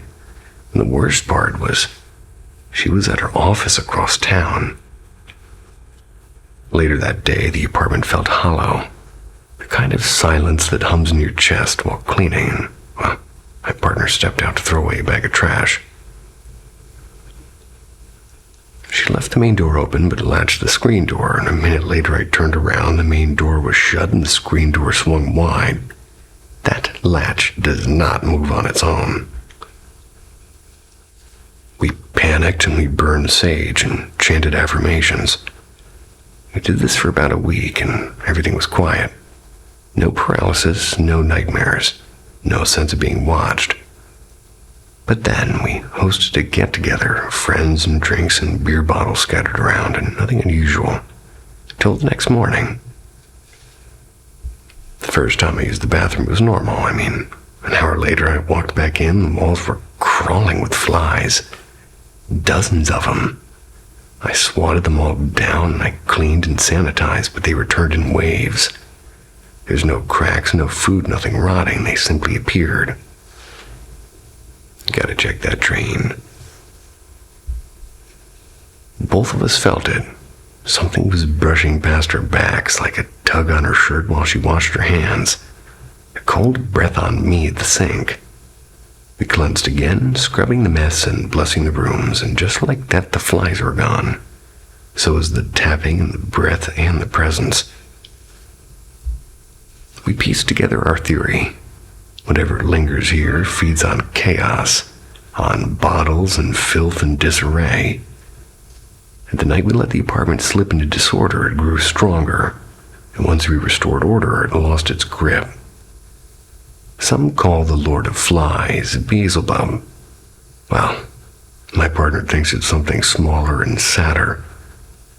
A thought form, maybe left behind by the tenant, fattened by every moment of neglect. Either way, the shadow in this loft doesn't belong to us, and we plan to keep it that way. The Vanishing Lights of Logan Canyon. 2 summers back, 2019, give or take, I found myself winding alone through Utah's Logan Canyon. And just as the last sliver of sun dipped behind the peaks of that, my family had gone ahead to Bear Lake that morning. But work kept me late. By the time I left, the road was nearly empty, and the evening sky bruised into twilight. This canyon is a long ribbon of pavement. It twists between sheer cliffs with no easy detours or side roads, especially this deep. I hadn't seen another car in at least 30 minutes. That's when I first noticed them. Two faint rectangular headlights floating my rearview mirror. They were unusually dim, the sort of tired lights you might see on an old Bronco or a Jeep that had just spent years baking in the sun. I pressed the gas a little out of kind of a courtesy. Minutes later, I glanced again.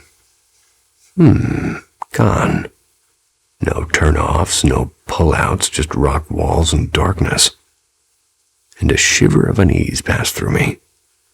I tried shrugging it off, and I just kept driving.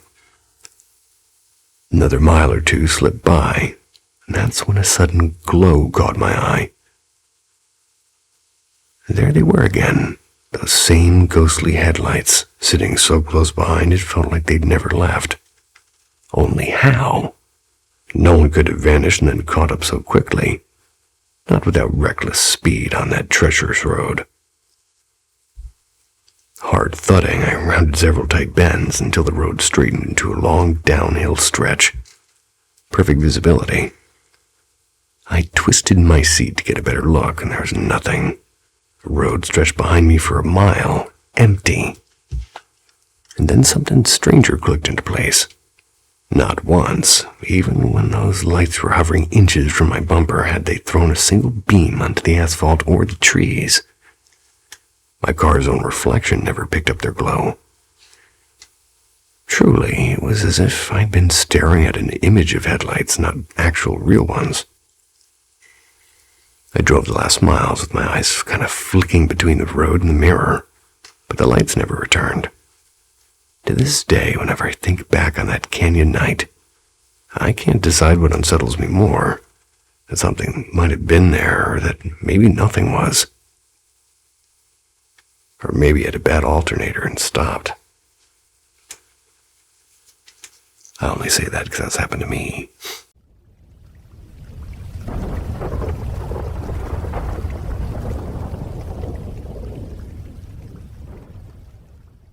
The Crouching Shadow. When I was in middle school, there was a kid named Brent. Big, loud, and always looking for trouble. He liked to shove me into lockers or yank my backpack away with that smug laugh of his. After graduation, I never thought about him again. Almost a decade later, I got an invitation to a school reunion. And over stale punch and awkward smiles, I heard Brent had died of heart failure earlier that year. I felt nothing. Not joy, not grief. Just a quiet, cold surprise. Months passed. My wife and I, we bought an old charming house with tall windows and creaky floors. Our 8-year-old son loved the backyard. But the house had a strange undercurrent to it. Doors I swore were latched would stand ajar. Lights flicked off when no one was near the switches. And one night, my son padded into the bedroom, pale and trembling. "Something's in my room," he whispered. I let him sleep with us, telling myself it was just a nightmare. The next morning, uneasy, I bought a cheap set of security cameras. I set them up, 2 in his room, 1 in the kitchen, 1 in the living room, and 1 in ours. The first night, nothing on camera, though I did hear like faint footsteps downstairs. The second night, a shape had skimmed across the edge of the kitchen feed. Dark and human, but wrong. My wife went white when she saw the clip. The third night, silence. And the fourth night, horror. Watching my son's room on my phone, I noticed the far corner seemed impossibly black. So I switched to the other camera and nearly dropped the device. Something was crouching, something huge and hunched, fists on the floor, its face lost in shadow, staring directly at my sleeping boy. I woke my family in seconds. We drove straight to my parents' house and have never been back. And that was 2 days ago, and my son has thin scratches along his arms. I keep replaying the timeline. Brent died 7 months ago, and his last address 2 streets from our new home. Can't shake the certainty that he's here, still bullying and still watching. Only now from somewhere no lock or camera can keep out.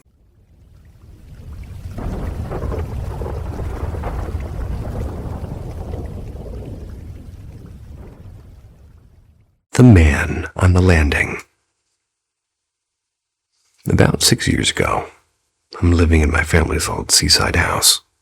It's a sprawling place with creaky wooden floors and a whole lot of salty air drifting in from the ocean, just 5 minutes away. I was around 12. My mom was pregnant at the time. So, one rainy evening, the 2 of us were curled up on the couch, half watching some light-hearted show and chatting about nothing in particular. Then it happened. Out of nowhere, I felt this pull. Not a thought, not even curiosity. More like an invisible hand in my chest. Something urging me to stay, and then urging me to stand. I didn't question it. I got up and I walked toward the staircase. It was as if I was sleepwalking. And when I looked up, my breath caught. A man, he stood at the top of the stairs. He wore a long black coat. It brushed his boots and had unkempt hair falling to his shoulders. A beard framing his face that I couldn't quite see. He was waving at me, slow and deliberately, as if he knew me. So without even thinking, I raised my hand and waved back. Mom's voice cut through the hush. "Lil, why are you waving at nothing?" And I turned, startled. "Mom, I'm waving at the man. Don't be rude." She blinked, confused. "What man, sweetheart? There's no one there." Her tone told me she believed what she said, and this wasn't a joke to her. A nervous edge sharpened her movements as she grabbed her phone and called my dad, and he didn't hesitate. "Take Lily and go to my parents' house, now." That night haunted me. But the real chill came when Dad told us something that he'd kept quiet. Just a week earlier, while I was fast asleep, he'd woken suddenly in the dark. Heavy footsteps creaked up the stairs, slow and purposefully. He knew it wasn't me. Then he saw him, the same black-coated man I had described. He was stepping into his room. Dad tried to move, to rush to my door, but couldn't. A shadowy shape like smoke given weight. It pinned him to the bed, and he lay frozen for nearly 10 minutes, heart pounding until the pressure finally lifted. And neither of us ever saw that man again. But even now, when I think of that house with the salt wind rattling its old windows, I sometimes wonder if he's still standing at the top of those stairs, quietly waiting for someone else to feel that strange, unstoppable pull.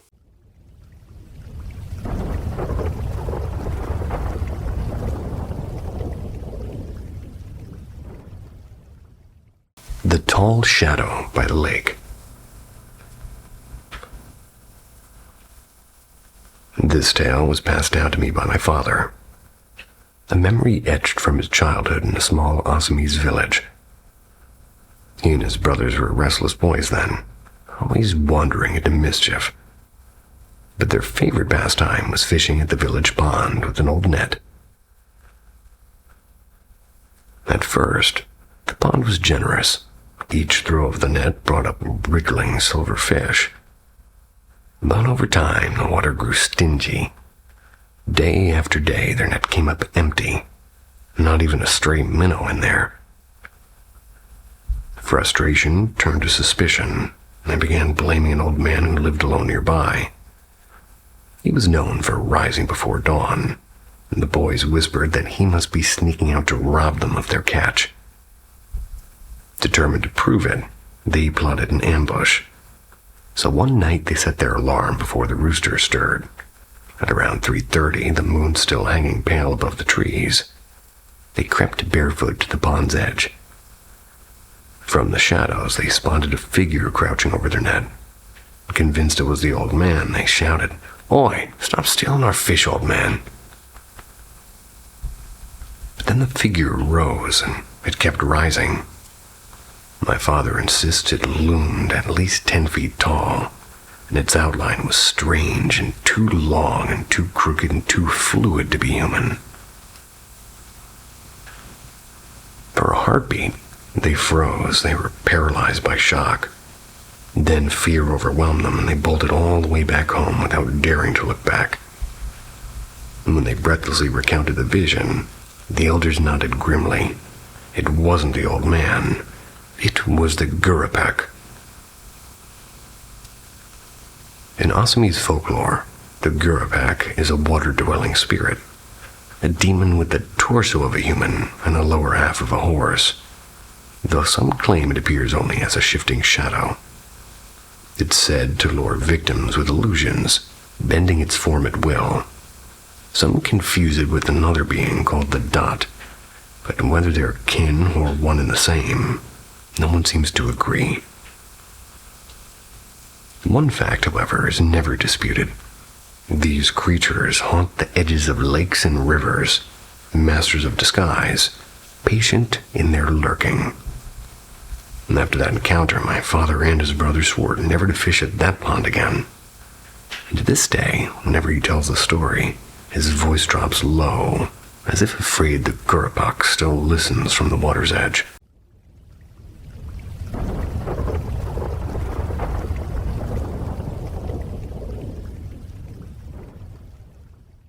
The Voice by the Window. This little incident is practically folklore in our family now, because my grandmother loved to tell it whenever the lights flickered or a dog barked strangely at night. And back then, my elder grandfather, whom everybody called Bade Nana, or Bade Nana, or something of the sort. They worked long night shifts at a railway station instead of a water pump. Like clockwork, he would leave before sunset and return at dawn, his lunch tin clinking with every step. That night was no different. He left for duty and the family ate their meal, and the whole house, an old creaky bungalow with wide verandas, settled into silence. But some time past midnight, my elder grandmother, Badi Nani, stirred awake. Her bed stood right by the window, and from the darkness outside came a familiar voice. "O Aiti, come out. I need to relieve myself." It was unmistakably Badi Nana's voice, still half asleep, and she rose and began to walk toward the door. Luckily, my maternal grandmother, my Nani, she saw her, and she had heard it too. Alarmed, she stopped her at once. "Where are you going?" she whispered. "Don't you hear? It's Poulin calling me." Badi Nani replied, naming her husband. Nani's tone sharpened. "Are you mad? How could Poulin be here? He's at work miles away. Whatever you heard, it isn't him. Go back to bed." And so she did. The next morning, gossip flowed like tea. Neighbors claimed the spirit of a woman who had just died in the nearby village was roaming that night. In fact, Rana, a boy from across the bamboo thicket, had lost his mother that very evening. People swore they heard the cracking of bamboo stalks. Katulua, an omen no Assamese villager takes lightly. And here's the unsettling part. My father once told me this wasn't the only time. Some months earlier, something similar had happened to my uncle Jintu. One night, he heard a call from beyond the door. "Oh, Jintu, step outside for a moment." But this voice this time sounded strangled, like somebody speaking through a rope tied too tightly around the throat. Uncle Jintu did not go out either. And perhaps that is why he is still alive to tell the tale.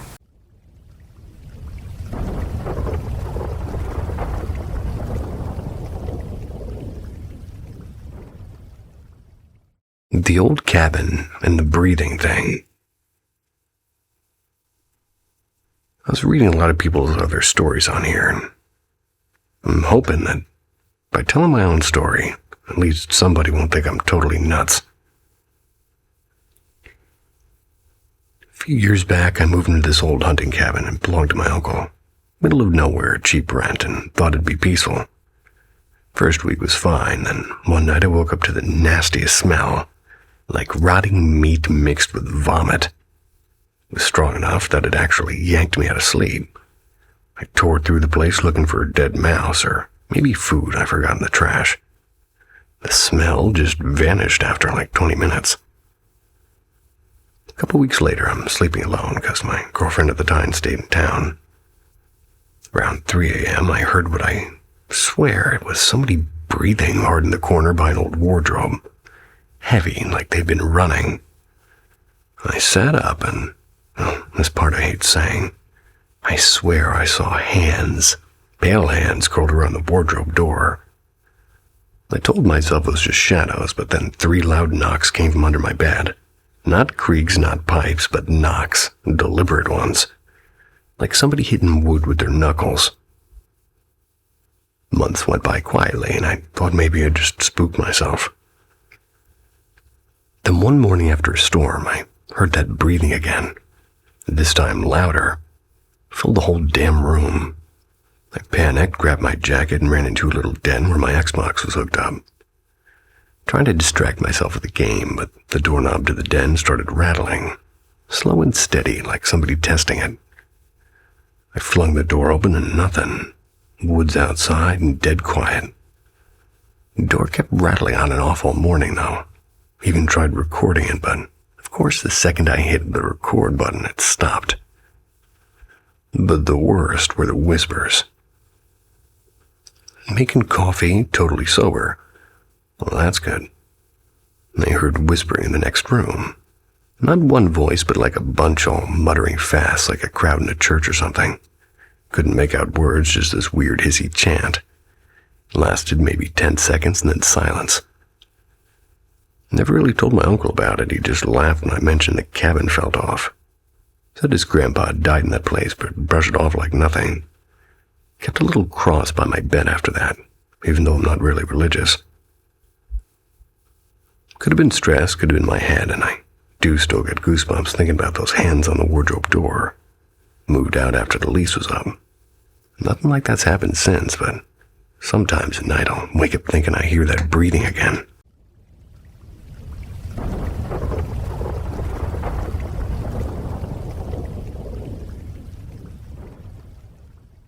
The Wall That Forgot.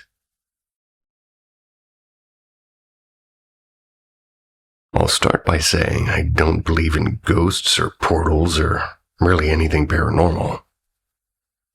I'm the kind of person who rolls my eyes at haunted house shows. But this one time still leaves me scratching my head. When I was 15, about 8 years ago now, we lived in a quiet farmhouse a few miles outside a small Midwestern town. Down in the basement, behind a tall rack of dusty paint cans, we found something strange. A perfectly flush sheetrock panel that clicked open if you pressed the corner, and it revealed a room no bigger than a walk-in closet. The floor was rough concrete, sprinkled with gravel like somebody had tried to cover damp spots.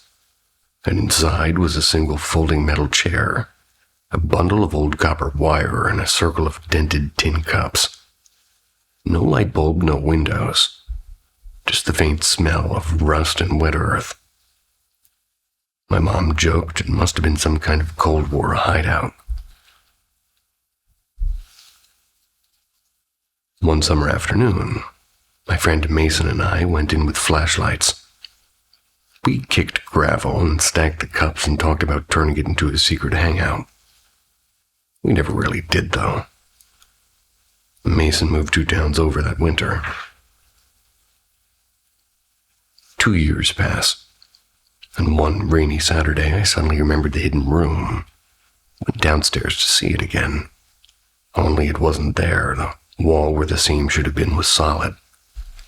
I tapped all around, and there's no hollow echo, no panel edges, just an unbroken wall. So I asked my parents. My mom frowned like she thought I was joking, and Dad just shrugged. My little sister stared at me blankly. Yet Mason, when I messaged him, remembered it perfectly. He even mentioned the copper wire and the gravel without me prompting him. No contractor came to remodel, there were no renovations. The basement stayed the same in every other way, except that one impossible room. Like it's been 6 years since I last saw that wall, and I still can't explain how a room can simply forget itself. Mason and I sometimes joke that maybe we weren't supposed to find it in the first place.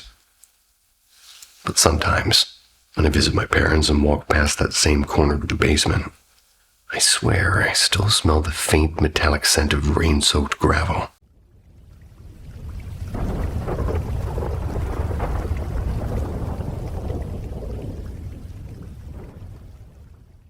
The woman at the window.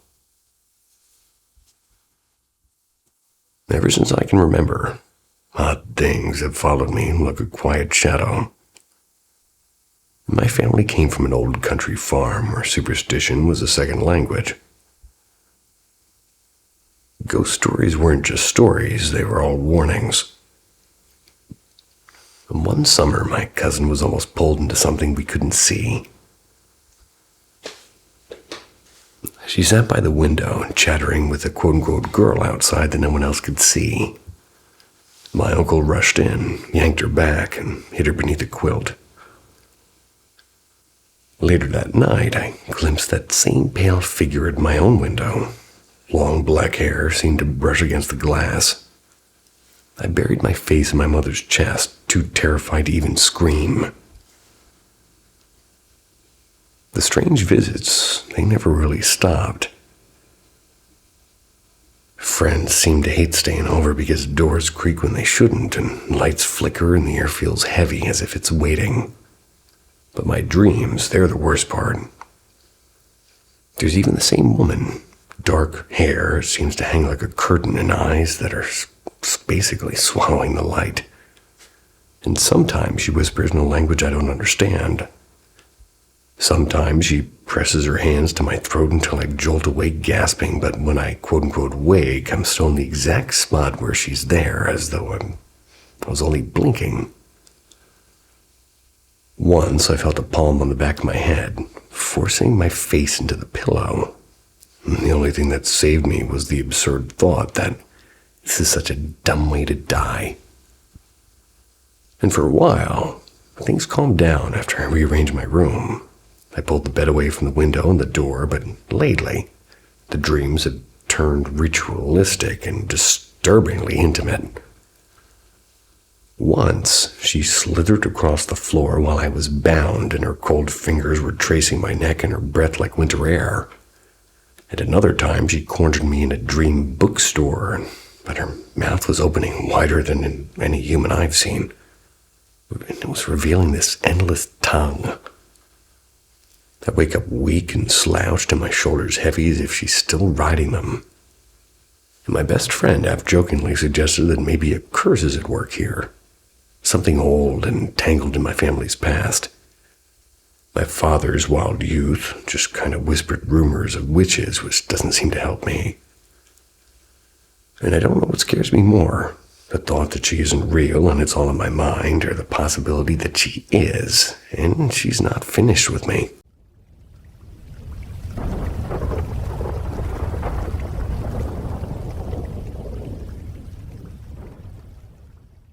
The Seat of White Light. It was a quiet Tuesday noon. It's when my friend and I ducked into Regal Midtown. We went for an early matinee. Hardly anybody goes to the movies at lunchtime, which is exactly why we went. No chatter, no long lines. Just us and a bucket of popcorn. We grabbed our usual spot, back row, dead center. I hate craning my neck at the screen. While the ads flickered before the previews, something caught our eyes. 2 rows ahead, slightly left of center, one seat glowed. Not projector reflection glowed, radiated. The entire chair from headrest to cushion. It shimmered in a clean, icy white, like it had been wrapped in light itself. No spillover to the floor, no gentle fade to the neighboring seats. Just a solitary beacon in a sea of darkness. Naturally, we tried to figure it out. Maybe the projector's beam was hitting it at some freak angle. We crept closer, casting our bodies in front of it to block the light. Nothing. The glow never wavered. We leaned over it, stretched out our arms, even climbed carefully onto the armrests. Still perfect, unbroken white, as if the seat wasn't reflecting light at all, but producing it. We laughed nervously, because, well, maybe some hidden LED stunt. But there were no wires, no electronics, just the same dull fabric every theater chair has. I half joked it looked like somebody had shrink-wrapped the seat in pure light. Eventually, the movie began. I kept sneaking glances during the opening scenes. The seat still gleamed, stubborn and silent. But the film, it drew us in, and the glowing chair faded into the back of my mind. When the credits rolled, we both instinctively looked. The glow was gone. The theater was still dark. The overhead lights hadn't come on yet. But the seat was now just an ordinary patch of faded upholstery. No trace of what we'd seen. Walking out into the bright afternoon sun, it felt almost ridiculous to feel uneasy. It wasn't a haunted house or a midnight show, yet even now neither of us can explain how one seat for 2 full hours could shine like a phantom, and then simply stop.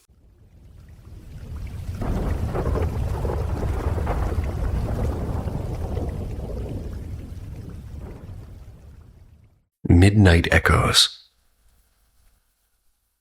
So last night, something bizarre happened. My boyfriend and I both dreamed of each other on the exact same night. And that's already strange because neither of us ever remembers our dreams. But these stuck, like they were stamped into our heads, and they felt loaded with meaning. In his dream, he was sitting alone on a quiet pier. That was as the sky turned violet with sunset. The lake was perfectly still, except for a soft ripple now and then. After that, a tall figure appeared, pure black, no face, no edges, just a silhouette that seemed to drink in the light. It sat beside him without a sound.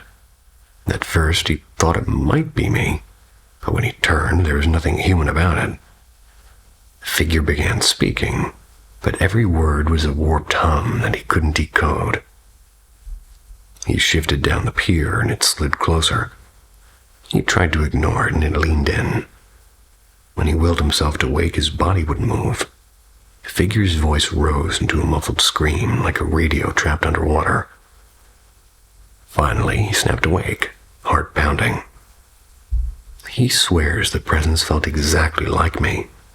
Not in appearance, but in a strange persistence, as though my energy was stitched through it.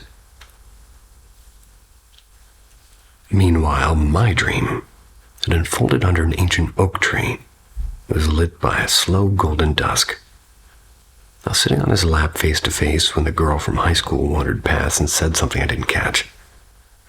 I turned to glance at her, and when I looked back, tears were spilling down his cheeks, and I froze. He buried his face in my neck, trembling, and I just held him. And then without a word, he stood and began to walk away. I followed until we stepped into a vast, silent library. He never spoke again. I sat at the glowing computer screen and accidentally opened a strange file. A printer, word to life, spitting out old photographs. him as a child and a faded group picture with a man I knew instantly was his father. Never seen a real photo of him, though. It wasn't that he looked like an altered version of my boyfriend. It was pure, undeniable certainty. A friend from nowhere appeared at my side, glanced at the photo and murmured, "Yeah, they share the same eyes." We woke up miles apart, but with the same eerie sense of being visited with different places and different images. Yet the feeling was identical. Like some quiet force threaded through both dreams, humming the same secret neither of us can quite name.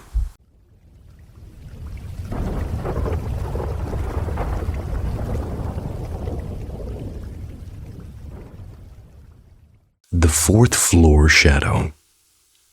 Last autumn, my wife and I spent our honeymoon in St. Augustine. We checked into the grand old Casa Monica Hotel. The place felt like stepping back in time. Ornate chandeliers, velvet armchairs, and the works. Exactly the kind of timeless romance we wanted. But our room, room 311, it had other plans. It started small, the bathroom light flicked on by itself. Once, maybe faulty wiring, but it kept happening. Then the faucet began running without a sound, but just turning. And by the third night, we were on edge. That evening, something leapt literally off the nightstand. A hairbrush shot across the room like it had been swatted. No sliding, no wobble, just airborne. We stared at each other, our hearts were hammering. Later, I stepped out to get ice from the fourth floor, telling myself I needed the break. The corridor outside our room was silent, almost padded, like the air itself was heavy. When the elevator opened, a chill ran down my spine, though the hotel's heating hissed everywhere else. The fourth floor felt wrong. The hallway smelt faintly of old roses and something metallic like iron. The air pressed to my skin. When I found the ice room, the temperature flipped. It was stifling, like walking into a sealed attic at noon. The machine sat dead, humming with a low, useless vibration. Turning back, I saw the elevator doors slide open on their own. I stepped inside, jabbing the lobby button, and then the door closed like a mantra. As the door inched together, movement caught my eye. A shadow, human-shaped but thinner than a person, had glided across the hallway. Then it doubled back, and again it didn't walk. It floated, smooth and unhurried, as if, like pacing a pattern older than the hotel itself, it seemed. The door shut with a soft click. And back in room 311, the faucet dripped once. Just once. We didn't sleep much. Casa Monica doesn't list 311 anymore, it seems. Seems like it should list it on ghost tours, so if you go, enjoy the charm. But when night falls, maybe skip the fourth floor.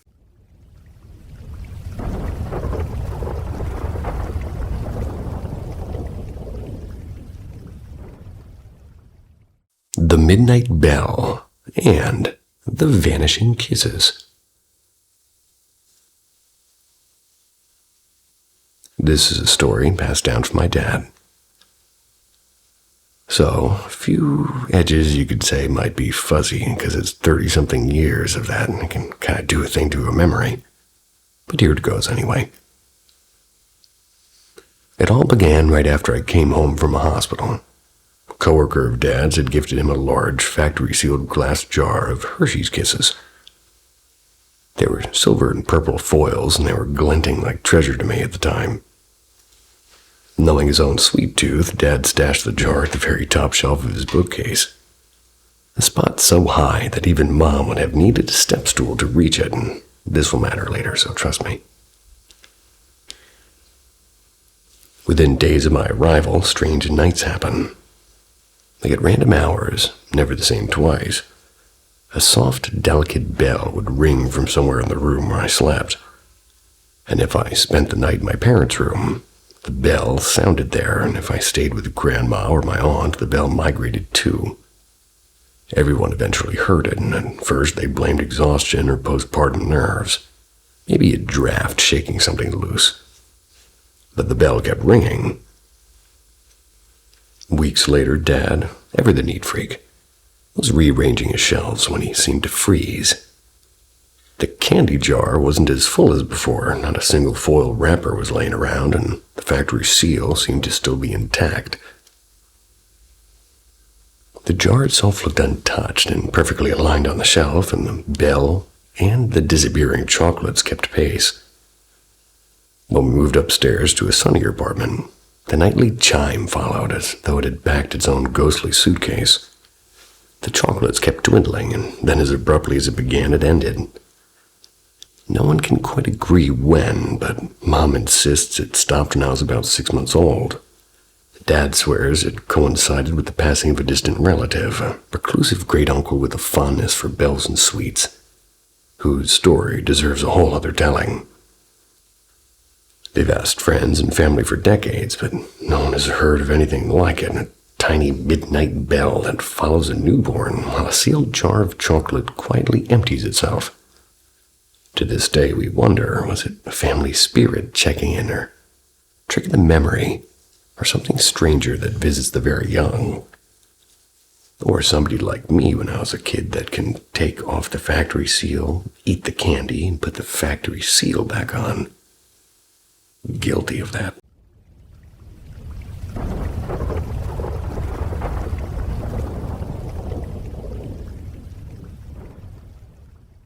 The night the old clock fell.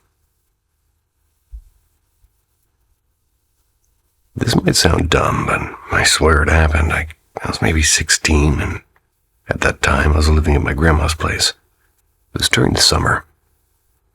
Her house was pretty old and had that mothball smell to it, mixed with a little bit of fried onions. Sounds kind of good to me. I had the attic room, which was cool because I had my own little space, but a little bit creepy too, especially at night. One morning, half awake, I'm in that fuzzy state where you're not sure if you're dreaming or not. Had my little radio alarm set to some country station. It kicked on, playing low, and I just laid there listening. The light through the window was that dim blue, so I hadn't bothered turning on the lamp yet. Then the music started to fade, like not cut out exactly, but melt into static. Not fast, not sudden, just slow. I thought maybe the old wires or the antenna was loose. It kept getting worse until it was all static, and louder than it should have been. Like way too loud for volume that I had it on. Start to get goosebumps because, I don't know, it just didn't sound right. Then I heard a dull thump. Not heavy, more like a footstep, but like something solid hitting wood, and I froze. Radio went silent right then, like somebody hit mute. No static, nothing, just emptiness. I couldn't even move, I just lay there staring at that ceiling. Then a couple minutes go by, which felt like an hour at the time, and radio starts coming back on, but weird. Like somebody was slowly turning the knob up from 0. First faint, then clearer. Then the music was back like nothing had happened at all. I finally pulled myself up and switched on the lamp. Everything looked the same except for one thing. The old clock that sat on the shelf above the radio. It was on the floor. The thing is it was wedged behind a stack of books. The books didn't move, just the clock. And that clock had been there for years. My grandma said it hadn't been touched. No way it slid out clean without knocking anything else down. I stuck it back. I tried to shrug it off, but the next day I told my grandma. She just nodded like she'd heard that sort of thing before. Didn't even look surprised, just said, "That house is old and it does remember things." Which, what does that even mean? So I stopped using the radio after that. Keep this flashlight by my bed too, and I do also think about that clock.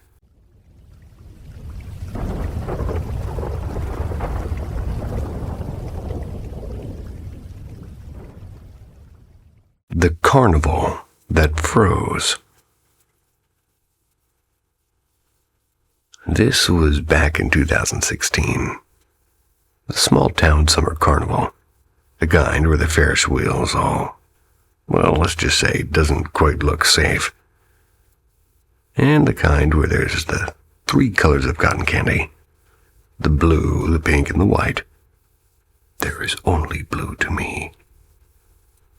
And I was maybe 3 beers in, walking around alone because my buddy just bailed last minute. There was this weird moment by a tilt-a-whirl. I swear everybody stopped moving. Not like slow motion, just froze, and the lights still blinked, the music kept blasting. But the people, they were mannequins. I rubbed my eyes like an idiot. Thought maybe I was just too drunk. But then I saw these 4 kids in wolf masks standing at the edge of the midway. They didn't freeze, they were just looking right at me, and it was all synchronized, like some creepy choir act. One of them lifts his hand and does this sort of lazy wave, then all 4, their mouths at the same time, say, "Sleep." I don't know why I listened, but I sat down there in the pavement, next to a half-eaten funnel cake, and just like that voice, like not in my ears, but in my head, goes, 3, 2, 1. Congratulations, you're done. Game over. Like a video game screen. I felt my stomach flip and there's nothing, just blank. And when I came back, everyone was moving again. A guy walked past me carrying a giant stuffed bear like nothing happened. The rest of the night was off, like my phone buzzed with a message I didn't type, and it said, "Imagine harder." My reflection in the funhouse mirror shifted. Like not me, but somebody taller and sharper with these hollow eyes. I don't even like thinking about it. Later I tried telling my cousin, though, and he laughed and said it sounded like I glitched out. Strange thing is last year at the county fair I caught a glimpse of a wolf mask hanging off a kid's backpack. Same design. My heart about stopped. And I don't go to carnivals anymore. Something about all those flashing lights feels staged, like they're waiting for me to play again. And yeah, sometimes when I'm about to fall asleep, I hear that countdown voice again real faintly. I'm not sure what the hell happened, but I can't shake the feeling I didn't come back the same.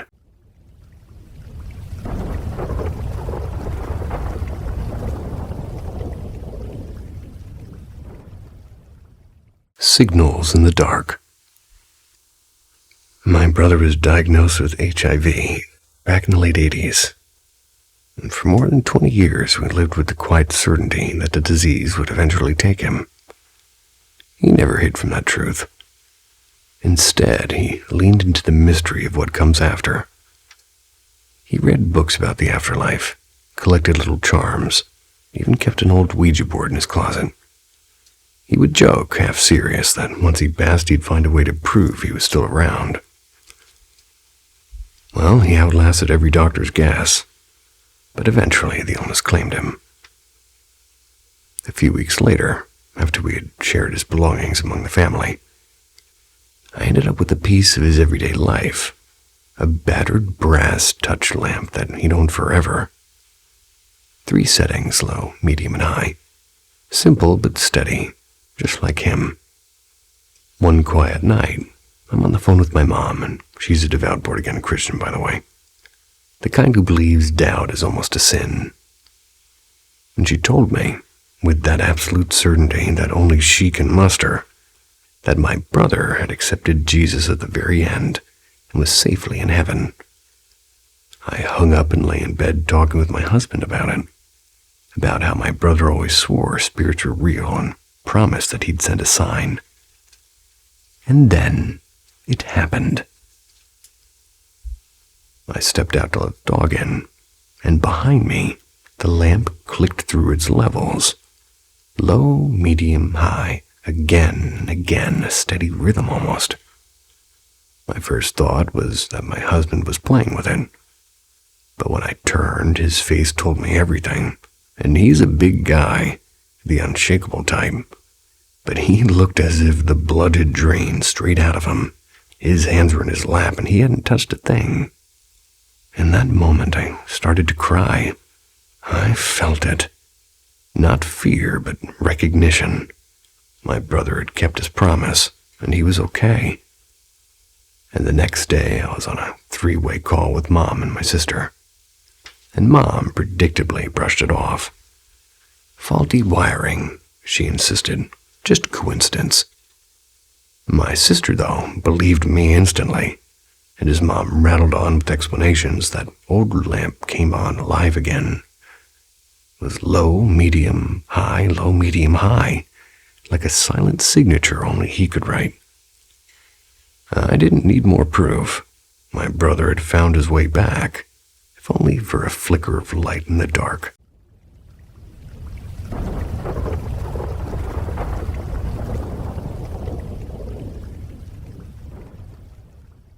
The Ottawa Interview. It happened a few winters back. I was walking home from a late movie. Not exactly an alien abduction story, but the person I met, they felt just off. And for me to call someone weird, well, that's saying something. He was a few paces ahead of me, and we approached a quiet bookstore near the park. I heard him murmur something. I couldn't tell if it was me, or maybe it was just the chilly night air. His stride threw me off. Should I pass him? Should I hang back? We kind of just hovered in that strange in-between where you're not sure if a conversation has started or if you just kind of brushed against someone else's evening.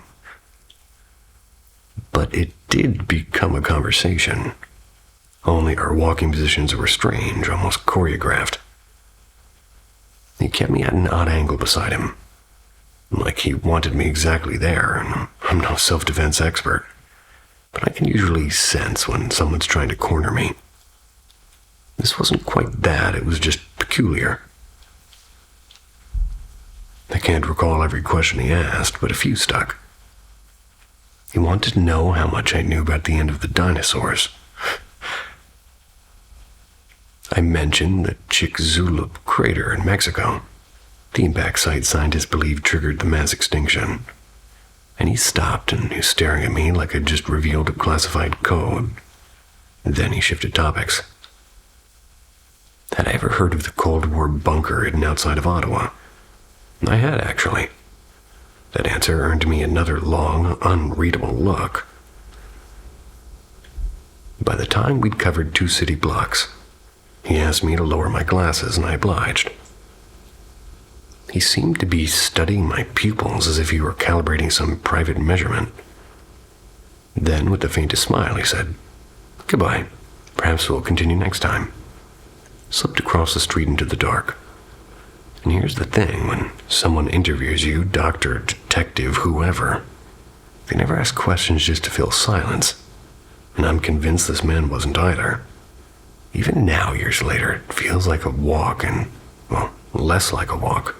More like I'd been screened. Maybe nothing supernatural happened, but his questions, dinosaurs, government, bunkers, that quiet inspection of my eyes, still make the nights kind of feel slightly tilted, as if I brushed against something outside of the ordinary. Well, you sort of did. Some people are weird.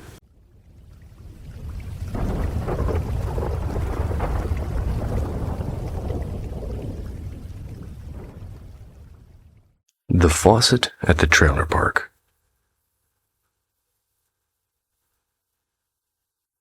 This happened a while back. I was living in this rundown trailer park outside of Tulsa. My uncle had just moved in with us after his girlfriend died, and I swear the whole place got heavier after that. Like before him, it was just a creaky old trailer. But once he was there, weird stuff kind of followed. He used to complain about his headphones tugging at night, like somebody giving them a little yank. He'd laugh it off, but I noticed he always kept the lights on when he slept in the back room.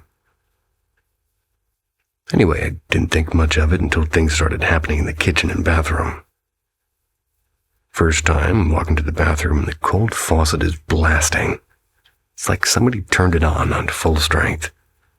No one was home except me, and I just muttered, "Damn pipes," and I shut it off. A couple days later, same thing, only this time I yelled for everybody. My uncle, my girlfriend, and even my dad came stomping down the hallway, and I pointed the sink, and I'm like, "Look." And everyone just stares at me. My dad smirked and said I probably forgot I turned it on, which I didn't. Then came the day when the water just stopped. I tried the knob and there was nothing.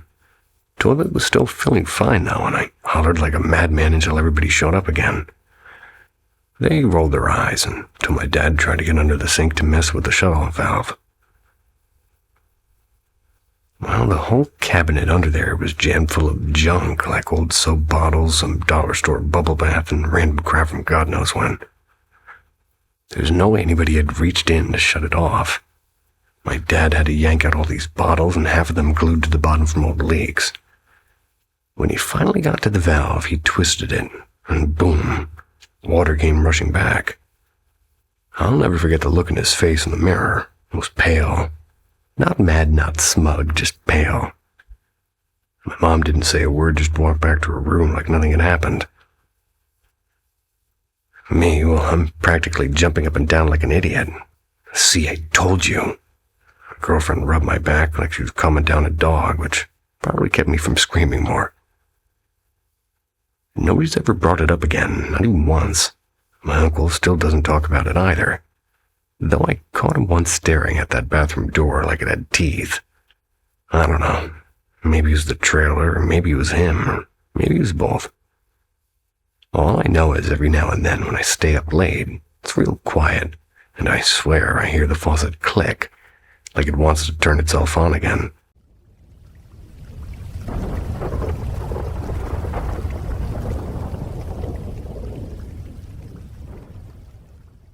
The hostel at 2 a.m.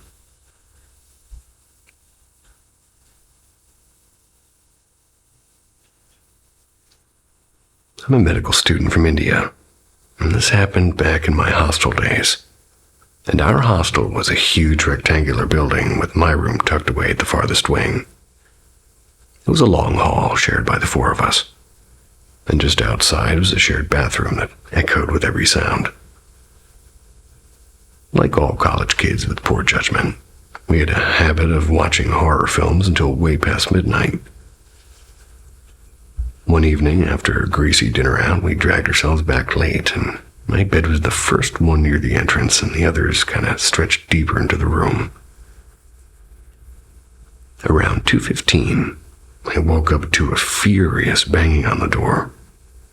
Half asleep, I checked my phone, hoping it was just a dream. The noise grew sharper and insistent, almost angry, and oddly, my three roommates slept through it. Terrified, I shook the girl next to me awake, and she heard it too. Wanted to open the door. I stopped her. I was reasoning that if it was truly urgent, somebody from another room would have called us. We waited, and the knocking eventually ceased. So the next morning, I asked the girls in the adjacent room if they'd heard anything. They looked at me blankly. There was no noise, no prank, nothing. 2 nights later, things got stronger. Blah, blah, blah, blah, blah, tripping on my own tongue. Get in line, face. Okay, me. 2 nights later, things got stranger. One roommate rose in the dark. Her eyes were unfocused. I whispered her name, but she ignored me. She walked straight to the door and opened it and peered both ways down the corridor, then closed it gently, went back to bed.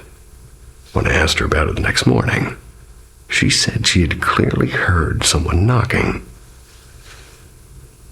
That weekend, everybody kind of left for their hometowns, except for me and one other girl.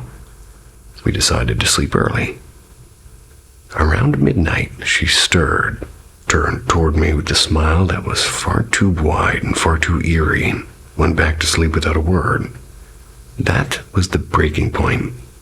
The very next morning, I went to a temple and brought back a framed picture of Lord Hanuman. We placed it by the door, and after that the nights were silent. No knocking, no wandering, no strange smiles. That was the first and last truly unsettling brush with the unknown in my life. Hanuman. The night the house shook.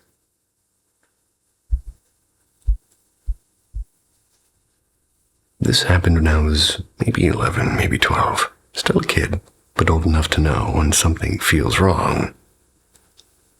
It was late, around 2 a.m. I was in my room at the front corner of my dad's house, back when all of us siblings' parents still lived under one roof. Good times. We're in one of those quiet suburbs full of families and retirees, the type of place where nothing ever happens after dark, let alone on a school night. I was half watching YouTube before drifting off when I had one of those weird moments where you fall asleep for like 2 minutes and then suddenly snap awake. Except this time, what yanked me back wasn't a normal dream. It was this noise, a heavy, pulsing, droning sound, like a giant subwoofer pressed against my skull. It shook me awake, except when I opened my eyes, it didn't stop. It got louder. I remember covering my ears. It was unbearable, like the whole house was vibrating. For a second, I thought it was an earthquake. But the rhythm was too precise, like a mechanical heartbeat. And then, just as suddenly, it cut off with silence. Right after that, I swear I heard something like a remote-controlled car buzzing away down the street. That's when the front door creaked open. I didn't hear it shut, which freaked me out because that meant someone left with the intent of coming back. A few minutes later, I heard shuffling, those unmistakable, dry, dragging footsteps my dad makes when he walks barefoot. He'd gone to check, so I got out of bed and seeing if he noticed anything. He said he'd felt the same thing, the noise and the shaking, which is insane because he's partially deaf. Yet even if he heard it, none of my brothers woke up, not even the ones in the basement right under us. Just me and my dad. We stood there in the hallway, maybe about a minute, staring at each other, both thinking, what the hell was that? He brushed it off, saying maybe one of my brother's friends was messing around outside, but honestly, no way. The house had this weird 5-foot section of siding and brick, and banging on it wouldn't come close to shaking the place like that. Nothing like it ever happened before or since. I never brought it up to him again. He never mentioned it either. But I'll tell you this, words don't do justice to how loud it was. It felt like standing next to a rocket taking off, only somehow inside of your house. Sweet dreams. Midnight percussion. Lately, something downright unsettling has been happening in our bedroom. It crept in about a month ago. I'll be lying perfectly still when, without warning, the mattress beneath me thuds like someone's drumming their fists upward from under the bed. The sound is sharp, the movement unmistakable. And at first it was a curiosity. The inaugural night, the punches were random and sparse. I convinced myself maybe it was nothing more than a settling floorboard. But the second time, perfectly spaced thumps, every 2 seconds like a metronome keeping an eerie time. A few days later, I felt 3 sharp jabs near my lower back, after one heavy hit near my shoulder. Then came last night. It was deep in the kind of sleep where dreams weigh like stone. A sudden barrage of rapid punches yanked me awake. It felt like somebody was drumming out a frantic rhythm, a song I didn't know, but I could feel in my bones. As soon as I sat up, the pounding stopped. Minutes later, subtle, scattered taps returned, as if testing whether I'd drift back to sleep. And my husband hasn't felt a thing, because each time he groggily checks beneath the bed, but There's never anything to find there. Just tightly packed storage bins where no person or creature of any size could hide. Now we've lived here for 3 quiet years, yet the more I think back, the less ordinary things seem. There's the faint musty scent that clings only to my side of the bed. One he insists that he can't detect, and there's almost nightly scratch sounds along the floorboards, which I once blamed on a mouse that I'd never seen, and for which there's never been a single dropping. And then there's that night, when he was away, still burns at the edge of my memory. I jolted awake to see, for a split instant, a man standing over me, his face split into a grin too wide to be human. I screamed so hard the air had left me dizzy. I told myself it was a dream, but my heart didn't believe it. I could explain away a smell. I could explain away a phantom shadow, but the pounding, the deliberate, relentless drumming beneath my back, that defies explanation.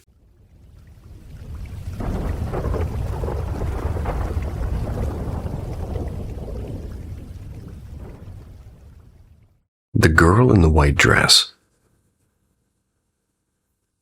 Never really shared this before, but it's one of those memories that's branded itself into my brain.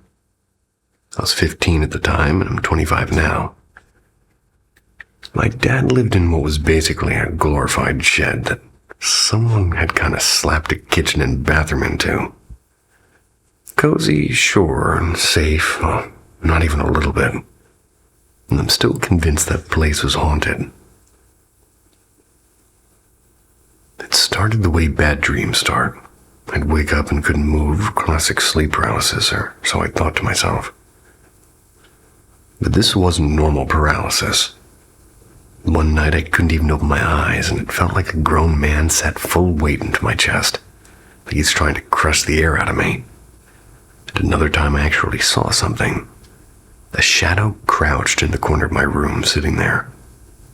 I lay frozen for 15 agonizing minutes until I managed to flick on my lamp. And poof, nothing. No pile of clothes, no chair, nothing to mistake for a figure. And then came the noises.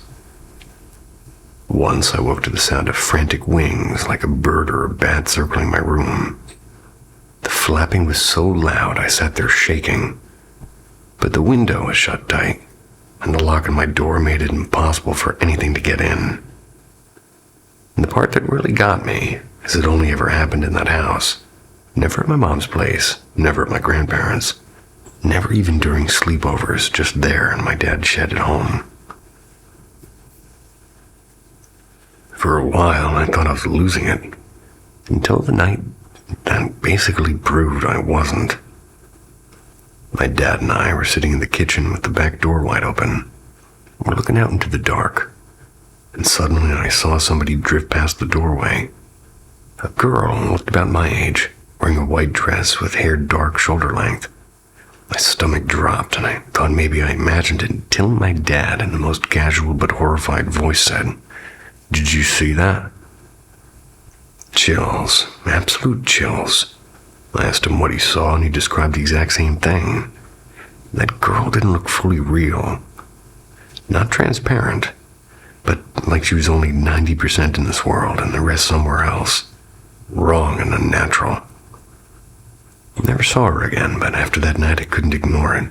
I kept hearing and seeing and feeling things in that bedroom until my dad eventually moved. And honestly, I've been trying to forget her ever since.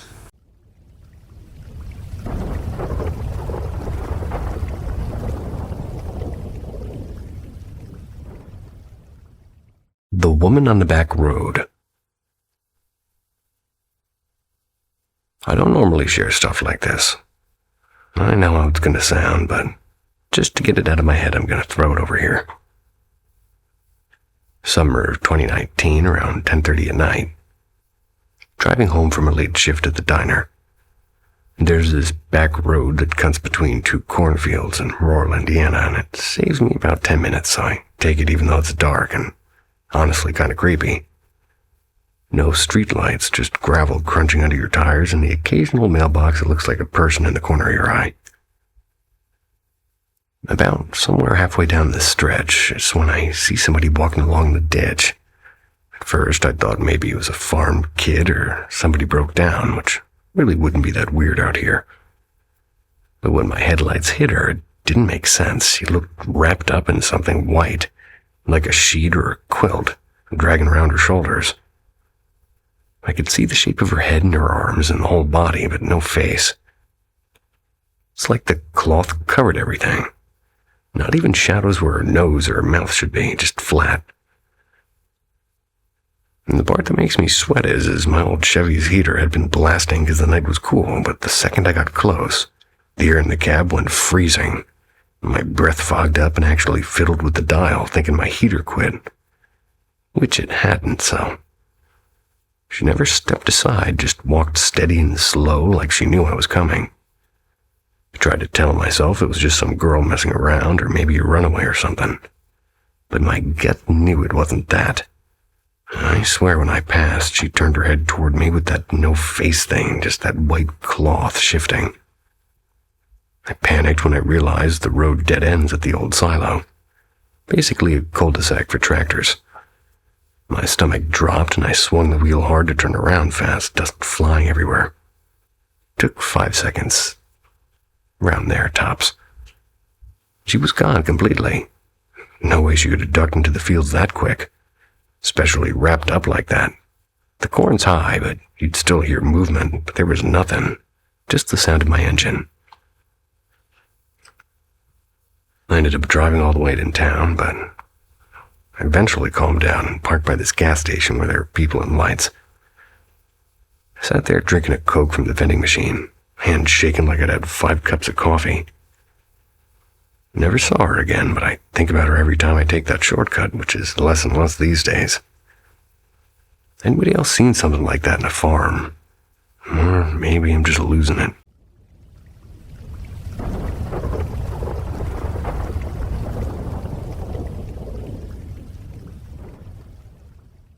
The Last Visit.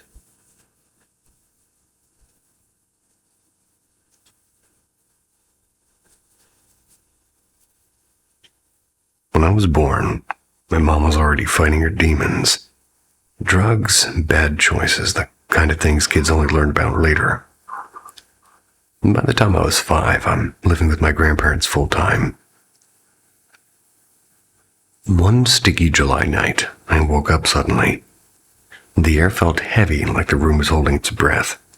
At the foot of my bed stood a woman I didn't recognize. She didn't speak, she didn't move, she just stood there. Her outline soft in the moonlight. I froze and I was staring. After a moment that felt like forever, she faded into nothing.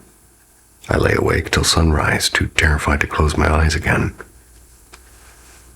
That morning, Grandma called me. Called me and my sisters into the living room. I figured it was about chores or pulling weeds or folding laundry. Instead, Grandma's face was pale and tight with fear. She said quietly, "Your mommy was hurt last night by a very bad man." My sister burst into tears and bolted to her room. I didn't cry. I didn't even understand. And at 6 years old, the words didn't fit together in my head right. A few days later, Grandpa sat me down and asked if I remembered my mom, and I told him no, Then he pulled out his old flip phone and showed me a picture. Him, Grandma, Dad, and a young woman with tired eyes and a crooked smile. My stomach dropped because it was her, the woman from my bedroom. I didn't say anything then, not until I was 17, talking to Grandpa about ghosts. Now, Grandpa's not a man who buys into the supernatural, but he said something I never forgot. When someone passes, sometimes they stop by before they move on. We both agreed Mom had come to see me one last time. I'm 20 now, turning 21 this November, and she's never really left my mind. The only other time I felt her was when I was 19. I'd been thinking about her, whispering to her in my head. and then 3 knocks on my bedroom door, sharp and deliberate. I opened it. The hall was empty. Neither Grandma nor my sister had heard a thing. I took it as her way of answering back, letting me know she was listening. I'd like to think she checks in on me, quietly, making sure I'm okay.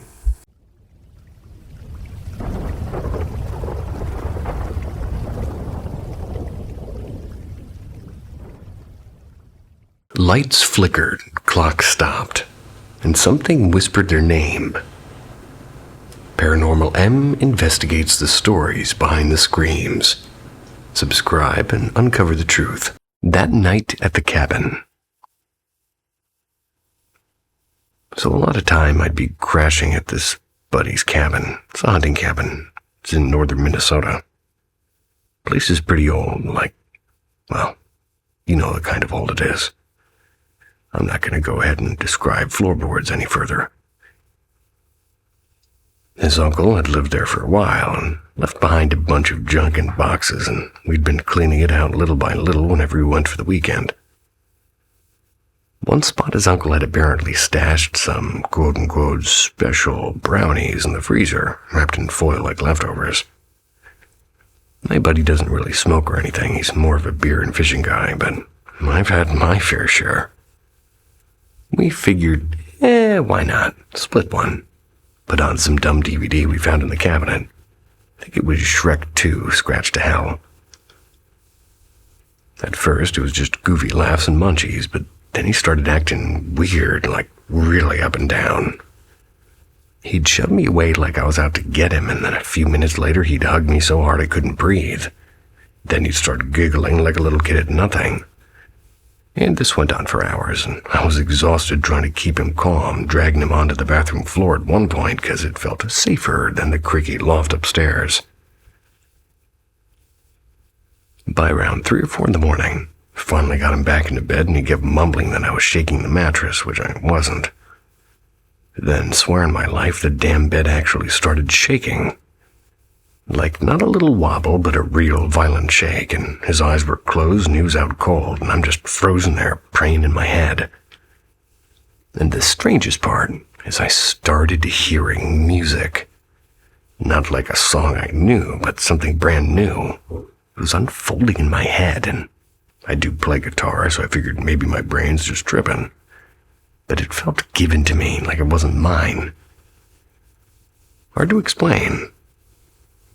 The shaking finally stopped as dawn was creeping through the cracks in the blinds. I think I passed out. Next morning at breakfast, greasy diner eggs and weak coffee. I tried to bring it up, and he looked at me dead serious and said he didn't want to talk about it. When I pushed, he finally blurted out that all night he kept seeing this thing behind me. A shadow figure with arms that bent wrong, like branches or wires. And every time I would try to comfort him, he said it looked like those arms were wrapping around him.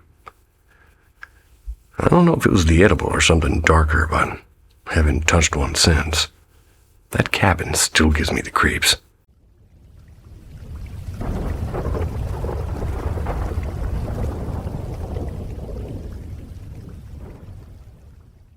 The night I swore I saw something over the barn.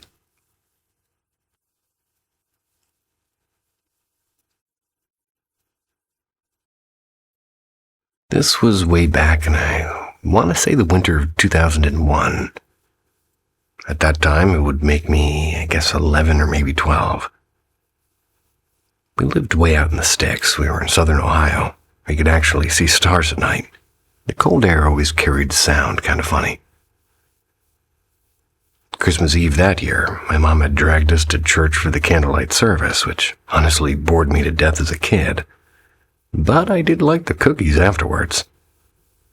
So we got home late, like close to midnight, which was kind of unusual. Usually we were in bed earlier, but the roads were icy and Dav drove extra slow that night. When we finally pulled up, everything was just still, like the whole world had shut up for the night. Even the dogs didn't bark, and I remember crunching across the frozen gravel driveway and hugging my coat tight. Then I heard this big whoosh. Not like a jet, not like a truck going by on the road, just like low and heavy sweeping of air. was real slow, like when you wave a giant piece of cardboard through the air. I just froze and I glanced up, and I swear on everything, something dark glided right over the barn. It was low, too, like lower than the treetops. Maybe the size of a van, but stretched out, kinda. Behind it were shapes, and I can't tell you what they were. They were smaller and moving in a line. Not loud, no engine sounds, no blinking lights like a plane, just silence. And the stupid part is I thought of reindeer, like immediately. I didn't even want to, but my brain just did. I think I heard a faint jingling sound, too, like bells. They were way off and carried in the cold air, but honestly, it could have been anything. Metal in a wind chime even, I don't know. I didn't say a word to my parents. I just bolted inside and went straight to bed, and I was freaked out, but also kind of thrilled, like, what if? Now, as an adult, I'm like, well, okay, maybe it was some weird military thing. That maybe my kid brain was just inventing details. But the fact is, I remember how quiet it was and how close it was, how clear that whoosh sounded. And I know I saw something big glide over that barn. Was it Santa? Well, obviously not, but was it something? Absolutely. And to this day, whenever I walk that driveway on a cold, quiet night, I still look up just in case.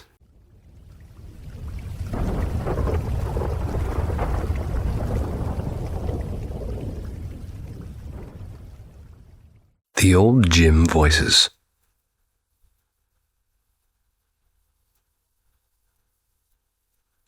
So this one summer I was working at a community center. Maybe 2012, I think. I had just finished a night shift at the gas station. The director asked me to help sort it through this bunch of old sports gear that they'd been storing in this gym. The place was basically empty. There were no kids and no classes. Just me in that echoey space with the lights half off. The gym always felt strange when it was empty. I grew up playing ball there, so I knew every corner of the place. But alone, it felt hollow, like too much air. And anyway, I was dragging bins of jerseys across the floor when I heard what I thought was people talking in the bleachers. Just low voices like a guy and a woman. I couldn't catch words exactly. I figured maybe the janitor came in with his wife or something. But when I looked up, there was no one, and the bleachers were bare. And the voices didn't stop, though. They just kept going steady, almost like a conversation that didn't care if I was there. I walked over, dragging my sneakers loud on purpose, thinking maybe somebody was messing with me. But it didn't get louder or quieter. It was like the sound was everywhere and nowhere at the same time. I even checked the locker room door, because sometimes the echo in that building is nuts. But nothing, it was empty. And then, I don't know, I got this heavy feeling in my chest. The same kind of thing I'd felt years before in that same gym. It was during a basketball practice. Back then, I'd seen this little figure dart across the far end of the court. It looked like a kid, like fast as hell. But when I ran over there was no one. I remember my buddy asking me if I'd quote-unquote seen the shadow kid, and we laughed it off, but I didn't forget it. So anyway, standing there in 2012, listening to those voices, I just felt the same exact thing. Like I shouldn't be there. Like I'd walked into a room that already belonged to someone else. Grabbed my bag and bailed. Later in the day, I asked the janitor if he'd been in the gym, and he just shook his head and told me, "That place, it talks sometimes." It was real casual, like it was no big deal. Well, I don't know. Could be pipes, could be my brain just being fried from night shifts. But the thing is I still won't go into that gym alone. Not even now.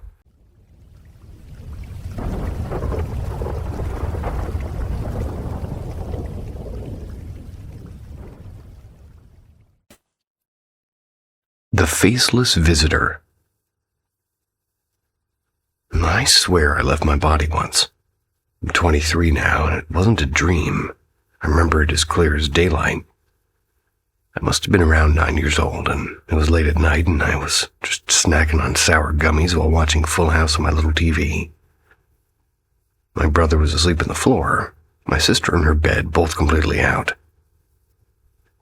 My room was arranged kind of oddly. The door was on the far end of the wall, and my bed was pushed right up against the same wall, just not all the way in the corner. The TV sat on a rickety dresser straight across from me. The glow from the screen spilled into the hallway, just enough to outline the first few feet, while the rest of the hall dissolved into pitch blackness. Then it happened. My body froze like sleep paralysis, but worse. My eyes slammed shut and I couldn't move them. I couldn't twitch a finger and I couldn't breathe. Not one single inhale.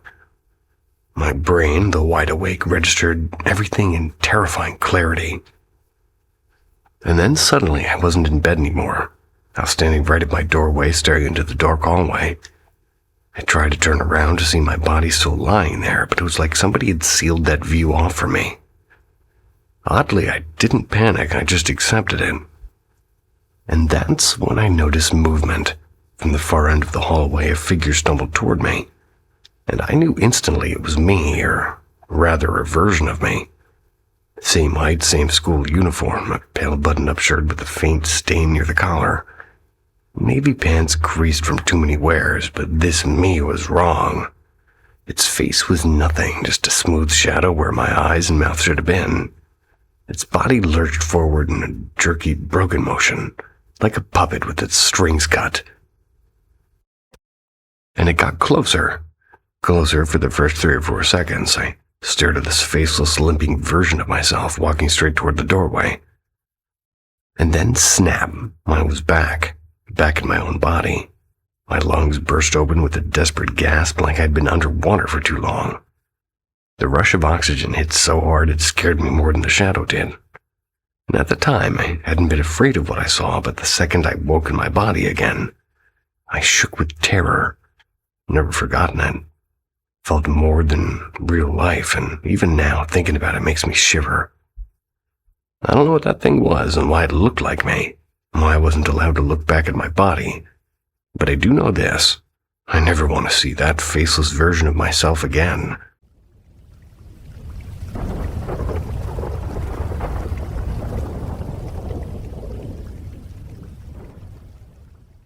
The Thing by the Mill.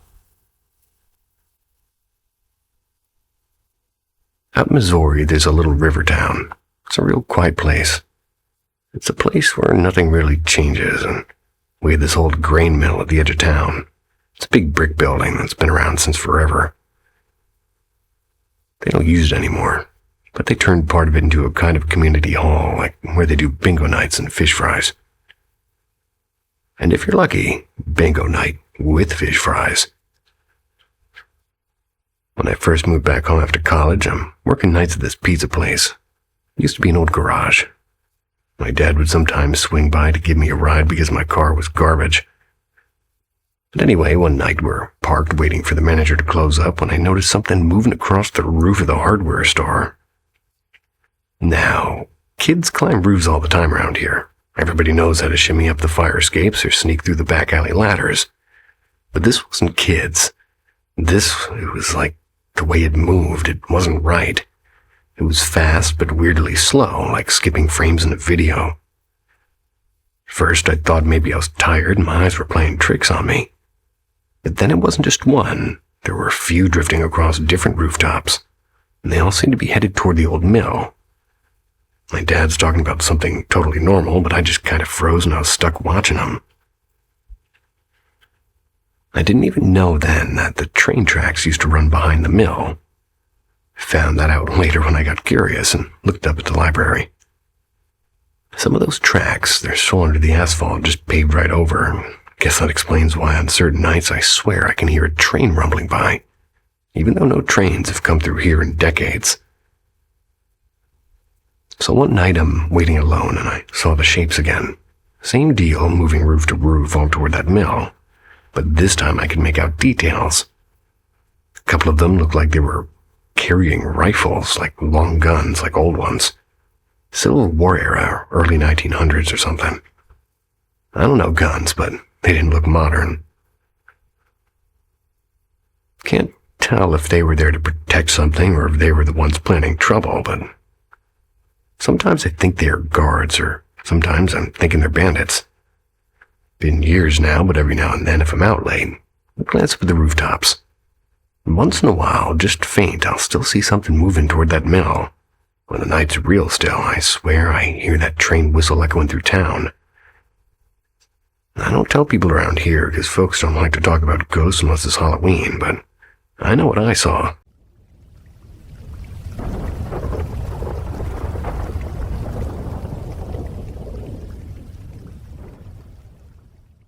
Old Mill Shadows.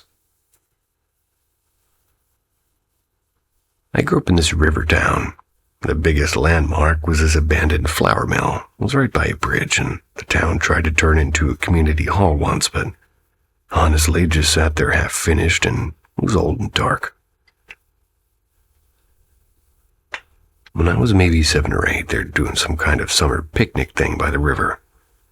My cousins were all playing tag, but I got bored and wandered into the mill because the doors weren't locked. Second floor was mostly storage and old chairs stacked and broken tables, that kind of thing. I swear, right as I stepped onto the landing, this door at the end of the hall creaked open all by itself, and an old baseball came rolling out, bouncing toward me. Like it wasn't just sitting there, it bounced. I bolted back outside like a little chicken, swore I wouldn't go back in, and nobody believed me, of course. Fast forward, and I'm in high school. Different house by then, though. My room was down this long, narrow hall in the basement, bathroom right beside it. Then the hall sort of hooked into the den where my brother played Xbox. One afternoon, I step out of my room, and just as I passed the bathroom, I felt like 2 people dumped water on my head. I even yelled at my brothers because I thought it was them messing with me again. But they came running from the den, laughing at first, then confused, because my hair was bone dry.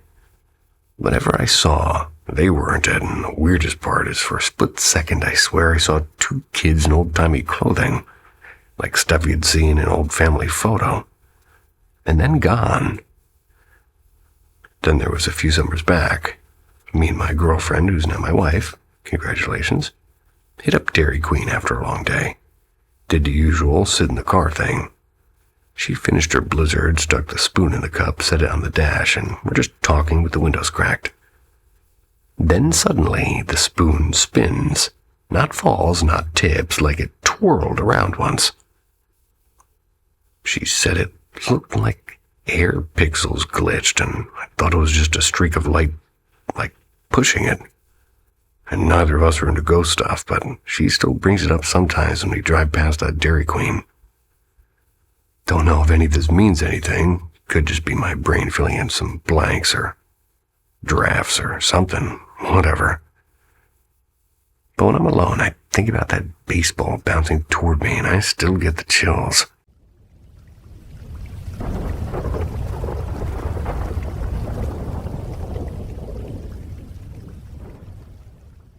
The Banshee in October. About 8 months ago, when the air smelled of pumpkins and cold leaves, I stayed at my boyfriend's mom's place. Technically, it was her ex's house, or baby daddy, as she called him. Scary. My boyfriend was away visiting his grandmother, so it was just me, his mom, and his 2 younger sisters settling in for a scary movie night. Halfway through the movie, the conversation drifted, like it always does in haunted houses, to the house itself. Supposedly, it had a history of strange knocks and whispered footsteps. Now, 15-year-old me was a walking advertisement for all things witchy. Tarot cards, black candles, and especially Ouija boards were my thing. Naturally, I suggested we make one and see who's home, so to speak. Bad idea, yeah, but at that age I thought it was brilliant. And everyone else seemed to agree, eager for a perfect October scare. I don't recall the early questions or any answers. because what came next erased every other detail. About 50 minutes in, just as we started swapping creepy stories, the house gave us one of its own. From the basement below erupted a scream, not a startled shriek, but a long, blood-curdling wail that clawed its way up the stairs, wrapped around the living room. The baby daddy was asleep in the back room, and even if he'd been awake, no human throat could have made that sound. It was layered, part human agony, part something not human. Imagine a woman being stabbed mid-breath, but also imagine the sound from something that doesn't breathe at all. That's how close it felt to a banshee's cry. We froze. All four of us heard it. No TV trick, no creaking pipes, just raw terror. The mom, braver than the rest of us, went downstairs to check it out. Nothing, no open windows, no intruder, no explanation. We quickly said our polite goodbye to the board and ended the session. I really wonder if it was a banshee or maybe an omen. We definitely seemed to invite something accidentally on a chilly October night, though.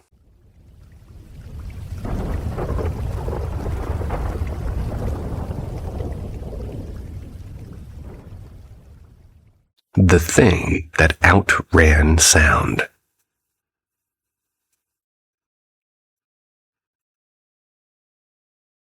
About a year back, I was at my childhood buddy's place.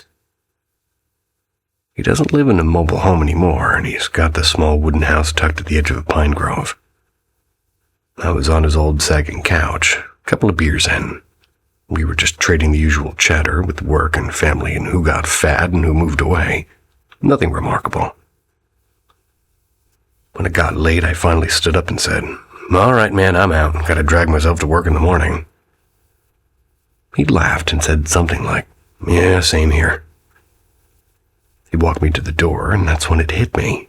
This sudden, gut-deep sense of dread, like somebody just dropped a block of ice down my spine. The second the front door opened, that feeling seemed to triple. My car was parked right out front, gravel driveway, headlights catching a shimmer of pine needles. And as I stepped out, I heard or maybe felt something, like a shift. Rustling and breathing. Could have been a stray cat, maybe a raccoon nosing around, but it felt bigger than that, and closer, like it wanted me to know it was there. I told myself, don't look, don't let it know you're afraid. So I walked steadily, like nothing was wrong, straight toward my car. I reached for the handle and lifted my eyes, and that's when I saw it. At first it looked human, like a figure, but before my brain could even process it, the thing moved.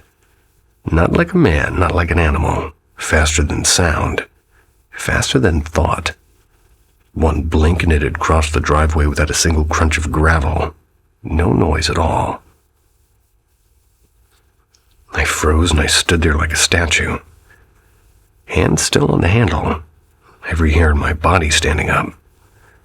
I must have been locked there for 40 seconds, maybe even more, before I forced myself inside. When I turned the key, the radio blasted to life. But even that didn't shake the chill. At home, I couldn't shake it either. I dreamed about it for weeks, this formless mass with weight but no shape. My dog barking and scaring the living hell out of me. And yet I saw it, or something like it.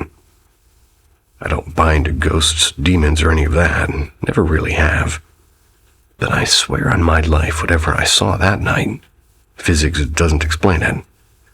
It's the only time in my life I've been genuinely afraid of something that shouldn't exist.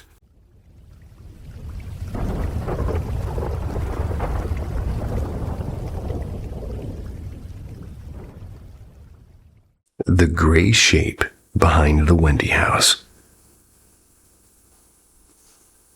For context, I was about 7. My little brother was around 5. This took place at a family gathering in the countryside pub. Maybe 15 people there in total. been nearly a decade since, so my memory might have gaps, but what I'm about to tell you really did happen, as far as my terrified younger self can recall. It was late summer of 2015, just after one of my cousins had a small wedding. A few nights later, Mom's side of the family gathered for dinner at a pub not far from our village. Dad wasn't there, they'd split up by then, so it was just me, my brother, and Mom. We ended up seated near a back door that led to a quiet outdoor area. Naturally, being kids, we got restless. Mom let us slip out through that back door to play, while the adults carried on with drinks and chatter. The yard itself was modest, a worn slide, a squeaky swing set, and a crooked set of monkey bars. It was tucked away in a corner. Something far more enticing, though. There was a faded red Wendy house. And that's when it all went wrong. My brother dashed toward the little playhouse, laughing.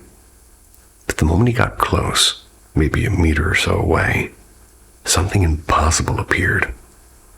A thick gray mist swirled into shape directly behind him. It towered over us, 7 feet tall at least, and vaguely human in outline. And his proportions were odd, almost like a heavy-set man with slumped shoulders. As I was freezing, in the blink of an eye, it dissolved, vanishing without a sound. I screamed for him to run, and he looked startled, but followed me as we bolted back into the pub with my heart hammering in me. Mom asked what on earth had happened. But when I shakily blurted out the story, no one seemed to believe me. My brother swore he hadn't seen anything. The adults laughed it off, saying I had an overactive imagination. Eventually, they just told me to stop carrying on. But the thing is I know what I saw. I was 7, yeah, but the memory's still sharp. The hulking gray figure that stood just long enough to scare me senseless, then disappeared into thin air.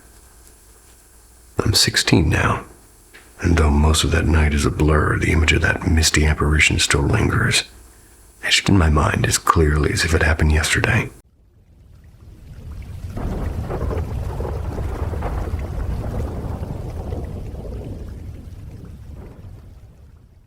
When I was 19, me and my cousin thought it'd be funny to mess around with some witchcraft books that he picked up from a secondhand shop. Not the fancy Solomon stuff like you see online, just a beat-up paperback with pentagrams and doodled and all the stuff in the margins. So we're sitting in his mom's garage with candles from Walmart and reading this ridiculous chant out loud, laughing more than anything. Nothing happened, or at least nothing that we noticed. We just went back inside, played Xbox, and crashed out. That night, though, man, I dreamed I was running barefoot down an old 2-lane highway by my town. I could hear something behind me. Not footsteps, more like claws dragging on asphalt. I woke up sweaty as hell with my heart pounding. My socks, they were full of little bits of gravel, like I'd actually been outside. My aunt found the back door cracked open too. Freaked me right out. Never told her about it, though. In fact, I actually shoved it down for years. Figured I'd spooked myself, and life went on as it usually does. But last month, I'm with my wife in Nashville, and we're doing one of those haunted tour things just for laughs. And this older woman running the place just starts staring at me, real uneasy-like. Says something like, "Honey, you've got a shadow still walking with you." Then she won't even take our money, just hands it back and kind of hustles us out the door. And now, for 3 nights in a row, same dream as when I was a teenager. Me running down that dark highway, lungs burning and whatever it is, closer than before.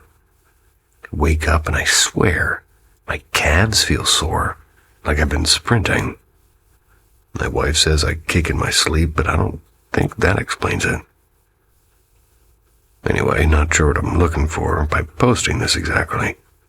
Maybe just to get it out of me or get it out there. Maybe somebody else has had this thing where dreams leave residue, I guess. Keep telling myself it's just stress, but man, I don't like going to bed lately. The last time I kicked in my sleep, I flung a drink across the room. Woke up to my dog drinking it, or licking at it. Licking is drinking, isn't it? For a dog.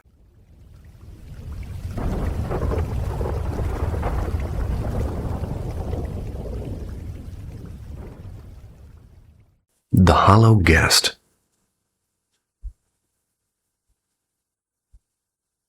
I know it sounds insane, but I need some answers. My family laughs at me when I bring it up. They say I'm paranoid, maybe even losing it. But something's been wrong ever since we moved into that old mobile home 5 years back. At first, it was little things. Like one night, maybe 3 months in, I jolted awake with my heart pounding like somebody had yanked me out of a nightmare. Except I wasn't dreaming. I felt eyes on me, heavy and sharp. When I turned my head, I saw it. A black shape clinging to the ceiling, hovering right above my son's bed. It wasn't smoke. It wasn't a shadow. It was something solid and hunched there watching. I tried to yell, but my voice wouldn't come. My body was locked in place. Finally, I managed to shove my wife awake, and she stared at me like I was crazy while I pointed at the thing. She saw nothing. Nothing. When I finally croaked out what I saw, she just shook her head and told me to go back to sleep. So I told myself it was just a bad dream, and for a while I believed it. But then the house began to breathe in ways it shouldn't. Footsteps in the hallway when no one was there. Doors clicking open. Voices whispering like they were just out of reach. When our second child was born, all 3 kids shared a room. I gave up my side of the bed to sleep in the spare room. And that's when things escalated. It started small. A tug on my hair at night and the blanket ripped off my body. But then came the dreams. Horror so vivid I'd wake up shaking. Blood pooling in rivers and babies burning and faces twisted into grotesque masks. And always screaming my name. This past week has been the worst of my life. I haven't slept for more than an hour at a time, and every time I close my eyes, I'm either dragged into those visions or wake up gasping, unable to move. Some pressure pinning me down. 2 nights ago, I woke to a whisper in my ear. A woman's voice, low and guttural and not human. Last night I opened my eyes and I realized I couldn't move. Only my eyes would dart around the room, and there it was in that doorway. It had a body, or an outline of one.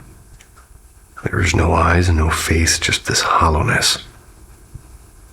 Tell me I'm not alone, and tell me this happens to other people. Just tell me I'm not losing my mind.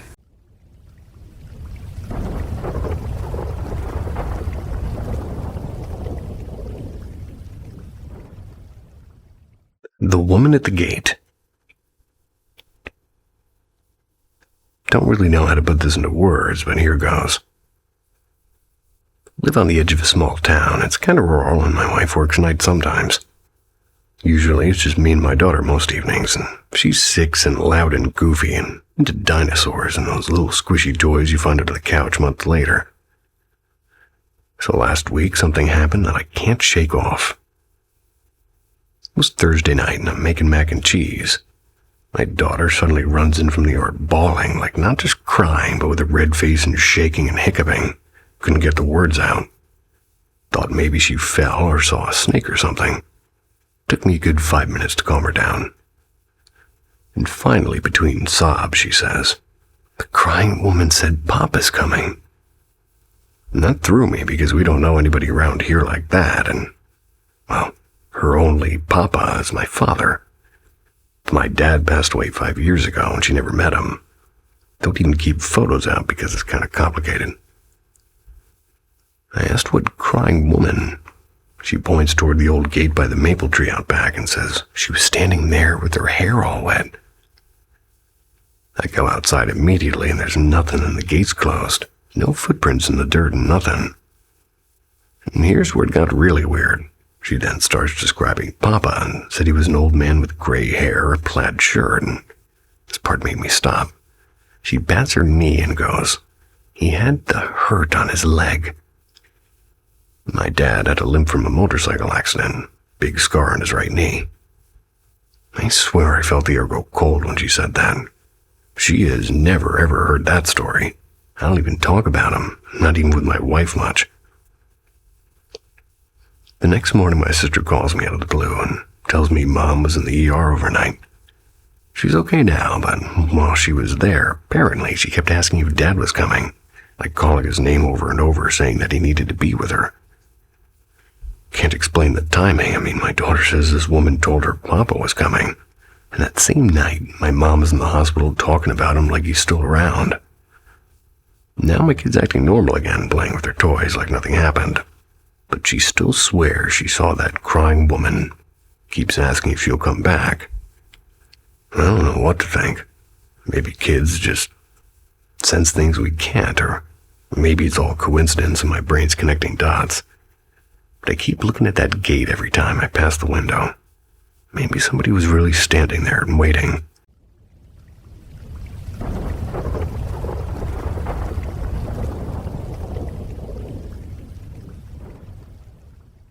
The Corridor of False Awakenings.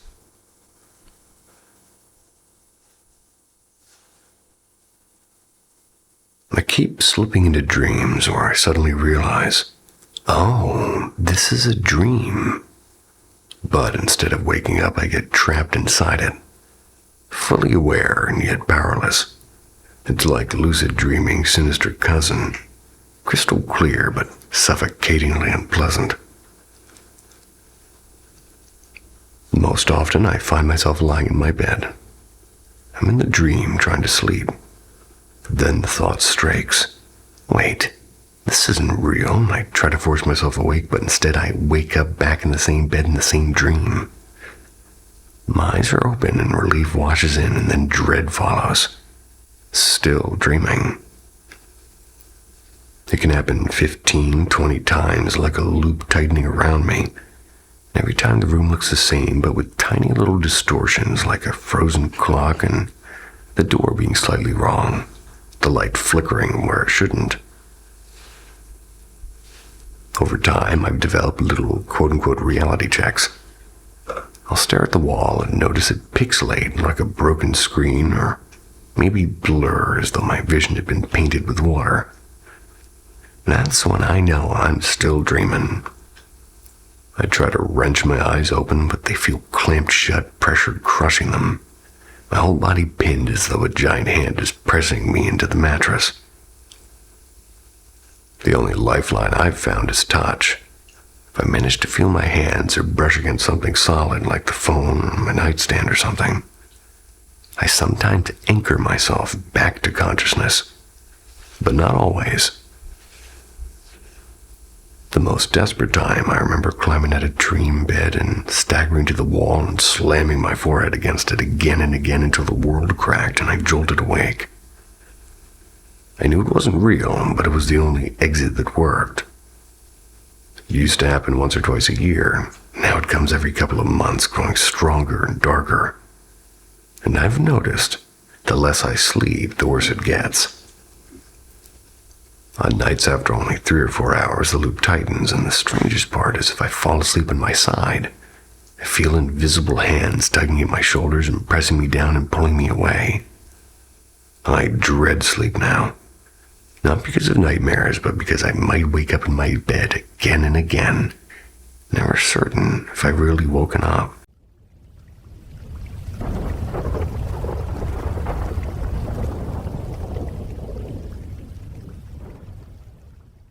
Static between worlds. It all unfolded in barely half of an hour. 1 minute my living room was quiet. The next, my sound bar became something else. More like a ghost box from late-night paranormal shows. At first, it hissed and pulsed with garbled metallic chatter.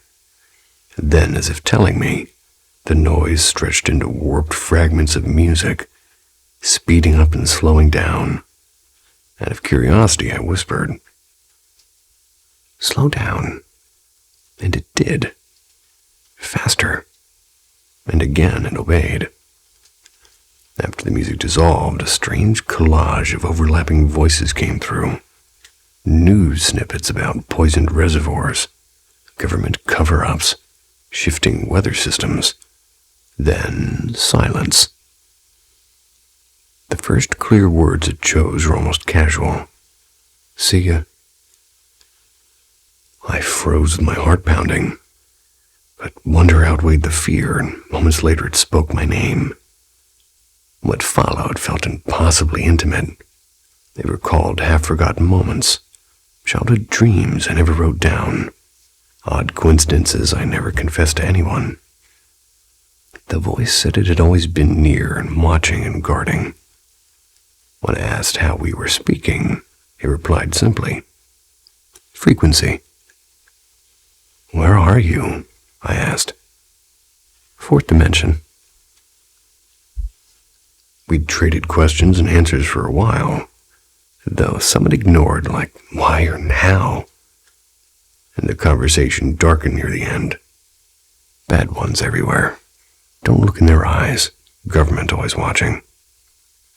Finally, I go now. Silence again, heavy and absolute. Since that night, I keep replaying everything, trying to puncture the mystery. Maybe somebody hacked the speaker, but who could weave together such a private thing like those memories? Things even my family wouldn't know, and for what purpose? Just to issue warnings laced with comfort. It felt like an intense lucid trip, like waking from a vivid dream only to realize the world hasn't changed, except that now it has. And the question that lingers isn't what happened, but whether the voice will ever return again.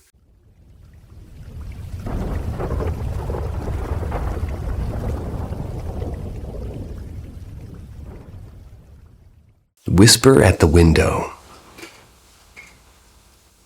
A couple of months ago, I was live streaming a late-night spooky video watch party with my chat. My setup sits right next to a big old window that I usually leave uncovered during the day, so I can spy on my neighbor's golden retriever doing his evening laps. Alrighty then.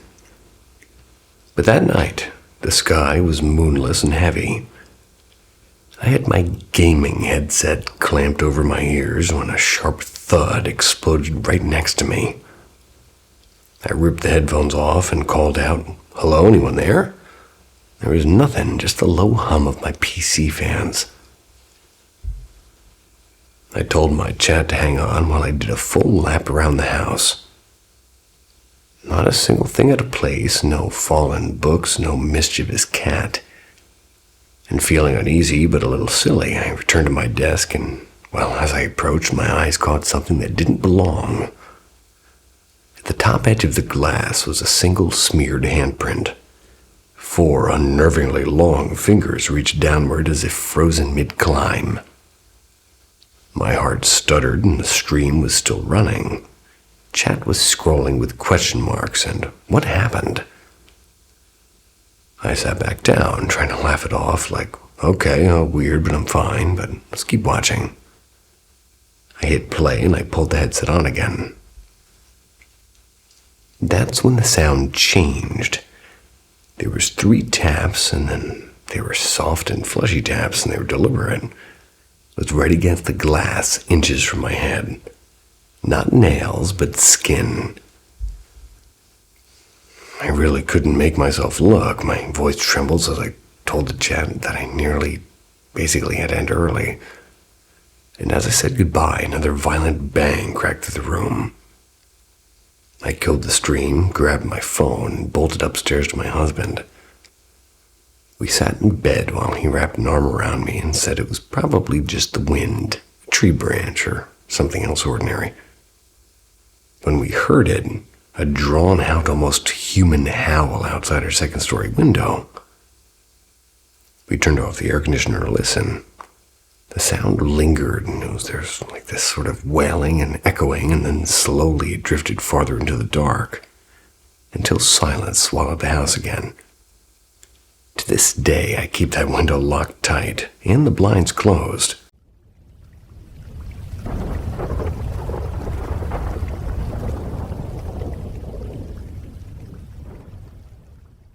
The boy at the bus stop.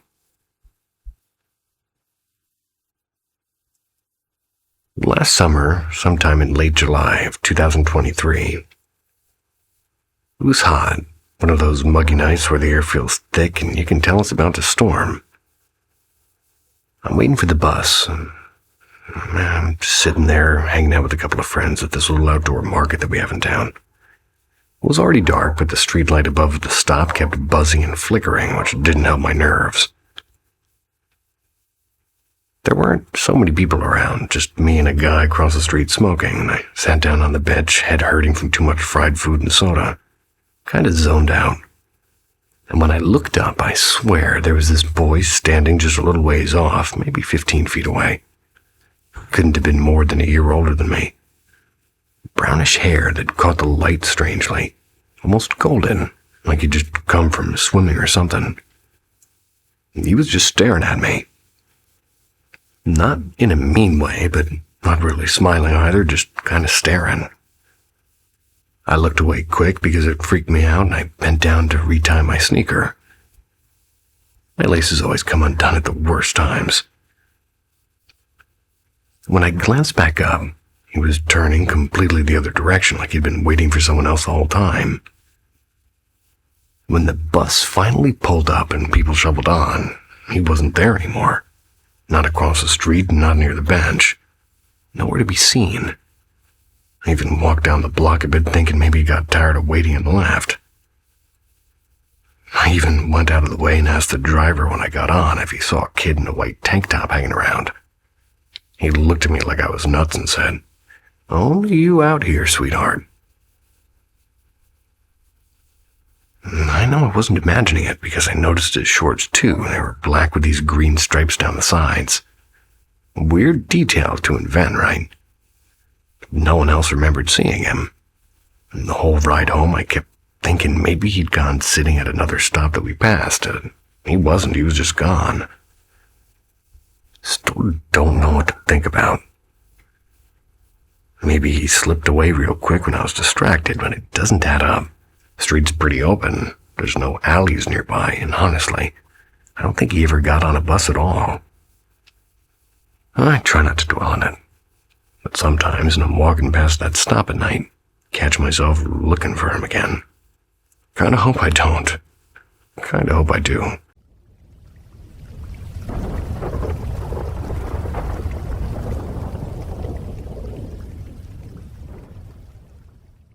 Death's breathing.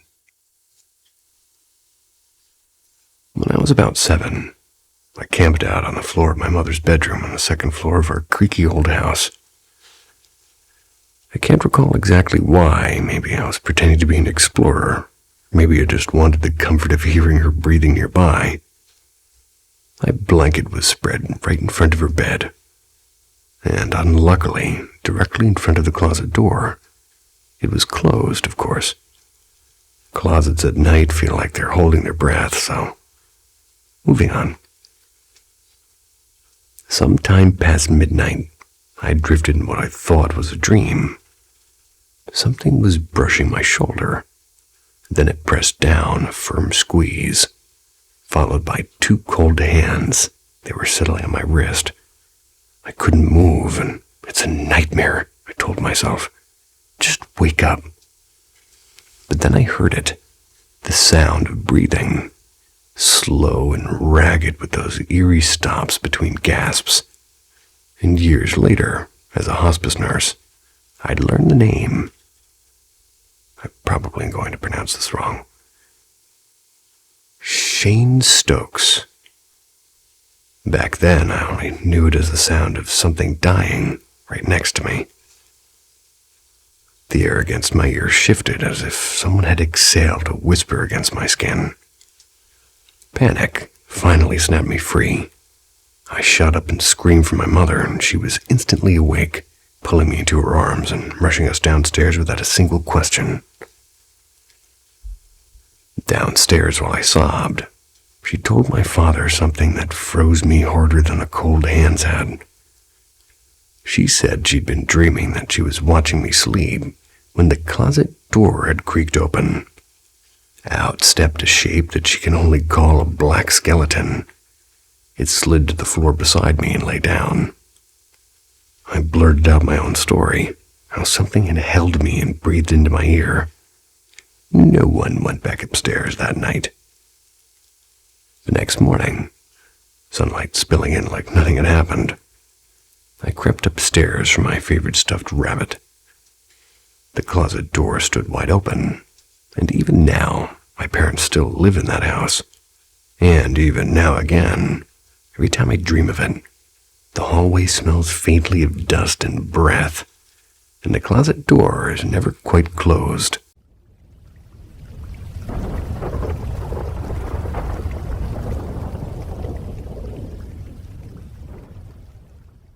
Midnight Echoes on the River. We live in a brand new apartment complex. It's perched along a quiet river, where the night usually hums with nothing but water and wind. But around 2 a.m. last Thursday, something happened. Something that still makes the back of my neck prickle. We were deep asleep when a sudden hard pounding rattled her front door. 3 sharp, deliberate knocks. The kind that sound more like a police demand than a neighborly tap. My heart leapt. We didn't open it, and instead we waited a few tense seconds. Then we crept to the peephole. Empty hallway. Our Ring camera recorded nothing. No visitor, no shadow. Which is odd because hardly anybody lives here. On our floor and the one below, every unit is empty except ours.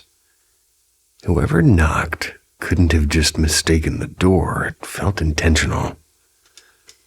Then it got stranger, believe it or not. A friend who lives 2 buildings over, also riverfront. They texted me the next morning. At almost the exact time, she heard furious banging against her 3rd floor patio door. No ladder, no balcony access. Nothing. Another neighbor on her floor heard it too, but couldn't tell where it came from.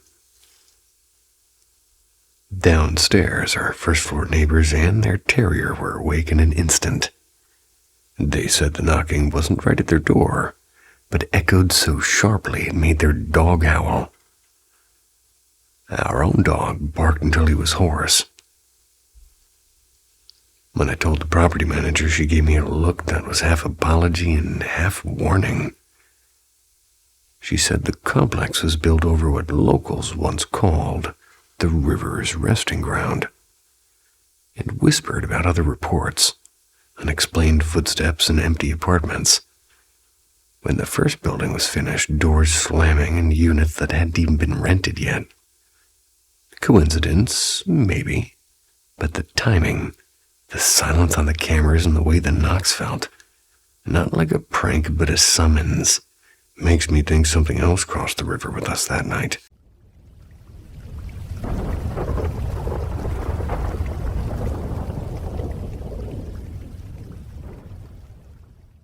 The White Garden Pact.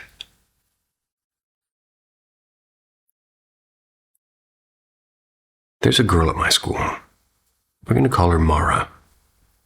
People talk about her like she's some sort of an oracle. They burn herbs under the moon, and they read tarot cards and whisper about energetic gateways.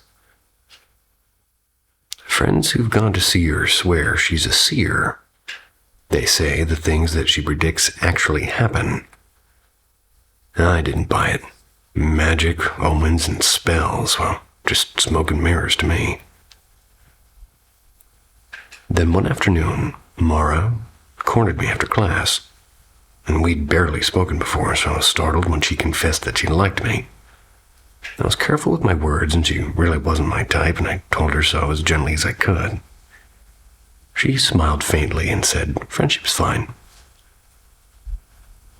But soon I kept getting messages on Instagram, and at first friendly, and then unmistakably flirty, and I began to pull back, and that's when she sent me a long, trembling message about how she'd never loved anyone like this, and how she'd bind her soul to mine, if that's what it took. I replied firmly, "Friendship only, nothing more," and she pushed harder. Finally, I snapped and said, "There's no world where I'd want to be with you," and hours passed. And at 3 a.m., her next text came, "You'll regret speaking to me like that." I laughed it off, but that night something shifted. I couldn't sleep, like a silent engine hummed underneath my skin, and at dawn I drifted off and dreamed. Everything was white, sky, ground, and air, except for a single lush garden of impossible flowers. Across it stood Mara, a white camellia tucked behind her ear, smiling sweetly, almost radiantly. I woke after 10 minutes, wide-eyed and uneasy, and it didn't stop. For the next 10 nights, the dream replayed exactly. White place, the garden with Mara smiling. And last night, though, the dream changed. I wasn't in a white garden anymore. I was in my own room. Mara lay beside me, and it was intimate and disarmingly real. I could feel every heartbeat and every breath. And through it all, she kept that same calm, luminous smile. I don't know what she's done or if this is just my mind betraying me, but I wake each day more hollow and sleepless, and deep down I can't shake the thought that maybe this isn't only a dream.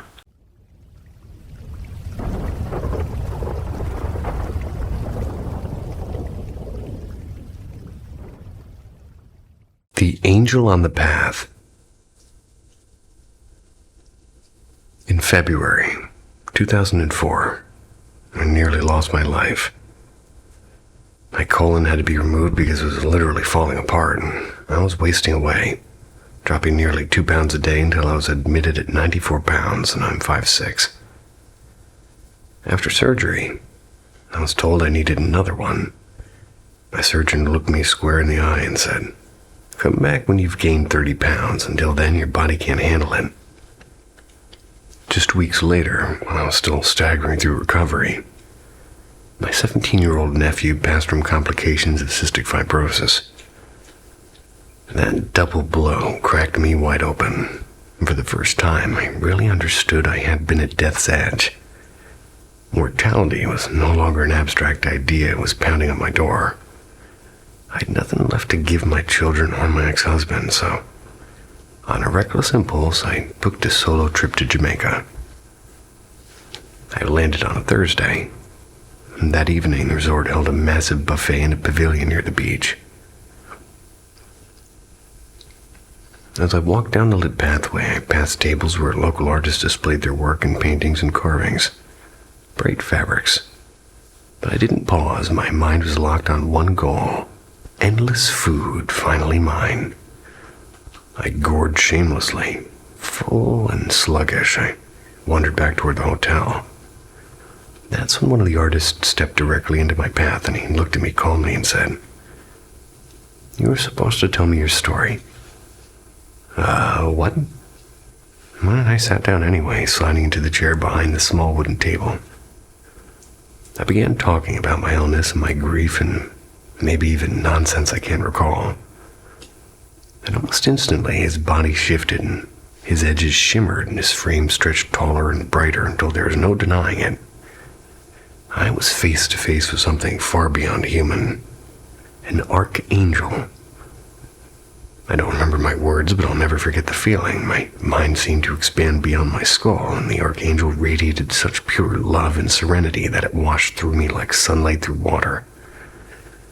First time in years I felt whole. And then, just as suddenly, he shrank back into the man again, solid and ordinary. He leaned forward and said quietly, "I'm supposed to take you somewhere. There's something waiting for you there."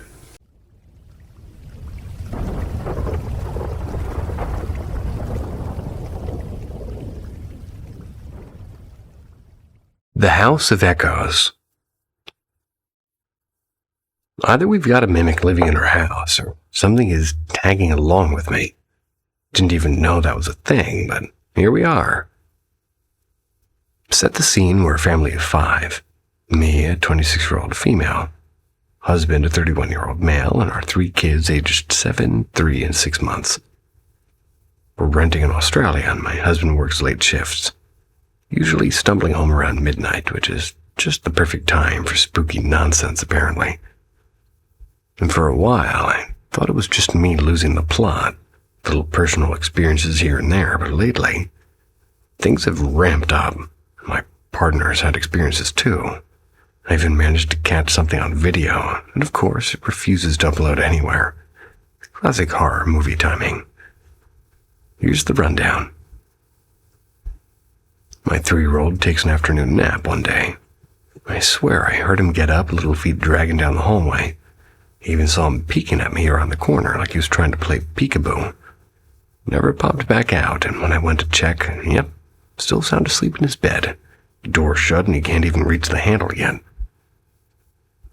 Another night I had him in bed with me, trying to settle him, and out of nowhere, his monitor lit up with the sound of him crying. But he was right there, breathing beside me. Never felt such a cold terror and actually started crying. A week ago, he swapped the kids' bedrooms around, and that night while I was laying with the toddler, I heard my 7-year-old softly singing through the monitor, muffled but clear. Their rooms are neighbors now, so I figured the monitor was picking up sound from his bed. But I went in to tell him to be quiet. He was out cold, and I shook him just to be sure. Dead asleep. And that's the night I got the recording. My husband heard doors slam when no one's around. 7-year-old's alarm clock has started blaring in the middle of the night for no reason.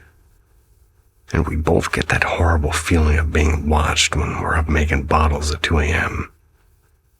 And here's the thing. This is new for me. All my life I've had these he's home moments. Like I'll hear my husband's keys at the door and hear him walking with me into the kitchen. But then I'll realize I'm completely alone, and it's escalating though. Different houses, same feelings. So now I'm left wondering, is it after my kids since it's copying them, or is it really after me, just using their voices and faces as a disguise? And the worst part, what if it's both?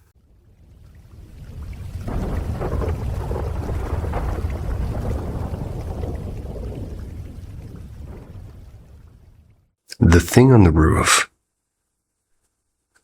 I think it was 7th grade, somewhere maybe around 12, and honestly, feels like another lifetime. My parents were divorced, and that weekend I was at my dad's place in Ohio. He lived in this split-level house with a big deck in the back, looked out onto a stretch of dark woods. Bedrooms lined the top floor, and mine was across from his, and a little guest room sat at the very end of the hall. That night, my dad and baby brother crashed early, and I was still awake, sprawled out in my bed, watching late-night cartoons with the volume turned low. It's probably around midnight, maybe later. I remember lying on my side, half asleep, when I heard it. A heavy thud on the roof. At first, I thought it was a branch falling. Or a raccoon. Raccoons are popular. But then, I kid you not, I heard footsteps. They were deliberate and right above me, the sound of something pacing, and my stomach tightened. Before I could even sit up, the entire house went dark. The TV cut off, the hallway nightlight blinked out, and even the little hum of the fridge downstairs died. And that's when fear hit me like a punch in the chest. I couldn't move, and not even a twitch. I just froze there under the blanket. My body was locked up. Then came the sound from the guest room at the end of the hall, like something shifting around in there.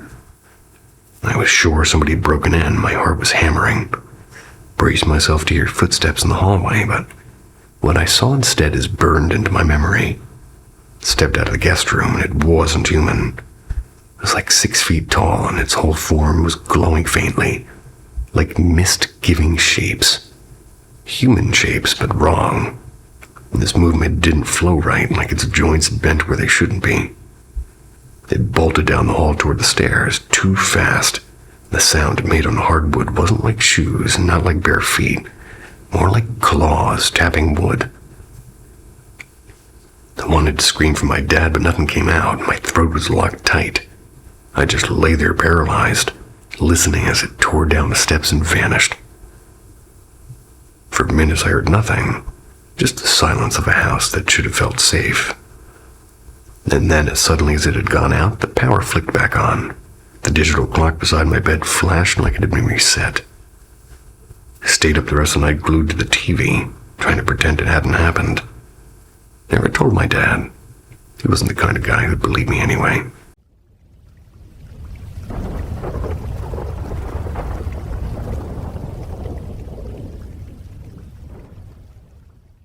The Boy on the Dresser.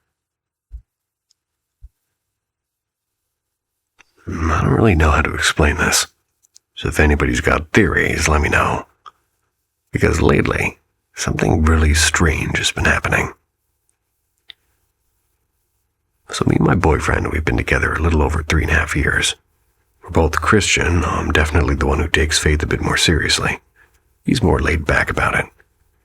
And here's the thing, I've always been drawn to the paranormal and ghost stories and spiritual podcasts, the whole deal. I fully believe in it, but I try to keep boundaries because I know messing around with that stuff can open doors you really don't want to open. Anyway, ever since my boyfriend moved for a few hours, or not for a few hours, but moved a few hours away from where he grew up, I started noticing weird things. It's only at night when we're about to go to bed and the lights are off and we're kissing and everything's normal. And then bam, out of nowhere my brain gets flooded with the creepiest, most horrifying images. And I mean stuff so disturbing it snapped me straight out of the moment.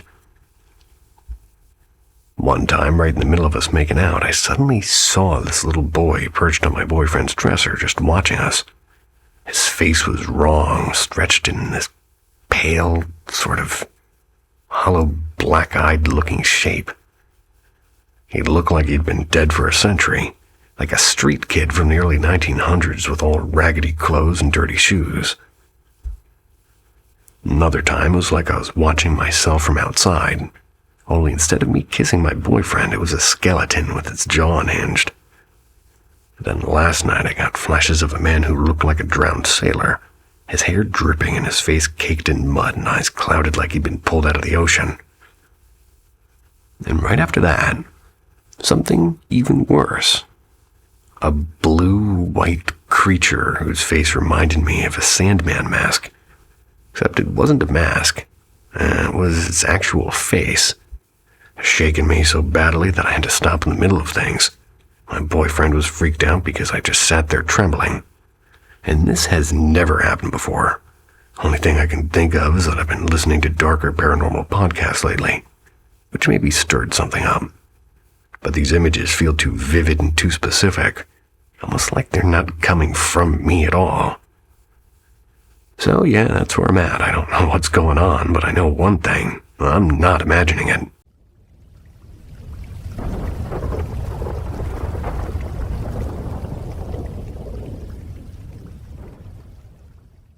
Midnight Visitor. It began as a strangely cozy dream. Family Thanksgiving that felt warm and loud, laughter, plates clinking, old friends dropping by, and everybody catching up in that hazy dream sort of way. But then the scene darkened. My parents stood in a shadowed corner, whispering urgently. I stepped closer, and without a word, my father handed me a heavy wooden bat.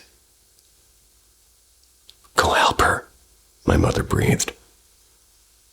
On the floor, there lay a little girl that I didn't know, writhing and screaming. I pulled her back, heart hammering, and that's when it appeared, a small, shadowy creature. It was no bigger than a cat, but fast and vicious. It leapt at me, snapping sharp teeth and clawing at my arms. I swung the bat wildly, missing half the time, panic rising in me. And all the while, in my head, the Lord's Prayer kept looping. It was unbidden and desperate. I'm no longer a believer, but terror has a way of digging up old prayers. Then, shift. Suddenly, I'm in my real bedroom, in the same position I'd fallen asleep in. And for a breath, I thought I'd woken up, my cat leg curled beside me, blinking calmly. Shaking, I reached for my phone to text my friend, the one I sometimes investigate strange things with. But before I could even type, something unseen scuttled up the bed, fast, heavy, and invisible. I froze as claws, or something like claws, scratched across the blanket, and I screamed. But the sound stuck in my throat.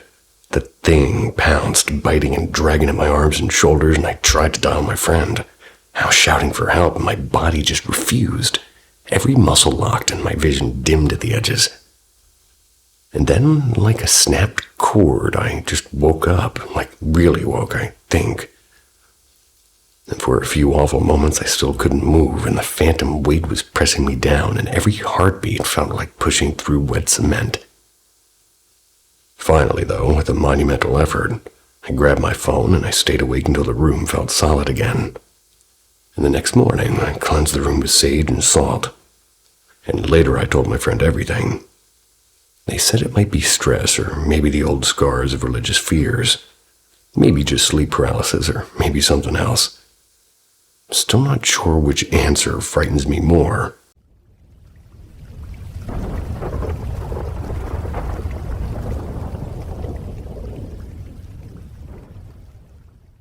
The Hat Man in the Hallway. Ever since my grandmother passed, the air in my house hasn't felt normal, and I've always been a little too sensitive to things that aren't there, but lately, it's crossed the line from unsettling to unbearable. It usually begins between 1:30 and 3:30. I'll be lying in bed scrolling on my phone, and something shifts in my peripheral vision. At first, I blamed it on lack of sleep, but the images are too sharp and too deliberate, and sometimes is a tall figure in a bowler hat. Its body nothing but darkness shaped into a man, and other times it's this twisted, pale thing, like a person whose skin has been stretched too thinly, like dragging itself across my carpet. Second I lock eyes with it, it'll be gone, and the strangest part is I'll suddenly smell my grandmother's rose-scented hand cream, strong enough to make me gag, even though nothing of hers remains in the room. The hallway's the worst, no matter if it's 12 a.m. or 4 a.m. When I walk down it, icy air presses against the back of my neck. Lights on or not, it doesn't matter. The moment I glance behind me, it's just black, like the darkness itself is watching. Showers have turned into torture. Can't close my eyes without my pulse racing. Even a blink with soap in my eyes feels like an invitation for something standing just outside that curtain. Lately, sleep paralysis has joined in. Every time it's the same. The bowler hat man standing by the dresser and the pale crawler by the bed. To make it worse, I've started hearing faint scratching at my bedroom door. Never loud, just enough to let me know I'm not alone. Sometimes I'll pass a doorway and be hit with an unbearable grief, as if somebody poured sadness into me. I burst into tears without reason, and my chest aching with the grief that isn't mine. And for background, my house was built sometime around 1915. My family's always been prone to seeing things. I've felt presences all my life, but never this heavy and never this consistent.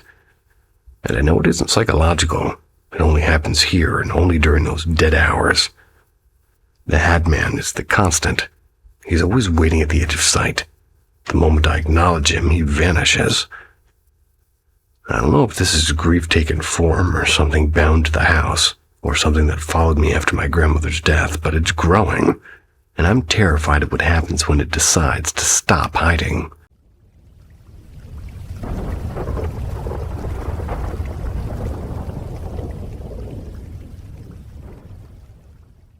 The Stone in the Woods. I live in upstate New York, not far from a huge reservoir tucked into the woods. It's a patchwork of cracked asphalt roads and dirt maintenance trails. The kind water crews use for their monthly checks, and for me it's just a walking loop. Usually early mornings with headphones blasting and no one else around.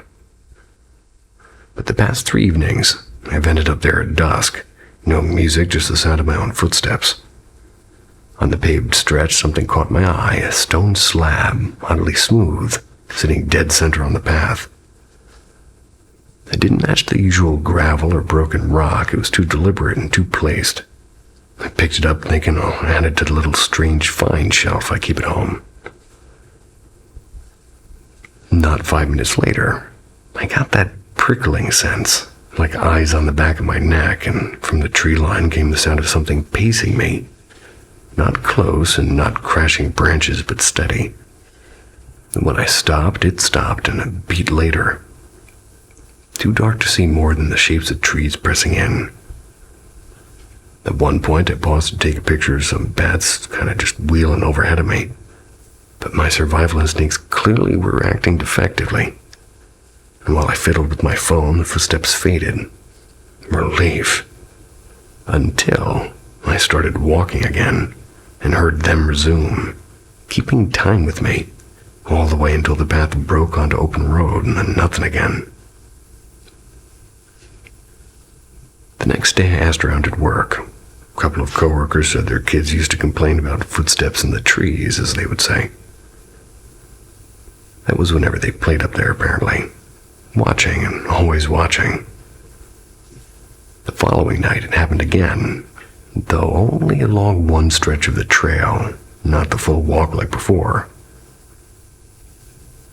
And here's the part that sticks with me. My mom, along with a handful of neighbors, once saw something by the river about 15 minutes from here. Tall and wrong-shaped and pale as bone. The legs bent backwards like a hound and the face almost canine but stretched thin. People whisper it nests in the caves along the riverbank, though that's separate from the reservoir woods by a highway and a cul-de-sac.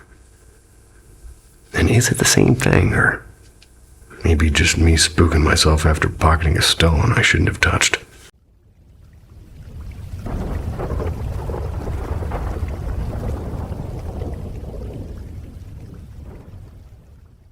The Man by the Tracks. This was about 2 summers ago, I think. I was working odd jobs in a little town in upstate New York, mostly cleaning houses and sometimes babysitting. I'd gotten into the habit of walking down by the old railway tracks in the morning. It wasn't even in use anymore, just weeds and gravel and an occasional beer can. But it was quiet and I liked letting my head wander. One morning around 10:30, the sun was burning hot, and I'm out there and have my iced coffee in my hand. I remember fiddling with the straw, looking down, not really paying attention. When I looked up, this guy was suddenly just there, like he'd stepped out of nowhere. He was tall, real tall, at least a head taller than me, and I'm not short, and I'm kind of skinny too. He was dressed so wrong for the place, it made my stomach flip. Full suit. Black, maybe gray, with a white shirt buttoned all the way up. Shiny shoes that looked like they'd never touched dirt before. He had one of those leather satchel briefcases like out of a movie. Nobody dresses like that in town unless it's a funeral, and even then not really. I swear I hadn't seen him waking up. The tracks are straight and you can see far down, and it's open space. There's nowhere to duck out from. Even checked behind me real quick, thinking maybe I'd zoned out, but nope. When he passed me, gave this weird grin. Not friendly, not creepy exactly, just empty. Like smiling was the thing you were supposed to do, but he didn't know how to make it real. His face was pale, and I can't remember his actual features, like my brain just refused to hold them. I muttered out a hey out of habit, but he didn't answer. Just kept walking slow, swinging that briefcase. And then the part that gets me is when I turned back after a few steps, he was gone and vanished. No cover out there, just weeds, gravel, and open tracks. I've told myself a million times it's probably just some guy, maybe a lawyer passing through, or I don't know, someone eccentric. But it doesn't add up. I still walk that path sometimes, and I always look around way too much, like I'll see him again. Well, it's been bugging me ever since then. My mom laughed when I told her, said maybe I saw a ghost of some businessman who's missed his train a couple 100 years ago. Funny thing is I almost prefer that idea to the thought that he was just a real person out there dressed like that. Nothing wrong with looking sharp, in my opinion.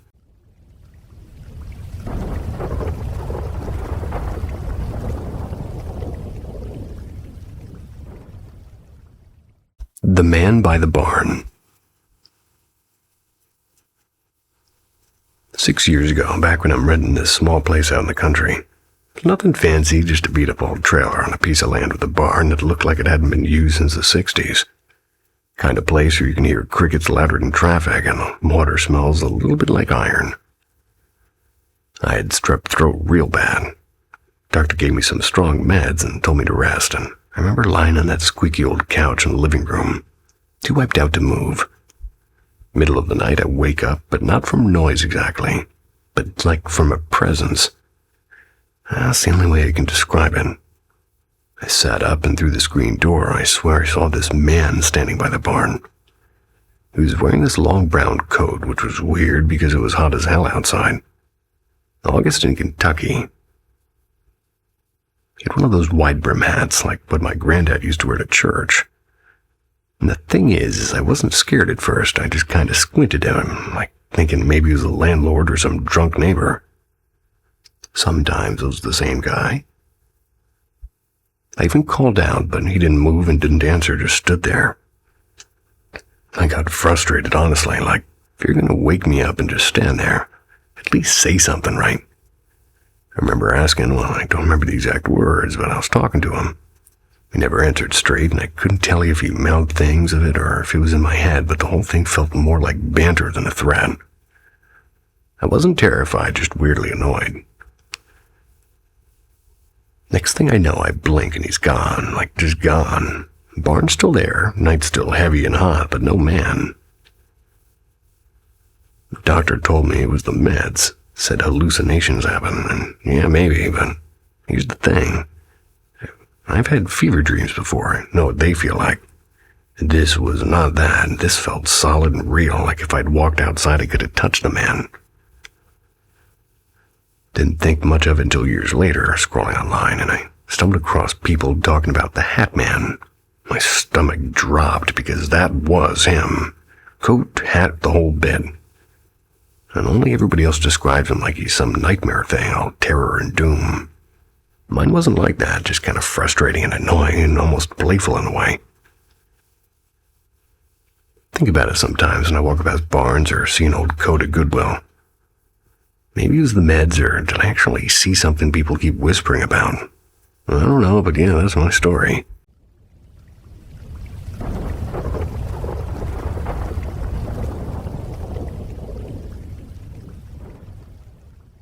The Girl in the Doorway.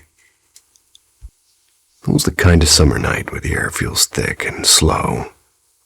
Maybe 2015, though it could have been 2014. Our house, a 1950s relic, it had already built its own quiet mythology. My oldest brother used to talk about the thing he and his girlfriend saw down there.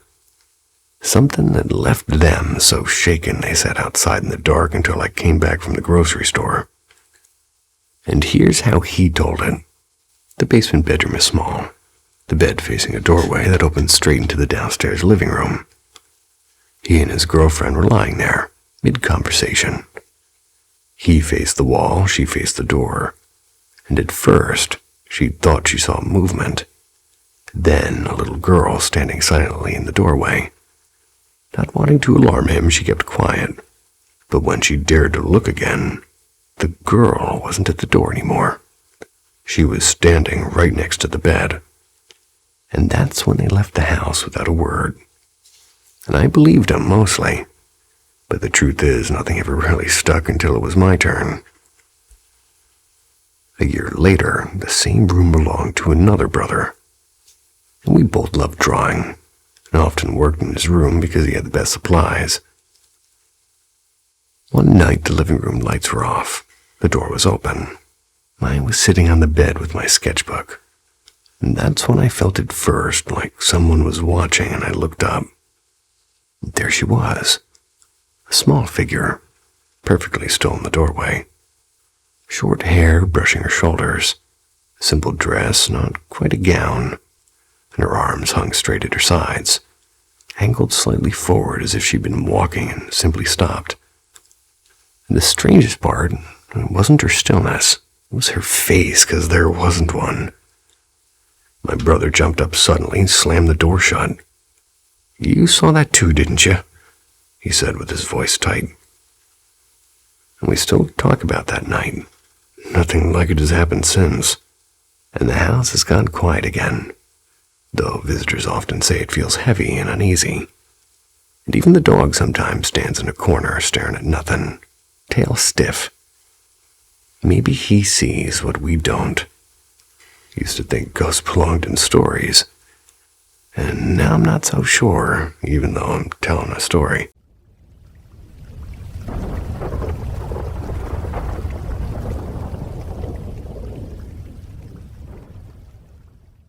The piggy bank that wouldn't stay silent.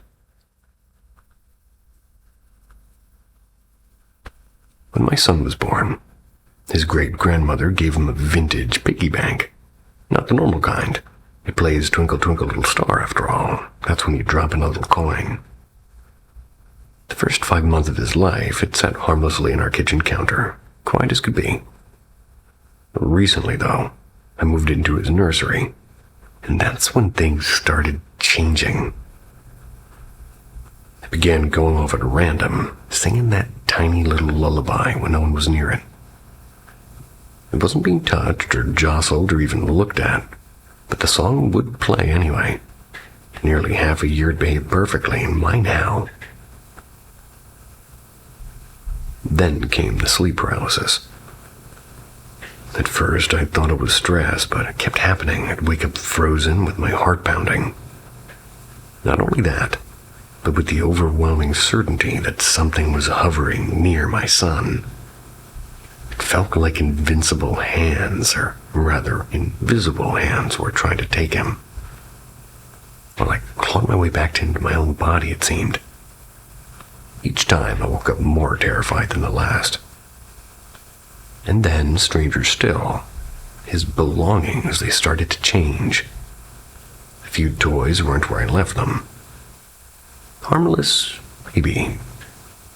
But one day after a nap, I carried him to his favorite little swing, and the seat was destroyed and snapped in half as though someone had twisted it with force. It wasn't broken before, and I know because I buckle him into that swing every single day. It felt personal and almost cruel. The final straw was this morning. My son, who keeps a strict rhythm, down to 9 p.m., up at 7:30 sharp. He screamed awake at 5:30. When I rushed over, he was twisted sideways in his pack-and-play in his stomach, frantically searching the room.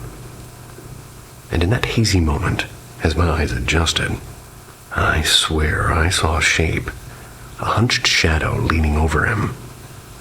I lunged toward him and vanished, and he clung to me, trembling, refusing to calm for nearly an hour, as if he'd seen what I had, or worse. The piggy bank hasn't stopped its random singing, and I can't shake the thought that maybe it brought something with it.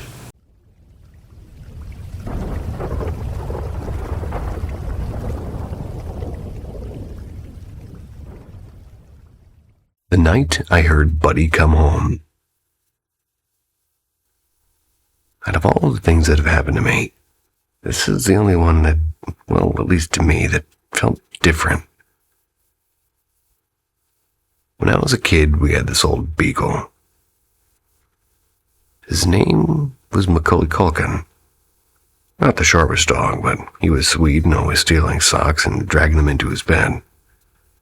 He'd howl if he left him outside too long. He was real dramatic, and he was basically my shadow. Interesting dog name. Anyway, one winter night, he got out somehow. My dad swore the latch on the gate must have been loose.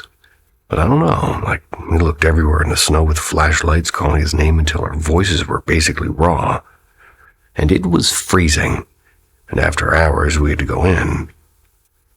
My mom kept saying we'd find him in the morning, and I couldn't stop crying. just sitting there in my room hugging one of his slobbered up tennis balls. I remember I ended up crashing on the couch because I wanted to be near the back door in case he came scratching. And the weird part is, as I was half asleep, I heard his claws click-clacking across the kitchen tile, just the way he always sounded when he came in from outside. I swear I heard the jingle of his tags too. Then the couch made this little sort of indent, and I smelled that wet dog smell mixed with snow and dirt. I mumbled something like, "Good boy, Macaulay Culkin," and I reached to pat him, and my hand hit empty air, and I opened my eyes, and there was nothing. No dog, no sound, just the ticking of an old wall clock. The next morning we found him, but not alive. He'd been hit by a car down the road. Must have happened not long after he got out, and my dad wrapped him up before I could see, but I knew. Still think about that night. Like, was it a dream, or did my brain just make it up because I missed him so badly? Or did he really come home one last time? The smell, though, was not just in my head. Way too strong, way too real. Sometimes I still catch myself just listening for those stupid clicking claws on the tile. Sometimes you can hear my dog's nails clicking on the tile.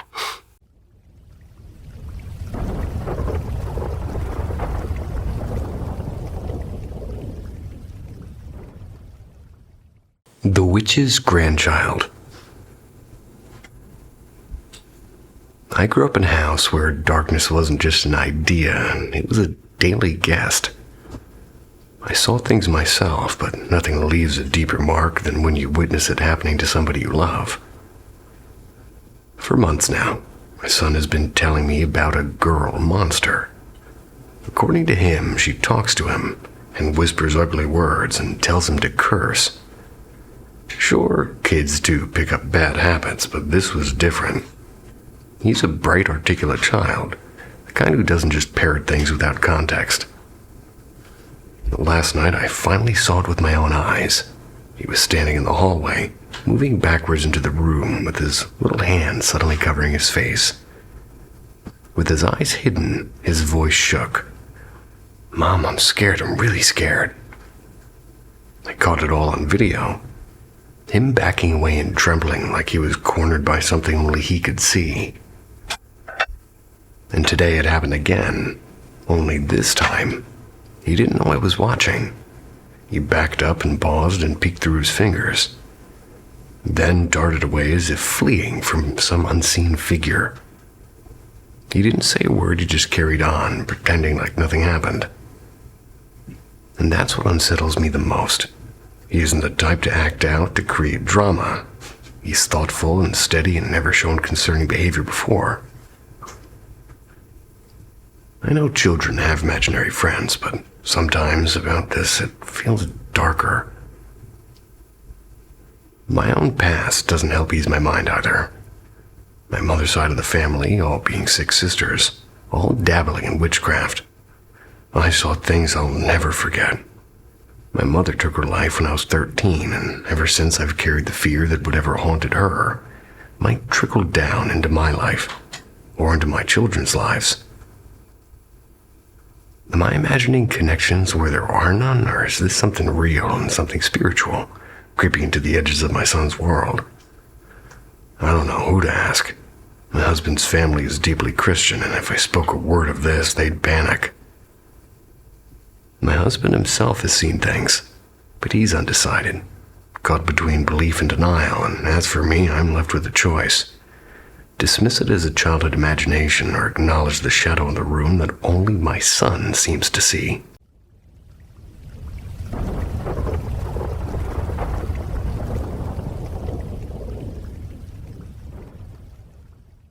The abandoned mill on River Road.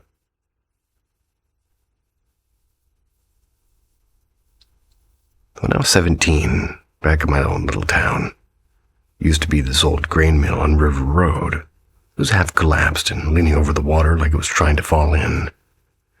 It had a main building with busted out windows, A smaller shack out back and a rusted silo that somehow still stood. Place was technically off limits, but of course me and my cousin snuck in a bunch during summers. Everybody swore the mill had history, and supposedly there was a flood in the 1930s that drowned a handful of workers inside. Later, somebody said a drifter got shot there in the 60s. Who knows how much of that's true, but the place did feel heavy, you know.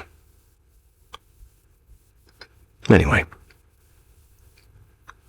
one night we're poking around the main building. The river was running low, so you could hear frogs and stuff outside. But from the inside, it was usually dead quiet, except this time we're in there, and I swear, I hear a girl's laugh clear as day from the back corner. Not loud, not echoing, just like somebody was standing right there, and what's crazy is my cousin had his earbuds in. One in, one out, like he always did. And he heard it too. We both whipped our heads to the exact same spot. My buddy, who was with us though, well, there was nothing. He looked at us like we were nuts. Kinda rattled me. But the real freaky part came later. A couple of weeks after that, we brought a ladder and went up to the second floor. Normally, we'd just wander down to the ground floor after. But that night, none of us wanted to, and we stood at the top of the stairs and just stood there. It wasn't like, oh, maybe there's some kind of a gecko or something. It was like every nerve in my body was screaming, don't go, and I remember we all looked at each other, nobody had to say anything. We just climbed right out back that window and left. The very next day, the shack out back burned down. The whole thing's gone. Nobody ever figured out how. Though half the town said it was kids messing around, but I think about it, like maybe whatever kept us from going downstairs wasn't trying to scare us, but trying to keep us away. Mill's gone now, bulldozed over for some storage units. But every time I drive down River Road at night, I swear I can still picture those busted windows staring back at me.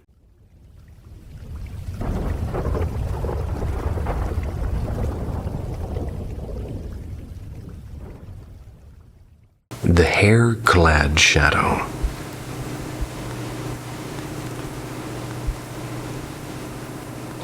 This unsettling chapter unfolded in my aunt's life. My mother's younger sister, and we were there to witness it all. And after her marriage, my aunt endured years of heartbreak. Every time she conceived, the pregnancy would end in a miscarriage. The physical pain was one thing, but the true horror came from the presence that stalked her. It would follow her into the bathroom, hover in the dim light of the hallways, and peek at her from the corners of rooms. It wasn't human. The creature's entire body was covered in tangled black hair, with the posture of a crouching animal, part wolf, part bear. My mother, strangely, had also seen something like it around the time I was born. I remember she once whispered to me late at night.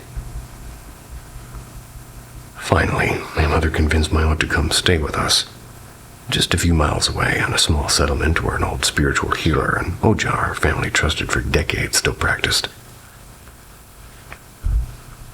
When my aunt and uncle explained her tragedies to him, he revealed something chilling. This was not random misfortune, but the result of black magic.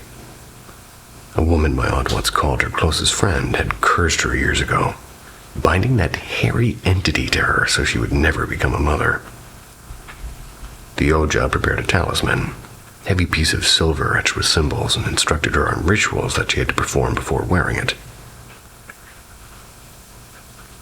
That evening, while sitting in their car after my uncle's dance rehearsal, she slipped it on and her body trembled and her vision blurred, but soon the dizziness passed. But the entity was not done. Strangely, my uncle began seeing it too, just brief flashes. A hairy figure crossing mirrors or vanishing behind doors. The Oja gave him a separate talisman, and the vision stopped. Before that, my uncle often dreamt of a creature brushing against him, trying and failing to touch his skin. What followed was nothing short of a miracle. My aunt carried her next pregnancy to term, and months later she gave birth to a baby boy. And today he runs around the courtyard, laughing and alive, never knowing the shadow that almost kept him from ever being born.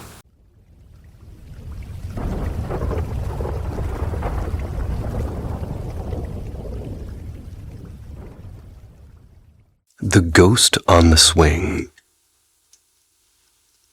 Last week, I took my little sister to a quiet park a few blocks from home, a place we almost never visit. On Tuesday, everything felt normal, but when we went back Thursday night around 10 p.m., the air had felt different. The park was completely empty, except for us. As soon as we stepped onto the playground, we noticed something strange. 2 swings were moving. No breeze, no children running off. Just 2 empty swings.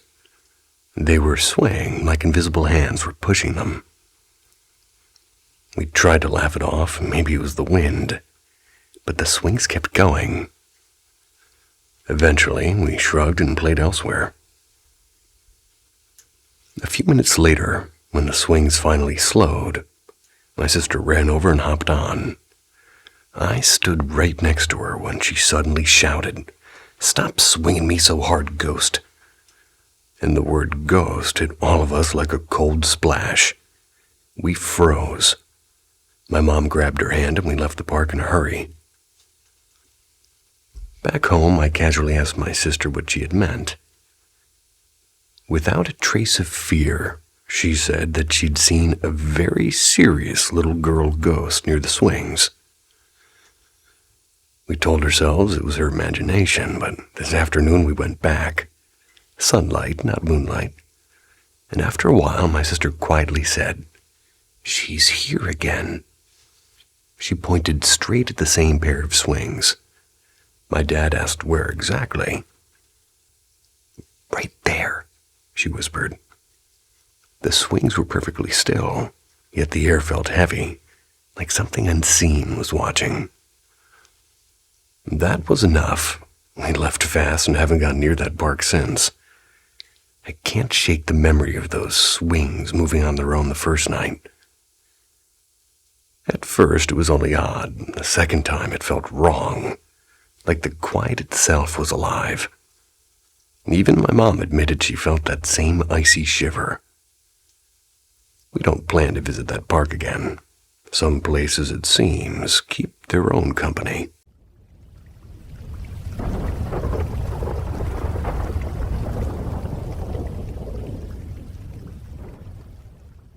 The Lady at the Motel. A couple of years back, I was working the night shift at the small roadside motel. It's got those neon lights that sort of buzz and make that crazy sound. And half the time they don't even work right, but we get all kinds of characters passing through there. Most of the time, it was truckers or folks just needing a bed for a few hours. But there was this older woman who stayed for almost a month straight, and she said that she was just passing through. But honestly, it seemed like she didn't have anywhere else to go. And she was quiet, except she'd mutter stuff under her breath sometimes, like prayers or poetry or just nonsense. Couldn't really tell. She always kept a little candle on her nightstand. Though the motel didn't allow candles, I didn't stop her. I don't know. She had this frail, sad look, and I felt bad. One night, a guy in the room next to hers died. He'd been sick and traveling with oxygen tanks, and we kind of knew it was coming. Paramedics came, took the body out around 3 a.m. After they left, I went back to the office, trying to shake it off. Then the front desk phone started ringing, and no one was out there. When I picked it up, there's no sound, just static. A couple of hours later, the lady comes down for coffee real early. She just keeps staring at his room door, and nobody had told her what happened, and I asked, just kind of casually, "You okay?" And she says real soft, "Those dark men came and carried him away." The way she said it gave me goosebumps. Weeks passed and she finally checked out. But before she did, She told me she kept seeing silver figures standing around her bed at night. Said they were waiting for her. She wasn't even scared, just kind of tired and like she was ready to go. The weirdest part is I always get a gut feeling when something bad's about to happen in that place. Like I'll walk by a room and a heavy feeling like I already know what's coming. And it's been right more than once. Not saying I'm a psychic or anything, maybe just a coincidence, but when that lady said she saw them waiting for her, I kind of believed her. Still work nights sometimes, and I swear certain rooms feel colder than others. Try not to think about it too much, but yeah, the motel's got its share of ghosts, I think. I have been in your position, sir. And I kind of believe you.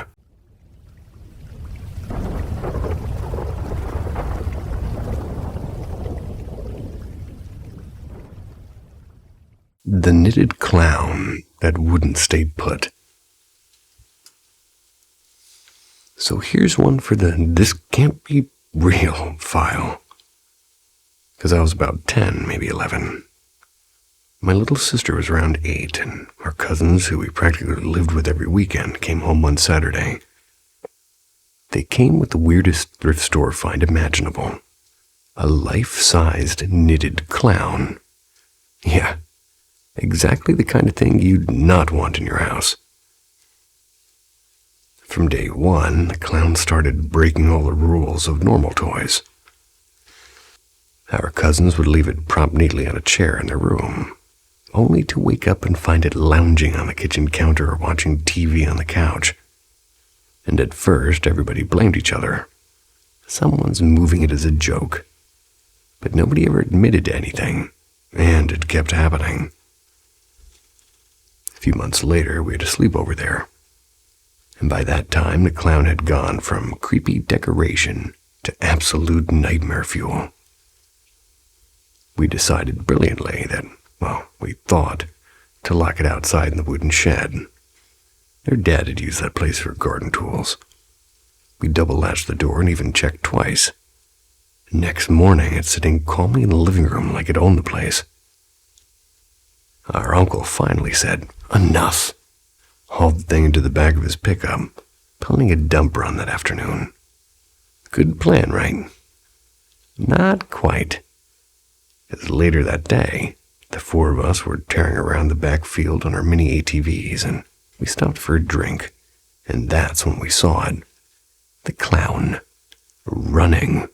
Not falling over, not blowing in the wind, running upright like a person through the tall grass about 50 meters away. We froze, and nobody even screamed. We just watched with our hearts hammering. 10 seconds later, it melted into the weeds, and it was gone. We kind of just sprinted to the adults.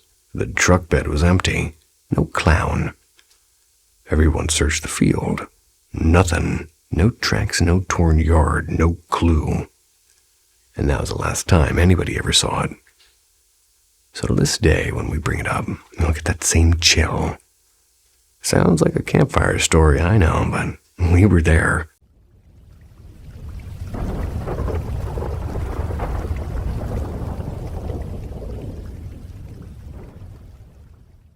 The Silent Guest.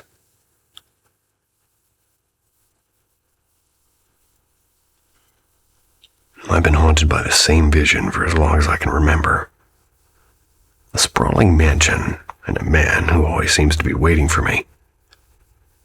At first, the dreams left me terrified, but over time the fear shifted into something stranger, curiosity that I can't shake.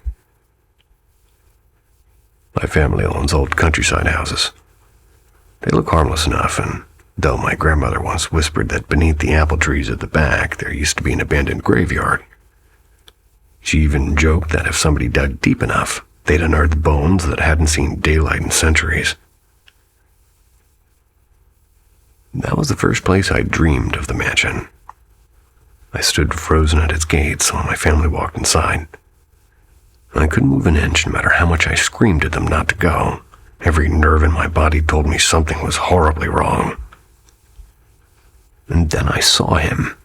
A man of average build, his hair jet black, his skin so pale it seemed to glow in the dark. He never spoke. He never moved. But his presence pulled in my family like a magnet. I woke up drenched in sweat, unable to explain what I just witnessed. After that, he became a constant. It didn't matter where the dream began, a classroom, a forest, even a crowded street. Eventually, he would be there. Sometimes he helped me, and other times he only stared. Never heard his voice, not even once. Yet he feels disturbingly familiar, as though I've known him all my life. And the mansion, too, keeps returning. I've walked its corridors so many times in my dreams that I feel I could draw a perfect map of it room by room. But the last time was different. And this time, my family wasn't there. It was just me standing alone at the gates. For the first time, I stepped inside. I don't remember what I saw, only that my chest felt like it collapsed in on itself. I woke up gasping and clawing for air, certain that if I had stayed a second longer, I wouldn't have woken up at all. Can't tell dreams from reality anymore. First met him when I was a child, maybe 12, maybe 13. Now I'm 21, and he hasn't left me. The mansion waits, and so does he.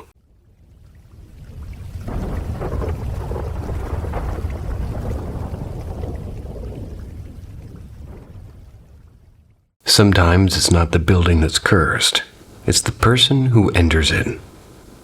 Paranormal M explores personal hauntings.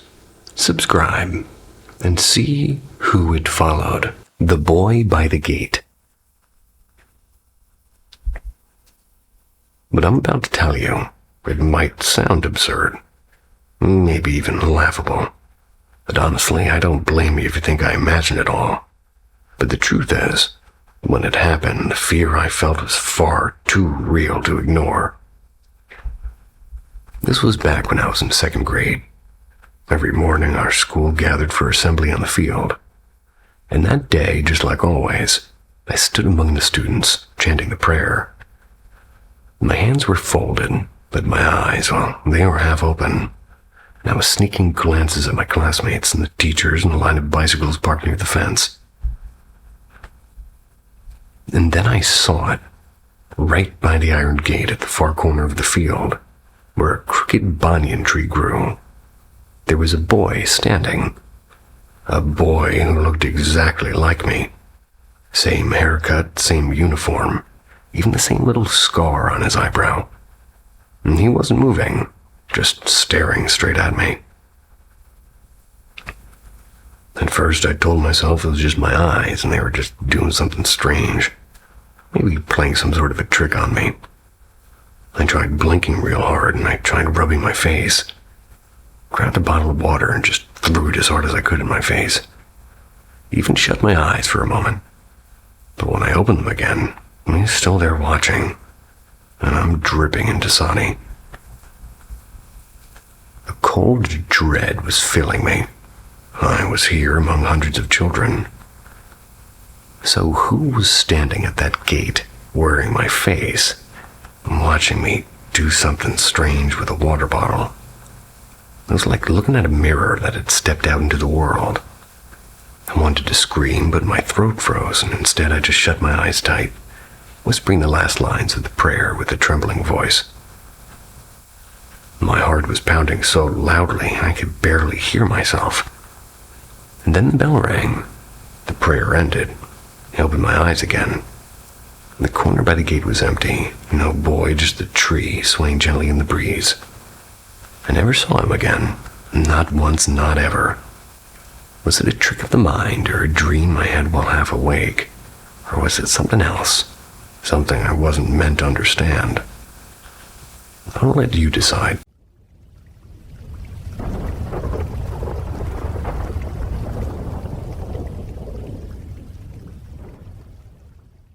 The day we didn't take the road.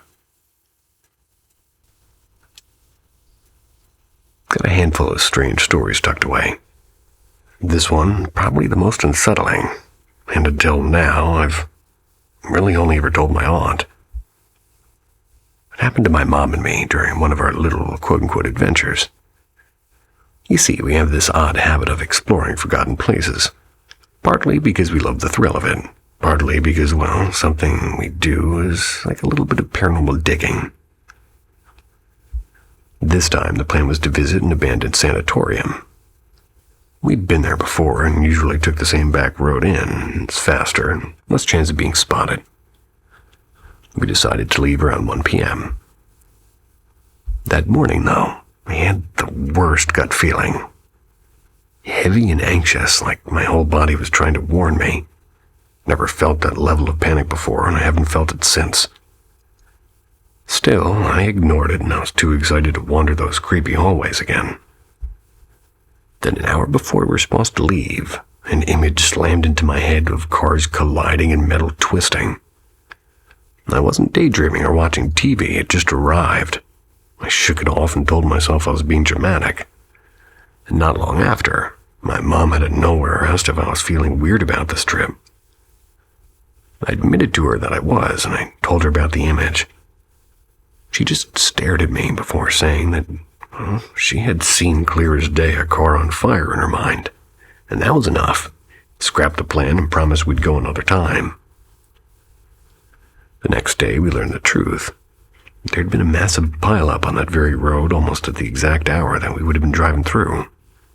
Several cars smashed together in a traffic jam, and one vehicle went up in flames. I can't explain it, but it's the closest I've ever come to believing in some kind of shared intuition. Maybe even precognition. My mom's side of the family has always been ridiculously tuned in, so to speak. So maybe it's in the blood. Either way, I'm just glad she spoke up.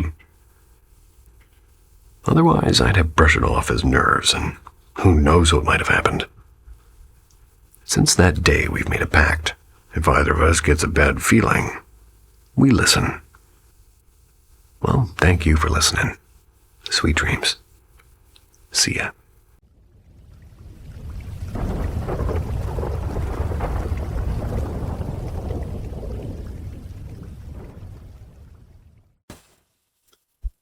The Lady in the Rocking Chair. I don't really tell people this because they roll their eyes, but here goes anyway. At the time, I was in this tiny rental house. I was in the rural areas outside of Kentucky somewhere. I started noticing these little things. Nothing dramatic at first, like I'd be sitting in the living room, TV off, and I'd hear the sound of the rocking chair upstairs creaking. Well, there was no rocking chair up there. Never had one. Still, every so often you'd hear that steady creak, creak, creak, like somebody's grandma just parked herself down for the evening. At first, I thought it was old pipes or the house settling. That's at least what you would tell yourself, right? But then I had my nephew over, and he was about 3. And he toddled into the hall one morning and asked me all serious, "Who's the old lady upstairs?" And I swear my heart just stopped. I never said anything about it to him. I wasn't scared exactly, but it was more unsettling. She, and I just decided it was a she, felt like she was keeping an eye on the place. A couple of times I'd be dozing on the couch and swear I felt somebody sit down at the other end.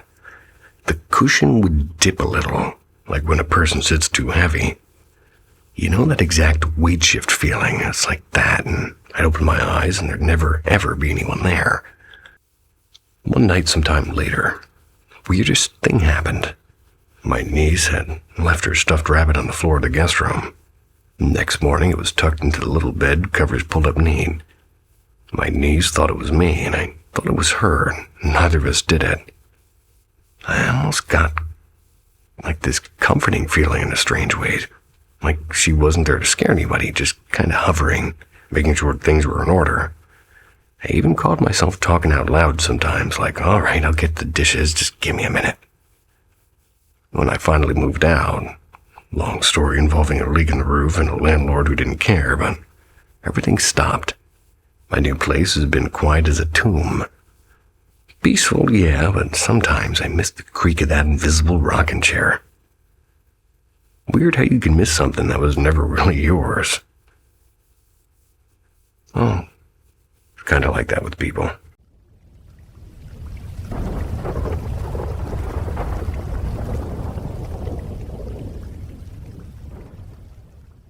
The Sweet Smoke Visitor. For the past decade or so, I've occasionally been ambushed by the unmistakable scent of sweet, syrupy cigarette smoke. It's sharp and sudden, like somebody exhaling right in front of my face. And I've had my fair share of strange encounters in my life, enough to keep me leaning toward the paranormal, but I still try to play the skeptic. I've asked myself all the logical questions. Maybe I've got a sinus condition, or maybe something in the house is off. Maybe my brain short-circuiting. Always a comforting thought. Yet none of those explanations ever quite fit. The odd part is the pattern. I don't smell it every day, and not even every week. Just once or twice a month. Sometimes it lingers for 10 minutes, and sometimes for hours. It only ever happens inside my home, and never outside. Even stranger, it's a strictly nighttime visitor. I've never once caught a whiff of it during the day, and it seems to prefer my solitude. I live with my daughter, and when she's around, the air is normal. But when I'm alone, that's when the scent returns. Though, to complicate things, she has smelled it herself a couple of times when I wasn't home. The smell itself isn't mobile, and if I catch it in the living room, they wander to the kitchen and it vanishes, only to greet me again the moment I step back. Yet when I go to bed, it follows, and it's stronger there. Sometimes it's so intense that I swear somebody's crouched right beside me in the dark, breathing it into the air. It isn't just me either. Both my sisters, living in entirely different houses, have had the exact same experiences. They've described the smoke precisely as I do. Unusually sweet. Nothing like an ordinary cigarette. Sounds like pipe tobacco. For years, we joked it must be her grandfather. He was a relentless smoker and passed away nearly 2 decades ago from cancer. At first, it was an easy, lighthearted explanation, but lately I'm not laughing. Especially this week. My daughter's away on holiday, and the smoke has returned with a vengeance, strong enough to rattle me. Maybe it's a shared family hallucination. Maybe I'm unraveling. Or maybe our grandfather never fully stubbed out his last cigarette.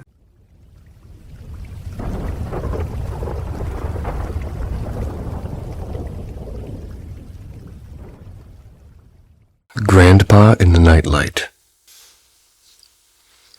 Last Saturday night, my little boy, just a few months past 2,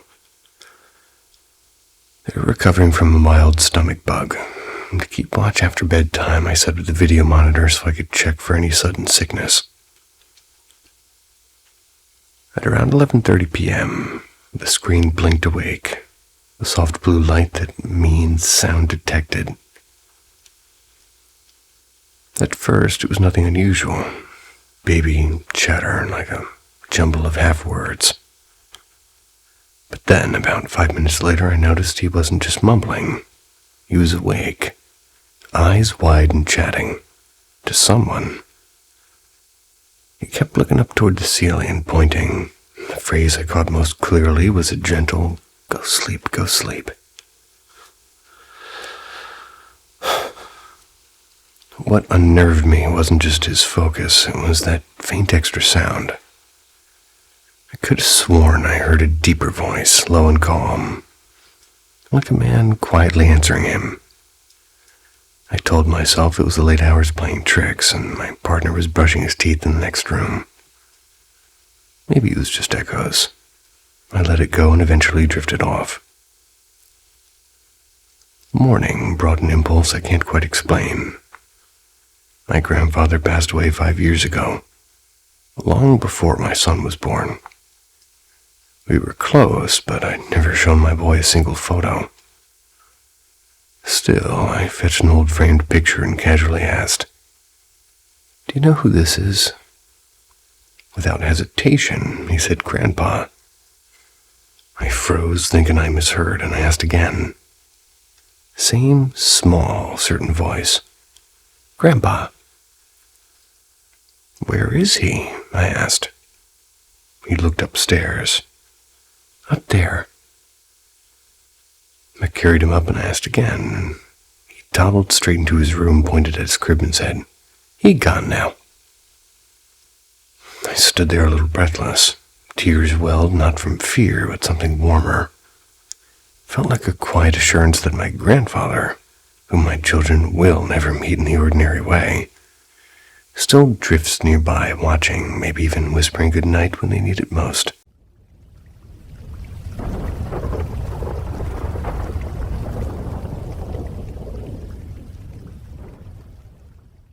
The face at the door.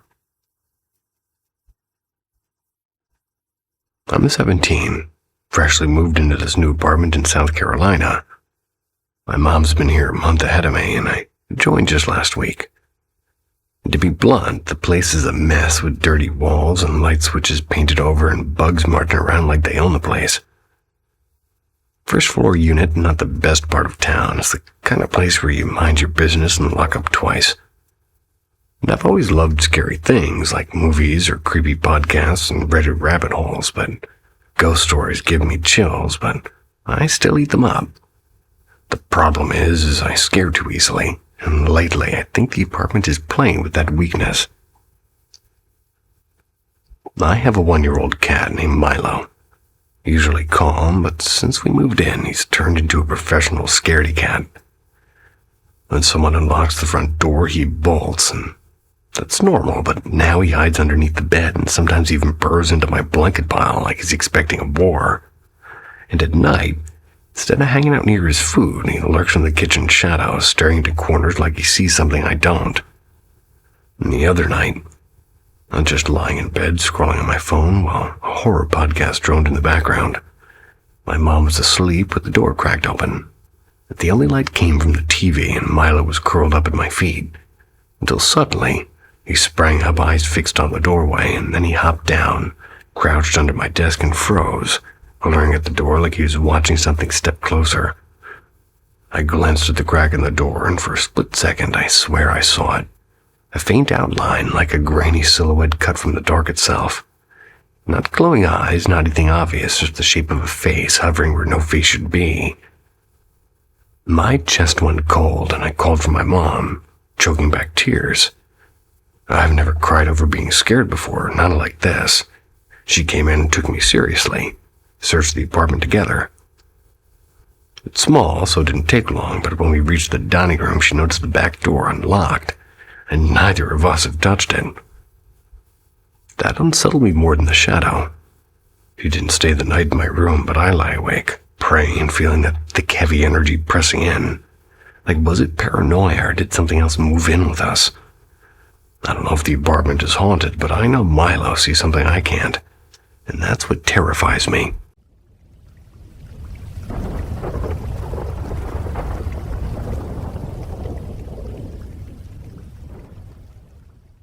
The night behind the barn.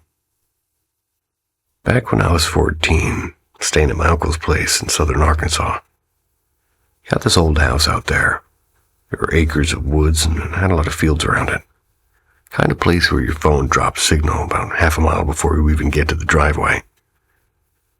Real pretty during the day, but at night it's just black, like somebody painted over the whole world. And anyway, I was supposed to sleep out in this little loft above his barn, because my cousins had friends over and the house was pretty much packed.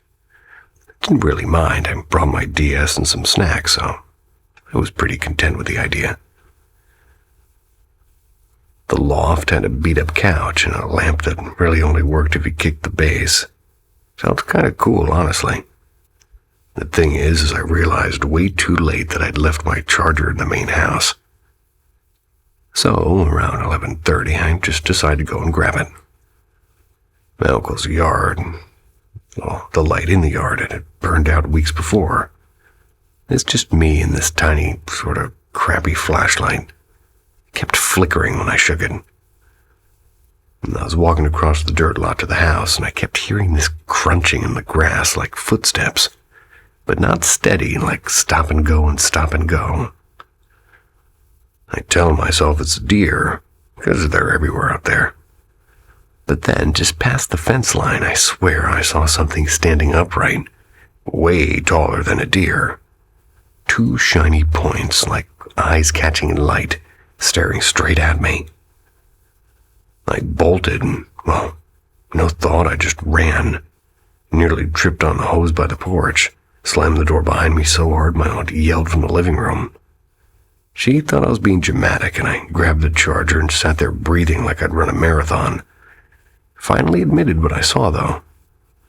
My uncle, this big tough guy, used to hunt coons at night, just kind of frozen. Didn't laugh, didn't joke, and he told me I could sleep in the house that night. Next morning, he didn't say a word about it. Took me into town for breakfast like normal. But I noticed he went out later and sprinkled salt all along the barn entrance. Wouldn't say why. I don't know, but I can still see those eyes clear as day, and I haven't slept in that loft since then.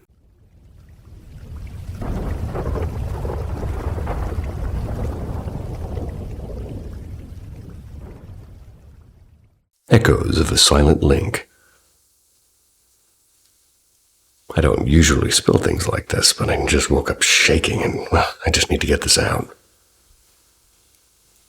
Since I was a kid, I carried what feels like a strange private superpower.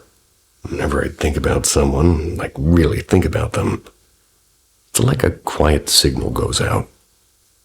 Sooner or later they call, text, or drop a random "you just popped into my head" message.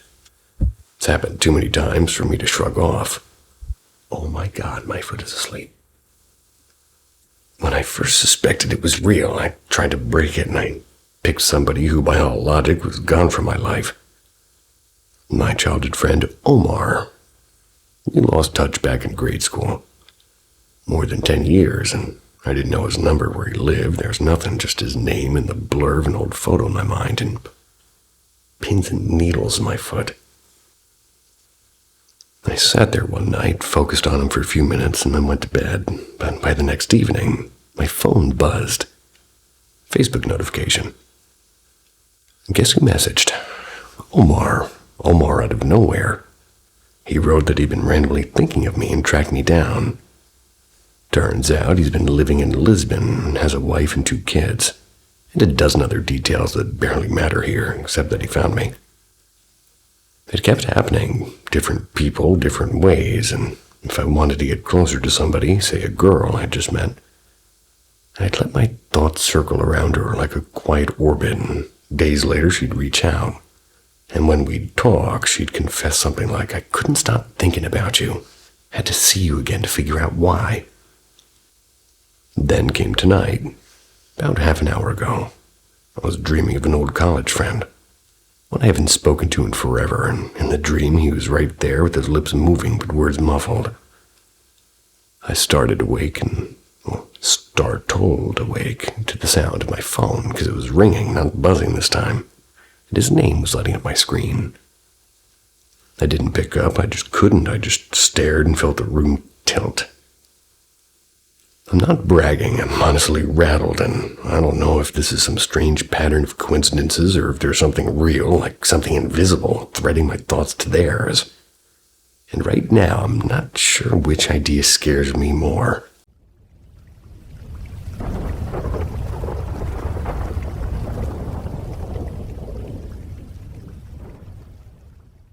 The Basement Curse.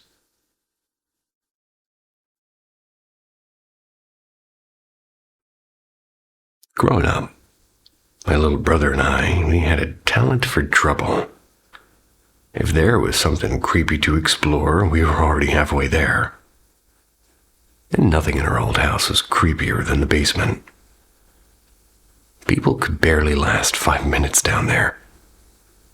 It always felt like someone or something was silently watching and waiting. That summer, our church handed out tiny Bibles, and we'd heard somewhere that reading scripture out loud could drive away ghosts. So naturally, we decided the best test was the basement. The moment we reached the door, though, it kind of stuck tight.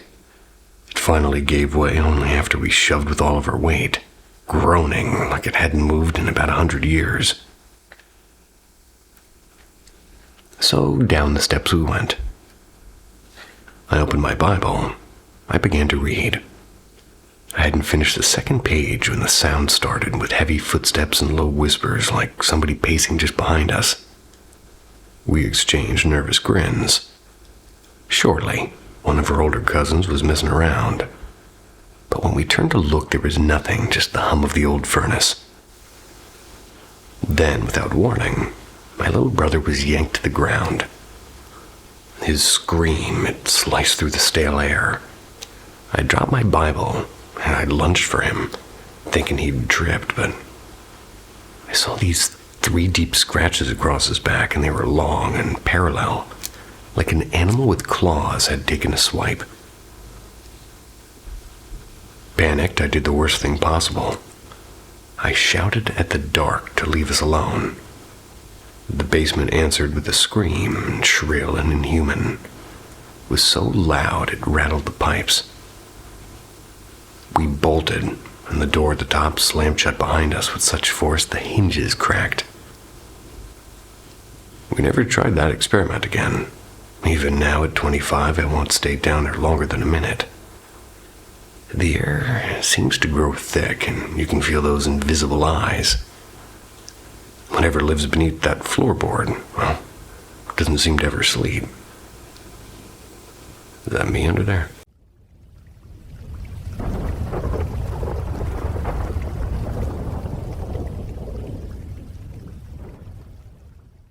Where the forest whispers end. I come from the quiet heart of Western Europe, a place where ghost stories are rare as winter roses. Our villages tell of fairy folk hiding in mossy hollows, and of creatures who dance in moonlit glades, but not of spirits lingering after death. Here, the dead are simply gone, folded into silence and soil. Even our oldest castles, their stones blackened with centuries of storms, they're seen as noble ruins rather than haunted halls. The cemetery gates creak only from rust, not restless souls.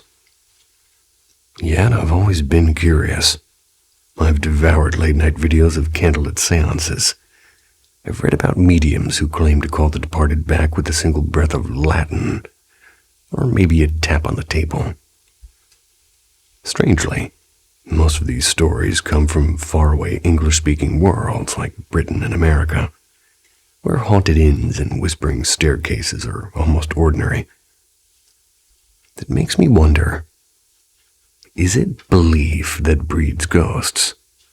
Perhaps where people imagine an afterlife as a lingering half-light, where a soul might pause before heaven or hell, the door for spirit stays open there. Here where I am, our elders are brisk and practical. What dies, dies. No lingering, no in-between, just the deep, dark nothing. And so our places rarely disappear. Forest paths remain merely paths. Ruined abbeys stay empty. No one warns of echoes in the bell towers or footsteps by the river. When the wind sings through the fir trees, we call it weather, not a wandering soul.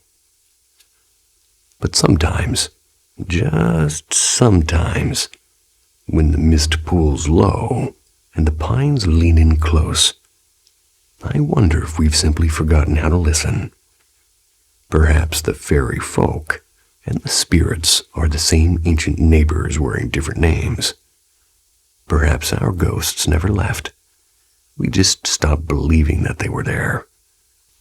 That lines up to me.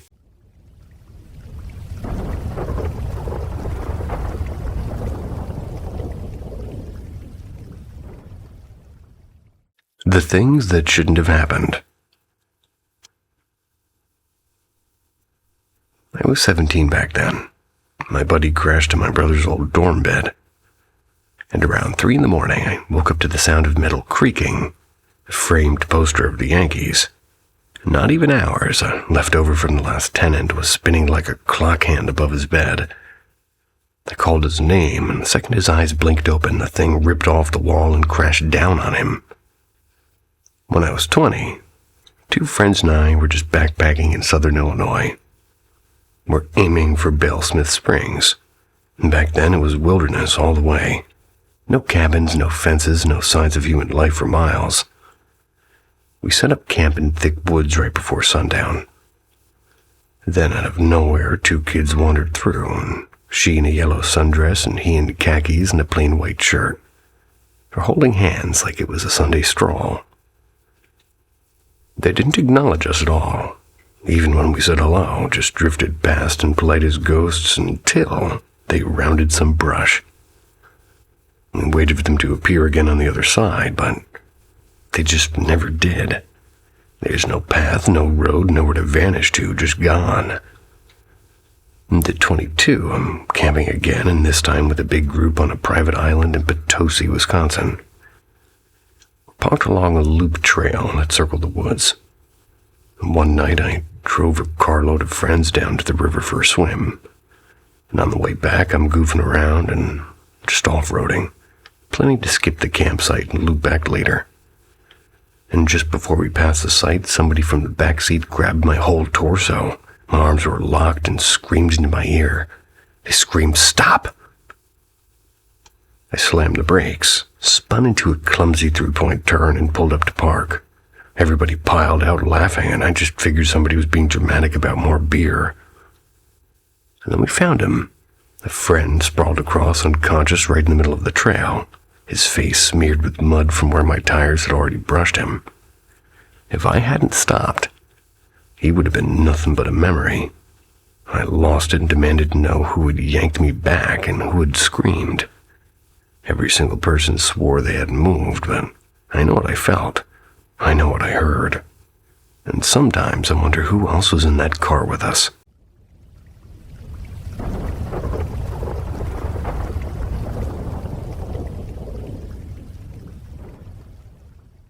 The Fifth Floor Whisper. In a peeling, sun-bleached building off a side street in Shubra, Cairo, I rented a 5th-floor flat that should have felt ordinary. It didn't feel anything like that. The first thing that struck me wasn't the creaking elevator or the faint smell of cumin in the stairwell. It was the silence. An overbearing, vacuum-like hush that made a drop spoon sound like an explosion. And I worked late at night shifts for the most part and slept through the day most often. That's when Cairo's traffic softened to a distant hum. And for a while, nothing was unusual until the whispers began. And at first, they were ghost-like thin, as if somebody murmured into the back of my skull. Not words exactly, just fractured warnings like leave and don't stay and the window. I blamed exhaustion. Night work does strange things to the brain. But the voice, it seemed to grow clearer and bolder. Don't open the window today. The kettle must stay cold. Look behind you now. Like sometimes I'd catch a flash of something. A lean shadow drifting across the mirror, yet when I turned, the room was empty and flooded only with that relentless, heavy quiet. Then the command started, when the voice hissed, "Turn off the main breaker." My body obeyed, almost before I thought. And the one time I refused, the power failed anyway. My ceiling fan spat sparks like a firework. I finally visited a psychiatrist in Garden City, and he listened with his eyes narrowing. He called it an auditory hallucination, brought on by isolation and stress. I wanted to believe him. But 3 days later, he died of a sudden heart attack, and the voice returned that night, stronger than ever, whispering a new sentence that froze me where I stood. Now we're the only ones left to talk.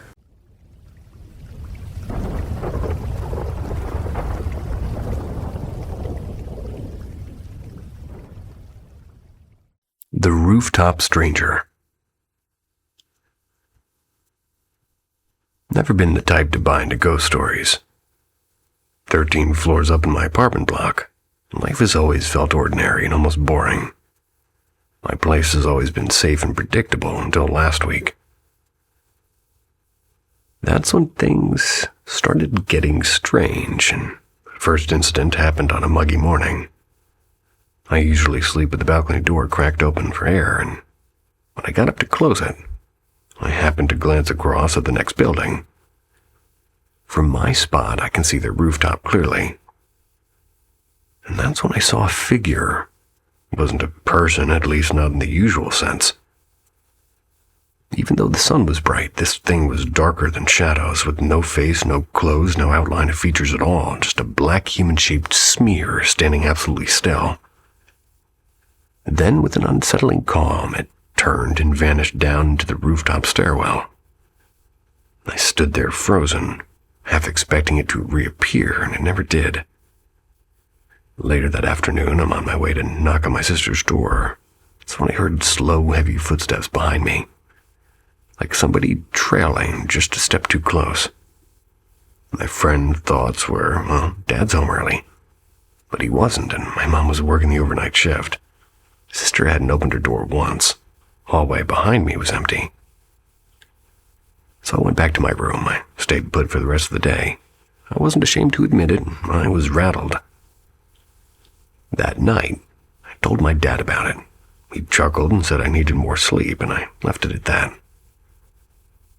But the third incident sealed it for me. At exactly 12:07 a.m., my laptop, which I'd shut down hours earlier, blinked to life. The screen glowed with the desktop, the clock in the corner reading 12:07. No update, no movement, no reason. A minute later, the screen went black again. I sat in silence, staring, waiting for it to power on once more, and it didn't. There's been no direct threat, no hand on my shoulder, no whisper in my ear. But I can't shake the feeling that something's wrong, that someone or something has noticed me. Now every time I slide my balcony door shut, my eyes wander back to that rooftop, just in case.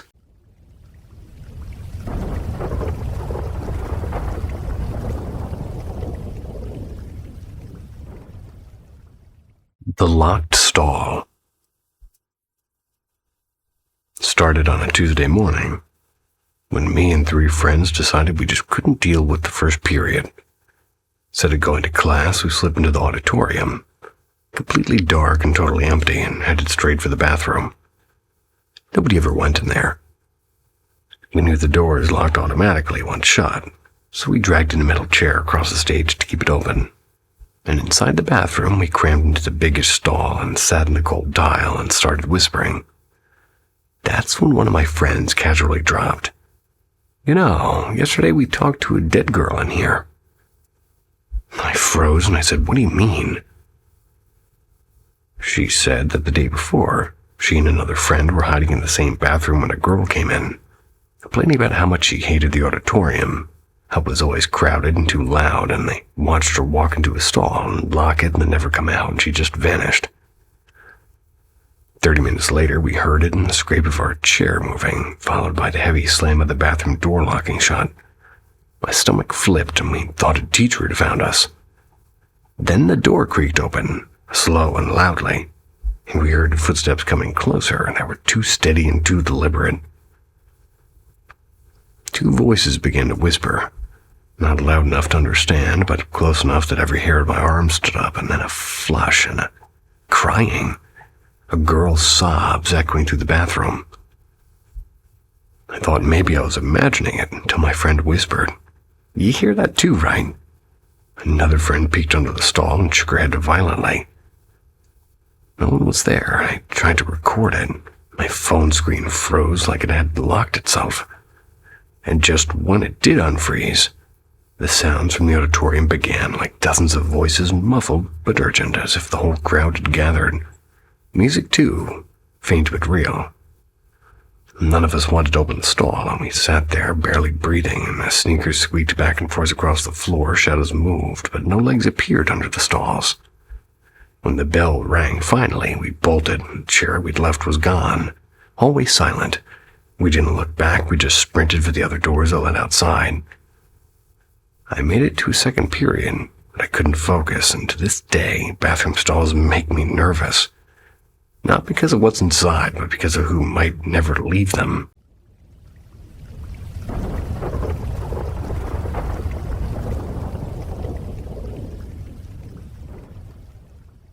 The birthday board.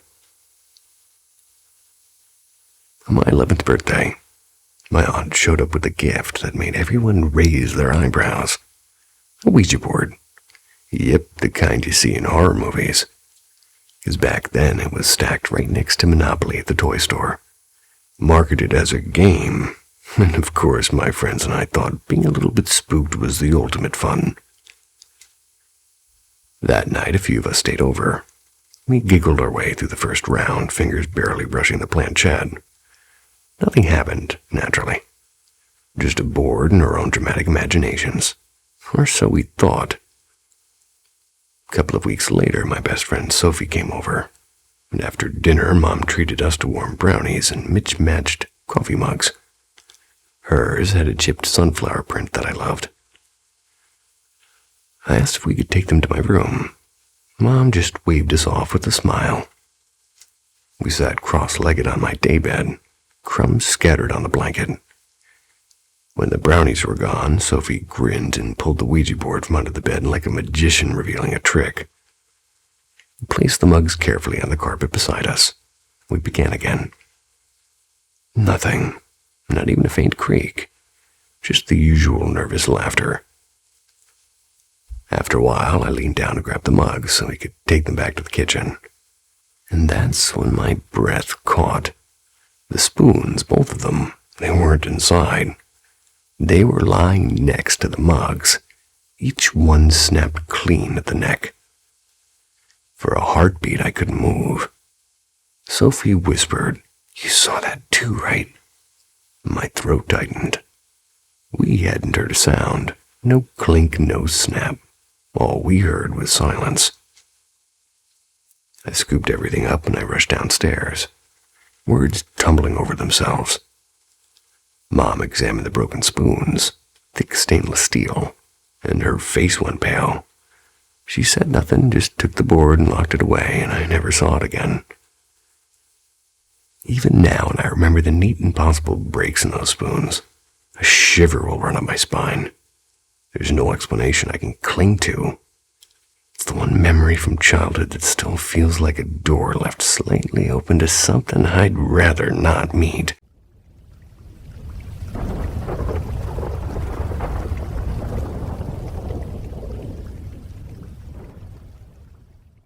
The shadow that asked for Clara. Roughly a decade ago, my mom and I stayed at a friend's place. Well, not just stayed, more like camped out there for a couple of months while things were rough at home. At first, everything felt perfectly ordinary, but after a few weeks, the air in the house started to feel heavy, especially in the little guest room I was using. And that's when the dreams began.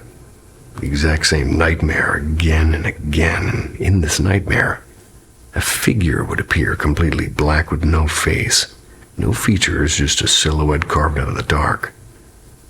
It never moved toward me, never made a sound except for one thing. It would stand in the corner motionless and ask, "Where is Clara?" Always the same question, always that same flat, hollow voice.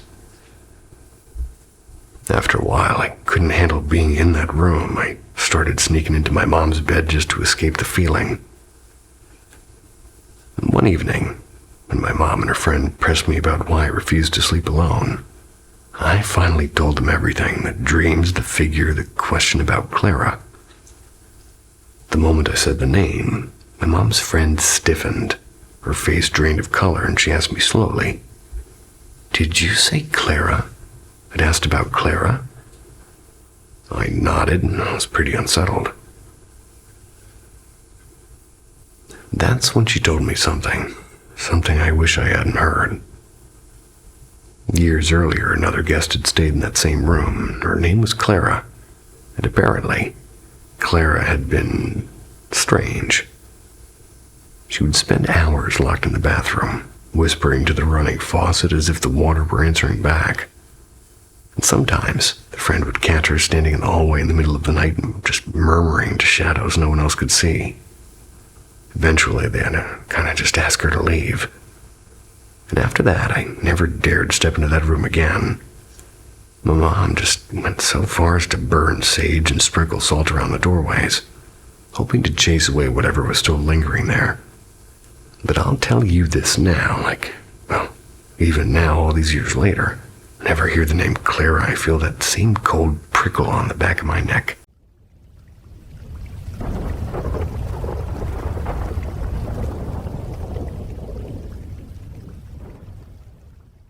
"2014, renting this farmhouse in Indiana. Just me, my wife, and later on at least, our baby girl. Place was cheap, which should have been a red flag, but I liked the space and I had that creaky wood smell going on about it. Felt like it had 100 winters baked into the walls.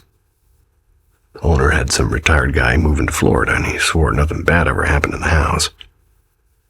The first year, I just felt uneasy at night. Like not scary movie stuff, just wrong, and if my wife went to stay with her mom, I'd sleep with the TV on and every lamp burning. Which was stupid because I usually hate wasting electricity, but I couldn't stand in that dark in that place.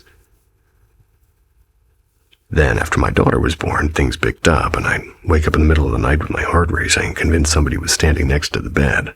Not touching me, not even moving, but just watching. Told myself it was stress, or maybe too much coffee, but the air would get so heavy I could barely breathe. One night I walked back to the nursery. I saw a kid, which wasn't mine, it was this girl, maybe 5 or 6. Curly brown hair, wearing a pale blue dress that looked like it came straight out of a faded photo album. She was crouched down next to the toy chest. Thought I was losing my damn mind. I didn't even tell my wife at first because she already thought I was working too many night shifts at the warehouse as it was. I saw her again twice, always near the toys, and by the third time I couldn't keep it in. My wife didn't laugh, which almost made it worse, and she started leaving the Bible open in the dresser, reading out loud before bed. And weirdly, things calmed down. Heaviness lifted, and I never saw the girl again. Fast forward, moved out in 2018 to this regular little ranch house in town. Figured it was all behind me, but just last year, my daughter, who's 7 now, told me she hated the old farmhouse. She said at night a tall shadow man used to stand in her doorway, not moving, just blocking out the light. She also said her big pink bouncy ball rolled around her room by itself. I swear to God I never mentioned anything about what I saw, though. She doesn't talk about it now, and her new place feels fine and quiet and normal and boring, but sometimes when I wake up at night, I half expect to see that little girl by the toy chest again. I don't know if I believe in ghosts, but I'll tell you this. I don't believe that house was empty either.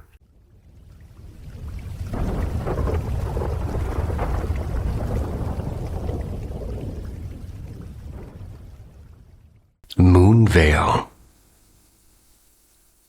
Back when I was about 16, Ben and I chose to walk home from the nearest village instead of catching the early bus.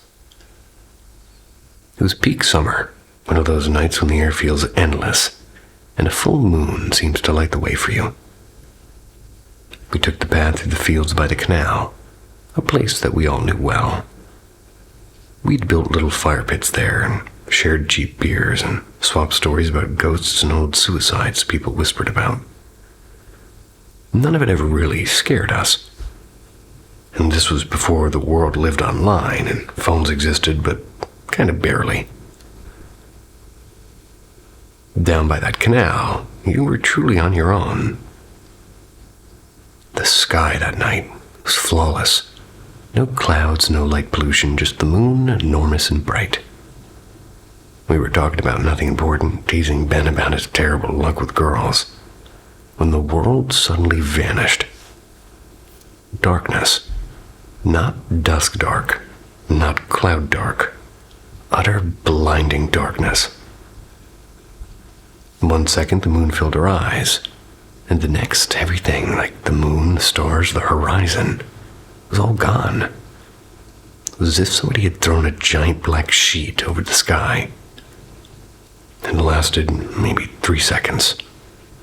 And then, just as suddenly, the light returned, sliding back like curtains pulled away. Ben swore loudly, his voice too sharp in the silence. "What the hell was that?" I could only stare. He muttered something about a huge bird, though we both knew no bird could cover the entire sky. We walked faster after that. Ben didn't want to talk. The next day when I asked again, he only said, "Just black, that's all I saw."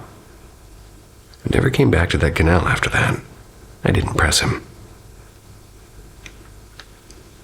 Even for me, the place felt different. The full moons made the hairs on my neck rise. And I'm 42 now. Still live near those fields. I've returned many times in daylight, but never again at night. Whatever we saw, whatever Ben maybe didn't tell me, still waits somewhere in the dark sky of my memory.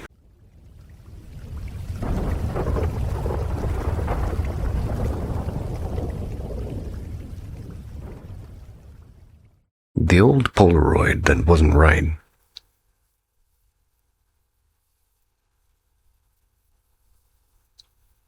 Back in the late 90s, I worked at this little 1-hour photo place inside a strip mall in Nebraska. It had all these chemical smells. Never left your clothes, even after you'd get home and wait a while.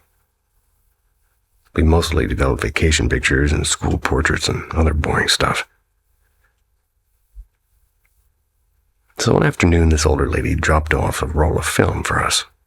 She was frail and kind of hunched, kind of person who looks like they might blow away if the wind picks up.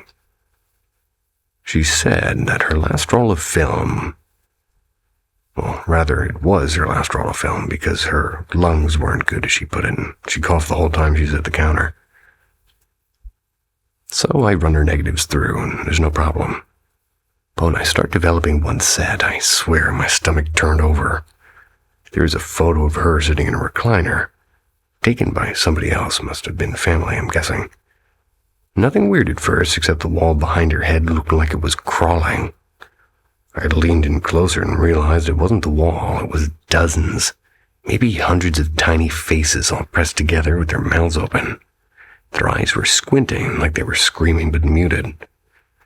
The whole section of wallpaper behind her was just faces. I actually dropped the print in the bin and cursed out loud, and my coworker thought I'd splashed chemicals on myself. Well, I ran it again, thinking maybe it was a light leak or some weird processing issue. But no, the second time that one shot came out crystal clear. Same chair, same lady, just normal floral wallpaper. No faces. I didn't tell the woman when she came back, just handed her the envelope like everything was fine. She smiled, kind of real tired, and said she was moving into hospice soon. I never saw her again, and for weeks after I kept thinking about that photo. I even dreamed about it once, those tiny faces chanting, all in the same voice like a choir. I can still hear the faint hum when I think about it too hard. Tossed the first print in the shredder the same day, and still wish I hadn't. Like maybe somebody else could have explained it. Or maybe it's better gone. I honestly don't know.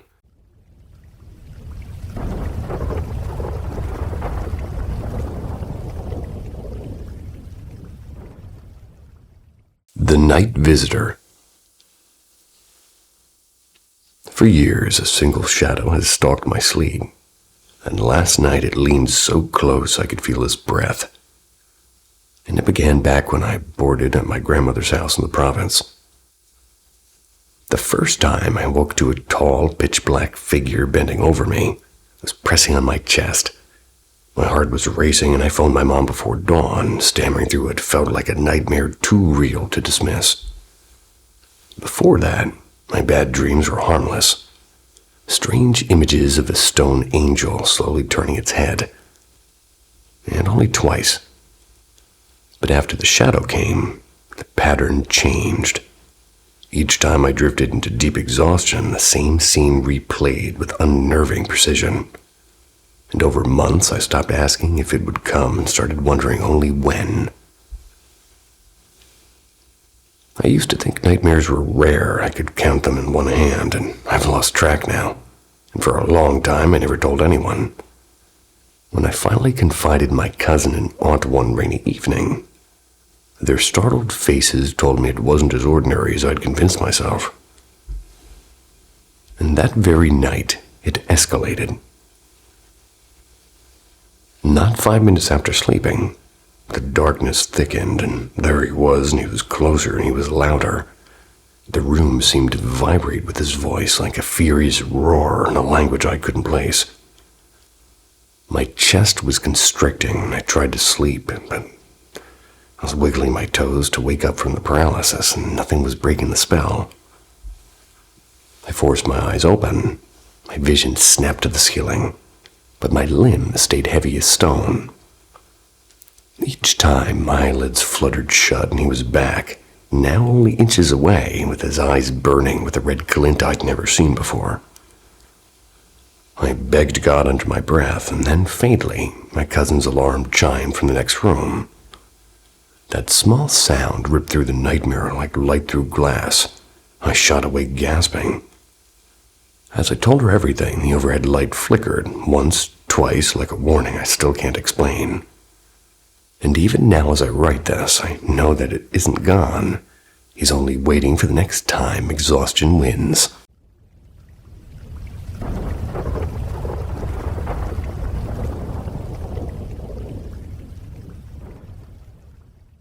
The visitor who wasn't my brother.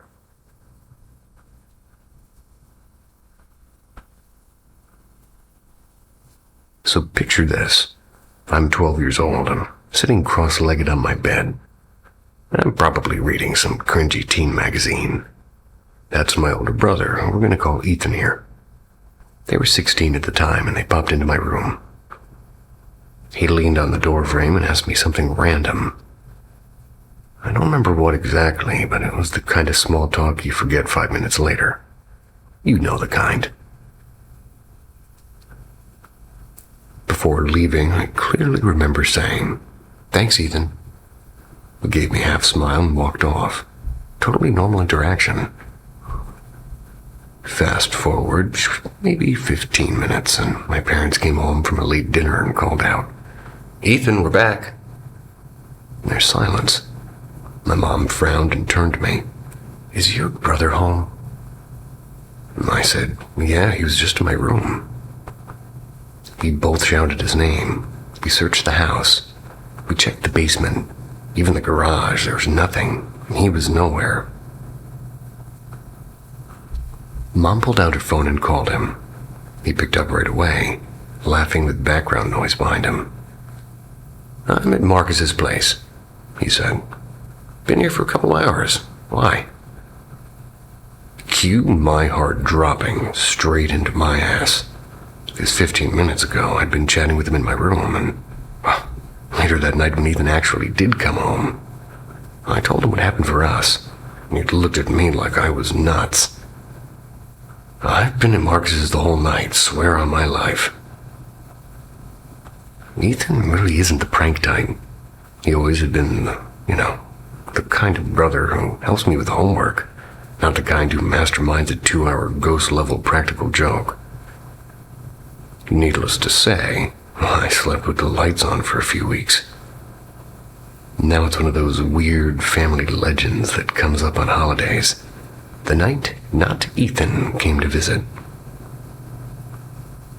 Paranormal folks talk about mimic spirits, things that copy the people you know. I don't know what I saw, but I do know it wasn't my brother.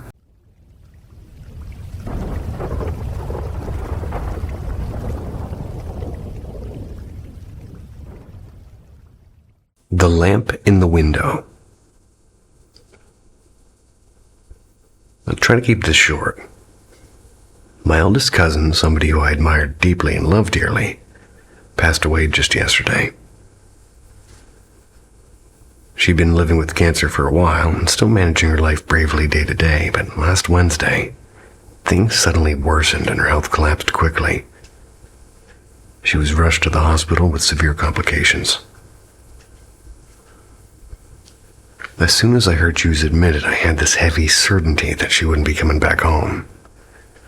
Her decline was so rapid it felt irreversible, and yesterday morning, I woke up with that familiar dread, already knowing the phone would ring with bad news, and sure enough, less than an hour later, my mom called to tell me that she had passed away about 30 minutes earlier. I don't live in my hometown anymore, and my family's still there, but I rarely see them as often as I should. That distance weighed on me yesterday. I hadn't seen her in nearly a year, and I never got the chance to visit her in the hospital. The sadness mixed with guilt, and the whole day just felt heavy. Work was a blur. I carried this restless anxiety with me all day until finally, driving home, I started to breathe again. The 25-minute drive is usually my reset button, but when I pulled up in front of my house, something stopped me cold. I stepped out of the car and I noticed through the window of my home office that one of my lamps was glowing. I hadn't been in that room since last week, and I was absolutely sure he hadn't left that light on. I went inside carefully, half wondering if somebody was in the house. But everything was locked and nothing was disturbed, just the lamp burning quietly. I know for a fact it wasn't on when I left that morning. I even remember locking up after a couple of friends visited the night before, passing right by the dark office.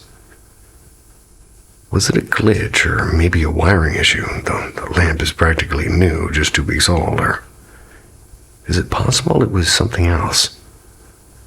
I don't know what I believed, but the thought that it could be her sending me a small, kind sign, well, maybe that she's okay now, it gave me more peace than the logical explanation ever could.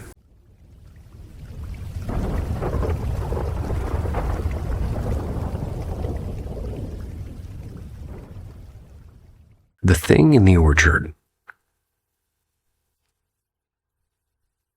I never thought I'd write something like this, but here we go.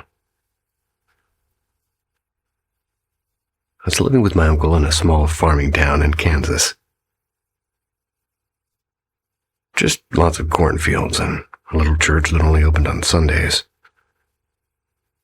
My uncle's house was old and it creaked a whole lot, and you kind of get used to it after a while. But one night I swear I heard something that wasn't the house, so let me set the scene. It was late and maybe close to midnight, and I couldn't sleep. I went out back to grab some air, just stood on the porch in my socks, kind of half awake. And that's when I heard it. Heavy footsteps kind of dragging, coming from the orchard. Thought it was one of the neighbor's cows that had gotten loose. Happens sometimes. So I squinted into the dark, and I swear on my life, I saw a shape move between the trees. At first, it looked like a tall man, like a real thin one. Then it kind of dropped down and bent weird, and the next sound, I could have sworn it was a dog, maybe a coyote. But it was bigger, much bigger, and it moved wrong, like it didn't know how legs were supposed to work. I just froze there, and my heart was beating like a drum. Then I heard this awful snorting sound, like when a bull gets mad. And that's when I bolted back inside and locked the door, and I didn't even care if my uncle thought I was nuts. The part that really messes me up, though, is next morning my aunt, who was pregnant at the time, woke up sick as a dog. Fever and couldn't keep food down and was shaking. The doctor came out and didn't find much wrong. Just told her to rest. But the old lady down the road, she crossed herself and said something walked through your orchard last night. It was like she already knew.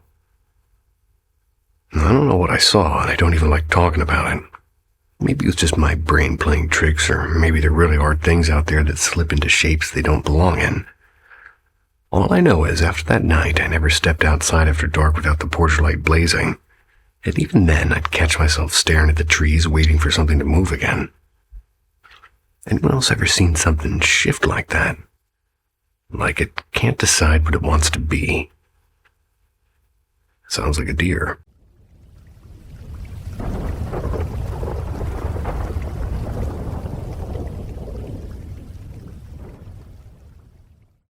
I rented this old house in upstate New York.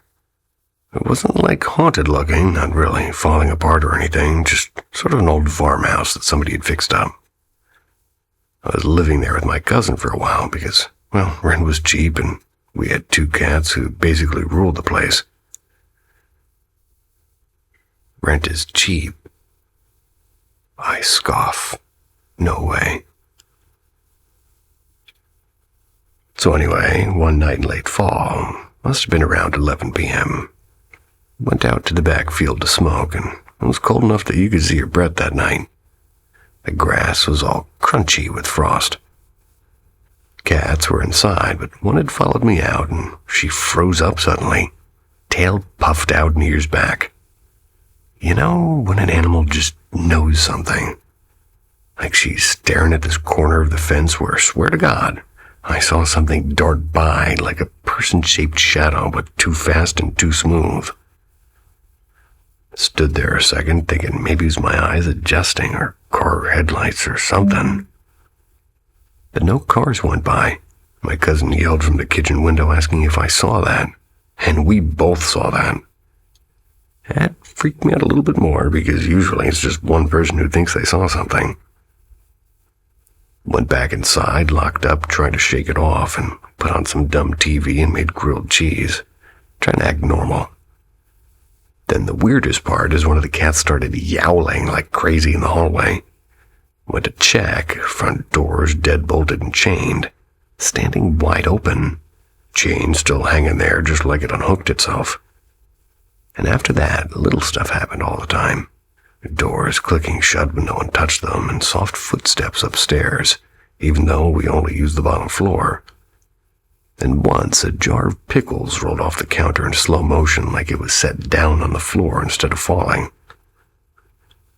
I don't know what it was, and I never felt like it wanted to hurt us, but it also wasn't friendly. Well, more like it was letting us know that we weren't alone.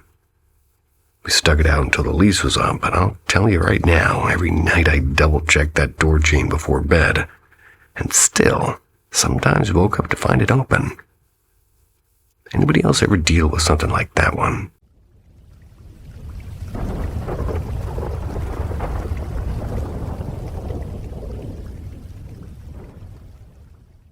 The Girl with the Green Eyes.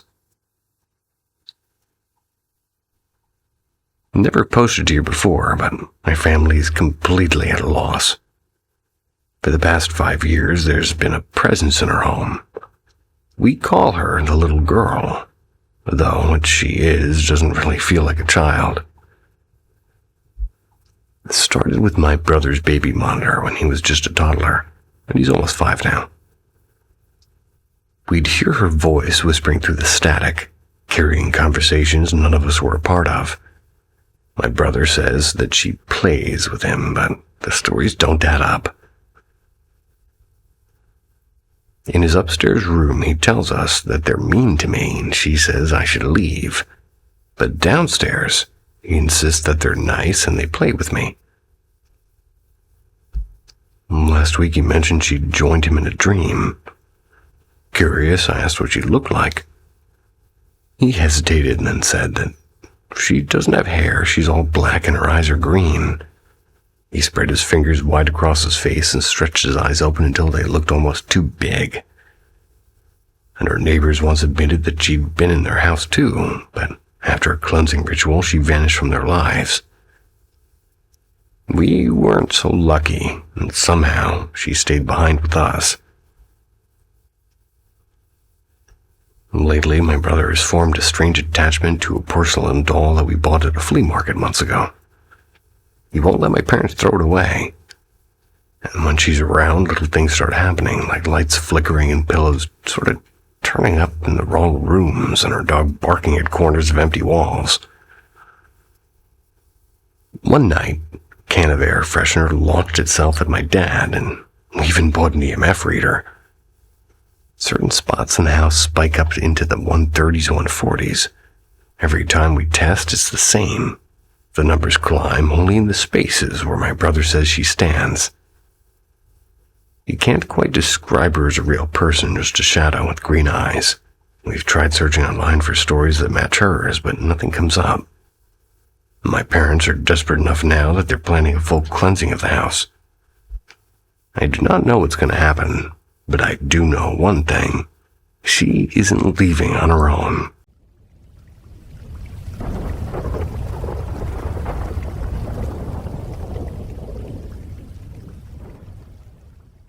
The Man in the Shadowed Glasses.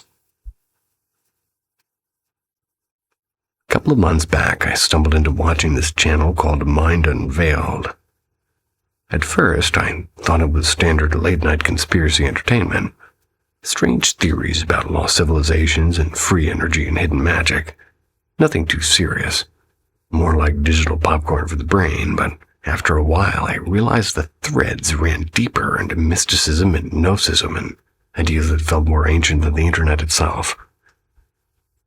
Internet isn't very ancient.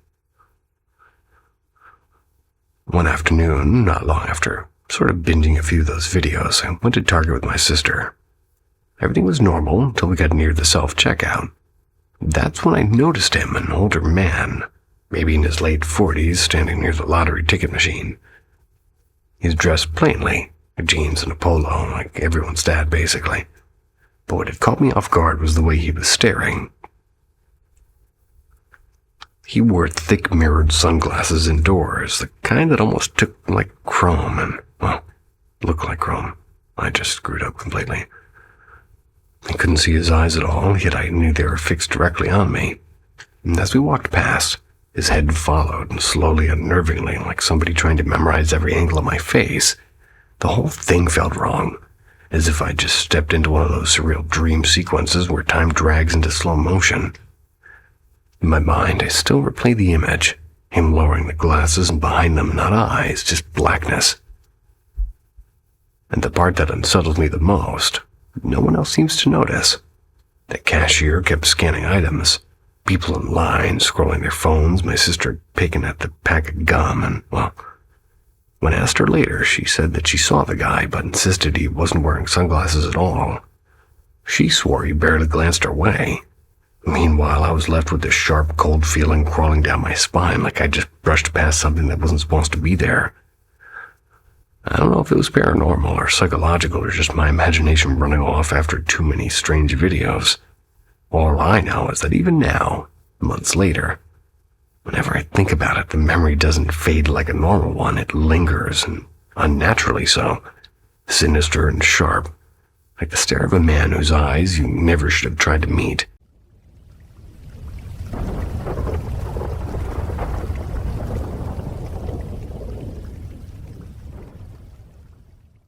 The Night Visitor. Back when I was a chaotic little gremlin with a burner account, I had one of those edgy internet child faces. You know, the kind where you live on horror forums and think creepypasta is basically the modern Bible. Very cliché and very embarrassing. Now on this site, people made accounts pretending to be real characters, and most of them were obvious fakes, like poorly written OCs with pixelated profile pictures, but for some reason that didn't stop me. So, being about 12, and extremely gullible, I DM'd one of these quote-unquote official accounts, and shockingly, we actually talked. At some point, as a joke, I told her to come over to my place, and totally knew it was fake, but I still typed it. That's what happens when you're a kid with zero parental supervision and way too much time. Fast forward to that night. I wake up on my top bunk in my bed and faces the middle of the room, and when I open my eyes, boom! She's there, inches from my face, and I'm talking, maybe 20 centimeters, and, well, she's see-through. Like I could see my desk lamp glowing faintly through her head. She blinked slowly, tilted her head, and gave me the tiniest smile. Now I have the weirdest fear response. Instead of screaming, I just mentally combust and then roll over and go back to sleep, and yeah, that was my survival instinct. Pretend it's not happening. What messes me up is that earlier in chat, She'd made this cryptic comment about me, quote-unquote, finding out her real account, and then, poof, she deactivated. Never got a chance to ask questions. And she had complimented my bunk bed before. The thing is, I never mentioned I even had one. And to this day, I avoid that whole fandom. Maybe it was a hallucination or maybe a dream, but I wasn't anxious. I wasn't scared beforehand, I mean. I had a handful of other paranormal moments in life, but this one stuck and felt too sharp and too specific. Honestly, I hope it was just my brain glitching, because if it wasn't, well, then I really don't know what came smiling at me that night.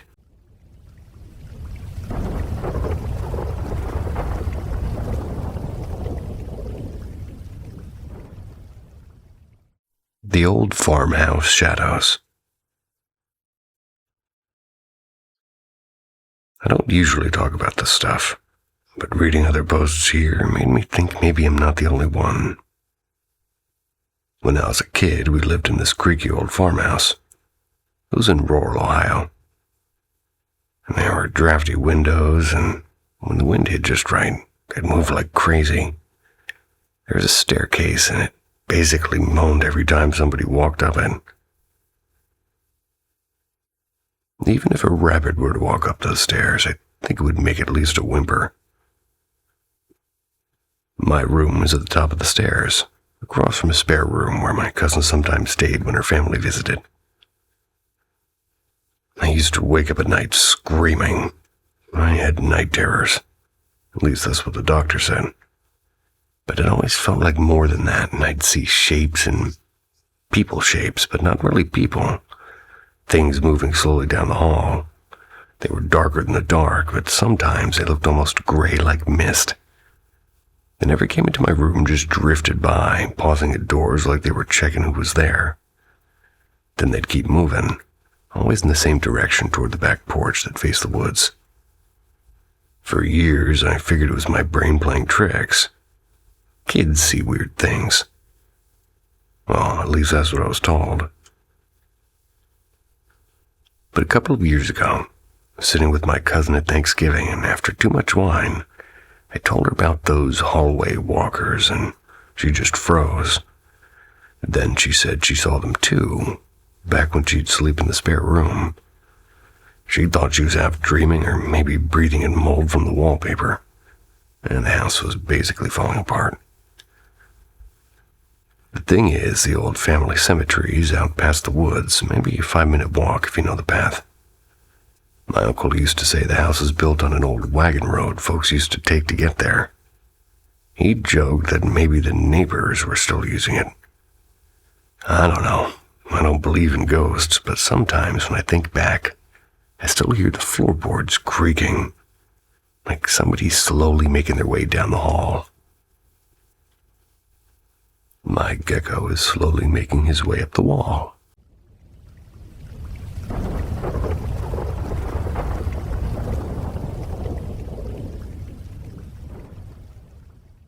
Whispers in the wrong places. I've had 3 run-ins with something I can't explain. Paranormal, maybe skinwalker, maybe worse. I don't think it's random. It doesn't haunt me exactly, but it sticks in my head like a splinter. Here's what went down. Encounter 1. I was walking back one night. I was going through the housing complex where I used to stay in foster care.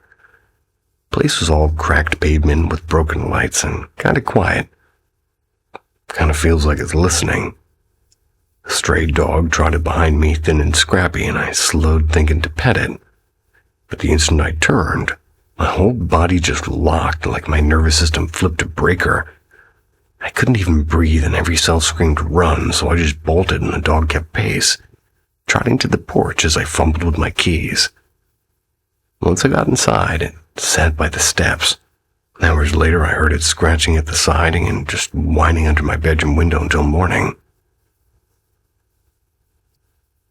Encounter 2. Camping with my ex. Well, night was calm.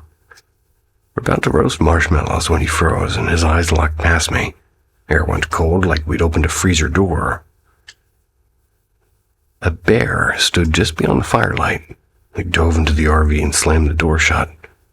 He whispered that it didn't look right and said the bear's face was missing, like nothing was there, and next morning no tracks, no overturned food, not even a paw print. Worse still, his mom jolted awake in the night screaming, convinced she'd dreamed we were dead in the woods. Encounter 3. Same ex, different trip. We wandered into this clearing near the dunes, a place that should have felt open but felt trapped. 6 deer stood in the distance, statuesque, not grazing, just staring, and in the middle of them a raccoon sat upright watching too. Highway noise nearby vanished, and even the waves went mute. No sounds at all, just eyes, and we backed out fast. On the trail back there was a pile of trash and fresh animal bones scattered across the sand. I swear they weren't there when we first walked through.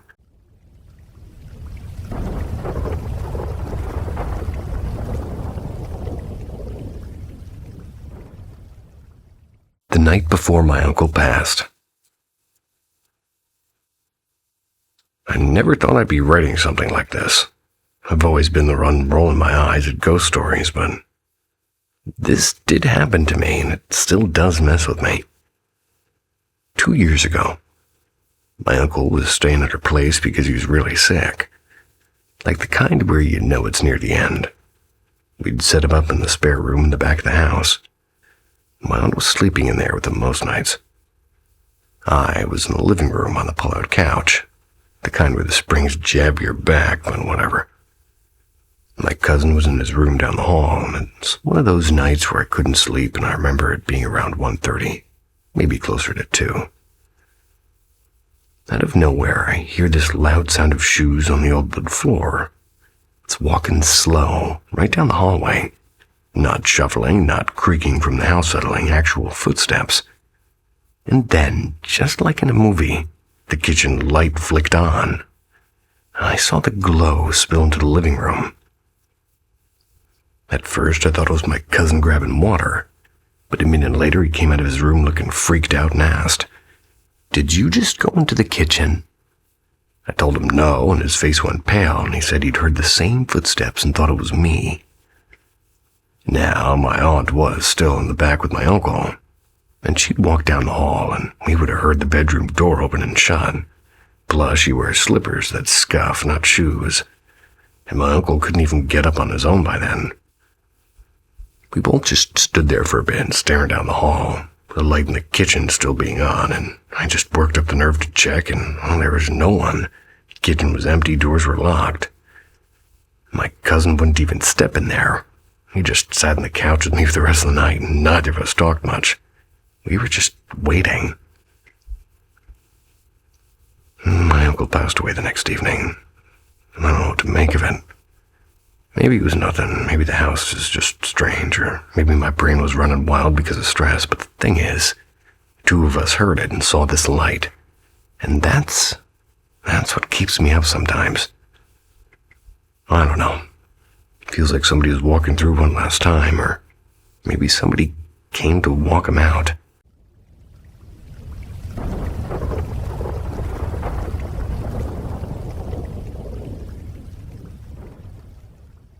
The Intercom House. I want to tell you about something that still lingers in my mind. Not because it was terrifying, but because it felt strangely personal. This happened years ago, in the late 70s, the house that my brother and I was renting for a while. The place came with an old intercom system, and there was a main panel in the kitchen, little speakers in every room. By the time we moved in, it was mostly broken, but every now and then, faint sounds and static and distant whispers like odd clickings they'd slip through. At first, it was small oddities, slow, deliberate footsteps in the upstairs hallway. The wooden floors were so creaky that you could tell the difference between a house-settling groan and a real step. Sometimes a cupboard door in the kitchen would just give a sudden metallic rattle, and every so often we'd catch what sounded like faint voices. Never through the speakers, but somewhere inside the house itself. Things shifted after our parents left town unexpectedly for a long legal mess. That left my brother and me to keep the house running on our own. And that's when the voice came. One morning, while we're getting ready, my brother's brushing his teeth upstairs, me making coffee downstairs. I heard a man's voice, and it was calm and clear, and it called out, "Hey, Rowan." That's my brother's name. A second later, Rowan thundered down the stairs, swearing he'd just heard me call him. But I hadn't said a thing, which is kind of strange. And after that, quiet greetings would sometimes drift from the corner of a room like a soft hello. Almost conversational, but not quite. Never felt threatening, more like somebody politely checking in. We ended up giving him a name, Gavin. Somehow it seemed to fit. Gaz never slammed doors or sent chills down our spines, but he did linger. A presence, and almost like he wanted us to know that we weren't alone in a rough patch. But we did eventually move out, and I've lived in plenty of places since, but nothing has ever been that same quiet, watchful sort of atmosphere. So thanks for letting me share it, and I don't want to talk about it that much, but if you've ever met a spirit that felt more curious than cruel, I'd love to hear your story too.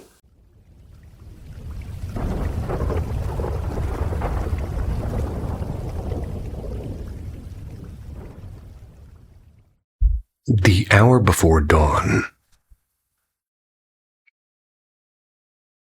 When I was 11, my family took what I thought was just a cheerful winter trip to Boston. We were going there to see my Aunt Claire, and they had always been the warmest soul at every family gathering. I thought we were simply escaping the great January routine for a bit of fun. Only later did I realize the real truth. She was in the late stages of cancer, and we were there to say a quiet sort of goodbye. 2 days after we got back, something happened that still lives in my bones.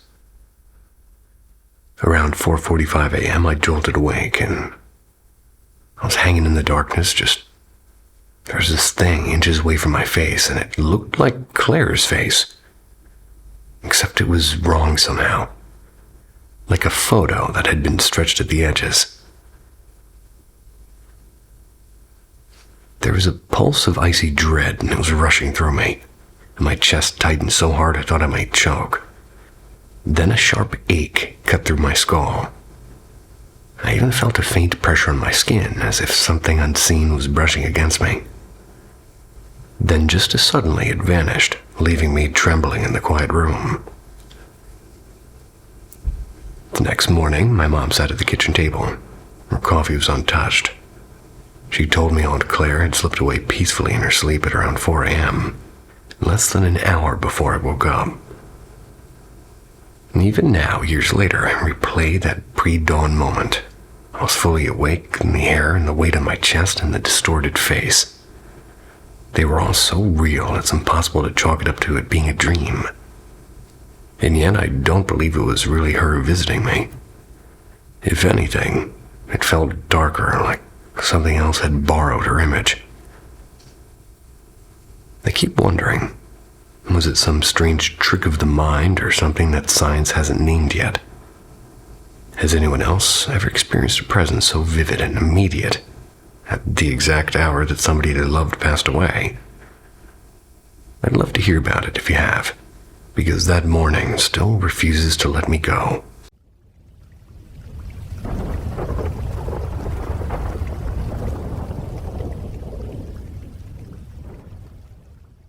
The locked gym pool.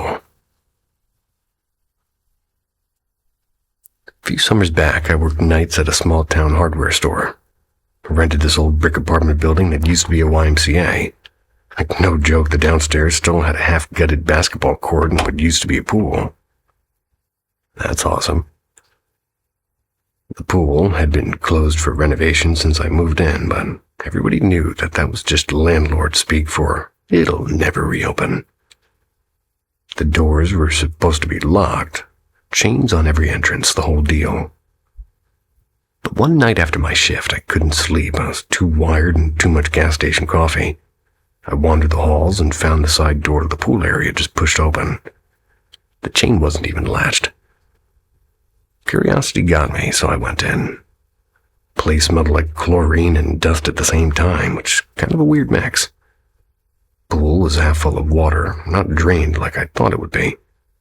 The surface was dark still. Overhead lights flickered on some timer. It was humming, but most of them were even out. So I sat on the tile edge, just dangling my feet, listening to the hum of the lights. The place was dead silent otherwise, and then a splash, clear as day. Not like a drip or pipe noise, I mean the sound of somebody diving in. I jerked my head up so fast I almost fell in. Water rippled like crazy, like somebody was swimming laps and fast. You know that sound when strong arms cut through water? It's like that steady rhythm. It was just like that. I waited for her head to pop up and for somebody to crack a joke about me trespassing, but there was nothing. Water went flat, perfectly flat. No drips on the tile, no wet footprints. Just me and the sound of my own pulse in my own ears. I remember backing out real slow, feeling like if I moved too quickly, I'd see something I didn't want to see. Locked the chain behind me even though it hadn't been locked before, and the funny thing is, I asked one of the older tenants about it a week later, half joking, and he shrugged and he said, "Kids drowned in that pool once. Nobody uses it now." Then he walked off like he just told me the weather. Maybe pipes, maybe my brain, but I swear I heard those strokes. Sounded like somebody who never got out.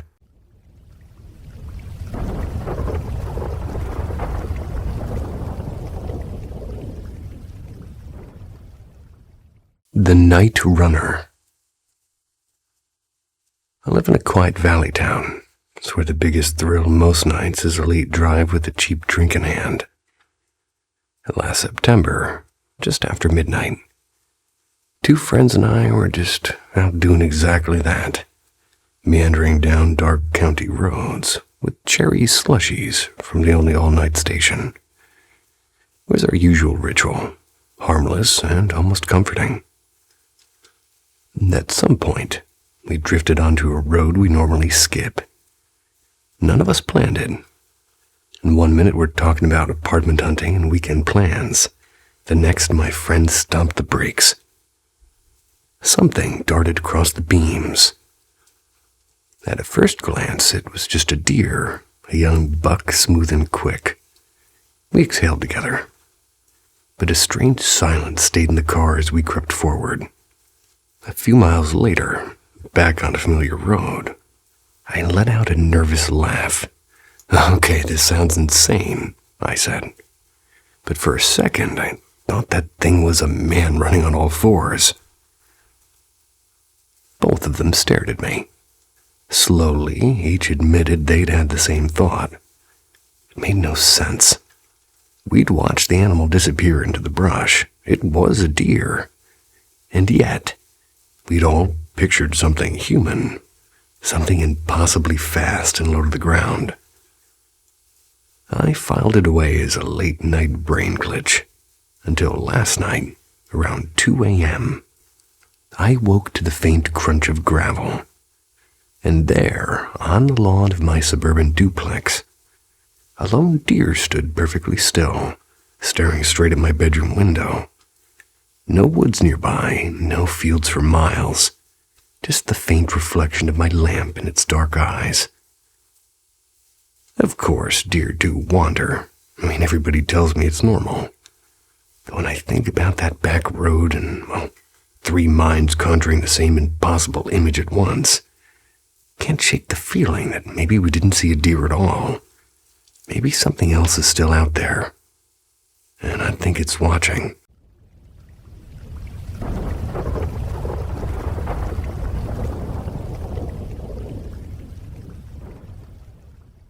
The Man at the Glass Doors. I always assumed the whole thing began when I was grown, but the truth is, it was about dreams. Dreams I used to have and haven't had in years. Back then, I would smoke myself numb before bed just to shut them off, and I hated them. I mean, I really hated them. About 7 years ago, I had to move back into my parents' house for a while. My dad was sick with cancer, and my mom was slipping further into dementia. It was brutal. I worked days and helped them through the nights, and the place was my old childhood home, but I didn't even have a bed anymore, so I would crash on the sofa in the living room. Across from that couch were these tall sliding glass doors that opened to the backyard, and I'd pass out staring right through them. And that's when the dream started repeating. Every month or two, I'd see men out there, wandering in the dark, headlights flicking on and cars rolling across the lawn. In the dream, I'd launch myself off the couch, ready to throw down. But later, it stopped being groups of men and became just one figure, an old man waiting at the doors in daylight. I had those dreams until shortly after Mom passed in 2022. Dad was already gone by then. Last dream ended with me finally grabbing the man and realizing it was me. Since then, nothing. Not a single dream like that. Getting married and told my fiancée about it, and she agreed it was creepy as hell. But talking about it stirred up something older, or dreams I used to have when I was a kid, like 8 or 9 years old maybe. And even now, thinking about it makes me shiver. Back then, I'd lie in bed staring out my window. Our house wasn't at the corner of the block, and I swore there was something waiting at the streetlight, like a figure pitch black, and I called it the witch. Some nights I don't know if I was awake or dreaming, but I'd sneak downstairs and go outside to chase it. Just like with the old man years later when I was little. Fight or flight wasn't even the debate, I was always in fight. But every time I reached that corner, there was nothing, just silence. Then I'd climb back upstairs to bed, hard pounding, unsure if I'd been dreaming the whole thing. And even now, I still don't know.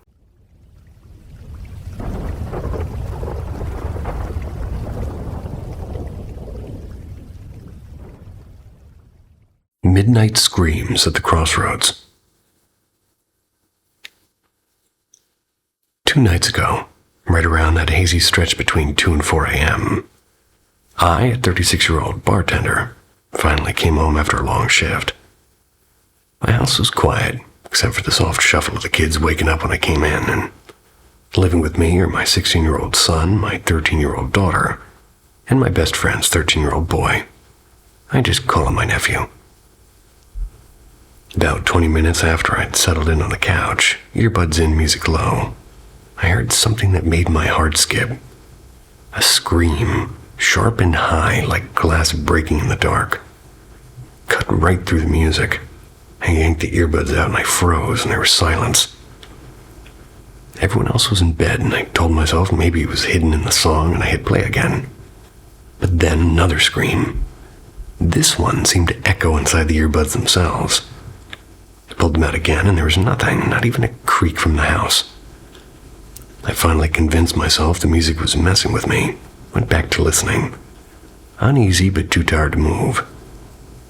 I forgot about it until the next evening. My daughter quietly asked if I'd heard the 4 loud screams that came after I got home. 4. I'd only heard 2. She said each one sounded like a young girl and seemed to move closer, starting far down the street and ending near the 3-way crossroads just beyond her yard. By the 4th scream, she said her skin prickled with goosebumps. She prayed until the sound stopped. When I asked my son, he admitted he'd heard a single scream near his bedroom window, and to him, it sounded like an old woman in an argument. And since he was half asleep, he assumed it was a neighbor and just drifted off again.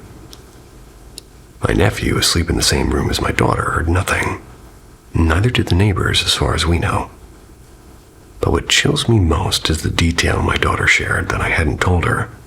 The feeling that the sound moved, closing in with every cry. I can't shake the question. If the screams weren't in the music, and not everyone in the house heard them, what exactly moved through the night outside her home? And why did it stop only when somebody prayed?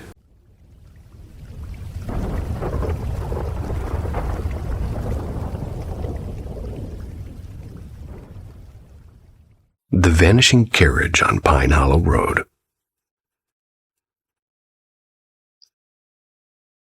Me and my cousin decided to take her old hound. Took him for like a late evening walk down Pine Hollow Road. The stretch is half paved, half dirt, and runs between a patch of woods and a cornfield. Nobody really uses it much anymore. I grew up around there, but never liked going that way after dark. It's just got that heavy feeling.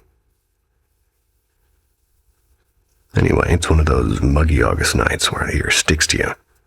Rusty was sniffing around like usual, and all of a sudden he froze with his hackles up and his teeth showing. We both tried to laugh, but the air was getting colder just around us, like a weird draft, even though nothing was moving. We kept walking, and then I heard what I thought was a wagon wheel creaking. Not a car, not a bike, like an honest-to-God old wooden wheel. My cousin heard it too, because she grabbed my arm so hard her nails left marks. I looked down the road, and she whispers, "Do you see the carriage?" I squinted like crazy, but I swear there was nothing there, just this empty road. She swore on her life that there was a black horse pulling some old buggy. Said it looked like the one her granddad used to keep in their barn when she was a kid, before it got torn down. And I couldn't see a thing, but I did hear it, that creaking sound. And then clear as day, a horse snorting, like right in front of us. Rusty yelped and bolted so hard the leash slipped from her hand. We went chasing after him with our hearts pounding until we ended up by this old church ruin that sits near the crossroads. Half the roof caved in years ago. Nobody goes near it. We were catching our breath trying to laugh it off when a bunch of bats, or maybe they were crows, honestly couldn't tell in the dark. They started circling right above the steeple, loud, like they were angry at us for being there. And that was enough for both of us. Cut through the cornfield, stumbled out into the main road, and didn't stop until we got back to the house. My cousin was pale as a sheet, and she kept muttering about the buggy wheels.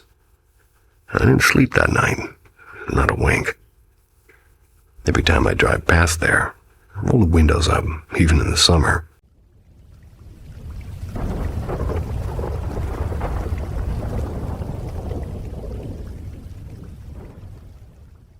The girl in the trailer office.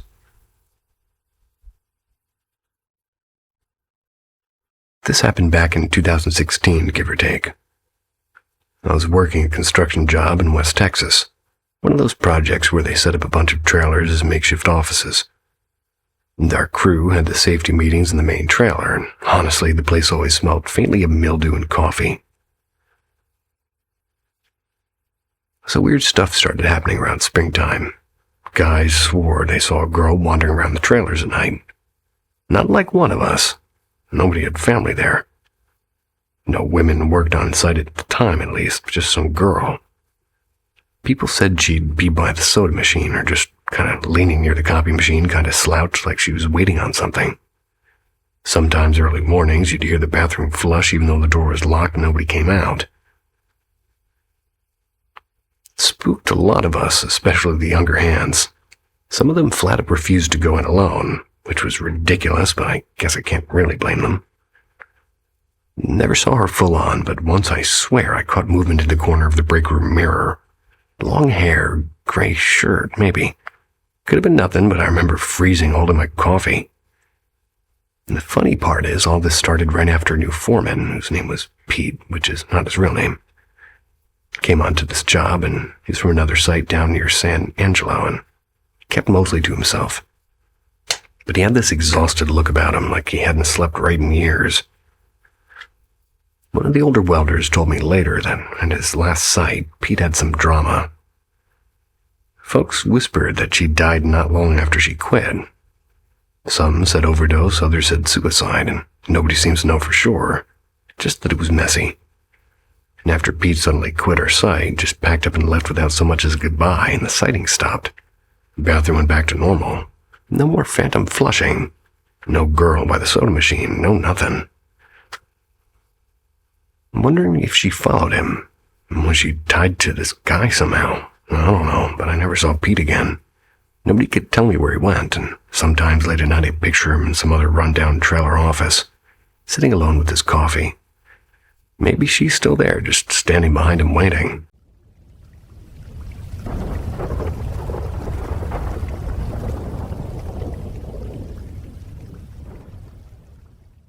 The voice between us. Before I ever shared a roof with my now husband, he loved to spook me with stories about his house. Late-night footsteps pacing the hallway, the faint creak of a door when no one was there, and I try to laugh it off. But I've had my own brushes with the unexplainable. So the tales clung to me like cobwebs. When I finally moved in, I kept those stories tucked in the back of my mind. Whenever I heard a thump or the soft tap of footsteps, I would blame the dog and I went about my day.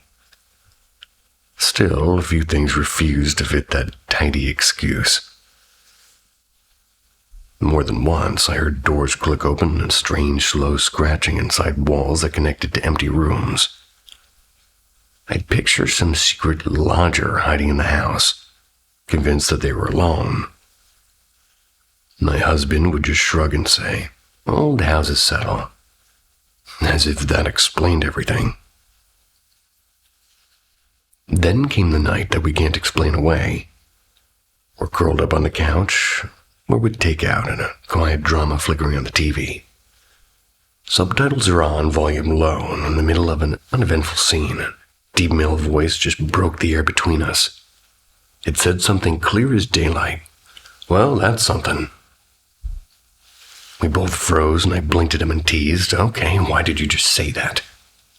He stared back, baffled, and he thought I'd said it. Never mind that my voice isn't remotely that deep. We decided it must have slipped in from the show somehow, a forgotten bit of audio. But when the credits rolled and our nerves kept buzzing, we rewound to the exact moment. Silence, no strange dialogue, no glitch, just the empty quiet of the living room. And since then, nothing as bold has happened. Maybe it was my imagined housemate finally clearing his throat, and maybe the house itself, or ghost or otherwise, decided to make its presence known. Whatever it was, the memory of that disembodied voice still sits between us like a question no one can answer.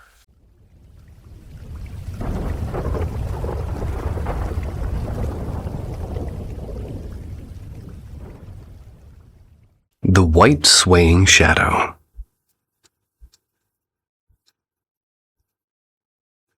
This isn't my own encounter, but something my mother shared with me. She's 41 now, and for nearly 2 decades she worked as a geriatric nurse in a nursing home. Back in 2015, her father died of lung cancer. She had no intention of attending his funeral. Her stepmother and stepsister would be there, and they had made her life miserable ever since her father remarried. But before the funeral, during one of her late shifts, something happened. That night, she was the only nurse on a unit with more than 30 residents. The first thing was small and almost laughable, and the hydration schedules, well, the charts showed with each resident what they needed to drink, and they were scattered on the floor in the kitchen. No windows were open and no breeze, and no resident nearby. She just shook her head and muttered, "Weird, but fine." Then came the second thing. She heard one of the heavy wooden doors moving. Not slamming, not creaking, but nudging back and forth. It was as if somebody pressed it open and then let it fall shut again and again. The metallic click of the lock echoed against the frame, and she checked with no draft, no open window, nothing that could explain it. And then came the moment she swears she'll never forget.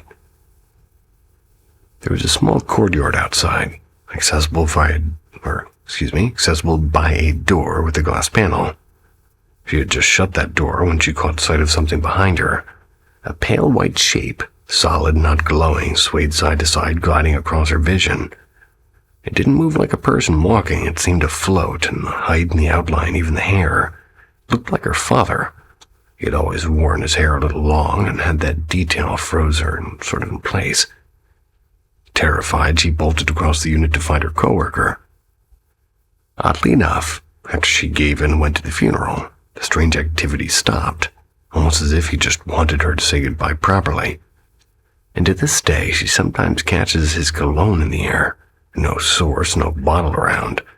Just that sudden sharp note of perfume, and I can confirm it too. It's creepy.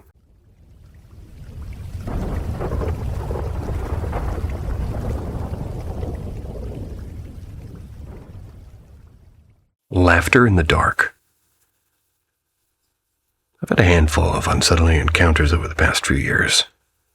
I can't help but believe they involve something, well, otherworldly. I worked the overnight shift in a group home for adults with intellectual disabilities, and when the world outside is quiet, the house isn't always as empty as it seems. Sometimes, sitting in the living room, I'll suddenly feel eyes on me. There's this old leather recliner by the window, the kind that groans when you sit down, and I've heard the cushions sigh and felt the floor tremble, as if somebody had just thrown themselves into it. But when I turn my head, the chair is vacant. No one is there. Other nights, I've caught a flicker of movement, the shape of somebody peeking around the hallway corner, just enough for my brain to register before vanishing. I'll check on our residents, and both are sound asleep. And they're breathing steady. Once, the entire living room floor shivered as a heavy pound sort of echoed from the basement. It was like fists slamming against the ceiling beams. But the moment that left me shaken came one night in the kitchen. I was making a sandwich when something darted past me. A figure running down the hallway just in the edge of my vision. My stomach dropped and I froze, pretending not to notice.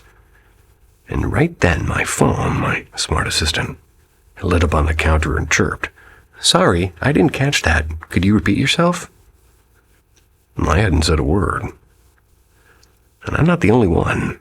My coworkers on the night shift had whispered about the same things. Shadows and voices and furniture moving when it shouldn't be. And then there was one summer when all of our residents, a usually quiet man, went through a strange spell. For weeks he wandered the halls, giggling and chatting to the empty air as if he were holding conversations with a friend only he could see. And we only care for 2 individuals in this house. Both are nonverbal, both have limited mobility, which is exactly why I can't shake the memory of that night in the kitchen. Whatever I saw rushing down the hallway, it wasn't one of them.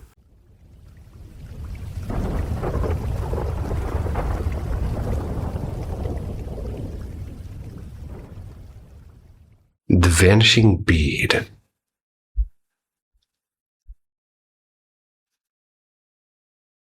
When I was in 7th grade, about 6 years back, something happened that still knots my brain. It was about school, and I stayed behind to help sweep the classroom. Now my wrist was a stretchy hair tie with 2 shiny glass-like beads dangling from it. Mid-sweep, I felt a sudden tug, and one bead snapped off and bounced once it hit the floor. It rolled toward the back corner, and I watched it, and I heard the click against the tile. Well, naturally, I responded.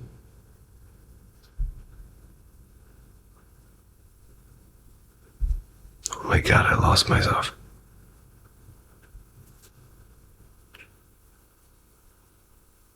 So I searched. I crouched under desks and shook out my backpack.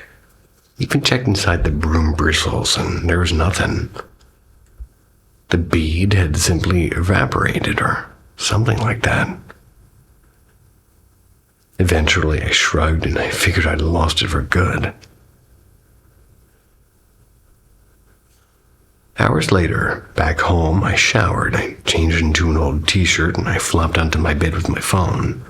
And out of nowhere, plink, something landed right beside my pillow. It was the bead. The same frosted turquoise bead I'd since seen bounce away at school. No cracks, no dust, as if it had just teleported straight from the classroom to my quilt. I retraced every step. The walk home, the change of clothes, the laundry basket. There was no way it clung to me unseen. The timeline didn't add up, and even now I can't explain it. And that bead should have been there. It felt miles away, and yet somehow it came back or never left at all. And sometimes, when I think about it, I expect to hear another soft plink in the mattress, expecting me or the universe, like it still keeps its strangest secrets.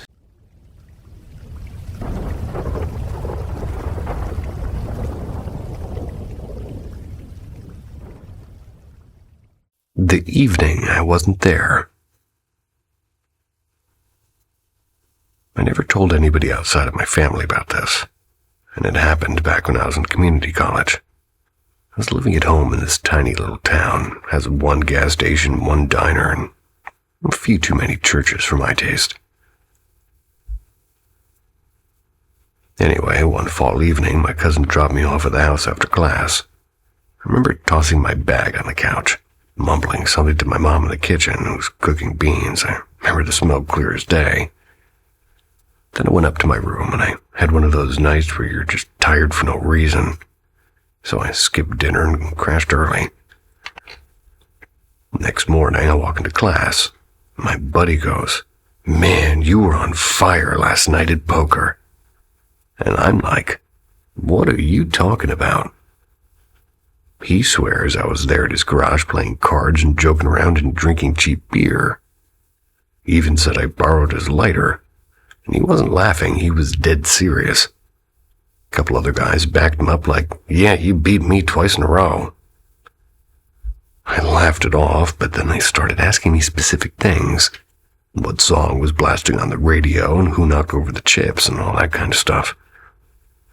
All I could answer was like I knew, like I could see it in my head, same as a real memory. I remembered the neighbor's dog barking outside.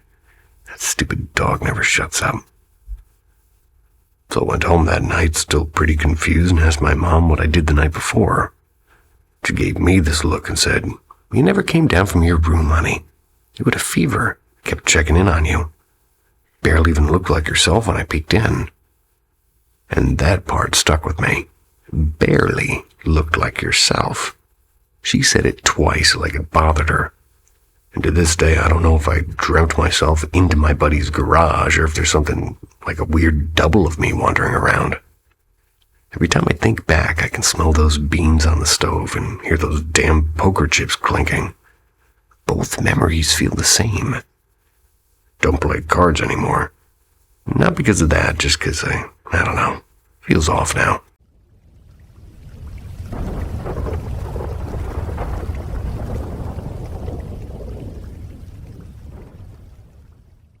The old barn radio.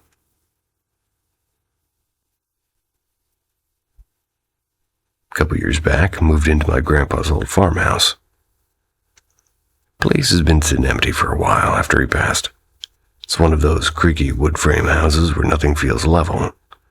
The kind where, like if a cat's walking, you can, kind of hear a circus. So I'm staying there alone, just me and my dog, trying to get the place livable again. It was late one night, maybe close to 2 a.m., and I was in the living room. I had this beat-up radio from the barn playing some old country station. The signal out here is garbage, so I kept cutting in and out and getting all fuzzy like. It was like somebody crumpling aluminum foil right in my ear. I leaned over just to adjust the dial, thinking maybe I'd catch it clearer for at least a bit. And right as I'm messing with it, I feel this grip on my ankle. Not a brush, not just the dog bumping me. I think he was snoring across the room at that point. But like a real hand wrapping around and pressing down. I actually froze because my brain was trying to make sense of it. At that exact second, this radio was blasting through the static. I swear to this day, it said something like just one word, "Hey," like somebody hollering at me real close. I jumped so hard I nearly kicked the radio off the table. Dog woke up barking like mad, staring right at my leg, but then there was nothing. There was no one there. No sound after that. Radio just went back to static and this twangy guitar. I know old houses are weird, and I know radios pick up straight chatter sometimes, but the timing, the hand, the voice, both at once, that's the part I can't shake. Told my sister the next day, and she just laughed at me. Said it's just me being spooked in a house with too many memories. She might be right about the memories, but something when I'm walking past that radio, I still feel like if I turn the knob just right, I'd hear somebody waiting on the other end.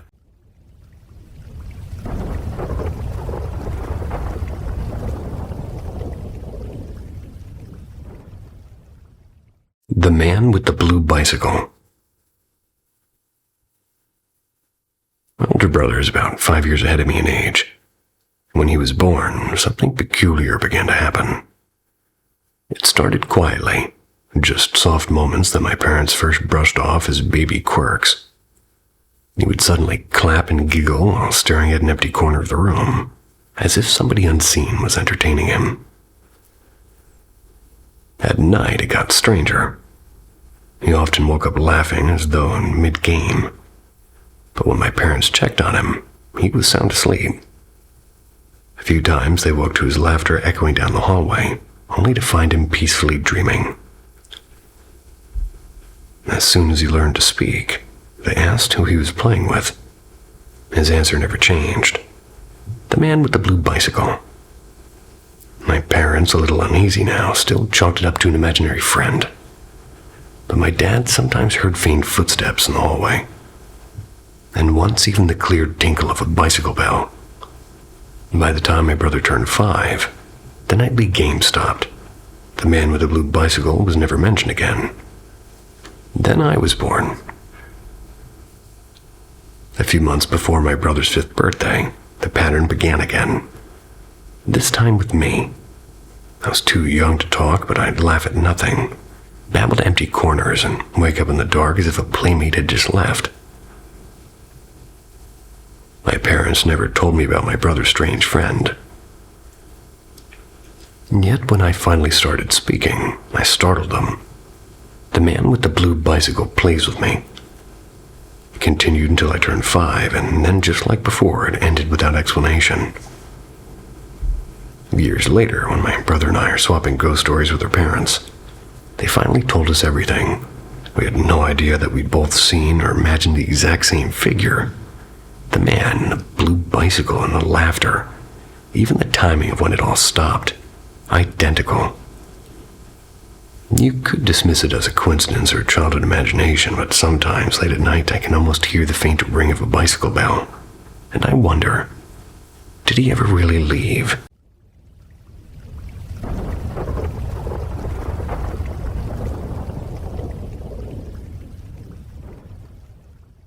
The Crimson Hand in the Oak. So here's one of the strangest and most heart-stopping things that's ever happened to me. But with a surprisingly wholesome ending. Well, that's good.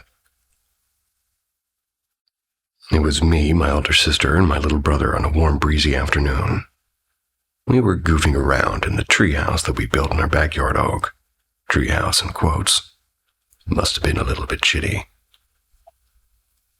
Though to be honest, it was kind of more of a wooden platform nailed together. No walls, no rails, just a daring flat deck on the sky.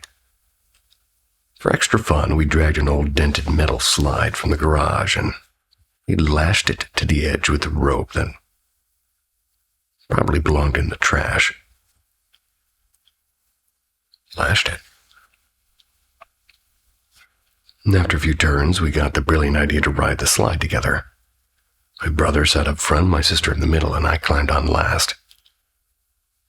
We kept shuffling backward to squeeze everyone on, and laughing so hard we barely noticed how close we were to the edge. Then my foot found a loose plank. The board gave way. And 1 second I was laughing. The next I was dropping head first toward like a hard-packed bit of dirt below. And then yank. A freezing grip clamped around my left ankle, sharpened deliberately, like an icy rope of muscle. And in a blink I swung sideways and my sneakers snagged on a branch. My face stopped maybe 8 inches above the ground. Heart pounding, I scrambled upright. And on my ankle bloomed a deep red handprint, cold to the touch. Everybody swore nobody'd reached down. To this day, I just can't explain it. Maybe it was a gust of fate, and maybe a long-gone relative watching out for us. Or maybe something stranger. Something that liked kids who built wobbly tree houses and dare each other down crooked slides. Whoever or whatever it was, the crimson hand in the oak saved me. Still grateful.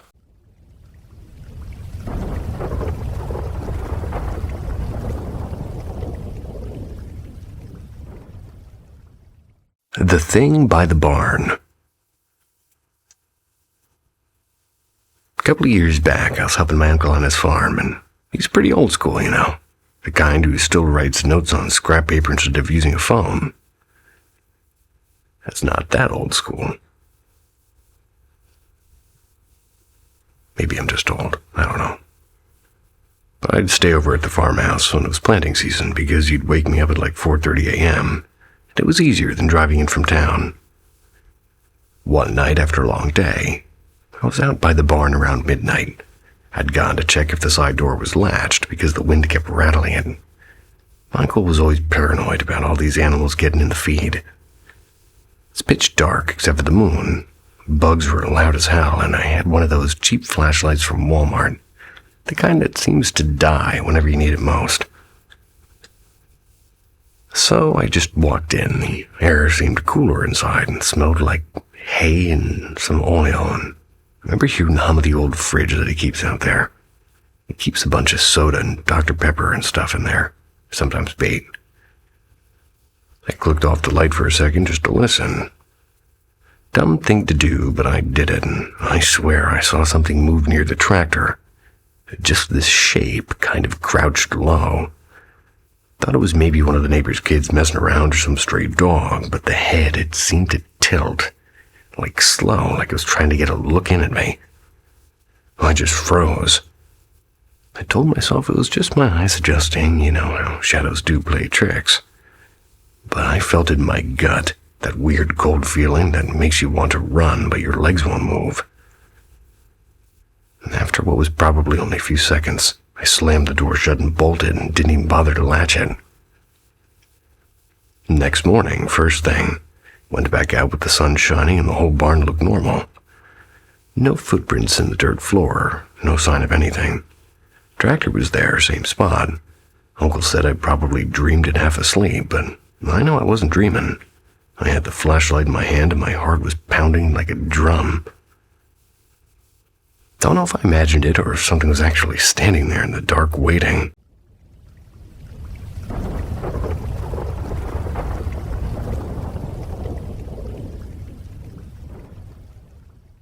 The Man by the Silo.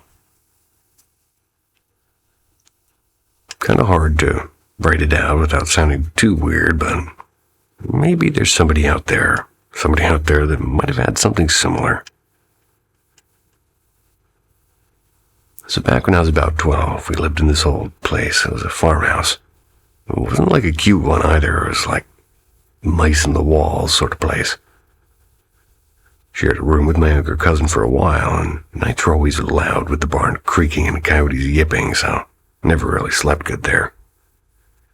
But I swear, like I'd feel our old dog. He'd jump up on the bed at night. He'd been gone for about a year by then, buried out past the cornfield. But I'd feel that dip on the mattress, same spot every time, and sometimes I'd even reach over and I swear I felt fur. I'd mumble like, "Hey boy," half asleep, and remember he wasn't around anymore. And on a couple of those nights, after my dog, quote-unquote, visited, I'd hear this man's voice real soft near my ear. Not loud, not scary, just a whisper like, "Sam." That's my name, by the way. Nobody else in the house called me that, not even family. Spooked me good, but I never told anyone back then. Years later, I'm talking with my old cousin about the house, just joking about how drafty it was, and she suddenly goes, "Remember that tall man by the silo?" I just about dropped my drink. She said she used to see him plain as day, and the shadow guy who'd stand by the corner of her room when she cried, or sometimes just outside the window by the silo. She never thought he meant harm, more like he was just watching. It made me think about one night I came in late from helping a neighbor move hay bales. I swore I saw Duke in the mudroom. That's my dog. The tail was wagging. Bent down to pet him, hand went through the air, and he darted toward the back hallway. And when I looked up, I saw this tall figure at the far end just standing. Didn't come closer, and I just wound up freezing. Blinked, it was gone. Oops, I just blinked, and now I'm gone.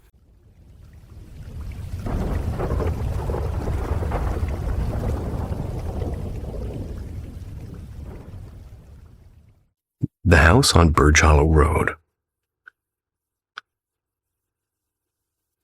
When I was living with my aunt for a while, back when I was in high school, she had this little farmhouse at the end of Birch Hollow Road. It was way out past the fields, and it was, well, I don't know, just an odd place. My aunt collected old country stuff like lanterns and patchwork quilts and creepy wooden dolls that always looked like they were frowning. Everyone in the family used to joke the place had extra tenants, if you know what I mean. My cousins swore they saw things, and my mom said she felt cold spots in the hall and all that. I didn't buy into it much, even though apparently I talked to shadows when I was little. Thanks, Mom.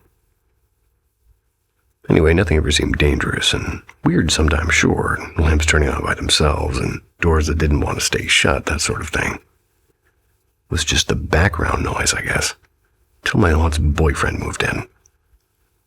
God, I couldn't stand him, and no one could. One of those guys who acts like the world owes him something. Always criticizing, always making comments he thought were funny, but were just mean or gross. Brought a bunch of junk with him, too, like old deer heads and busted recliners and sheds that he kept trying to build in the backyard that never stayed locked up for long. That's when the house started acting up. I'd hear chairs scrape across the floor in the front room in the middle of the night, like somebody was rearranging furniture. I'd wake up, and then I'd find the crocheted blankets tossed on the floor, the dolls sitting in different places than before.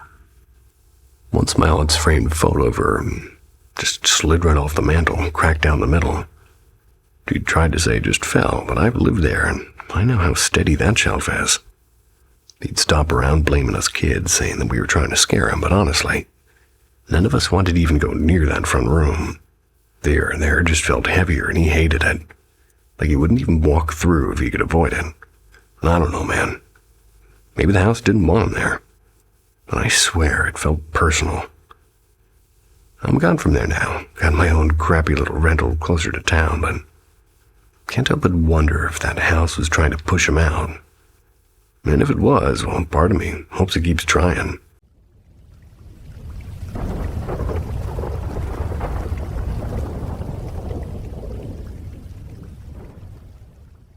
The office bell that wouldn't stay silent.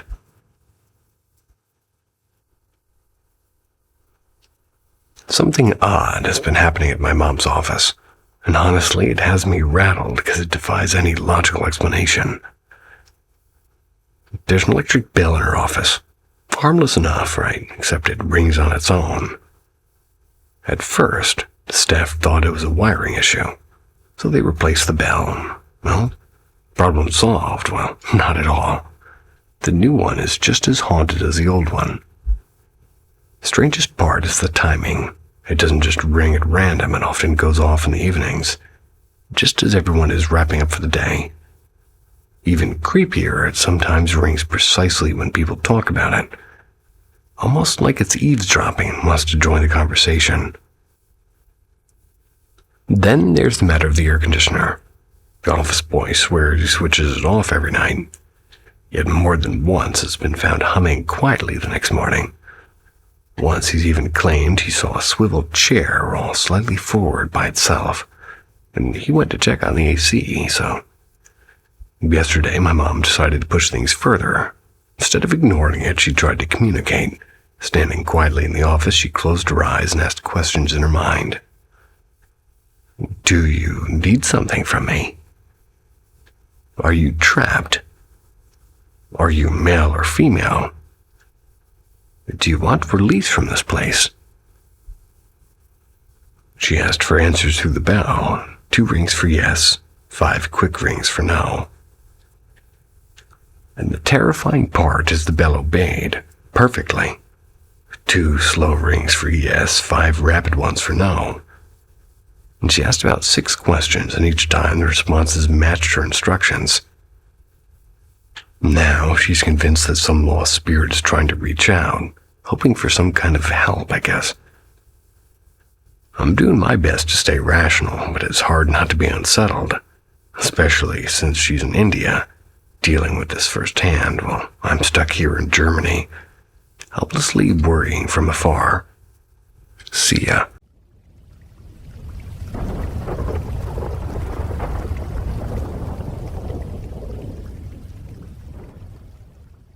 The Hollowed Echo. I have a dear friend who whispers that she wants to end her life. She tells me she cries every night and that sleep flees from her like a frightened bird.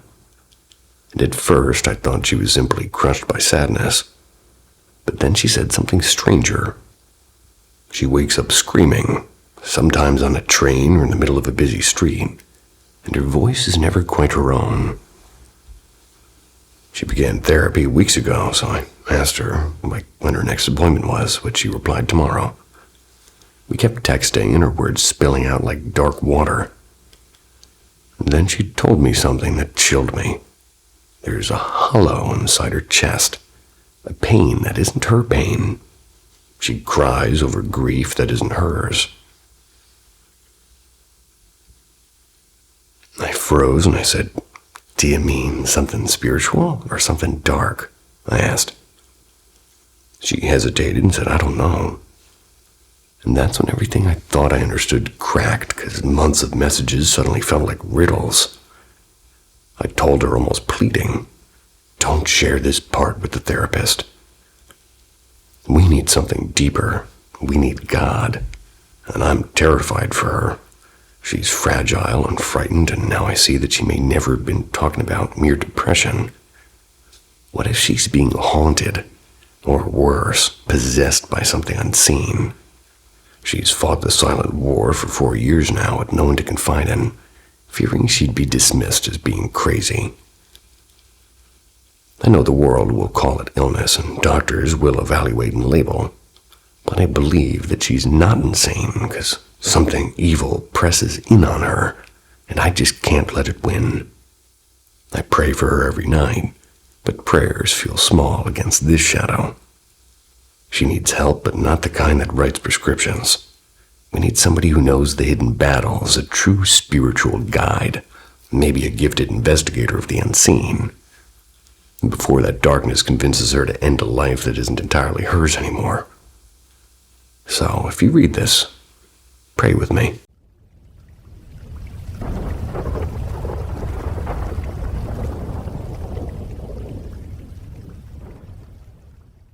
The House That Breathed.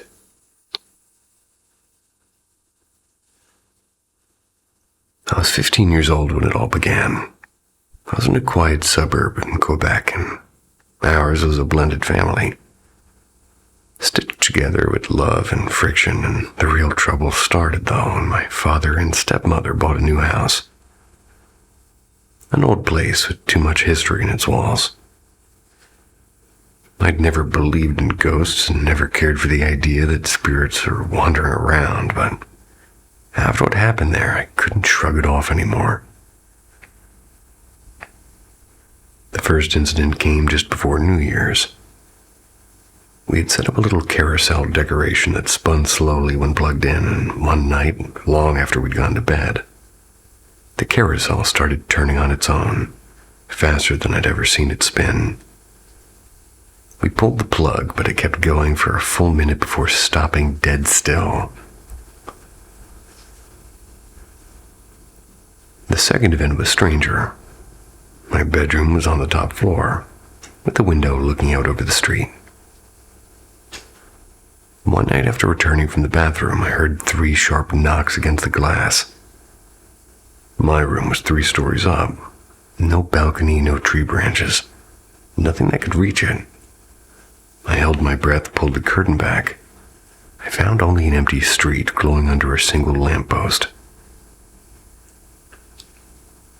The last time I was alone in the garage, I was digging through boxes. I just crouched down when I felt a warm breath brush against the back of my neck, slow and deliberately. I spun around so fast I knocked over a crate of tools, but of course there was nothing. Just me in the shadows. You could say it was my imagination, but the day after we left that house, the new owners called my father in a panic. Water pipes had burst inside the walls and flooded nearly every room. And this is really the first time I've, spoken or written about it. But I'll say this. Before that house, I didn't believe in ghosts, and now I believe the house believed in me.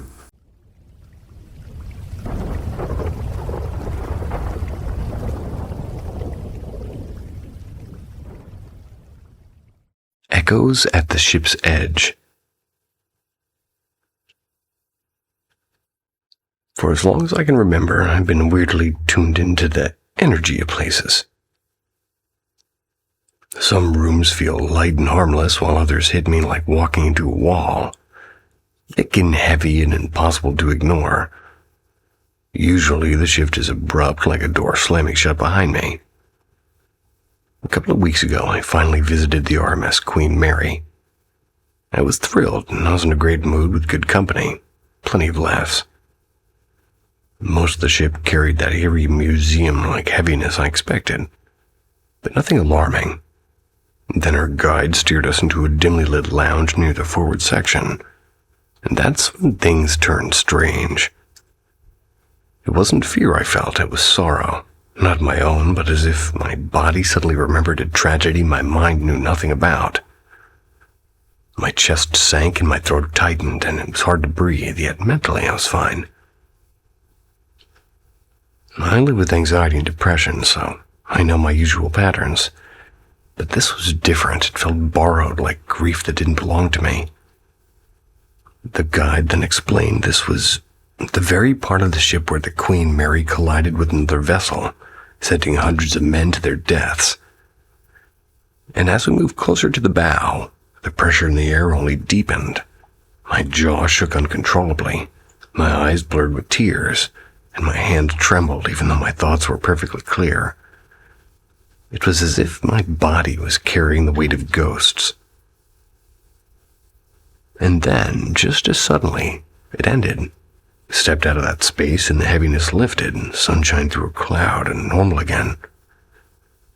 I've always been told I'm overly sensitive, maybe even empathetic, but this was unlike anything I've ever experienced, and I've sensed anger in a room before, or the prickling like you're being watched kind of presence. But this was raw and physical sorrow. So I have to wonder, can a place hold on to grief, and if so, did I stumble into the echo of all of that loss?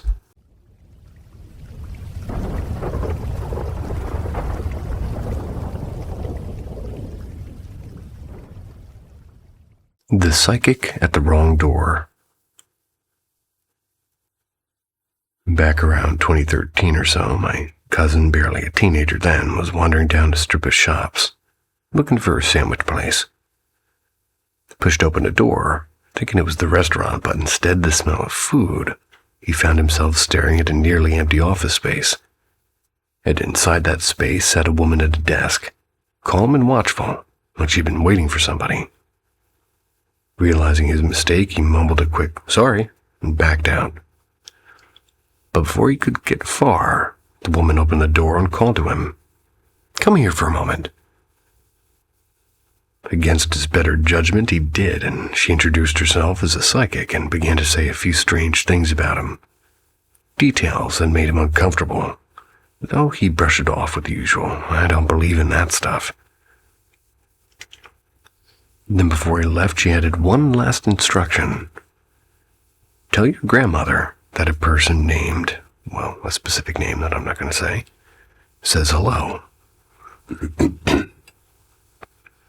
Later that day, curious but skeptical, He told his grandmother exactly what the psychic had said, and to his surprise, she froze and her eyes wide and demanded, "Who told you that? Was it your aunt or your mother or your cousin's mother?" He shook his head and said, "No, a psychic in some random office." His grandmother went pale, and she refused to explain and told him to leave her alone. Still unsettled, he asked my mother-in-law about the name, and she too looked rattled and asked the same questions, and when pressed, finally gave in. With a reluctant, almost broken tone, she admitted, "That was my brother. He died as a baby." She hesitated, then whispered the darker part of the family rumor, that their grandmother, who struggled with alcohol and drugs, may have accidentally rolled over and smothered the baby while asleep and drunk. In that instant, my cousin's skepticism cracked. Whatever he thought of psychics before, that night he became a believer. "Give me the number of that person, would you?"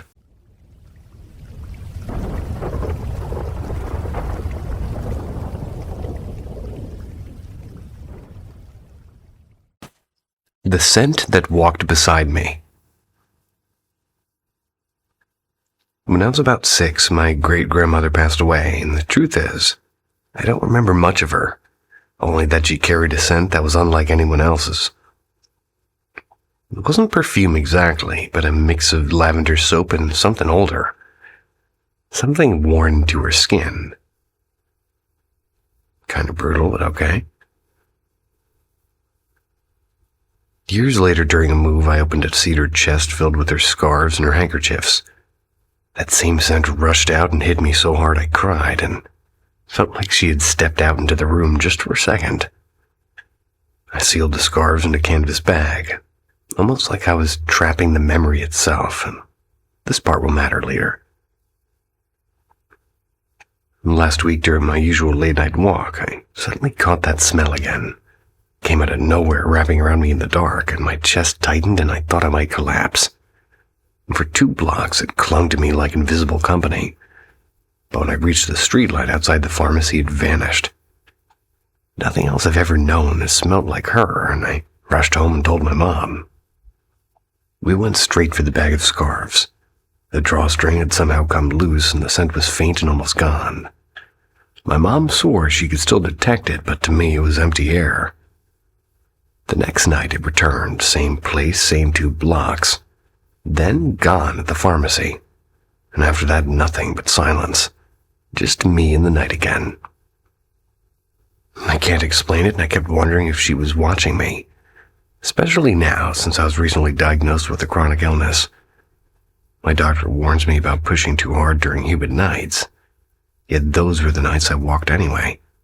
Maybe the scent was her way of keeping me company or warning me or both. I don't know, I just wanted to share this in case somebody else had a similar moment like that, where a loved one finds their way back, not in a body, not in a vision, but in the strange persistence of a smell that belongs only to them. She wasn't in my life for long, but her presence lingers, sometimes on the wind and sometimes in memory, and always in me.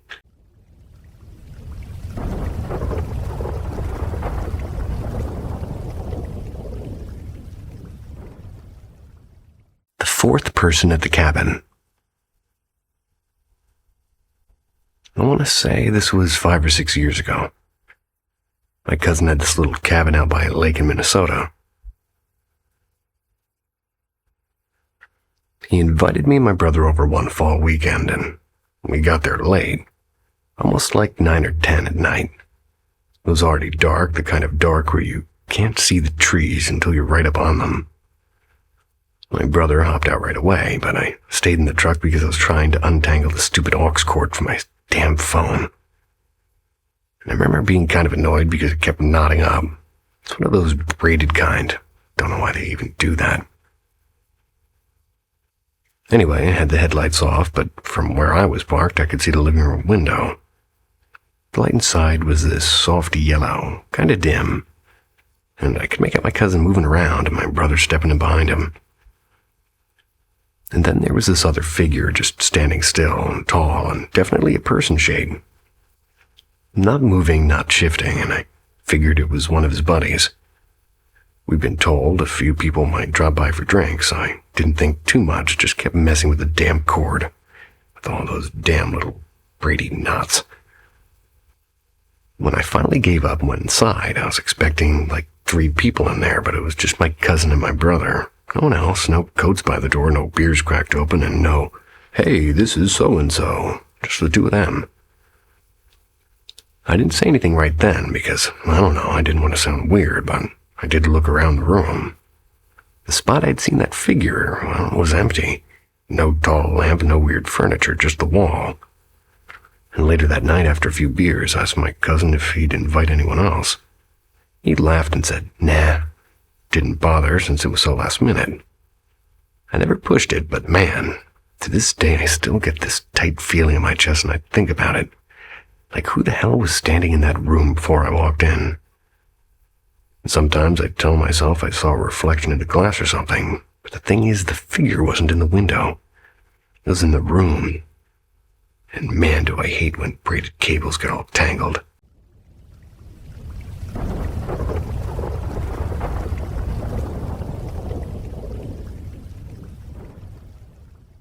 The Lantern at Hollow Bay.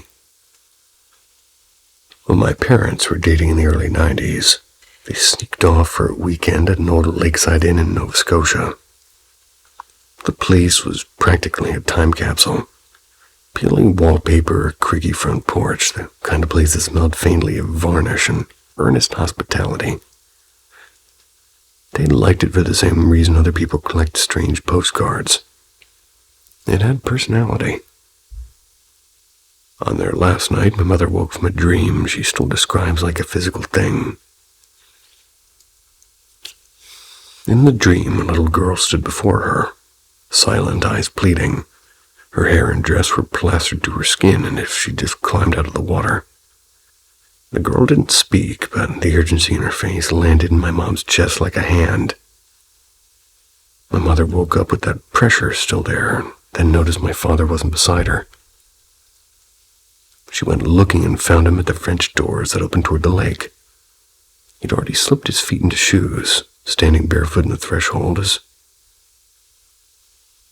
he slipped his feet into shoes and then stood barefoot. Huh?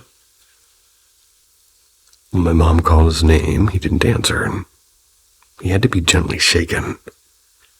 My dad, who'd never sleepwalked before or since, blinked awake and mumbled about a vivid dream, one where he felt compelled to check the shoreline. They later joked it was synchronicity, and I always thought it sounded like something stranger. At checkout, they asked the innkeeper about the building's past.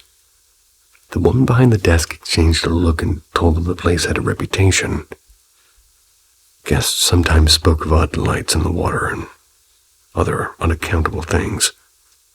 Locals called it Hollow Bay's phantom schooner, a pale light that drifted across the inlet at night, sometimes resolving into a faint outline of a boat and then simply vanishing as it drew near. I still wonder about the girl in my mother's dream.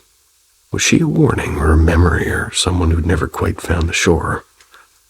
Either way, the lantern on Hollow Bay keeps its secrets.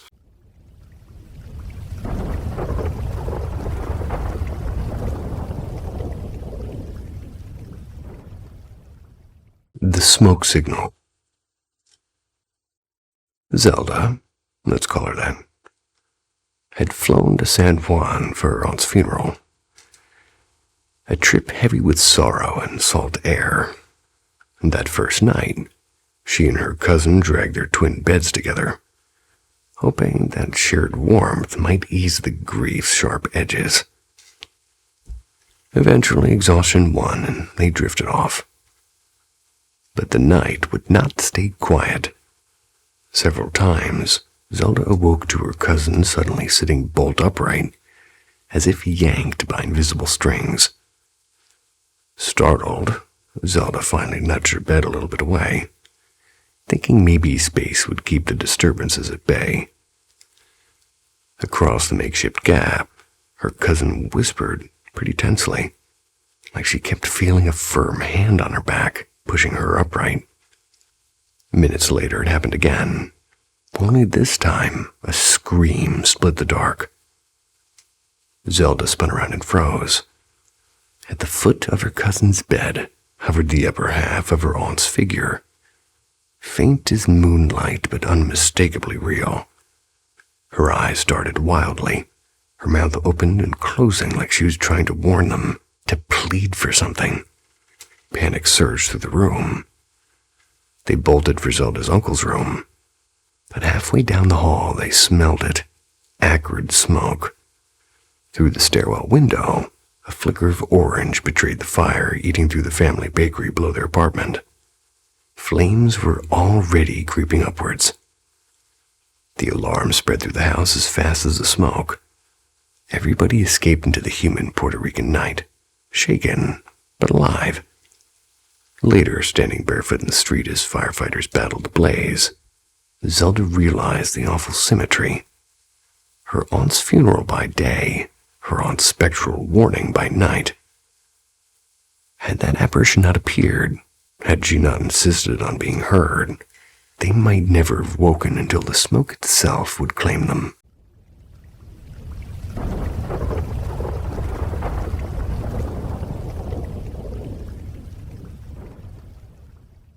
The day time cracked.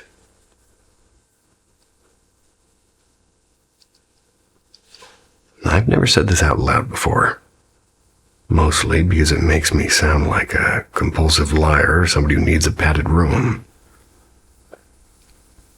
But after all these years, I think I can finally share it. When I was about 8, my best friend and I had this strange little hobby. We collected old, nearly empty spray cans and paint and deodorant and anything pressurized. Tried to make them pop. Yeah, I know, brilliant childhood decision-making.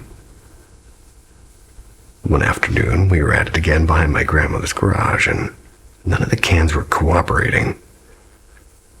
After a while, my friend had to run off because his dad was shouting from the porch that it was dinner time. Me, well, I wasn't ready to quit.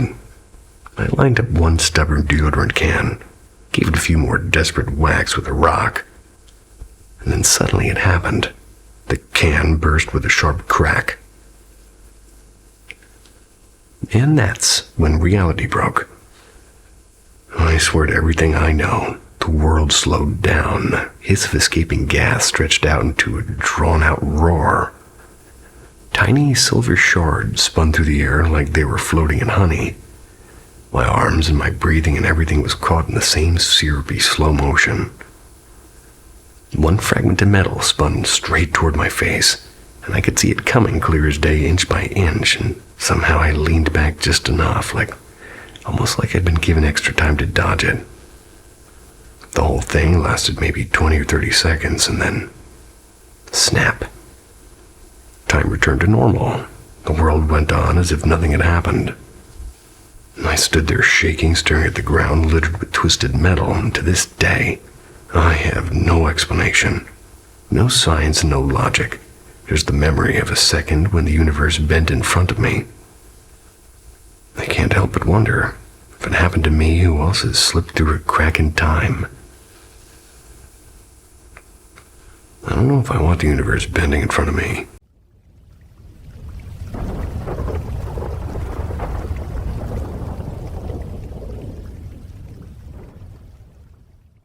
Shadows on the Terrace.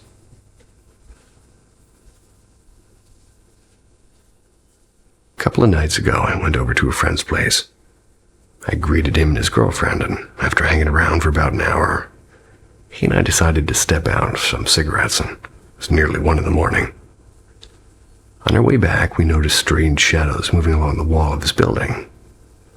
At first, we shrugged it off, but then my friend whispered, "It doesn't make sense. The shadows should be cast by the streetlights, but there's no one there." We stood still watching. A figure appeared, clearly a girl, twirling and spinning like a dancer. She wore something that looked like a ballet skirt, and then she stopped mid-spin and turned sideways, lifted her gaze upward. She drifted into a corner of a building, a dark one, and out of the glow of the lamps, and from the terrace, we kept narrating to my friend's girlfriend, but she said she couldn't see anything. Meanwhile, the cat perched on the railing was meowing furiously, staring up at the night sky while doing it. We were about to head inside when my friend's girlfriend suddenly shouted, "Look over there!" On the opposite facade, we saw the shadow of a man climbing toward the third-floor balcony. He sat there for a few seconds, motionless, as though deep in thought. And then he leaned forward and hurled himself into the void. His shadow simply vanished. 3 seconds later, from the empty apartment just beneath, there came a sickening thud like a skull striking concrete. Panicked, we rushed upstairs, hoping to shake it off. Then we sat in front of the computer. A sharp bang rattled the glass door to the terrace, and the door was locked. The cat was right there in the room with us. We tried to come up with a rational explanation, but nothing made sense. And here's the strangest part. A few nights earlier, my friend's smart speaker had turned on by itself and whispered, "Take care of yourself." Random, unnerving. I still can't explain any of it.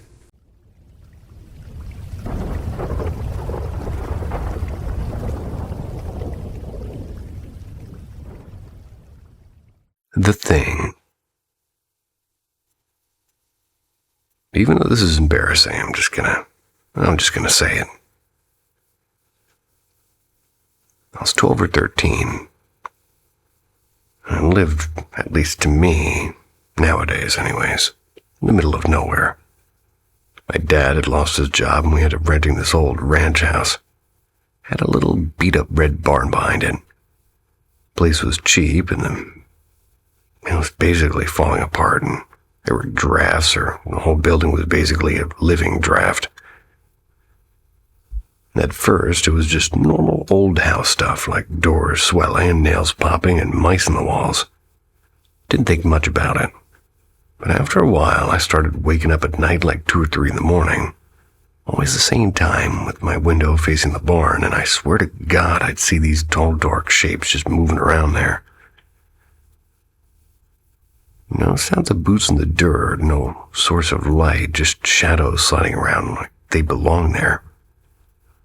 And one night I woke up, and it still makes me feel weird even just typing it out. One of those shadows wasn't outside. It was standing right in the doorway of my room. Thought maybe I was dreaming, but I couldn't move. My whole body was stiff, like my muscles had just quit out on me. Then this high ringing was filling my ears like a whistle that kept getting sharper. Felt like forever, but maybe it was only a minute.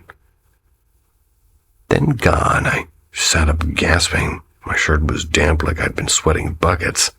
Went running to my dad's room and he just told me I'd been having night terrors. But I'd had nightmares before, and this wasn't that. I was awake. I know it. Luckily, we moved out after about a year. Not because of that, just because Dad found steady work again, but to this day, if I drive past anything like that at night, I get that same cold knot in my stomach. Like something's still out there, waiting. And I still wake up sometimes at 2:30 a.m. for no reason at all.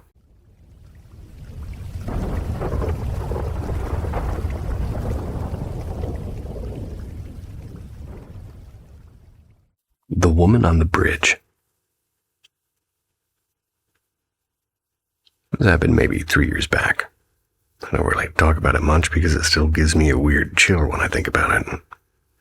I live out in this small town by the river, and there's this old wooden bridge that connects the trail from the library to the fishing docks. I walk my beagle there most evenings, partly for the air and partly just to clear my head after work, and it's quiet, mostly just to hear crickets and the river sloshing around. So one evening, it's late, around 9:30. The sun's already gone. I was halfway across the bridge when this man just appeared. Like not out of thin air, but I swear I didn't see him walking from the other side. 1 second the bridge was empty. Next second he's there walking toward me. Brushed past me, and I mean brushed. My arm felt the sleeve of his coat, and he said something like, "Pardon," under his breath, and didn't even look at me. My dog didn't react at all. My beagle usually barks at literally everything, even kids on bikes. but he didn't sniff, didn't wag, nothing. Kept trotting along like no one was there. And the part that still sticks with me is I couldn't remember his face, like at all. Tried to think about it later that night, even the next morning, but it's just blank. Like I can picture his coat kind of dark and kind of too heavy for the season. And the sound of his boots on the planks, but his face, nothing, just empty space in my memory. I glanced back. He's at the far end of the bridge, but instead of turning down toward town, he just stopped and stood there in the shadow. I walked faster, pretending not to notice, but when I looked again, he was gone. Could have just been some random guy, sure, and maybe I just didn't see him come up. Maybe my brain glitched on remembering his face. But the way my dog acted or didn't act makes me wonder. She notices everything. Anyway, I still walk on the bridge sometimes. But never that late. And I don't linger. I would prefer to linger, but please enjoy the next voice coming up on after me. See ya.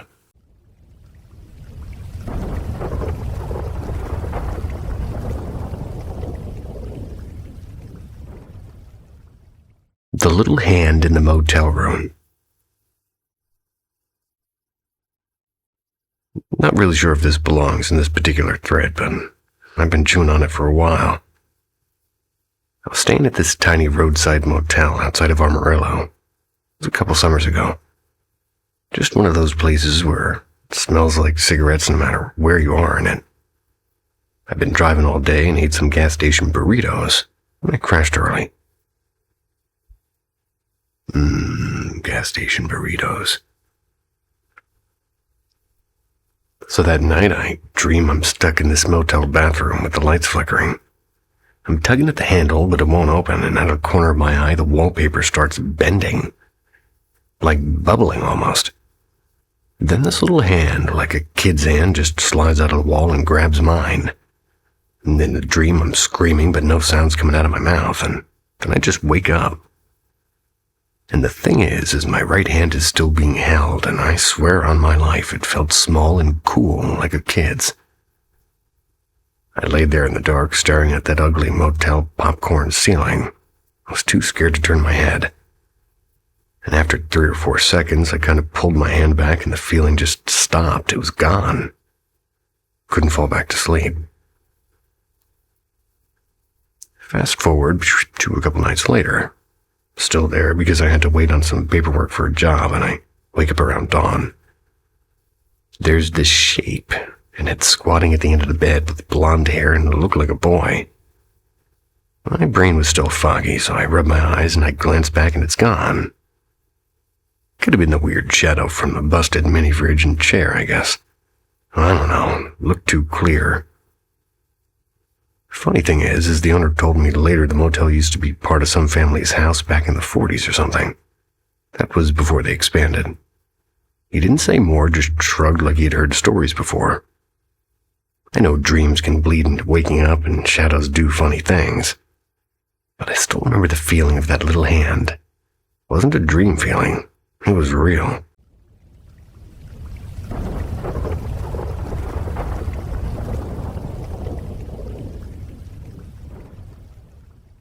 Shadows on the ceiling fan.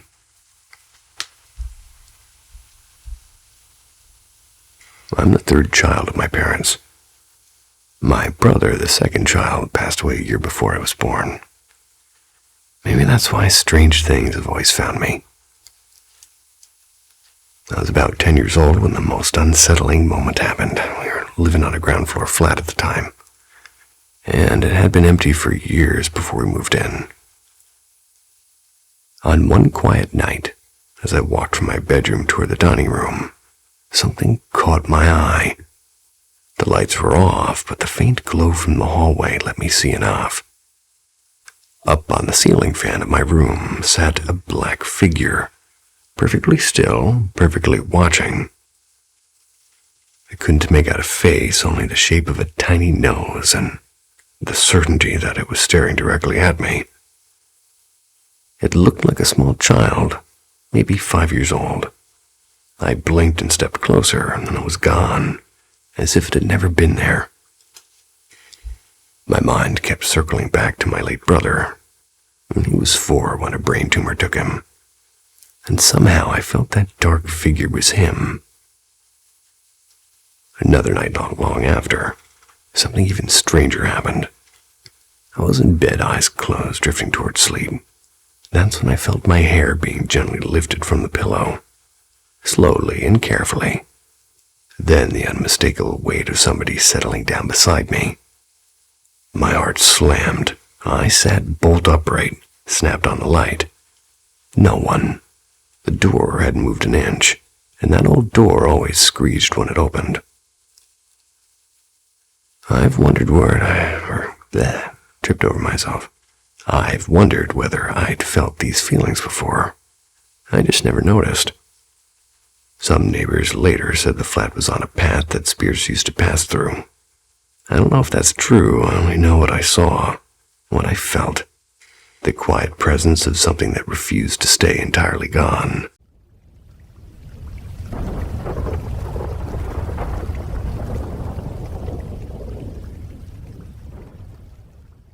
When the screen bit back.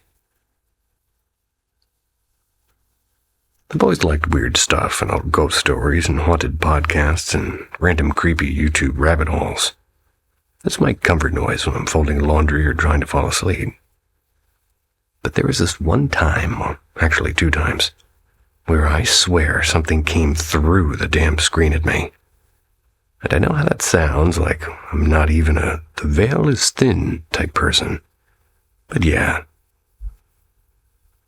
First time was about 3 summers ago, crashing at my cousin's trailer out near the lake, half drunk on some, natty ice or something.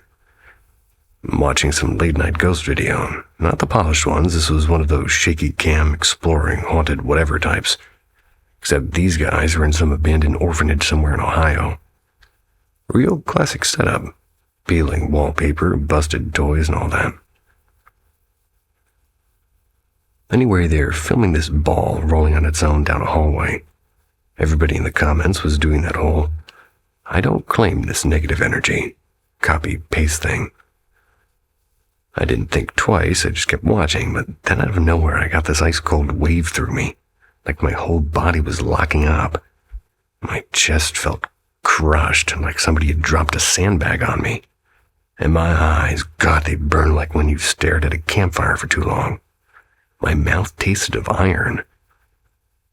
Next thing I know, I'm on the couch shaking, trying to sit up, and then I wipe my face and my nose is bleeding. Like, what the hell, from a YouTube video? It lasted 2 or 3 minutes, then gone. Back to normal, except kind of woozy. Sat there staring at the pause button like it was a loaded gun or something. Second time, different channel, different feeling. These guys were streaming some overnight quote-unquote challenge in a farmhouse that was supposed to have been used for exorcisms back in the day. Wasn't even watching seriously. I just had it on while I scrolled at my phone, but near the end of it, they started reading prayers or chants.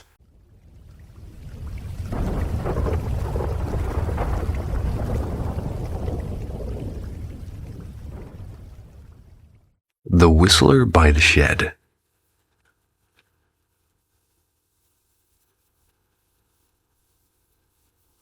My buddy told me to post this on this particular sub, so I'm going to go ahead and give it a try. We've been living in this old rental house out in the country about 6 months now. It's not fallen apart or anything, but you can tell it's been through a few families. So my youngest, who's 4, she started saying that she doesn't like playing near the back window because of the man by the shed. And at first, we just laughed it off because kids say some crazy out-of-the-world stuff, at least in my experience. We thought maybe she saw the neighbor or something. But then she told me that she saw the man who whistles funny. And apparently, he hangs by his arms. On the side of the shed, no less. I don't even know what that means. But here's the part that makes my skin crawl extra much. About 2 weeks ago, I'm in the kitchen late at night, and I swear I heard this slow, broken kind of whistling outside. Like not a tomb, just air through teeth or something. Went out with a flashlight. There's nothing there, no wind either. It was just dead still. We've had a couple of other things happen, like the back door rattled like somebody was trying to get in, but when I yanked it open, there was no one. Just the yard and that stupid shed. My dog, who usually barks at anything, just stared at it with his ears down. One morning, I woke up to muddy handprints on the side of the shed. Told myself it was probably from the kids playing, but prints were too high up, like way too high for them to reach. Keep telling myself it's nothing. Old houses do creak and animals do mess around at night. Kids make things up too. But then I hear that damn whistle in my head when it gets real quiet and I don't even know anymore. So that's my weird little story. Curious if anybody else has ever dealt with something like that.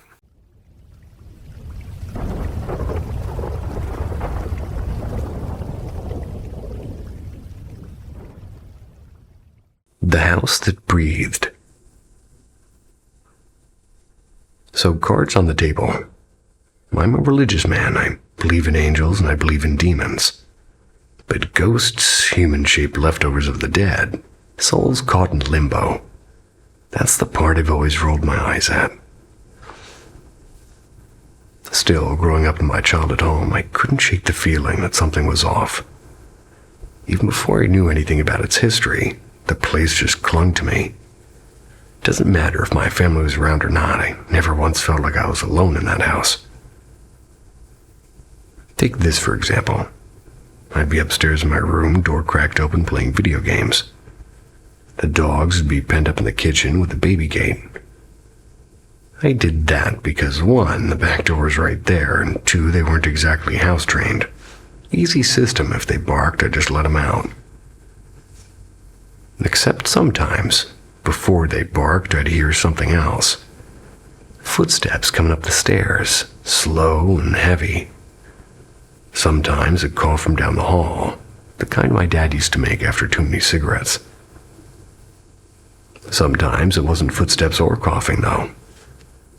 Sometimes it was my mom's voice calling my name from downstairs, except no one was home. The air in that house was thick, like it carried weight, and I'd catch movement in the corner of my vision while watching TV, and figures brushing past doorways and shadows slipping by. And at night, that's when the real fun began. Night terrors like clockwork. Every now and then, sleep paralysis, lying frozen in bed and feeling like something was standing right there at the edge of the mattress, breathing. When my dad landed a promotion, we packed up and moved out of state, and the new place is a whole different world. No heavy air, no phantom footsteps, and no voices calling me from empty rooms. And the night terrors, gone, just like that. Sometimes I wonder, did we leave the house, or did the house finally just let us go?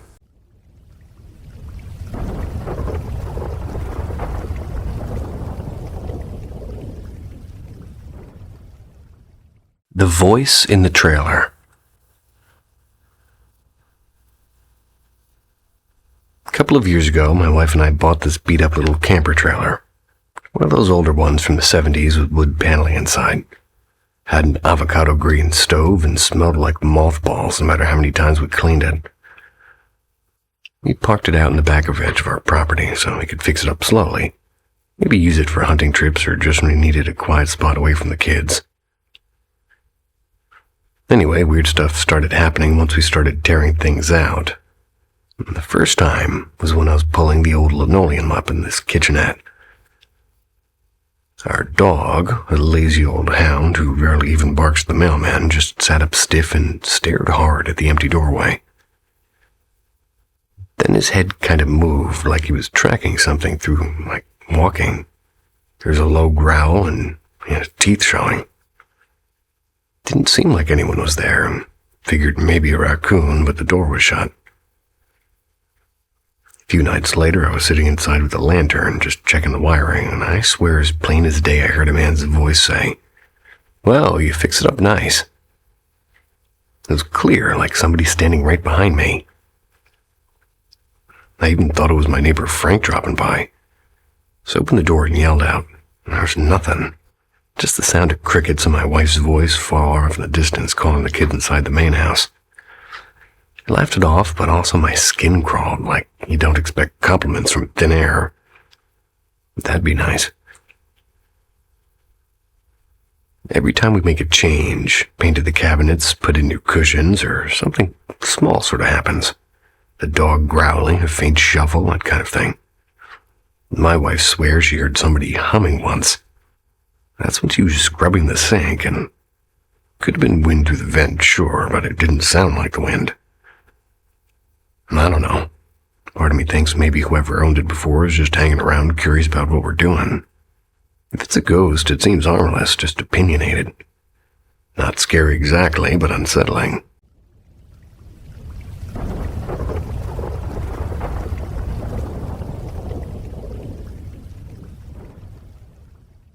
The lock, the lights, and the PlayStation ghost. So my boyfriend never talks about ghosts or anything spooky in his house. Meanwhile, I've had enough weird experiences in my life to fill a late-night Netflix docuseries. One night we're hanging out at his parents' place. The house is pretty old and creaky in that grandma's attic kind of way, but nothing that, well, at least he's ever called haunted. He's got this ancient PlayStation 2 that's basically more duct tape than plastic at this point. You need to wiggle your hand into the cracks when you're solving a puzzle just to press a button. We're chatting, we're minding our own business, when suddenly the disc tray slides out, and then in and then out again, like it's doing a little bit of cardio workout. We just sit there staring at it because neither of us touched it. After a while, it stops and we shrug it off like, okay, guess it's alive. Later, it goes to the bathroom and I drag him with me because apparently I'm 5 years old when it comes to creepy houses. We walk over and bam, bathroom door is locked. No big deal, right? Somebody must be in there. I mean, I don't really think about it and I head back.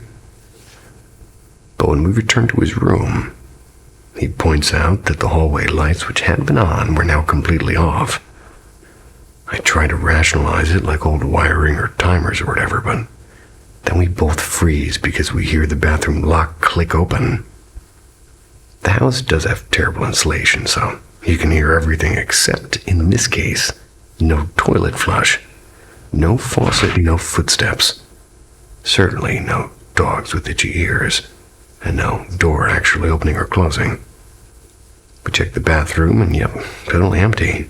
The lights are untouched and no sign anybody was ever there at all, and just the lock mocking us. Nothing's happened since, and we still don't know if the bathroom ghost was buddies with the PlayStation ghost or if they just tag team us that night.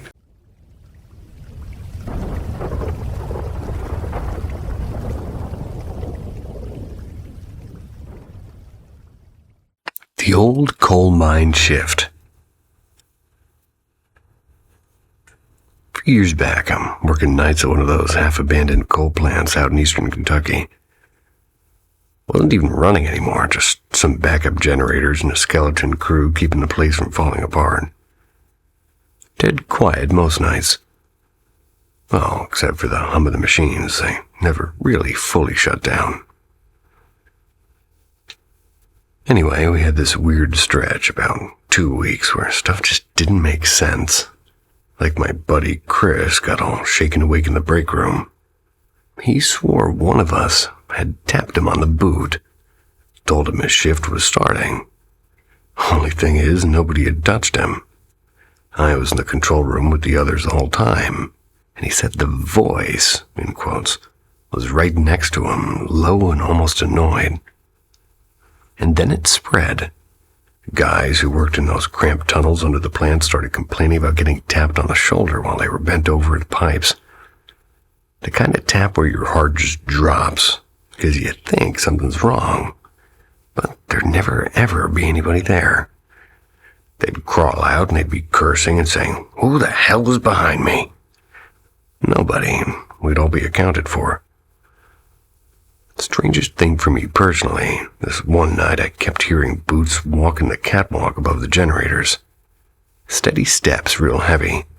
Climbed up there thinking one of the old-timers was doing rounds, but it was empty. Just the echo of my own breath. Stayed up there a while, hoping I'd catch whoever was screwing with me, but nothing. We tried laughing it off, saying it was just the place settling, or maybe one of us just being half asleep and imagining things. But the timing, man. All packed into that one stretch of nights, and then nothing ever again, like a switch flipped. Places like that, they've got this sort of weight, and you can feel it when nothing's happening. Wonder if we brushed up against something that we weren't really supposed to.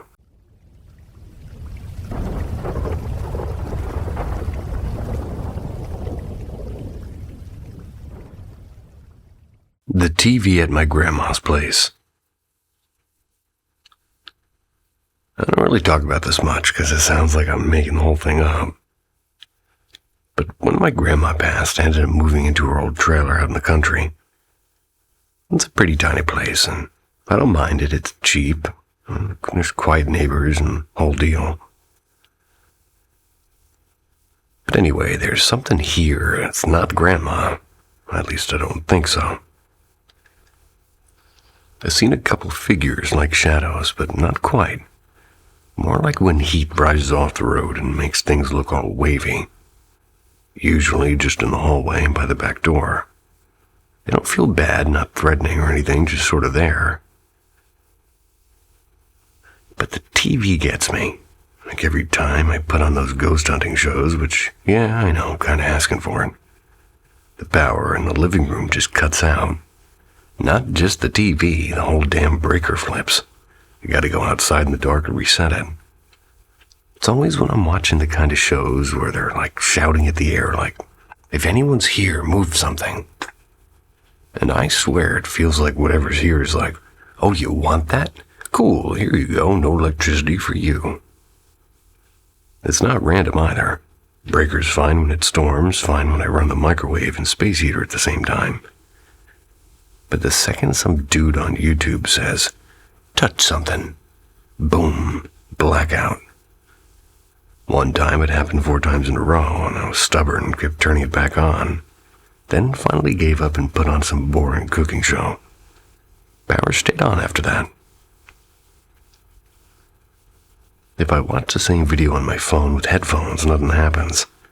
It's like the TV's the trigger, and I've gotten used to just watching stuff that way now, and it's easier than having an argument with whatever's hanging around. I don't know, maybe the wiring's janky, maybe not, but every time I go back to that breaker box at midnight with the crickets screaming and the neighbor's dog going nuts, I can't shake the feeling that somebody's watching me reset it.